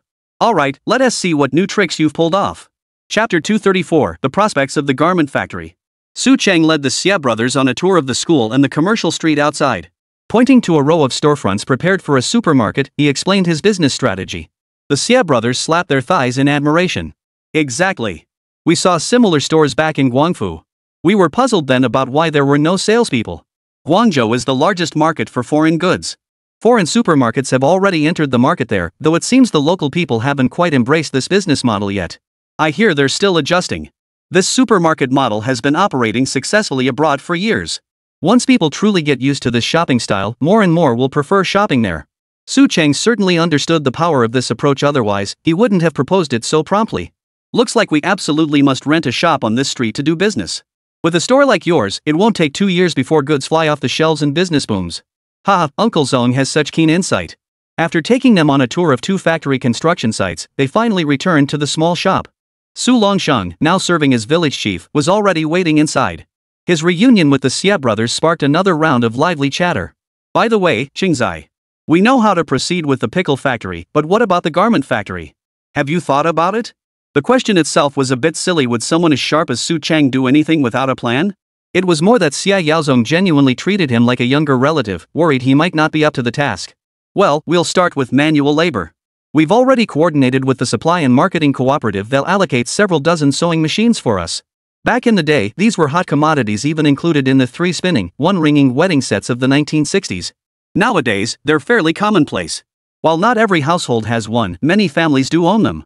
Of course, Su Cheng was referring to industrial sewing machines, even electric ones, depending on the supply cooperative's capabilities. Making clothes is the specialty of the women around here, though ready-made garments aren't judged solely on craftsmanship. Style matters too.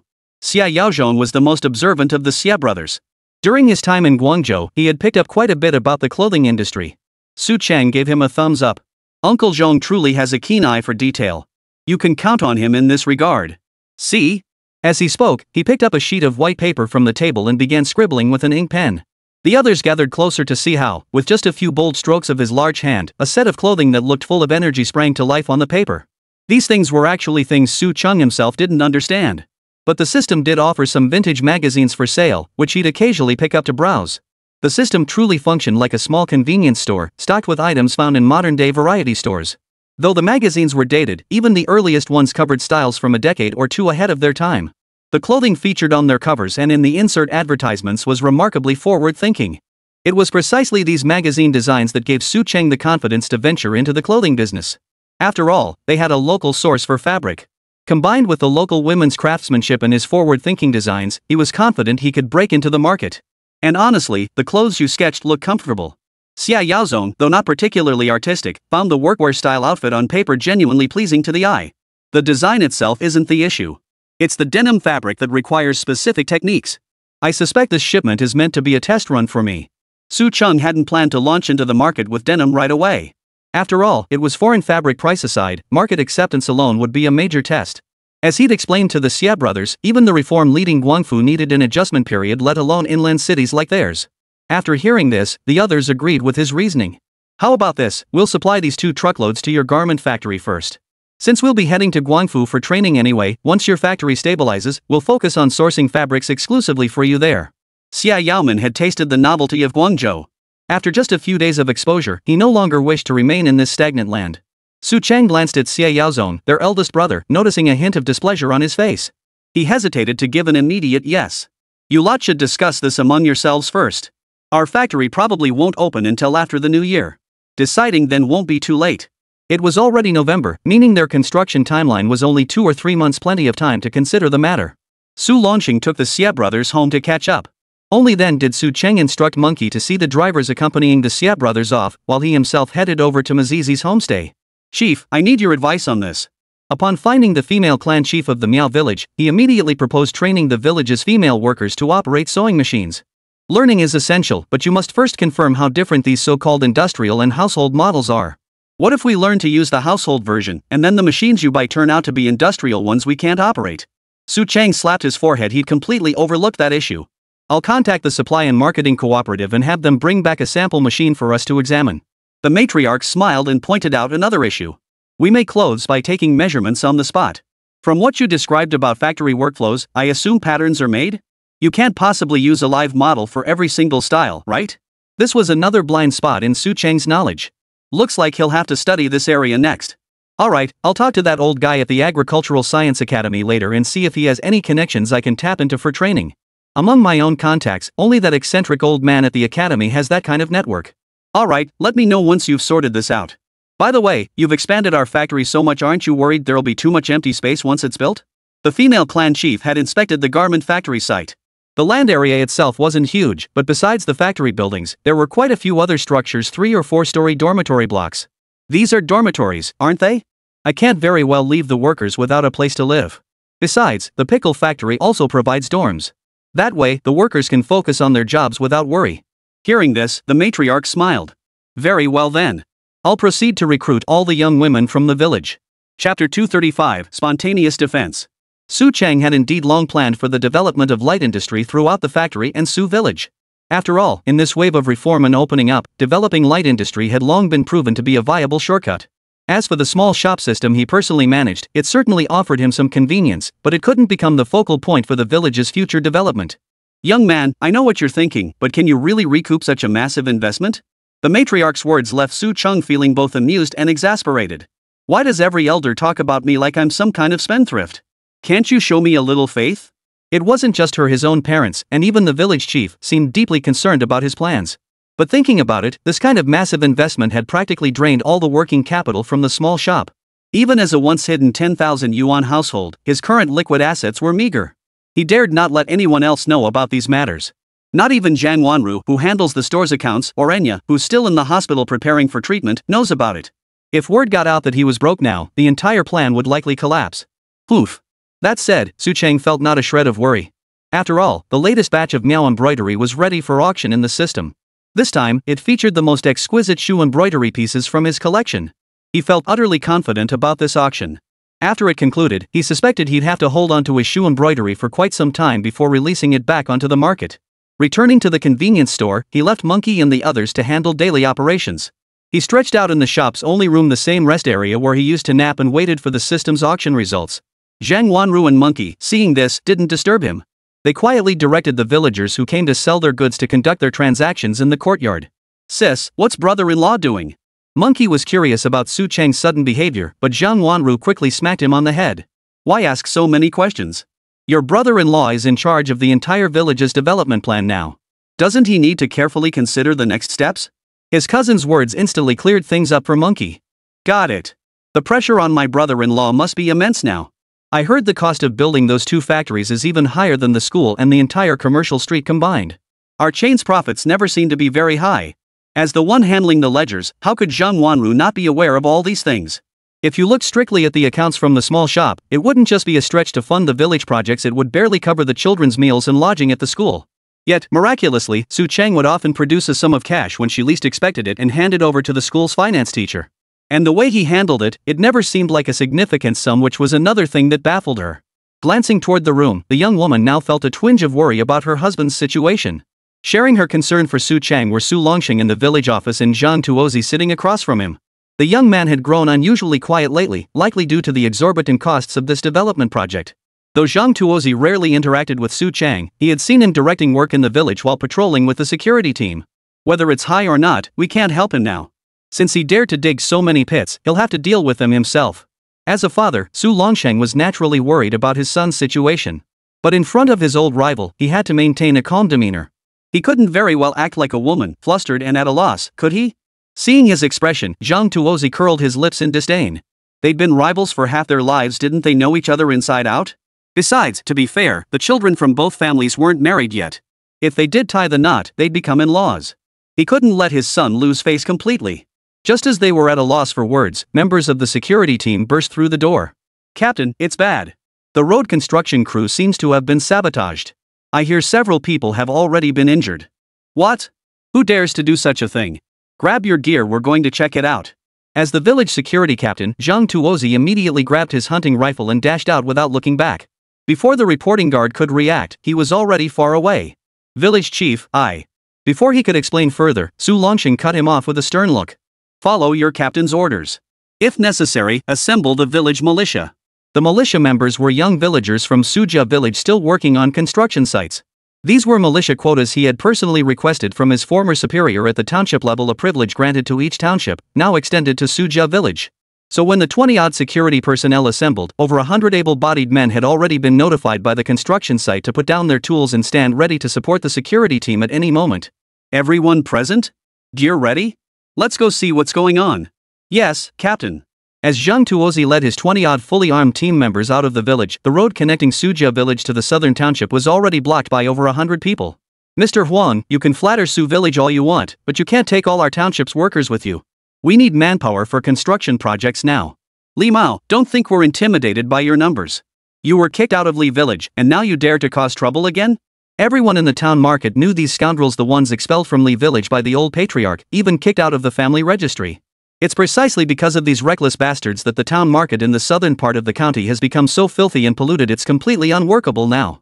Now these scoundrels have come here, probably because they heard about the development plans. Damn it, don't push your luck. Don't think just because that old geezer's scared of Su village folks, we're all cowards like him.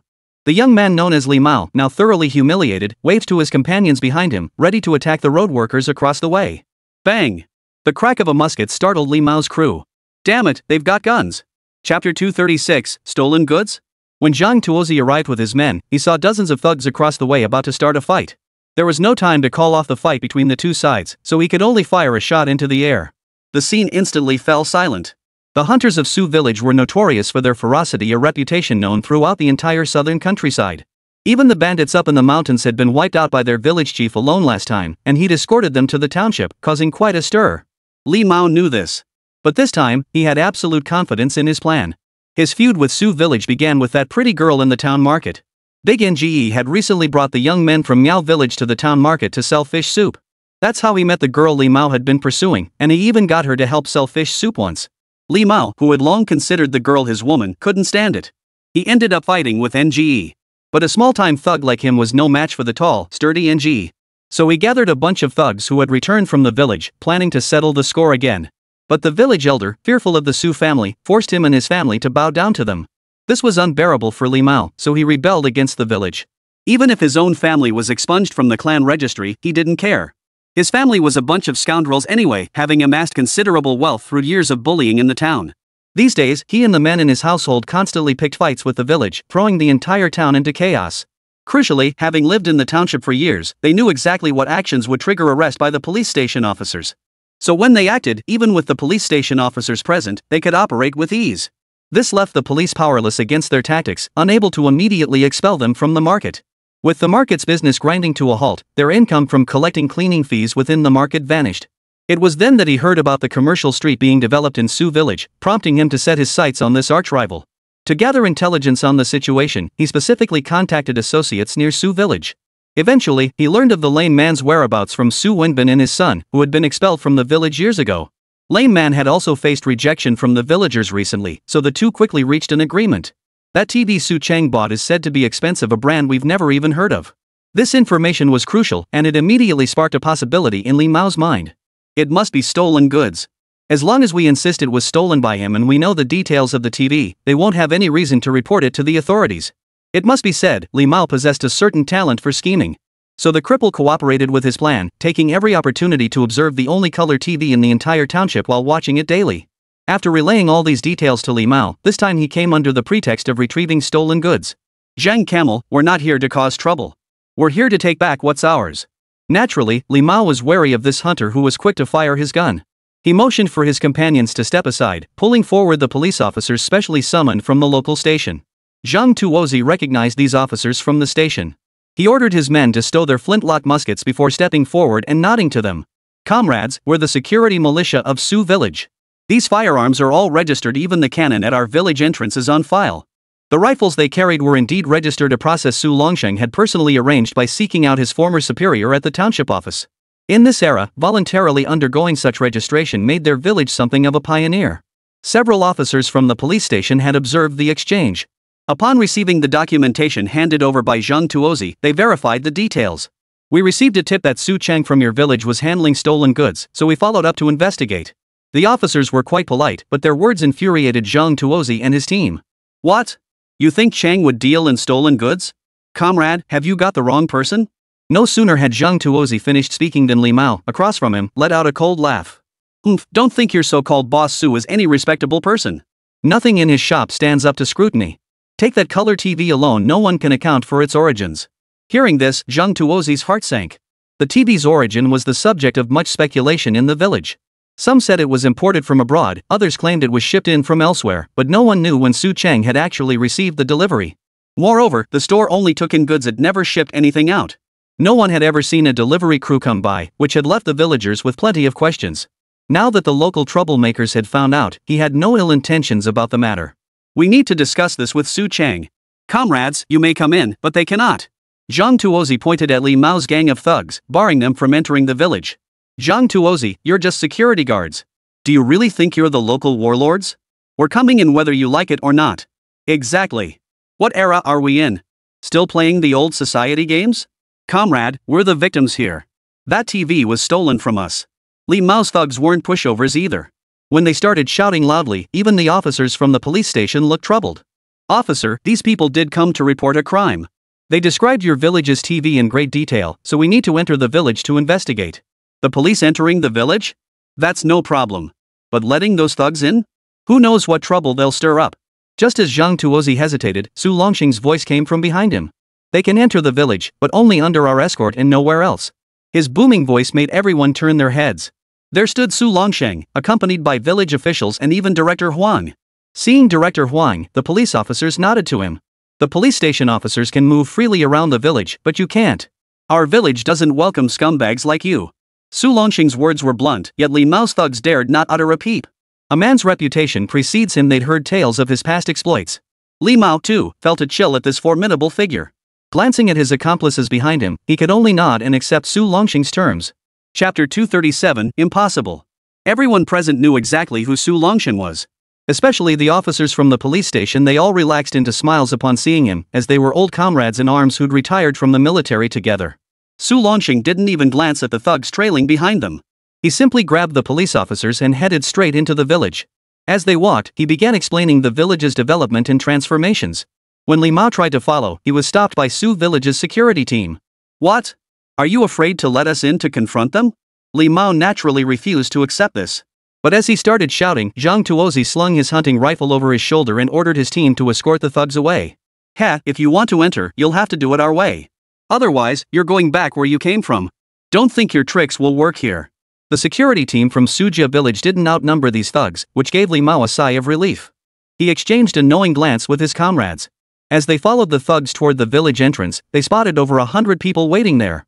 Keep a close eye on them. Make sure they don't see anything they're not supposed to. Understood, Captain. These 100-plus militiamen were a combined force of young villagers from Su Village, Joint Mountain Village, and the Miao settlement specifically requested by Su Longxing from the township authorities.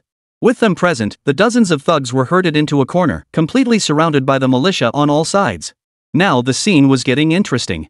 Up front, Su Longxing chatted and laughed with the police station officers, pointing out the village construction site and school while giving a detailed introduction.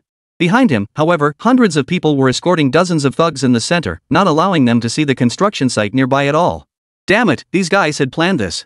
They knew we'd come looking for trouble. Some smart ones among the thugs saw this and knew they'd miscalculated this time.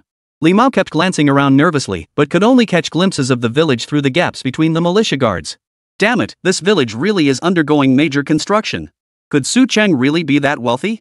He hadn't heard from just one person that Su Cheng was wealthy. But he didn't buy it, and neither did the cripple their inside man in Su village. Both were convinced Su Cheng must have hooked up with a theft ring, peddling stolen goods to the villagers. But now, seeing Su village bustling with construction everywhere through the gaps in the militia's line, he hesitated. When Monkey informed Su Cheng at the convenience store that a bunch of thugs had shown up outside, he froze for a moment. Daring to show up at this moment? What were they up to? Su Cheng knew the police station officers couldn't touch these thugs yet. To truly crack down on them would require the harsh crackdown campaigns of several years later. By then, it wouldn't just be causing trouble in the market. Even a single act of hooliganism could land someone a firing squad. He wondered how many of them would survive that era. This memory made him forget all about the auction proceeds he'd just received from the system. After all, they had come knocking on his door now. As the leader of Su village, he wasn't about to back down. So when Su Longxing arrived with the police officers, he was already waiting inside his shop.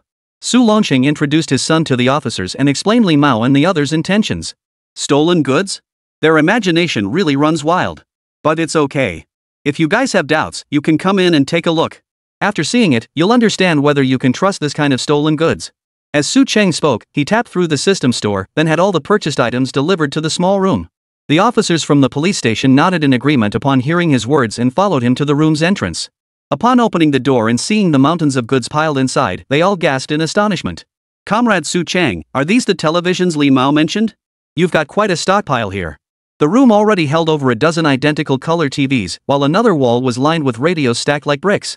This inventory was intended for promotional sales when the supermarket opened. In addition to these high-end goods, they planned to prepare a special section for defective products from the supply and marketing system. Oh? Defective products? Like the ones on the shelves in your store? Those are actually good deals. The comrades at the police station are well aware of the value for money these defective items offer, though they've only heard about them due to the limited quantities available. Not only that, but we'll also collaborate with former merchants from the town market for a grand opening sale. We'll need comrades to come help maintain order then. Su Chang took the opportunity to request support from the police station officers. For such a major event, the more institutions involved, the better. No problem. I'll request approval from the chief right away. If our township lacks manpower, we'll transfer officers from other townships to assist. When the police officer patted his chest in assurance, half the investigation was complete. The remaining half involved confronting the troublemakers being escorted by the security team in the courtyard. Your accusations against Comrade Su Chang of Su Village were false. What do you have to say now? No sooner had the police officer finished speaking than Li Mao jumped up to protest. Impossible. He clearly stole our color TV. It's a Haitang brand, made in Shanghai. These details had already been thoroughly verified by the cripple throughout the village. Moreover, every day when he went to the commune to watch TV, he would carefully compare the models. Only after confirming everything was he ready to tell Li Mao. Just as the police officer tried to explain, Su Chang pulled him back. Oh? If you know so much about our village's TVs, then you must know how many inches ours is and what format it uses. 14 inches. Whatever format it was. Before we even had a chance to figure it out, you'd already stolen our TV. Li Mao's answer was genuinely hard to pin down as true or false, at least logically, it made sense. But seeing the entire room nearly stuffed with televisions, the police officers knew instantly the kid was lying. Then let me ask you, how much did you pay for it? Where did you buy it? Do you have a receipt? Oh, and you still need a TV license, right? Where did you get yours? Su Chang's words instantly silenced Li Mao. How I got it is none of your business. The bottom line is you stole our TVs. Oh? How many did I steal from you? How could I possibly steal such a big TV? And what about the packaging? I didn't steal the boxes too, did I? Chapter 238, Li Mao loses his cool. After Su Chang finished speaking, the entire courtyard fell silent. Everyone turned to stare at Li Mao, waiting to see how he would respond to Su Chang's words. Chief Wang from the police station stepped forward, his gaze fixed on Li Mao's hesitant expression. He said coldly, Comrade Li Mao, every word you say now will be recorded in the statement. Think carefully before you answer. As Li Mao's face flushed red and beads of sweat began to form on his temples, the chief continued slowly, Comrade Su Chang, we've already inspected the goods in your warehouse. All you need to do is answer Comrade Su Chang's questions, and then we can proceed to verify the goods. Any observant person could tell that this fellow nicknamed Li Mao was clearly feeling uneasy now. But as the police station's representative, Chief Wang had to maintain the appearance of impartiality. Yet the linguistic trap in his words made Li Mao seize upon them like a lifeline. Our televisions are Haitang brand, 14-inch models, and there aren't many of them. He must have hidden them among his goods. Li Mao sidestepped Su Chang's question about packaging, but he was adamant about the quantity after all. This brand was unheard of not just in the township, but even in the county where people owned televisions. No sooner had he finished speaking than the man behind him shouted, Officer, our goods must still be in his warehouse. What you saw must be ours. That's right, officer. Don't believe him. This guy's a slippery snake. As the thugs grew louder, Su Longxing's forehead veins bulged. Just as he was about to speak, his son pulled him back. Su Chang stepped up to Li Mao, a faint smirk playing on his lips. His voice wasn't loud, but everyone in the courtyard heard him clearly. Li Mao, you're insisting I stole your TVs. You even specified the brand Haitang and the size 14 inches. So, how many TVs did you lose exactly? Hearing this, Li Mao's breath caught in his throat. The cripple hadn't gone into detail about this. He had vaguely replied, several. It was chaotic, I didn't count them all. What a contemptible answer. After all, a color TV like that cost hundreds of yuan back then. If something so valuable had really come in, how could they possibly not have counted it? But Su Chang didn't immediately challenge him. Instead, he kept his smile unchanged and said softly, is that so? Seeing Su Chang's gaze looking down on him, Li Mao's heart skipped a beat. In that case, Li Mao, along with the comrades from the police station and several village elders, please come with me. You can personally inspect my hideout and see for yourselves where those Haitang brand televisions are. How does that sound? His tone was surprisingly magnanimous, and he deliberately made a gesture of invitation. It sounded less like an investigation and more like an invitation to a guest. Chief Wang nodded, his eyes fixed on Li Mao, whose face was already breaking out in sweat. Li Mao had no choice but to comply. Su Longsheng called several village cadres along with Zhang Tuozi and others, and they all entered the store. The remaining security team members kept a tight watch on the thugs in the courtyard. Upon reaching the back room of the convenience store, Su Longsheng deliberately glanced back at Li Mao. His expression was like that of a victor showing pity to a defeated foe. He pushed the door open with both hands.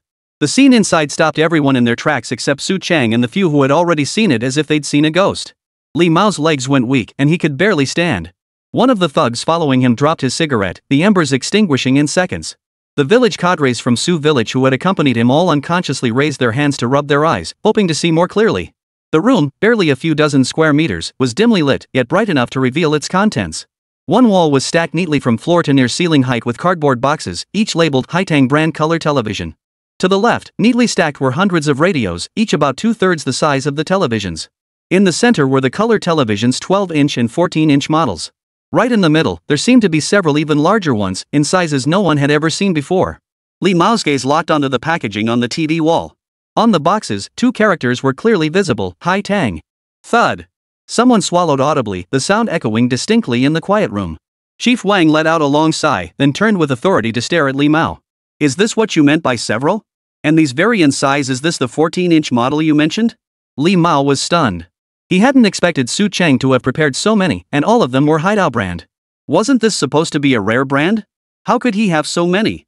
Why did he only bring out one that was neither large nor small? As more and more questions swirled in his mind, he stood there frozen, utterly dumbfounded. Chang, are all these yours? A village official who witnessed the scene was also stunned. If each TV cost several hundred yuan, how much was in this room? Yeah, I'm planning to open a supermarket. Can't stock up enough. This is just part of it. Some models haven't been shipped from the factory yet. They'll arrive in a while. This statement sent another shockwave through everyone present. This is only part of it? Li Mao's face drained of color, turning ashen. His lips trembled as he pointed at the pile of Haitang brand televisions, his voice rising to a shrill pitch. Those color TVs are ours. Yes, exactly. As he spoke, his entire demeanor grew increasingly agitated. Su Chang, however, wasn't about to indulge him. Li Mao, you're saying these are yours? Yes, exactly. They're mine. Li Mao shouted. Well, I'm surprised, Su Chang replied. The person who told you there were Haitang TVs in Su village didn't mention that I alone have this many of them, did they? The word struck Li Mao like a nail driven into his heart. His mind buzzed. Right, lame guy only mentioned Su Chang had connections for TVs. Who would have guessed he'd stockpiled a whole room of such expensive goods? No, wait. The cripple was from their village, he must have known. That left only one possibility. The cripple had deceived him. Li Mao's mind was in turmoil. Recalling how Su Chang had sent people to the city to sell fish soup, he flew into a rage. The cripple deceived me? You and the cripple conspired to trick me, all to lure me into your village. Chapter 239, The Lame Man Meets His End. As the saying goes, those with filthy hearts see the world as filthy. A schemer like Li Mao, whose mind was filled with malicious intent, immediately assumed upon hearing Su Chang's words that the cripple had colluded with the villagers to lure him in. Even though he'd been driven out of Li village, years of careful maneuvering had made him untouchable in the township. Not even the police station could lay a finger on him. But once he stepped foot in Su village, these savages could use all manner of brutal torture to break him.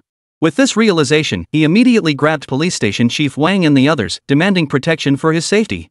Chief Wang, they tricked me into coming here to get me, the cripple. Yes, that cripple in their village is their accomplice. At this moment, Li Mao had lost his usual judgment. What he feared most was this kind of situation, a large group of people overwhelming him all at once. Based on his experience, even if someone died in such a group crime, they'd likely be let off with the excuse that the law doesn't punish the masses. Yet his reaction caused the village officials to visibly relax.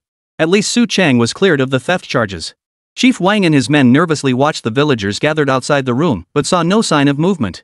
Standing before the pile of televisions, Su Chang patted the box and chuckled. Father, looks like our village has another mole. This remark instantly jolted Su Longsheng and the other village officials. He roared angrily, Hunchback Shang. Go! Bring that cripple Su Si here. I'll question him myself. Why did he frame our village? Li Mao was startled by Su Longsheng's voice, snapping him back to his senses. He hadn't expected that his mere suspicion would expose the cripple involved in the entire incident. If he came over, it would be over. But now, he dared not utter another word. After all, Chief Wang and several police officers were surrounding him. The slightest movement would see them pin him down. Outside the convenience store, the villagers of Su village had also caught wind of the situation. Anger burned in every face, and when they looked at the thugs, their eyes nearly shot flames. Before long, the security team arrived, escorting the cripple. Here he is, village chief. We've got him. Before the words had even finished, two young militia members pushed a thin, gaunt figure through the crowd. This was the cripple, Su-si. His face was ashen, and his entire body trembled uncontrollably. The moment he entered and saw the scene, especially the police officers flanking Li Mao, his expression turned as if he'd lost his parents, and when he saw the villagers surrounding him as if they were about to devour him, his legs gave way and he collapsed onto the ground. Su-si. Zhang Tuozi was the first to charge forward, grabbing him by the hair and slapping him hard across the face. You damned traitor! Why collude with outsiders to slander Su Chang and undermine our village? What wrong has Su Chang ever done to you? The blow sent stars dancing before his eyes. The surrounding villagers pointed fingers at him and hurled insults. Damn it! This bastard has harmed us more than once, and he still has the nerve to stay here. How did our village produce such a thankless dog? Poor his wife, working day and night while he lazes around at home, plotting to harm others all day long. Beat him to death. Kill this bastard. The villagers' fury had reached a boiling point. They surged forward, fists and spit ready to rain down on Su-si. Hold it! Chief Wang and two police officers struggled to block the way. Calm down, everyone. We haven't even figured out what happened yet. Even if he broke the law, we have to follow the proper procedures. Su Longsheng also helped control the surging crowd, trying his best to calm the villagers' emotions. Everyone, calm down. Let's get to the bottom of this first. His usual authority in the village carried weight, and though the villagers were still seething with rage, they at least held back from immediate violence. Su-si. Su Longsheng's voice was hoarse from shouting, the anger palpable. You tell us, why did you do this? Lame Su-si was terrified out of his wits by the commotion. Kneeling on the ground, he kept banging his head on the floor, his voice trembling with tears. Third uncle, I was wrong. I was momentarily confused. I didn't mean to do it. He offered me money to find out the brand and model of the village's TV. The cripple now shifted all blame onto Li Mao, the outsider. He recounted how they'd been contacted, how he'd relayed the TV details to Li Mao, and even the exact amount of money he'd received. Li Mao was furious. The cripple had sold him out. Lame bastard. Didn't you say you wanted revenge? You made all this up. Damn it. You bastard. Just as he lunged forward to kick him, the police officer beside him pinned him down firmly. Don't move. One more move and we'll cuff you. With Li Mao restrained, the cripple spoke freely. No, I didn't. When I went to the town to drink, they approached me. They said they wanted to ruin our market and asked me to cooperate with them once. I was a fool to believe their big talk. As he spoke, he broke down in tears. Uncle San, I'm useless. I was jealous of Su Chang. Jealous of how he built houses, opened shops, and even donated money to the school. As he spoke, he began slapping himself across the face. The force was evident, his face swelled up after just a few blows. Hearing the full story, the villagers were furious. Damn it! Your wife worked day and night delivering fabric to Su Chang, and this is how you treat your benefactor. A person like this is nothing but trouble for the village. Kick him out. Banish him from Su village. The old clan elder, who had arrived unnoticed, abandoned his usual peacemaking role. He addressed Su Longsheng directly. Longsheng, this can't just be swept under the rug. Have the police station officers arrest him and Li Mao's gang. Throw him in jail. This call for action drew widespread agreement. Upon hearing the clan elder's decision, the crippled Su-si collapsed back onto the ground, too shaken to even utter a plea for mercy. At that moment, Su Chang, who had remained silent, spoke up. He hurried over to Su-si, crouching down beside him. Su-si, if you don't want your wife and children dragged into this mess, going to jail is your only option. Otherwise, they'll never be able to hold their heads up in this village again. These words suddenly gave the cripple a burst of energy, and he lifted his head to look into Su Chang's eyes. You won't blame me? Chapter 240, County Supply and Marketing Director. Blame? What should I blame you for? When you caused that trouble last time, did I make things difficult for your wife? Didn't I still accept the cloth she delivered? And didn't your child still get to go to school? These counter-questions instantly silenced everyone present. Indeed, the changes in Su village today were all thanks to this young man standing before them. Not only did he not hold grudges against those who had slandered him, like the cripple, but even the former village chief Su Dequan and his family seemed to have been spared his resentment. How old are you this year? Su Chang asked casually, as if none of this had ever happened. 43. 43? And she must be close to 70 by now. Your two children are still in elementary school. I know about your leg, you broke it when you were little. Su-si nodded blankly. Over the years, the village has done its best to care for those in need. You should never have conspired with outsiders to harm your own villagers. That was a grave mistake. Su Chang's sudden shift in tone made Su-si flinch violently. The villagers held their breath, eager to hear how Su Chang would deal with this village sinner. By village custom, or as grandfather the clan chief said, if you're handed over to the authorities, your life is ruined. Su Chang stared at him, his eyes devoid of emotion. Who will care for your mother? Your children will be shamed for the rest of their lives. Tears finally welled in Su Si's eyes, mingling with snot as they streamed down his dust-covered face. Just as everyone expected Su Cheng to announce a harsh punishment, he stood up and turned toward Su Longsheng and the gathered villagers. Father, uncles, aunts, brothers. He declared in a clear voice, Su Si has committed an unforgivable crime. But he is still one of us, a son of Su village. If we truly send him to prison, his life will be ruined. His mother and child will bear an undeserved stigma. After scanning the assembled crowd, he continued, and our village's reputation would be tarnished. The crowd grew confused. What was he up to? Was Su Cheng trying to save the cripple? Su Cheng continued, what I mean is, the death penalty may be spared, but punishment must follow. Starting today, Su Si, you will return your family's 2 acres of poor farmland to the village collective. Then, you will come to work at my supermarket construction site. No pay. Work for a year as atonement. After a year, I'll advance a portion of your future wages each month to support your mother and child, ensuring they won't go hungry. After 1 year, based on your conduct, if you've truly reformed, our Su village may still accept you as one of us. But if you remain unrepentant. He didn't need to say more. The villagers outside the enclosure shouted in unison at the cripple, Su village will never have someone like you again. Su Cheng smiled and bowed respectfully to the villagers, then turned to warn him sternly, during this period, you must submit to the supervision of the entire village. Any repeat offenses will be dealt with without mercy. Su Cheng's decision actually brought a sigh of relief to the village cadres. After all, having a criminal resident in their village would reflect poorly on them. However, among the villagers, discontent began to simmer. Su Cheng, this is too lenient. A man like him should be locked up. Yeah, Su Cheng, you're too soft-hearted. Last time he wronged you, you didn't say a word. Su Cheng bowed his hands in acknowledgement to these outspoken villagers. Fellow villagers, he said, sending him to jail is simple and satisfying. But does it solve the problem? What about his mother? What about his children? Our village has prospered, and we must not leave any household behind. His words silenced the objecting villagers, though they didn't seem truly convinced. Think about it, everyone. Our village is in the midst of a construction boom. Is an extra pair of hands better than an extra enemy? Giving him a chance to reform is also giving Su village a chance. With that, he stopped explaining to the villagers. He turned to look at Su Longsheng. Father, what do you think? Su Longsheng gave his son a deep look. This time, he believed Su Cheng's approach was excellent. At the very least, it would establish an image of fairness in the village, which was perfectly suited for someone who had already gone too far. Proceed as you suggest. Su Si, did you hear that? Limping Su Si, like a drowning man clutching a lifeline, immediately began kowtowing frantically. I understand. Thank you, Su Cheng. Thank you, village chief. Thank you, clan leader. I will change. I will work hard. Though some villagers still harbored resentment, with both Su Longsheng and Su Cheng having spoken, they dared not say more. Most villagers felt Su Cheng's punishment was reasonable. While making an example of someone was important, transforming a useless person into a productive member seemed far more beneficial for the village. Watching from the sidelines, Chief Wang formed a penetrating insight into Su Cheng's approach. This young man possessed not only resilience and intelligence, but also a breadth of vision and skill beyond the ordinary. After dealing with Su Si, the police officers escorted Li Mao's gang of thugs out of the station. Li Mao and his men looked utterly defeated, their faces ashen.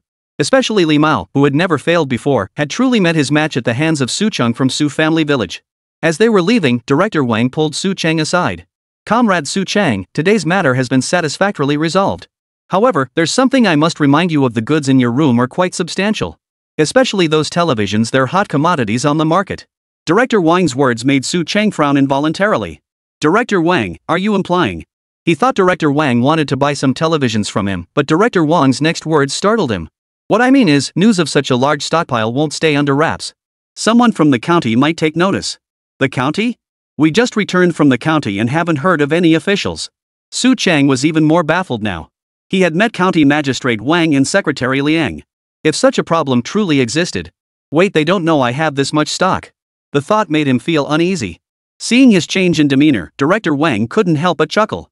Getting scared now? But with your paperwork in order and this being local development aid, there's not much they can do about you. Still, a tree that stands out in the forest is sure to be struck by the wind. All these high-quality goods suddenly appearing here. Director Lu Ming from the County Supply and Marketing Cooperative knows about this, right? He oversees the distribution of materials across the entire county. If he finds out, he'll probably start thinking about it. Director Wang's words instantly put Su Cheng on guard. Seeing the understanding look on his face, Director Wang said no more. He patted Su Cheng on the shoulder and left with a smile. The County Supply and Marketing Cooperative? Looks like I'll have to get the village's old ladies group to reach out to the township's veteran supply and marketing folks. These seasoned bureaucrats are the most useful. Chapter 241, Covering Up. The county supply and marketing department certainly had authority over the township-level branches. Su Chang never imagined that another figure named Lu Ming, the supply and marketing cooperative director, would suddenly appear at this moment. But upon reflection, it made sense. After all, someone like Township Chief Zhang Shanghua could be parachuted down from the county level to the township. Who could say Director Lu wouldn't be cut from the same cloth? Director Wang's warning immediately put him on high alert. That very day, he summoned several key members of the Mothers Group and instructed them to go to the town supply and marketing office to gather intelligence. Ideally, you should try to rally a few retired leaders from the town supply and marketing department. They're influential figures in the town and could lend a hand when this new leader arrives. Su Chang had to give these women detailed instructions, for the matter was far too complex to explain in a few words. The women set off immediately, their ox cart kicking up clouds of dust as they raced toward the township. Seeing his son so anxious, Su Longsheng also began to worry. Won't you get into trouble doing this? Back in the old days, meddling like this would have earned you a beating. Su Longsheng's meaning was clear. Su Chang was directly interfering with the operations of a government agency. If exposed, the charge of obstructing official duties would likely be the least of their worries. Father, we're just trying to protect ourselves. Think about it. We didn't get the new township chief, but the county supply director snatched the plum from under our noses. Are you satisfied with that? Of course not. Su Longsheng blurted out the words, then immediately covered his mouth. He shot his son a fierce glare before snapping, the government has its own way of doing things. Mind your own business. Su Chang rolled his eyes at his father. This isn't meddling. I'm just reducing our enemies and increasing our allies. Hey, you're trying to unite every possible force now? Throwing around big words with your old man? Su Longsheng raised his hand to slap the kid, but paused, waving his raised fist in the air instead. You handle this with discretion, but I don't think things have reached that point yet. Su Chang, however, had a different perspective. I'm just preparing for the worst. Peaceful coexistence is ideal, but with so much merchandise here, it's hard not to tempt people into trouble. His worry wasn't that Director Lu would pocket his goods outright. But even if Lu simply diverted them into the supply and procurement plan, wouldn't his supermarket have worked for nothing? After all, his commercial street was counting on the supermarket to make a splash. And right now, the most valuable items in the entire supermarket were these color TVs. Combined with modern promotional tactics, the commercial street of Su Village was guaranteed to become the center of attention. That was precisely why he'd poured every penny from the shoe embroidery auction into this inventory. Wouldn't it be safer to keep that money in the system? As long as you have a plan. By the way, the construction site has more workers now. Can your funds still cover it? Uncle Xia and the others want to invest. Xia Yaozong and his brothers already own 2 businesses, but who wouldn't want more money? Plus, they'd ventured into transportation precisely because Su Chang had guided them. They trusted him completely. That's definitely a good thing. Just discuss among yourselves how much to invest. With the money coming in, I can finally equip the workers with some safety gear. Safety gear? Su Longsheng was curious about his son's plans. But from the way he put it, he was probably planning to buy more supplies for the construction site workers. I can't stand seeing you spend money like water. Try to cut back on unnecessary expenses. Now that my son's grown up, that TV wall alone must have tied up a lot of capital. As his old man, I can't help out, so I won't say much more. After seeing off his chatty old man, Su Cheng didn't even have time to take a sip of water before being called over by the security team captain, his future father-in-law. Kid, I just had a chat with the police station folks. Those thugs probably won't be locked up long, especially that Li Mao. Zhang the hunchback absolutely despises these scumbags. If we weren't living in a law-abiding society now, he'd probably have pulled out his gun and taken them out. Uncle Zhang, I know. They didn't commit any substantive crimes. As for the cripple, I was just scaring him. As for lame Su Si, strictly speaking, he can't be convicted of any crime. At worst, it's a matter of personal integrity, and that's just Su Chang getting back at him for his lack of education. You shouldn't have let them go. Now that they're back, they'll spread the word about how our village has so many color TVs. As the security chief for Su Village, he's deeply worried about outsiders coming to stir up trouble. That won't happen. At least during our construction period, Chief Wang will keep them locked up for us. Zhang Tuozi remained skeptical, but seeing Su Cheng's confident demeanor, he held his tongue. Uncle Zhang, if the militia allows it, we should conduct a full-scale drill. At the very least, we need to show other villages what we're capable of. Su Cheng's words struck a chord with Zhang Tuozi. Having guns you can't use is a whole different story from having guns you can't get your hands on. With Su Village's current formidable defense capabilities, Zhang Tuozi believed they could handle not just local troublemakers, but even bandit suppression in the mountains. Now that Su Cheng suggested taking the team out for training, that was certainly a good thing.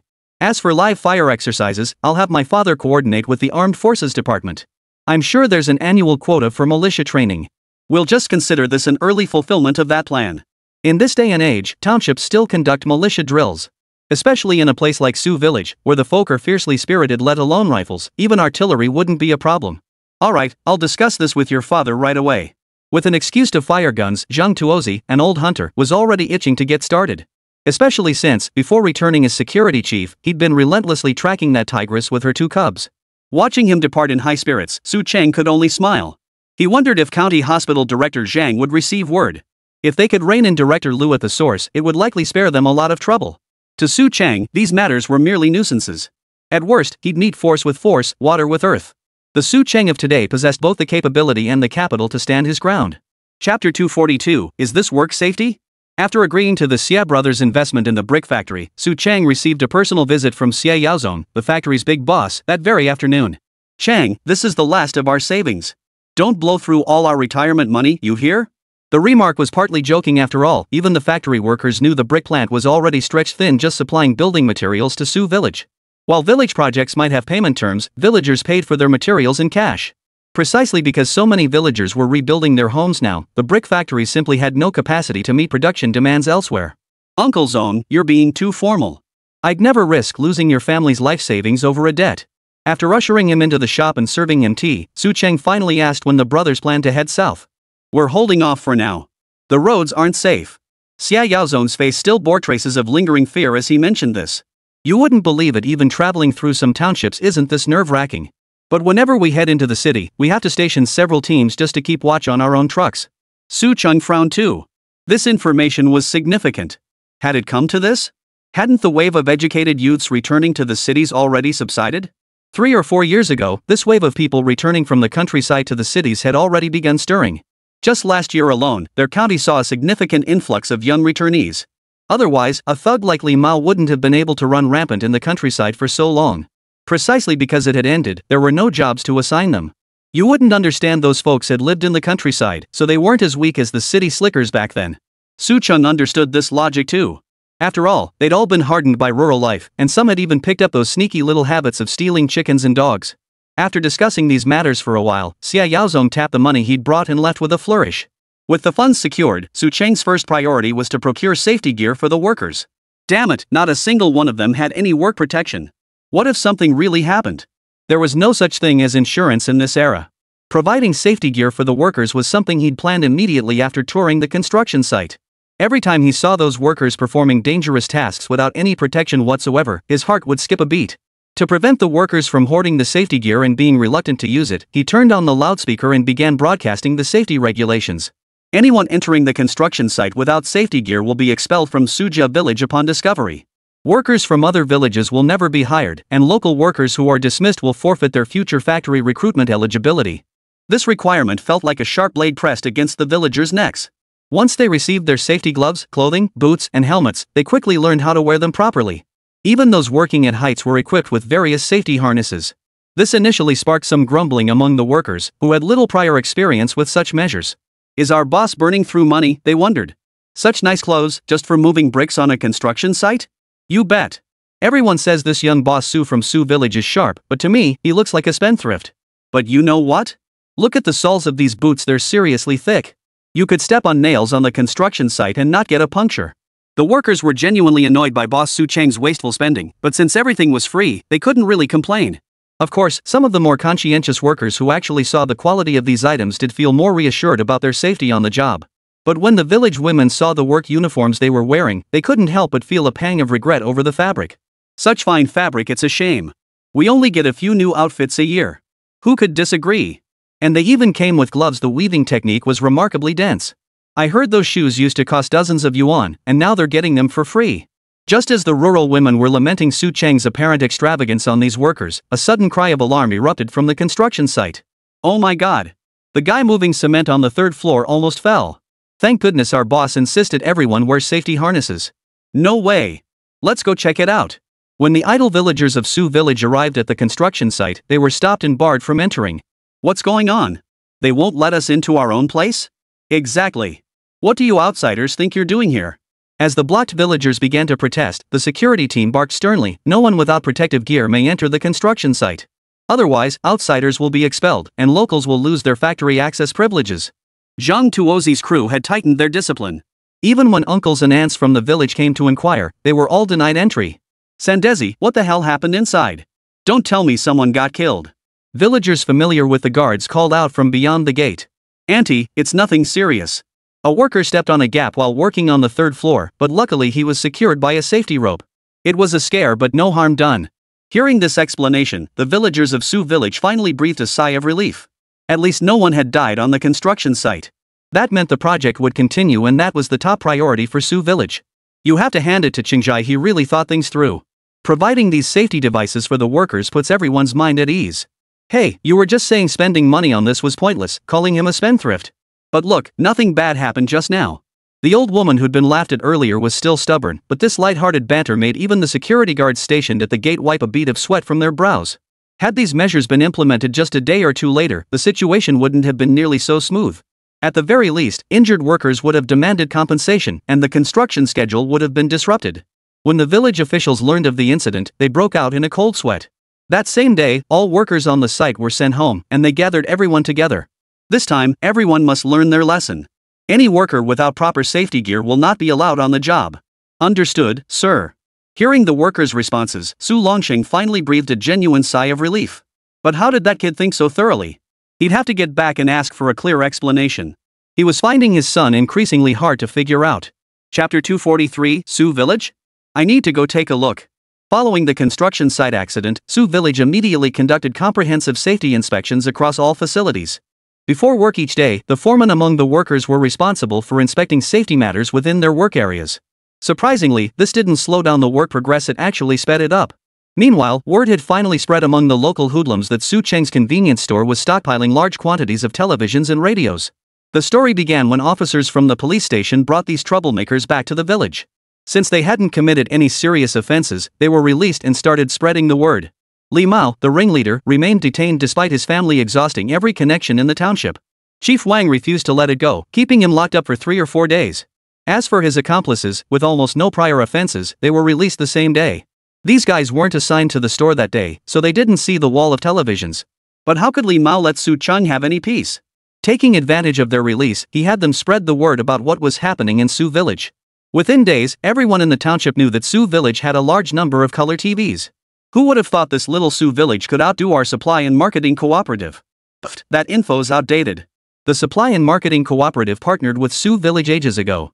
Otherwise, where'd those old ladies get all those bikes? How else could they buy over a dozen at once? The women's group in Su village was notorious locally for being tough. It made sense that the supply and marketing department folks got co-opted. But no one could have predicted that Sujia village would stockpile a whole batch of color TVs, each costing several hundred yuan. In the town supply and marketing cooperative's office, several retired veteran cadres huddled around a pile, puffing away on their cigarettes. Let's talk about it. The news is already out, and it won't be long before it reaches the county.